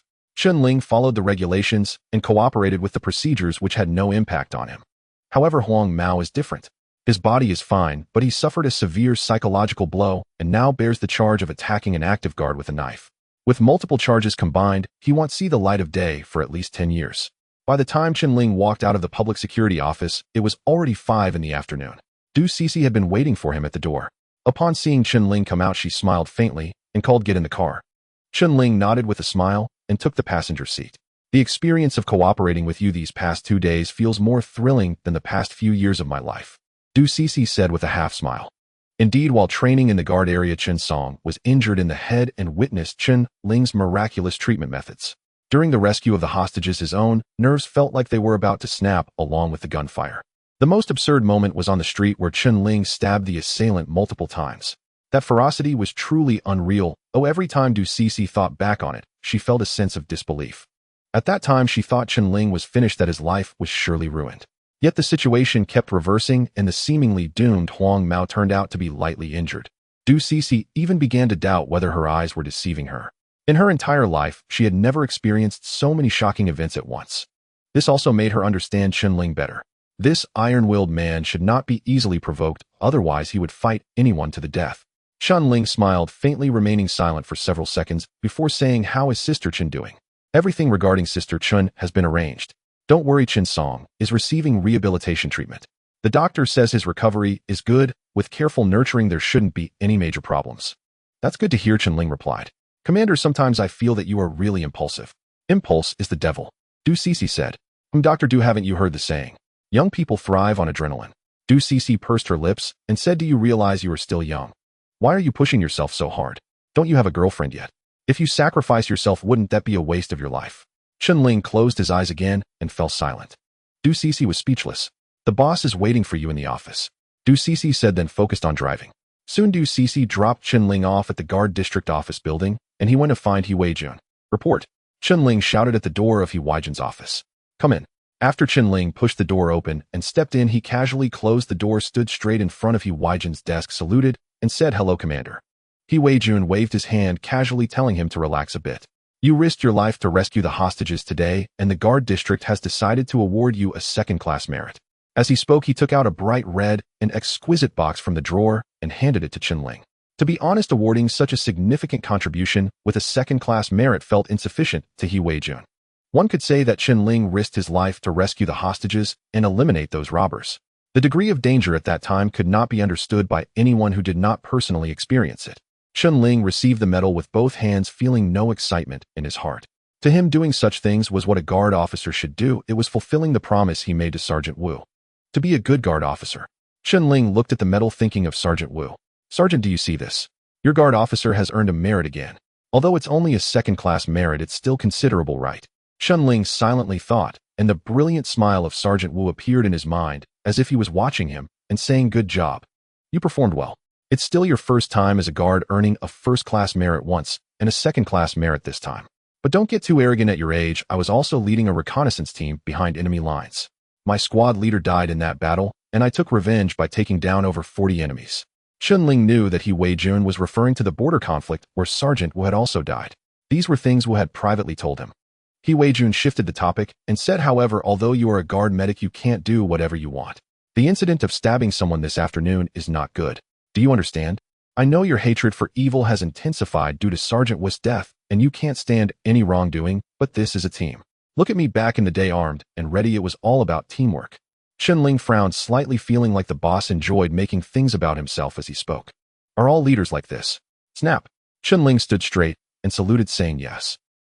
He Wei-jun's speech was suddenly interrupted by Chen Ling, who coughed lightly as if he realized he had strayed from the topic and switched to a different subject, saying, I heard that Lao Fan, Lao Shao, and Long Zhan are planning to adopt a unique selection process for special guard members because of you. I heard it was your suggestion, right? Chen Ling nodded and said yes. You. Never mind, being young and impulsive isn't a bad thing. If you want to do it, then go for it. Lao Fan's plan has already been submitted to me. He'll let you in on it. He plans to cooperate with the Public Security Department to conduct special hell training for over 300 new guards, including you. I can't disclose the specific plan, but it's quite extreme, so be mentally prepared. Lao Fan is not as simple as you think. Additionally, Director Su, you've also seen it. That guy was trouble when he was young and continues to be a problem even now. You need to pay more attention. Chen Ling nodded and said, I've indeed seen that.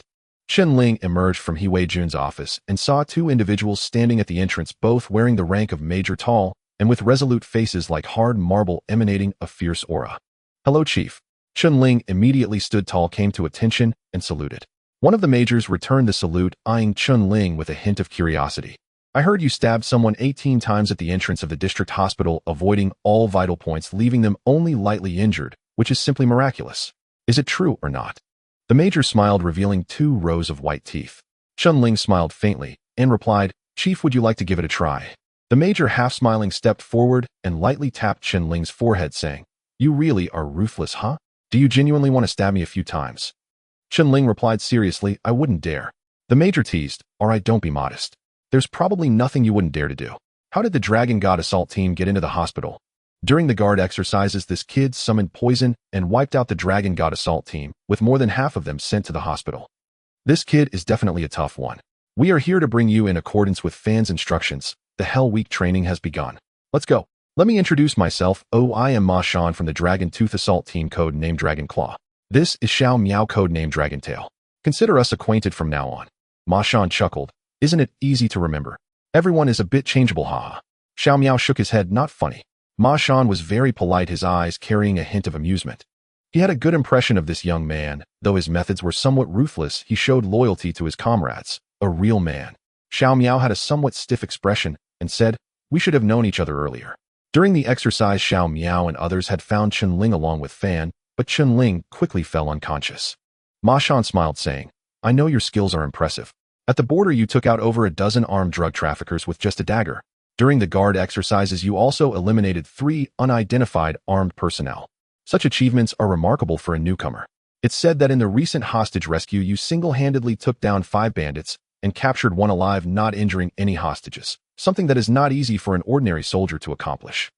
Are you interested in sharing how you did it?" Ma Shan was very well informed about Chen Ling's achievements.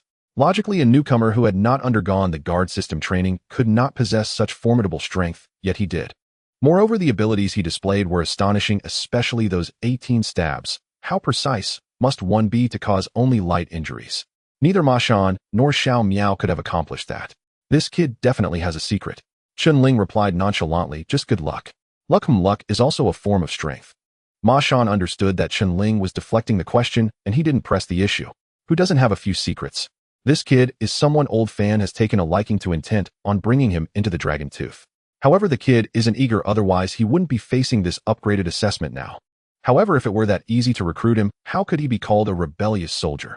Xiao Miao said, "I'm just interested in how he stabbed someone 18 times without facing any punishment. If this happened to anyone else, let alone 10 days or half a month of confinement, they definitely wouldn't get out." Chen Ling didn't explain either. Soon Ma Shan and Xiao Miao took Chen Ling downstairs and into a black business van. As soon as Chen Ling entered, he saw Fan Xian, whose smile looked as bright as a blooming flower staring at him. Additionally, there were over a dozen brothers who had come out of Hawaii, including Wang Yin, He Chun, and Tai Dan, all seated inside. Seeing everyone gathered, Fan Xian's smiling face swept over the crowd. "Let me reintroduce myself. I am the decision-maker Fan Xian, and I will be your instructor. Over the next 7 days of Hell Week, you will be appearing throughout the city. No matter where you show up, as long as you are caught by the law enforcement officers or our people, you will be eliminated. During this time, you can run, survive in the wild, disguise, and infiltrate. I won't care about your methods, just survive for 7 days. As a good person, I will give you a book." After saying that, he signaled to Ma Shan, who immediately took out a dozen books from a box and distributed them to everyone. Chen Ling, He Chun, and others all received one. The book was quite thick with the words Hell Week Special Training printed in large black letters. Chen Ling opened it and found that it indeed contained information on Hell Week, covering escape techniques, disguises, survival in the wild, and more. It was very comprehensive. However, was it useful to receive this when it was already too late, like seeking help at the last moment? They had heard that special guard training was Hansen, with experienced guards teaching newcomers directly. Now it seemed that they were just tossed a book to read. Was this called instruction? This is way too convenient. Listening to Old Fan, the upcoming activities aren't going to be ordinary. Besides avoiding the pursuit of those old specialists, they would also have to face the law enforcement officers who were laying down a net. This was clearly a plan to catch them in a trap. No wonder He Wei Jun said that the stir caused by Fan Xian's assessment was quite significant, and to be cautious he had been set up. Now it seemed that this Fan Tian Kong would not stop until he had dealt with him. Everyone flipped through the thick books, their faces revealing strange expressions. He Chen, quick-witted, exclaimed, "Report. Why are we being captured by the law enforcement officers?" Old Fan chuckled and replied, "It's simple. From now on, your photos have entered the list of wanted criminals by the law enforcement officers. Those officers are merely acting on orders from Director Su of the Security Bureau. When you get caught, it's better not to struggle too much. If you can surrender, then surrender, because they might shoot to kill. And haven't you written your wills? If you die, your family will receive compensation. Your family won't be treated poorly." After saying that, he looked at Chen Ling and said, "Don't blame the law enforcement officers for being ruthless. This kid just completed a mission taking out 6 criminals by himself, one of whom was a law enforcement officer due to an oversight. But no matter what, it proves that the law enforcement officers are not professional enough and they need to prove themselves. If you're going to be angry at him. He's the one who raised the difficulty level of this assessment." Fan Xian sighed helplessly, making it seem as if all of this was Chen Ling's fault, as if it had nothing to do with him. Suddenly, everyone turned to Chen Ling, their expressions revealing complex emotions, with many showing signs of anger. Chen Ling was speechless. Was this a pitfall designed specifically for him? Chen Ling's thoughts had not yet caught up, as a synchronized gaze fixated on him. He Chen, Wang Yin, and others were staring closely at Chen Ling. What does this mean? Weren't you supposed to be a paramedic during training, saving people? How did you run off to carry out a mission and take down 6 bandits to rescue hostages? Big brother, we all know you're impressive, but this is just absurd. Our goal is to catch up to your pace, yet the harder we try, the further away you seem to get. That's really disheartening." Chen Ling smiled helplessly. He realized that this Old Fan was truly a pitfall, much like Director Su from the Security Bureau. a bottomless pit specifically designed to trap teammates. He closed his eyes and remained silent, not offering any explanation. At this moment, silence was the best way to handle the situation. Wang Yin and the others initially wanted to ask, but upon seeing him enter a sage-like mode, they figured that given his crazy personality, asking now would likely lead to a challenge. Forget it, people have different starting points, it's best not to provoke him. When Chen Ling first arrived at Team 128, the team leader had personally shown him around to familiarize him with the environment. What kind of face is this? A new lieutenant requiring a colonel team leader to personally attend to him. What a high level of treatment. And that's not all. The team leader personally brought him to Hoi 200, directly stating to be careful lest others take them down. Hoi 200, the pride of Team 128, why did the team leader directly make such a statement? Then it got even crazier with an unlimited supply of bullets. Chen Ling could take as many as he wanted, or by the end of the month his consumption equaled that of the entire regiment. The team leader didn't say a word and shamelessly approached superiors to request ammunition supply. Who else could match such importance? No one can compare. During the special guard assessment, this guy seemed to be using a cheat code. They were just there to go through the motions and gauge the difficulty of the special guard assessment. Unlike them, each one was fighting desperately, wanting to last till the end. Now thanks to him, the assessment has been upgraded, meaning they face even greater challenges. Wang Yin murmured, "The gap between you and me is just one sacrificed squad leader." Fan Xian's expression turned serious as he scolded, "Be serious, this is a hero, how could you speak of him so lightly?" "Yes." Wang Yin shivered. After Fan Xian made his point clear, he fell silent as the vehicle sped towards the bus station. 30 minutes later, the vehicle arrived at the bus station. Fan Xian once again emphasized to everyone, "Remember, just like everyone else, you'll get off here. From now on, you are all wanted criminals. By the way, the books I've given you within 7 days while evading capture, memorize them for me. I will assess you, and if you fail, you'll be eliminated." What the hell? Is there even a way out? Which wanted criminal memorizes textbooks while fleeing? Are you trying to push people to their deaths? Everyone complained, but didn't dare to speak up. Wang Yin glanced out the window, forcing a smile, and said to Fan Xian, "Chief decision maker, at least give us some travel or living expenses. You can't just leave us to become beggars on the street, can you?" Fan Xian replied with a strange smile, "No money. You can rob a bank, after all you're all wanted criminals. If the security officers encounter you, they can shoot you on sight without warning." What the hell? Everyone's minds nearly exploded. No money, no equipment, and they had to hide like cowards, avoiding various pursuits at risk of being taken out at any moment. This is not how you treat people. Bang! The car door swung open as Fan Xian raised his hand to check the time, saying, "In 10 minutes, the security officers will start arresting people." As soon as he finished speaking, Chen and the comrades from Hoi 100 immediately bolted out, dispersing quickly, trying to hide as far as possible. No matter what Fan Xian said, the conviction in each of their hearts remained unchanged. They were determined to pass the assessment and become true special guard warriors. Soon everyone in the vehicle had fled, leaving only Chen Ling sitting still like a mountain, carefully observing the situation outside. Fan Xian, seeing Chen Ling's cautious demeanor, nodded in satisfaction. Not bad, truly deserving of having taken down 6 armed men. His mental fortitude is strong enough to maintain a calm demeanor in such situations. He was born to be a special guard. Such talent, old Fan will take him. Fan Xian smiled at Chen Ling and said, "Are you planning to stay and join Lanya directly?" As soon as he finished speaking, Chen Ling darted out like a cheetah. What the hell? Fan Xian felt a pang of heartache. Is Lanya not good enough? What is this Chen Song thinking? No, it's Chen Ling. Sigh, I keep mixing up names. I almost dug my own grave. Ma Shan saw old Fan's frustrated expression and wanted to laugh, but couldn't. Tian Yin, does this kid have a grudge against you? Did you offend him? Nonsense, when did I offend him? If anything, he's the one who offended me. It's strange, or what did I do wrong? Forget it, this time you all need to be on your toes and make sure to deal with this kid. Once he joins Lanya, there will be plenty of ways to handle him. Fan Xian spoke breathlessly. At this moment, Chen Ling was unaware that Fan Xian and the others had meticulously laid a trap ready to catch him. Not long after Chen Ling got off, he saw that quite a few similar guard business vehicles were parked around. This batch of assessments had over 300 people. The first wave eliminated 30 in the off-road test, leaving over 200, though the exact number was unknown. He quickly spotted Deng Su and others from the Longlin assault team. These individuals were very familiar with this rhythm, quickly disappearing into various corners out of sight. Before long, the crowd had mostly dispersed. Chen Ling had just taken a few steps when suddenly a female tour guide standing by a tour bus raised a small flag and shouted at him through a loudspeaker. "Hey, why are you running around? Hurry up and get on the bus. Oh, we're just waiting for you. Come on, it's time to go. Don't dawdle. You calling me, eh?"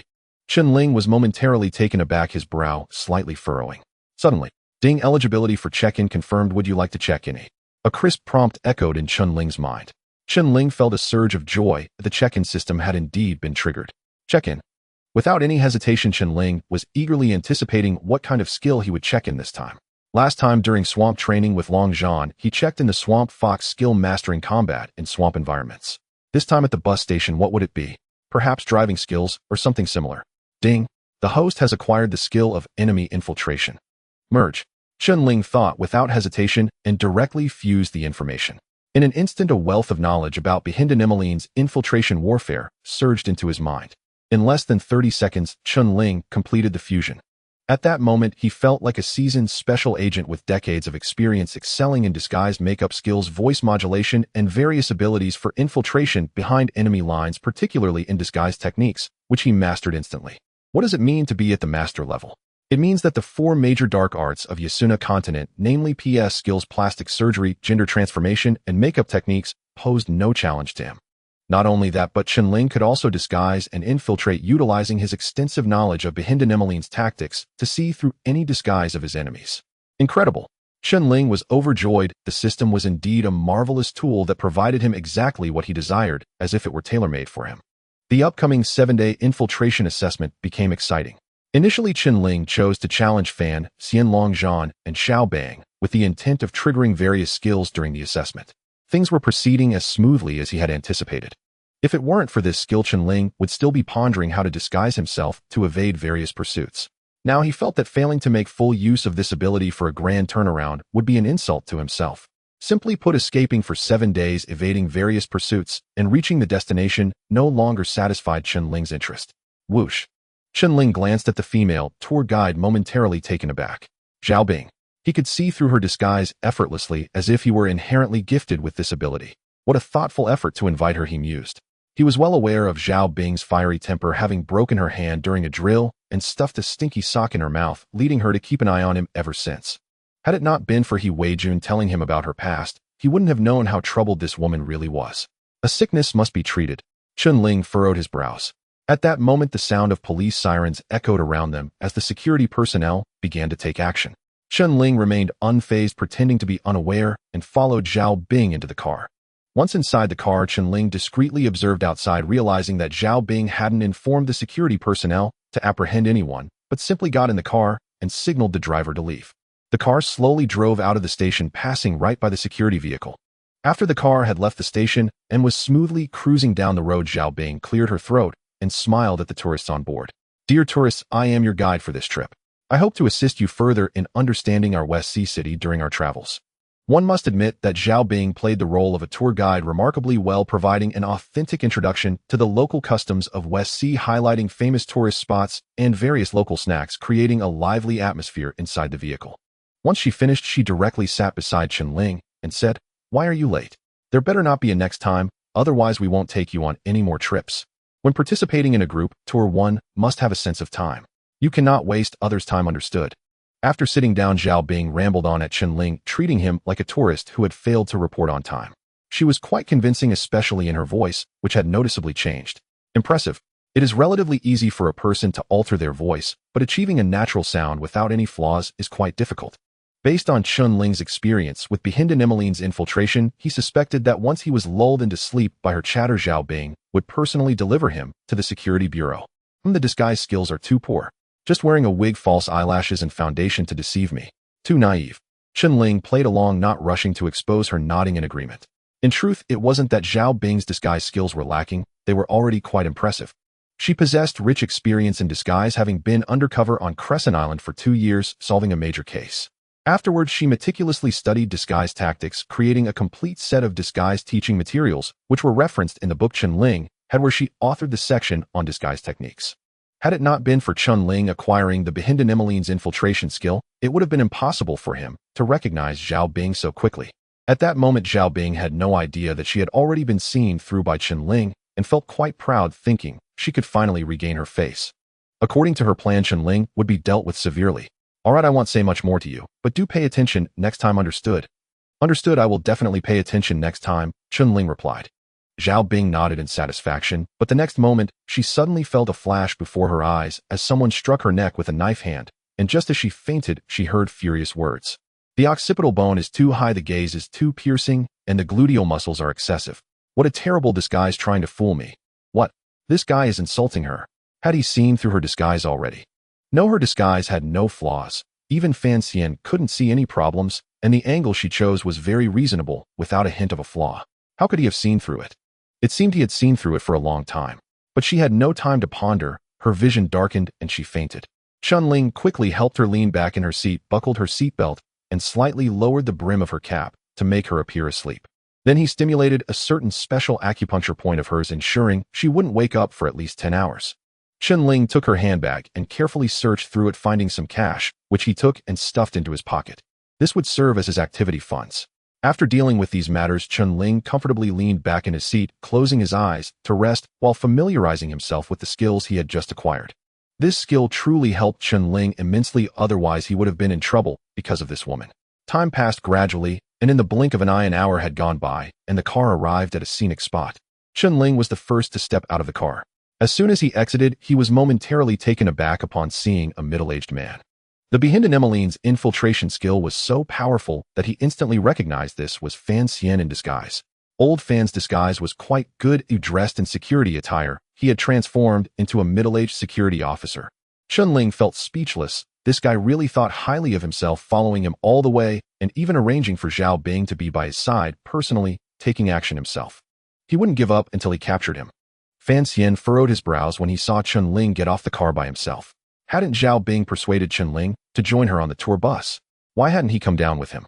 It should be noted that Fan Xian valued this warrior who had come out of the border immensely. During the recently concluded rescue operation, Chen Ling had displayed remarkable medical skills. Where could one find such a soldier? If Chen Ling were to join the Dragon Tooth, the strength of Dragon Tooth would undoubtedly see a significant boost, and it was even possible that they could surpass the Dragon God Assault Team, taking the top position of the Defense Area Assault Team. Therefore, to deal with Chen Ling, Fan Xian had put in substantial effort to investigate him. Knowing oneself and one's enemy is the key to victory in every battle. Fan Xian, codenamed Heavens, I excelled in observation, particularly keen eyesight. Through his investigations and careful observation, he could ascertain that this kid had no discernible flaws in character. The only thing he could exploit was his tendency to get close to girls. When Chen Ling was hospitalized due to his injuries, he frequently met with a young nurse. As a result, Fan Xian even conducted a special investigation into the identity of that nurse, and to his shock, what he found was startling. The nurse's name was Lin Shui, and she was actually the daughter of the richest man in Muhai City, the Grand Princess of the Shuyu Group. Her father, Lin Tian, was born a defense member, but later answered the call of the country, transitioning into business. After decades of hard work, he single-handedly established the Shuyu Group, a leading commercial aircraft carrier in the country. It could be said that Lin Tian had significant influence in the domestic business circle. A mere stomp of his foot could cause ripples throughout the entire circle. Lin Shui was his only daughter and the future heir of the Shuyu Group. However, the experiences of this wealthy girl were quite intriguing. She first entered the entertainment industry, then became a nurse, and recently left the hospital to study computer science. Additionally, these past few days, Chen Ling had been getting quite close to a female medical officer, Ducisi. Thus, Fan Xian concluded that Chen Ling, like many other young men, preferred gentle beauties, which was why Zhao Bing was disguised as a beautiful tour guide to get close to him. Had Zhao Bing failed to win over Chen Ling? That couldn't be right. Zhao Bing's disguise was quite convincing. She was young, cheerful, and attractive, fitting Chen Ling's aesthetic standards perfectly, so there was no way he wouldn't take the bait. I can't worry about that now. Fan Xian decided to take action himself. He didn't think Chen Ling would be able to recognize him. As a seasoned operative, he had infiltrated enemy lines many times. If he were recognized by a rookie defense member, would he still be alive today? Little did Fan Xian know that Chen Ling, with his skills in infiltrating enemy lines, was not only a master of stealth, but also possessed an eye for detail at a master level. To others, Fan Xian's disguise seemed flawless, but to Chen Ling it was as if he were wearing no clothes at all. Taking a deep breath, Fan Xian was aware of Chen Ling's exceptional skills and did not dare to be careless. To avoid complications, he could only resort to a sneak attack to catch his opponent off guard. After confirming his thoughts, Fan Xian discreetly approached Chen Ling. As long as he got a little closer, he could easily subdue him and then hand him over to the security bureau. This kid had let his guard down, showing no signs of vigilance. When Fan Xian sneakily glanced at Chen Ling, he found him completely unaware, which made him inwardly delighted. Old Xiaolongzhan, you think you can snatch someone from me? You're still too young.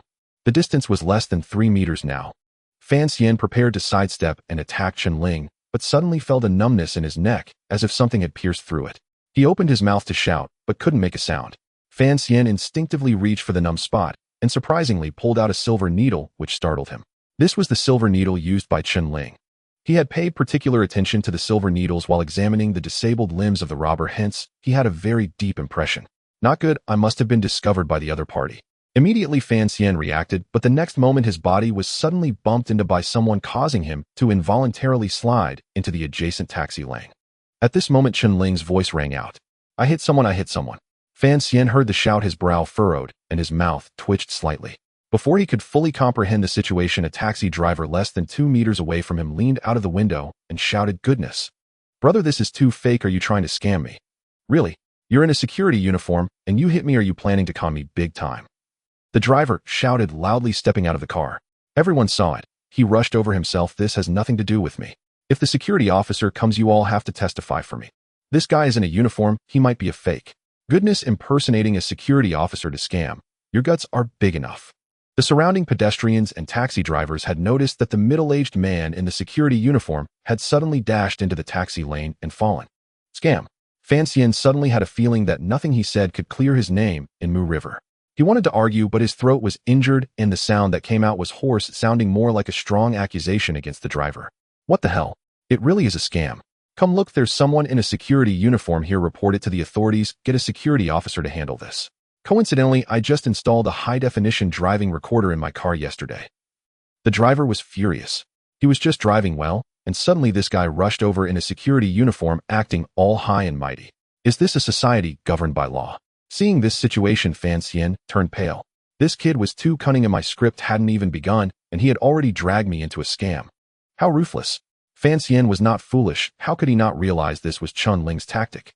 He hurriedly stood up, and a nearby security officer rushed over, eyeing Fan Xian warily. What happened?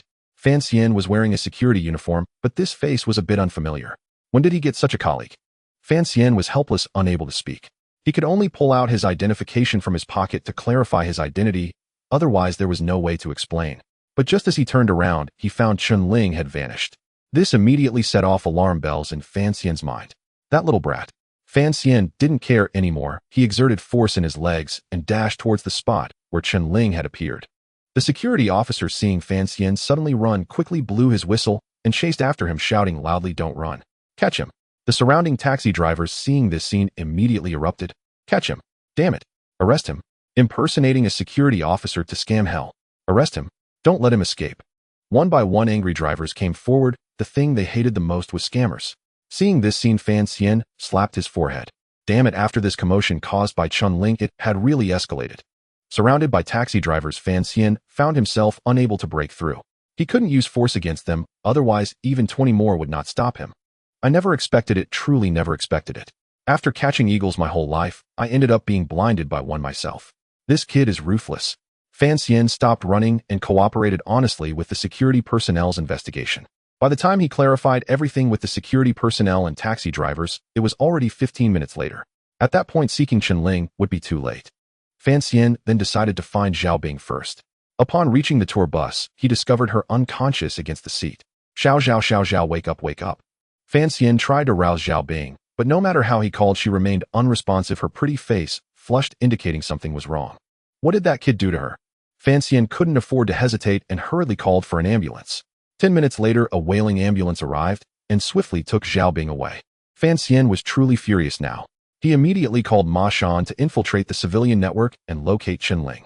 Upon receiving Fan Xian's order, Ma Shan activated the tracking system to lock onto Chen Ling's position. As Chen Ling and his companions got into the vehicle, each of them had been ensnared, equipped with a positioning device that allowed their locations to be monitored at all times. To Ma Shan's astonishment, Chen Ling managed to escape the joint pursuit of Xiao Bing and Fan Xian. This kid has some skills. It should be noted that Fan Xian, known as Tianyan, excelled at tracking and possessed extensive experience in Behinden Emmeline's operations. Ma Shan had been trained by him. He personally took action and let a rookie escape. That's unlikely. Of course, Ma Shan didn't dare to voice these thoughts to Fan Xian. He quickly locked onto Chen Ling's position and accessed the surrounding surveillance footage. When he clearly saw Chen Ling's figure, he was somewhat dumbfounded. Boss, this kid is at the People's Square eating a chicken leg and watching a dance performance. What? Eating a chicken leg and watching square dancing in the plaza? Damn. Fan Xian's face turned dark and he couldn't help but curse. This kid was outrageous. He set me up, was mistaken for a scammer by the driver, almost got beaten up, and Zhao Bing was left unconscious in the hospital, yet he was leisurely eating a chicken leg and watching others dance. Bastard. Fan Xian, whose anger was almost about to explode, said, "Get him once for me. This kid actually made me a target for scams." "What?" Ma Shan asked. "You were scammed. When did that happen?" "Get lost." Fan Xian and Ma Shan's exchange was naturally unknown to Chen Ling, who was indeed near the square at that moment. The most dangerous place is often the safest. Today just happened to be the weekend, with a particularly high number of tourists making it very lively. Chen Ling blended into the crowd, which was certainly safer than hiding in a corner. At the duty station in the square, a young guard in uniform stood alert, vigilantly scanning the surroundings. His posture was as straight as a pine tree. With the recent holiday, children and young people were setting off fireworks here. He had to ensure he would be the first to respond in case of any emergencies. The area was lively with children, young people, middle-aged individuals, and the elderly.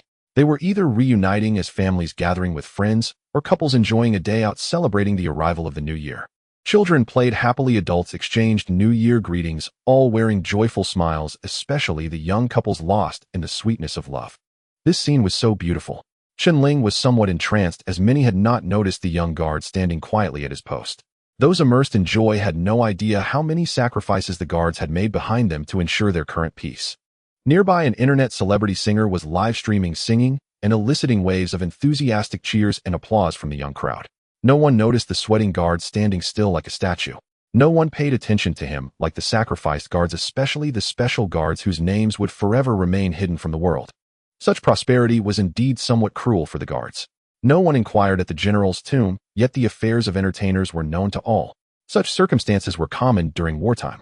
Chen Ling walked expressionlessly through the square, feeling the bustling atmosphere, yet sensing a certain disconnection. This was his first leisurely stroll in the square since his arrival in this world, experiencing its ambience.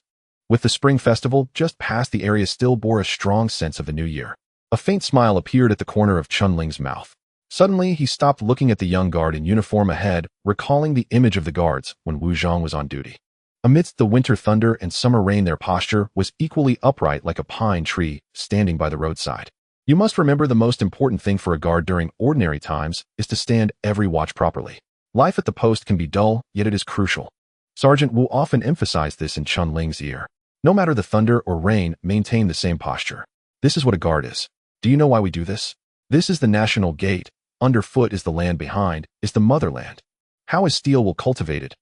It is forged through persistent effort, day by day, preferring to advance 10 steps to die rather than retreat half a step to live. This embodies such a spirit of will. This scene was so reminiscent of the past. Sergeant Wu's voice felt as if it were right in his ear. At this moment, the flow of people in the square was increasing, with hurried passers-by constantly walking past the guard. At the entrance, the guards in uniform stood tall and relaxed on duty. There was nothing unusual about it, but Chen Ling noticed a pair of elderly people standing less than 3 meters beside him, dressed in simple clothes. They were not young anymore, their hair, graying, faces wrinkled, and a bag of luggage beside them. They leaned against each other, and when Chen Ling noticed their gaze, he saw the weathered eyes of the elderly couple fixated on the young guard on duty. It was evident their eyes were moist, especially the elderly woman, whose eyes were already shedding tears, quietly watching. They did not approach to greet him, but simply watched, as if gazing at him brought them great satisfaction. Because the young guard on duty was their only son. P.S. No recommendations, just relying on everyone's support. Recommendation votes, likes, 5-star reviews, that is the only form of recommendation. Thank you all. This is their son, their only son. Since joining the guard, it has been nearly 2 years since he last visited home, leaving only 2 lonely elderly figures at home during the new year. Fortunately, they can still make phone calls to their son and hear his voice. This is the happiest thing for them throughout the year. Because they haven't seen their son for such a long time, they are almost forgetting what he looks like. They can only remember how he looked before joining the guard. However, they do not blame anyone. They had naturally prepared for their son to become a guard when he left. Their son has grown up. He is now a guard shouldering a mission, and they cannot hold him back. Therefore, they have never actively requested their son to take a holiday during the new year. However, they did not expect that while returning home for work, they would see their long-missed son standing guard here while changing buses. The old woman looked at her son, her eyes filled with love, and softly said, "You've lost so much weight. Is life in the guard very hard?" Her voice was not loud, but Chen Ling heard her clearly. Her voice trembled, and her emotions were somewhat agitated, as if she was trying to control her feelings. After all, it has been almost 2 years since they last saw their son. When he left home, he was still a fair-skinned boy, but now his face has darkened considerably and become rough, somewhat like marble. But to the old woman it seemed that her son had matured a lot, becoming steadier. At this moment, he was not crying or shouting like he did the last time he left home. The old man with his hands behind his back said calmly, "It's not that he's thin, he's become more solid and energetic. Take a good look at his frame. Isn't he a little taller and stronger than before?" Chen Ling could sense that the old man was merely pretending to be calm, comforting his wife as he tightly clasped his hands behind his back, causing his knuckles to turn white. Like his wife, he was also worried about their son. The old woman nodded and said, "He does seem to have grown a little taller. They say our son takes after you, and he really has grown. Oh, our son is now a Garda man. In 3 years he will retire, and by then he might even bring back a daughter-in-law from the guard." The old man forced a smile. Yes. The old woman looked at her son, feeling she could never look enough. They stood there quietly watching their son. They also wanted to go over and greet their son to talk to him, but they knew they couldn't. He was still standing guard, and the guard has discipline, so they couldn't distract him or affect him. With such a large crowd, he had to remain focused while standing guard, ready to assist any pedestrians in need or handle emergencies. Their son was doing real work. Just being able to see him here made them very content. Chen Ling didn't know how long they had been standing there, but his gaze never left. The iron-willed guard with a resolute face clearly had tears shimmering in his eyes, because less than 3 meters in front of him stood his parents, whom he thought of day and night. He wanted to rush over and embrace his parents, but he couldn't as he was on duty. This was his mission. In fact, he couldn't even look for too long and had to be aware of everything around him to prevent sudden incidents. His parents had aged, the wrinkles on their faces had deepened since 2 years ago, and their bodies had become thinner. They had given their all to raise him. Thus the son met his parents, yet it was as if they had not met at all. However, no matter what, their hearts were connected, warm as ever. The passers-by around them did not notice this scene. They only thought that the old couple was standing there waiting for a bus. "Chen Ling, what's going on?" At a distance of less than 10 meters from Chen Ling, Ma Shan, who was disguised, appeared, but he suddenly stopped, looking somewhat surprised. He noticed that Chen Ling had been staring intently at a single point, which was very unusual. Ma Shan was a seasoned veteran. He understood Chen Ling, a soldier with such a high psychological quality, could no longer be considered a rookie. The other party had received 2 second-class merits and 1 first-class merit in just 6 months since joining the guard. Such a record was even better than his own. Having been in the guard for so many years, Ma Shan had only received the highest medal once, a personal second-class merit. Comparing the two, he felt a little embarrassed. Just a moment ago, Fan Xian particularly reminded him not to get close to that kid, as he would not be an ordinary guard medic. He was somewhat sinister, having plotted against Zhao Bing, and Ma Shan himself had fallen for it. This kid would become a killing machine in the future. Thus Ma Shan had been very cautious about Chen Ling since the start of the exercise, not daring to be the slightest bit careless. But now he could clearly see that Chen Ling seemed to be in a daze. What could possibly distract such a strong guard? If an enemy were to suddenly launch a sneak attack on him at this moment, his situation would be precarious. Logically, soldiers like Chen Ling should not be in such a state. As Ma Shan gradually approached, he followed Chen Ling's gaze and saw a young guard on duty whose eyes were red as he scanned the square guarding the passing pedestrians. What is going on? During some special times such as holidays, many guards are reassigned to busy places to help maintain stability. There is nothing strange about that. When Ma Shan first joined the guard, he spent the first holiday at the train station. Red eyes. Strange. There must be a problem here. That kid wouldn't make such a rookie mistake. Little did Ma Shan know, not far from the guard on duty, his parents were silently watching over their only son, refraining from coming over to say a word to avoid affecting his work. Suddenly, the announcement rang out, "Dear passengers, the train to Lei City has started ticket inspection.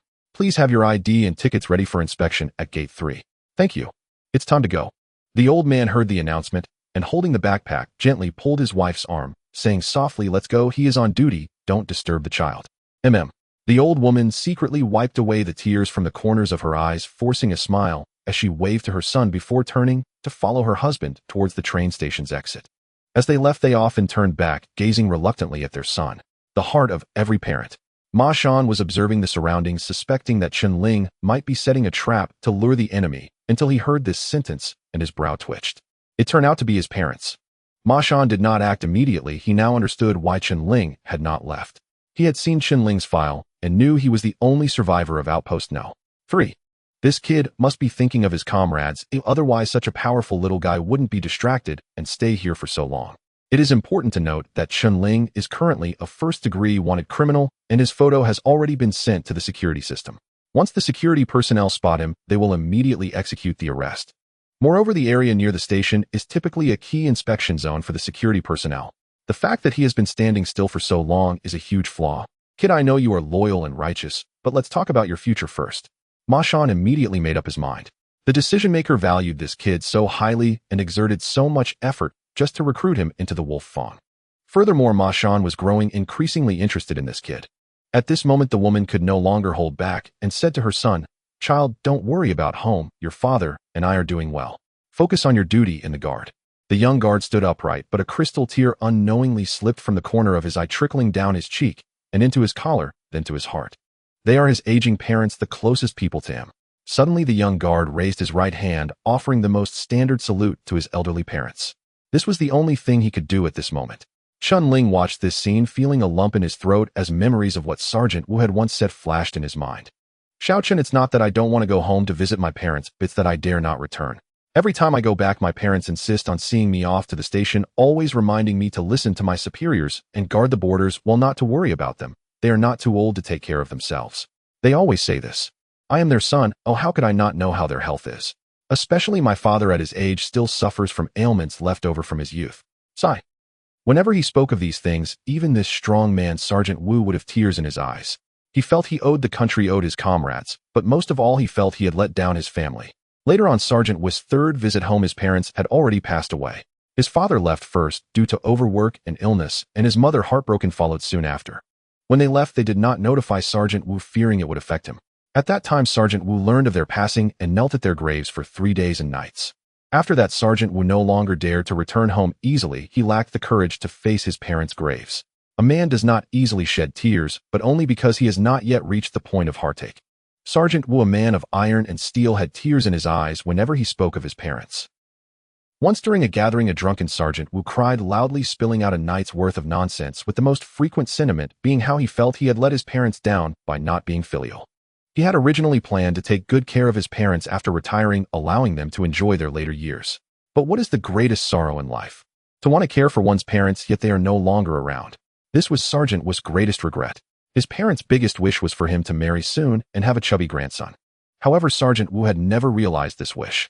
Originally, after his wife gave birth, he planned to take the child to pay respects to his grandparents, but who could have anticipated such events would occur? Sergeant Wu's experiences were still fresh in Chen Ling's mind. Today, the scene before him was so reminiscent of Sergeant Wu's past. In Chen Ling's eyes, it was as if he saw Sergeant Wu saying goodbye to his parents. Whenever faced with a sad Sergeant Wu, Chen Ling loved to sing that song for him. At this moment, Chen Ling could not help but hum softly. Cold wind swirls, leaves fall, the guard is a green flower. Dear comrade, don't think of home, don't think of mom. Day and night, I call out so many heartfelt words. Don't let tears fall during farewell. The guard is our warm home. Mom, don't worry, your child has grown up. Standing guard is to protect the country. I fear no wind and rain. Heartfelt blessings to mom. May she have health and longevity. As Chen Ling's song rang out, Ma Shan, who was about to approach him, suddenly halted his steps 5 paces away from Chen Ling. Is this a military song? Ma Shan furrowed his brow. The melody and lyrics were about guards, but why had he never heard it before? Strangely, a wave of indescribable feelings surged within him, and his nose tinged with sadness as he thought of his mother. When he left home to become a guard, it was his mother who saw him off. He came from a single-parent family and couldn't even remember what his father looked like. It was his mother who worked hard to raise him, helping him become a man of stature. Damn this song. A faint sadness inexplicably rose in Ma Shan's heart. He could not take another step forward. He felt that at this moment, to apprehend this young man would be beneath him. This song seemed to have a kind of magic penetrating his soul, causing buried memories to surge forth, difficult to contain. It turned out that after 5 years as a guard, he had not grown stronger, but had dulled his emotions. Instead, as a guard, he had buried these feelings even deeper. Guards are also human. They are not cold-blooded machines. They too have emotions and love. The love of family is the heaviest, the most unforgettable kind of love. However, when this love conflicts with national duty, he chooses to hide this love deep in his heart, making himself even stronger. Since ancient times, loyalty and filial piety cannot coexist. This song seemed to open a crack in Ma Shan's heart, unleashing uncontrolled emotions. Where did this kid learn this song? Not just him. The young guard on duty trembled slightly upon hearing the song, his gaze involuntarily shifting to Chen Ling, staring deeply at him. Mom, don't worry, your child has grown up. Standing guard is to protect the country. I fear no wind and rain. Chen Ling continued to sing, as if singing for Sergeant Wu.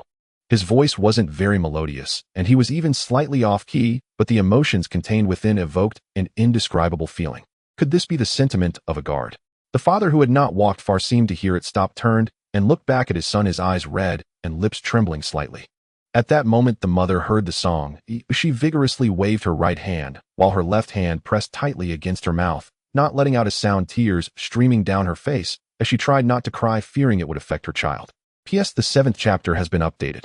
Feel free to throw your comments my way. Please help push this book forward. It's currently at the bottom of the new releases. I've heard that entering the top 10 brings recommendations. Is this the way song? It's beautiful, truly beautiful. It's my first time hearing such a lovely song, and I feel like I'm about to cry. Suddenly, I thought of my mother. The Way Soldier has hidden so much, putting away all his feelings. What we see of the Way Soldier is only his resolute side. This song has allowed me to understand our Way Soldier anew. Passers-by heard the song and slowed their steps, eventually stopping altogether to listen. They had never heard such a heartfelt Way song. This young man's singing skills were average, but his voice was sincere, carrying a certain magic that resonated with people's emotions, making them stop in their tracks. In this somewhat restless society, it is rare to hear such a beautiful song. Most of what we find online are various divine tunes and trivial songs. As such a heartfelt song was sung, it immediately touched people's hearts. The singer poured his heart into the song, and the listeners were moved. Especially when they turned to see the readied Way Soldier standing guard, and a mother nearby, unable to hold back her tears. Everyone understood. At that moment, everyone's soul was stirred and tears welled up in their eyes without them realizing it. What could be more touching than familial love in this world? Everyone has a mother, everyone has their beloved, and when faced with separation, how should one choose? The song, filled with deep camaraderie for the Way Soldiers, echoed in everyone's hearts, as if they could see an iron-willed warrior temporarily setting aside his love to shoulder his responsibilities. This is our Way Soldier, those who silently dedicate their youth to guarding our homeland. At this moment, the hurried crowd, including those far away listening to a popular internet celebrity sing, were drawn over. 1, 2, 3. It's so beautiful, 100 times better than that internet celebrity, 1,000 times better. This is the best Way song I've ever heard. Really, it's particularly beautiful. Yes, compared to those lyrics that lack meaning and just scream, this is truly touching. Come on, let's go see. Word spread quickly, and more people gathered to watch. When they truly heard Chen Ling's voice, comparing it to the internet celebrity they admired, that top celebrity probably didn't even know what they were shouting about. This is the difference. This young man simply sang quietly without any musical accompaniment, pure singing, yet it was so captivating, touching the hearts of every listener. At this moment, they fell into silence as if entering another world. One by one, they stopped, turned to look at the guarding Way Soldiers, quietly listening to the song and feeling this unique emotion. Some people had tears in their eyes, their gazes filled with complex emotions, as if their heartstrings had been touched by some invisible thread, unable to control themselves. Among these people there were children, parents, and lovers, all of whom could genuinely feel that emotion. Chen Ling sang, as if he were singing again and again for Wu Zhang and the others. He never expected to attract so many people to listen. Suddenly a voice whispered in Chen Ling's ear, "Chen Ling, what song is this? I've never heard it before, it's really beautiful." Ma Shan was deeply moved, involuntarily thinking of his mother, and then surprisingly longing for a love of his own. He kept listening quietly, not knowing why he suddenly wanted to know what this song was. He even forgot what he had come to do. Chen Ling subconsciously said the Way song in the green flowers, "I often sing it for Wu Zhang." Ma Shan replied, "Why haven't I heard it before? Did you write it yourself?" "This is the best song I've ever heard. The emotion is so genuine. Sigh, I miss my mother. It's all your fault, I haven't been so touched in a long time. Haven't heard of it." Chen Ling was taken aback. This song, the Way song in the green flowers, is quite famous among the Way Soldiers, especially during middle and high school military training, when every student would sing it. In fact, during a time, girls who could sing this song would look down on their ordinary male classmates, thinking they weren't real men. Only those who became Way Soldiers could truly be called real men. Those girls would be excited to see their instructors, often fantasizing about how their future Prince Charming would be just like that. It can be said that this song holds a very special memory for young people. How could anyone not have heard of it? When Chen Ling sang it for Wu Zhang, he didn't think too much about it. After all, Wu Zhang was quite rough and lacked artistic sensibility. Chen Ling quickly searched his mind as if entering the outpost. In the 128th Squad, the songs sung among the Way Soldiers were all about unity being strength. It seemed there was really no such song. Could it be that there is a deviation in this parallel world and many Way songs haven't appeared yet? Chen Ling's mind raced with memories. At this moment, more and more people gathered around, many taking out their phones to take pictures while others recorded the song. For them, this was a rare coincidence. Singing so beautifully and with such a touching song, they wanted to cherish this moment as a memory for the future. In fact, many young people began to entertain the thought of becoming a Way Soldier, planning to enlist this year and become one of them. This song possesses such a magic. Chen Ling saluted the guarding readied Way Soldier and suddenly turned to look at Ma Shan. Who are you and how did you get here? Chen Ling asked. Ma Shan, who had been moved for quite a while, forgot the task Fan Xian had assigned him. Ma Shan looked at Chen Ling with a speechless expression, a cold smile creeping onto his face as he said, "What do you think?" As soon as he spoke, Ma Shan, who had been on the verge of tears earlier, instantly turned hostile and lunged at Chen Ling. You must understand they were currently conducting an exercise assessment, and the two sides were enemies. If it weren't for that song, Ma Shan would have acted long ago. Would he still be waiting until now? Now that Chen Ling had discovered him, there was no need to be courteous. It was time to settle this quickly. After all, this kid Chen Ling was no simple opponent. Who knows what tricks he would pull? Even old Fan had fallen into his hands. Ma Shan was a master of close combat. If a real fight broke out, even old Fan would be no match for him. In an attack, it's always best to strike first. The latecomer suffers the consequences. First, he would deal with Chen Ling, and as for the song, that would be easy to resolve once he entered the Longya unit. Ma Shan's speed was truly astonishing, effortlessly grasping Chen Ling's right hand. Yet at that moment, Chen Ling's singing resonated once more, unaffected by Ma Shan. Ma Shan furrowed his brow slightly, continuing, or not. Gradually, more and more pedestrians around began to hear the song, stopping in their tracks to listen quietly. One by one, they became deeply immersed in that profound emotion. 1, 2, 3. The crowd gathered, increasingly all entranced, feeling the hidden sentiments of the guard. It was incredibly beautiful. It surpassed all the pop songs they had ever heard, moving them profoundly. The once bustling corner of the square suddenly fell silent, with only the enchanting voice echoing. Ma Shan felt embarrassed to interrupt Chen Ling's song. Forget it, let him finish this song. It was indeed quite beautiful. Suddenly Chen Ling moved like lightning, grasping Ma Shan's left hand, whispering, "Chief, he's on duty. Let's leave here and talk, shall we?" Ma Shan understood Chen Ling's intention and nodded. He looked at the young guard, who had cast a glance over, and together with Chen Ling raised his hand in salute before swiftly turning to leave the square. It wasn't until they left that the mesmerized duty guard snapped back to reality, realizing that the young man singing was also a guard who otherwise his salute wouldn't have been so standard. His voice had such a deep understanding of the guards. No wonder he could sing such a touching song. The duty guard suddenly stood tall, saluting Chen Ling's departing figure. He saluted the song he had never heard before, which voiced the hearts of all guards, and also honored a guard like Chen Ling. At this moment, those who had gathered to listen also regained their senses. When they went to find the singer, he had already vanished. What song is this? It's truly beautiful. Oh, I was almost brought to tears. Me too. How come I've never heard this song in the guard before? Is it a new release? Quick search online to see if it's available. It seems there really isn't. What a pity. Did anyone record it? Share it online, please. I was clever. I recorded it earlier. I'm uploading it to my account now. Everyone go follow me. Hurry up and upload. They'll definitely follow. Let's rally the power of the crowd and find out who composed this song. It's so moving. What kind of composer can write such an emotional piece? Surrounding crowds gradually dispersed, yet their enthusiasm showed no signs of waning, all discussing and listening to this song. At that moment, the top influencer singing on the makeshift stage suddenly found the audience empty. How could it be that after one trip to the restroom, he returned to find no fans left? Did he not just say he would take a 5-minute break and continue crazily after that? The fans had been cheering so wildly. Why was it now? The top influencer was feeling quite frustrated. Swish, swish. The cleaning staff began clearing the trash left behind. The influencer shook his head vigorously. Was he seeing things? How could it suddenly turn cold? This was unscientific. After all, he was a big star with millions of fans, and every live performance drew countless spectators and cheers. This time was no exception. Just a moment ago, the atmosphere had been incredibly lively, with countless fans screaming wildly, and the live stream had seen multiple waves of rocket rain. Behind the scenes, the staff had already noticed this situation and were whispering. It seems a guard song just captured a lot of people's attention. The internet is buzzing and many are searching for this piece. A guard song could attract such attention. No way.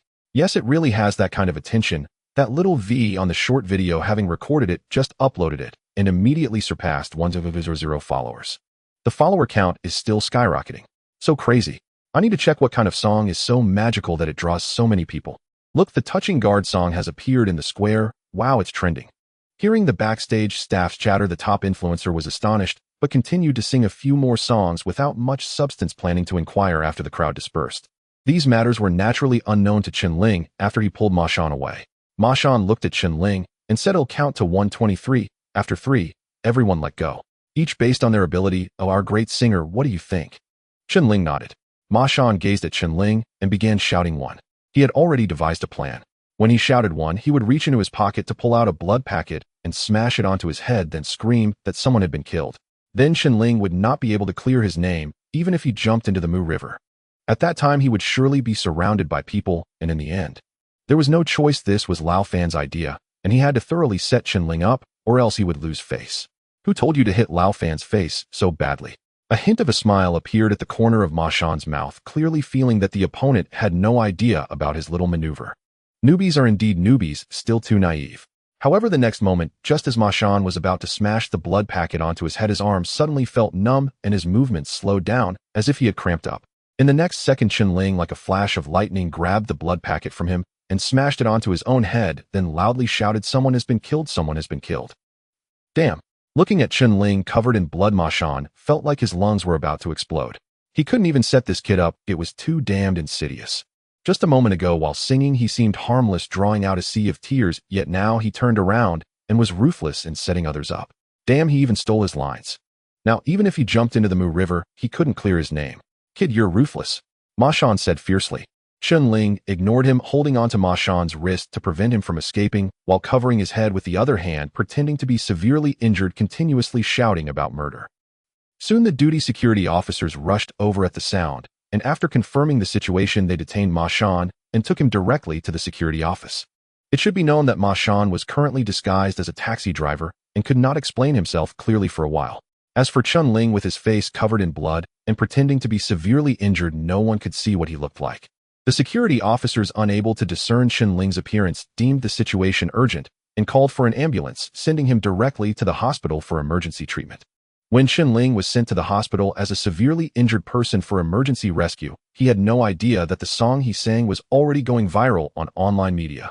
On the #1 music platform, Chen Ling's song had just been uploaded, and the online audience surged wildly, reaching over 1 million plays in just 10 minutes, and this rapid increase continued. It was a hit, a complete sensation. After listening, the online audience left comments saying that while they listened, it felt as if they could see the guards standing in the cold wind, missing their family and loved ones. One could feel the iron blood and tender emotions of the guards through the song. Even the toughest of men would be brought to tears by such a melody. They had never been so moved by a song before. The guards were the toughest individuals in people's minds, the ones they respected the most, yet they knew too little about them. They were a group of people that the public was most familiar with, yet also the most unfamiliar. When danger suddenly strikes, the first figure to appear is always them. Once all danger was resolved, these guards who fought for them would quietly leave. This is what makes them the most lovable guards. This song allowed more people to feel another side of the guards. Beneath their iron exterior, they were actually ordinary people. Soon this song topped the charts on major music websites in terms of plays and likes. Discussions about the mysterious song were continuously rising on the internet, with various social media platforms buzzing, all searching for the identity of the singer. The last gesture of respect made by the singer to the duty guard, that posture, that hand gesture, and the aura emanating from him undoubtedly indicated that he was a guard. Unfortunately, he left too quickly and no one recorded his appearance, denying it would be the fastest way to find this mysterious guard. Countless people were moved by this song strongly, wanting to know who the guard who sang it was. Any popular star or internet celebrity would be utterly overshadowed by this mysterious guard. At this moment, in the office of Director Wang Tao of the publicity department at headquarters, he personally received a young woman with a sweet appearance and a slim figure. She directly participated in the assessment to enter the headquarters arts department through her outstanding singing and dancing skills, making her a talent among talents. If Chen Ling were here, he would recognize her at a glance. The woman was none other than Lin Shui. After confirming that she was assigned to the performance team, Lin Shui secretly clenched her fist, muttering to herself, "I said I would get closer to your world, now we are on the same front." At that moment, Director Wang's phone rang, and after politely acknowledging Lin Shui, he answered the call. A communication decision call came in. Director, a guard song has caused a huge sensation on various music platforms, and many citizens are calling the main station to inquire and demand to find the singing guard. Director Wang exclaimed in surprise, "What guard song has caused such a big reaction? Calls are coming in. Send this song to my phone, I want to listen to it." The social response triggered by Chen Ling's singing was so great that it immediately caught the attention of the guard district's communication department. Director Wang was very curious about what kind of guard song could attract such attention. It should be noted that in the past, the attention given to every guard song release was only from a small group of people. After all, in modern society, there are too many cultural elements that distract many people's attention, especially young people who love chasing stars, particularly entertainment celebrities. Various tabloid news about them often becomes the focus of discussions. For example, a star secretly having a child can spark intense conversation, leaving one to wonder what is wrong with this world. Meanwhile, those who silently protect the country and contribute greatly, such as guards and scientists, remain unnoticed. Director Wong deeply felt that promoting guard culture was becoming increasingly difficult. Last time it was not easy to have a heroic guard figure appear and attract strong social attention, which elevated the image of the guard significantly. Director Wong wanted to transfer that person to headquarters, but they were unwilling, not wanting to be a public figure. Director Wong felt a headache coming on. Yes. Soon the song was sent to Director Wong's phone, and he immediately clicked to play it. As the music began, his expression changed instantly. The lyrics of this song were simple, yet conveyed powerful emotions, as if imbued with a kind of magic. The straightforward composition exuded a surge of passion, immediately captivating the listener. Having worked in news publicity for decades, Director Wong immediately concluded that this song had significant promotional value. He listened quietly, his expression becoming more and more excited, completely engrossed. He took a deep breath as if returning to the moments of his youth in frontline guards. This is the guard of Yin country, iron-blooded, indifferent, fierce, yet tender. It is precisely such a song that can represent the contemporary young guards. This is great. We must find this singing guard. We must locate him. Director Wong could not help but feel a surge of excitement. If this song serves as a starting point for extensive promotion, it will certainly resonate more greatly with society, allowing more young people to recognize the guards and even enter this great melting pot. Meanwhile, Lin Shui was listening nearby with the speaker on.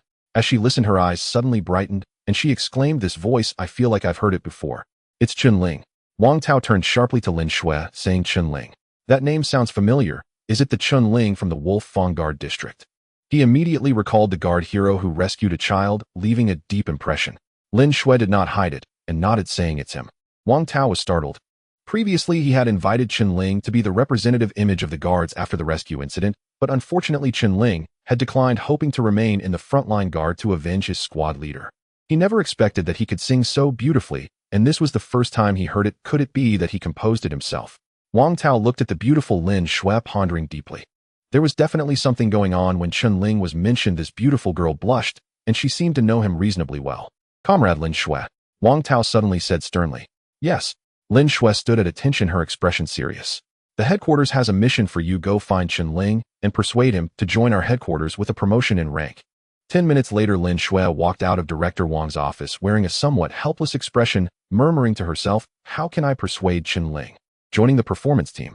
Forget it, I'll first go to the West Sea and take a look, but in such a vast crowd, how can I find him?" While Lin Shui was still pondering how to find Chen Ling, Ma Shan, who had been taken to the security office, felt utterly helpless. He had been thoroughly tricked by Chen Ling.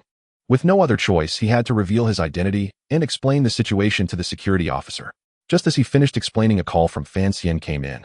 "How is the situation on your side?" "At Longwei Xiaomiao, we've already apprehended 18 people," Fan Xian said. Ma Shan felt a pang of bitterness and said, "Boss, that kid is indeed extremely cunning. He was singing in the square without a care, and I gave him a chance only to be schemed against by him." Fan Xian's tone abruptly changed, filled with anger, chiding. "What kind of joke is this? You've been a veteran for 6 years. How could he scheme against you?" Ma Shan shook his head with a bitter smile, saying, "Boss, let me tell you, this kid is not just cunning. Initially, I had planned to do it this way." He detailed to Fan Xian how he discovered Chen Ling, singing how he planned to scheme against him only to end up being tricked by Chen Ling. "This is how it happened. I was careless. Newcomers don't follow the rules, and I nearly became a murderer." Ma Shan finally shook his head helplessly. Just as Fan Xian said, he was a veteran of 6 years with extensive combat experience, yet he was played by a newcomer. It was indeed quite embarrassing. After listening, Fan Xian's mouth twitched, and he said coldly, "Longclaw, I tell you, no matter what method you use, you must catch him. Otherwise you will lose your year-end bonus this year." Ma Shan couldn't help but complain in his heart. "Damn, it's as if you can catch him, and weren't you also tricked and brought to the security office?" Unable to handle it himself, he was forcing me. The higher-ups really do press down hard. Ma Shan could only grumble inwardly, not daring to say it to Fan Xian's face. After assuring that he would complete the task, he immediately called a taxi, pinpointed the ambulance, and began tracking Chen Ling. While Ma Shan started pursuing Chen Ling in the ambulance, only Chen Ling lay on the stretcher, receiving a blood transfusion. Seizing this time, Chen Ling took out the book given by Fan Xian and began to memorize it. The behind enemy lines penetration skills that Chen Ling signed for included methods for rapid memorization aimed at helping one remember things quickly. After all, combat behind enemy lines involves a battle of wits against the enemy. One's personal combat capability is fundamental, and soft skills should not be weak. Memory is crucial, for example, observing new terrain and accurately mapping it out, remembering every detail of what he saw. All of these require robust memory. Chen Ling started memorizing, but after a while he felt a bit distressed. What on earth is written in this? Especially when he reached the section on disguise and makeup knowledge, it felt like it was written by an amateur, completely unreliable. According to what was written, could one really avoid others' scrutiny? At the very least, he could see the flaws at a glance. Too amateurish. Chen Ling flipped to the last page and saw that the author was Zhao Bing. Now it makes sense. Chen Ling wore a helpless smile, gritting his teeth and quickly memorizing this trash knowledge. In fact, it's not that Zhao Bing isn't professional. Based on Zhao Bing's theoretical level in disguise, she has already reached a top level and very few can match her. However, Chen Ling's skills in penetration behind enemy lines are so terrifying and all-encompassing that he doesn't know how many times he surpasses Zhao Bing. Simply put, Zhao Bing's disguise theory is at an elementary school level, while Chen Ling's theory is at a professor level. How can they be compared? Applied in practice, Chen Ling can easily recognize Zhao Bing and Fan Xian and see through Ma Shan's tricks. That's the difference. Soon the ambulance arrived at the hospital. Taking advantage of the doctors and nurses not paying attention, Chen Ling found an opportunity to slip away, directly arriving at the hospital building to continue studying. The position he chose was quiet, hidden, and allowed him to observe the situation below, making it an excellent vantage point for an observer. Before long, he saw a taxi pull up on the roadside across from the hospital, and a uniformed security officer got out. After a brief observation, Chen Ling realized it was Ma Shan disguised. Chen Ling frowned slightly, feeling speechless. Can you use another identity? I am a person wanted at level 1, and you're still playing a security officer. Are you so sure you can catch me? It's not that Ma Shan didn't use this identity. After all, it is convenient for doing business. Ma Shan approached the front desk inquiring about the injured person from the ambulance, but the doctor told him that the injured person had suddenly disappeared after arriving at the hospital, and they couldn't find out where he went. This kid is indeed cunning. Ma Shan was impressed. He struck hard, reacted quickly, and did everything without a leak, as if every step was carefully calculated. He must have guessed that he would come to the hospital to find him, and had already slipped away. The information seems a bit off. Isn't he a steel-straight man who does things directly? If his emotional intelligence is this high, would he still offend Director Zhao? Forget it, why think so much? No matter how clever you are, you can't escape from my grasp. Ma Shan took out the tracking device, located Chen Ling's hospital room, and went to the balcony to observe, confirming that Chen Ling must have sneaked out from here. What a daring fellow, he hasn't left yet. Ma Shan smiled slightly. Due to the proximity, the red dot could only confirm that Chen Ling was still inside the hospital. He would have to find out exactly where. Are you playing hide and seek with me? Fine, I have plenty of time. Ma Shan stepped out of the hospital room, starting to search for Chen Ling floor by floor. As Ma Shan searched for Chen Ling, he had already climbed down from the rooftop like a monkey, opened the hallway window, and quietly slipped inside. Entering the hallway, he saw Ma Shan sneaking down the corridor and quietly approached him from behind, suddenly saying, "Brother, are you looking for me?" Ma Shan's face changed drastically. He recognized Chen Ling's voice and hadn't expected him to suddenly be right behind him without him noticing at all. Without saying a word, he attempted to make a move, but suddenly felt a sharp pain in his neck as a silver needle pierced it, and he immediately fell unconscious. Chen Ling quickly caught him from behind and dragged him into the adjacent restroom, arriving in a separate room, then flipped a sign that read under maintenance. He examined the unconscious Ma Shan. His height is about the same as mine, the facial features are somewhat similar, and the 5 senses are somewhat alike, though his skin is a bit darker. However, it shouldn't be a big problem. Chen Ling murmured to himself. It's settled then. For the behind enemy lines penetration skills, I'm sorry, comrade, but you're just too handsome. After Chen Ling made up his mind, he looked outside, helped Ma Shan up again, and brought him to his previous hospital room, placing him in the bathroom before hanging a maintenance sign on the door. He quickly climbed out of the window and descended downwards. Given Chen Ling's climbing ability, reaching the 5th floor was a piece of cake, taking only 5 or 6 breaths. Once downstairs, Chen Ling headed straight for the main street outside the hospital, finding a beauty shop that sold skincare products. Following the guidelines from enemy behind penetration disguise technique, he purchased a series of makeup items, all specifically targeted, and they weren't too expensive. Of course, these expenses were naturally covered by the cash carried by Zhao Bing and Ma Shan. After buying all the essentials, Chen Ling quickly returned to the hospital, using the old method of climbing up the side wall to reach the 5th floor. This was based on the principle of enemy infiltration operations. If you can leave no trace, then do not leave any trace. Back in the bathroom, Ma Shan was still in a comatose state. Chen Ling took out all the cosmetics and began to disguise himself using the enemy infiltration disguise technique.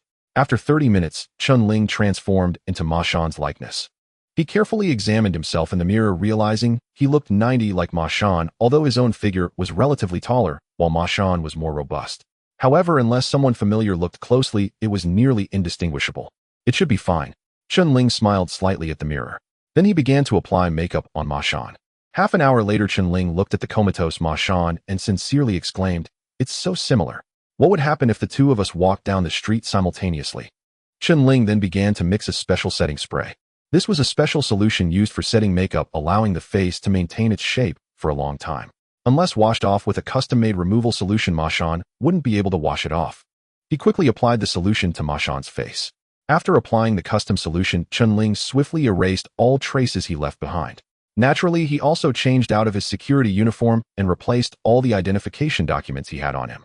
This way, Ma Shan became a perfect replica of Chen Ling. Once everything was prepared, Chen Ling looked at the still unconscious Ma Shan and said, "Sorry, but from now on you are a level 1 wanted criminal, and I am the sniper Ma Shan." 5 minutes later, Chen Ling arrived at a public phone booth across from the hospital. "Yao Yao Ling, the third bathroom on the 5th floor of the District General Hospital. I found a level 1 wanted criminal. Yes, I was scared to death." The dispatch center was taken aback, asking Chen Ling to repeat himself. After confirming the address again, he hung up the phone and bought a cup of chrysanthemum tea at a nearby herbal tea shop, sipping while waiting. In less than 5 minutes, an explosion-proof security vehicle roared to a stop. As soon as the vehicle halted, a group of fully armed special security personnel rushed into the District General Hospital. 1 minute later, the special security personnel indeed found the still unconscious Ma Shan in the 5th floor bathroom. "Captain, we found him. Look." The communication officer among the special security personnel pulled up the recent wanted criminal's photo, and it was indeed Chen Ling. In the photo, he looked sunny and handsome, nearly identical to the current Chen Ling, just a bit chubbier, perhaps from overeating. Despite his sunny and handsome appearance, he looked harmless, yet he was a level 1 wanted criminal recently entered into the system by Director Su, a very dangerous criminal at large in the city. Director Su, fearing that his subordinates would let their guard down, directly linked Chen Ling to the recent drug dealer incident. Once this news came out, the leading captain became alarmed and immediately handcuffed Ma Shan. "Damn, this guy is extremely dangerous with dozens of lives on his hands." At that moment, Ma Shan fully regained consciousness. Seeing himself handcuffed again, his anger surged. Having just been betrayed by Chen Ling, it was already frustrating enough, and now these special security personnel were adding to his misery. "What's going on? Have you figured it out? Didn't I explain everything to you? Why are you handcuffing me again?" Ma Shan glared sharply at the captain. The captain coldly stared at Chen Ling, saying, "You don't know what you've done." Ma Shan felt confused. Perhaps the special security personnel were still unaware, so he suppressed his anger and said again, "I'm cooperating with your security personnel to capture wanted criminals. I am the guard Ma Shan from Longya. My ID is in my pocket. You can take a look and understand." The captain watched as Ma Shan pulled out an ID and glanced at it. Ma Shan said, "Now that you see it clearly, hurry up and let me go." "Let you go? You want to release a level 1 wanted criminal? Are you joking? You're just asking to get shot. You think you can leave? What do you mean?" Ma Shan felt frustrated. Swish. The captain opened the ID right in front of Ma Shan's face. "Look closely. Is this person you?" The captain's icy gaze fixed on Ma Shan. Ma Shan stared at the ID, which displayed Chen Ling's photo. "How could a wanted criminal's ID be on me? I'm not him." Ma Shan was quite bewildered. These IDs were arranged to facilitate assessments provided by Fan Xian for each assessment personnel. "What trick is Chen Ling playing putting this on me?"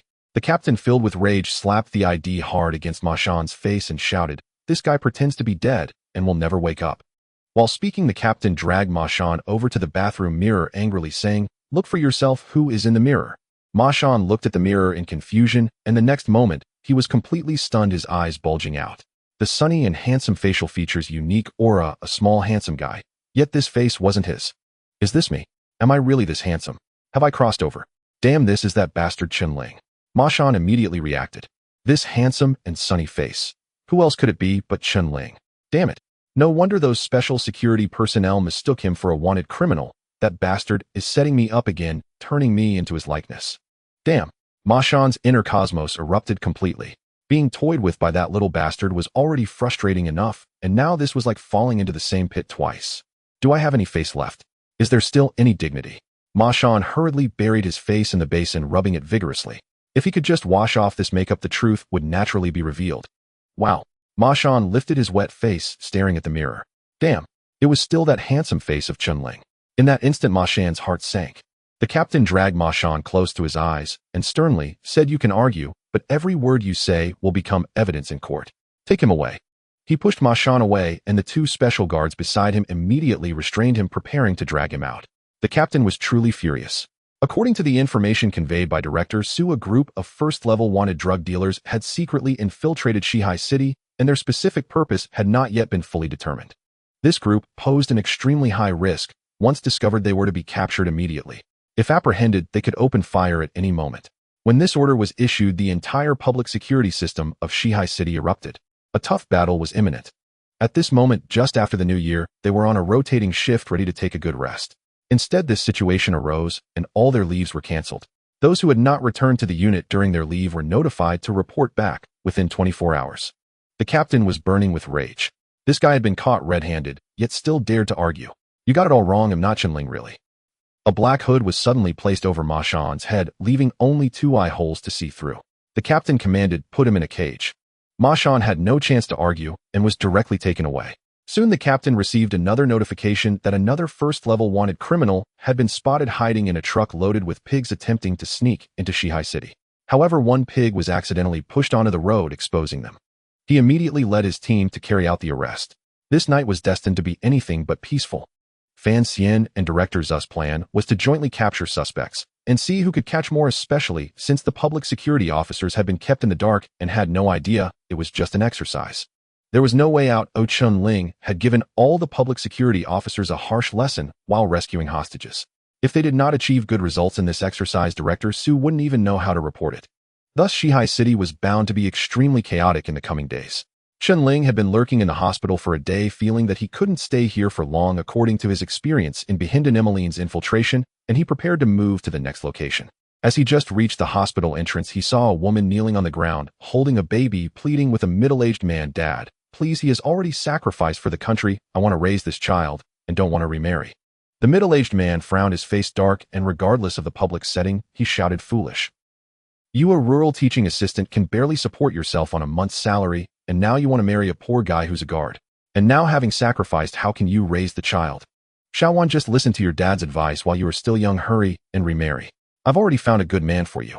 He doesn't mind that you were married before, but his only condition is that he doesn't want to help raise someone else's child. Isn't the child having a fever? Give him to me. I will definitely find him a good family so that he can grow up well. After all, I am his grandfather, and I won't treat him poorly." As he said this, the middle-aged man's voice softened a little. Even though he disliked this marriage, the child had already been born, and he was his grandfather. He still had some feelings, but compared to his daughter's future, he would rather not have this grandson. The young woman, her eyes red and tears streaming down her face, shook her head vigorously, saying, "Dad, this is my child with Weigua. He is the only bloodline of the Shi family. He sacrificed himself for the country on the front lines, and I will never abandon his child." "Foolish. How can you be so foolish? Are you going to waste your whole life for this child? You are still young and do not understand the hardships of life. Do you know how difficult it is to raise a child? Your mother and I worked hard to raise you. From the moment you were born, we provided you with the best food, drink, and education, treating you like a princess. Others envy me for having an excellent daughter who will surely find an excellent son-in-law and live a comfortable life. But what about you? So many excellent men pursued you in the past, yet you looked down on them, but you happened to fall for a guard. What future does a guard have? How many times a year can you meet? You are only 27 years old, yet you look like you are 38. Why is that? Isn't it because life has worn you down? Haven't you suffered enough these years?" The middle-aged man became increasingly agitated, especially seeing his daughter's stubbornness, his anger rising. The woman holding the child choked back her tears and said, "Dad, stop talking. I am a guard's wife. My lover is a hero of this country. Now I am a martyr's widow. I accept this as my fate. I will never regret it. This is my last plea to you. In the future, I and the child will never trouble you again." "Bastard."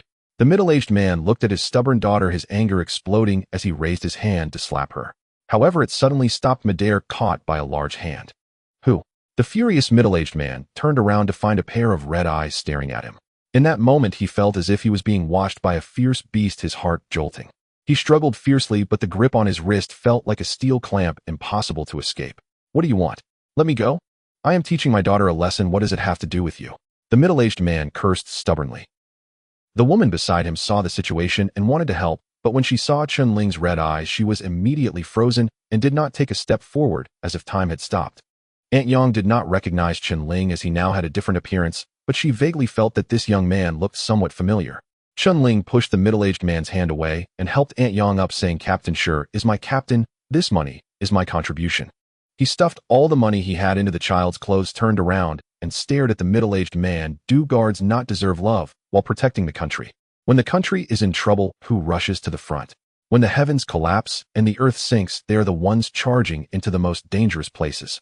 What's wrong with border defense soldiers? Without border defense soldiers guarding the national gates, do you know how many hired guards would invade and threaten your safety?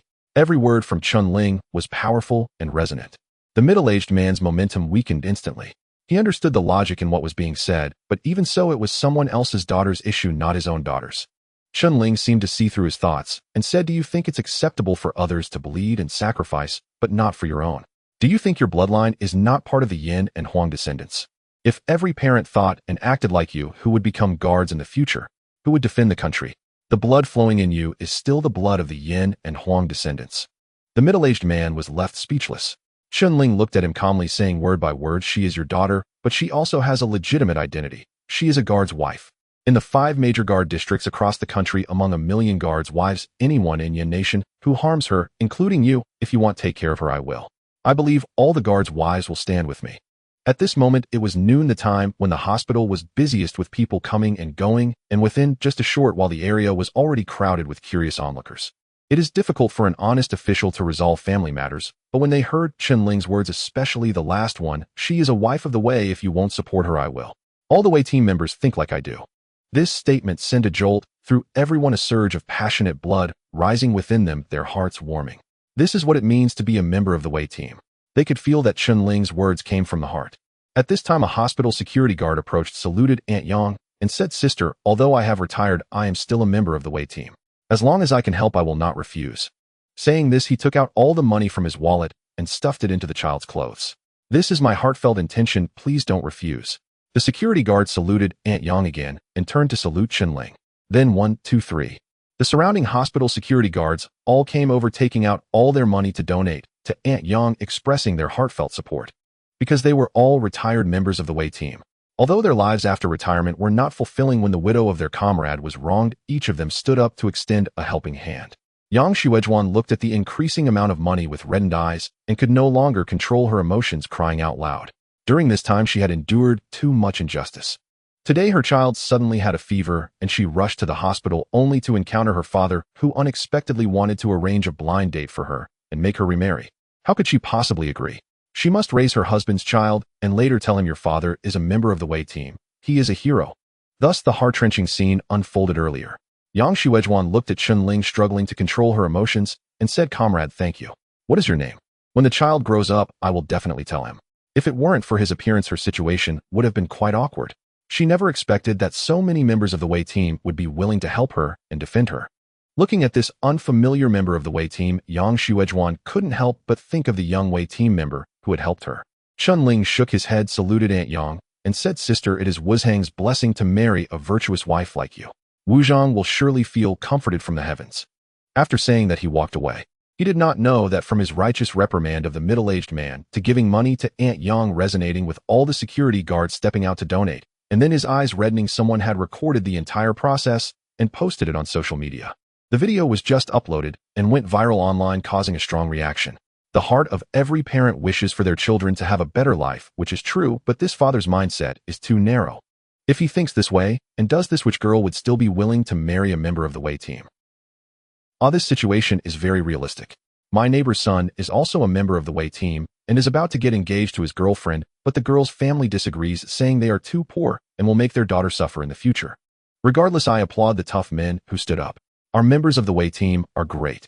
Yes, let's cheer for our members of the Wei team and for our Wei wives. Wei wives have sacrificed so much for the Wei team members, let's applaud them. Yesterday, a member of the Wei team sang a touching military song, and now we have a reedy member of the Wei team. Our members of the Wei team are truly great. A large number of comments were left below the video. Yesterday's mysterious member of the Wei team's song sparked heated discussions, and now the reedy member of the Wei team encounters his comrade's widow, reprimands the girl's father, and prompts donations on site, thus bringing another wave of discussion to the original topic of the Wei team. This is their idol, the person they should admire. The members of the Wei team are so lovable, especially when the reedy member reprimanded that father with those powerful words. She is a Wei wife, if you won't support her, I will. All the members of the Wei team think like I do. What a touching statement that is. Who is this lovely member of the Wei team? Soon another wave of calls reached the military headquarters wanting to learn more about this formidable yet lovely member of the Wei team, and also to find out the Wei wife's contact information, hoping to provide her with some additional help. This news quickly reached Director Wang, who upon receiving the information carefully watched the entire video for the first time. This member of the Wei team has a high level of awareness. Director Wang was moved by the last sentence. If he encountered such a situation, he might not do as well as the other party. Looking at the comments under the video, everyone wanted to find a reedy member of the Wei team, and there were even many women expressing their affection from afar. Who could it be? The fact that he could say such words undoubtedly proves he is a member of the Wei team. Based on this region, it is very likely to be a member of the Southeast Wei district. A hot topic has emerged in the Southeast Wei district. Director Wang thought for a moment, and immediately called Lin Shui, informing her of the situation, suggesting that she take the time to understand the matter at the General Hospital, and then decided to personally visit the Southeast Wei district to find Gao Dudu. Lin Shui had just returned to Mahai City when she received a call from Director Wang. She immediately opened her computer and searched for the related video, and indeed found a video titled "Reedy Member of the Wei Team, I Cheer For You." The views had surpassed 1 million in just over 10 minutes, and the growth rate was still increasing. She clicked on the video and was instantly captivated by its content, especially the words of that reedy member of the Wei team. Wait a minute. Lin Shui paused the video, staring at the other party's reddened eyes, her heart suddenly trembling. While others might not recognize it, she could see clearly. This is Chen Ling's gaze. But it doesn't look like him. How could he have disguised himself? I need to go check it out. Lin Shui happened to be near the General Hospital. She checked the time. Not long had passed since the video was published, so she got up to head to the General Hospital. She used to work as a nurse at the General Hospital and wanted to visit her former colleagues. Just as Lin Shui arrived at the hospital entrance, she happened to see that reedy member of the Wei team walking out. His figure was similar, his gaze the same, his aura identical, even his walking posture matched. The only difference was their appearance. It's Chen Ling. Just as she was about to excitedly rush over to greet Chen Ling, a middle-aged man next to her grabbed Chen Ling's hand and said, "Why did you come here, you brat? You are being ungrateful. I'm exhausted from trying to catch people like a dog, and you are here doing good deeds like Uncle Lei and even trending online." This furious middle-aged man was actually a member of the Wolf Fong sniper team in disguise, taking on the AB role with Ma Shan, known as Longwei Xiaomiao. P.S. A new day daily request for tickets, free books. This is the only way to climb the rankings. Ma Shan suddenly became unreachable, and Fan Xian was furious. Xiao Miao had been searching for Ma Shan all night without any luck until he saw the trending topic that revealed this guy was causing a stir at the hospital by making donations. Just as he tracked those rookies to the vicinity, he rushed over immediately. "What the hell is going on with you? You can donate money, but why are you acting all high and mighty? Is it an eye disease? What about my squad leader? Weren't you the soldier brought out by the commander? When did he sacrifice himself?" Xiao Miao grumbled, starting to suspect that this guy had been possessed by a soul, otherwise how could he say such nonsensical things? He couldn't see that the Ma Shan in front of him was a fake. This is the terrifying aspect of infiltration and disguise. Xiao Miao and Ma Shan had been comrades for 6 years, eating from the same pot, sleeping in the same dormitory, training together. Yet he hadn't noticed anything unusual about Ma Shan. Chen Ling watched the complaining Xiao Miao and secretly breathed a sigh of relief. Infiltration and disguise truly were impressive. Earlier, when Xiao Miao appeared outside the hospital's main entrance, Chen Ling had recognized him right away and also noticed Lin Shui approaching. To his astonishment, he saw her face subtly change, realizing that she had recognized him. If an old guard like Xiao Miao hadn't noticed, yet Lin Shui, a girl without any professional training, could recognize him, it indicated her keen observational skills. In fact, Lin Shui recognized Chen Ling not because she noticed anything different about Ma Shan, but because she was so familiar with Chen Ling that she could recognize him even from his shadow. There's no helping it, Lin Shui cared so much about Chen Ling that there was no one else like him in the world. Chen Ling grinned, imitating Ma Shan's voice and tone as he said, "The communicator had a glitch. That guy was hard to deal with, but I still managed to send him to the Public Security Bureau. The commander can rest easy now. As for the donation, wasn't it just a coincidence? I spoke on his behalf, so please help me explain it later." Xiao Miao nodded and said, "So that's how it is. That explains it. But why aren't you explaining it yourself?" Chen Ling chuckled and said, "Isn't my girlfriend here to find me? I need to spend some quality time with her. Bro, please help me out a bit. I appreciate it." Xiao Miao stared at Ma Shan in astonishment. "Girlfriend? Wow. When did you get a girlfriend? How come I've never heard you mention it before?"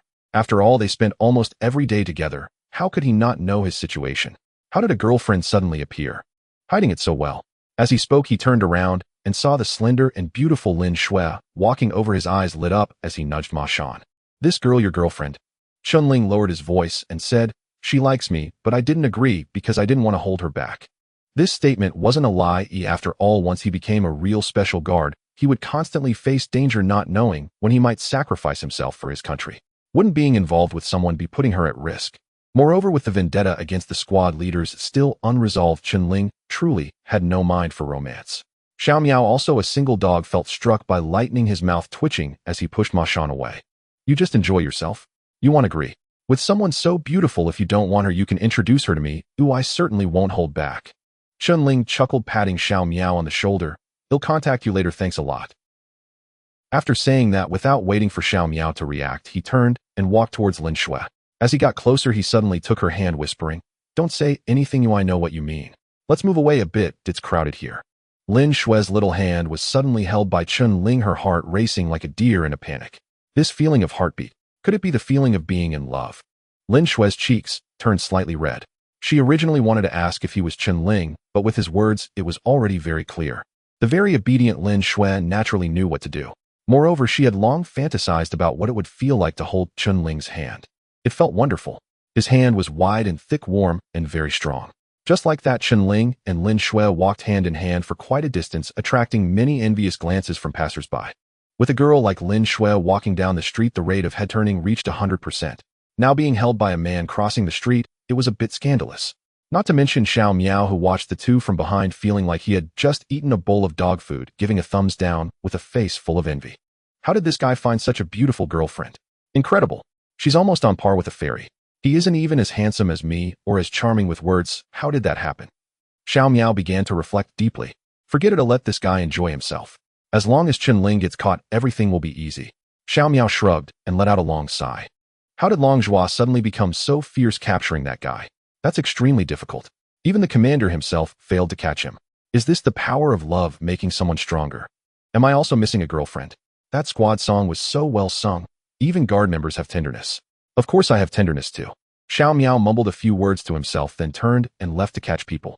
At this moment, Lin Shui quietly glanced back, seeing that the middle-aged man was gone, and softly said, "Can I talk now?" Chen Ling nodded and said, "Yes, but first don't ask me why I disguised myself. Second, if you ask, I won't tell you. Now let me ask you, why are you here?" What a domineering, steel-straight man. What else was there for Lin Shui to ask? It was basically saying, you can't ask anything, only I can ask you. Lin Shui looked at the hand being held, and Chen Ling realized it, immediately letting go. Lin Shui was taken aback for a moment, then pursed her lips and said, "I came to find you to tell you that I have joined the headquarters performance team. I just received our leader's first order to invite you to the headquarters. Promotion, well, 1 level up. Was that song sung by you? So talented. I didn't even know you had such skills. Does the song have a name?" "You can choose not to say," Lin Shui continued. "And the reedy guard was also you, right? Don't worry, if you are with me, I think my dad wouldn't oppose it. He was also a guard before. With these two matters combined, I think our leader wouldn't have any issue promoting you by 2 levels. Will you go? Don't reject me. Your actions just now indicate that you are no longer single." This. Chen Ling, a person like him, felt both amused and exasperated. So direct, it was hard to believe that this gentle Lin Shui could speak so straightforwardly. P.S. Previously, he updated chapters 2 and 3 of the book, pushing us out of the top 10. Alright, this is a free book, brothers. If we can't make it in this book, could end at any time, that's just how it is. After all, others start PK with tens of thousands of words, and I update too fast, suddenly reaching 300 words for PK, unprecedented. During the PK phase, voting, collecting, tipping, and signing in are all useful.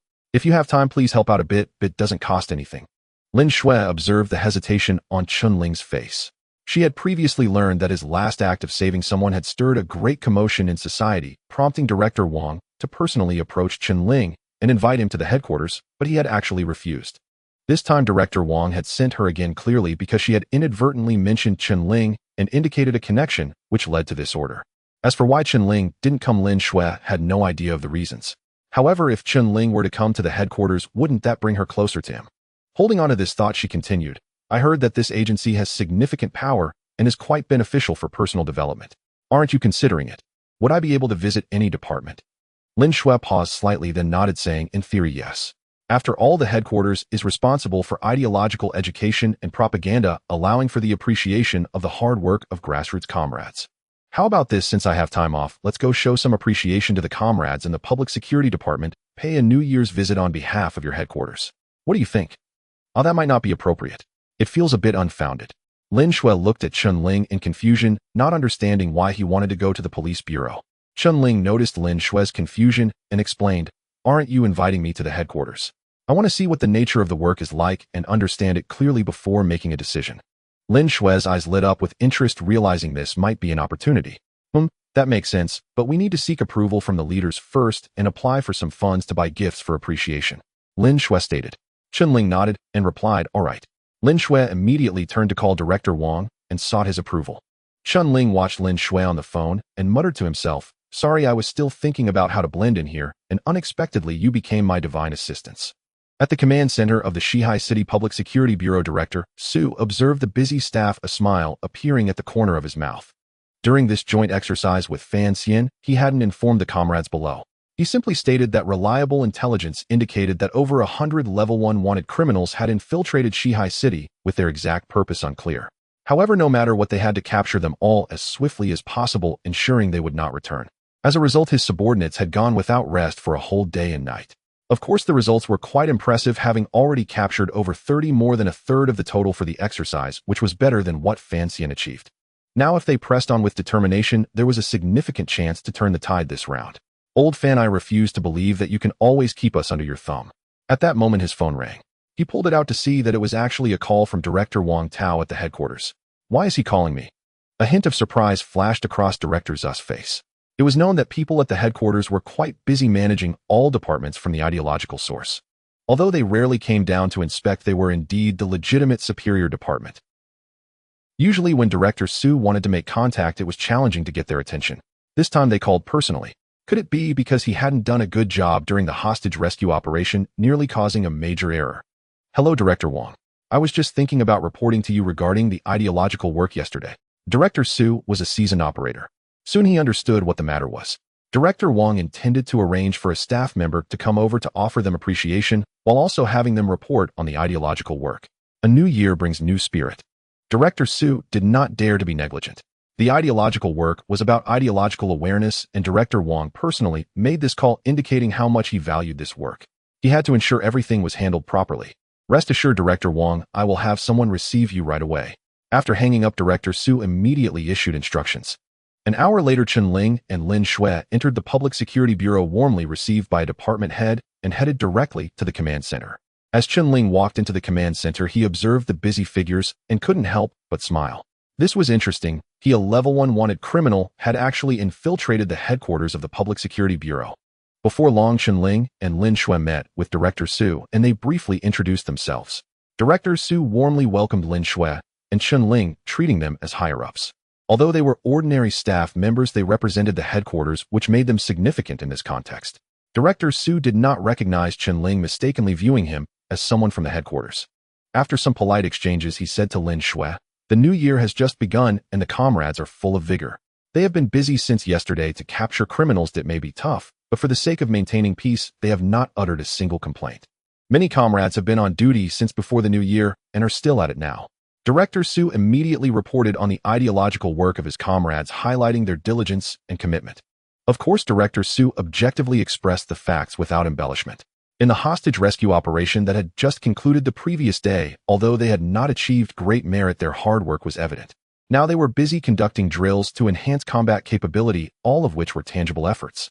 Lin Shui nodded. She had encountered some of this before and knew that frontline public security personnel were very busy. She just hadn't expected it to be this hectic. Before she could say anything, an experienced public security officer beside her seemed to sense a new issue and reported to Director Su. "Chief, why have so many level 1 wanted criminals suddenly appeared in our city? Over 100, doesn't this seem a bit problematic?" Director Su frowned and said, "You're the one with the most nonsense. Why waste time talking? Just capture them as ordered. Do you think I would set you up? Wasting manpower and resources." "Yes." The veteran officer fell silent and continued to gather various intelligence and develop a capture plan. Chen Ling smiled slightly from the side. Director Su was quite good. He was diligent in his work, focused on enhancing the strength of the public security team and maintaining peace, though he could be a bit troublesome. "You can be troublesome, but still pretend to find ill. Just watch for now." Chen Ling wasn't in a hurry since this place was the safest. Fan Xian would never suspect that he had slipped into here. He placed the floral basket and fruit basket beside him, pondering how to obtain their manpower distribution chart to analyze the infiltration behind enemy lines. Suddenly, ding, The host meets the sign-in conditions. Would you like to sign in? Chen Ling's eyes brightened, and without any hesitation he thought sign in. Ding! The host has signed in and gained super hacker abilities. A smile once again flashed at the corner of Chen Ling's mouth. He had made the right choice. Merge. Chen Ling did not hesitate at all. In an instant, a torrent of knowledge related to computers surged into Chen Ling's mind. The overwhelming influx of information caused a sharp pain in his head, as if it were about to tear apart. Fortunately, Chen Ling had mentally prepared himself in advance. He gritted his teeth and held on, or else this sharp pain could have easily made him faint on the spot. This tearing pain came swiftly and left, just as quickly disappearing in under 3 seconds. Along with the vanishing pain in his head, Chen Ling leaped from being a computer programming novice to a master of computing. He possessed extensive experience in identifying system flaws and vulnerabilities, as well as breaching firewalls. At that moment, Chen Ling felt that as long as he had a computer with internet access, he could control the entire digital world. When he heard the sounds of keyboards clicking around him, it felt like beautiful melodies, and his fingers could hardly resist the urge to join in. As a super hacker, as long as I have a sufficiently powerful computer, hacking into the Federal Electronic Vault would be a piece of cake. Chen Ling was immersed in this subtle feeling, a smile occasionally flickering at the corners of his mouth. Director Su noticed that Chen Ling was keeping a smile and suddenly felt a sense of familiarity, as if he had seen him somewhere before. Let's go to a meeting. I need to report the current thoughts to headquarters. Recently, I've felt a bit lax in my thinking, and you all came at just the right time for me to reflect in person. Director Su said. A significant mistake during a rescue operation had placed considerable psychological pressure on him. Although it did not lead to severe consequences, what about next time? Who can guarantee that there will be such luck again? Suddenly, Chen Ling said, your methods of capturing people online are too simple. Director Su looked at Chen Ling in surprise and asked, you understand this? The network information positioning system monitors the entire Shihai city in all dimensions like an invisible web that leaves criminals with nowhere to hide. This was a massive information project, and Director Su had invested a great deal of effort, taking a full 5 years to establish it, gathering a multitude of elite talents in networking. Yet to the other party it seemed quite simple. Chen Ling nodded and said, I have a rudimentary understanding. I can locate all the people you just mentioned. Director Su was stunned. All of them could be located. Was it really that easy? These individuals were very shrewd. How could they be located without tracking devices? If it were possible, he would have already caught everyone. Why search area by area now, wasting time and effort? Wait, weren't you someone sent from headquarters? Do they have such talents? Chen Ling replied, these fugitives have been tracked and located by someone else. They aren't using your network. With a few methods we can track and locate them, and with your personnel it could all be resolved within a day. Director Su looked at Chen Ling with half belief and asked, how do you know? Chen Ling smiled slightly and replied, from your surveillance data. Are you sure they all have tracking devices on them? Director Zu's brow furrowed. Absolutely, Chen Ling affirmed. Director Zu's expression suddenly turned a bit grim. If that were the case, it must be old fans doing. You install tracking devices on those people without telling me, then say fair capture to me. Where's the fairness? Chen Ling smiled slightly and said, Director Su, have you been set up by someone? Director Zu's face turned pale as he realized something was wrong and almost rushed to cover Chen Ling's mouth. What are you talking about? I don't understand. Director Su felt uneasy all over. With so many people watching, if they heard there was an issue and realized this was an exercise, how would things proceed? Chen Ling continued, Director Su, I used to work with computers. I am fairly competent in tracking. Director Su composed himself, realizing the other party had not continued on this topic, and he secretly breathed a sigh of relief. So that's how it is. Tell me, how do you plan to locate and capture them? If the other party truly had this capability, he could reverse the situation by using the tracking source to catch them. That wouldn't count as a violation, right? Why should old fan be allowed to do this secretly, but not him? Chen Ling said, it's simple. I'll write a program, and your people just need to cooperate. Saying this, he walked to a computer, sat down, and began to operate it skillfully. Director Su initially wanted to stop him. This was a crucial area for the monitoring system, not something outsiders could easily access, especially this system. But since the other party came from headquarters, there was certainly no issue with their identity, and he didn't worry about leaks. If he stopped the other party, they could return and write a report saying his thoughts were impure and his political awareness was not high enough. Who would he explain this to? This kid is mostly a computer geek, just itching to try something. Let him fiddle with it, it should be fine. Director Su held back his urge and felt a bit of anticipation. What if he really could do it? Lin Shui curiously walked over to Chen Ling, but did not ask too much. If he wanted to play, let him play. After all, he was a guard, a hero, and would definitely not do anything to harm national interests. Chen Ling quickly brought up the distribution of security personnel and memorized it rapidly. His memory ability for disguising and infiltrating behind enemy lines was again in play, allowing him to achieve near total recall with just a glance. After memorizing the distribution map, he quickly typed on the keyboard writing a hacking program. 10 minutes later, Chen Ling gently pressed the enter key. Bang! In the next moment, all the staff operating computers at the command center found their screens suddenly frozen, unable to control the display. What's going on? Why is my computer out of control? Mine too. Have our computers been attacked by a virus? Not good. All the programmers' faces turned pale as they frantically tried to regain control. Seeing this situation, Director Su was equally shocked and hurriedly asked what's happening.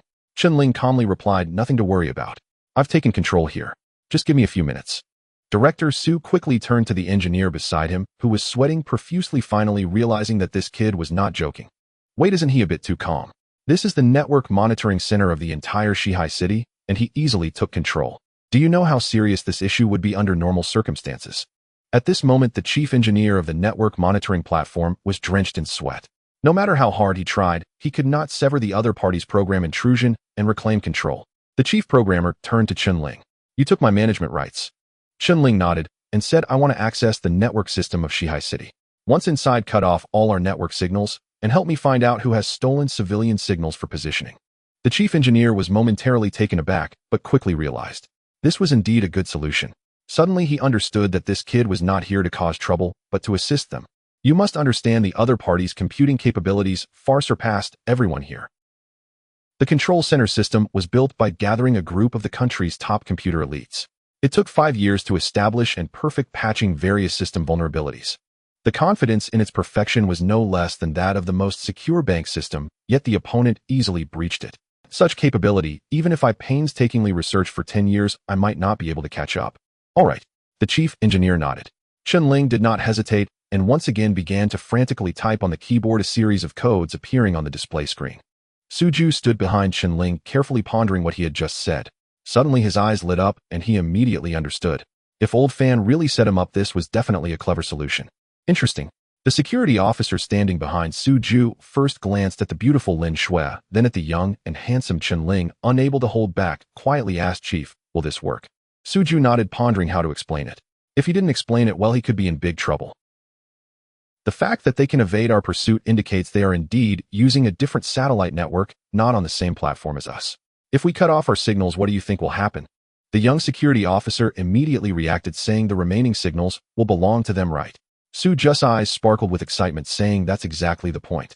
The young security officer said in surprise, this method is brilliant, but isn't he from the headquarters? How can he? Suju turned to glare at the inquisitive security officer, saying, sit down, why all the unnecessary chatter? The young security officer immediately sat down, not daring to make a sound. At this moment, Chen Ling was completely immersed in the prowess of a super hacker, furiously typing a string of codes. Time passed little by little. An hour later, Chen Ling took a deep breath and asked the chief engineer, who had been waiting for a long time, are you ready? All set. I will count to 3 and we start immediately. 1, 2, 3, go. Chen Ling quickly pressed the enter key. Bang. With the crisp sound of keys being struck, the entire network of the security bureau was instantly hacked. The next moment, on the huge electronic signal screen, red dots appeared scattered across various corners of Shihai City. Seeing these red dots, Suju could no longer hold back a smile. Old Fan, you are bound to lose. Indeed, these red dots represented the signal devices on those evaluators. As long as they followed these signal sources, they could capture them all in the shortest time possible. Lin Shui realized this and completely understood what Chen Ling had just said. She couldn't help but exclaim, we really found them. Looking at Chen Ling, her bright eyes were filled with admiration, having not expected him to be a computer expert. Just now she thought the other party was just playing around. He had given her too many surprises. How many secrets did he still have? At this moment, Suju, who had regained his composure, commanded, notify all units to conduct arrests according to the coordinates of the red dots. Leave no one behind. Understood. The communicator immediately relayed Suju's command, and a swift operation to capture them in a trap began. Chen Ling stood up, exhaling a sigh of relief, then said to Suju, it's done. The issue of arrest is basically resolved. Next, I need you to report any recent mistakes, such as during the execution of tasks. Suju, who had been feeling triumphant, suddenly turned pale. There really was something. He immediately recalled the recently concluded joint rescue operation that almost got Chen Ling into trouble. How did the headquarters find out so quickly? Indeed, good news seldom leaves the door, while bad news travels 1,000 miles. All right, I will certainly provide a thorough report and analyze my own issues and work. This way, please, let's head to the conference room and discuss it slowly. Suju hurriedly led them to the meeting, arranging tea and seating himself at the main position. In the recently concluded joint rescue operation, our security bureau indeed had significant oversights in intelligence gathering.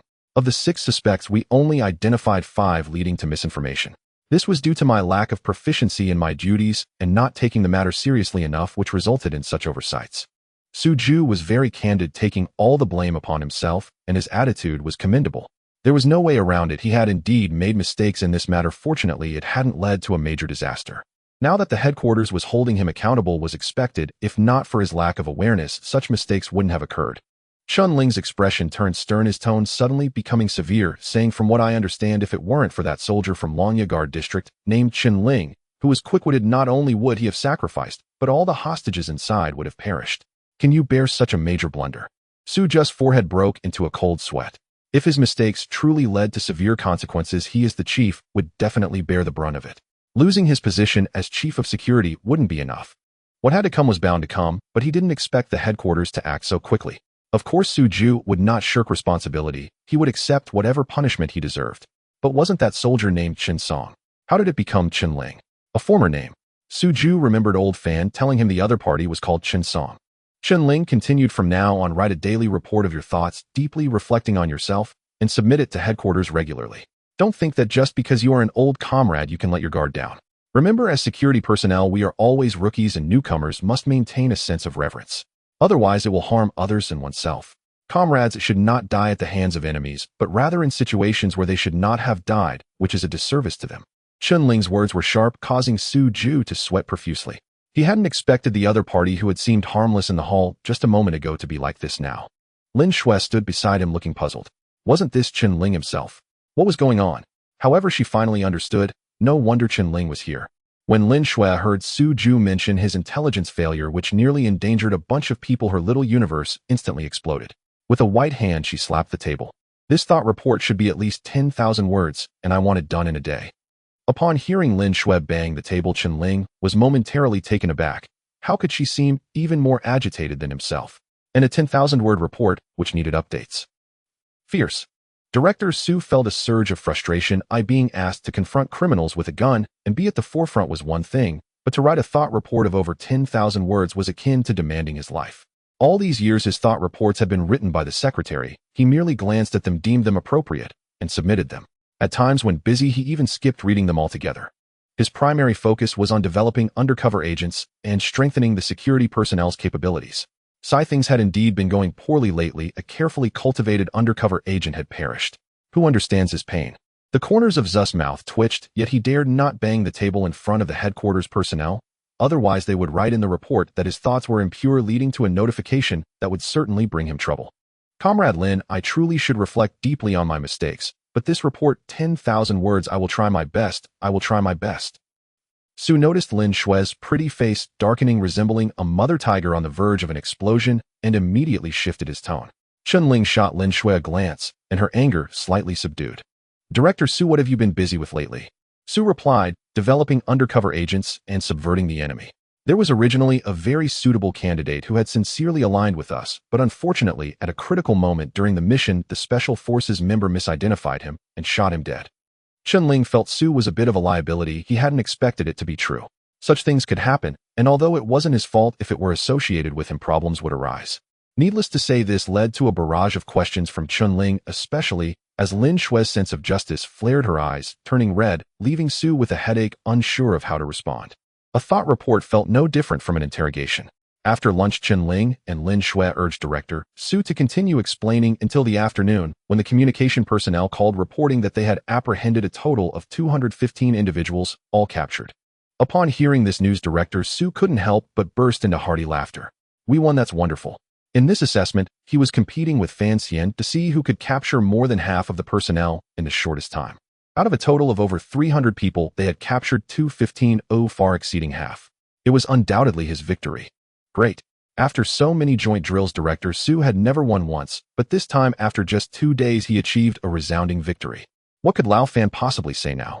As for the report, Director Su finally figured out how to write it. However, after feeling elated, he turned around and saw Chen Ling and Lin Shui looking at him with strange expressions, sending chills down his spine. Lin Shui frowned and said, "Director Su, so you sacrificed an undercover agent and feel no psychological burden at all, yet you can still laugh. All our efforts have been in vain. I didn't mean it that way. Let me explain. Oh, I care deeply about the sacrifice of undercover agents. It's not the same thing. Su hurriedly explained that otherwise he would be labeled as someone who didn't cherish his comrades, and even jumping into the Mu River wouldn't clear his name. As a result, halfway through his explanation, Chen Ling suddenly stood up and said, "Let's end the discussion here for today. I hope Director Su can clearly recognize his mistakes." What? Mistaken thoughts? Director Su was at a loss for words. "Come on, let's go take a look and meet these people," Chen Ling said. "You want to see them?" Su looked at Chen Ling in confusion. This didn't seem appropriate, as it had little to do with ideological education. He was about to refuse, but saw Chen Ling's expression. He nodded. Having been caught by the short hairs, he had no choice but to comply. Fine, it wasn't a confidential matter. As long as he didn't report it, everything would be fine. "Let's go, let's have a look together." Su was a bit excited. After all, they had won a great victory, and the ones captured were all elite individuals handpicked by Lao Fan. Lin Shui looked at Chen Ling with some curiosity and asked, "Why are we going to see the criminals?" Chen Ling replied, "If you have something to do, you can leave first." Lin Shui immediately fell silent and decided to follow along. After all, she had nothing better to do. The two followed Director Su out. Chen Ling saw a large group of people being escorted onto a vehicle. Among them were familiar faces like He Chun and a few others. Even Deng Su and those old specials had been captured. There was no choice. Shihai City was just that big. Once located, there was no escape. It was like catching turtles in a jar. Moreover, they couldn't really use lethal force. Once surrounded, escape was utterly impossible. It seemed rare for someone like Chen Ling to do something similar to Ma Shan, who would usually die Tao Jiang. Su was very satisfied watching the sea of black heads and immediately contacted Fan Xian, exclaiming, "Lao Fan, we can disband. We've captured everyone." At that moment, in an open space outside, Fan Xian turned to Xiao Miao after hanging up the phone and asked, "How many people did we catch?" Lao Su said, "We can disband as everyone is here." Xiao Miao was surprised, saying, "That's impossible. We have about 100 people, and there are still over 200 more. The security personnel can't have more than 10 people, right? It's only been 2 days. They can't possibly have caught so many people." Fan Xian pondered for a moment and said, Lao Su sounded very certain and confident, not like he was joking. "You should check the positioning device immediately." Just now, Fan Xian felt as if Lao Su was acting all high and mighty, as if a serf had turned into a landlord. That was not Lao Zu's usual demeanor. Xiao Miao immediately activated the device to search, and 5 minutes later he exclaimed, "Damn it, they've all been wiped out, all captured. That's impossible." He was a bit dumbfounded. Is this device malfunctioning? Those little rabbits are all top elites from 100 teams. The abilities of those from Long Lin aren't weak. They shouldn't have been caught so quickly. Xiao Miao tried restarting the device, but found the final results were the same. This is strange. They really have been caught. Did those special forces members take drugs or something? How could they become so fierce? Xiao Miao scratched his head, puzzled and unable to understand what was happening. Fan Xian also stared blankly for a long time and said, "Ma Shan caught Chen Ling, right? As long as he captured this one, Director Su would be victorious." It didn't matter. Chen Ling was the focus. In his eyes, Chen Ling was more important than anyone else. As long as he could dig him out first, they would have their backbone, and then supplement the others. It would be a perfect plan. Upon hearing this, Xiao Miao's expression softened, and he smiled brightly, saying, "Chief decision maker, that's right. That kid not only captured Chen Ling, he also did something quite unexpected. P.S. Thank you all for voting. 6 updates have been completed, and we will continue tomorrow." Fan Xian asked in surprise, "What is it?" Xiao Miao replied, "That kid captured Chen Ling and even found a beautiful girlfriend." As he spoke, a scene immediately flashed in his mind of Ma Shan holding hands with his girlfriend strolling down the street, oblivious to the world around them. Thinking of this, Xiao Miao felt a bit gloomy. They had clearly agreed to stay single, focus on training, and find someone only after retiring. Yet halfway through, he had found someone first, proving to be utterly unreliable. Fan Xian laughed heartily. What's strange about that? Ma Shan is smarter and more adaptable, able to say things that girls like. Isn't it normal for him to find a girlfriend? Look at you with that serious face every day, looking like a fool. Which girl would like you? You should change your ways. Maybe in a couple of days you'll get lucky too. Although he lost to old Su, Fan Xian was still in a particularly good mood for having captured Chen Ling. This Chen Ling was stronger than everyone else. Once Chen Ling entered Longya, Xiao Bang and Long Zhan could only envy him, waiting to be surpassed by Longya. Thinking of this, Fan Xian hummed a few tunes, feeling particularly relaxed. Xiao Miao felt a bit hurt. Am I really that bad? No, he hadn't been that much better than me usually. How did he end up with such a beautiful girlfriend? I must clarify this matter later. Maybe she can introduce me to her good friends. It's that kid who I've been unable to contact him. I don't even know what his current situation is. By the way, has Director Zhao woken up yet? Xiao Miao immediately changed the subject. Director Zhao and Fan Xian teamed up against Chen Ling, but but as a result Director Zhao fell into a coma. Fan Xian shook his head and said, still sleeping. I don't know what that kid did to her. She's fine physically, but is in a deep sleep. Contact Ma Shan and have him bring Chen Ling over. So strange. Xiao Miao exclaimed. It is indeed strange. That kid understands ancient medicine, it's very mysterious. Fan Xian recalled being pricked by Chen Ling once struggling to speak clearly for a long time afterward. The feeling was too unpleasant. Once I get my hands on that kid, I'll see how I can train him. Xiao Miao nodded and said his methods are indeed very strange. Back during the exercises he produced so many toxins, just thinking about it makes me shiver. Just as he was about to call Ma Shan, a horn sounded from outside followed by Su just shout. Old Fan, you admit defeat this time, right? You still want to play tricks. You can't deny it this time. That was quick. Let's go out and take a look. Upon hearing Su just shout, Fan Xian let out a long breath. He waved to Xiao Miao with a smiling face and walked out. For them, losing to Su Ju was no big deal as long as they kept Chen Ling, so they wouldn't care too much about winning or losing this time. Fan Xian said to Xiao Miao, quickly contact Ma Shan and have him come back in half an hour. This is unacceptable. Did he go to a hotel? Can't he be serious? When he returns, he'll make sure to teach him a lesson. If it weren't for this kid's unprofessionalism, old Su wouldn't have won. Xiao Miao nodded. This time you're definitely the one who has to take the blame. At this moment, Chen Ling, Lin Shui, and Su Ju walked in with smiles on their faces. Fan Xian looked up and saw Chen Ling, his face darkening as he scolded. What's wrong with you not answering your phone? You actually teamed up with old Su. What are you trying to do? Were you defected? Su Ju looked at Fan Xian in surprise and said, Old Fan, why are you yelling? This is a colleague from headquarters. Why shout at him? Colleague from headquarters? Fan Xian looked at Chen Ling's face resembling Ma Shan's and nearly spat blood. What is this kid doing pretending to be something big, claiming to be from headquarters? They would need him too. He walked over glaring and said, Where did you take Chen Ling? Chen Ling replied, Director, you have the wrong person. Fan Xian was taken aback. Isn't that Ma Shan's voice? Who are you? Fan Xian asked urgently. Chen Ling took out a special potion from his pocket and in front of everyone washed off the makeup on his face, quickly transforming into Chen Ling's appearance. Fan Xian's eyes widened in disbelief, nearly dropping his jaw. How could Ma Shan change into Chen Ling in the blink of an eye? It's like a living magic trick. Fan Xian had taken in Ma Shan 6 years ago, and he had been by his side ever since. He was completely fooled. Not just him. Xiao Miao stared at Chen Ling's face, recalling the scene from before at the hospital entrance. Had he been tricked by this kid? This disguising ability is too remarkable, right? Not only does he look like him, but he even mimicked the voice so well. Su Ju, on the other hand, had a strange expression, somewhat unclear about the situation. How could one face hide another face? This technique is impressive, but why is he doing this?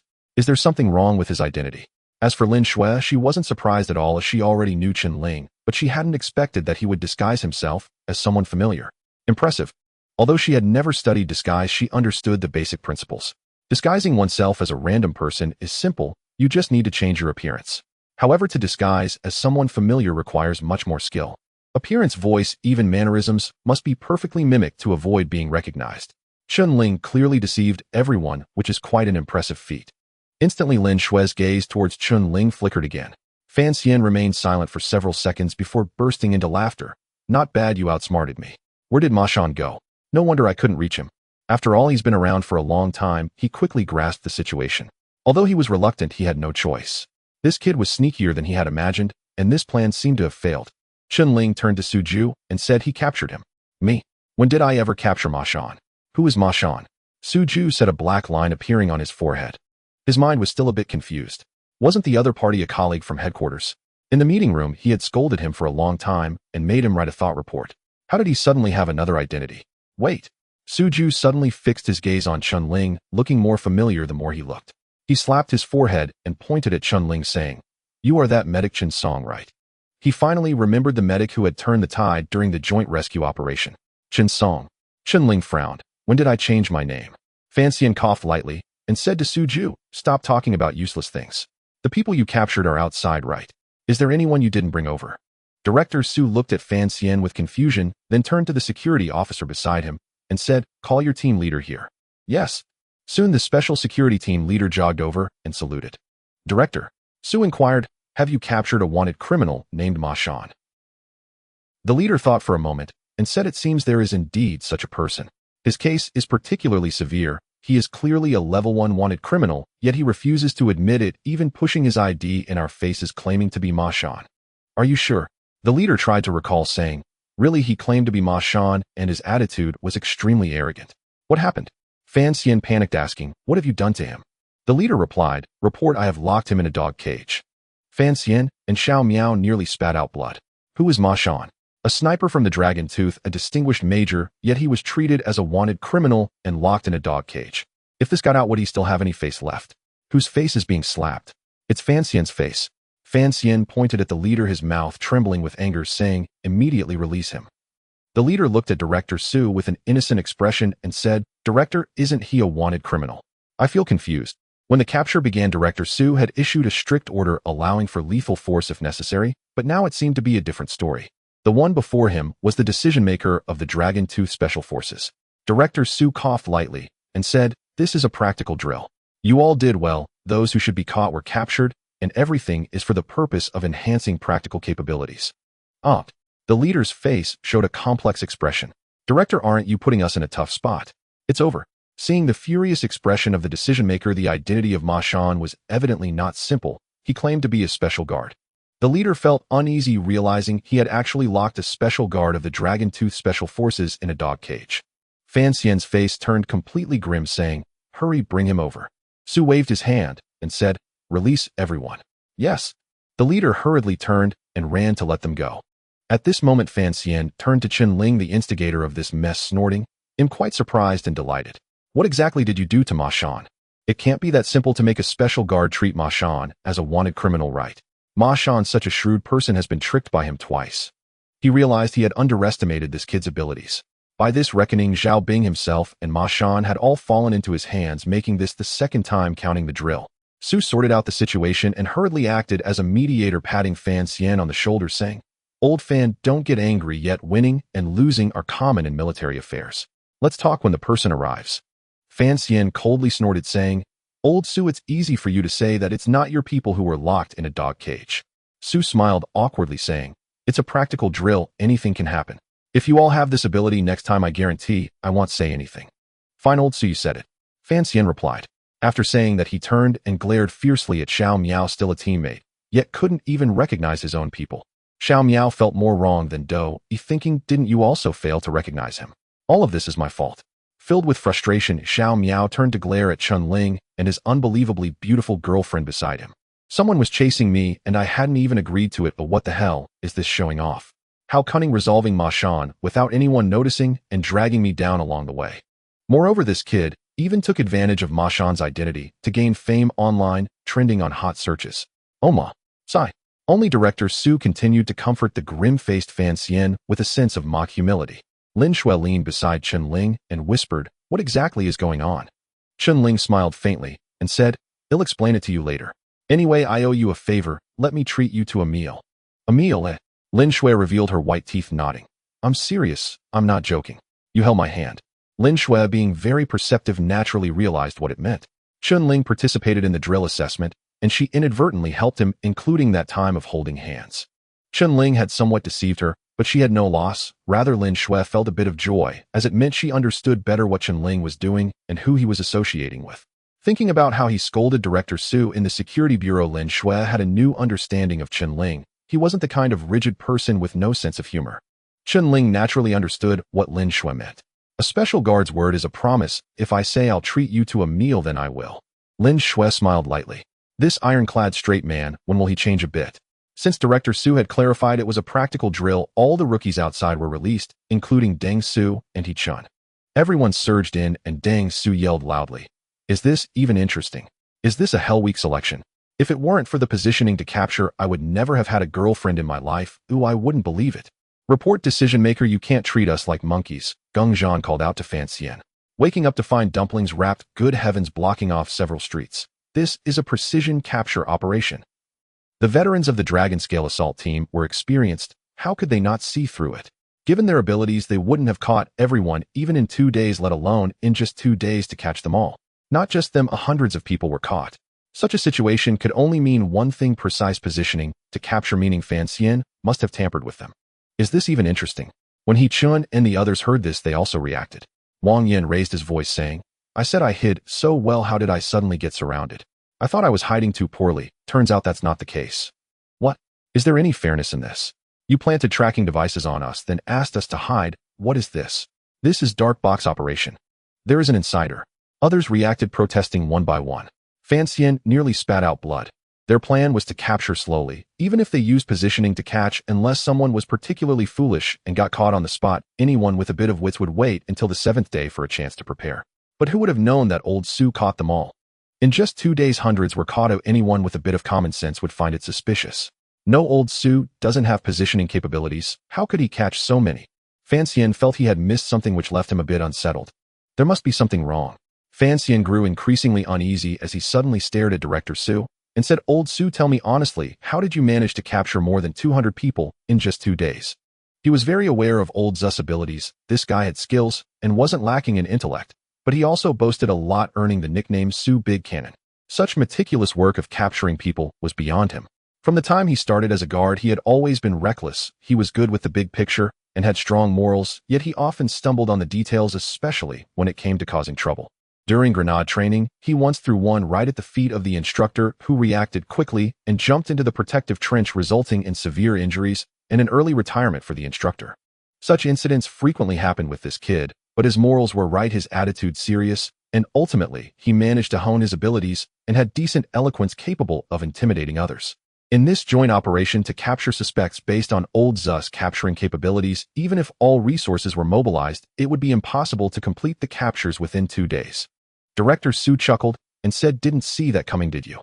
We have to thank him." As he spoke, he pointed to Chen Ling beside him. "With his help, we were able to pinpoint all your people for precise captures.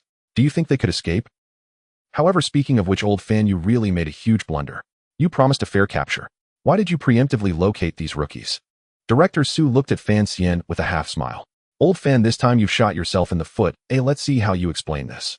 Fan Xian coughed several times, nearly choking himself, and quickly waved his hand, saying, "Let's not discuss this now. I'll explain it to you later when I have time." His attention immediately shifted to Chen Ling, his expression changing unpredictably. This kid was too mysterious. During jungle operations, he understood various unfathomable tactics, could summon all kinds of venomous insects, excelled in medicine, had strong disguising abilities, and now even understood high-tech things like computer tracking. What on earth was this kid's brain made of?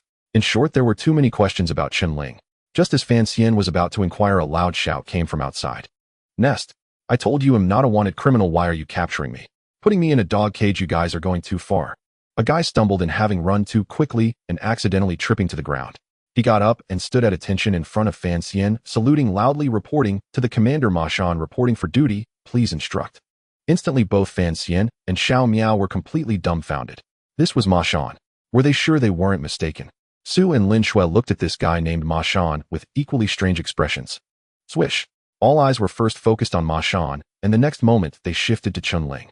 Was there any difference between these two? Facial shape, eyebrows, eyes, ears, nose, mouth. Their features were identical, as if crafted from the same mold. Even identical twins couldn't resemble each other this much. Wang Yin and the others also noticed Chen Ling and Ma Shan, all of them wide-eyed. "Goodness, this is bizarre. How did 2 lunatics appear? What the heck?" Wang Yin murmured. Tai Dan rubbed his forehead, glancing left and right, shaking his head. "Am I seeing things? Are they brothers?" "Nonsense. Instructor Ma, haven't you seen them before? Since when did they become lunatics?" Wang Yin shook his head, saying, "This is strange. Which one of them is the lunatic? Who the hell turned him into this?" Deng Su grinned and said, "Not bad, even better than our old comrade Geng Zhan back in the day. Impressive. One of them has to be fake. The lunatic is cunning enough to kill without remorse." "Are you saying the lunatic created this? Who else could it be? This is even more powerful than the 4 great evil arts." Fan Xian shook his head and turned to the side, blinking, then turned back to stare at Chen Ling and Ma Shan. "Which of you is the real one? I just can't remember who is a bit stronger and who is a bit leaner." Fan Xian couldn't recall. The two stepped forward simultaneously. Damn, they looked too similar. Ma Shan anxiously looked at Fan Xian and said, "Commander and Ma Shan, please take a closer look." But he found that Fan Xian's eyes were foggy, his gaze darting around, completely ignoring him. Ma Shan then looked at Xiao Miao and said, "Bro, you can't even recognize me." Xiao Miao was silent for a moment and asked, "Do you have a girlfriend?" "She's quite pretty." Having been locked in a dog cage for a day and night, Ma Shan's mind was a bit muddled. He nodded as if he understood, but he actually hadn't heard clearly. Xiao Miao snorted coldly and said, "You brat are actually Chen Song, no Chen Ling." Ma Shan instantly broke down, realizing that no matter how he explained, it was useless. Even his brother-in-arms couldn't recognize him. What could he expect? He could only rely on himself. Ma Shan looked around and asked where's the bathroom. Over there. A puzzled comrade pointed to the corner ahead. Without saying another word, Ma Shan dashed toward the bathroom. Step, step. Ma Shan rushed into the bathroom, turned on the faucet, splashed water on his face, and vigorously pinched his cheeks, mumbling in Ma Shan, im not Chen Song, im Ma Shan, im not Chen Ling. Oh. The sound of running water continued. His hands kept pinching, and after 5 or 6 minutes Ma Shan felt like his face was about to swell up. This should be clean now, right? He suddenly raised his head to look in the mirror. Damn it. It was still Chen Ling's sunny and handsome face. What the hell? The nearly collapsing Ma Shan exclaimed, slapping the counter hard. Due to the excessive force, he slipped and fell backward, hitting his head against the door panel behind him. His vision went dark and he fainted on the ground. His emotions were too stirred up and then suddenly hit. He couldn't take it anymore. What's that noise? Everyone suddenly heard a heavy crashing sound from the bathroom and turned their gazes. Fan Xian said to Xiao Miao, go take a look. Xiao Miao initially thought Chen Ling was just putting on a show, causing a ruckus. Suddenly, he recalled that Ma Shan was comparatively more robust, standing at 186 cm with a wider frame and slightly larger face. He hurriedly turned to look at Chen Ling, who was about 180 centimeters tall with a smaller face. Damn, the one who just went to the bathroom was indeed Ma Shan. What do you mean by nodding? Why did you admit to having a girlfriend? Isn't that just digging your own grave? In an instant, Xiao Miao shot a murderous glance at Chen Ling. Xiao Miao's sharp gaze fixated on Chen Ling. It was clear that he was behind this. If Chen Ling could disguise himself as Ma Shan, he could naturally make Ma Shan look like him. What a clever trick. In this way, no one would suspect him. Meanwhile, the real Ma Shan became the scapegoat. Director Su suddenly furrowed his brows, realizing the situation, and exclaimed, are you saying that the person just now was disguised by him? Fan Xian chuckled bitterly. Who else could have the time and ability besides him? We have all been played by him. Zu's face immediately turned awkward. Wasn't it the same for him? He had been lectured by this kid for quite a while. Wait, I've been led astray by Lao Fan. Su had a great interest in Chen Ling. The stronger his abilities, the better it was. Did he use a human skin mask to change his appearance? Su redirected the topic back to Chen Ling's abilities. Go bring Ma Shan back. Has he fainted? Fan Xian shouted directly. Yes. Xiao Miao rushed to the restroom, startled to see Ma Shan fainted inside, quickly calling over an older officer to carry him out. What happened? Fan Xian asked. He probably fainted from a fall. Don't worry, I've checked, he didn't injure his head, everything else is fine, Xiao Miao replied. How embarrassing. Fainting just from using the restroom. This major must be living too comfortably. Fan Xian angrily cursed. Quickly clean off whatever's on his face, it's just annoying to look at, Fan Xian ordered. Yes. Immediately Xiao Miao began scrubbing Ma Shan's face, making it swollen before finally removing the layer of makeup, revealing Ma Shan's true face. It was just a layer of cosmetic material, not a human skin mask. Director Su couldn't help but exclaim, such a disguise technique is too incredible, it's indistinguishable from reality. If I could develop an undercover agent with this ability, it would be like adding wings to a tiger. Everyone's gaze once again focused on Chen Ling, especially those team members who didn't know him, their eyes revealing complex emotions. He's too impressive. But wait, aren't we all newcomers? How could he know such a terrifying disguise technique? With such amazing skills in disguise, he could be an international master if he became a makeup artist. Why bother with military service? He could earn $1 million a year. People are not the same. Have you ever seen a newcomer guest starring as a medic while still in training? A group of rookies couldn't help but whisper their gazes towards Chen Ling, gradually filled with admiration. Fan Xian's eyes suddenly lit up, realizing a very terrifying possibility. Such a miraculous disguise technique for infiltration behind enemy lines would be like entering a no man's land. What a talent! Chen Ling is proficient in medicine, understands how to use various poisonous insects in the jungle, knows how to use the environment for combat, and now understands the unbelievable technique of disguise with a fierce combat mindset. A true polymath. Instantly, Fan Xian's gaze toward Chen Ling became even more fervent. Amidst the crowd's exclamations, Ma Shan slowly regained consciousness. Xiao Miao shouted at him, Dragon Claw. Dragon Claw, wake up, wake up. Ma Shan, hearing Xiao Miao call his code name, recognized himself, and was so moved he nearly cried. This is too hard for me. Xiao Miao, you finally recognized me, you finally recognized me. Ma Shan's words left Xiao Miao and the others speechless, unsure how to respond. What exactly happened? Explain it clearly, Fan Xian said with a dark face. His strongest subordinate had been reduced to this state, losing all his dignity. Ma Shan stood up, organizing his thoughts. Report decision leader Hey Race, what happened?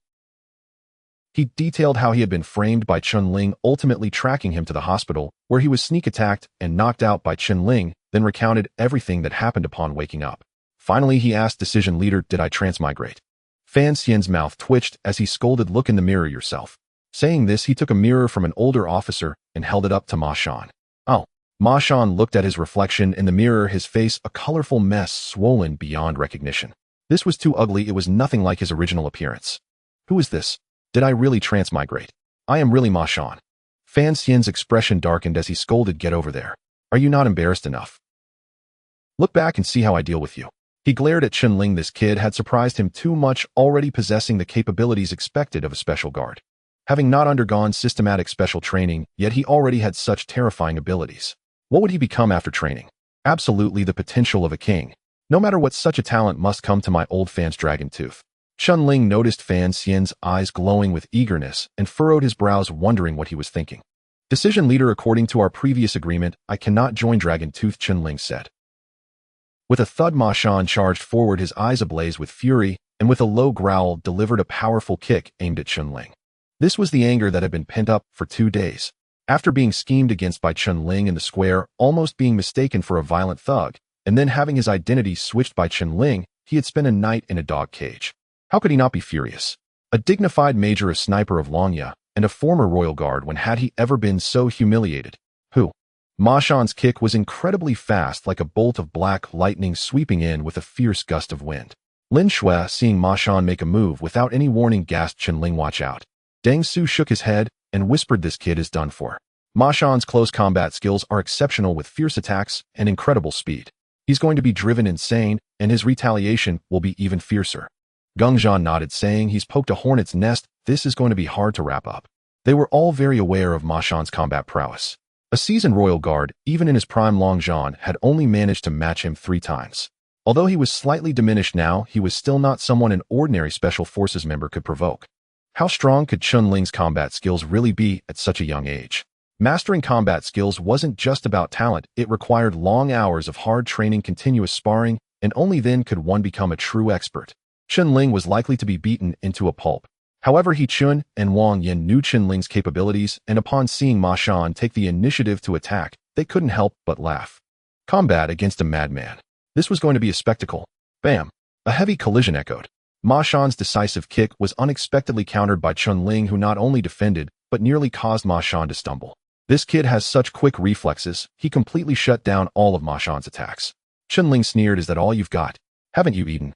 What audacity! Ma Shan stepped forward, his entire being exuding murderous intent, and threw a punch at Chen Ling, who retaliated with a punch of his own. A clash of titans. Bam! Another heavy impact resounded as both men took a step back. This madman. Ma Shan had just felt his hand go numb and nearly tear apart, completely unprepared for the fact that the opponent's strength was on par with his own. He can't be feeling good either. However, in the next moment, Chen Ling lunged forward again, delivering another fierce punch. Chen Ling's physical attributes exceeded 4, while Ma Shan, after years of honing his body, was very close to 4 in overall quality. Thus, in terms of strength, speed, and reaction, they were evenly matched. Furthermore, both were experts in lethal combat techniques, and in the blink of an eye they exchanged blows for over a dozen rounds. At first, Ma Shan could hold his own, but as time passed he began to struggle against Chen Ling's relentless attacks. After all, he had been interrogated for so long and was not in peak condition. Seeing Ma Shan on the verge of defeat, Fan Xian coughed loudly, exclaiming, stop. How embarrassing, fighting like this, how long will it go on? Let's switch to something else. Upon hearing this, Su Ju displayed a look of disdain. What a crafty old fox. As defeat loomed, he suggested a change in tactics. Wasn't that just playing dirty? However, his interest in Chen Ling was growing. The way he looked at Chen Ling brightened, astonished at how formidable his combat skills were. This young man was impressive. During the hostage rescue operation, he had shown remarkable adaptability and observational skills. On their way to the security bureau, he demonstrated exceptional computer skills, and during questioning, his psychological resilience was astonishing, almost theatrical. With such terrifying disguise skills and formidable combat prowess, someone like him would be the most outstanding asset in the security system working under him. He must be recruited, Suju secretly resolved. The surrounding team members, upon hearing Fan Xian call for a stop, were all astonished, especially Wang Yin and others who knew Chen Ling's prowess and were waiting to see how Ma Shan would be abused.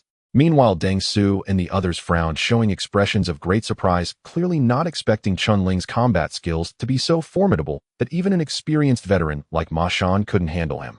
This kid is a bit uncanny. No wonder Fan Xiaobang and even Long Zhan wanted to recruit him into their assault team. At that moment, Fan Xian waved his hand, saying, let's compete in assembling firearms. "We are all comrades, fighting is too uncivilized." Everyone's expressions turned peculiar. Indeed, when a person's face becomes thick enough, they become invincible. Ma Shan rubbed his fists, every part of him aching. This kid was truly a madman. Everything was a hard clash with no sense of martial ethics. Didn't he know he had been stuck in a dog cage for a whole day and night? However, upon hearing Fan Xian's command to assemble firearms, Ma Shan's confidence surged. This was his strongest suit. Xiao Miao immediately cleared the area upon hearing Fan Xian's order, bringing in 2 large tables and preparing 2 888 pistols, 2 999 rifles, and 2 3 sniper rifles, each arranged on different tables. Chen Ling touched the prepared rifle. Suddenly, "Ding host meets the sign-in conditions. Would you like to sign in?" The crisp notification echoed in Chen Ling's mind. It really came. "Sign in. Ding host receives the assembly skill. Would you like to merge?" Merge.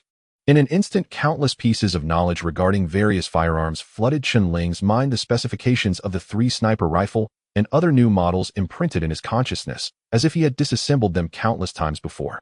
Chen Ling was overjoyed. Indeed, confronting Fan Xian was the right choice. It amounted to gaining a sign-in opportunity once a day. Previously, Chen Ling had tried countless times to meet the sign-in conditions, but found it difficult. However, ever since he clashed with Fan Xian, the sign-in skill had been continuously activated. If it could make him stronger, he had to try. As Chen Ling touched the 3 sniper rifle, an image of its 3-dimensional structure automatically appeared in his mind, allowing him to clearly discern every component, as if his eyes were closed. Fan Xian called out, "Are you all ready? This is a scholarly contest, no hard feelings. If you're ready, you'll count to 3 and we'll start timing. 1, 2, 3, start." As his voice fell, Ma Shan swiftly moved first, grabbing the 888 pistol to disassemble it. With a snap, the parts quickly fell apart, and he arranged them perfectly. The so-called expert skill is evident at first glance. Ma Shan's hands moved swiftly, flowing like water, a sight to behold.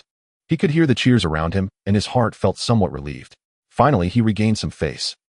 Ma Shan secretly breathed a sigh of relief, but when he turned to look at Chen Ling, he found that the latter had already completed the disassembly and was standing aside waiting for him. In an instant, Ma Shan was taken aback and immediately turned to look at Fan Xian, only to see his face nearly black with anger. It was evident that he was falling behind. How could this be possible? Just now he had already gone at his fastest speed. Although he hadn't timed himself, he felt it was 2 or 3 seconds faster than his previous best of 45 seconds. In such a situation, how could he possibly lose? Did this kid have engines installed in his hands? He now understood that the cheers from the crowd were not for him, but for Chen Ling. Damn it! Ma Shan took a deep breath. He absolutely could not lose the upcoming assembly competition, or he would truly have no face to meet others. At this moment, Fan Xian shouted again, "Prepare for assembly, get ready." At that very moment, Chen Ling swept his hands across the table, wrapping all the gun parts in the tablecloth and lifting it into the air, shaking it violently. Crack, crack. A violent shaking caused all the gun parts to clash together, producing a crisp sound as they mixed. Everyone was stunned by this scene. Can it be played like this? Mixing all the gun parts together would make it extremely difficult to distinguish them. After all, many parts had similar shapes and sizes, making it hard to tell their differences with the naked eye. If placed incorrectly, they could not be assembled. This meant that the assembly difficulty had increased tenfold.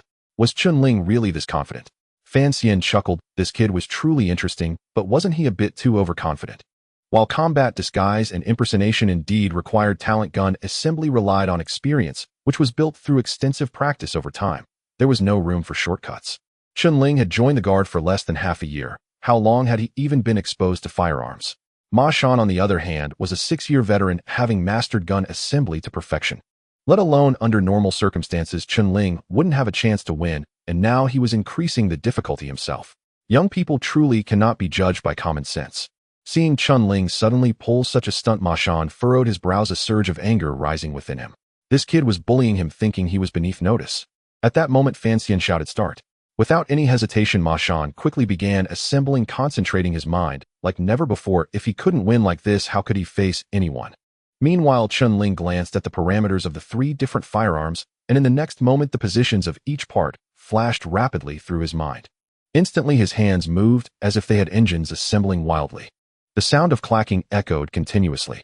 At that moment, everyone watched Chen Ling, each one stunned. Could it really be played like this? They could hardly see Chen Ling's hands pause. Everything was extremely fluid, meaning there were no mistakes whatsoever. The most terrifying part was that he was using both hands simultaneously. Could a novice accomplish this? Even among the seasoned veterans around, none could assemble as smoothly as he did. Crack. In less than 20 seconds, both the 888 pistol and the 999 rifle were completed simultaneously while Ma Shan had just picked up the 999 rifle. Fan Xian, witnessing this scene, shook his head in disbelief, feeling a bit dazed. Damn it, how could this kid be so fast? This was completely unscientific. How could he possibly have had that much training, and how could he recognize each firearm component at a glance without any mistakes? Countless question marks flashed through his mind. Report completed, Chen Ling shouted. Fan Xian pressed the stopwatch and checked the time. 37 seconds.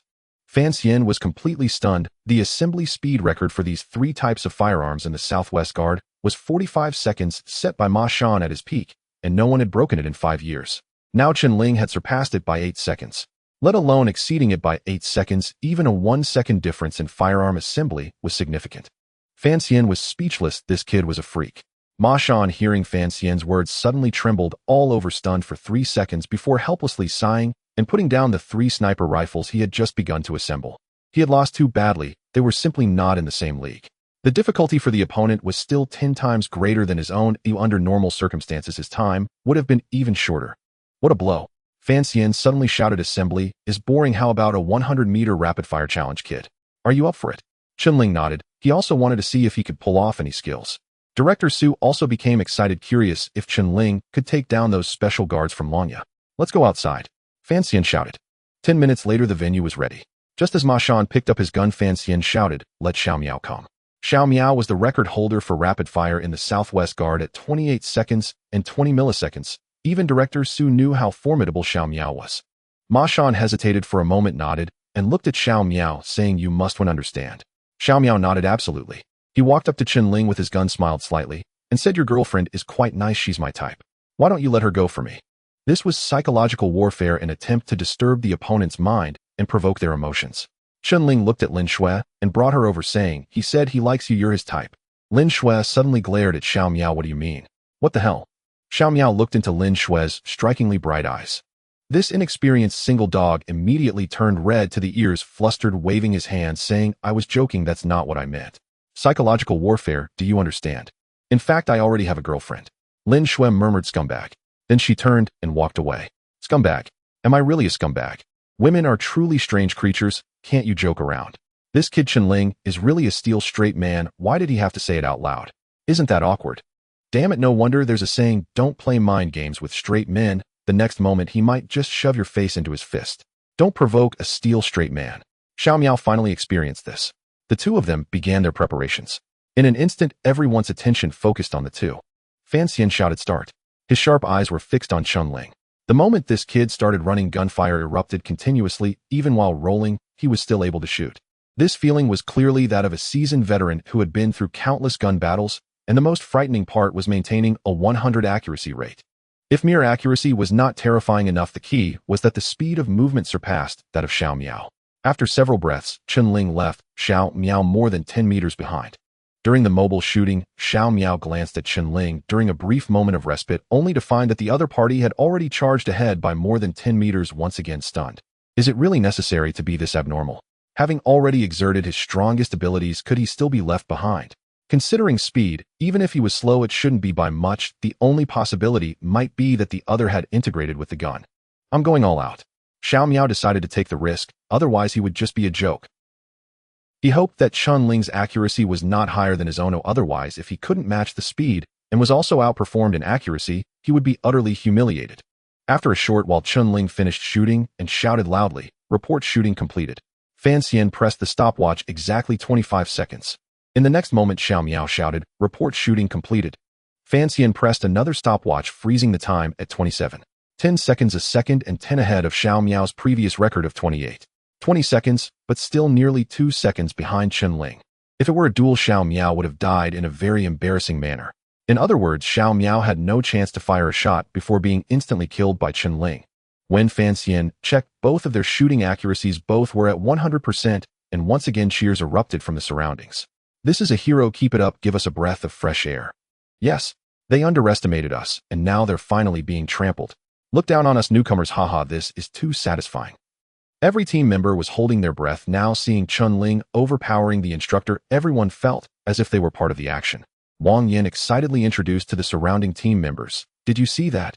This is our 128th squad coming out, a comrade from the Ho E200, part of the same unit as us. Chen also chimed in, it was worth it for me to train with him every day, keep it up. Let's fight for our Ho E200. Tai Dan asked in confusion, isn't he from the police reconnaissance unit? When did? His words were cut off as Wang Yin and Chen firmly covered his mouth. Wang Yin wore a distressed expression saying, Tai Gear, don't speak. No one thinks you're mute. On the other side, Geng Zhan said, he's a master. A true master. Deng Su nodded saying, I knew from the first day, but I didn't expect it to be this outrageous. It's remarkable he's about to dominate this bunch of veterans. No wonder the squad leader wanted to recruit him so badly. If he joins our dragon scale, our overall strength will skyrocket. Ma Shan and Xiao Miao are the strongest in Longya, and now they're being trampled like this, the decision-maker will certainly have a tough time. After all, if they couldn't take down Chen Ling, how would the surrounding rookies view them? If the instructor can't outperform the team members, how can they train them? Just as Geng Zhan said, Fan Xian could no longer stand the cheers and discussions of the rookies around him. He also had his pride. If this continued, how could they manage? Who would still respect their instructor? Fan Xian had gone through so many assessments, when had he ever been so embarrassed? His two strongest subordinates had been taken down. Crack. Fan Xian picked up a sniper rifle, loaded it with real bullets, and shouted to Chen Ling, shoot the flag at 1,200 meters with live ammunition. Chen Ling shouted, report, I think we should just shoot at 1,600 meters. 1,200 meters won't stimulate me. Fan Xian nearly spat blood. The effective range of a Type 3 sniper rifle is 800 meters. At 1,200 meters, the bullets would be drifting. Although there are some who can shoot 1,600 meters abroad, it often involves a lot of luck. This is reality, not some special effects from a movie. To achieve a certain effect, one must meet the requirements. Chen Ling continued, let's not shoot at the flags anymore. Let's go for a blind shot, placing the flags behind a tree. Fan Xian looked puzzled. You mean shoot through the trees to hit the flag? Chen Ling shook his head saying, no, my blind shot refers to ricochet shooting, which calculates the bullet's trajectory and uses the principle of bullet refraction to hit the flag behind the tree. This was indeed Chen Ling's specialty. His ballistic shooting technique, aside from calculating the trajectory, also involves ricochet shots. Ballistic shooting can calculate the force data of the bullet and the angle of refraction, which is what makes ballistic shooting so impressive. Every projectile's landing point can be calculated. It is precisely because of this ability that Chen Ling had the confidence to challenge Fan Xian. Fan Xian was momentarily stunned, then mockingly said, have you lost your mind? How do you know how much angle the bullet will refract? Chen Ling shouted, report, chief, how about this? Let me try. If I can't do it, I'll admit defeat. Chen Ling had no intention of targeting Fan Xian. He wanted to become stronger, and pushing himself was the right idea, as it could lead to different skills being unlocked. Everyone's eyes were focused on Chen Ling, competing with Fan Xian in shooting while employing such a high difficulty method. Shooting through trees to hit the flag and utilizing ricochet shooting sounded a bit fantastical. Many sniper experts could hit a flag by shooting through trees, but hitting a flag using the bullet's bounce, one would need extraordinary luck to achieve that right. However, it seemed that Chen Ling was confident it would work. Deng Su furrowed his brows saying, is this kid a bit overconfident? If he can hit it, I will become his apprentice. Chun and the others looked astonished, especially Chun, who had great talent in shooting, but even he wouldn't dare to think of such a difficult shooting method. Goodness, if this hits the decision-maker, will be thoroughly embarrassed. Wang Yin said excitedly. Tai Dan rubbed his forehead. Can he really hit it? Swish. All eyes turned to Fan Xian, wondering if he had the courage to bet on it. Fan Xian smiled, saying, this is doable. Ma Shan, go prepare. Yes. Ma Shan immediately went to set up the flags, placing them behind a large tree at 1,600 meters away. The flag's position could be seen swaying, but the pole was hidden. Hitting the flagpole at 1,600 meters was already a tremendous challenge, let alone hitting the pole hidden behind a tree. No one believed Chen Ling could accomplish it. Let's begin. I'm very eager to see this. Fan Xian said, smiling while holding binoculars. Chen Ling picked up the Type 3 sniper rifle, turned the muzzle, and locked onto a large stone 1,400 meters away. Assisted by ballistic shooting techniques, he calculated the bullet's trajectory, refraction direction, and angles in his mind. Lock on. Chen Ling took a deep breath and decisively pulled the trigger. Bang. The bullet shot out at an initial speed of 980 meters per second. Bang. The bullet hit the stone 1,400 meters away, striking the flagpole at a 45-degree angle, causing the flag to fall instantly. The entire process took less than 5 seconds. Fan Xian, watching through the binoculars, let out a scream and fell to the ground. Director Su picked up the binoculars and looked towards the flag, gasping in astonishment. He really hit it. If this were during a mission to save someone. Director Su was ecstatic. At this moment, Fan Xian suddenly laughed, saying, Chen Ling, for the final assessment, recite the Hell Week assessment manual. Oh, I will question you. Upon hearing this, Su and the others turned pale. Too insidious. Old Fan was too insidious. How cunning it is. You must know that the practical training just started 2 days ago, and everyone has either been escaping for their lives or been locked in cages. How can they memorize anything? Many people didn't even get a chance to touch the book before being captured. Now you expect Chen Ling to memorize such a thick manual for the hellish training. What a ridiculous joke. Even if Chen Ling had been leisurely reading for 24 hours straight, it would be impossible for him to finish it in 2 days.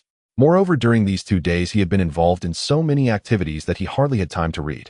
Fan Xian is too cunning. Even Ma Shan and Xiao Miao felt embarrassed when Fan Xian raised concerns about this assessment and turned away, unable to look at Old Fan. But little did they know Chen Ling possessed skills in infiltration and disguise along with a unique method of memory retention. During his time in the hospital, he managed to memorize the entire book.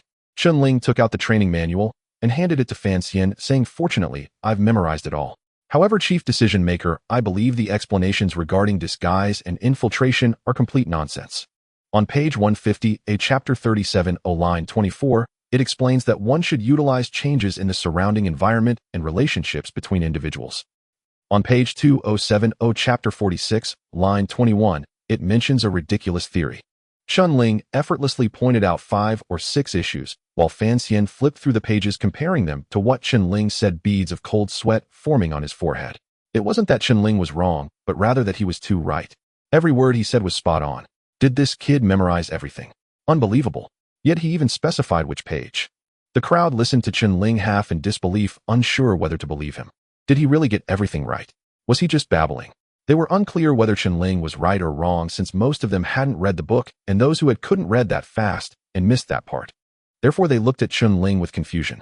They only saw that he was speaking earnestly without the slightest hint of joking.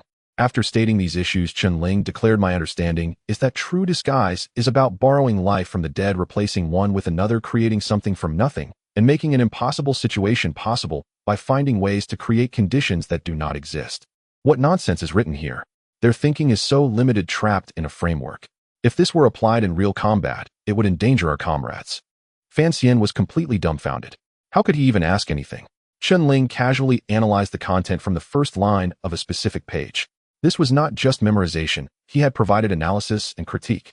What could he possibly ask? The key was that he couldn't refute anything because the uncanny Ma Shan was still standing nearby and the evidence was undeniable.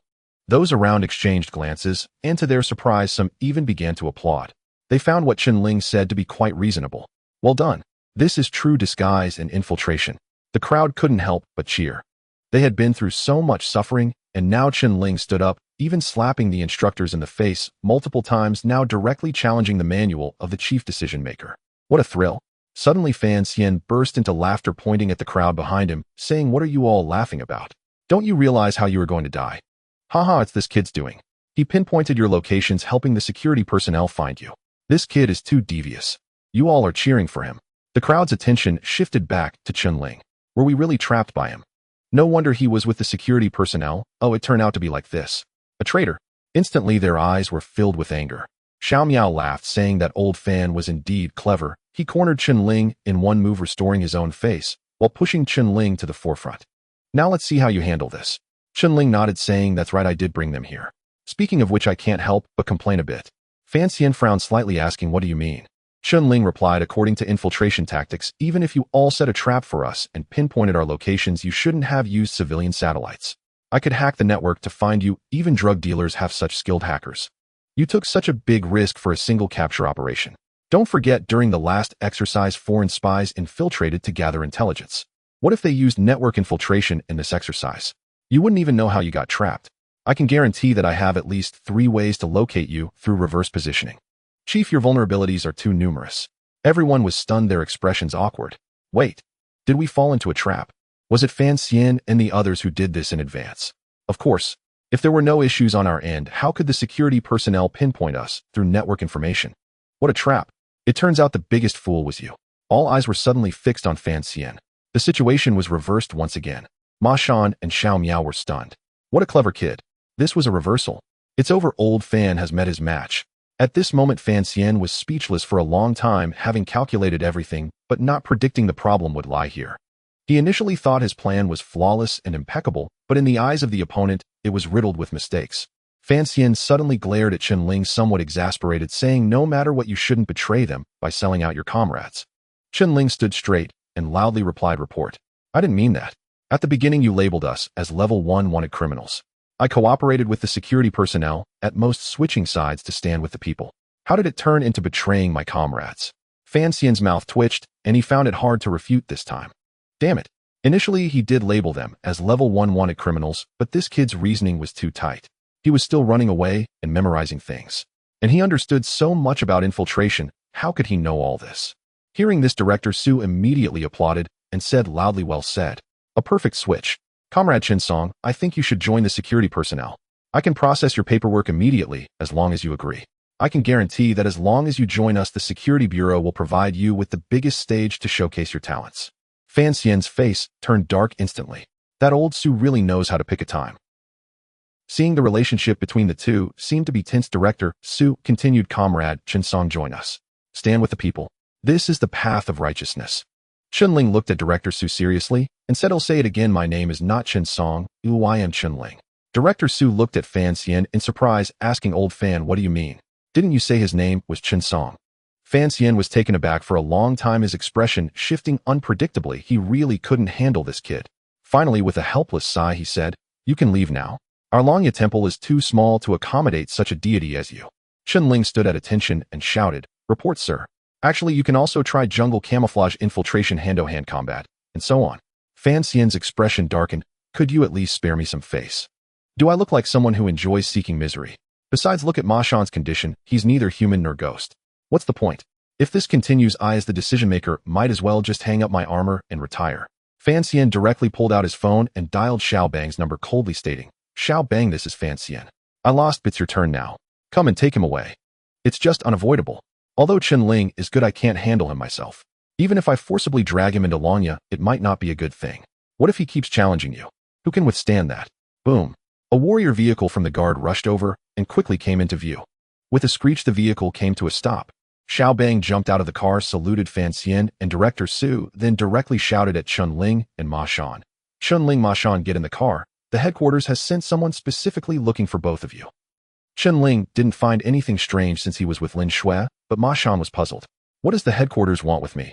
Little did he know that because of the incident with the Reed guard, he had already become a hot topic trending online. If the headquarters isn't looking for him, then who are they looking for? Xiao Miao could no longer hold back and burst out laughing, but she restrained her impulse to speak. Old Ma, this is a good thing. Others work hard to become famous, but here you are without doing anything, becoming the center of attention and even drawing the headquarters' attention. Ma Shan looked puzzled at Xiao Miao and asked, what are you laughing at? Xiao Miao patted Ma Shan's shoulder and said, go on, it might be a good thing. At that moment, Ma Shan suddenly felt as if he had been tricked. At this time, Director Su hurriedly approached Chen Ling and said, Chen Song, remember to consider joining our security system. Here you can have your own special security team. If this talent can come to our security system, he would definitely be of great use. Therefore, no matter what, Director Su needed to strive for this. Chen Ling saluted Director Su and said, thank you for your kindness. I will definitely consider it carefully.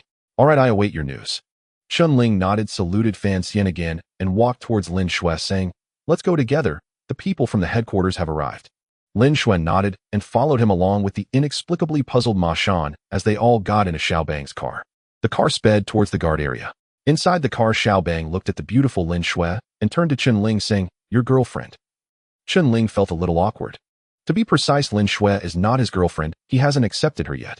After all, the issue with the sergeant hasn't been resolved. Who knows, one day he might end up in a small box covered with a national flag. How can I delay her? Seeing that Chen Ling remained silent, Lin Shui took the initiative and said, report, sir. I'm pursuing him, but he hasn't agreed yet. Xiao Bang was taken aback for 2 seconds. This girl was quite direct. There's no need to say it, as she must be a cheerful girl who gets things done efficiently. He immediately patted his chest and said, don't worry, when he joins Longlin, I'll definitely make it happen for you to get him. However, Lin Shui replied, sir, let's forget about that. I don't want him to take risks.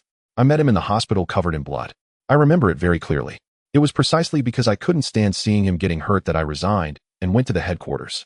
Xiao Bang was stunned again. Now it was a bit awkward. This girl is quite tough, and she does seem to match well with this kid Chen Ling. To be honest, Chen Ling is handsome and has a strong image as a guard. Lin Shui is an outstanding beauty with remarkable temperament. Together, they make a perfect pair. Xiao Bang felt a bit envious.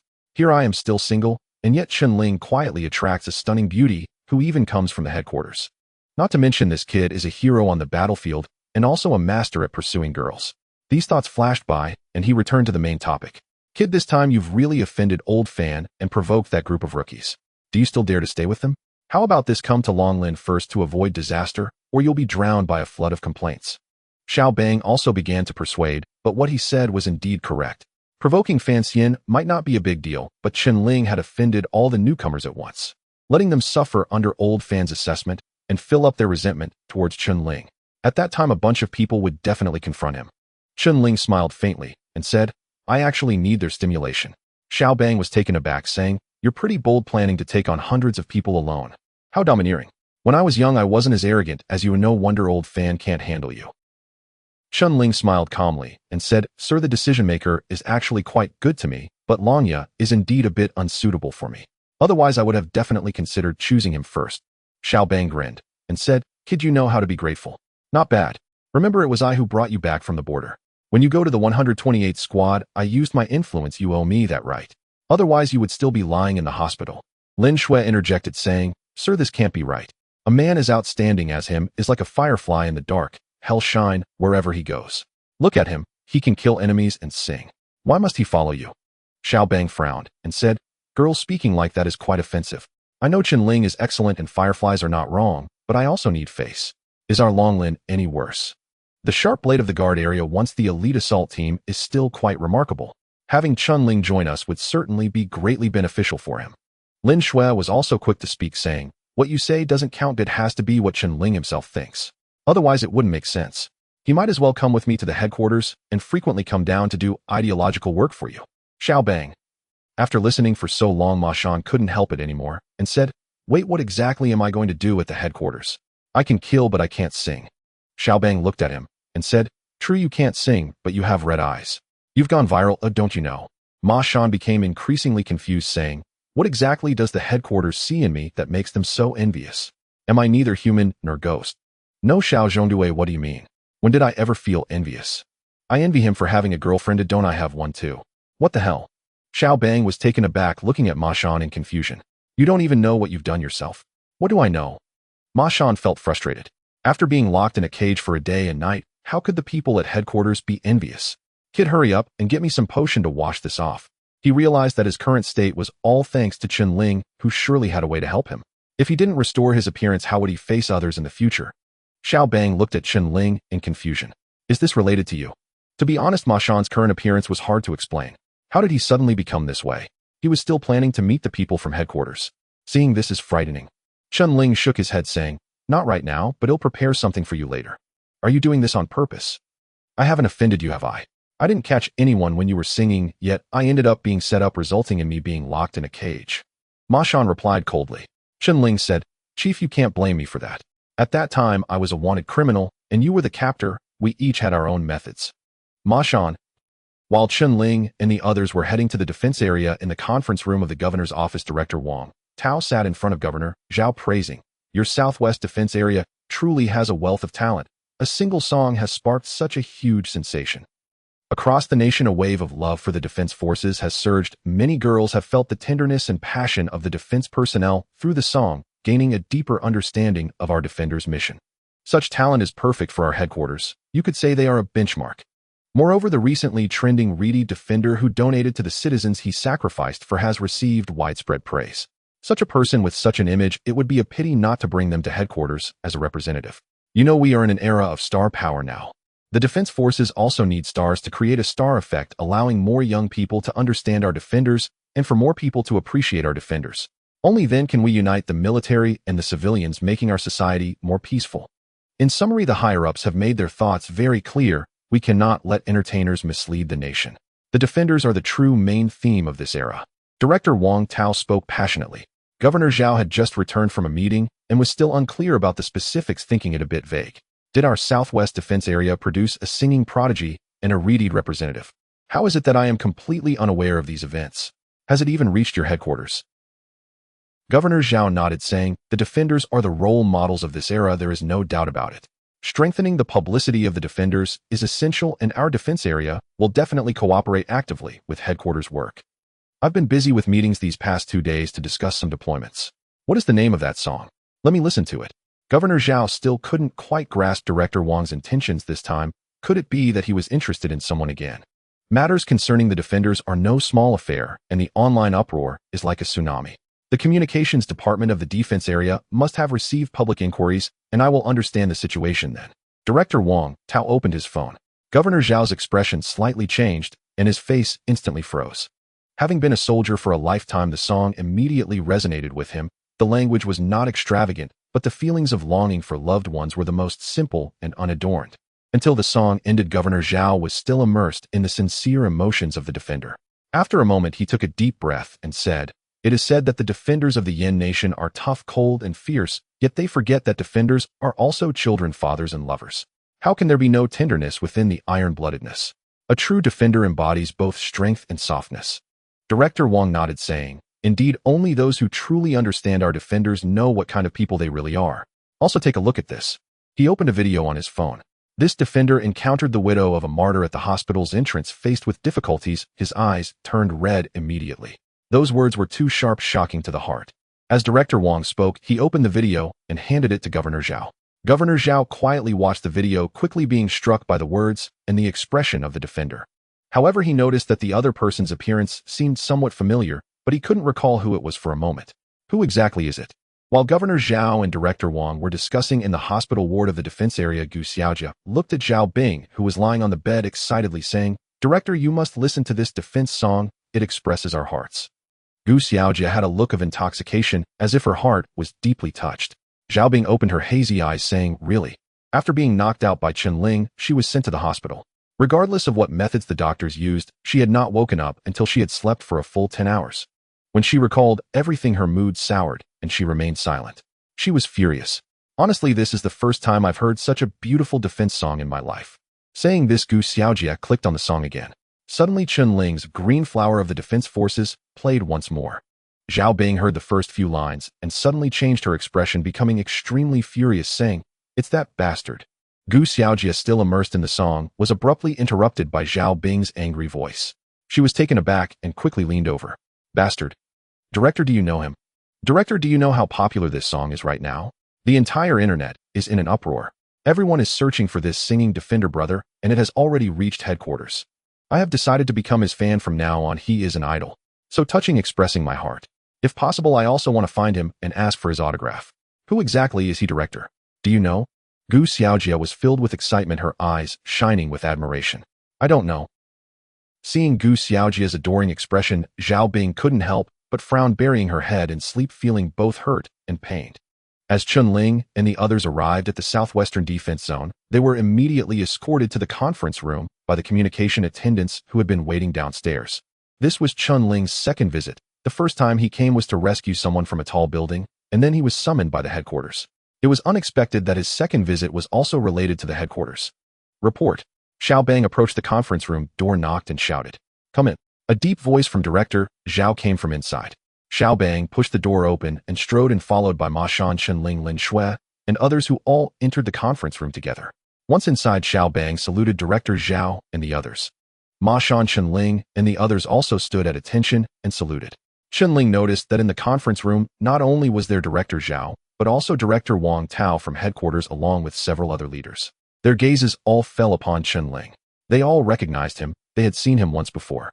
However, who was the other person with a bruised face that was almost unrecognizable? It looked quite disheveled, as if no makeup was needed.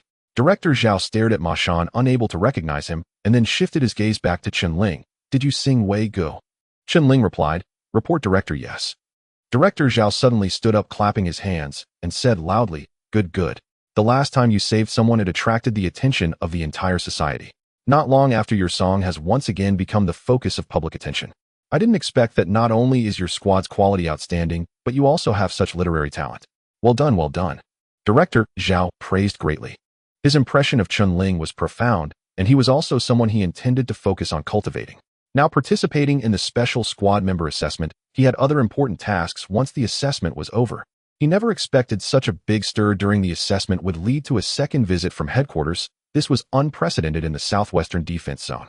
He did not misjudge this young man. Back then, the artistic soldier like Ming only knew how to play the violin and write songs, but he couldn't, and a song that represented the genuine emotions of the soldiers must have been written by someone with a deep understanding of the soldiers. Although Chen Ling was young, he was filled with passion. What is the name of that song? Chen Ling replied, Green Flower of the Squad. Green Flower of the Squad. Not only director Zhao, but also director Wang and others murmured it softly, nodding secretly. The song title was very fitting and quite good. Director Wang couldn't help but stand up and said, Last time, when you saved someone from the tall building, I already knew you were a soldier with a strong sense of justice and mission. I am here to personally invite you again, and it is only for this song. This song can fully express the iron-blooded tenderness of the soldiers. The headquarters will definitely promote it vigorously, presenting it fully on major stages across the nation, even possibly on a global scale. Saying this, Director Wang stepped forward a few paces, walking to Chen Ling's side, and said, Now the headquarters leadership hopes you can work there alongside Comrade Lin Shui in a performance team capacity. As he spoke, he winked at Lin Shui. This was something he hadn't discussed with Lin Shui beforehand, but naturally Lin Shui's relationship with Chen Ling was special. Once he went up, they would definitely be together, which could be seen as a smooth facilitation of a beautiful story. A talent like Chen Ling, as long as the headquarters promotes and focuses on his training, will undoubtedly become the brightest star in the promotion of squad culture in the future. However, this premise is that he must go to the headquarters for the subsequent work to be carried out smoothly. Last time Chen Ling did not agree, and this time Director Wang was unsure, hoping Lin Shui could play a role in persuading him. Lin Shui said, Report Director, I respect his choice. Director Wang was taken aback. What happened to Lin Shui? Wasn't she supposed to persuade Chen Ling? How did it turn into respecting his choice? This line of thought was wrong. Don't you like him? Based on your personal and family conditions, Chen Ling, this passionate young man, should definitely not be able to run away. It is said that when a man pursues a woman, a mountain can stand in between, but when a woman pursues a man, there is only a thin veil. For a girl like Lin Shui, it would be too easy to win over a boy. Now the benefits for Chen Ling were too great. Going to the most desirable department at the headquarters, the future promotion space, was immense, and he could have such a beautiful girlfriend. Such good fortune was not something anyone could encounter. A person who could be personally invited twice by Director Wang had never appeared in any of the major defense zones. Xiao Bang's nerves instantly tensed. Wasn't it true? If he were as young as Chen Ling and received such an invitation from the headquarters, he would likely agree. However, if Chen Ling went to the headquarters, his future prospects would be limitless. But if he goes, a talented soldier like him would be lost. In Xiao Bang's view, Chen Ling had immense potential, and as long as he matured, he would undoubtedly become the most iron-blooded soldier on the battlefield. He naturally hoped that Chen Ling could continue to stay in the frontline squad and become an iron-blooded warrior. Ma Shan's expression grew complicated. Today he had been thoroughly beaten by Chen Ling. He couldn't match him in combat, and even in assembling the best firearms, he couldn't compete with him. In rapid fire, he was neck and neck with Xiao Miao, but Xiao Miao was taken out immediately. He surely couldn't match up either. In the end, Chen Ling's inhuman sniping ability made him even more of a match. A talent like this going to the performance team would be such a pity. However, such a great opportunity, that's the headquarters. As long as Chen Ling takes this step, it would be akin to reaching the heavens in one leap. Would he agree? At this moment, Director Zhao added, Chen Ling, I still say the same thing. It's up to you to choose. Given the current situation, if you go, you will definitely receive applause and flowers at major events, even at the New Year's Eve gala, making your name known throughout Yin country. But if you stay and become a special soldier, you will forever remain in silence, and this song will not be credited to you in public, so you need to think this through. From a personal perspective, Director Zhao did not want Chen Ling to go to the headquarters. A warrior with such immense potential should build his achievements on the battlefield, possibly securing a territory in the future, or even further. Going to the headquarters now might be somewhat lacking, but for a young person, it was a very good choice to go to the headquarters. Therefore, this depends on how Chen Ling views this issue. Instantly, all eyes were focused on Chen Ling. Chen Ling straightened his chest and replied resolutely, Report Director, I choose to stay. I still say the same thing. My comrade's vengeance has not been avenged yet. I do not need applause or flowers. Zhao's eyes once again revealed a look of appreciation. This answer was somewhat unexpected for him. He never anticipated that Chen Ling would respond so decisively, without any hesitation. Because of Lin Shui's appearance, Zhao couldn't help but feel that Chen Ling might choose to leave for her sake. After all, this girl was too charming. If he had encountered such a girl in his youth, he probably wouldn't have been able to resist. It could be said that once Chen Ling went to the headquarters, he would absolutely achieve both love and career success, reaching the pinnacle of youth. How many guards wished for such an opportunity but couldn't obtain it? In the end, Chen Ling resolutely chose to stay. Good. Zhao patted Chen Ling heavily on the shoulder, feeling immensely gratified. As I said, here you will have the most loyal brothers who will watch your back on the battlefield. I believe you will not regret this decision in the future. Naturally, since you refused the opportunity to go to the headquarters, I promised to take you to a place last time. We will set off in a few days, so get ready. Chen Ling's heart stirred. Last time Zhao said he would represent the country. What kind of place was this?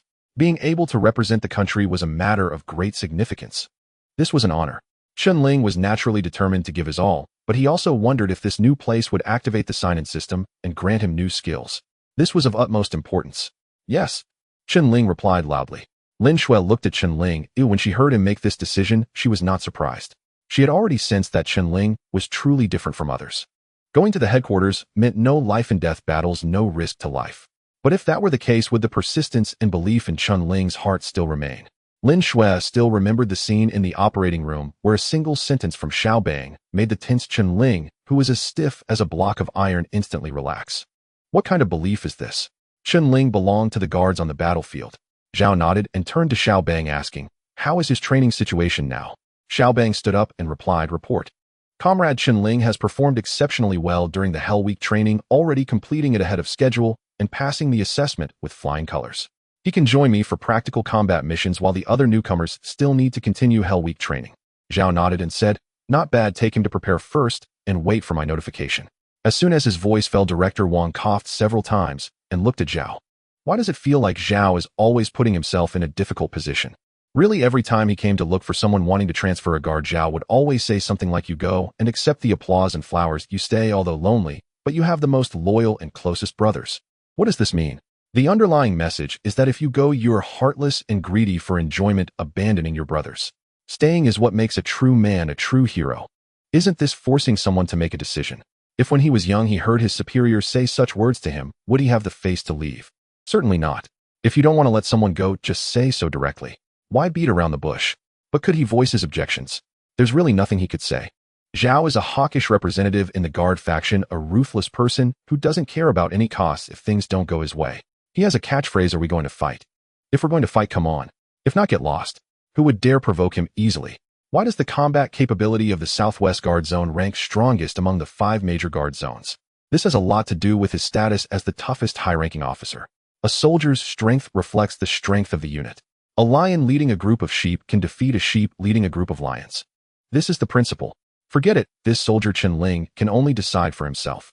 If Zhao doesn't agree, no matter how much he appreciates him, he won't be able to transfer him. Therefore, he can only place his hopes on someone else. Zhao, I would also like to invite another comrade. Saying this, Director Wang looked at Ma Shan and said, "You are the reedy guard who is trending online, right?" Ma Shan was taken aback, his mind muddled. How was this the same as what Xiao Bang said? What reedy guard? What trending topic? What was going on? Ma Shan hurriedly said, "Report, Chief. My eyes are red, but how did I trend online? I am very confused. Why do you want to invite me?" "I am Ma Shan from the Dragon Tooth Assault Team. Are you sure you haven't got the wrong person?" He didn't want to be confused like this. Director Wang furrowed his brows, looking at Ma Shan with a puzzled expression. Because Ma Shan's face was bruised with various colors and patterns, it was a far cry from Chen Ling's sunny and handsome appearance. Could it be that he was mistaken? He opened the video again and asked, "Don't you remember?" Ma Shan looked at the video and immediately recognized himself within it, especially that line, "If you don't support, I will." All the guards shared my thoughts. This statement was so powerful and expressed the heartfelt sentiments of all guards. No matter which guard encountered such a situation, they would step forward. But was the person in it really him? Why did he have no memory of it? Donating money and shouting slogans. If I could say such things, I wouldn't still be single. There was definitely something wrong here. Ma Shan vigorously shook his head, trying to clear his thoughts. He could be 100% sure that he had never done such a thing, even in his sleepwalking. Moreover, based on the timing, wasn't it precisely during the period when he was locked up? Chen Ling, it must be that guy. Ma Shan's mind flashed as he thought that if he could turn into Chen Ling, then Chen Ling could also turn into him. No doubt about it. He suddenly turned his head and stared at Chen Ling, saying, "You little brat did this, didn't you?" At that moment, Chen Ling also noticed that the so-called reedy guard in the video was himself, disguised as Ma Shan. He really did not expect it to cause such a huge uproar and alarm the headquarters. Chen Ling shook his head helplessly and said, "I just met the widow of Sergeant Wu. It was too rushed, and I just cursed a few words before leaving." Who would have thought someone would record a video? He was also speechless, not expecting netizens to pay so much attention. Ma Shan was on the verge of exploding. Good grief. You just cursed a few words and left. You initiated a donation drive among the people, promoting the iron-bone spirit of guards, causing the topic of helping the widow to trend online. You really used my face, Ma Shan, to do such a thing. Please just be a decent person. You're really putting me in a bind. Director Wong noticed the situation. The faint smile on his face gradually faded as he fixed his gaze on Chen Ling. Was this trouble caused by that brat again? After all that fuss, it turns out to be the same person. How am I supposed to deal with this? I was excited for nothing, thinking I could find a new example. Ma Shandao said, Chief, you heard it too. I was impersonated by him. I am the one who is genuinely doing the work, not him. For Ma, it was a painful blow. Chief Zhao laughed heartily, and without asking Chen Ling, he directly questioned Xiao Bang what on earth is going on. Xiao Bang had been following Fan Xian and others, keeping an eye on their movements, fearing that Fan would act out of character and end up getting Chen Ling in trouble. In the end, it was Chen Ling who got Fan Xian into trouble. Report, Chief, the situation is like this. Director Fan is conducting a special assessment of Comrade Chen Ling, intending to use. Xiao Bang recounted how Fan Xian and the others planned to scheme against Chen Ling only to find themselves outsmarted by him. He had disguised himself as Ma Shan, evading everyone's surveillance, and explained everything in detail. As for the events that occurred at the hospital entrance, Xiao Bang was not very clear. He later had an epiphany. Finally, he pointed at Lin Shui and said, Chen Ling also used this beautiful girl, borrowing the name of the headquarters, to mingle with the Public Security Bureau, visiting the comrades of the security team. I don't know what he did in the Public Security Bureau, but it seems he hacked into the network, helping the security personnel locate and capture a lot of assessment targets, completely ruining Director Fan's plans. Although during this counteroffensive, Comrade Chen Ling has caused trouble for many, I believe he is right. He is a thoughtful and promising member of the security team, thus qualifying him to directly join the Dragon Scale Assault team. Chief Zhao was exceptionally excited, and by the end he no longer heard Xiao Bang's last sentence, bursting into laughter. Good. Chief Zhao repeated, 3 goods. Chen Ling, I didn't misjudge you. You will definitely become your squad leader's proud soldier. Chief Zhao said heavily. Chen Ling couldn't bear to hear this. His eyes immediately turned red. Squad leader, did you hear that? Chief Zhao is praising me, which is equivalent to praising you. I know Chief Zhao is the one you admire the most. You often quote his words, and now that person you idolize is praising you. Did you hear it? Chief Zhao was right. I will definitely become your proud soldier. At this moment, Chief Zhao turned to Director Wong and said, Director Wong, did you hear that? There's no choice. This soldier really isn't suited for office work. Wouldn't it be a waste to keep him at headquarters? At least for now, it is a waste. In the future, when he retires, if he doesn't want to continue midway, I will definitely persuade him to go to your side. What do you think? Hearing this, Director Wong felt a bit more at ease. The situation was already laid out, and what else could he say? Just now hearing about Chen Ling's combat methods felt almost surreal. He had asked Lin Shui to persuade him, but unexpectedly, she was used, essentially giving Chen Ling a divine assist. The little girl was still too naive. Wait, could it be that she simply has a crush on Chen Ling? This is utterly unreasonable. A girl like Lin Shui, whether in figure, appearance, or family background, is top-notch. How could she? Side Director Wong didn't even know what to say anymore. In short, there was nothing left for him to do. The security team indeed needs publicity to shape more images of security personnel and make them heroes loved by the public, but genuine combat heroes cannot be lacking either. He could only look for other examples. Director Wong stood up to leave, but before departing solemnly told Chen Ling, Comrade Chen Ling, whenever you want to come to headquarters, feel free to find me. The doors of our headquarters are always open for you. Chen Ling saluted Director Wong and said, Thank you, Director, for your kindness. I will certainly consider it carefully in the future. Director Wong nodded. Lin Shui smiled at Chen Ling and said, I am serious. Although Chen Ling did not choose headquarters, Lin Shui was not upset. Instead, she became more convinced of her thoughts, believing she would definitely walk into Chen Ling's life in the future. I will definitely treat you to a meal, Chen Ling said.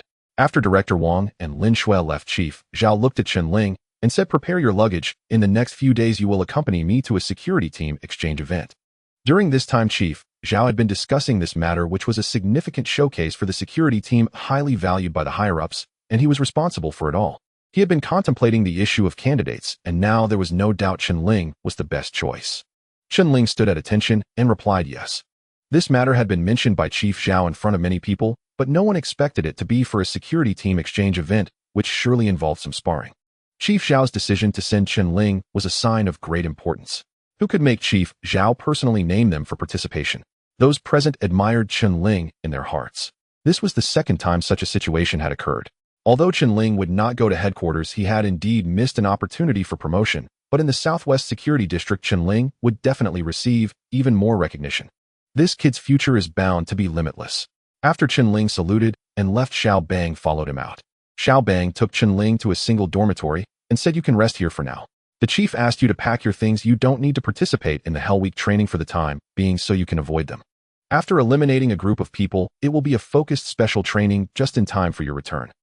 Xiao Bang patted Chen Ling's shoulder and said with some emotion, "Kid, I really underestimated you back then. If I had let you join Dragon Scale sooner, I wouldn't have to work so hard now." Back then, Xiao Bang saw the doctor's report at the hospital concluding that Chen Ling was not suitable to be a special security officer, which led to his choice to give up. Otherwise, how could he have missed out? Chen Ling didn't know what to say, so he looked to the future. "Captain, I have always remembered your kindness." "Okay, we'll discuss this later. Just one thing, remember to avoid those rookies as much as possible." Chen Ling asked in surprise, "What does that mean?" Xiao Bang looked at Chen Ling with a speechless expression and said, "Don't you have any awareness? You've caused trouble for over 200 people. This is a pit you can't jump over. You will definitely be targeted. If you go meet them, do you think they will let you off easy?" Chen Ling did not think much of it. The guard team was inherently a place of competition, and only through competition could they be stimulated as setbacks lead to progress. Of course, Chen Ling understood Xiao Bang's good intentions. After Xiao Bang left, Chen Ling returned to his original dormitory to pack his belongings. After all, this departure marked a new beginning, and the likelihood of returning in the future was extremely low. Once he finished packing, he stepped outside to find the dormitory area completely empty, likely still undergoing the Hell Week communications. As Xiao Bang said, Fan Xian's Hell Week had been disrupted by Chen Ling. The originally planned training for 7 days ended up concluding in just 2 days, and in the most unfortunate manner. Every team member was filled with pent-up frustration, having been locked in a steel cage, which was indeed quite unpleasant. Under normal circumstances, if one was outperformed and caught by someone else, there would be nothing to say. However, this was clearly a case of being sabotaged. As for Fan Xian's Langya, it was needless to say, he could barely lift his head in front of the team members. In front of everyone, he had been thoroughly humiliated by Chen Ling. The most critical point was that he wanted to invite others into his assault team, yet they were unwilling. It was like lifting a rock only to smash one's own foot. Chen Ling thought for a moment and decided to head to the large playground. Sure enough, he saw team members drenched in sweat fervently engaged in various physical training exercises. Chen Ling thoroughly enjoyed this feeling, filled with the fervor of manhood, but such specialized training held little significance for him. It should be known that Chen Ling's physical fitness had surpassed level 4, equivalent to 4 times that of an average person, making him indifferent to such training. He turned and went to the infirmary to prepare some medicine for emergencies. Du Cixi was not present, likely off training with the team. By the time Chen Ling finished packing, it was already time for lunch. Mealtime. Chen Ling went directly to the cafeteria. His current status was arranged by Xiao Bang, enjoying the same meal treatment as Long Lin, ordering whatever he desired with privileges similar to those of the guard's little wolf dogs. He casually ordered a few dishes, and after a while several plates of specialty dishes were served. Such treatment was something ordinary guards could not enjoy. Thud. A commotion of footsteps echoed at the entrance, followed by a group of drenched team members walking in. When they saw Chen Ling sitting steadily in the cafeteria, the crowd immediately erupted. "Did I see wrong? Is that the kid who got us all into trouble? It must be him. Should we challenge him? Teach him a lesson? I think it's necessary. That kid is too shameless, inflicting all the pain upon us.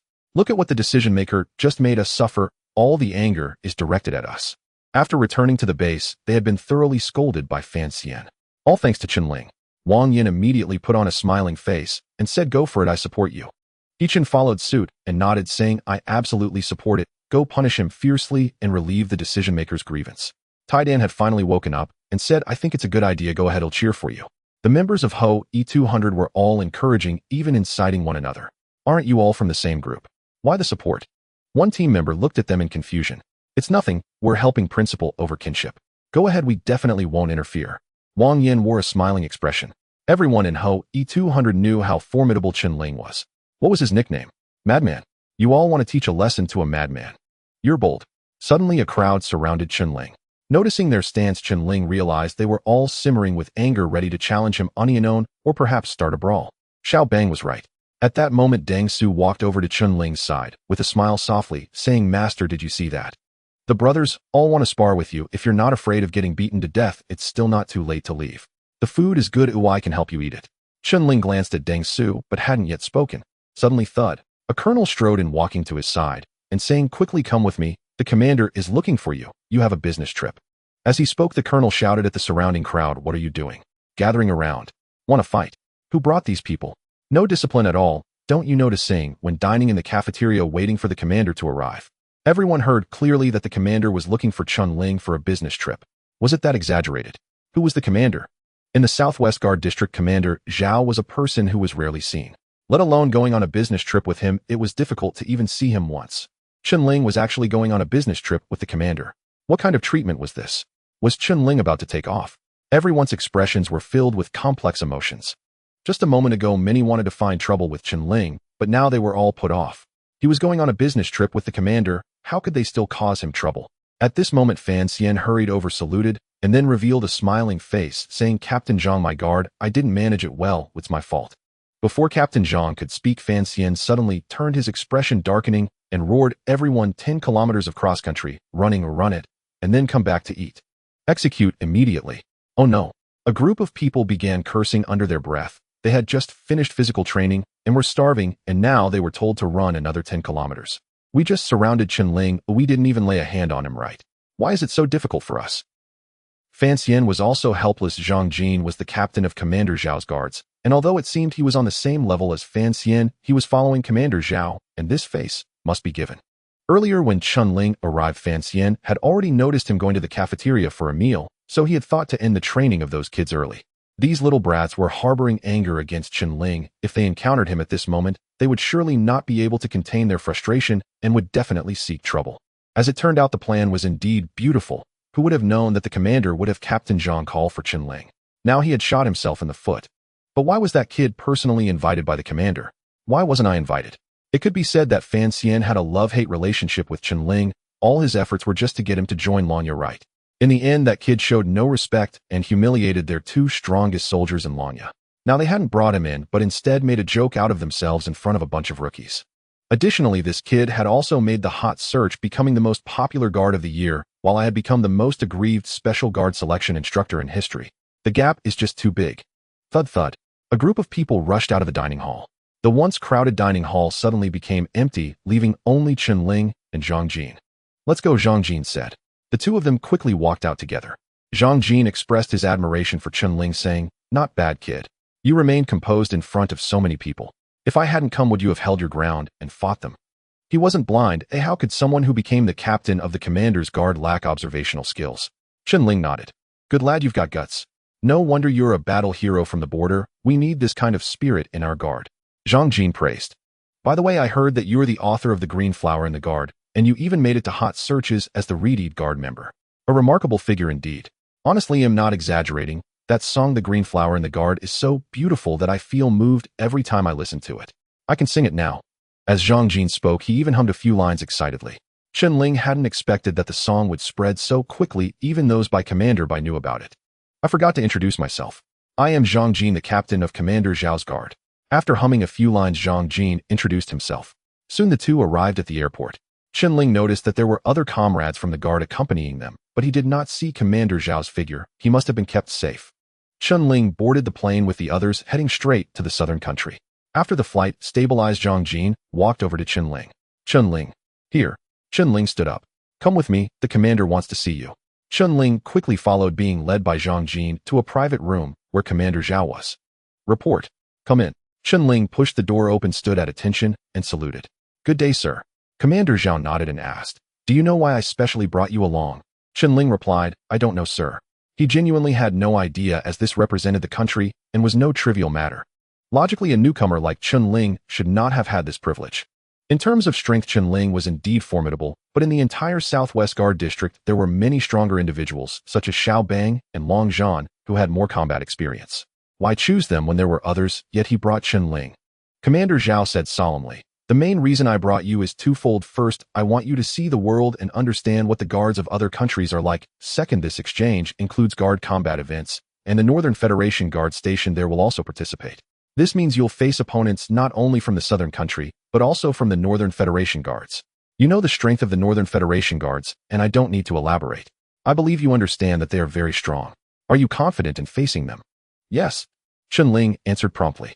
Commander Zhao continued, "This concerns the dignity of the nation. We can only win and not lose. Can you do that?" "I can." Commander Zhao nodded and said, "Good. Go rest well, gather your energy, and be prepared to fight when the time comes." Chen Ling saluted and replied, "Yes." This time Commander Zhao was representing the country to attend the guard exchange meeting. The matter involved national dignity and could not have any mistakes. To prepare for this guard exchange, besides bringing Chen Ling, Commander Zhao also appointed Zhang Jin as the lead guard. They were all elite individuals selected from the Southwest Guard District, and their individual combat capabilities were not inferior to those of special guards. They were equally proficient in cooperative combat. They could be said to be the most mysterious combat unit of the Southwest Guard District. If placed in ancient times, they would be the personal guards protecting the marshal. Although Chen Ling was not a special guard member, he single-handedly hunted down 16 hired guard members in border combat. His combat power far exceeded that of ordinary soldiers. During the exercises, he also eliminated 3 spies that had infiltrated, showcasing his strength, which was not merely luck. Additionally, his competition with Fan Xian during the Hell Week training was nothing short of spectacular. From camouflage infiltration to hand-to-hand combat, weapon assembly, and sniper trials, the season specials had no way to handle him and could only reluctantly hand him over to old Gao. Commander Zhao realized that he could take Chen Ling out to see the world.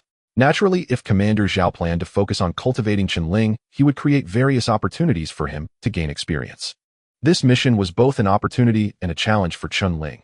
Therefore, Commander Zhao felt it necessary to have a conversation with Chen Ling before the preparations to make him aware of the situation. This was to put pressure on him. Commander Zhao believed that this pressure would motivate Chen Ling, unleashing even greater potential. Chen Ling returned to his seat and immediately closed his eyes to rest. Just as Commander Zhao had said, he would not only face the Southern Country, but also the Northern Federation Guards. The strength of the Northern Federation Guards was recognized worldwide, especially their special guard members who had become the benchmark for killing machines in global warfare. Many guard members from various countries would give a thumbs up upon hearing about the Northern Federation Special Guards, awed by their formidable individual combat abilities. But would Chen Ling be afraid of them? No. In terms of physical fitness, Chen Ling had already reached level 4, and compared to the Northern Federation Special Guards, he would not be at a disadvantage. Regarding shooting, he possessed ballistic shooting skills. In jungle warfare, he had the jungle phantom skill. These skills were Chen Ling's confidence. He cleared his mind and entered a state of rest. It wasn't until the plane landed at the Southern Country's airport that Chen Ling opened his eyes. Comrades, from this moment on, remember that your every word and action represents our country.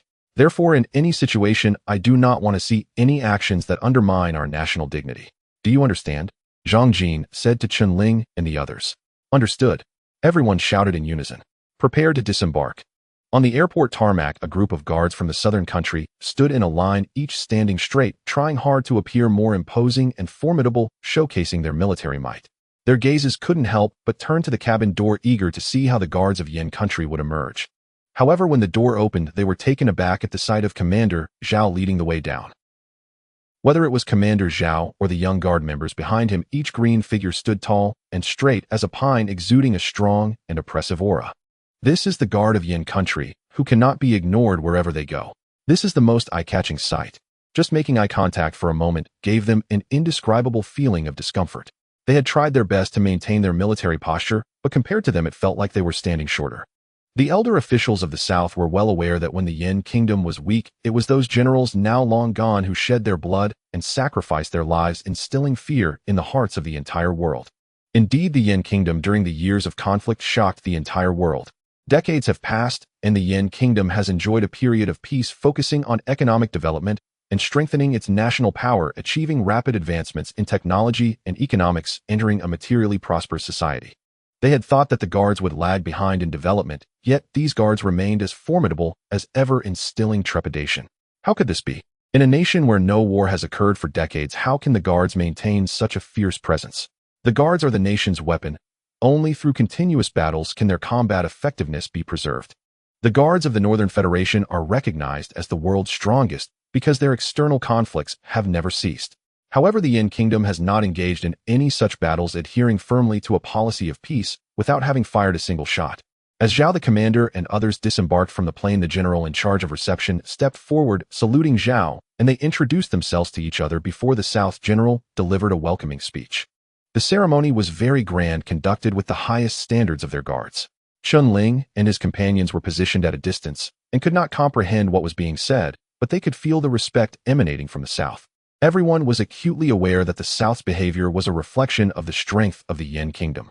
As the national anthem played, an unprecedented sense of pride surged through Chen Ling and his companions. After the welcoming ceremony concluded, Chen Ling and his companions boarded the pre-arranged vehicles heading towards the venue for the guard competition. Zhang Jin, with a serious expression, addressed the group. Pay attention, the commander is attending a trilateral meeting. We will head directly to the designated guard competition venue to familiarize ourselves with the site. There will be personnel from the South to receive us, Based on past experiences, some of them may not be very accommodating and may even be antagonistic towards us. Zhang Jin had accompanied Zhao the commander to several guard exchanges, accumulating rich experience in this regard. We can retaliate, but not excessively. We represent the Yin Kingdom, upholding its dignity while maintaining the grace of a great nation. However, actions speak louder than words. If there are any insurmountable issues, come to me immediately. Understood. Everyone, including Chen Ling, responded in unison yes. Each person present was acutely aware of their mission. In their hearts, the honor of the nation surpassed all. Close your eyes and rest. After more than 30 minutes, the vehicle came to a halt. Chen Ling followed the others out of the car, where a South officer greeted them. Following a mutual salute and brief introductions, he led them into the venue. As the competition was about to take place, the surroundings were on high alert with isolation zones set up to prevent unauthorized personnel from entering. Chen Ling glanced around and noticed the prepared shooting range, fighting arena, and obstacle course. It seemed these would be the competition events. Chen Ling suddenly recalled how the book-loving old Jiang had once detailed to him about the South, a rather peculiar nation. First, they were prone to boast about themselves, especially their ancestors, to the extent of claiming Confucius as one of their own and asserting that Chu Yuan and the Dragon Boat Festival originated from them. Old Jiang had also analyzed that their nation behaved this way due to a deep-seated inferiority complex. They were historically a nation with very little history, having once been a vassal state of the Yin Kingdom, paying tribute year after year. Now, bolstered by their newfound strength, they felt that having sufficient history was necessary to match their status, otherwise they feared being looked down upon. Thus, they claimed cultures acquired from other nations as their own for self-comfort. This was the most typical manifestation of the AQ mentality. Secondly, the people of this nation had strong self-esteem and could not tolerate the slightest grievance. They were somewhat fragile, feeling uncomfortable if anyone was even slightly better than them. Thus, they easily developed a distorted psychology. Chen Ling was deep in thought about these issues. Captain Zhang paused and said to the group, "You can wander around, especially check out the obstacle course. It differs from the usual 400-meter obstacle we train on. Familiarize yourselves with it. However, I must emphasize again, be mindful of your words and actions. You represent the image of the Yin Kingdom." Understood. Chen Ling and the others replied in unison yes. Disperse. The group immediately scattered, each wandering to familiarize themselves with the venue. This was very important for them. Familiarizing themselves with the environment in advance would allow them to quickly grasp the situation at the site, forming a combat mindset in their minds beforehand, and simulating the terrain that could be utilized during the event. Especially for the obstacle competition, familiarizing themselves with the environment beforehand and strategizing in their minds would be more beneficial for their performance on site. This was also why Zhang Jin wanted everyone to familiarize themselves with the venue. Chen Ling walked directly towards the shooting range, primarily wanting to assess the ground conditions, including flatness, lighting, and wind speed. Though his marksmanship had reached an intermediate level, he needed to familiarize himself with the environment in advance to maximize his performance. This competition was different from his previous match against Fan Xian. This time, he represented the nation and could not afford any mistakes. Additionally, Chen Ling was curious to see if he could trigger the sign-in system to acquire new skills. Skills were the foundation of Chen Ling's continuous growth. Therefore, no matter the time, trying out new things was never a bad idea. Chen Ling arrived at the shooting area, carefully surveying the surroundings, but found nothing unusual. The weather was pleasant today with occasional breezes. Both humidity and temperature were suitable for shooting. After finishing his observations, Chen Ling did not hear the sign-in prompt from the system. Let's check the next area to see if we can make any gains. As Chen Ling was about to change locations, a young lieutenant from the south approached him. After sizing Chen Ling up with undisguised disdain in his eyes, he spoke in broken Yin language. "Here, we use the M4A1 for shooting. Do you want to give it a try? Yin soldiers, you probably don't have such good guns over there, right? Here it comes." Just as old Jiang said, this was boasting of people in this country like to show off to boost their confidence.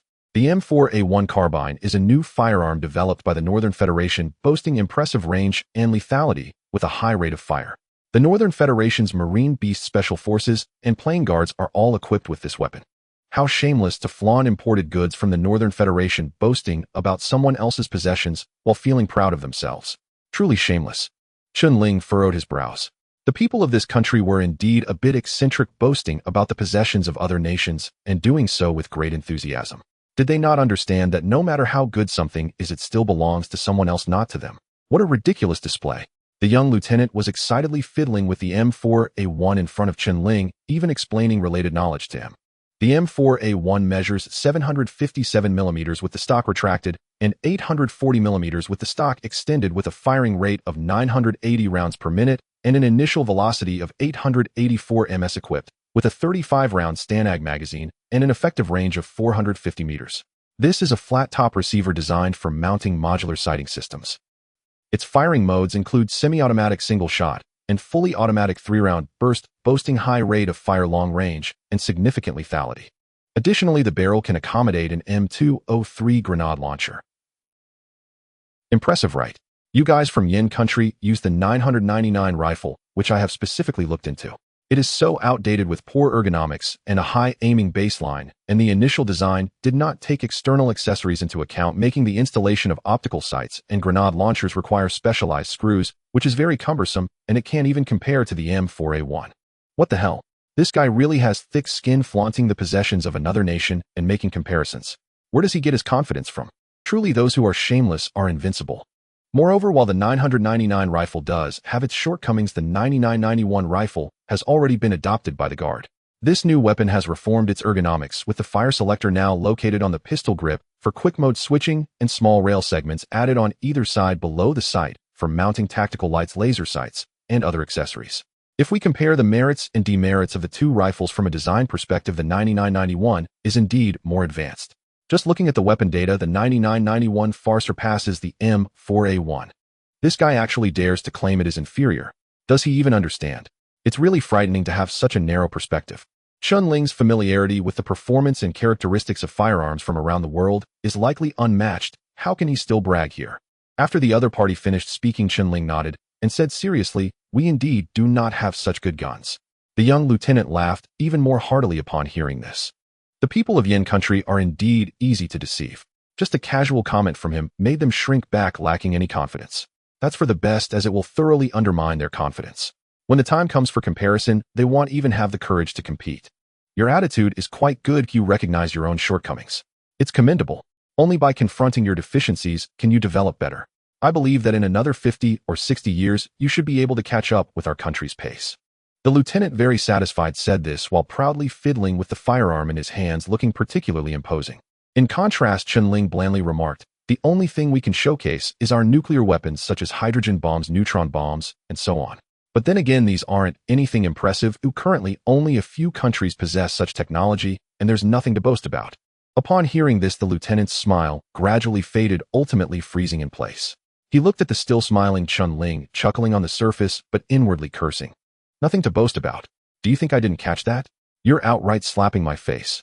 But can I refute it? No way to refute. Their country indeed lacks those large-scale deterrent weapons. Compared to them, firearms are nothing but trivial.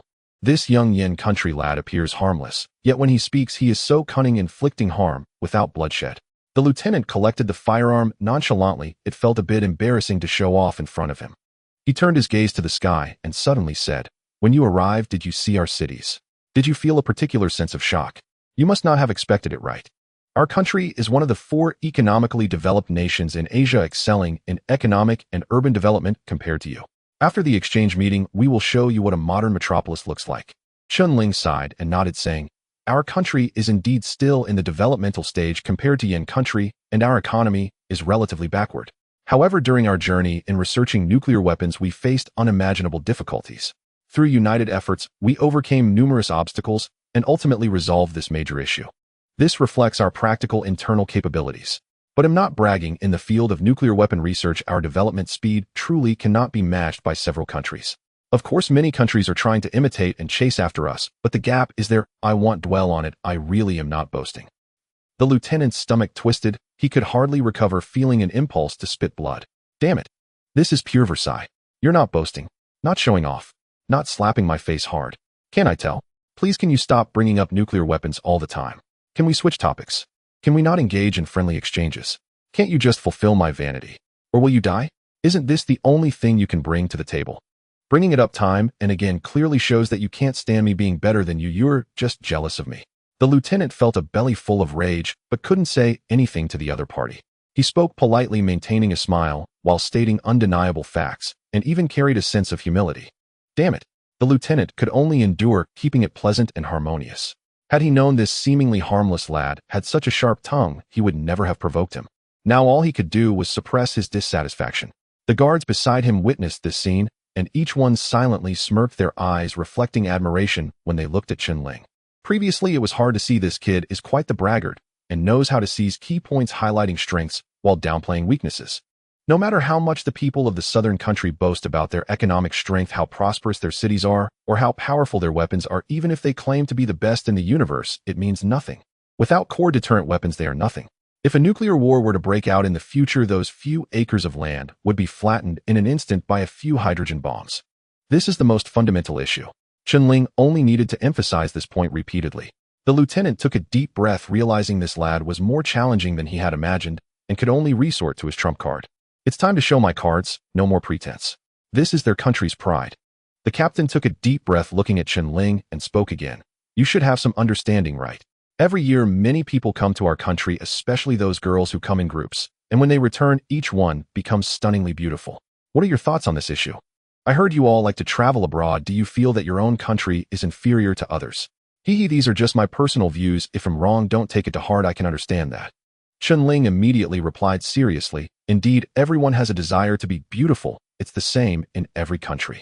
You have no idea. On my way here, I glanced around the streets and saw that the women in your country are truly beautiful, but they all seem to have the same look, as if they were born from the same mother. No wonder our girls like to come here. The cosmetic surgery here is undeniably world-class. I am genuinely shocked and truly admire your country. In the southern country, cosmetic surgery is very advanced, recognized worldwide. No matter what someone looks like after a few procedures here, even the most ordinary girl can become stunning. However, this leads to everyone on the street having a similar internet celebrity face. Especially some girls who directly imitate the looks of certain female celebrities and get procedures done to the point where even their own mothers can't recognize them. The captain initially felt somewhat proud, but after hearing Chen Ling's words, it felt as if he had swallowed a headless fly and his stomach churned. What are you shocked about? Your underlying implication is that the people of our country are ugly and insecure. Only ugly people would resort to cosmetic surgery. The reason the cosmetic surgery industry in the southern country is so developed is because the citizens lack confidence and use surgery to disguise themselves. What a huge irony. However, he couldn't pinpoint any grammatical mistakes. The surface meaning was clear, and he couldn't find anything to disrupt the harmony. Damn it. The captain felt the energy within him surging, ready to spit out a mouthful of blood. If this guy had been smiling while talking to him, he might have felt better. But this kid was serious, talking to him as if he were trying to reason with him. Damn. The captain felt like his heart had been stabbed multiple times, and he couldn't continue the conversation properly. It felt like if this went on, his whole family would have to get cosmetic surgery. I just remembered I have something to attend to. You can look around by yourself. Oh, we'll have a good talk when I have time later. With that, he turned and left, not daring to stay any longer. He couldn't continue to act arrogant, otherwise if he kept talking like this, he would definitely end up with internal injuries. Chen Ling watched the other's retreating figure and called out, actually, there's nothing wrong with looking alike. It's like family, which is a good thing. As the captain walked, he stumbled, almost falling, and then hurried his pace. At this moment, Captain Zhang walked up beside Chen Ling, patted him on the shoulder, and said, well done, or it should be like this. We are a nation of etiquette, so we should speak politely, but we cannot lose face. Nuclear weapons are the cornerstone of our strength. That's enough. There's no need to compete with them on other matters. Moreover, our good things should only be revealed at critical moments. That's what truly shocks others. Just now, Zhang Jin had already noticed the situation on Chen Ling's side. Initially, he was quite worried that Chen Ling would lose control of his emotions and be led by the nose by the other party, but unexpectedly, this kid showed high emotional intelligence, giving a thumbs up. This guy, though young, had great courage, maintaining a confident yet respectful attitude, speaking logically and persuasively, making the other party feel suffocated to the point of almost spitting blood before leaving in a dejected manner. Such seasoned tactics were hard not to admire. No wonder the crafty old fan could drain the good seedlings of Team 128, and he had heard that even those had given up against him. Not simple at all. His insight is remarkable. He must have seen that this kid's abilities are extraordinary. Otherwise, why would he choose him among so many talented individuals in the defense area? Chen Ling said lightly, thank you for the compliment, but the people of their country are simply insecure, which is why they like to show off. Deep down, it reflects a kind of inferiority. It's a disease, and it's quite severe with no cure in sight. Zhang Jin was slightly taken aback. This kid really dares to speak, though what he said had some truth to it. Chen Ling, here, continue to familiarize yourself with this area as soon as possible. When the time comes, let's have a match and show your true skills to make them speechless. Captain Zhang instructed. Yes. Chen Ling continued to observe the shooting range. During this time, Chen Ling utilized his ballistic shooting techniques to conduct various simulations in his mind and felt that he hadn't discovered any significant issues. The air remained the same, and the sunlight was just as it was.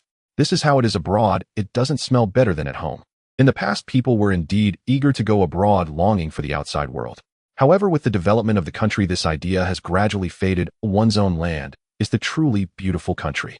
After finishing his observation of the shooting range, especially checking out the obstacle course, news about Chen Ling began to spread among the southern country's defense forces.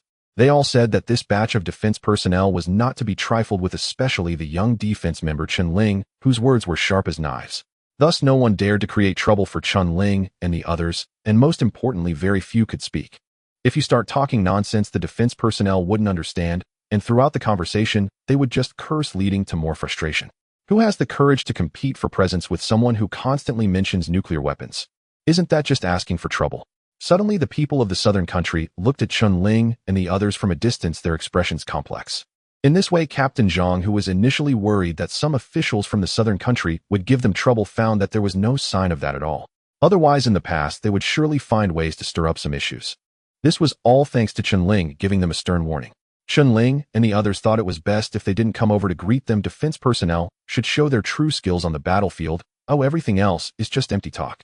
Engaging in a tough battle to win would be the true skill. Soon over an hour passed, and once the meeting concluded, they brought their people directly to the competition venue. Surprisingly, there were also people from the Northern Federation present, and quite a few of them.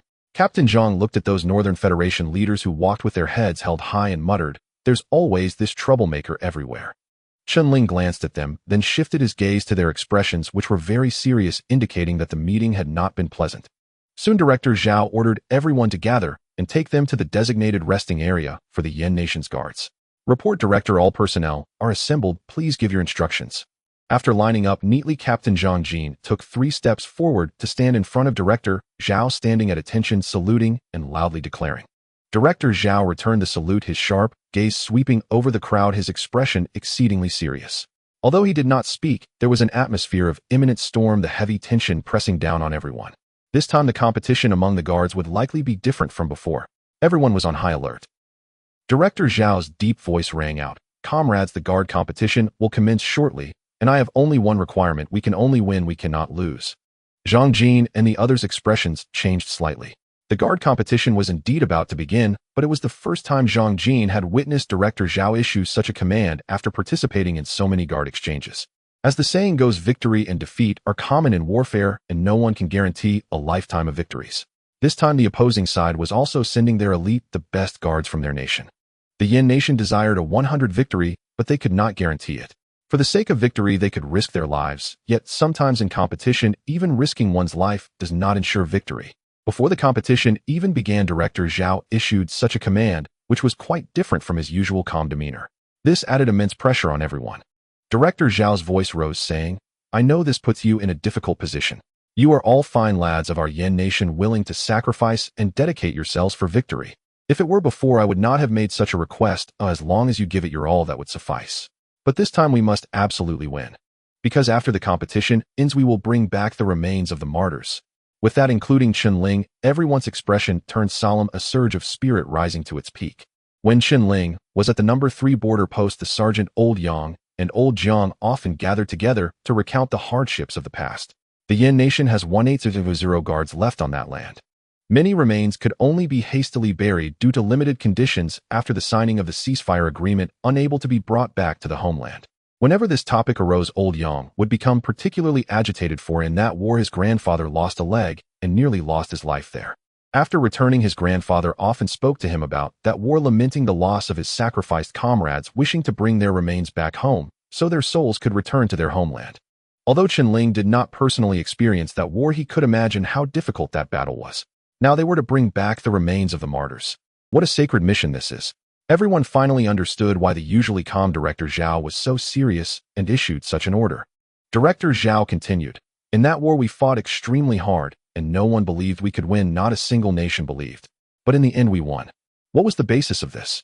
It was the invincible belief and the spirit of sacrifice that said, if not me, then who? Now the heroic souls of our martyrs are here, right where they once caused the enemy to flee in panic. Do you say we cannot guarantee victory?" In an instant, the blood within everyone felt ignited, and they roared in unison, "No." What is the greatest strength of the Yan Nation's guards? It is the unyielding belief. In a narrow encounter, the brave will prevail. What our ancestors could achieve, why can't we? And why did the southern nation choose this moment to transfer back the remains of the martyrs? It is obvious. Back then, the martyrs shed their blood on this land using their tenacious fighting spirit and undefeated mentality to completely shatter the dreams of the coalition forces. Will the modern guards of the Yin nation retreat? Absolutely not. Director Zhao nodded heavily and said with a powerful tone, "That's right, we cannot lose." Moreover, this time the southern nation's guards will broadcast the entire competition live, allowing the whole world to witness this guard contest. Everyone's pupils widened, instinctively clenching their fists. Those bastards are preparing to dig themselves a big pit. Chen Ling's expression showed slight astonishment.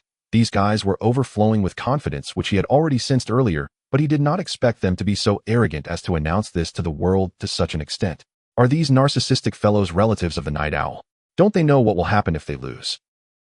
They are lifting a stone to smash their own feet. It will become a world-class joke.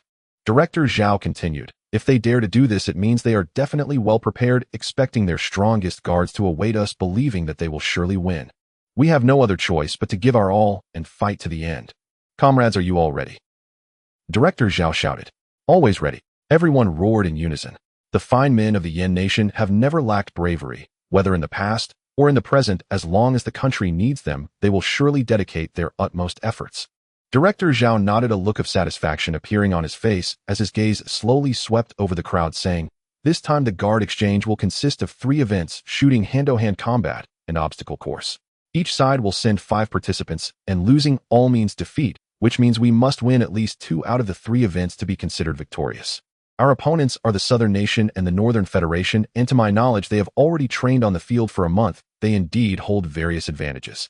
Moreover, the Northern Federation and the Southern Nation are very close, and their intentions are very clear, so it is not ruled out that the 2 countries will join forces against us in this guard exchange. Now I will begin to call names." Director Zhao said solemnly. With that, everyone's spirits tightened once more. This was an honorable yet arduous task, and everyone wanted to participate. "Chen Ling," Zhao the governor shouted. "Here." Chen Ling stepped forward and called out loudly. "Wang Yun, here. Zhang Jin, here. Zhao Yi, here. Luo Xinghua, here." The other 4 stood up, a fierce aura erupting from each of them. Except for Chen Ling, the 4 were all bodyguards of Zhao the governor, elite troops selected from the Southwest Defense Zone, iron-blooded warriors who had come out of special tasks. They fought for their country, their hands stained with the blood of enemies, not inferior in any way compared to Ma Shan and the others. Zhao the governor looked at the 5 of them and said, "You 5 will represent us in battle." "Understood," the 5 shouted in unison. "Change into combat uniforms and apply face paint." "Understood." They quickly dispersed to change their attire. Chen Ling was well aware that this was to conceal their appearances as much as possible. It was difficult to hide their identities because once they made a move, the opponent would surely record all information. Moreover, the opponent would be broadcasting live to the world, attracting much attention, and within Yin country, they would select segments to air. Thus, it was best to obscure their features, making it less easy for others to recognize them, serving as a form of self-protection. The international situation was volatile, and many things were unpredictable. The greatest taboo for special guards was to let others remember their faces, as this would leave significant hidden dangers. The 5 quickly changed their outfits and affixed national flag armbands to their arms. From now on, they would have no real names, only code names. They were fighting for their country, for the heroes of the past.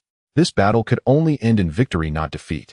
As Zhang Jin and the others prepared to apply face paint, Chen Ling said to them, "Let me help you with your makeup."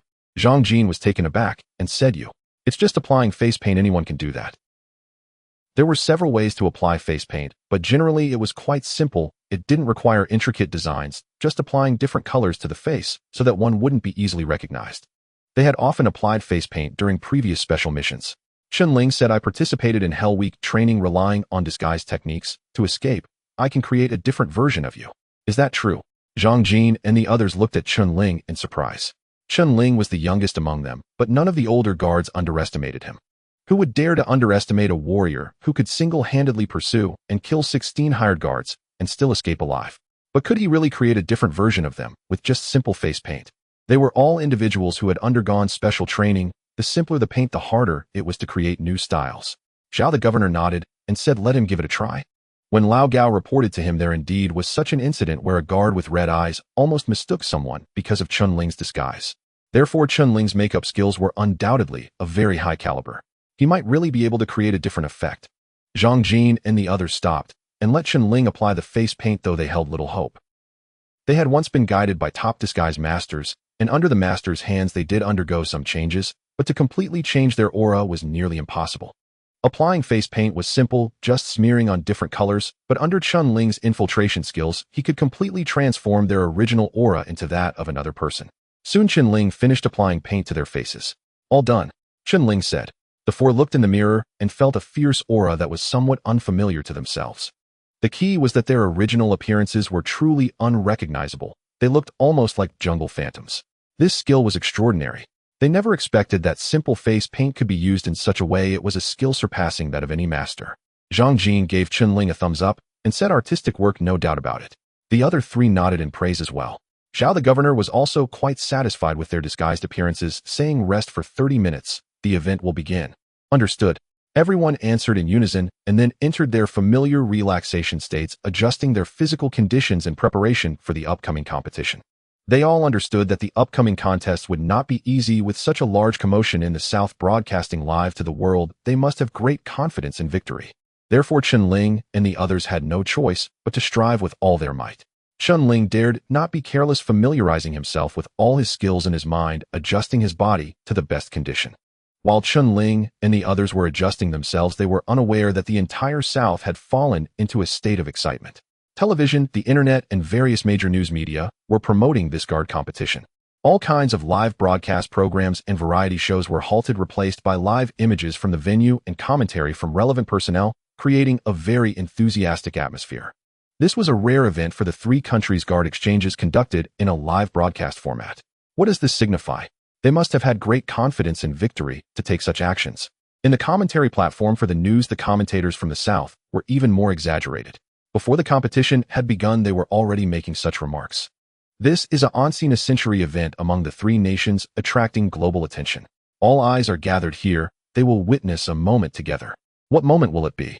Our South's guard strength is already formidable. They will surely punch Yin country and kick the Northern Federation. Wow, such words are very uplifting, and I firmly believe our country's guards can achieve this. Yes, the development of our country in recent years has been remarkable, and the guards are no exception. Of course, the strength of Yin country has also been growing, but there is still a significant gap between them and our country. I believe that after this guard exchange meeting ends, Yin country will have a clearer understanding of the gap between the two countries. The guests on various news channels spoke eloquently, as if they had already secured victory, providing commentary from a god's perspective. Various slogans rang out, completely igniting the enthusiasm of the people in the South. What was even more outrageous was that their government actually requested schools to suspend classes and organize students to watch receiving patriotic education. An unprecedented event. Under such vigorous promotion and momentum, many countries also began broadcasting the live scenes of this guard competition exchange. For them, this was a rare live broadcast. Soon 30 minutes passed, and the three-country guard competition exchange was about to begin. The time is ready, the team is about to emerge, and I feel my heart racing suddenly. How exciting. I feel the same way. This is a grand event of the Three Kingdoms Guard competition where the valiant members of our Southern Kingdom will first showcase their prowess to the world. Surely there will be many cheering for them. I have been looking forward to this moment for a long time. Are our National Guards ready to come out? I can't wait. This should be the first time our guards display their skills to the world during this competition. Let's go. At this moment, the crowds from Yin Nation, Southern Kingdom, Northern Federation, and various countries around the world gathered around the exercise venue, all eyes focused on the training ground. Through the live broadcast, thousands of viewers followed the situation on the screen. They're coming out. As the teams from Yin Nation, Southern Kingdom, and Northern Federation appeared on the screen, the venue erupted and cheers surged like ocean waves. Look, these are our Southern Kingdom's guards. Do you see them?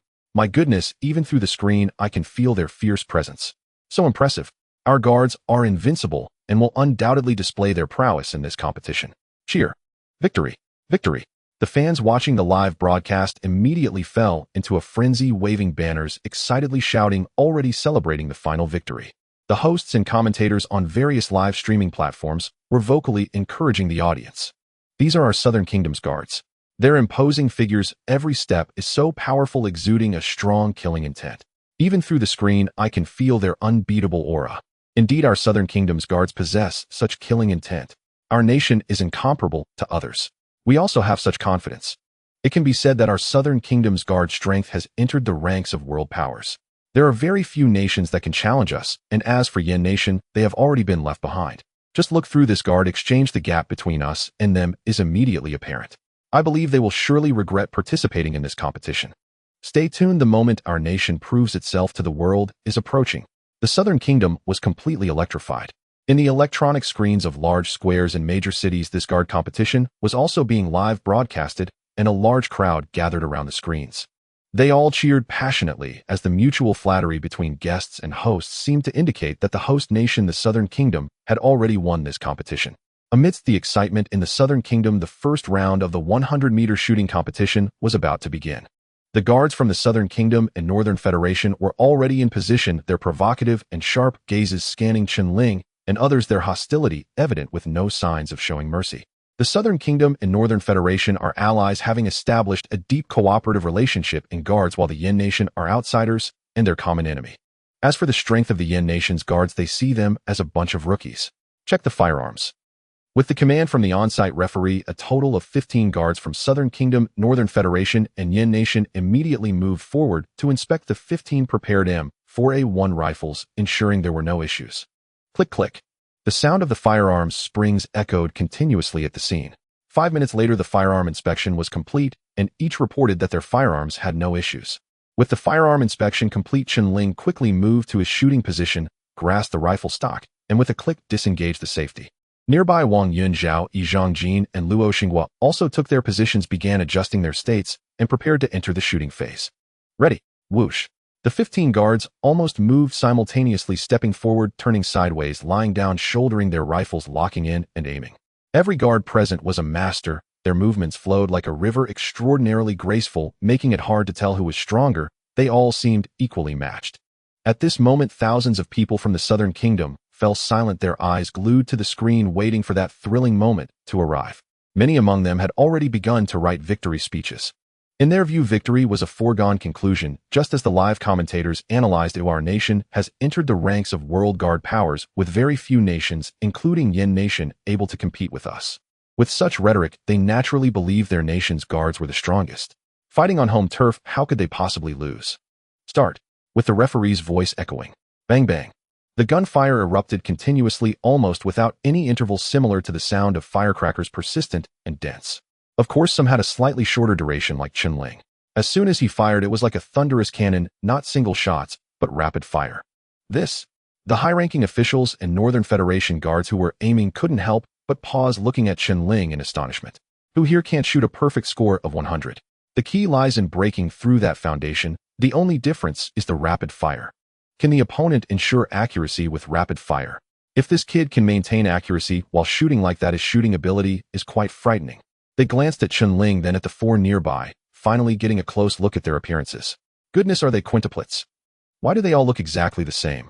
Strange. What are they up to? Could it be that they deliberately disguised themselves like this to confuse us? Even with sharp eyes, they truly couldn't distinguish the differences among these five. This is the terrifying aspect of infiltration disguise techniques, which can make one's appearance remarkably similar, even the aura around them identical. Is this cosmetic surgery in the Southern Kingdom? Both Northern Federation and Southern Kingdom guards had this thought pop into their heads. Otherwise, how could 5 people look exactly alike? These Yen Nation guards are too peculiar. Meanwhile, on the stands, a few Yen Nation generals sat as steady as a mountain, more worried about Chen Ling, who fired the fastest earlier. At this moment, there was no time limit. Staying steady was key. If they shot too quickly and inaccurately, the consequences would be dire. The audience watching this scene also began to voice their criticisms. P.S. A new week begins, starting a new round of Naked PK. Please vote for recommendations, tips, and 5-star reviews. Swish. Chen Ling holstered his gun, rising up like a javelin, while everyone else lay flat on the ground shooting. This scene formed a stark contrast with the others. The countless citizens of the Cosmic Empire gathered in front of the screen were initially stunned by this scene, then began to mock. Is this the guard from Yen Nation? How many rings can one hit with such rapid fire? They must be intimidated by our guards. Needless to say, it's obvious. Does he think bullets have eyes? He can shoot however he likes. When the scores are announced, there will be a joke to watch. This is a live broadcast to the entire world, making a fool of oneself on a global stage. Our guards remain composed, not seeking speed but precision. That's what a true guard should be like. The citizens of the South were quite pleased, believing that it was the guards of Yen Nation who couldn't handle the pressure, causing them to lose their composure and hastily end their shooting. Some even thought that their opponent was too nervous, mistakenly treating rapid fire as single shots. What a grave mistake this is. If such a situation were to occur in actual combat, what would the consequences be? Absolutely a rookie. Bang bang. Meanwhile, in the North Federation, the guards of the South regained their focus and continued shooting. Their shooting speed was not as fast as Chen Ling's, and after each shot, they made slight adjustments to eliminate the impact of recoil on their shooting posture. With no time constraints, they had ample opportunity to adjust and ensure the precision of every shot. As the gunfire rang out continuously 5 minutes later, the last person completed their shooting, holstered their gun, and stood up. The personnel responsible for tallying the scores quickly retrieved the targets to calculate the results. The crucial moment had arrived. At this moment, everyone watching the live broadcast widened their eyes. After all, this was the first round of competition, and the results would directly affect the morale for what was to come. The citizens of the South were holding their breath, ready to cheer, because the rookie-like shooting of the Yen Nation guards had no chance of winning. At this moment, Chief Zhao also straightened his body, his expression very serious. Chen Ling's shooting speed was too fast. If a mistake were to occur, it would affect the overall results. The South's guard officer Cui Dixin and the North Federation's guard officer Raymond, responsible for this exchange of guards, walked to the front together with Chief Zhao to witness the shooting results. On the way, Cui Dixin and Raymond joked together, clearly enjoying the sight of Yen Nation being humiliated.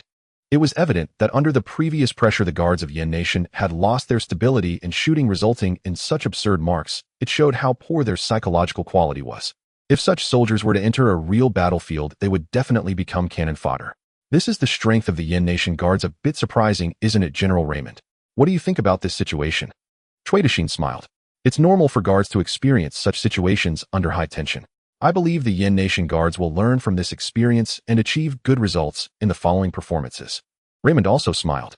Chief Zhao, seeing the two of them bantering so cheerfully, chose not to pay them any mind. 5 minutes later, the target of Chen Ling was brought over, and the announcer looked at the target with confusion, as there was only one bullet hole perfectly in the center of the 10 ring. Since it was a live broadcast, the camera was also pointed at the target, and the image immediately appeared before all the viewers. Haha, this is just too pathetic, even worse than me. Pure luck to hit a 10 ring, the rest all missed. How can he even show his face here for a competition? So funny. His shooting speed was the fastest, just now finishing in less than 20 seconds, right? Look, he really came to provide us with amusement. Oh no, what a disgrace. A 10 ring score, how impressive. The audience from the South pointed and laughed in front of the screen. Many had expected a very poor score, but they never imagined it would be this bad. From this shooting, they felt they could judge the strength of the Yen Nation guards. Compared to their own country's guards, they were clearly not on the same level. The support staff and guests on the live broadcast platform began another round of commentary, expressing their views and described the Yen Nation guards as no different from rookies. The shooting performance of the Yen Nation once again validated their earlier judgment. The Yen Nation guards were inadequate and could not compare with their Southern Nation guards. At this moment, the guards from the North Federation and the South standing beside Chen Ling showed a hint of confusion on their faces. It should be known that those who could participate in such an important competition were all elites from their respective nations' guards. They couldn't possibly possess such limited skills. Experiencing 9 shots, missing the target, even if they shot with their eyes closed, they shouldn't achieve such results. Could there be something else going on? When they curiously looked at Chen Ling, they found his expression was eerily calm. What was going on? How could he remain so composed and maintain such strong confidence after shooting like this? Both Cui Dixin and Raymond were also puzzled by the results. They were not fools. They understood these individuals' shooting skills, and even though the opponent's shooting speed was fast, it shouldn't have been this poor. Their gazes unconsciously fell on Chief Zhao. Do you have any objections to this score? Cui Dixin inquired. Chief Zhao pondered for a moment and said, "Bring over the high-speed camera to check the bullet trajectory." Cui Dixin had nothing to refute. As a representative of the Heavenly Tao sect, he didn't believe it was possible for the opponent to hit all 10 bullets into one hole. Soon the high-speed camera positioned in front of the target was retrieved. Slow down the speed, Cui Dixin commanded. The camera was connected to the big screen and began to slow down. The screen displayed the scene of Chen Ling shooting. Sparks flickered as the first bullet whistled out of the barrel, followed by the second and third. The 10th bullet, shown in slow motion, revealed all 10 bullets in the air, forming a perfect straight line. When this scene appeared before everyone's eyes, hiss, hiss, hiss, the surroundings were filled with gasps of astonishment. 10 consecutive shots. Someone couldn't help but exclaim. It could be seen that all 10 bullets emerged from a single bullet hole. Terrifying, too terrifying. Such a horrifying shooting ability was something they had never witnessed. Cui Dixin and Raymond fell silent. Bullets emerging from a single hole was the ideal outcome pursued by all contestants. Some could achieve it. After all, it was just a 100-meter fixed target, not overly difficult. But for Chen Ling to shoot at such a speed akin to firing firecrackers while maintaining such precision was truly terrifying. Others aimed constantly, corrected, and then shot. At this moment it highlighted just how comical the others' shooting was. What does this mean? Is it fake? What on earth is a 10-bullet chain? Are 10 bullets lined up in a row? Is there a problem with the angle? This is unscientific. How could 10 bullets possibly fire from the same bullet hole? How is that even possible? Can he really make the bullets have eyes? If this weren't a live broadcast, some people would think they were watching a science fiction blockbuster. Just moments ago, many were mocking the Yen Nation's guards on the screen, making a fool of the whole world, and now they felt a sting of embarrassment. It feels like a heavy slap is striking my face, making it sting. Just moments ago they were cheering, and now they're in pain. I feel like a joke. The expressions of the supporters and special commentators on the live platform were indescribably awkward. Just a moment ago they were criticizing the Yen Nation's guards for being so pathetic and embarrassing, but now the situation had turned upside down, slapping their faces hard. This is live broadcasting. Now they're embarrassed on an international stage. Seeing this scene, Chief Zhao laughed heartily and said, "Not bad. Not bad. What the hell? Just moments ago when the video hadn't come out, why didn't you say that? Who are you showing that ugly expression to?" Cui Dexin and Raymond's faces darkened. How could they not understand Chief Zhao's implication? But they couldn't say anything. The situation was right there. "Bring all the targets here," Cui Dexin ordered. Soon the other 14 chest ring targets were brought over. After inspection there were no surprises. All had 100 rings, but the bullet hole distributions were different. In the red center of the 10-ring target, the more bullet holes there are, the worse the score. Zhang Jin, Zhou Xinghua, and others, with Zhang Jin having the best score, achieved an 8-bullet chain. The guards from the Northern Federation were no different. After all, these were top-notch marksmen. When they looked at Chen Ling, their eyes revealed complex emotions. The rapid shooting just now combined with such accuracy, how terrifying would it be on the battlefield? High shooting speed, high precision killing machines on the battlefield. Suddenly someone shouted another 10-bullet chain. The people from the southern nation seemed to have discovered a new world and started shouting, "Our guards can also achieve a 10-bullet chain." Haha, who said our guards are not impressive? Did you see that? It's not just the Yen Nation that can accomplish this. Originally, the southern nation's people who had a bad expression were now excitedly cheering as they saw a target with a bullet hole. After all, if the Yen Nation had one 10-bullet chain and the southern nation had one too, that would be a draw. This wouldn't be embarrassing. Indeed, there was only one bullet hole on the target, but upon closer inspection the bullet hole was noticeably larger than the one Chen Ling had made. Clearly, the southern nation's marksman's bullets had deviations clustered around the same bullet hole, which was very obvious when the image was magnified. Unlike Chen Ling's bullet hole, where there were no deviations between bullets, it felt as if it was created by a single bullet. Cui Dexin's expression was somewhat unpleasant. If it were also a 10-bullet chain, he would shamelessly ensure a draw. After all, they were experienced in manipulating the results. But the problem is the targets are right there, and it's live. The evidence is indisputable. How could he alter it? There was no way to change it. In this round, the Yen Nation won. Although unwilling, there was nothing they could do. They had encountered such a monstrous marksman. How can he be so strong? This southern nation's marksman murmured softly, staring at Chen Ling's target with complex eyes. He had an astonishing talent for shooting since childhood, and after joining the guards he practiced hard, braving wind and sun without wasting a moment. In the guards he had always been the top marksman. Firing at least 100 rounds a month, this training intensity made him the best among the guards. His biggest belief was to become the strongest marksman in the world, but now that belief had been shattered by Chen Ling. He suddenly looked at Chen Ling and in broken Yen language said, "Dare to compete again. I'll use my strongest skill at long-range shooting. How about 300 meters? Do you dare?" Chen Ling had struck at his belief. If he didn't completely defeat his opponent, he would carry a shadow for the rest of his life. Therefore, no matter what, he had to showcase his strongest abilities and defeat the opponent. Chen Ling immediately looked at Chief Zhao and saluted, saying, "Report, Chief, I request to fight." Chief Zhao nodded. He was an Eagle faction member who never feared any challenge. If you want to fight, come on, if not, get lost. That had always been his principle. Since Chen Ling had the strength, there was no reason to be afraid. Cui Dexin, however, said, "Isn't this a bit inappropriate? This is a bit beyond the scope of exchanges. We didn't have such plans before." Chief Zhao smiled generously and said, "It's fine. This is your opportunity. It's supposed to be an exchange, so why bother with so many rules?" Cui Dexin immediately nodded. He was more than happy to even the score. He greatly recognized the strength of this marksman. He was a seed player in this competition. Suddenly Chen Ling shouted, "Report, I think 300 meters is too close. I request to shoot at 600 meters. Chief Zhao, the Eagle faction leader, was taken aback. In the guards, shooting with an assault rifle typically ranged from 100 to 200 meters, with 500 meters being rare as it wasted bullets. After all, effective shooting is only at 400 meters. Shooting at 500 meters makes the bullets float. How can you hit the target? Now Chen Ling even proposed 600 meters. The shooting distance was exaggerated. Chief Zhao felt a bit uncertain. Zhang Jin and others looked at Chen Ling in disbelief. This distance was a bit ridiculous. Is he sure he can hit? Everyone knew that since Chen Ling could achieve a 10-bullet chain, his strength was certainly formidable, but was it really that terrifying? The guards from the Northern Federation, watching nearby, also gaped at Chen Ling in confusion. Is this guy really not boasting? Shooting a rifle at 600 meters is purely a matter of luck. Everyone present was a shooting expert, well aware of the rifle's performance. Effective shooting at 400 meters was already the limit.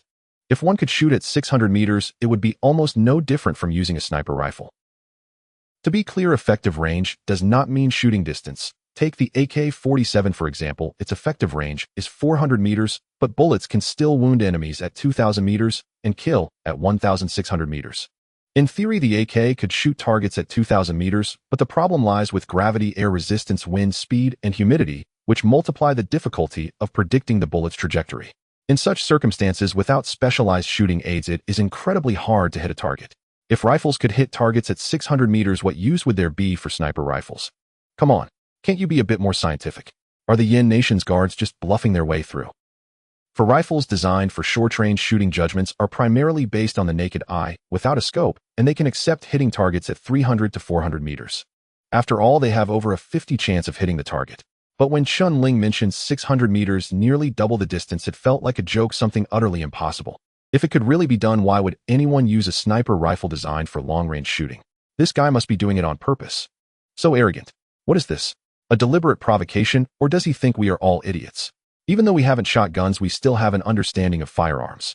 This bastard, what does he really want? Clearly, he has ulterior motives. Since he can't compete at 300 meters, he resorts to this shameless tactic. The viewers from the Southern Nation watching the live broadcast were furious. The way the other side was playing tricks left them seething with anger. The key issue was the other party's attitude, as if he were the master here. The Southern Nation was the host of this guard exchange competition, the rightful owner, yet now it felt as if the roles had reversed. Is he trying to overshadow the hosts? The Southern Nation's sharpshooter Quan Dohuan snorted coldly, a mocking smile on his face. Too insidious. He surely knows he can't match himself, so he simply proposed a 600-meter shot relying entirely on luck, making everyone's chances equal. How despicable. But knowing that he was being forced like this given the current situation, he could only agree. Quan Dohuan nodded. Quickly, the staff moved the target to the 600-meter mark and began on-site adjustments, including the reinstallation of high-definition cameras. At this moment, old Zhao could no longer sit still, suddenly standing up, wanting to say a few words to Chen Ling, asking him how confident he was. Cui Dixin smiled at old Zhao and said, "Old Zhao, this was your own suggestion. It seems your sharpshooter has great confidence. I am very much looking forward to his performance." Old Zhao's expression darkened as he replied, "We will see." Although he said this, he was feeling somewhat anxious inside. When Chen Ling was training and shooting in the 128th Brigade, it was said that he used up a month's worth of ammunition for the entire brigade in just 1 month. The soldiers assisting him in loading bullets were brought to tears, yet shooting at 600 meters with a rifle still felt a bit fantastical. Old Zhao was an old guard, and in his youth he was also a sharpshooter who understood the difficulty of shooting. Now all he could do was hope that Chen Ling could create another miracle. Soon the target at 600 meters was ready. Chen Ling lay down in the shooting position and reloaded his rifle. Shooting a rifle at 600 meters is indeed far, but Chen Ling possessed the skill of ballistic shooting, allowing him to calculate the most suitable trajectory for his shot. Creating miracles is not impossible. However, he indeed needed to be a bit low-key, otherwise his records would surely label him as an alien. Being so dazzling and the focus of everyone's attention as a member of the guard preparing to become a special guard member isn't necessarily a good thing. Thus, Chen Ling planned to simply surpass the other side without causing a worldwide stir. At the moment Chen Ling prepared to shoot, the entire venue fell into silence, all eyes focused on him. Just when everyone thought Chen Ling would take some time to aim. Bang! The gunshot suddenly rang out, and the bullet whistled out directly aimed at the already indistinguishable chest-ring target. The next moment Cui Dixin calmly shouted, "Report the score." 7 rings. The scorer shouted loudly. At the same time, the high-definition camera also locked onto the target, confirming that indeed there was a bullet hole at the 7-ring position. Cui Dixin frowned slightly, muttering, "Such good luck." This was a distance of 600 meters, and without binoculars the target looked all blurry. Not missing the target was already very impressive. It should be luck. Bang! The gunshot rang out again. 8 rings. Cui Dixin stumbled, nearly losing his balance. A 7 ring was luck, but hitting an 8 ring again, could that still be luck? This is not scientific. How? How is this possible? Chui Dexin's brow furrowed. Such luck was simply too good, and the score had risen. Meanwhile, the cold laughter of the sharpshooter Quan Dohuan instantly vanished, replaced by a serious expression. Hitting 7 rings and 8 rings consecutively, was that just coincidence? Logically speaking, at such long distances, it should either miss or hit purely by luck. How could it be so coincidental to have 7 rings and 8 rings? Rifles do not have scopes at this distance. It basically relies on guesswork, and one can't even see clearly. If it were him shooting, he might hit the first shot by chance, but the second shot's probability would be nearly 0. For sharpshooters, luck only strikes once. If it happens a second time, that is true skill. Could the other party really possess such skill? Little did he know Chen Ling's ballistic shooting technique had reached the intermediate level. Shooting at 600 meters with a rifle posed a challenge, but not too much. If he wasn't deliberately holding back, he could have hit 10 rings on the first shot. Bang. 7 rings. Bang. 9 rings. Bang. 10 rings. The scorer's voice began to tremble, his eyes displaying a strange expression, as if he had seen a ghost. This is a rifle shooting at 600 meters. The other side isn't holding a sniper rifle. How could it be getting more accurate with each shot? Chen Ling remained calm, as if practicing in the 128th Brigade, shooting one shot after another with great stability, and the scores continued to rise steadily. The scene had fallen into a deathly silence as Chen Ling kept hitting 10 rings. A sense of despair began to permeate the air. Chuidashin Raymond and the officials behind them seemed stunned, as if they couldn't believe what was happening before their eyes, even if they were right there. 10 shots at 600 meters, not a single one missed, and every shot after that was a 10 ring. I've seen extreme cases, but I've never seen anything this extreme. Is this guy even human? Or does he have the eyes of an eagle? It's too incredible. With a swish, Chen Ling put down his rifle, stood up, and looked at Quan Dohuan. It's your turn. Quan Dohuan showed no reaction, his whole being turned to wood. Because he knew he couldn't do it, it was impossible. He had never even attempted this distance, and couldn't see clearly at all. Initially, when the other party proposed such a request, he thought everyone would rely on luck. If the other side hit 1 or 2 shots, he could still compare luck with him. But this guy hit 10 rings. This fellow stood there, his strong sense of pride transformed his feelings of sadness into 2 tears that slid down the corners of his eyes. 600 meters, not only hitting the target every time, but also scoring 10 rings 3 times. How outrageous. He recalled being bullied by elementary school students when he was in kindergarten. Yes, it felt just like this, hopeless and helpless. What could he do but cry? Can this situation be attributed to luck? Absolutely not. It can only indicate that the opponent is genuinely abnormal, unprecedentedly so. This shooting ability undoubtedly belongs to a category of individuals with terrifying talent, is something beyond what I can even imagine. Ridiculously, I thought I could win against them at 300 meters. If they can shoot like this at 600 meters, then at 300 meters, I would have no chance of winning either. I regret it now. If given the choice, I would never have suggested another round. The feeling of seeking punishment is something I will never forget in this lifetime. Because John Dowan possesses an exceptionally high shooting talent, my journey has been smooth without any setbacks. I initially thought that in this globally watched guard exchange competition, I could secure my heroic aura, gain the admiration of the entire country, and bring glory to my nation. But in the end, I lost completely. I did not become a hero, but instead I became a joke. Such a blow is truly too much for me. At this moment, the people of the South were watching the live broadcast, each with a face full of dejection, unable to express their frustration. Some even covered their faces, too embarrassed to continue watching. My most promising teammate didn't dare to take action, and to make matters worse, he even cried. This is so humiliating. It made the South's guards lose face in front of the entire world. Seeing John Dowan's dejected expression, Choi Deoxin knew, without a doubt, that he wouldn't win. Let alone him, I doubt there's a single normal guard in the world who could use a rifle as a sniper rifle like he does. Choi Deoxin's lips twitched away from the camera, then he turned to look at Chief Zhao and Raymond, helplessly announcing, in this shooting competition, the Flame Nation wins. Prepare to enter the next competition, close combat. Losing this shooting match is just losing. Shooting talent requires both natural ability and hard work. Facing off against a talented shooter from the Flame Nation, they cannot claim unfairness. Such a shooting monster is unlikely to be found anywhere else in the world.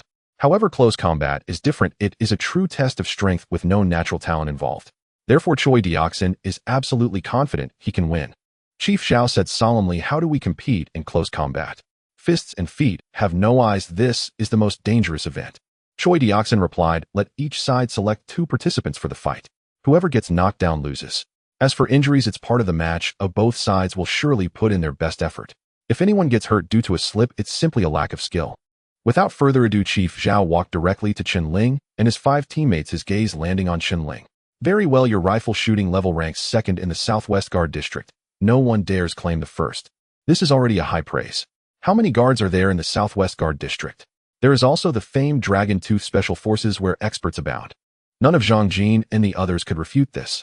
If 10 consecutive shots were mere luck, then using a rifle as a sniper rifle to hit targets 600 meters away with every shot is a level of skill they can't deny.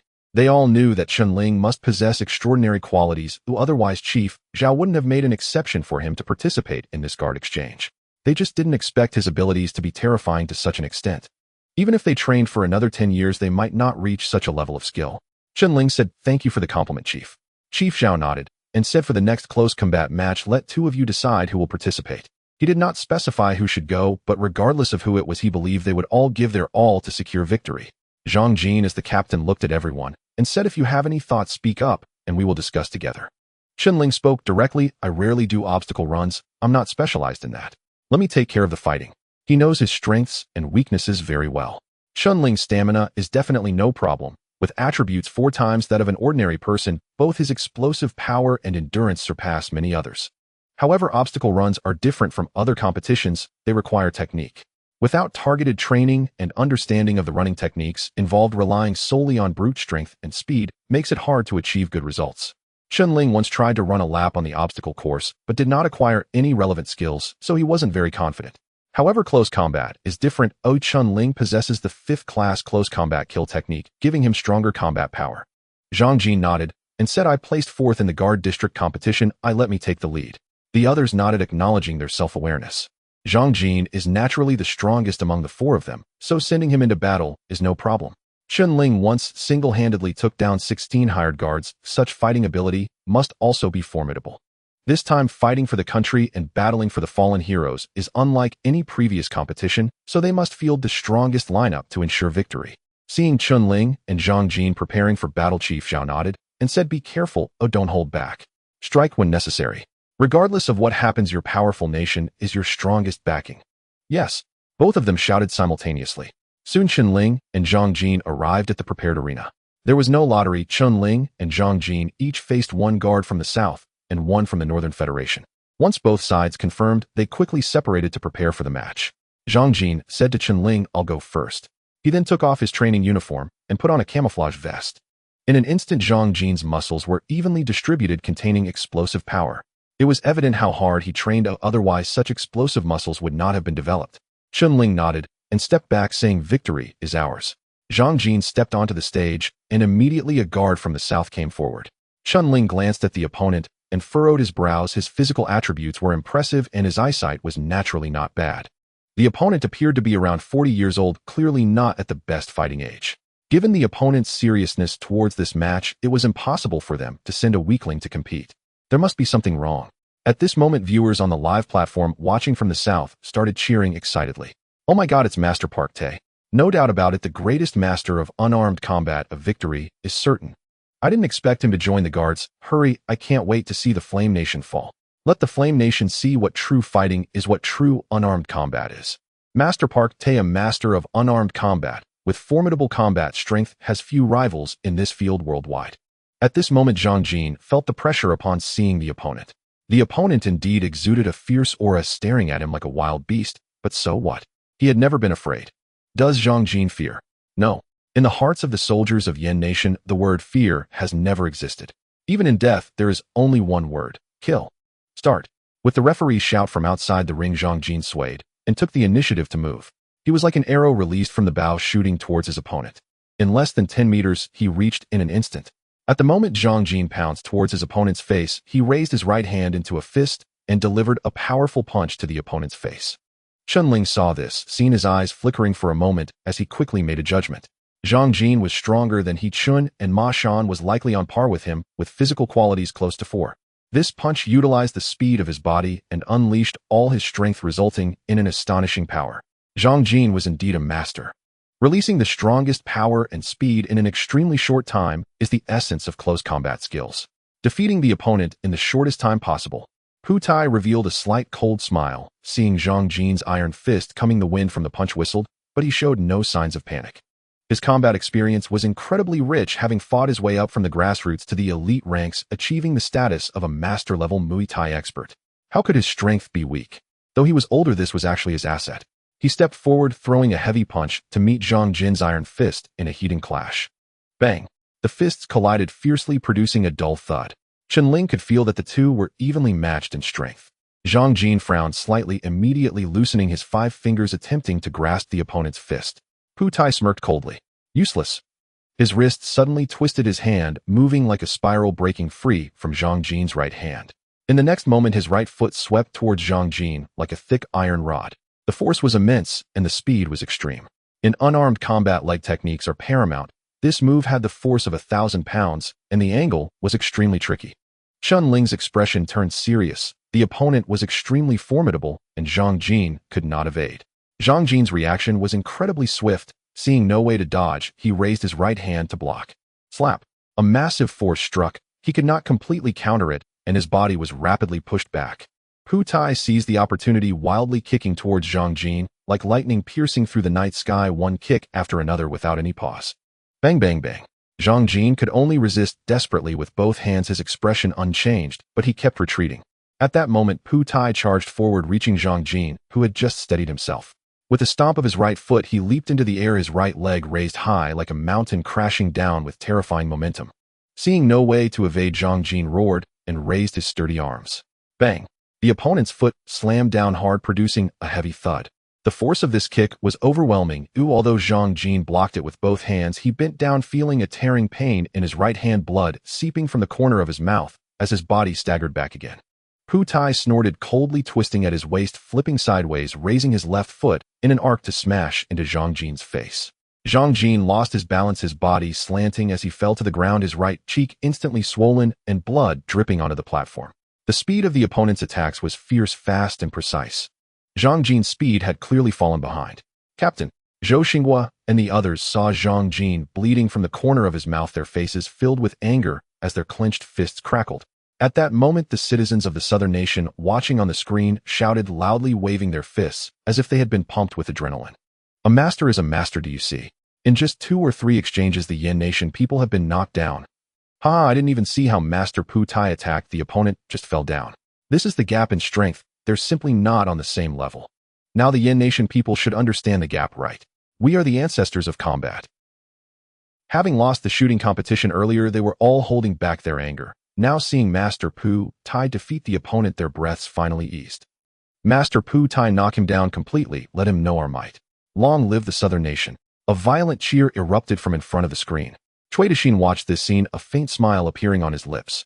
This situation was exactly as he had predicted.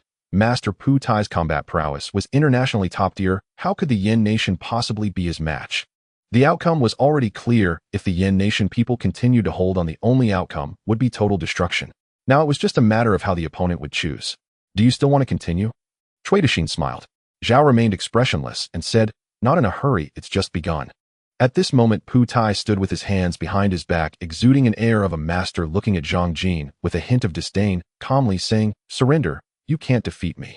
Zhang Jin got up, wiping the blood from the corner of his mouth. He did not speak. His momentum had not weakened, but instead grew stronger like a wild beast that the more it was injured, the more frenzied it became. If he can't win, then he won't fight. If that were the case, there would be no mighty Yen Nation today. This guy before him was terrifying, but so what? Were the enemies faced by those predecessors not terrifying? The coalition forces from various nations armed with advanced weaponry, did they fear? Did they retreat? No. Facing an opponent who was barely stronger than himself, he should shrink back. Impossible. The soldiers of the Yen Nation only stand and die, they do not kneel and live. Come again. Zhang Jin let out a low roar like a ferocious beast, charging towards Pu Tai once more. Dare to take the initiative? Haha, is he crazy? Didn't he see that Master Pu Tai had already given him the chance to surrender? How dare he launch an attack? He's definitely doomed. Foolish man. The people of the southern nation laughed in front of the screen, but they felt the overwhelming momentum that Zhang Jin unleashed in an instant, leaving them stunned into silence. This frantic aura made them feel an indescribable shock. Is this what it feels like to fight for one's life? On the viewing platform, Zhao instead laughed. This was a soldier of the Yen Nation, a true soldier of the Yen Nation, who had never feared facing difficulties or the brink of death. Let them surrender. Absolutely impossible, even at the cost of their lives. Pu Tai was enraged by the furious charge of his opponent, yelling, "Let me see how tough your bones are. I can kill wild bears, how could I not deal with you? Foolish Yin people, I will destroy you and establish my name." In an instant, a murderous intent flashed in Pu Tai's eyes. Below, Chen Ling, who was well-versed in ancient medicine, looked at Zhang Jin with some concern. He had just been repeatedly struck and was severely injured. Forcing an attack now would undoubtedly worsen his injuries. But suddenly the blood in Chen Ling's heart surged. Chapter 181, The Savage Zhang Jin. Thud thud. The hurried and heavy footsteps sounded again, shaking the makeshift arena. Two figures quickly approached. The next moment, bang bang. The dull sounds of impact erupted, continuously shaking everyone's eardrums. Clearly it was flesh meeting flesh, yet it gave a metallic collision illusion. The battle between these two was too intense. No, it should be said that Zhang Jin's attacks were too frenzied.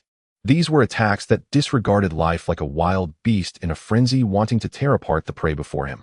In front of the screen, everyone was shocked by this scene, especially the citizens of the southern nation. They hadn't expected the soldiers of Yen Nation to be so insane. The fierce momentum during the fight made their hearts race. Clearly the opponent was not as strong as Master Pu Tai, so why did they feel fear? The ferocity, the brutality, the relentless spirit of the opponent made them feel uncomfortable all over.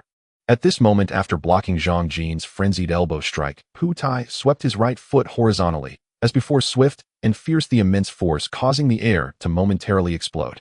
Bang! The air once again erupted with a heavy sound of impact. Thud thud. Zhang Jin could not withstand such immense power, retreating continuously, his center of gravity tilting backward. Seeing Pu Tai charging at him, he gritted his teeth, clenched his right hand into a fist, and slammed it towards his opponent. Pu Tai easily dodged, grabbing his wrist with his right hand. Not good. Zhang Jin's expression changed, and his right foot shot out violently.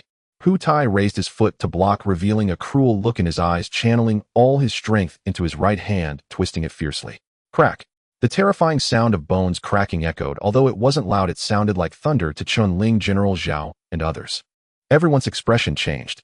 Zhang Jin's hand had already been twisted, blood splattering out, revealing broken bones piercing through flesh, the intense pain causing Zhang Jin's body to tremble. He endured the pain and kicked Pu Tai back. Despite the excruciating pain, he did not let out a heart-wrenching scream, nor did he faint from the pain. He could still counterattack. Zhang Jin gripped his bleeding right hand with his left hand, his body swaying unsteadily, but his eyes were still filled with a fierce fighting spirit, his blood-red eyes fixed on Pu Tai. General Zhao quickly stepped down from the viewing platform and spoke. "We concede." "Sir," Zhang Jin abruptly interrupted, "I haven't lost. I still have my right hand and a pair of feet. I request to continue fighting. If I give up like this, I will have no face to bring back the martyrs." Zhang Jin's face turned red, his eyes like a frenzied beast, incredibly fierce. "Lose and I have no face to bring back the martyrs. Still fighting like this." Looking at Zhang Jin covered in blood, roaring there, it should be said that after such a serious injury, he should go down for treatment, otherwise his hand would be ruined. Yet he still wanted to continue. Was he seeking death? For some reason at this moment, a chill surged uncontrollably in the hearts of Cui Dexin and the others. Is this the fighting spirit of the Yen Nation soldiers? And the citizens of the southern nation watching this scene were completely stunned. Is this Yen Nation soldier insane? He was already this injured with bones exposed. Crazy. The soldiers of Yen Nation are all lunatics. They suddenly felt an inexplicable fear. If this were on the battlefield, encountering such a madman would be terrifying. This was merely a soldier exchange competition, not a life-and-death battlefield. Was it really necessary to fight so desperately? The cheers that once erupted instantly ceased, becoming eerily silent. Even the hosts and guests of the live streaming platform suddenly fell silent. At that moment, the previously silent Cui Dexin and others suddenly felt an unprecedented rage. Even with his hand beaten to this extent, still shouting in front of them and wanting to continue the competition, who can't shout slogans? Are you glorifying the iron-blooded nature of your Yen Nation soldiers? We want to see how you fight. General Zhao remained silent for 2 seconds, then finally nodded and said, "Good." Chen Ling, hearing General Zhao's voice, couldn't help but take a deep breath and clench his fists tightly. He was well aware of how serious Zhang Jin's injuries were. If he didn't quickly stop the bleeding and allowed him to continue competing, he would die. But at this moment, how could they let him stop and surrender? Impossible. Kill. Zhang Jin received General Zhao's approval, letting out another low roar from his throat as he charged towards Pu Tai. Pu Tai snorted coldly, a colder chill flashing in his eyes. One hand and one pair of feet, huh? Anyway, the people of Yen Nation never shed tears until they see the coffin, just like flies. So be it, I will fulfill you.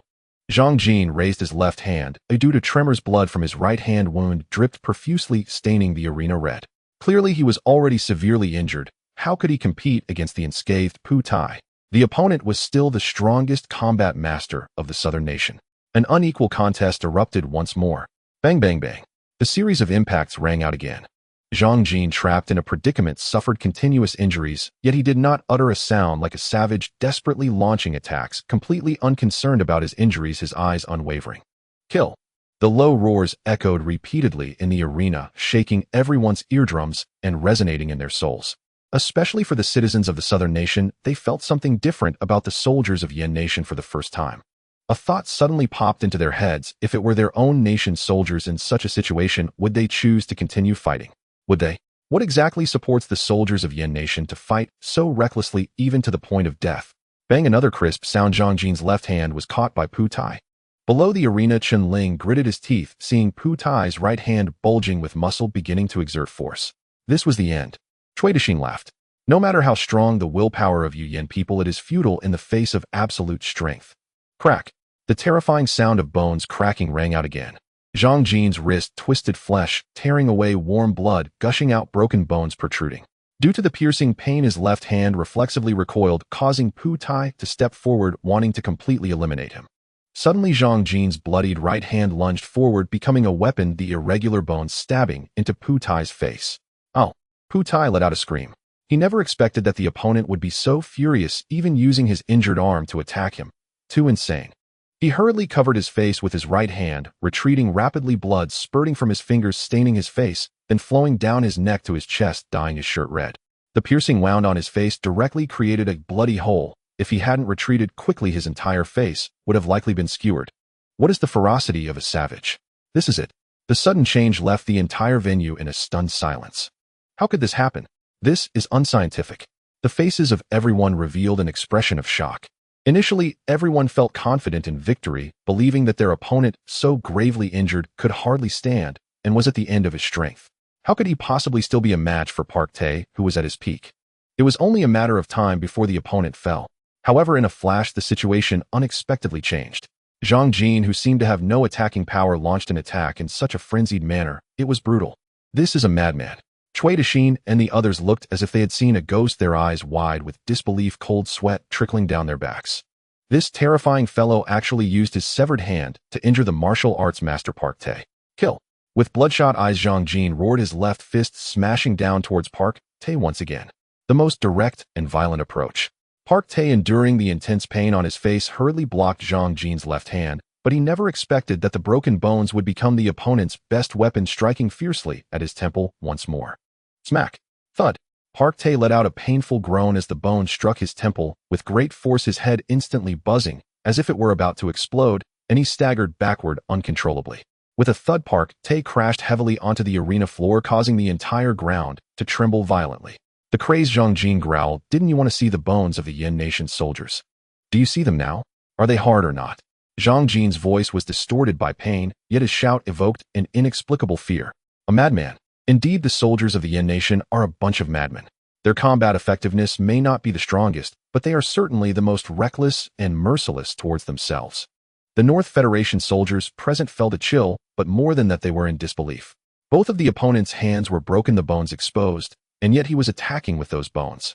How could he be so relentless? Is this really necessary? They believed this was not worth it, and there was no need for such desperation. It was just an ordinary contest, not a life and death battle. Even in a battlefield, if severely injured, one would undoubtedly choose to surrender without hesitation. How could one still fight desperately against the enemy? This guy has gone mad. They could not understand the ferocity of the Yen Nation's soldiers. This is the very essence of the Yen Nation's warriors. Looking at the bloody Chen Ling fell silent. He recalled He Jijun's words about a comrade who was shot multiple times, yet fought bravely, resisting the enemy's assault with his own flesh and blood. Even in the final moments of life, he stood firm. This is the iron blood of the Yen Nation's soldiers. He also thought of what Wu Chang had told him. Do you know why our soldiers instill fear in the world? Because we are unwavering and possess our own beliefs. The enemy can destroy our bodies, but they can never shake our convictions. As long as we draw breath, we will fight to the very end.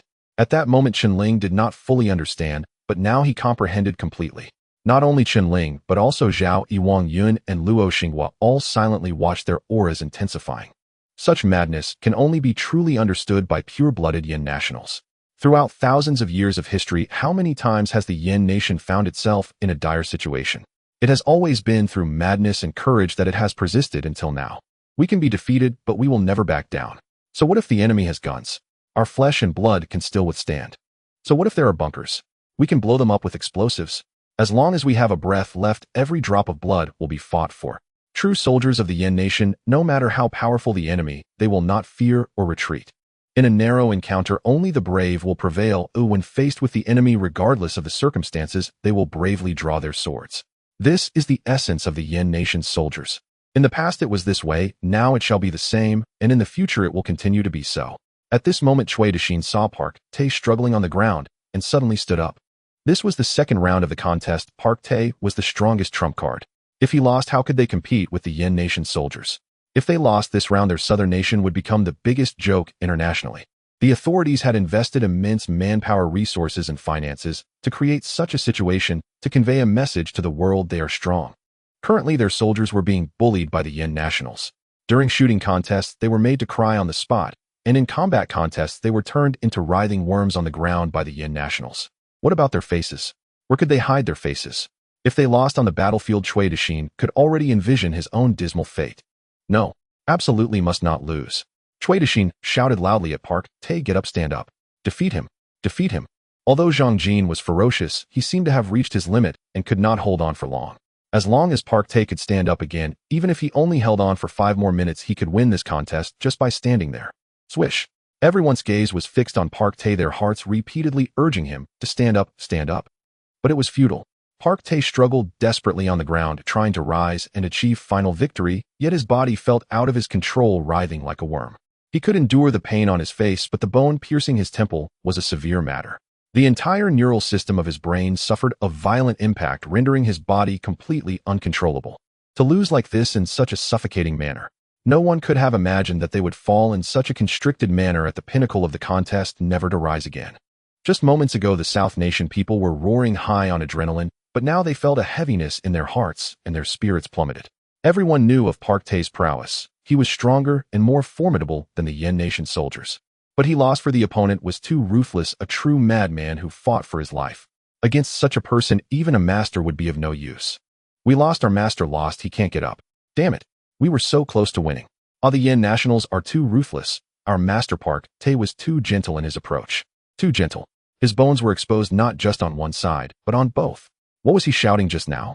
The bones of the Yin nation soldiers. So damn hard. On the arena, Zhang Jin was covered in blood, his hands broken, his face pale, yet he stood like a spear, his crimson and piercing gaze fixed on the people from the South Nation. The entire scene fell silent. The soldiers from both the South Nation and the North Federation were stunned, their eyes filled with horror, as one person dominated the entire arena, leaving everyone speechless. This is the Yin nation soldiers who once shocked the world. They did not understand then, and they still do not understand now. What exactly sustains them? This match the soldiers of the Yin nation's guard have won. As soon as the referee's voice fell, Chen Ling immediately flipped over and climbed onto the stage, rushing to Zhang Jin's side to support the swaying Zhang Jin as he sat down. Then both of his hands began to move simultaneously, pressing down on several different acupuncture points on Zhang Jin's arms. In the next moment, the wound that had been bleeding profusely surprisingly began to slowly stop bleeding, stopping the bleeding with bare hands.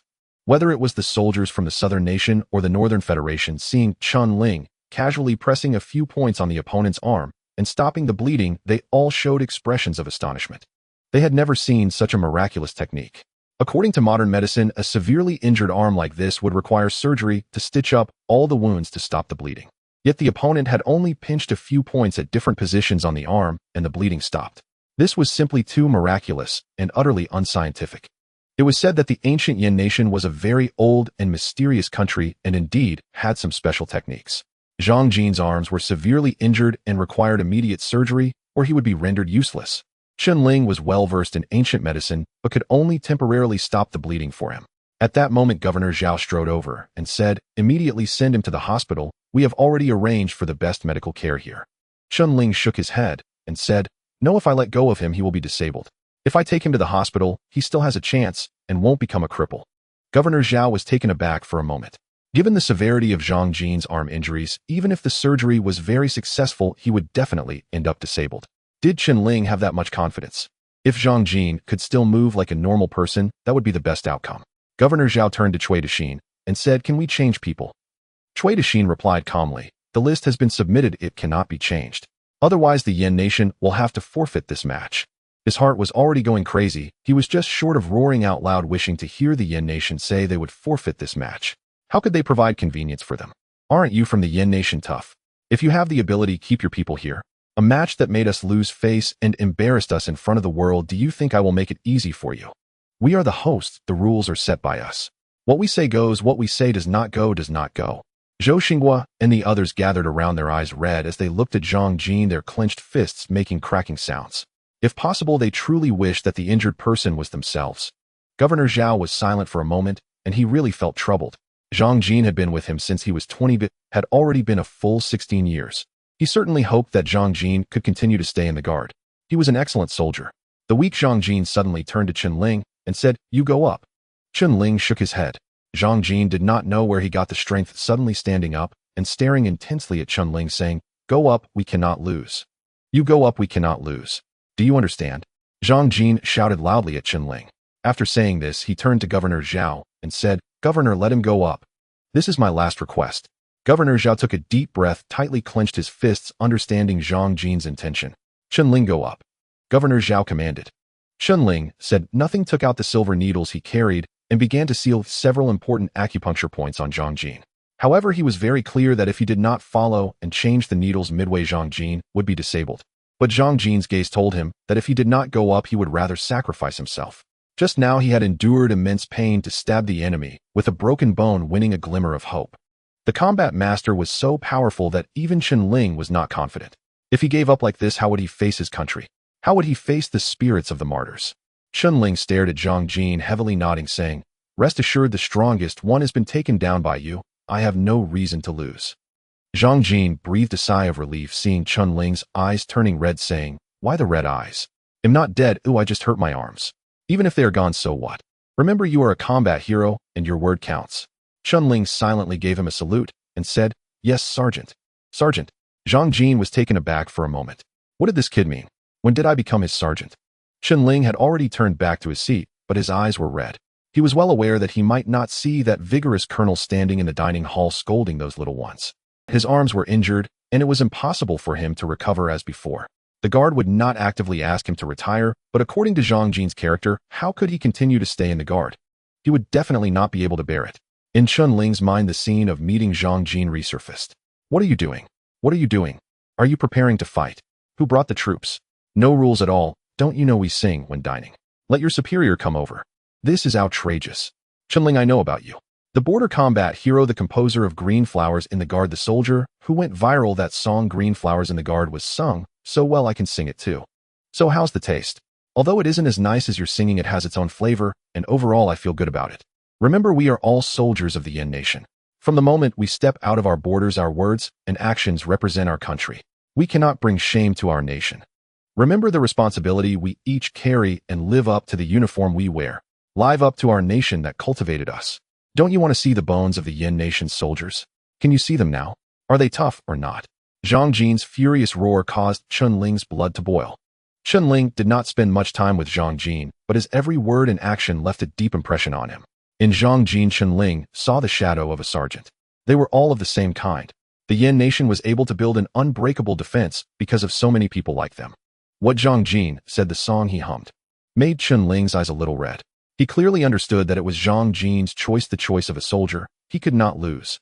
And he, Chen Ling, did not have the right to waste the path paved with his flesh and blood. Just like the martyrs who fought with the simplest weapons, eating dirt to fight for the land, later generations could only walk steadfastly forward. A promise is a promise. Chen Ling whispered, gripping his fist tightly. His joints turned pale. If the 128th team was here, they would definitely know that the madman was about to explode. P.S. The ranking hasn't improved, it's urgent. Soon the second round of the competition began, with the remaining soldiers of the Southern Nation facing off against the soldiers of the Northern Federation. On the arena, both sides fought fiercely, seemingly exerting all their strength with thrilling moves that drew waves of cheers from the crowd. The fight was spectacular, prompting applause from the spectators. However, in Chen Ling's eyes, it was merely a rehearsal. The outcome had already been predetermined. In the end, without any suspense, the Southern Nation won the match and neither side sustained any injuries. In the third round, Chen Ling faced off against the last remaining soldier from the Northern Federation. As long as he won this round, the Southern Nation would achieve a complete victory. Boom. Under everyone's gaze, the bald black soldier from the Northern Federation leaped onto the arena, the floor shaking violently from the impact. Towering in stature, he was conservatively estimated to be over 2 meters tall, his body muscular and dark, resembling an iron tower. Wearing a tank top, every muscle on his body was explosive, exuding a terrifying power that made him seem like a steel monster. A prominent scar marred the right side of his neck, grotesque and fearsome. As he stood on the arena, a suffocating aura enveloped the atmosphere. Without uttering a word, that chilling aura conveyed to everyone that he was not a kind person. Crack. The bald black soldier twisted his neck, producing a crisp, cracking sound reminiscent of a steel robot. As he clenched his fists, a series of crackling sounds erupted, revealing the terrifying, explosive power contained within him. Imposing. Just a few movements from him sent a wave of dread through everyone's hearts, making them wonder if they would be knocked out by a single punch from such a monster. It was too terrifying. They looked at Chen Ling, the soldier from the Southern Nation, whose physique could only be described as weak compared to the Northern Federation soldier. He looked like an adult next to a child. Did the opponent even have a chance of winning? In the face of such overwhelming power, everyone felt that the bald black soldier could crush him into a meat pie with one punch. Yet this time there were no cheers, only silent gazes. Because the bloody actions of Zhang Jin had already told them that until the last moment no one knew what the soldier from the Southern Nation was capable of. To achieve victory, one must incapacitate the opponent completely, and that would be the true victory. General Raymond of the Northern Federation wore a faint smile, feeling assured of his triumph. This is a killing machine on the battlefield. The weak child soldier of the Southern Nation will soon realize just how insignificant he is. The match begins. As the referee's voice faded, the bald black soldier wasted no time. With a powerful step, his tall figure shot forward like a cannonball, radiating an overwhelming aura. With a heavy right fist, the air crackled and boomed, and in the blink of an eye he was before Chen Ling. Those watching on the screen gasped in shock, their eyes filled with horror. This was terrifying. Such a robust physique combined with such a rapid attack speed. This was a monster. The Southern Nation's soldier was doomed. Chen Ling neither dodged nor retreated. He threw a heavy punch at the opponent. A clash of fists. The crowd again wore expressions of disbelief. Shouldn't the opponent have been trying to evade and avoid a direct confrontation? Why was he starting with a heated clash? Did he really think his fist could withstand the bald black soldier's iron fist? General Raymond of the Northern Federation laughed out loud, feeling completely at ease now. The bald black soldier, nicknamed Iron Fist, could crush bricks with a single punch, and he did so with ease. Under his attacks, even elite special soldiers struggled to withstand it. Chen Ling appeared frail and lacked any real strength, wasn't going head-to-head, simply asking for death. He could almost hear the sound of the opponent's arm bones snapping, followed by a scream. The opponent's hand, like the one before, would be crippled. Bang! The two fists collided heavily, producing a deep thud. In the next moment, Raymond and others, including Cui Dexin from the Southern Nation, wore expressions of shock as the opponent stood firm, unyielding. He withstood it. How was that possible? Completely beyond their expectations, the opponent should have been sent flying and crashing to the ground after a punch from the bald black soldier. Who would have thought that within that seemingly frail body lay such immense strength capable of withstanding the bald black soldier's iron fist? This is impossible. No one can withstand an iron fist's full force without any injury. Even boxing champion Tyson couldn't easily take a punch from him. Raymond's brow furrowed, his confidence shaken for the first time. The bald black soldier revealed a cruel smile, his white teeth glinting as he spoke in a deep voice. "Let me see how hard your fists are. I'm not Parkte, that fool. Ooh, I won't give you a chance." With that, his right hand struck out like a venomous snake, attacking again faster and with greater force. Bang! The iron fist collided violently, once more producing a sound even heavier than before. The bald black soldier couldn't help but let out a low roar as Chen Ling remained steadily standing like a rock. The frail-looking opponent's body felt as solid as an iron pillar, and his fists were unexpectedly hard. He realized that during the violent clash his fist had felt a twinge of pain. How could this kid's fists be so hard? It should be noted that he had already unleashed 80 of his strength in that last punch. He could shatter bluestone. In an instant, the bald black soldier launched 2 more frenzied punches. At that moment, the confidence and mockery faded from his face, replaced by an ever-growing fear. Cold sweat began to bead on his forehead, his fists visibly trembling. This guy, I really underestimated him. He is even tougher than that previous soldier from the Southern Nation. The bald black soldier relaxed his clenched fist momentarily before tightening his grip again. The continuous aggressive attacks were causing his arm muscles to ache and his bones felt a dull pain. This was something he had never experienced before. The arena fell silent again, and no one expected the situation to unfold this way. The Southern Nation's soldier should have been battered and bloodied under the bald black soldier's fierce onslaught lying in a heap on the ground. Why did it feel like the opponent was a god of war on the battlefield, invincible? Suddenly a sound of slicing air was heard as Chen Ling took the initiative to attack. With no techniques involved, it was straightforward and brutal. He threw a heavy punch. The strongest parquet had already been eliminated by Zhang Jin, and Chen Ling aimed to win directly and decisively to honor Zhang Jin's broken hands. Thus he went all out. The bald black man's face no longer showed any signs of calm. Anxiety flickered in his eyes, and his heart raced with urgency. As his opponent relentlessly attacked without retreating, he could only brace himself to take the hits. With his massive frame standing before his opponent, it felt like a towering mountain, leaving no room for evasion. The opponent's fists came crashing down repeatedly like a madman with punches that felt as heavy as iron. He seemed impervious to pain with not even a wrinkle on his brow. The bald black man could only grit his white teeth and endure. Fuck! Black veins throbbed on his forehead, and the bulging muscles in his neck became even more pronounced, as if they might burst at any moment. This was the most frustrating battle he had ever fought. He had once crushed his opponents in this very manner, obliterating them completely. Yet this madman before him, regardless of how he looked, was not as powerful as himself, yet somehow outmatched him in strength and speed, forcing him to endure the onslaught and see whose fists were harder.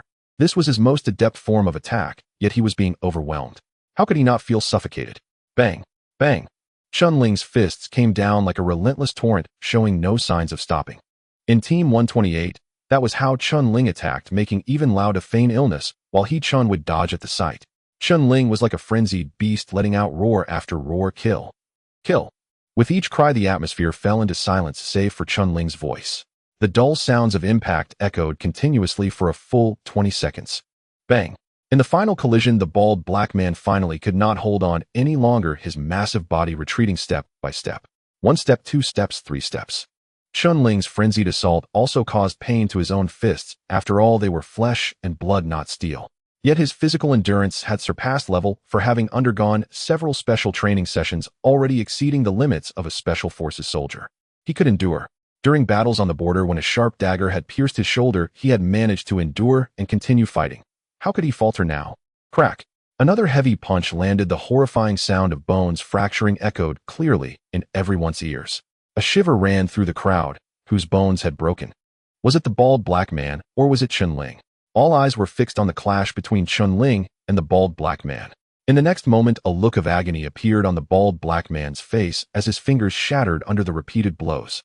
A sharp pain coursed through his entire body, twisting his expression into a grimace as he rapidly retreated, his fingers trembling uncontrollably, his gaze revealing a terrifying fear. Impossible! How could this be? General Raymond of the Northern Federation suddenly leaped up from his chair, staring intently at the bald black man, his gaze becoming vacant. The expression on the opponent's face said it all. The elite of the Iron Fist Corps had actually been forced to break his bones by someone using his own signature technique. It felt surreal to him. Madman. This madman. If the previous soldier from the Yen Nation was merely ferocious, this one was a true lunatic. He had not engaged in a life-and-death struggle. Instead, he had simply traded blow for blow, shattering the Iron Fist's bones. What a reckless way to fight. Cui Dixin, who was watching, also began to despair. This individual was too powerful, and it was clear that his ferocity was definitely no less than that of the previous soldier from the Yen Nation. Could their last soldier win? Was there still a chance to win? Cui Dixin felt utterly devoid of confidence. After the bald black man's fists were injured, he roared, attempting to leverage his imposing stature to engage Chen Ling in a life-and-death struggle. But would that even work? When it came to madness and ferocity, if the Yen Nation soldiers ranked second, no one dared to claim first. 1 minute later, slap. With a heavy crash, Chen Ling kicked the bald black man, whose right hand had been rendered useless, off the stage. At this moment, Chen Ling's tactical uniform was smeared with blood, and he could not tell whose it was, his or the bald black man's. The scene fell into silence. They silently gazed at the blood-soaked Chen Ling, unable to utter a single word. The bald black man, towering over 2 meters and resembling a grizzly bear, had been beaten into a pitiful state. What secrets lay within this young soldier of the Yen Nation? Were the bones of the Yen Nation's soldiers truly made of iron? Chen Ling looked at the last soldier from the Southern Nation below the stage and said, "Come."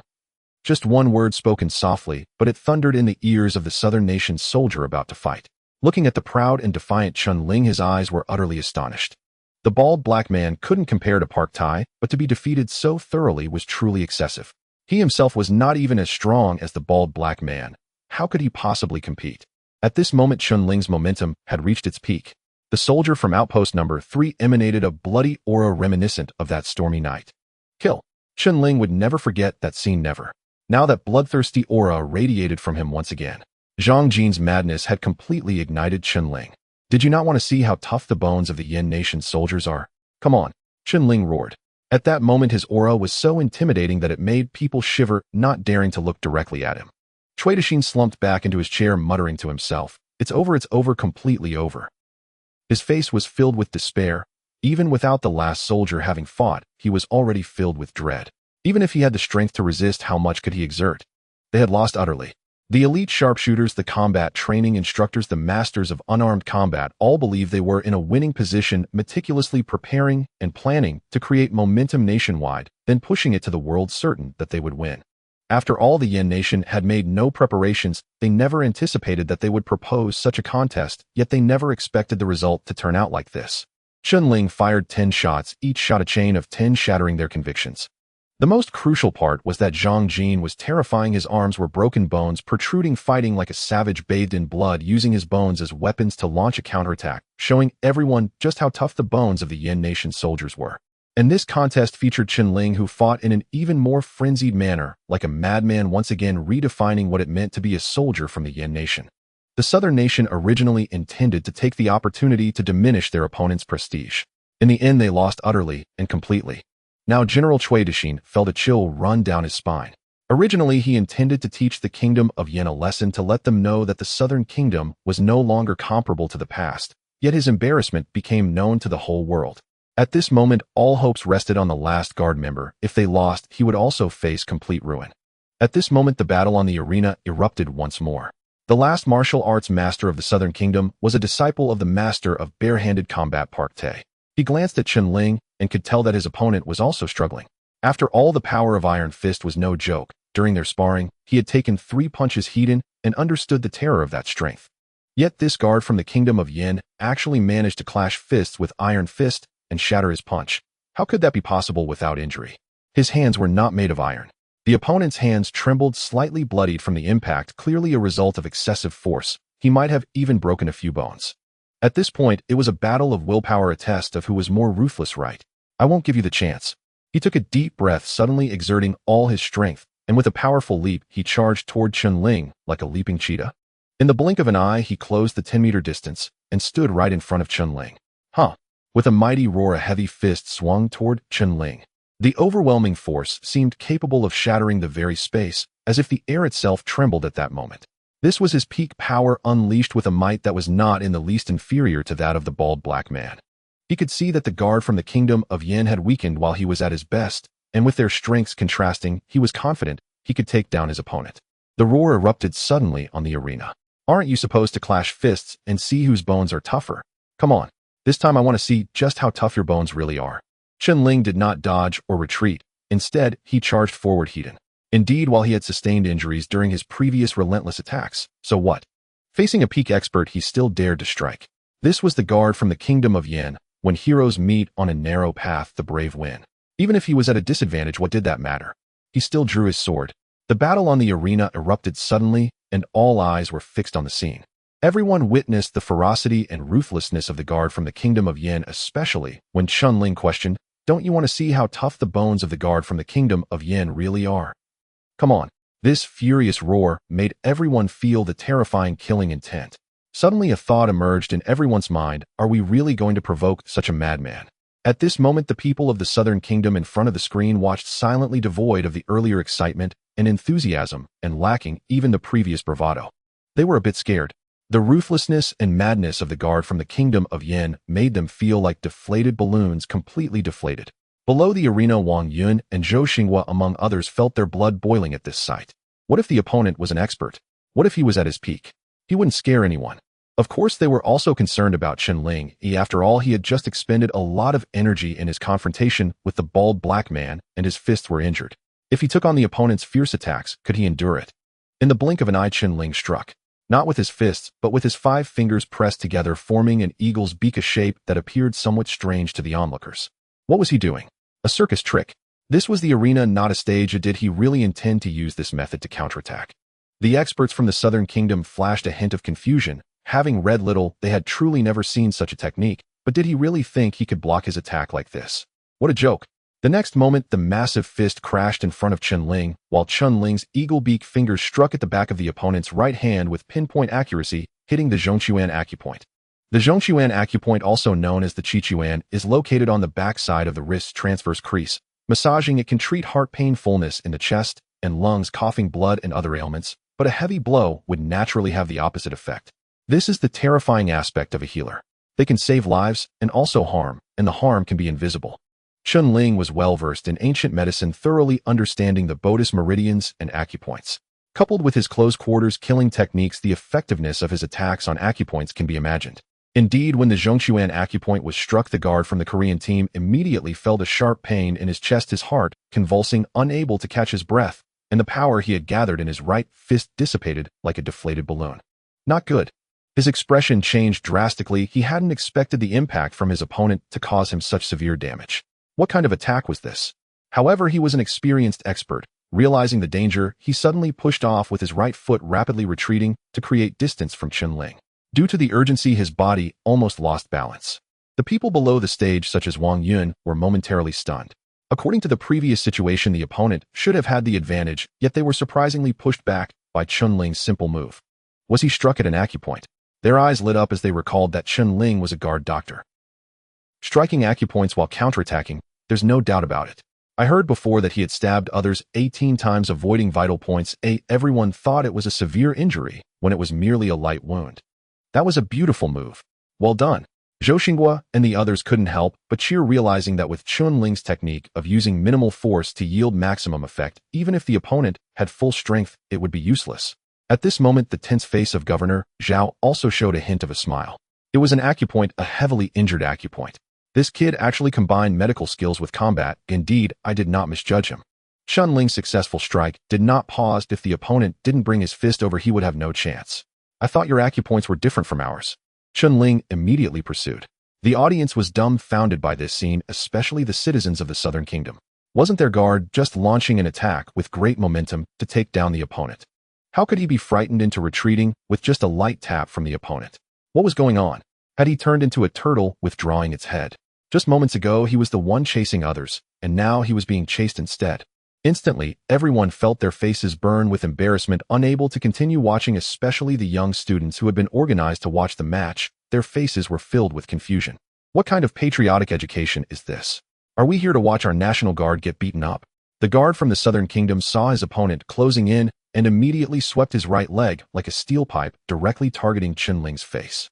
Chen Ling slightly tilted his body and his right hand shot out like lightning, swiftly striking the opponent's calf at a pressure point. Zasanli acupoint.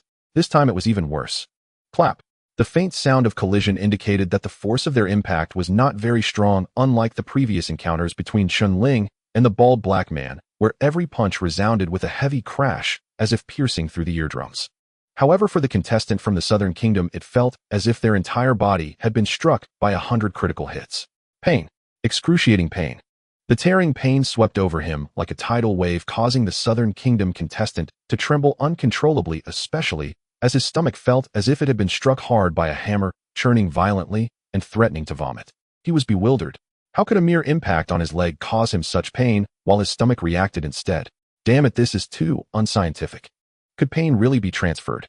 Little did he know the Zasanli acupoint is one of the main points of the stomach meridian, located 3 inches inward from the outside of the calf.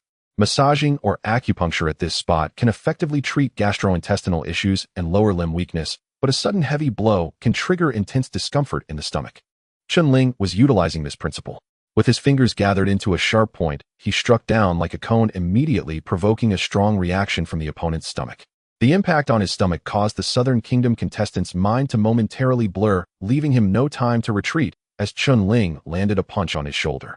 A powerful force compelled him to stagger backward while he felt a tingling sensation in his chest. A punch made his chest muscles tingle. How could this be possible? He was stunned. Endurance against strikes was supposed to be a routine for special guards. Having undergone various intense training, he had conditioned his body to be as tough as steel.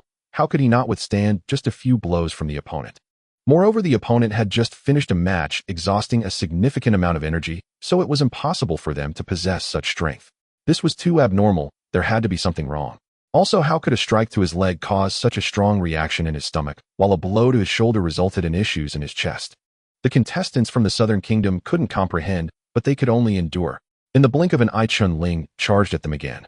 The contestant from the Southern Kingdom let out a loud roar, desperately squeezing out all his strength and speed, unleashing his strongest power and fastest speed as he launched a combined attack with his fists and legs, striking at Chen Ling like a torrential storm, seeking to force him back and keep him at bay.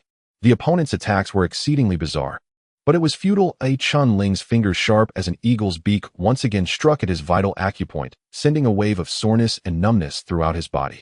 His evasion slowed down just a fraction, giving Chen Ling the chance to seize his right arm. Not good. The contestant from the Southern Kingdom had a very bad premonition. In the next moment, he felt the opponent push forward, causing his upper body to lean forward involuntarily, and then in the next second the opponent pulled back. Crack! A crisp sound echoed from his arm joint. The contestant from the Southern Kingdom felt a sharp pain shoot through his arm, followed by a sensation of losing control over it. Damn it! His arm was effortlessly dislocated by the opponent.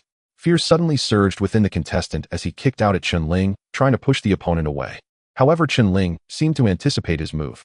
In a flash, he seized the contestant's right ankle and twisted it forcefully, resulting in a crack that dislocated his right ankle bone. The contestant from the Southern Kingdom let out a cry of anguish as his right foot instantly lost all strength. The opponent intended to dismantle him. First his arm, then his foot. Seemingly non-lethal attacks rendered him incapable of countering. The power of such attacks was terrifying. I give up.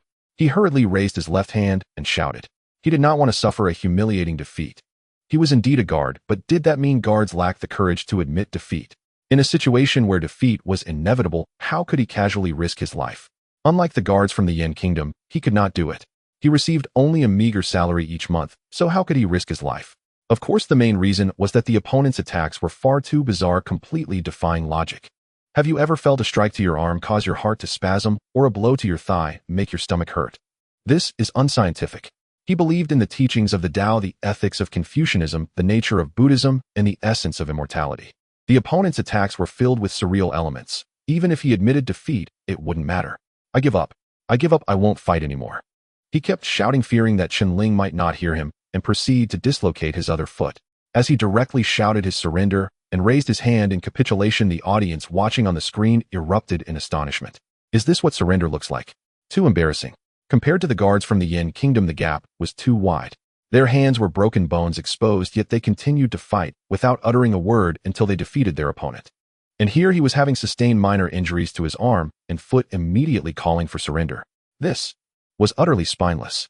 Upon seeing the opponent suddenly call for surrender, Commander Zhao revealed a hint of a smile and turned to ask Cui Dexin and Raymond from the Northern Federation, "Shall we continue?" Previously, the three parties had agreed to have 3 matches. Now the Yen Kingdom had already won 2, making victory certain. However, if the opponent was unwilling to concede, the Yen Kingdom would not back down. They would fight on. Cui Dexin glanced at Raymond, who shook his head. There was no need. If they lost again, it would be truly shameful. Cui Dexin reluctantly spoke. Let's call it a day. The guards of the Yen Kingdom are indeed superior. We concede. At that moment, the viewers watching the live stream fell silent with no suspense left, and no one could say anything. After all, it was a best of 3. The Yen Kingdom had won 2 matches, so what else was there to fight about? Chen Ling's series of techniques had astonished everyone, while Zhang Jin's fearless attitude had left them trembling. It wasn't that they weren't strong, it was just that the opponent was not a normal person. Far too terrifying. Commander Zhao gestured for them to leave, saying, "Let's go to the airport. Make sure everything is arranged properly. Is that all right?" Sure. Cui Dexin had no choice but to turn and make arrangements, not wanting to lose the match and embarrass the country. Chen Ling was soon met by Wang Yun and others as he came down. Wang Yun and the others, seeing his swollen hands and the blood on his body, understood that Chen Ling's fight was definitely not as simple as it appeared. Chen Ling immediately asked, "How is Zhang Jin?" At that moment, Commander Zhao happened to come down shouting, "Everyone assemble and head to the airport." The crowd quickly gathered, not answering Chen Ling's question. Chen Ling was worried about Zhang Jin's condition. His arm was too severely injured, and only he could save him. Afterward, he and the others were arranged onto a vehicle swiftly heading to the airport. Upon arriving, they got off and quickly lined up, waiting quietly and solemnly. After a few minutes, a black convoy slowly drove into the center of the airport, all eyes following the procession. They cradled coffins in their arms containing the remains of the martyrs of the Yen nation. In an instant, Chen Ling and the others stood straighter like tightly wound springs, their expressions solemn, their gazes fixed on the coffins. This was the most sacred mission for them in the South Nation, bringing the martyrs home. At this moment, Director Zhao turned to Cui Dexin, his expression sincere and filled with deep gratitude, raising his right hand in the most respectful salute.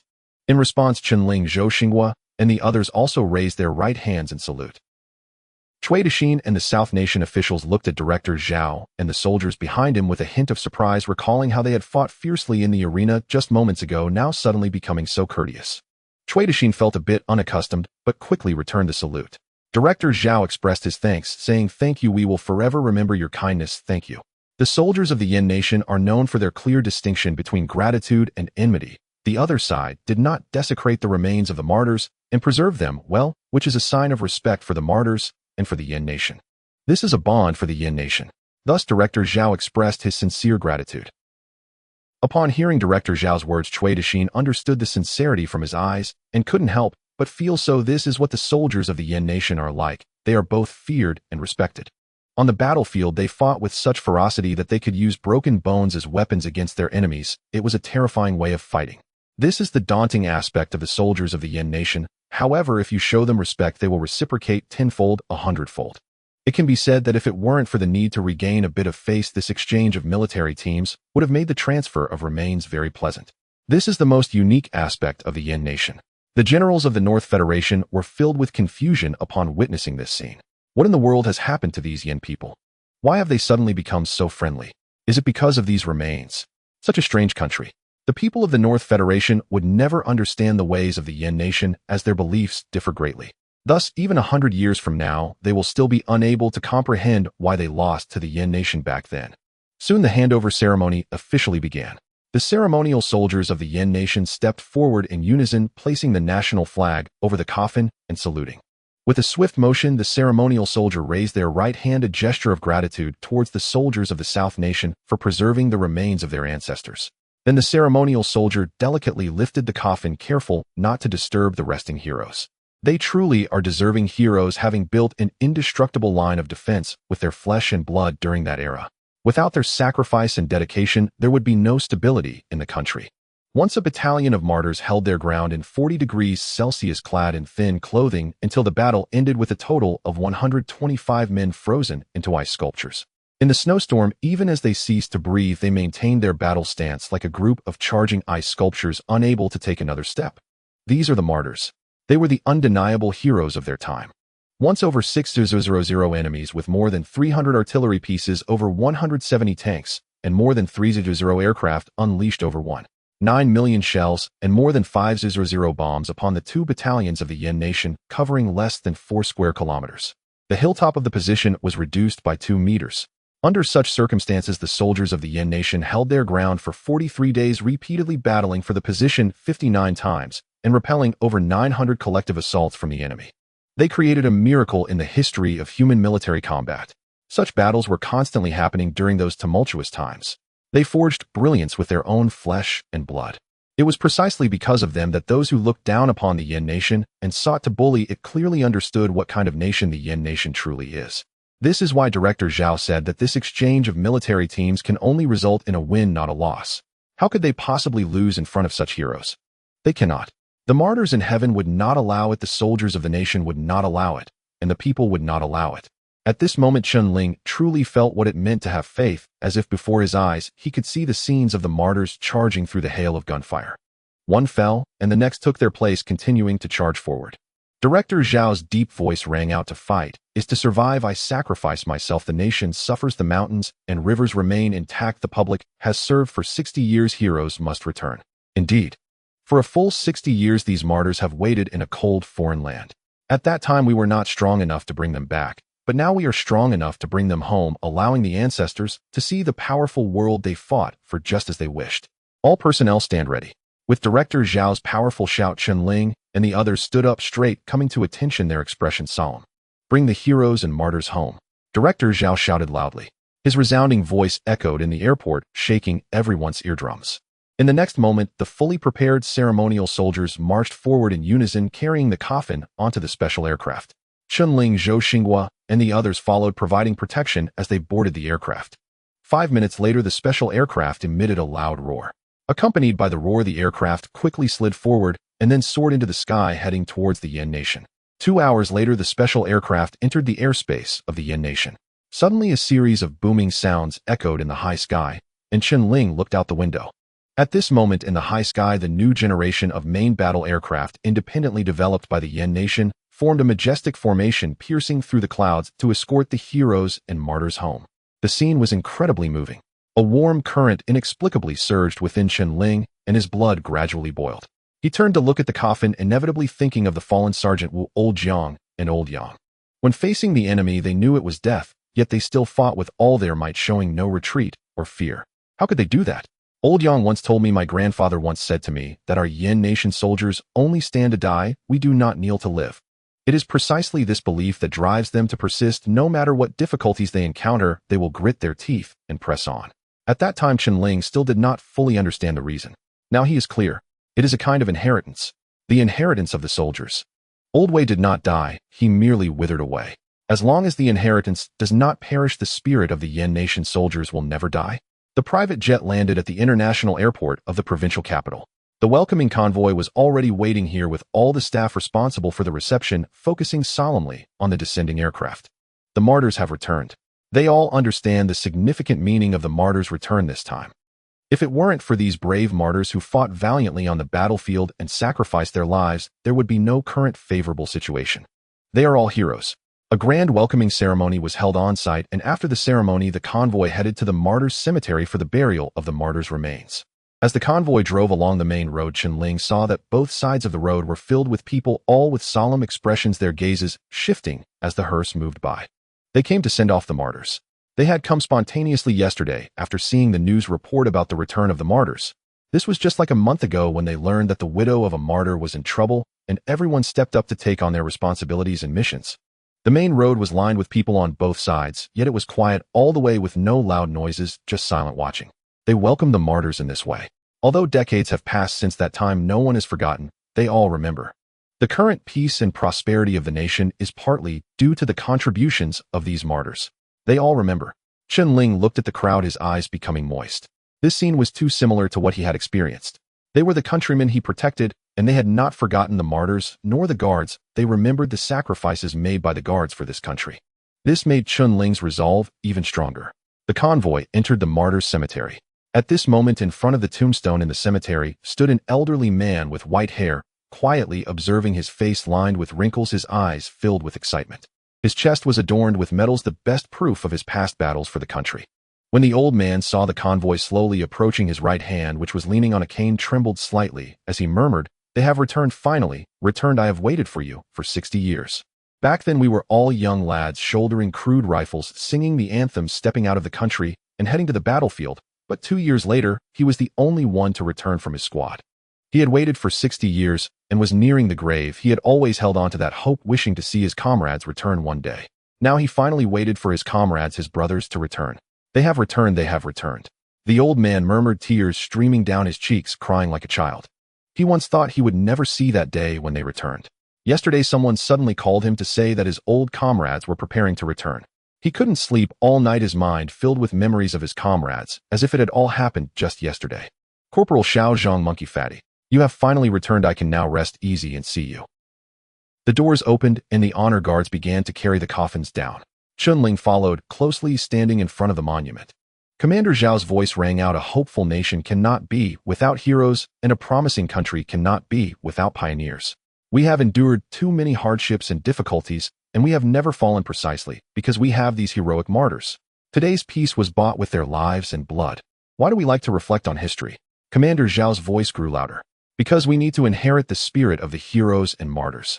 As long as our blood and spirit remain, we will never fall." Chen Ling silently clenched his fists, his conviction growing stronger. Commander Zhao's words reminded him of that scene at the station. Of course, this is a minority, but it also indicates that indeed some have forgotten the past, forgotten those smoky years of war.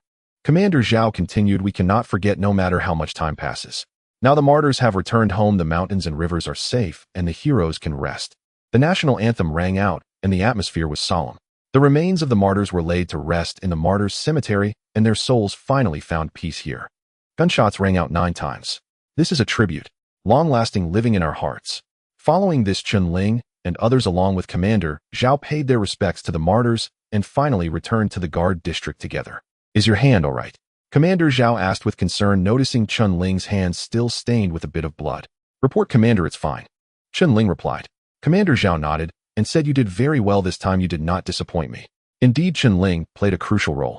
First, during the shooting competition, he achieved a perfect score, and when the opponent challenged him again, it was he who made the opponent cry. In the hand-to-hand combat competition, he defeated the opponent with the most ferocious and direct method, causing them to concede on the spot. Commander Zhao patted Chen Ling on the shoulder and said, you must be worried about Zhang Jin, right? No need to worry, his surgery was very successful, but it will definitely have some impact on future combat. However, he will be able to manage daily life. He will continue treatment until he fully recovers, so don't worry. Chen Ling sighed in relief after hearing this. Given Zhang Jin's injuries, even if he fully recovers, he would not be able to enter the frontline combat guard team. Being able to manage daily life and live like an ordinary person was his final choice. After returning to the Southwest Guard District, Chen Ling rested for a night, and the next day, he went directly to the Special Guard selection site. It had been almost 3 days since he left, and the Hell Week was probably nearing its end. At the training ground of the Dragon Tooth Special Forces, Fan Xian shouted, hurry up, look at your appearances, still elite. Hell Week is only halfway through and half of you have already been eliminated, cowards. Do you still want to be special guards? Do you deserve it? Following this, he said to Ma Shan, it's been 3 days, are you still in a trance? Give them a taste of reality. Ma Shan was taken aback, awkwardly turning around, and immediately pulled out his gun. Click, the safety was off. He opened fire at the training novices ahead. Bang bang. Gunfire rang out. A series of dirt splattered on the ground, creating a line of bullet craters. Damn. Live ammunition. This is ruthless enough. He Chun and others doing push-ups saw this, their faces changing dramatically. In the next moment, Dada. Ma Shan swung the muzzle directly towards He Chun and the others' heads. Bullets whizzed past the foreheads of the crowd. Everyone felt a chill run down their spines. These are live rounds. If one goes slightly off course and hits, they wouldn't even have a chance to find a place to cry. At the beginning, the chief instructor Long Zhan had said that the Special Task Force assessment had a death quota, and they had already written their wills. If one were to perish during ordinary training, they wouldn't receive the honor of a martyr, they would only receive compensation. The decision-maker has gone mad. Under such high pressure, everyone's nerves were tightly strung, not daring to slack off at all. While training frantically, they also had to pay constant attention to when Ma Shan's muzzle would sweep over. After more than 10 minutes, Fan Xian glanced at the time and shouted to everyone, take a 5-minute break. I'm going to bring that madman over. Ma Shan immediately shouted, all personnel rest in place for 5 minutes. Papa. Everyone lay flat on the ground, gasping for breath, feeling as if their lungs were about to burst. Suddenly, it felt like the sun had risen in the west. Just 5 minutes, but for them, it was an extremely luxurious affair. The latter part of the decision-maker's statement about that madman, who is it? A question mark flashed in everyone's minds. Report, who is that madman? Someone in the crowd couldn't help but shout. Ma Shan angrily roared, isn't it just the one who got you into trouble, that madman? No wonder Ma Shan felt that even the slightest movement of his face hurt, and of course his heart hurt even more. It has been 3 whole days, and he has been dreaming of crossing over while sleeping. It's all because of that madman Chen Ling. He had to disguise himself for no reason, ended up being locked in a dog cage, and inexplicably became the center of trending topics despite having nothing to do with it. Fortunately, he doesn't often show his face on the streets, otherwise if a large group of people surrounded him, he wouldn't even know how to explain. Just thinking about it made Ma Shan furious. Everyone was initially stunned, then complex expressions appeared on their faces. That madman is coming. Fan the Devil actually went to welcome him. This is unscientific. Yes, this is unscientific. Last time the madman slapped Fan the Devil's face, so loudly didn't he back down. This situation is a bit strange, besides wasn't the madman invited to the governor's office, and now he's back. The crowd murmured softly. They had been tormented enough by Fan Xian these past few days, so they secretly gave him the nickname Fan the Devil. Of course, everyone understood that Fan Xian was using them as punching bags ultimately because of the madman. Now that the madman was actually coming back, what was going on? Everyone witnessed the madman's prowess. They both loved and hated him. He had thoroughly battered that group of old elites, which made everyone feel particularly satisfied, especially seeing Fan the decision-maker suffer. But they hated that this guy had actually caused trouble for everyone. He had helped the law enforcement officers take them all down while he just watched the fun from the sidelines. This was infuriating. Last time they finally got a chance to team up and deal with him, but then Zhang Jin arrived, and they were ordered by Fan the decision maker to run a 10-kilometer cross-country. Running 10 kilometers on empty stomachs. Could they feel good about it? At this moment Deng Su looked at He-chun and said, "Give me a straight answer, is that madman really your brother? Sometimes you say he's one of your own, and sometimes you urge us to challenge him. What exactly is his background?" Swish. All eyes around focused on He-chun and the others. They had been asking this question for 3 days, but still couldn't figure out who Chen Ling really was. There were all sorts of rumors like Private Chen Song the troops from the Ho E-200 and those from the border defense. In summary, there were various claims. However, regardless of his identity, everyone hated him to their core. These past 3 days they had lived like they were in hell, all thanks to Chen Ling. How could they not hold a grudge? He-chun turned his head and said, "Seriously, don't ask me, I don't know him well." What the hell? Deng Su and the others' mouths twitched. Damn, do you think our brains are made of paper? A few days ago you all said he was your brother trained together from the same 100-man team, and you even said you were his sparring partner. Now you tell me you don't know him well. You can't possibly change your face so quickly, right? Wang Yan also followed up, "Don't ask me, we weren't familiar to begin with." This time Tai Dan wasn't foolish and simply turned his face aside, obediently closing his mouth. At this time saying that he was brothers with the madman was just asking for trouble, wasn't it? While everyone was discussing Chen Ling, Fan Xian had already met up with him. Fan Xian still wore a smile like an ant-chuckling kid. "How does it feel to go abroad? What have you been up to?" For the past few days he had been busy dealing with those rookies and hadn't focused on anything else, knowing only that Chen Ling had gone to the south with Colonel Zhao to bring back the ashes of the martyrs. Chen Ling replied, "Report, I brought back the coffin of the martyrs, and they have been buried." This? Fan Xian's mouth twitched. Earlier he had been holding back a stomach full of anger, wanting to scold this kid, but upon hearing this, what else could he say? Nothing could be said. Fan Xian took a deep breath, glanced at Chen Ling, and said, "Then what are you doing here? Are you planning to join us?" Chen Ling shook his head and said, "No, didn't Captain Xiaobang think about how to assess me? I plan to come over and practice with you, but I'm free. For convenience, could you help me arrange a dormitory? I promise not to affect your training." Looking at Chen Ling's luggage, Fan Xian's mouth twitched. Damn it, this kid came specifically to irritate him. "Don't you know that your presence here makes me awkward? You previously humiliated me and my people in front of those rabbits, and now you come to join as a sparring partner, deliberately making it hard for me, right?" Fan Xian felt an immense heartache, but he had no way to refuse. "Follow me," he said, leading Chen Ling over and waving for Xiao Miao to come over, saying, "Arrange his dormitory. He won't train with those rookies. It's free training, and he will arrange it himself." Arrange it himself? Then why come here? To watch the fun. Xiao Miao looked at Chen Ling, vividly recalling the scenes of this kid torturing him and Ma Shan being tormented so badly, and he actually dared to come back. What a bold move. "Xiao Miao," Fan Xian suddenly shouted. "Yes." A cunning glimmer flashed in Fan Xian's eyes. "Take him to a single dormitory according to Long Ya's standards." "Yes." Xiao Miao's eyes showed a hint of surprise. Was old Fan changing his ways? The treatment was too special. Due to Fan Xian's loud voice, everyone's gaze suddenly focused on Chen Ling. According to the standards of Long Ya, this was a single-room dormitory equipped with 24-hour hot water, a comfortable bed, and a private desk. This treatment was incomparably better than the cramped conditions of 10 or more people sharing a single dormitory. Why should that be? Just because he has bullied you all and also tricked us once. Immediately Deng Su and the other veterans had red eyes, casting provocative glances at Chen Ling. It was one thing for those rookies to be fooled, but they were veterans too, and they had also fallen for his tricks. They had even been scolded by Captain Xiaobang afterward, leaving them all holding their breath. Now this guy comes in and receives such good treatment. Why should that be? Chen Ling was no fool. Seeing everyone's expressions, he immediately understood Fan Xian's intention. He was about to start provoking them again. It was definitely a ploy to incite Deng Su and the other veterans to challenge him. Chen Ling understood, but said nothing. This was fine, he needed training partners anyway. Since returning from the south, Chen Ling had become even more aware of the many strong individuals in this world. For instance, the martial prowess of Park Taijian from the south was exceedingly formidable. Had Zhang Jin not been careless, he would have been no match for him. Then there was that bald black man from the Northern Federation, whose overall physical fitness was nearly F4, making him almost equal to Chen Ling. His attacking power was fierce, and winning against him was not as easy as it looked. In short, he still needed to improve his strength.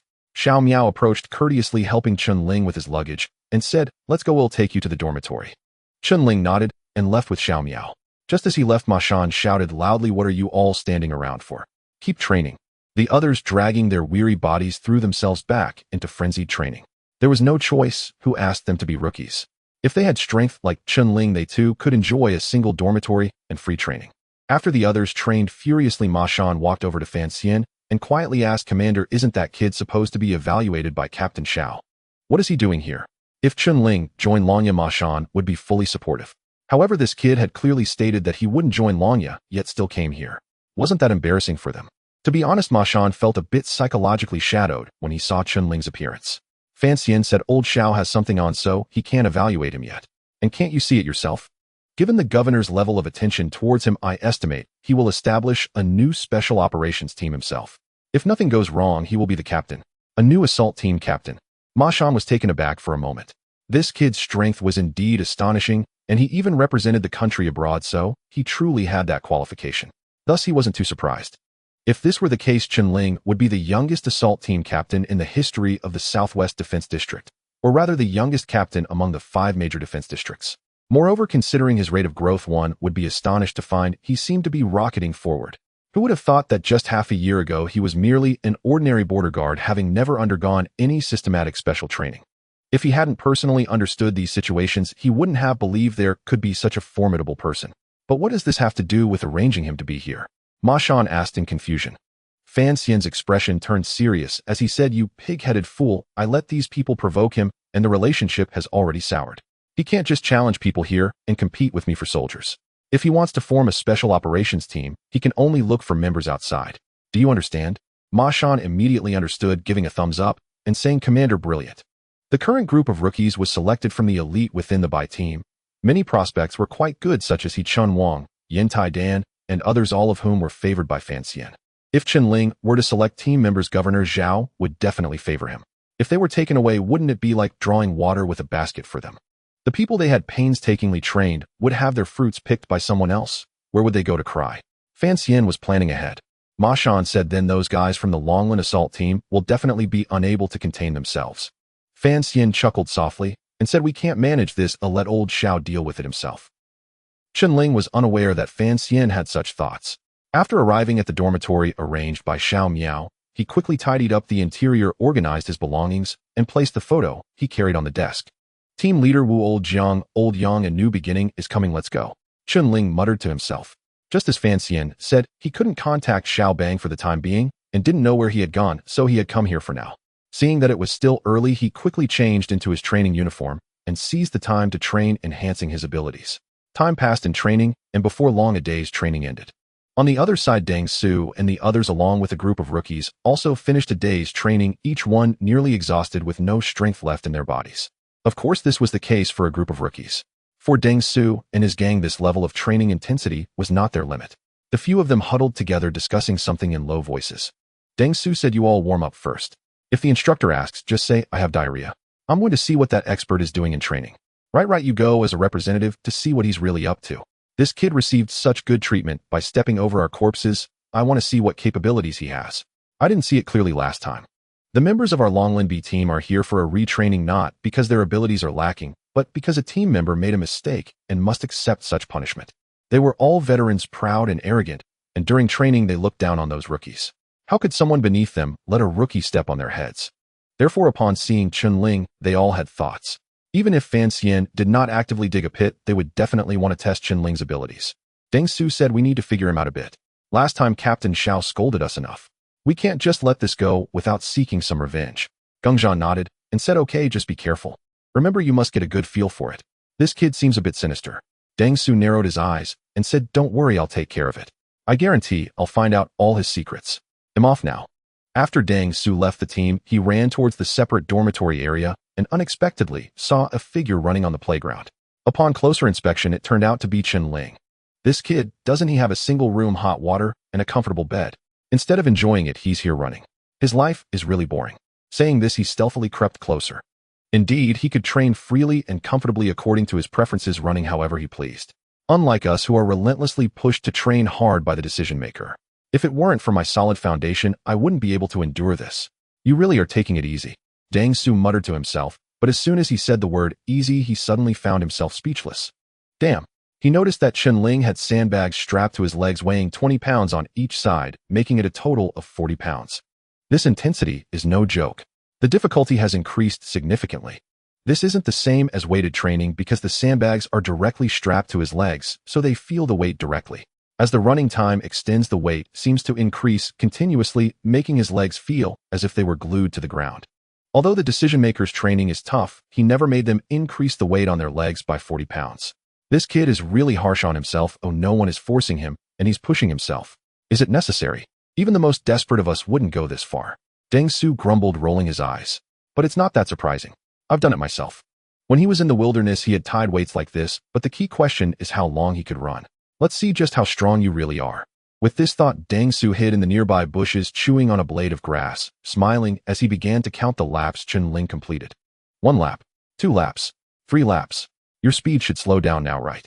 I mean, being able to endure 3 laps is impressive enough.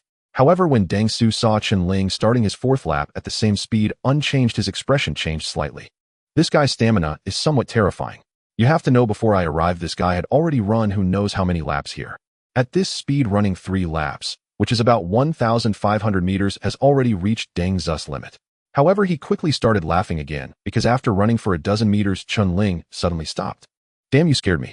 I thought you were a super freak, but it's just that. Deng Su turned to leave, but his body suddenly halted. What the hell?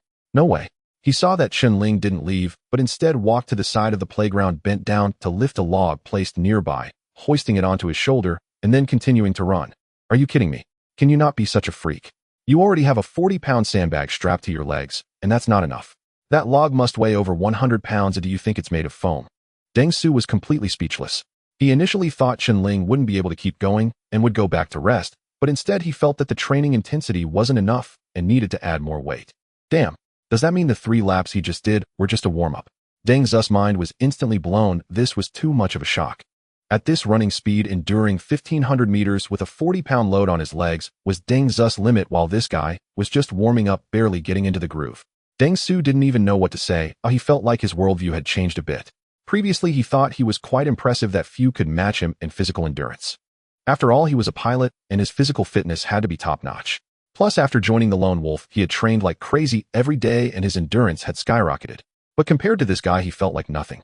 At this moment, as Chen Ling lifted the log, he finally felt a significant strain and the fatigue began to set in. This is the effect he wanted. Only by increasing the training load and difficulty could his strength achieve greater improvement. This is self-imposed, pushing his own potential. Chen Ling took a deep breath and began to accelerate his running. The heavy footsteps echoed on the training ground, setting a rhythm. Chen Ling was alone, pouring out his sweat, constantly tapping into his potential. Indeed, after adding the 100-pound log, sweat began to pour from him. 1 lap, 2 laps, 3 laps. When Chen Ling finished his 3rd lap, while maintaining his speed, Deng Su finally couldn't help but curse freak. When they trained before, they ran with the log together, and neither of them had the help of sandbags, but Chen Ling managed to run 3 laps, while carrying both the log and sandbags, and was still going with a speed faster than when they ran together. He was stronger than both of them combined. Forget it, I better not watch. The more I see, the more demoralized I become. If I keep watching, I might start to doubt my life. Deng Su turned and walked away without a hint of hesitation. When he returned to the cafeteria, he shot a fierce glare at He-chun and the others. These rookies call Chen Ling a lunatic every day, but then they say they don't know him while constantly urging others to challenge him. Are they trying to set him up? Such treacherous rookies. Deng Zu's sudden actions left He-chun and the others confused. Was this guy's brain flooded, or had training messed him up? They had no idea that Deng Su was deeply impacted by Chen Ling, and he was taking out his frustration on them. When Geng Zhan saw Deng Su return, he immediately whispered, "So what did you see? You were gone for half an hour. You didn't see anything, did you? Looking at your face, it seems like it didn't go very well. Did you even see anything?" Deng Su took a deep breath to calm himself. Looking at their eager faces, he didn't speak right away, but his teammates couldn't wait and started asking him. "Just say it already, will you? Give me a straight answer, or I'll go myself. Well, this just shows your brain capacity is a bit small. Oh, looks like I need to step in." Deng Su grinned and said, "Forget it, you would see the same thing.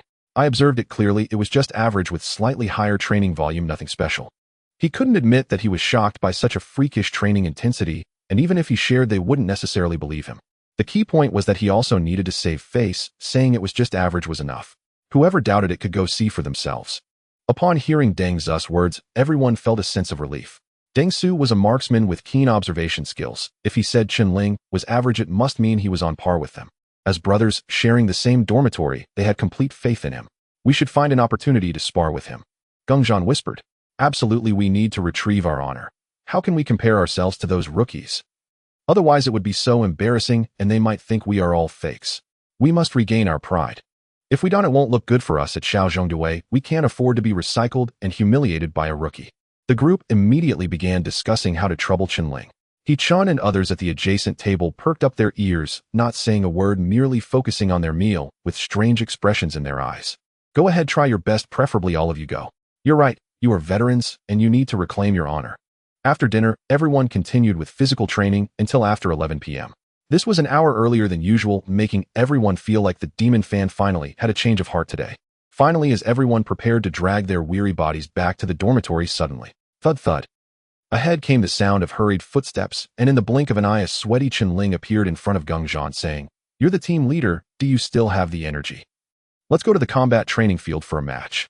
He had learned that Gengzhan was the captain of the Dragon Scale Assault team, and being a captain meant he was certainly skilled enough to be a sparring partner. Gengzhan was taken aback. Not bad, this kid. I didn't even look for trouble, and he came knocking on my door. Gengzhan rubbed his forehead, a glint of light flashing in his eyes. It had been a long time since he had seen someone daring to challenge him, but he remembered seeing Chen Ling beat Ma Shan last time. This kid was fast, strong, and resilient. He could handle him, but it would require strategy to quickly resolve it before it became a nuisance. He stood up and said, "All right, let's spar." Soon the two left, heading towards the combat training room. He-chan and the others watched a knowing smile appearing at the corners of their mouths, then turned to look at Deng Su. Deng Su immediately felt a bit guilty and turned his face away, as if looking up at the stars striding towards the dormitory. After returning to the dormitory, everyone began to anticipate what would happen next. I wonder if the captain can take that kid down. Lao, the demolition expert of the Dragon Scale Assault team, paced back and forth in the dormitory. What are you overthinking? Didn't you hear Sanwei say that guy is just average? Our captain is highly skilled, he definitely won't suffer. Sanwei, you agree, right? Deng Su felt uneasy in his heart, saying, logically that should be the case. I'm tired, I'm going to sleep now. Don't disturb me later, I have to get up early tomorrow. Lao stretched his neck towards the door, saying, the captain has been gone for almost 30 minutes. He should be back soon, right? If it's a combat match, 30 minutes is quite terrifying. Indeed, just as 30 minutes passed, Gengzhan limped back into the dormitory. The first thing he did was glare fiercely at Deng Su. You've got to be kidding me. This is called average. Gengzhan had been in the guard team for 8 years and had never encountered such a crazed individual, like a human machine, showing no signs of fatigue. The key was that he fought recklessly, launching a frenzied attack without pausing for even a second. He had planned to use some finishing moves, but he had no opportunity at all. From the outset, he was dragged into Chen Ling's rhythm. The final result was that he was brutally beaten. Deng Su wore a guilty expression, forcing a smile as he said, Captain, I wasn't wrong, was I? Just average, right? Gengzhan's stomach twitched. How could this kid be so infuriating? Lao hurriedly approached and asked, how was it? Was it just a matter of being cautious to take him down? Last time Ma Shan was careless. Oh, anyway, it's about catching him off guard, right? Captain, are you all right? Do you want me to take a look? Gengzhan didn't know what to say. He couldn't exactly admit that he had been beaten and controlled by Chen Ling, enduring a barrage of attacks. As long as I'm careful and sees his weaknesses, he is just average. I might have been a bit aggressive earlier. A rest will do me good. Gengzhan climbed onto his bed, falling silent. He felt heartbroken. Even though he wasn't at his peak when he fought Chen Ling, the latter wasn't either, yet the result was. This kid is truly a freak. I must never provoke him again. Average. Just as I thought the last time he crushed Ma Shan. Xiao Miao and the others must have been careless. We are seasoned special guards after all. Lao Hua and the others' eyes sparkled. Since it's like that, we must all go around with him to prove we are stronger than the Dragon Tooth instructors. If he has already beaten the Dragon Tooth instructor and we go beat him again, wouldn't that indirectly prove something? If we defeat him, won't we also enjoy special treatment? Lao Fan's intention was to let us go, right? That kid beat Lao Fan's face. A Lao Fan would definitely want to reclaim his honor. If his people are no good, we'll step up, but settled. In any case, there's absolutely no problem. We will crush Chen Ling. Instantly, these veterans spent the whole night discussing how to deal with Chen Ling the next day. Only Gengzhan and Deng Su remained silent, pretending to sleep, sighing inwardly. The next day, everyone finally got a brief respite until noon, along with a lunch break. Liang Wei, the assault gunner of the Dragon Scale Assault team, quickly cleared his plate and excitedly said, I heard that kid hit the target at the shooting range. I always felt that his blind shooting was unreliable, too much luck involved. Fan's strategy was scared off. I will definitely expose his true colors. This time don't argue with me, I'll personally go see. My marksmanship was among the top 3 in Dragon Tooth. Brothers, please help me clear the plates, I'll go deal with him and earn face for you all. Lao nodded and said, sure, my specialty is demolition, I'll find him later. Deng Su and Gengzhan exchanged glances, quickly turning their heads as if nothing had happened. Go ahead, brothers, let's take a cut. PS daily vote request. I'm not asking, but one by one none of you are voting. Sigh, it's so hard. Liang Wei, like a chicken that had been injected with adrenaline, quickly got up, reported to Ma Shan, and then left the dining hall heading straight for the shooting range. He was just pretending to be confused while secretly understanding everything. After all, according to Lao Fan's intention, the more strained the relationship between these brats and Chen Ling, the better. Thus, he was eager for someone to find trouble with Chen Ling every day. Liang Wei was filled with excitement. He didn't believe in that nonsense about refracted sniping. It was all a bunch of baloney. The scene was likely already set up with tricks. At a distance of 1,600 meters, the bullets would have already drifted off course, and they wanted to hit a flagpole the size of a thumb. Reflected blind sniping. Even a fantasy film wouldn't depict it that way. Although Liang Wei's shooting skills were not as strong as Deng Zu's, he was indeed a skilled sniper and was well aware of various shooting conditions. Only rookies would believe in the shooting effects created by special effects in movies. Everyone watched Liang Wei hurriedly leave his excitement, making it seem as if he were going to pick up money. He, Chun, and Wang Yan exchanged strange expressions, then smiled, realizing that someone was indeed unafraid of death. Back when they were in the 128th Squadron, many people were like that, wanting to challenge the madman, thinking the other party's strength was mediocre. As a result, each of them ended up being thoroughly humiliated. History always has its similarities. Indeed, Liang Wei left in a rush and returned just as quickly. In less than 10 minutes, he was back. What was going on? Didn't find anyone. At that moment, Liang Wei's face turned green. Damn, are you two idiots sure that kid is just average? Gung Zhan and Deng Su feigned surprise, but in their hearts they understood clearly without a doubt that kid had probably been thoroughly beaten, otherwise he wouldn't have returned so quickly. Lao Hua looked at Liang Wei with confusion and asked back so soon. What does that mean? Did you compare notes or not? Don't just stay silent, say something. What's going on? In less than 10 minutes, even if you ran there and back, it would take at least 5 minutes. How could you have had enough time to chat with that kid? The time for comparison was simply not enough. Liang Wei shook his head. He had found Chen Ling, but upon seeing the pile of bullets around Chen Ling, which looked like a small mountain, he was terrified. In just one morning, that kid fired so many rounds. Is he even human? That kid was lying on the ground shooting again and again without any sign of fatigue. If it were someone else, firing so many rounds in such a short time would have already wrecked their shoulder. With such a perverse training method, could his shooting skills be just a fluke? Liang Wei was focused on Chen Ling's shooting and was horrified to discover that this kid was directly using a 999 rifle to hit the chest ring target at 600 meters. 10 rings. 10 rings. Upon hearing the target announcer shout out the scores again and again, Liang Wei turned around and left. Was there even a need to compare with him? The effective range of the 999 rifle is 400 meters, and he was hitting at 600 meters, scoring 10 rings with every shot. What does that even mean? If it were him, the target at 600 meters would be a blur. How could he shoot? Every shot would be a guess. This kid had reached such a freakish level that it couldn't even be explained by science. He now understood why Fan the Devil conceded defeat. There was no way to win against such a freak. Conceding was the only option, or else it would be even more embarrassing. Faced with everyone's inquiries, Liang Wei remained calm and wisely said his shooting skills are indeed average, purely luck. Lao Hua frowned and asked, did you beat him up? Of course. Liang Wei sat down heavily. Lao Hua was now excited and said, brother, tomorrow it's my turn. Don't steal my chance. Okay, as long as you don't mess around, anything is fine. Gung Zhan, Deng Su, and Liang Wei exchanged knowing glances, and one by one they fell silent. Thus it was settled. The next day, Lao Hua really went to challenge Chen Ling, and upon returning, he echoed Liang Wei's sentiments. Thus the rumor that Chen Ling's strength was quite average, and that it was all pure luck, began to infiltrate the minds of this batch of special training recruits. Each one wanted to find an opportunity to observe or challenge him, seeking to reclaim their lost honor. As a result, every day someone went to challenge him, and every returnee claimed he was average, yet no one could clearly explain the details. In just 3 days, no fewer than 20 people had sought out Chen Ling. Those who went knew they had been deceived, but they pretended not to, each playing along as if they were in on it. Thus the notion that Chen Ling was merely average and that his luck was extraordinary was further solidified. Consequently, even more people sought to challenge Chen Ling. Lao Fan and the others had long noticed this situation, but chose not to intervene, pretending to be oblivious. They actually hoped that Chen Ling would thoroughly defeat these rookies, as that would only make their suppressed anger grow heavier. Did Chen Ling think he could choose people later? No way. Xiao Miao quietly whispered to Lao Fan, is it okay for things to go on like this? What if these brats hold too much resentment and something happens? Lao Fan snorted coldly and replied, what are you afraid of? Don't worry, that kid is a straight shooter, not thinking too far ahead. Haven't you seen how in these few days of training they were all training like madmen without us prompting them? This kid is not just a troublemaker. He is also an instigator, that's for sure. That afternoon, Chen Ling was ordering food in the dining hall. He enjoyed the treatment of a Longlin team member on par with the little wolf dogs. During this time, he had become quite familiar with the kitchen staff. Sure enough, the cook personally prepared a few dishes for him to change his taste. To be honest, the cook genuinely liked this kid Chen Ling. He spoke politely and was not at all irritable, unlike the rookie trainees who were all so full of themselves. Little Chen, wait a moment, it will be ready soon. Today I will make you some twice-cooked pork. I guarantee you'll like it. The cook said with a smile.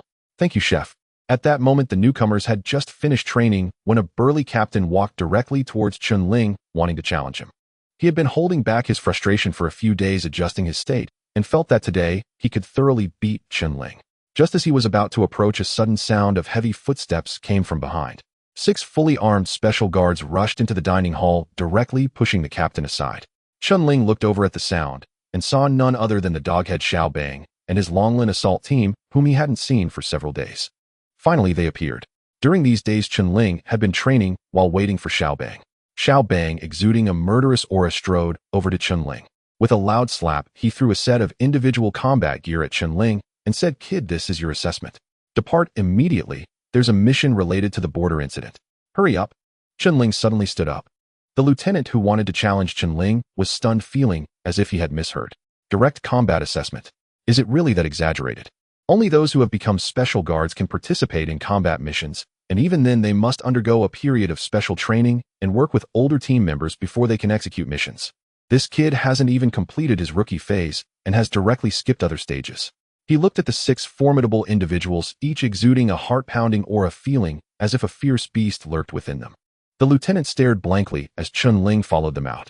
The cook team's leader chuckled, saying, "I knew this guy was not simple, a lone wolf with character. By the way, you all challenging him, isn't that like lighting a lantern in the toilet? Do you know who the person he just spoke to was?" "Who?" the lieutenant asked, puzzled. It was Captain Xiao of the Dragon Scale Assault Team, the most mysterious special assault team of Longya, a rising star. The leader's face was filled with excitement. In an instant, the lieutenant felt as if he had been struck by a million critical hits. Didn't they say his strength was mediocre, that anyone could easily defeat him? How could he be this formidable? The assault team leader personally invited him to participate in a combat mission, and I still have to challenge him. The lieutenant felt completely flustered, wondering if something had gone wrong. At this moment, Chen Ling was unaware of the lieutenant's thoughts. Once fully armed, he was immediately pulled into a vehicle by Xiao Bang, heading toward the airport, and then boarded the prepared helicopter flying toward the destination. Inside the armed helicopter, the rapidly spinning rotor blades created a whooshing sound that resonated in Chen Ling's eardrums. For Chen Ling, it was his first time executing such a swift and decisive combat operation. The battle had not yet commenced, but the tense atmosphere had already permeated the cabin, creating an invisible oppression. Is this the prelude to a special guards combat? Xiao Bang sat across from Chen Ling and said loudly, "It's not that we are stronger than you, you must join us. Indeed, from now on your contest begins. This combat mission as a special guard is our assessment of you. Since this is your first mission, you must have your own code name. On the battlefield, you can only be called by your code name, not your real name. Think carefully, this code name will stay with you for life. My code name is Golden Scales. Golden Scales are not mere creatures of the pond. It simply means that on the battlefield, like a golden divine dragon, I will control the clouds and reign, capable of anything, vanquishing all enemies. Golden Scales. Does that mean golden divine dragon? Code name." Chen Ling hesitated for a moment. "I come with vengeance, but let's call me Azura." The members of the Dragon Scale team paused for a moment, immediately understanding why Chen Ling chose this code name. Just as he said, he was here for revenge. Back at the No. 3 outpost, Chen Ling had pursued the mercenary guards alone to avenge his leader and comrades, single-handedly killing 16 of them. This is the Azura from hell, making the enemies feel what despair truly means. Xiao Bang smiled and said, "That's a good code name. I've heard that in the southern country you shot 100 meters with a rifle, hitting 10 consecutive shots, overwhelming all. Moreover, you shot 600 meters with a rifle, making your opponents cry. In the combat contest, you incapacitated a black man from the Northern Federation and forced one opponent to surrender on the spot, making them see you as a god, as an Azura. Well done, raising our national prestige, truly bringing glory to your old leader." This news had long spread within the command. Chen Ling became famous in battle, earning honor for the country and the guards. When Xiao Bang spoke of this, he couldn't help but feel emotional. Who would have thought that not long ago on that rainy night, this kid had clutched his leader's corpse, fighting for his life, and even carried the enemy's head before passing out. Now less than 2 months have passed, and he has already become a hero in the defense zone, bringing glory to the country, internationally, growing into a genius that all 3 major assault teams want to recruit. How could I have overlooked such a talent? If I had pulled him into the dragon scale sooner, wouldn't there be no need for anyone else? Now it feels like Chen Ling is a piece of fat meat attracting many hungry eyes. Chen Ling calmly said, "Report, sir, these are all things I should do, and also what my leader hoped I would do. Let's not discuss other matters for now. After this mission, we can talk slowly. For now, let everyone get acquainted. Starting with you." Xiao Bang looked at the team member sitting on the right. Yes. The sniper Grayscale smiled at Chen Ling, saying Grayscale observer and fire support for the Dragon Scale assault team. Heaven Scale sniper. Then everyone introduced their names, code names, positions, and personal specialties one by one. After all, this is a combat mission. With Chen Ling joining them, everyone would be comrades, brothers, standing back to back. Chen Ling solemnly introduced himself, code name Azura, skilled in jungle warfare, hand-to-hand combat, and shooting. He only mentioned these 3 skills, keeping his expertise in feng shui, disguise, and ancient medicine to himself for now. Everyone highly recognized Chen Ling's combat abilities, though otherwise they wouldn't have agreed to let him participate in such a dangerous combat mission. Once the introductions were complete, Chen Ling asked Xiao Bang, "What is the mission this time?" "After you eliminated Wang Deng's brother last time, he has residual forces within the borders, and another faction led by Scorpio is planning retribution. They have over 100 people. Just as they made their move, our border defense team discovered them and attempted an ambush. During the battle, we lost comrades. Scorpio is Wang Deng's secret training organization in the country, ranked 10th on the international list of deadly organizations with formidable strength. In chaotic regions, their activities are often seen effectively, making them a group of outlaws who have survived long in warfare. Now Scorpio has taken some villagers hostage, making it difficult for our comrades to rescue them, which is why they called for us. My Dragon Scale assault team has just returned from a mission and accepted this task. Considering your circumstances, I brought you along." In an instant, a murderous aura erupted from Chen Ling. The leader, Old Yang, and Old Jiang were all in Wang Deng's hands. Chen Ling's greatest target was to eliminate Wang Deng, for he was the true culprit. Previously, when Chen Ling faced Wang Deng, he had said he would never let Chen Ling go. Now it has finally come. 30 minutes later, the helicopter hovered over a relatively flat lawn. The rapidly rotating rotor blades stirred the air, flattening the grass below. Whoosh! A thick rope was thrown down from the cabin. Down! Accompanied by Xiao Bang, the sniper Tian Lin was the first to slide down the rope and land on the ground. Next was Hui Lin, and Chen Ling was third. Although Chen Ling had not received training, his climbing skills allowed him to slide down the rope with great agility, executing the maneuver perfectly. Xiao Bang and the others looked on in confusion. How could this kid's movements be even more precise than theirs? He hadn't trained on the helicopter rope, had he? Could it really be that talent compensates for everything? Xiao Bang had arranged for Chen Ling to be the third to descend, intending for him to mimic others. As a result, this guy executed it even more beautifully. The group quickly landed, and after touching the ground, Chen Ling felt an immediate sense of familiarity as he looked ahead. He was not far from the No. 3 sentry post where he had once stood guard. Squad leader Wu, Old Yang am back. Don't worry, this time I will take down those bastards. Chen Ling whispered to himself. This way, hurry. Xiao Bang led the team towards the southwestern border area. Soon they reached the designated location. A junior lieutenant of the border defense was waiting there watching as Xiao Bang and the others arrived. After both sides exchanged salutes, Xiao Bang said, "The Dragon Scale assault team has been ordered to provide support. I am the captain, code name Golden Scale. What is the current situation?" The junior lieutenant's eyes were red as he pointed to 4 corpses on the ground and 3 seriously injured soldiers, saying, "These are my comrades. They were fearless, but those bastards are too professional. They planted explosives wherever they went, and our people were caught off guard by the mines they laid." As he spoke, the junior lieutenant's voice choked with emotion. It wasn't that they weren't careful enough, it was that the mines laid by those bastards were too well concealed, leaving them no chance to react. The junior lieutenant watched as his soldiers were blown up one after another, his heart bleeding. But he felt utterly powerless. Xiao Bang gritted his teeth, his eyes filled with murderous intent. Those bastards. Chen Ling's gaze turned to the injured soldiers, their wounds severe, especially on their legs, mangled and bloody. Even if they recovered, they would spend the rest of their lives in a wheelchair. They were all around 20 years old, just at the prime of their lives when life truly begins. How would they manage in the days to come? What kind of blow would their families face? And looking at the fallen soldiers, they were all young lives. Chen Ling clenched his fists, his gaze as cold as a sharp dagger, a strong urge for vengeance surging within him. Kill. Chen Ling had only one word in his heart. Xiao Bang took a deep breath, his eyes bloodshot, asking, "What is the situation in the village?" "Follow me." The junior lieutenant immediately led Xiao Bang and the others to a dirt slope pointing down at the village from their elevated position. This village has already been taken over by bandits, and the enemy entered through the minefield from World War II. Xiao Bang paused for a moment. That minefield was indeed a forbidden area. He had previously pursued the enemy and ventured into that minefield, which was extremely dangerous. They had worked hard to ensure there were no casualties. The enemy actually chose to enter through there. It was indeed reckless, and it clearly showed that their capabilities were not ordinary. Can we confirm their weaponry? The enemy is equipped with assault rifles, handguns, as well as rocket launchers and grenades. This is what we currently know. Xiao Bang picked up a pair of binoculars and observed the area around the village for a while before coming down from the slope and gathering everyone. The current situation is extremely urgent. The bandits have already taken control of the village, and we are still uncertain how many villagers are under their control. From the information we have, they possess heavy weaponry and are skilled at setting mines. Therefore, when we launch our attack, we must be cautious of the mines laid by the enemy. Additionally, our biggest problem right now is that we are unclear about the layout of the enemy's defenses, and the enemy is holding hostages using their safety to threaten us. Xiao Bang, being an experienced combat commander, analyzed the layout around the village and the potential challenges in less than 5 minutes, formulating the most prudent attack plan. Now let's assign combat tasks. Xiao Bang said finally. Chen Ling immediately stepped forward and said, "Report, I request to serve as the assault soldier." Xiao Bang understood Chen Ling's intentions, knowing it involved Wang Deng and that the enemy's target was aimed at him. Given this kid's temperament, he surely wanted to personally eliminate them all. However, this was his first combat mission, and the danger of this rescue operation was extremely high. To successfully rescue the hostages while eliminating all the enemies, Xiao Bang felt uncertain. Chen Ling did indeed possess strong solo combat abilities, but he lacked experience in assault operations for hostage rescues.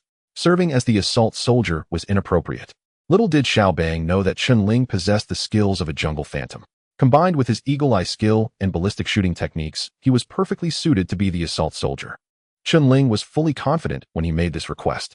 Xiao Bang pointed at Tianlin and said solemnly, "The assault soldier's risk is too high.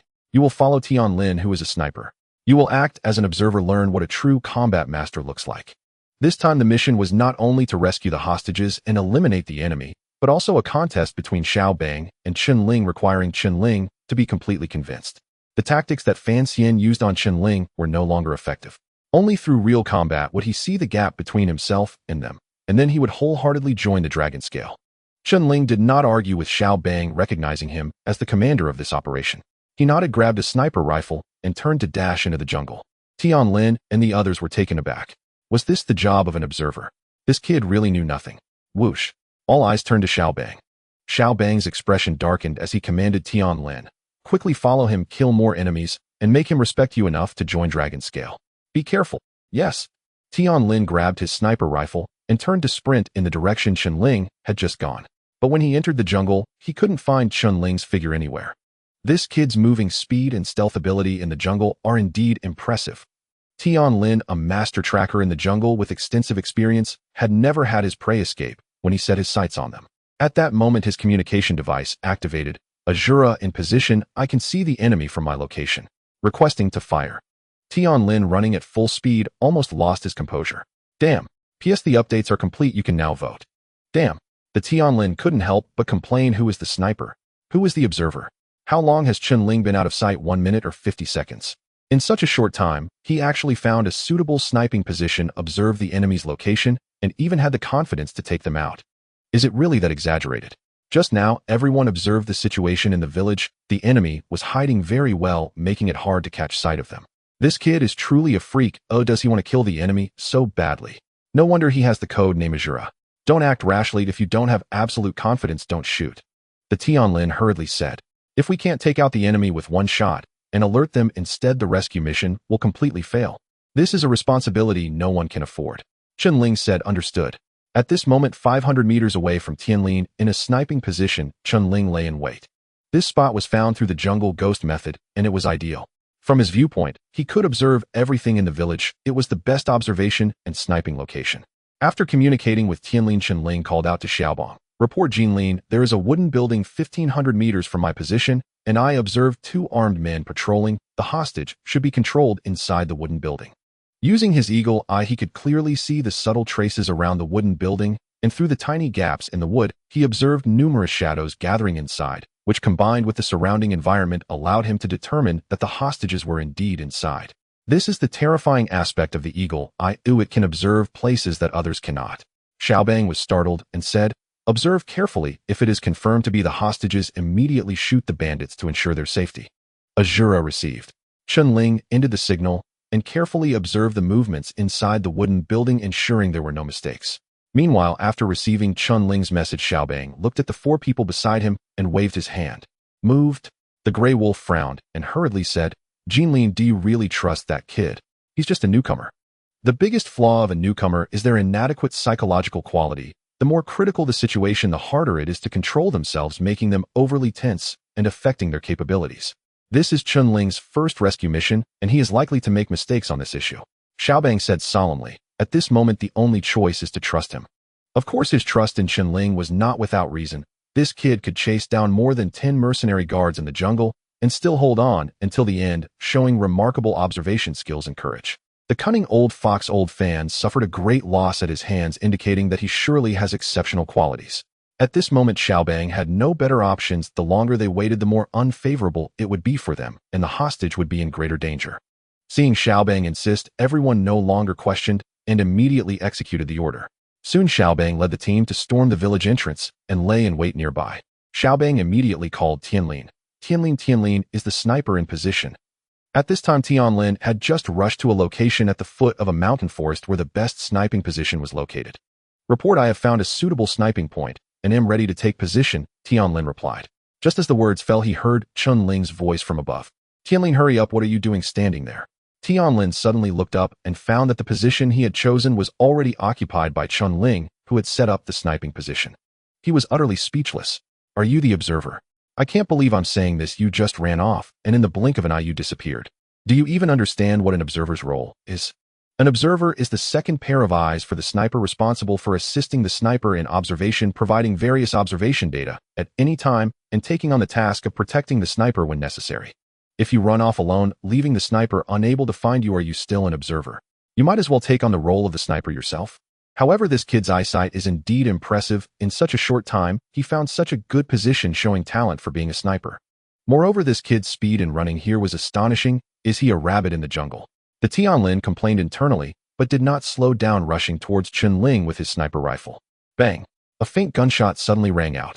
Because a silencer was attached to the gun, the sound was not loud. Tianlin, being relatively close, was able to hear it. Damn! Tianlin's face changed dramatically. He quickly lay down on the ground, adjusting the gun's direction, and peered through the scope of the sniper rifle in the direction of the shot. He could see a wooden building approximately 1,300 meters away. The target Chen Ling mentioned was right here. Tianlin truly did not expect this kid to open fire directly without waiting for him. Do you really have that much confidence? In the corner on the perimeter of the wooden building lay a corpse, evidently taken out by Chen Ling with a single shot. Because the location was relatively secluded, it wasn't easy to discover. Bang! Another shot rang out, and the head of an armed patrolman outside the wooden building exploded like a ripe watermelon falling to the ground.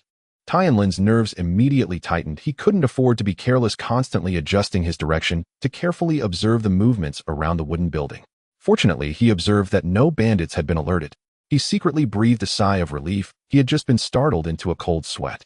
Tianlin was worried about the situation getting out of control. This was a matter of life and death for the entire village. This kid was too bold. Fortunately, the sniping timing chosen by Chen Ling was perfect. When the enemy fell, their position was in a blind spot, making it hard to notice. This kid indeed has the potential to be a sniper. At a distance of 1,500 meters, consecutively taking down 2 bandits with one shot without alerting the others demonstrates exceptional stability, indicating his psychological quality is solid. Tianlin immediately developed an appreciation for talent. No wonder Xiaobang insisted on having this kid join the Dragon Scale assault team. Such observational talent and sniping accuracy are made for snipers. At this moment, he heard Chen Ling reporting to Xiaobang. Jinlin, the hostage is safe. I have dealt with the perimeter bandits and Tianlin is on the way. Report complete.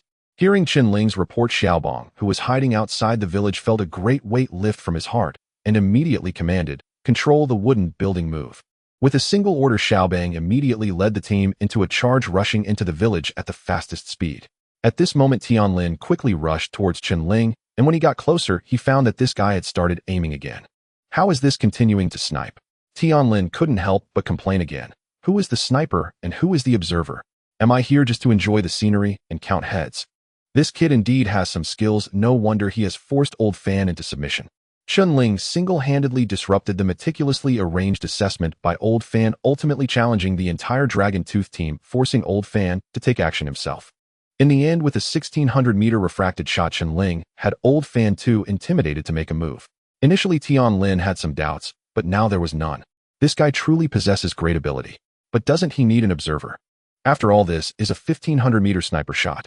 As a sniper, one must master the surrounding environmental changes, such as wind direction, wind speed, humidity, and temperature, to accurately hit the target. All these auxiliary shooting parameters need to be provided by an observer. Chen Ling doesn't require any assistance. Could it be a strategic-level sniper? Tian Lin's heart suddenly trembled. A sniper of this caliber does not need an observer. They execute tasks independently, possessing extraordinary observation, judgment, and reaction abilities. They are the ace snipers among snipers, often appearing only once among 100. Has this kid already reached that level? Is it really that exaggerated? Tian Lin has been a special guard for 6 years, possessing exceptional talent in shooting, yet even after 6 years of hard training, he hasn't reached this level. How long has Chen Ling been in the guard? 6 months at most.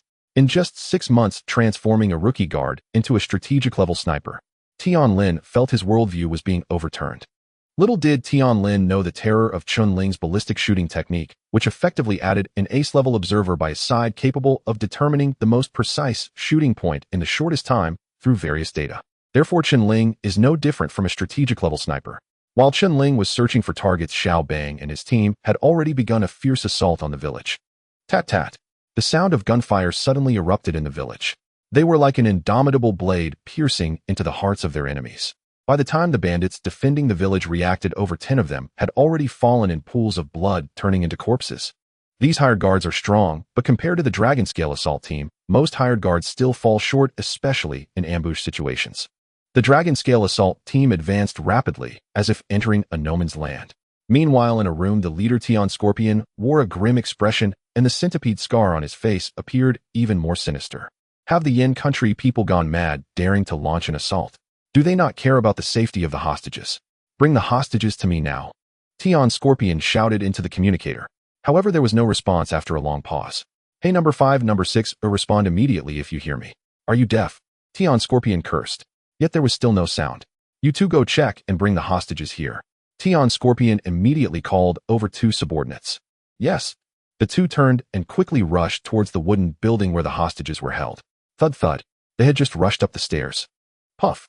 A bullet suddenly flew in, directly penetrating the leading hired guard, blood and brain matter splattering out, with the bullet hitting the faces of the hired guards behind. Damn it. The hired guard behind broke out in a cold sweat and hurriedly dove to the ground. Puff. Another bullet came flying and hitting him in the temple as he fell to the ground, his head exploding like a balloon, creating a hole the size of a fist. By the time he hit the ground, he was already a corpse. Inside the room, observing Tian Scorpion saw this scene and immediately understood what was happening. Yin country sniper. Shadow, take him out for me. Tian Scorpion growled. In the corner of the room, a man focused on cleaning his sniper rifle suddenly stood up, his tall figure reminiscent of a withered tree draped in a dark gray camouflaged outfit. From the opponent, there seemed to be no trace of presence, and he appeared to be afraid of sunlight. Yes, he replied, and his figure flickered at the door, rushing out like lightning. If one were to slow down his movements, they would be surprised to find that he never moved under direct sunlight, but instead hid in the shadows, his movements incredibly strange. Just as he darted out of the room, he leaped several times into the nearby woods. Bang! The slightly heavy sound of the sniper rifle resonated again. He frowned slightly. 1,500 meters, southwest direction. This was the opponent's third shot with an interval of no more than 5 seconds. An expert. His figure rolled across the ground continuously. When he leaped again, he resembled a golden-scaled fish weaving through the jungle, disappearing from sight in an instant. Whoosh! The opponent settled into a concealed thicket, quickly setting up his sniper rifle and establishing a sniping position. Having survived numerous battlefields, he had never encountered a sniper so confident in shooting.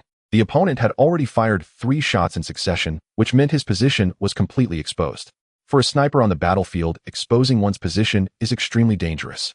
Even if he had already taken down 98 people, he would not dare to take such risks lightly. Therefore, while on the battlefield, he ensured every shot was precise, eliminating enemies before swiftly relocating.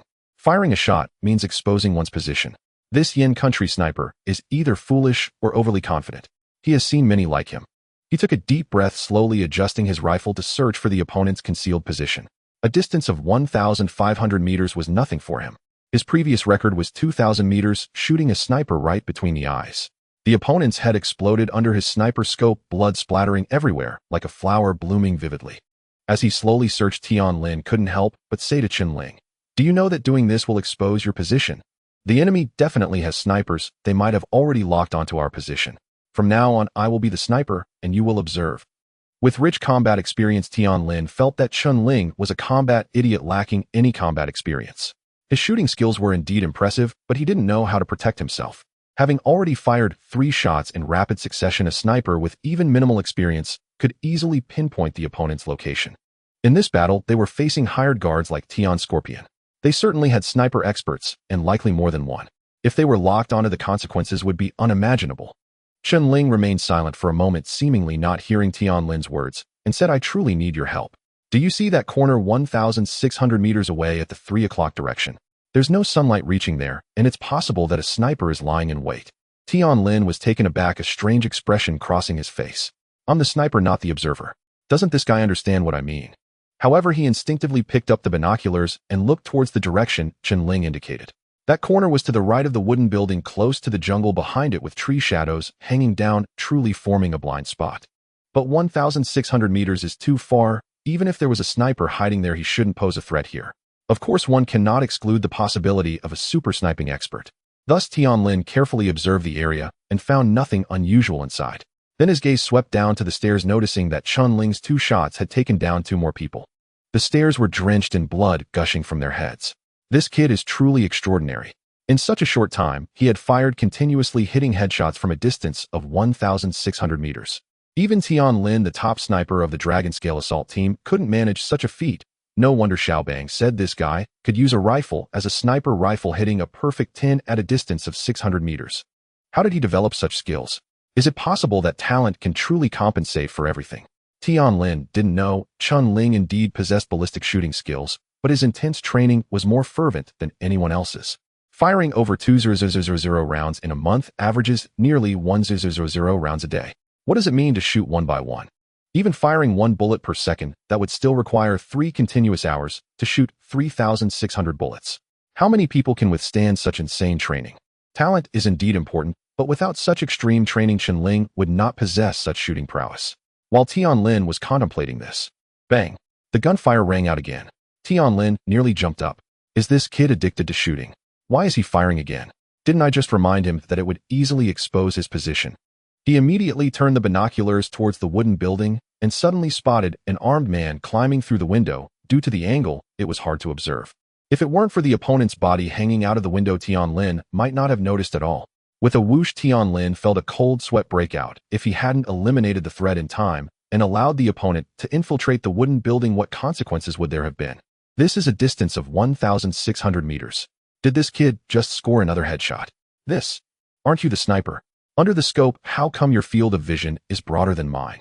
Moreover, the opponent appeared for just a breath of time, yet Chen Ling was quick enough to lock onto him and hit him with a single shot. Doesn't he need time to aim? The thought was chilling.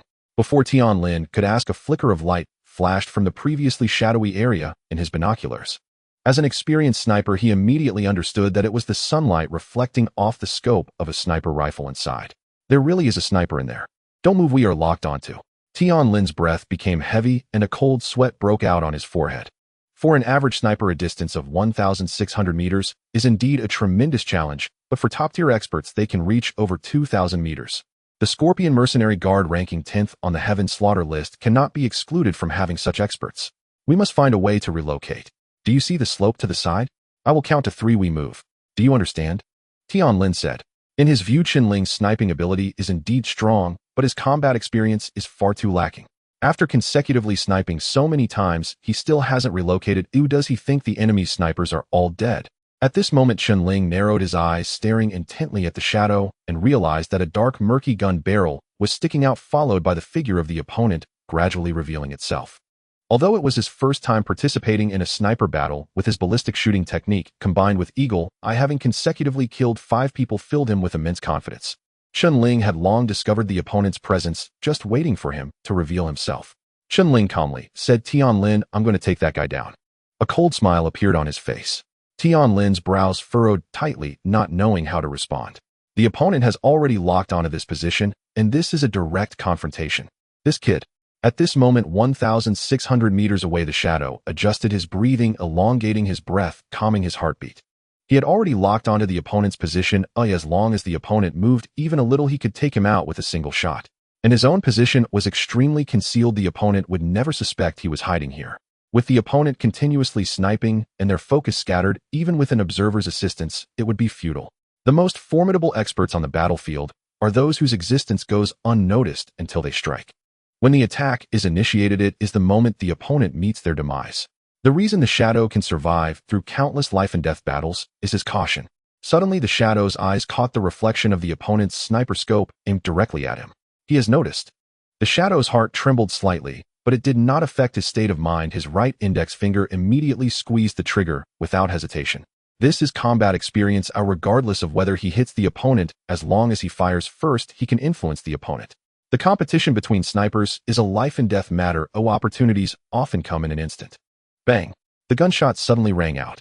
At the same moment, the shadow exerted force with his legs and immediately lunged forward, changing position. Bang! But at the same time his gun fired, the opponent's gunshot also rang out. As his body shot forward, he suddenly felt a sharp pain in his neck and his eyeballs bulged, the originally cold gaze slowly fading. A thought flashed through his mind. This is impossible.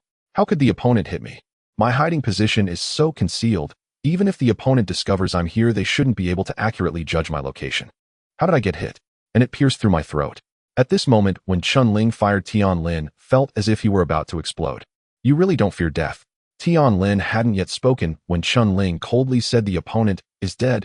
Keep your eyes on it immediately. Dead. Chen Ling swallowed his words back down his throat, hurriedly picking up the binoculars to look in the direction of the sniper. He just caught sight of the opponent clutching his neck, his face bulging like a frog, his eyes wide open in disbelief. Clearly he had been shot through the throat by Chen Ling. He actually hit. Chen Ling couldn't help but swallow, feeling a chill in his throat, the coldness spreading through his entire body. Chen Ling gasped in shock. He had lost focus. All he felt was a dryness in his throat, and his mind was blank. This kid's sniping ability is terrifying. He makes a 1,600-meter long-distance shot seem as easy as hitting a fixed target at 100 meters. With such a horrifying sniping skill, what could I possibly teach him? Including the one just taken down, that makes 6 already. I haven't even had the chance to fire a shot. Earlier, Xiao Bang had urged me to take down more enemies so that Chen Ling could feel the gap between him and the real special forces. And this is the gap. I've become an observer, merely a bystander. Wherever I can observe, the enemy can too. Where I can't see, they can still see me, and their speed of observation is faster than their firing speed. Chen Ling felt utterly superfluous. This feeling was too crushing. Who is Chen Ling? The ace sniper of the Dragon Scale assault team. How did he end up reduced to a mere spectator? In the moment, Chen Ling was lost and thought. Chen Ling fired 3 more shots consecutively. Chen Ling decided not to shoot this time. He simply used his binoculars to look over, and indeed 3 armed men attempting to approach the wooden building were sniped. I can't even observe properly as an observer. I'm just here to tally heads. How many has this guy taken out? The 9th one. Another armed man fell. Chen Ling let out a low growl. Prepare the bullets. This is heart-wrenching. Just a moment ago, I was an observer, and now I'm preparing bullets. This is what I've become as a sniper. Chen Ling felt miserable all over. If Xiao Bang knew that I was here to load bullets for Chen Ling, my future days would definitely be miserable. At this moment, under Chen Ling's rapid-fire sniping, not a single armed man could approach the wooden building. The Dragon Scale assault team, led by Xiao Bang, charged without any pressure. Their biggest concern before was the safety of the hostages, fearing that the enemy would use them as leverage. Now, with Chen Ling guarding the wooden building with his sniper rifle, not a single armed man could get close, allowing them to confidently launch their attack. Quickly, swift battle, swift resolution. Xiao Bang shouted, leading his team to charge towards the wooden building where Scorpio was located. Inside the wooden building, Scorpio's expression changed drastically as he continuously communicated with Shadow, receiving no response. Shadow is his second-in-command, the strongest subordinate. Could he have been taken out by the enemy? The strength of the Yen Nation soldiers is beyond what I expected. If I had known they were this frightening, I shouldn't have taken on this deal with Wang Deng. I was careless. Losing troops and resources, I will end up exhausting my years of accumulated assets. Chi-Shi, you stay behind to cover. Bring the village chief from the basement up. I will transfer 20 million to your family to ensure their well-being for life, and I will retreat with the others. If I can escape, I will definitely avenge you. Scorpio turned to his most capable subordinate, Chi-Shi. Chi-Shi was burly, his muscles bulging as if they might explode. He had fought alongside Scorpio through various battles and was Scorpio's strongest warrior. If it weren't for this urgent situation, Scorpio would never make such a decision. She did not hesitate, nodding and saying, "Boss, you gave me this life, a living this long is worth it. I have a mistress who bore me a child in the Northern Federation. I hope you can take care of her after you get out." Scorpio nodded and patted his shoulder heavily, saying, "Good brother. Take care, boss. If there's a next life, we'll still be brothers." After Chi finished speaking, he immediately led his men out. Once outside, the two of them separated, with Scorpio taking a part of his men to retreat to the back mountain. Chi led his men to the basement to bring out the village chief Wu Santong. His goal was to hold the Yin Nation soldiers back, buying Scorpio time to retreat. Anyway, he had already arranged for his aftermath. What did it matter if he fought the enemy to the death? "Come on, I will fight you all." Chi held the village chief with one hand while the other clutched a submachine gun covered in golden bullets, ready to fight to the end against Xiao Bang and his team. As Chi and his men prepared to fight the Dragon Scale assault team, Lin took a deep breath and said to Chen Ling, "Shura, don't take risks, let me do it." He tossed the binoculars to Chen Ling and set up his sniper rifle to monitor the surroundings of the wooden building closely. It would be embarrassing if he failed to take down a single enemy. Chen Ling did not pick it up. His hawk-like eyes were exceptionally sharp, rendering the binoculars unnecessary. He shifted his gaze to observe the assault of the Dragon Scale assault team, curious about their tactical execution. The special tactics were indeed different. Even though the assault team comprised only 5 members, their tactical cooperation was highly flexible. They first divided to encircle and annihilate, then divided again to continuously eliminate the armed men who far outnumbered them. Xiao Bang's command was exceptionally precise, interpreting the battlefield with great professionalism.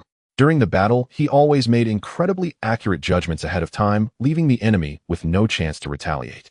In less than 10 minutes of close combat, at least 100 corpses lay scattered on the ground, most of them from a single shot. 5 people taking on a group of over 100 and managing to take down so many without any casualties on their side. What does this even mean? Chen Ling was shocked. For the first time, he felt the terrifying prowess of special forces in combat. They were simply a meat grinder on the battlefield. "I had underestimated them before," Chen Ling murmured. During this period, as he fought against Fan Xianlongzhan and others, he did not feel they were particularly strong, thinking their abilities were merely average. This battle of the Dragon Scale assault team gave Chen Ling a completely new understanding of special forces. In the recent sniping, Chen Ling had taken out 10 enemies, while Xiao Bang and his 5 team members had killed over 100, averaging more than 20 kills each, and all this in a chaotic exchange of gunfire. No wonder Director Zhao repeatedly emphasized that I should learn more from the veterans and accumulate experience. Special operations are not just a one-man battle. It's a team effort that unleashes a power greater than the sum of its parts. In a situation like this, Chen Ling could not yet achieve calm battlefield analysis and coordination with the team while killing enemies. When he was taking down enemies just now, his focus was entirely on the vicinity of the wooden building. He didn't even notice Lin. This is the gap. I still have so much to learn.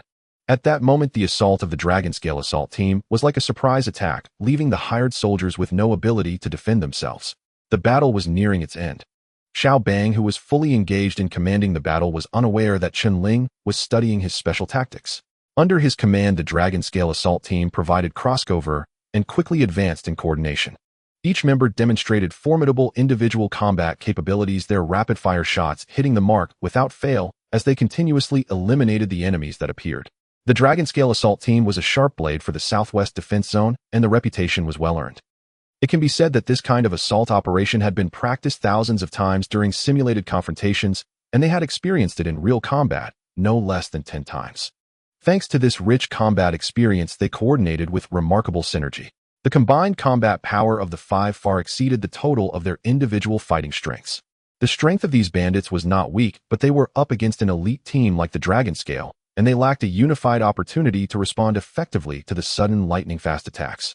Of course, another reason was that they never expected Yin Nation would launch an assault without considering the safety of the hostages. According to the information they had, as long as they held hostages, the people of Yin Nation would be hesitant to take strong measures against them. Their judgment was indeed correct. Under normal circumstances, Xiao Bang and his team would not dare to launch an attack recklessly. However, Chen Ling had already gained control of the situation, ensuring the hostages' safety. In this situation, the Dragon Scale assault team could certainly unleash their full potential and annihilate the enemies at the fastest speed. Boom. A grenade was thrown, and 4 bandits who had just revealed themselves were blown into the air, letting out a piercing scream as they fell, turning into lifeless, charred bodies. Onward. Everyone stepped over the corpses and continued to advance rapidly. Suddenly, the forward assaulting Gray Scale growled, "Golden Scale.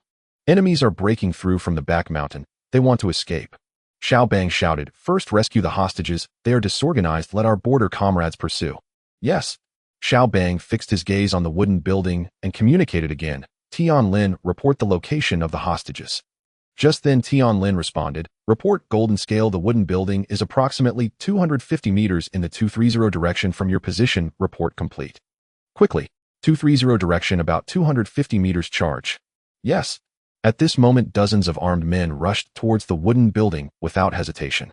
This was their chance for survival. They could only control the hostages to have an opportunity to negotiate with the people of Yin Nation. Seeing this situation, Xiao Bang shouted, "Eliminate them immediately and do not let them reach the top." Tianlin's face changed dramatically as he saw someone charge up to the third floor. He quickly turned his gun just as he was about to lock onto the armed man at the forefront. Bang! The sound of a sniper rifle suddenly rang out. The armed man at the front had his head explode, blood splattering everywhere as he collapsed to the ground, convulsing a few times before losing all his life. Next, Tianlin's corner of the mouth twitched as he quickly adjusted his aim, but then, bang! The sniper's shot rang out again, hitting another armed man who had just rushed up, causing him to fall. Tianlin's wish to fire again fell short. No need to say these two shots were fired by Chen Ling. One could only say that it was too difficult to fire. How could he shoot like this? No, don't you need to aim, lock on, or calculate? This was a super long-range sniper shot of 1,600 meters. Even when hitting a fixed target, one needs to calculate wind speed, direction, humidity, temperature, and other factors right. You just casually shot. And every shot was a fatal hit. Are your bullets all guided? Tianlin was utterly speechless. This supporting role was definitely determined. Chen Ling paid no mind to Tianlin's thoughts and silently counted 12. His hatred for these armed men had never diminished. With each kill he would attribute it to Wu Chang, Old Yang, Old Jiang, and the others, telling them that he had avenged them, and that he would kill more armed men to honor their spirits. At this moment Xiao Bang led the Dragon Scale assault team, charging upwards, sweeping away the remaining armed men, like autumn winds sweeping away fallen leaves, leaving them no chance to surrender. Xiao Bang was the first to reach the wooden building, kicking the door open and rushing inside. Chen Ling's sharp eagle eyes saw through the gap that among the crowd trapped in the hall, an armed man suddenly stood up, raising a pistol to shoot at Xiao Bang. "Watch out!" Chen Ling let out a low growl while his right index finger suddenly pressed the trigger. Bang! The bullet whistled out at an initial speed of 980 meters per second. The next moment it flew past Xiao Bang's ear, piercing the armed man's forehead, accompanied by a sound of the bullet embedding into flesh, blood splattering out. The armed man stared with a look of terror, unable to comprehend why a bullet would come flying at that moment. It was as if he could feel the cold bullet piercing through his skull. Xiao Bang had heard Chen Ling's warning and reacted immediately, sidestepping to avoid, but he was still a tad slow, watching as the armed man's forehead exploded while the bullet grazed past his shoulder. A blood mark was drawn on Xiao Bang's strong shoulder. That was close. Just a little more, and the bullet could have pierced his chest. Then Chen Ling's urgent voice sounded. "Golden Scale, are you all right?" Xiao Bang paid no heed, quickly sweeping his gun over all the hostages, shouting, "We are the Yin Nation's guard. You are safe now. Are there any other bandits here?" The villagers first looked at Xiao Bang with fearful eyes, then their bodies trembled with excitement. No. At this moment Xiao Bang finally let out a sigh of relief. Glancing at the wound on his shoulder, he spoke into the earpiece. "Thanks, just got nicked. That guy was too crafty." Grayscale and the others also rushed in, quickly searching the scene to confirm that there were no bandits around. Grayscale looked at the bandit who had been shot in the forehead, and then at the gunshot wound on Xiao Bang's shoulder. If the sniper had been a moment slower, Xiao Bang might have been dead. He turned to Xiao Bang and grinned, saying, "Tianlin's sniping has improved again." Xiao Bang shook his head and said, "It must have been sure-ass sniper. Hurry and take the team out." Chen Ling did it. "No way, really? Wasn't he an observer?" Grayscale was taken aback. "Where did Tianlin go?"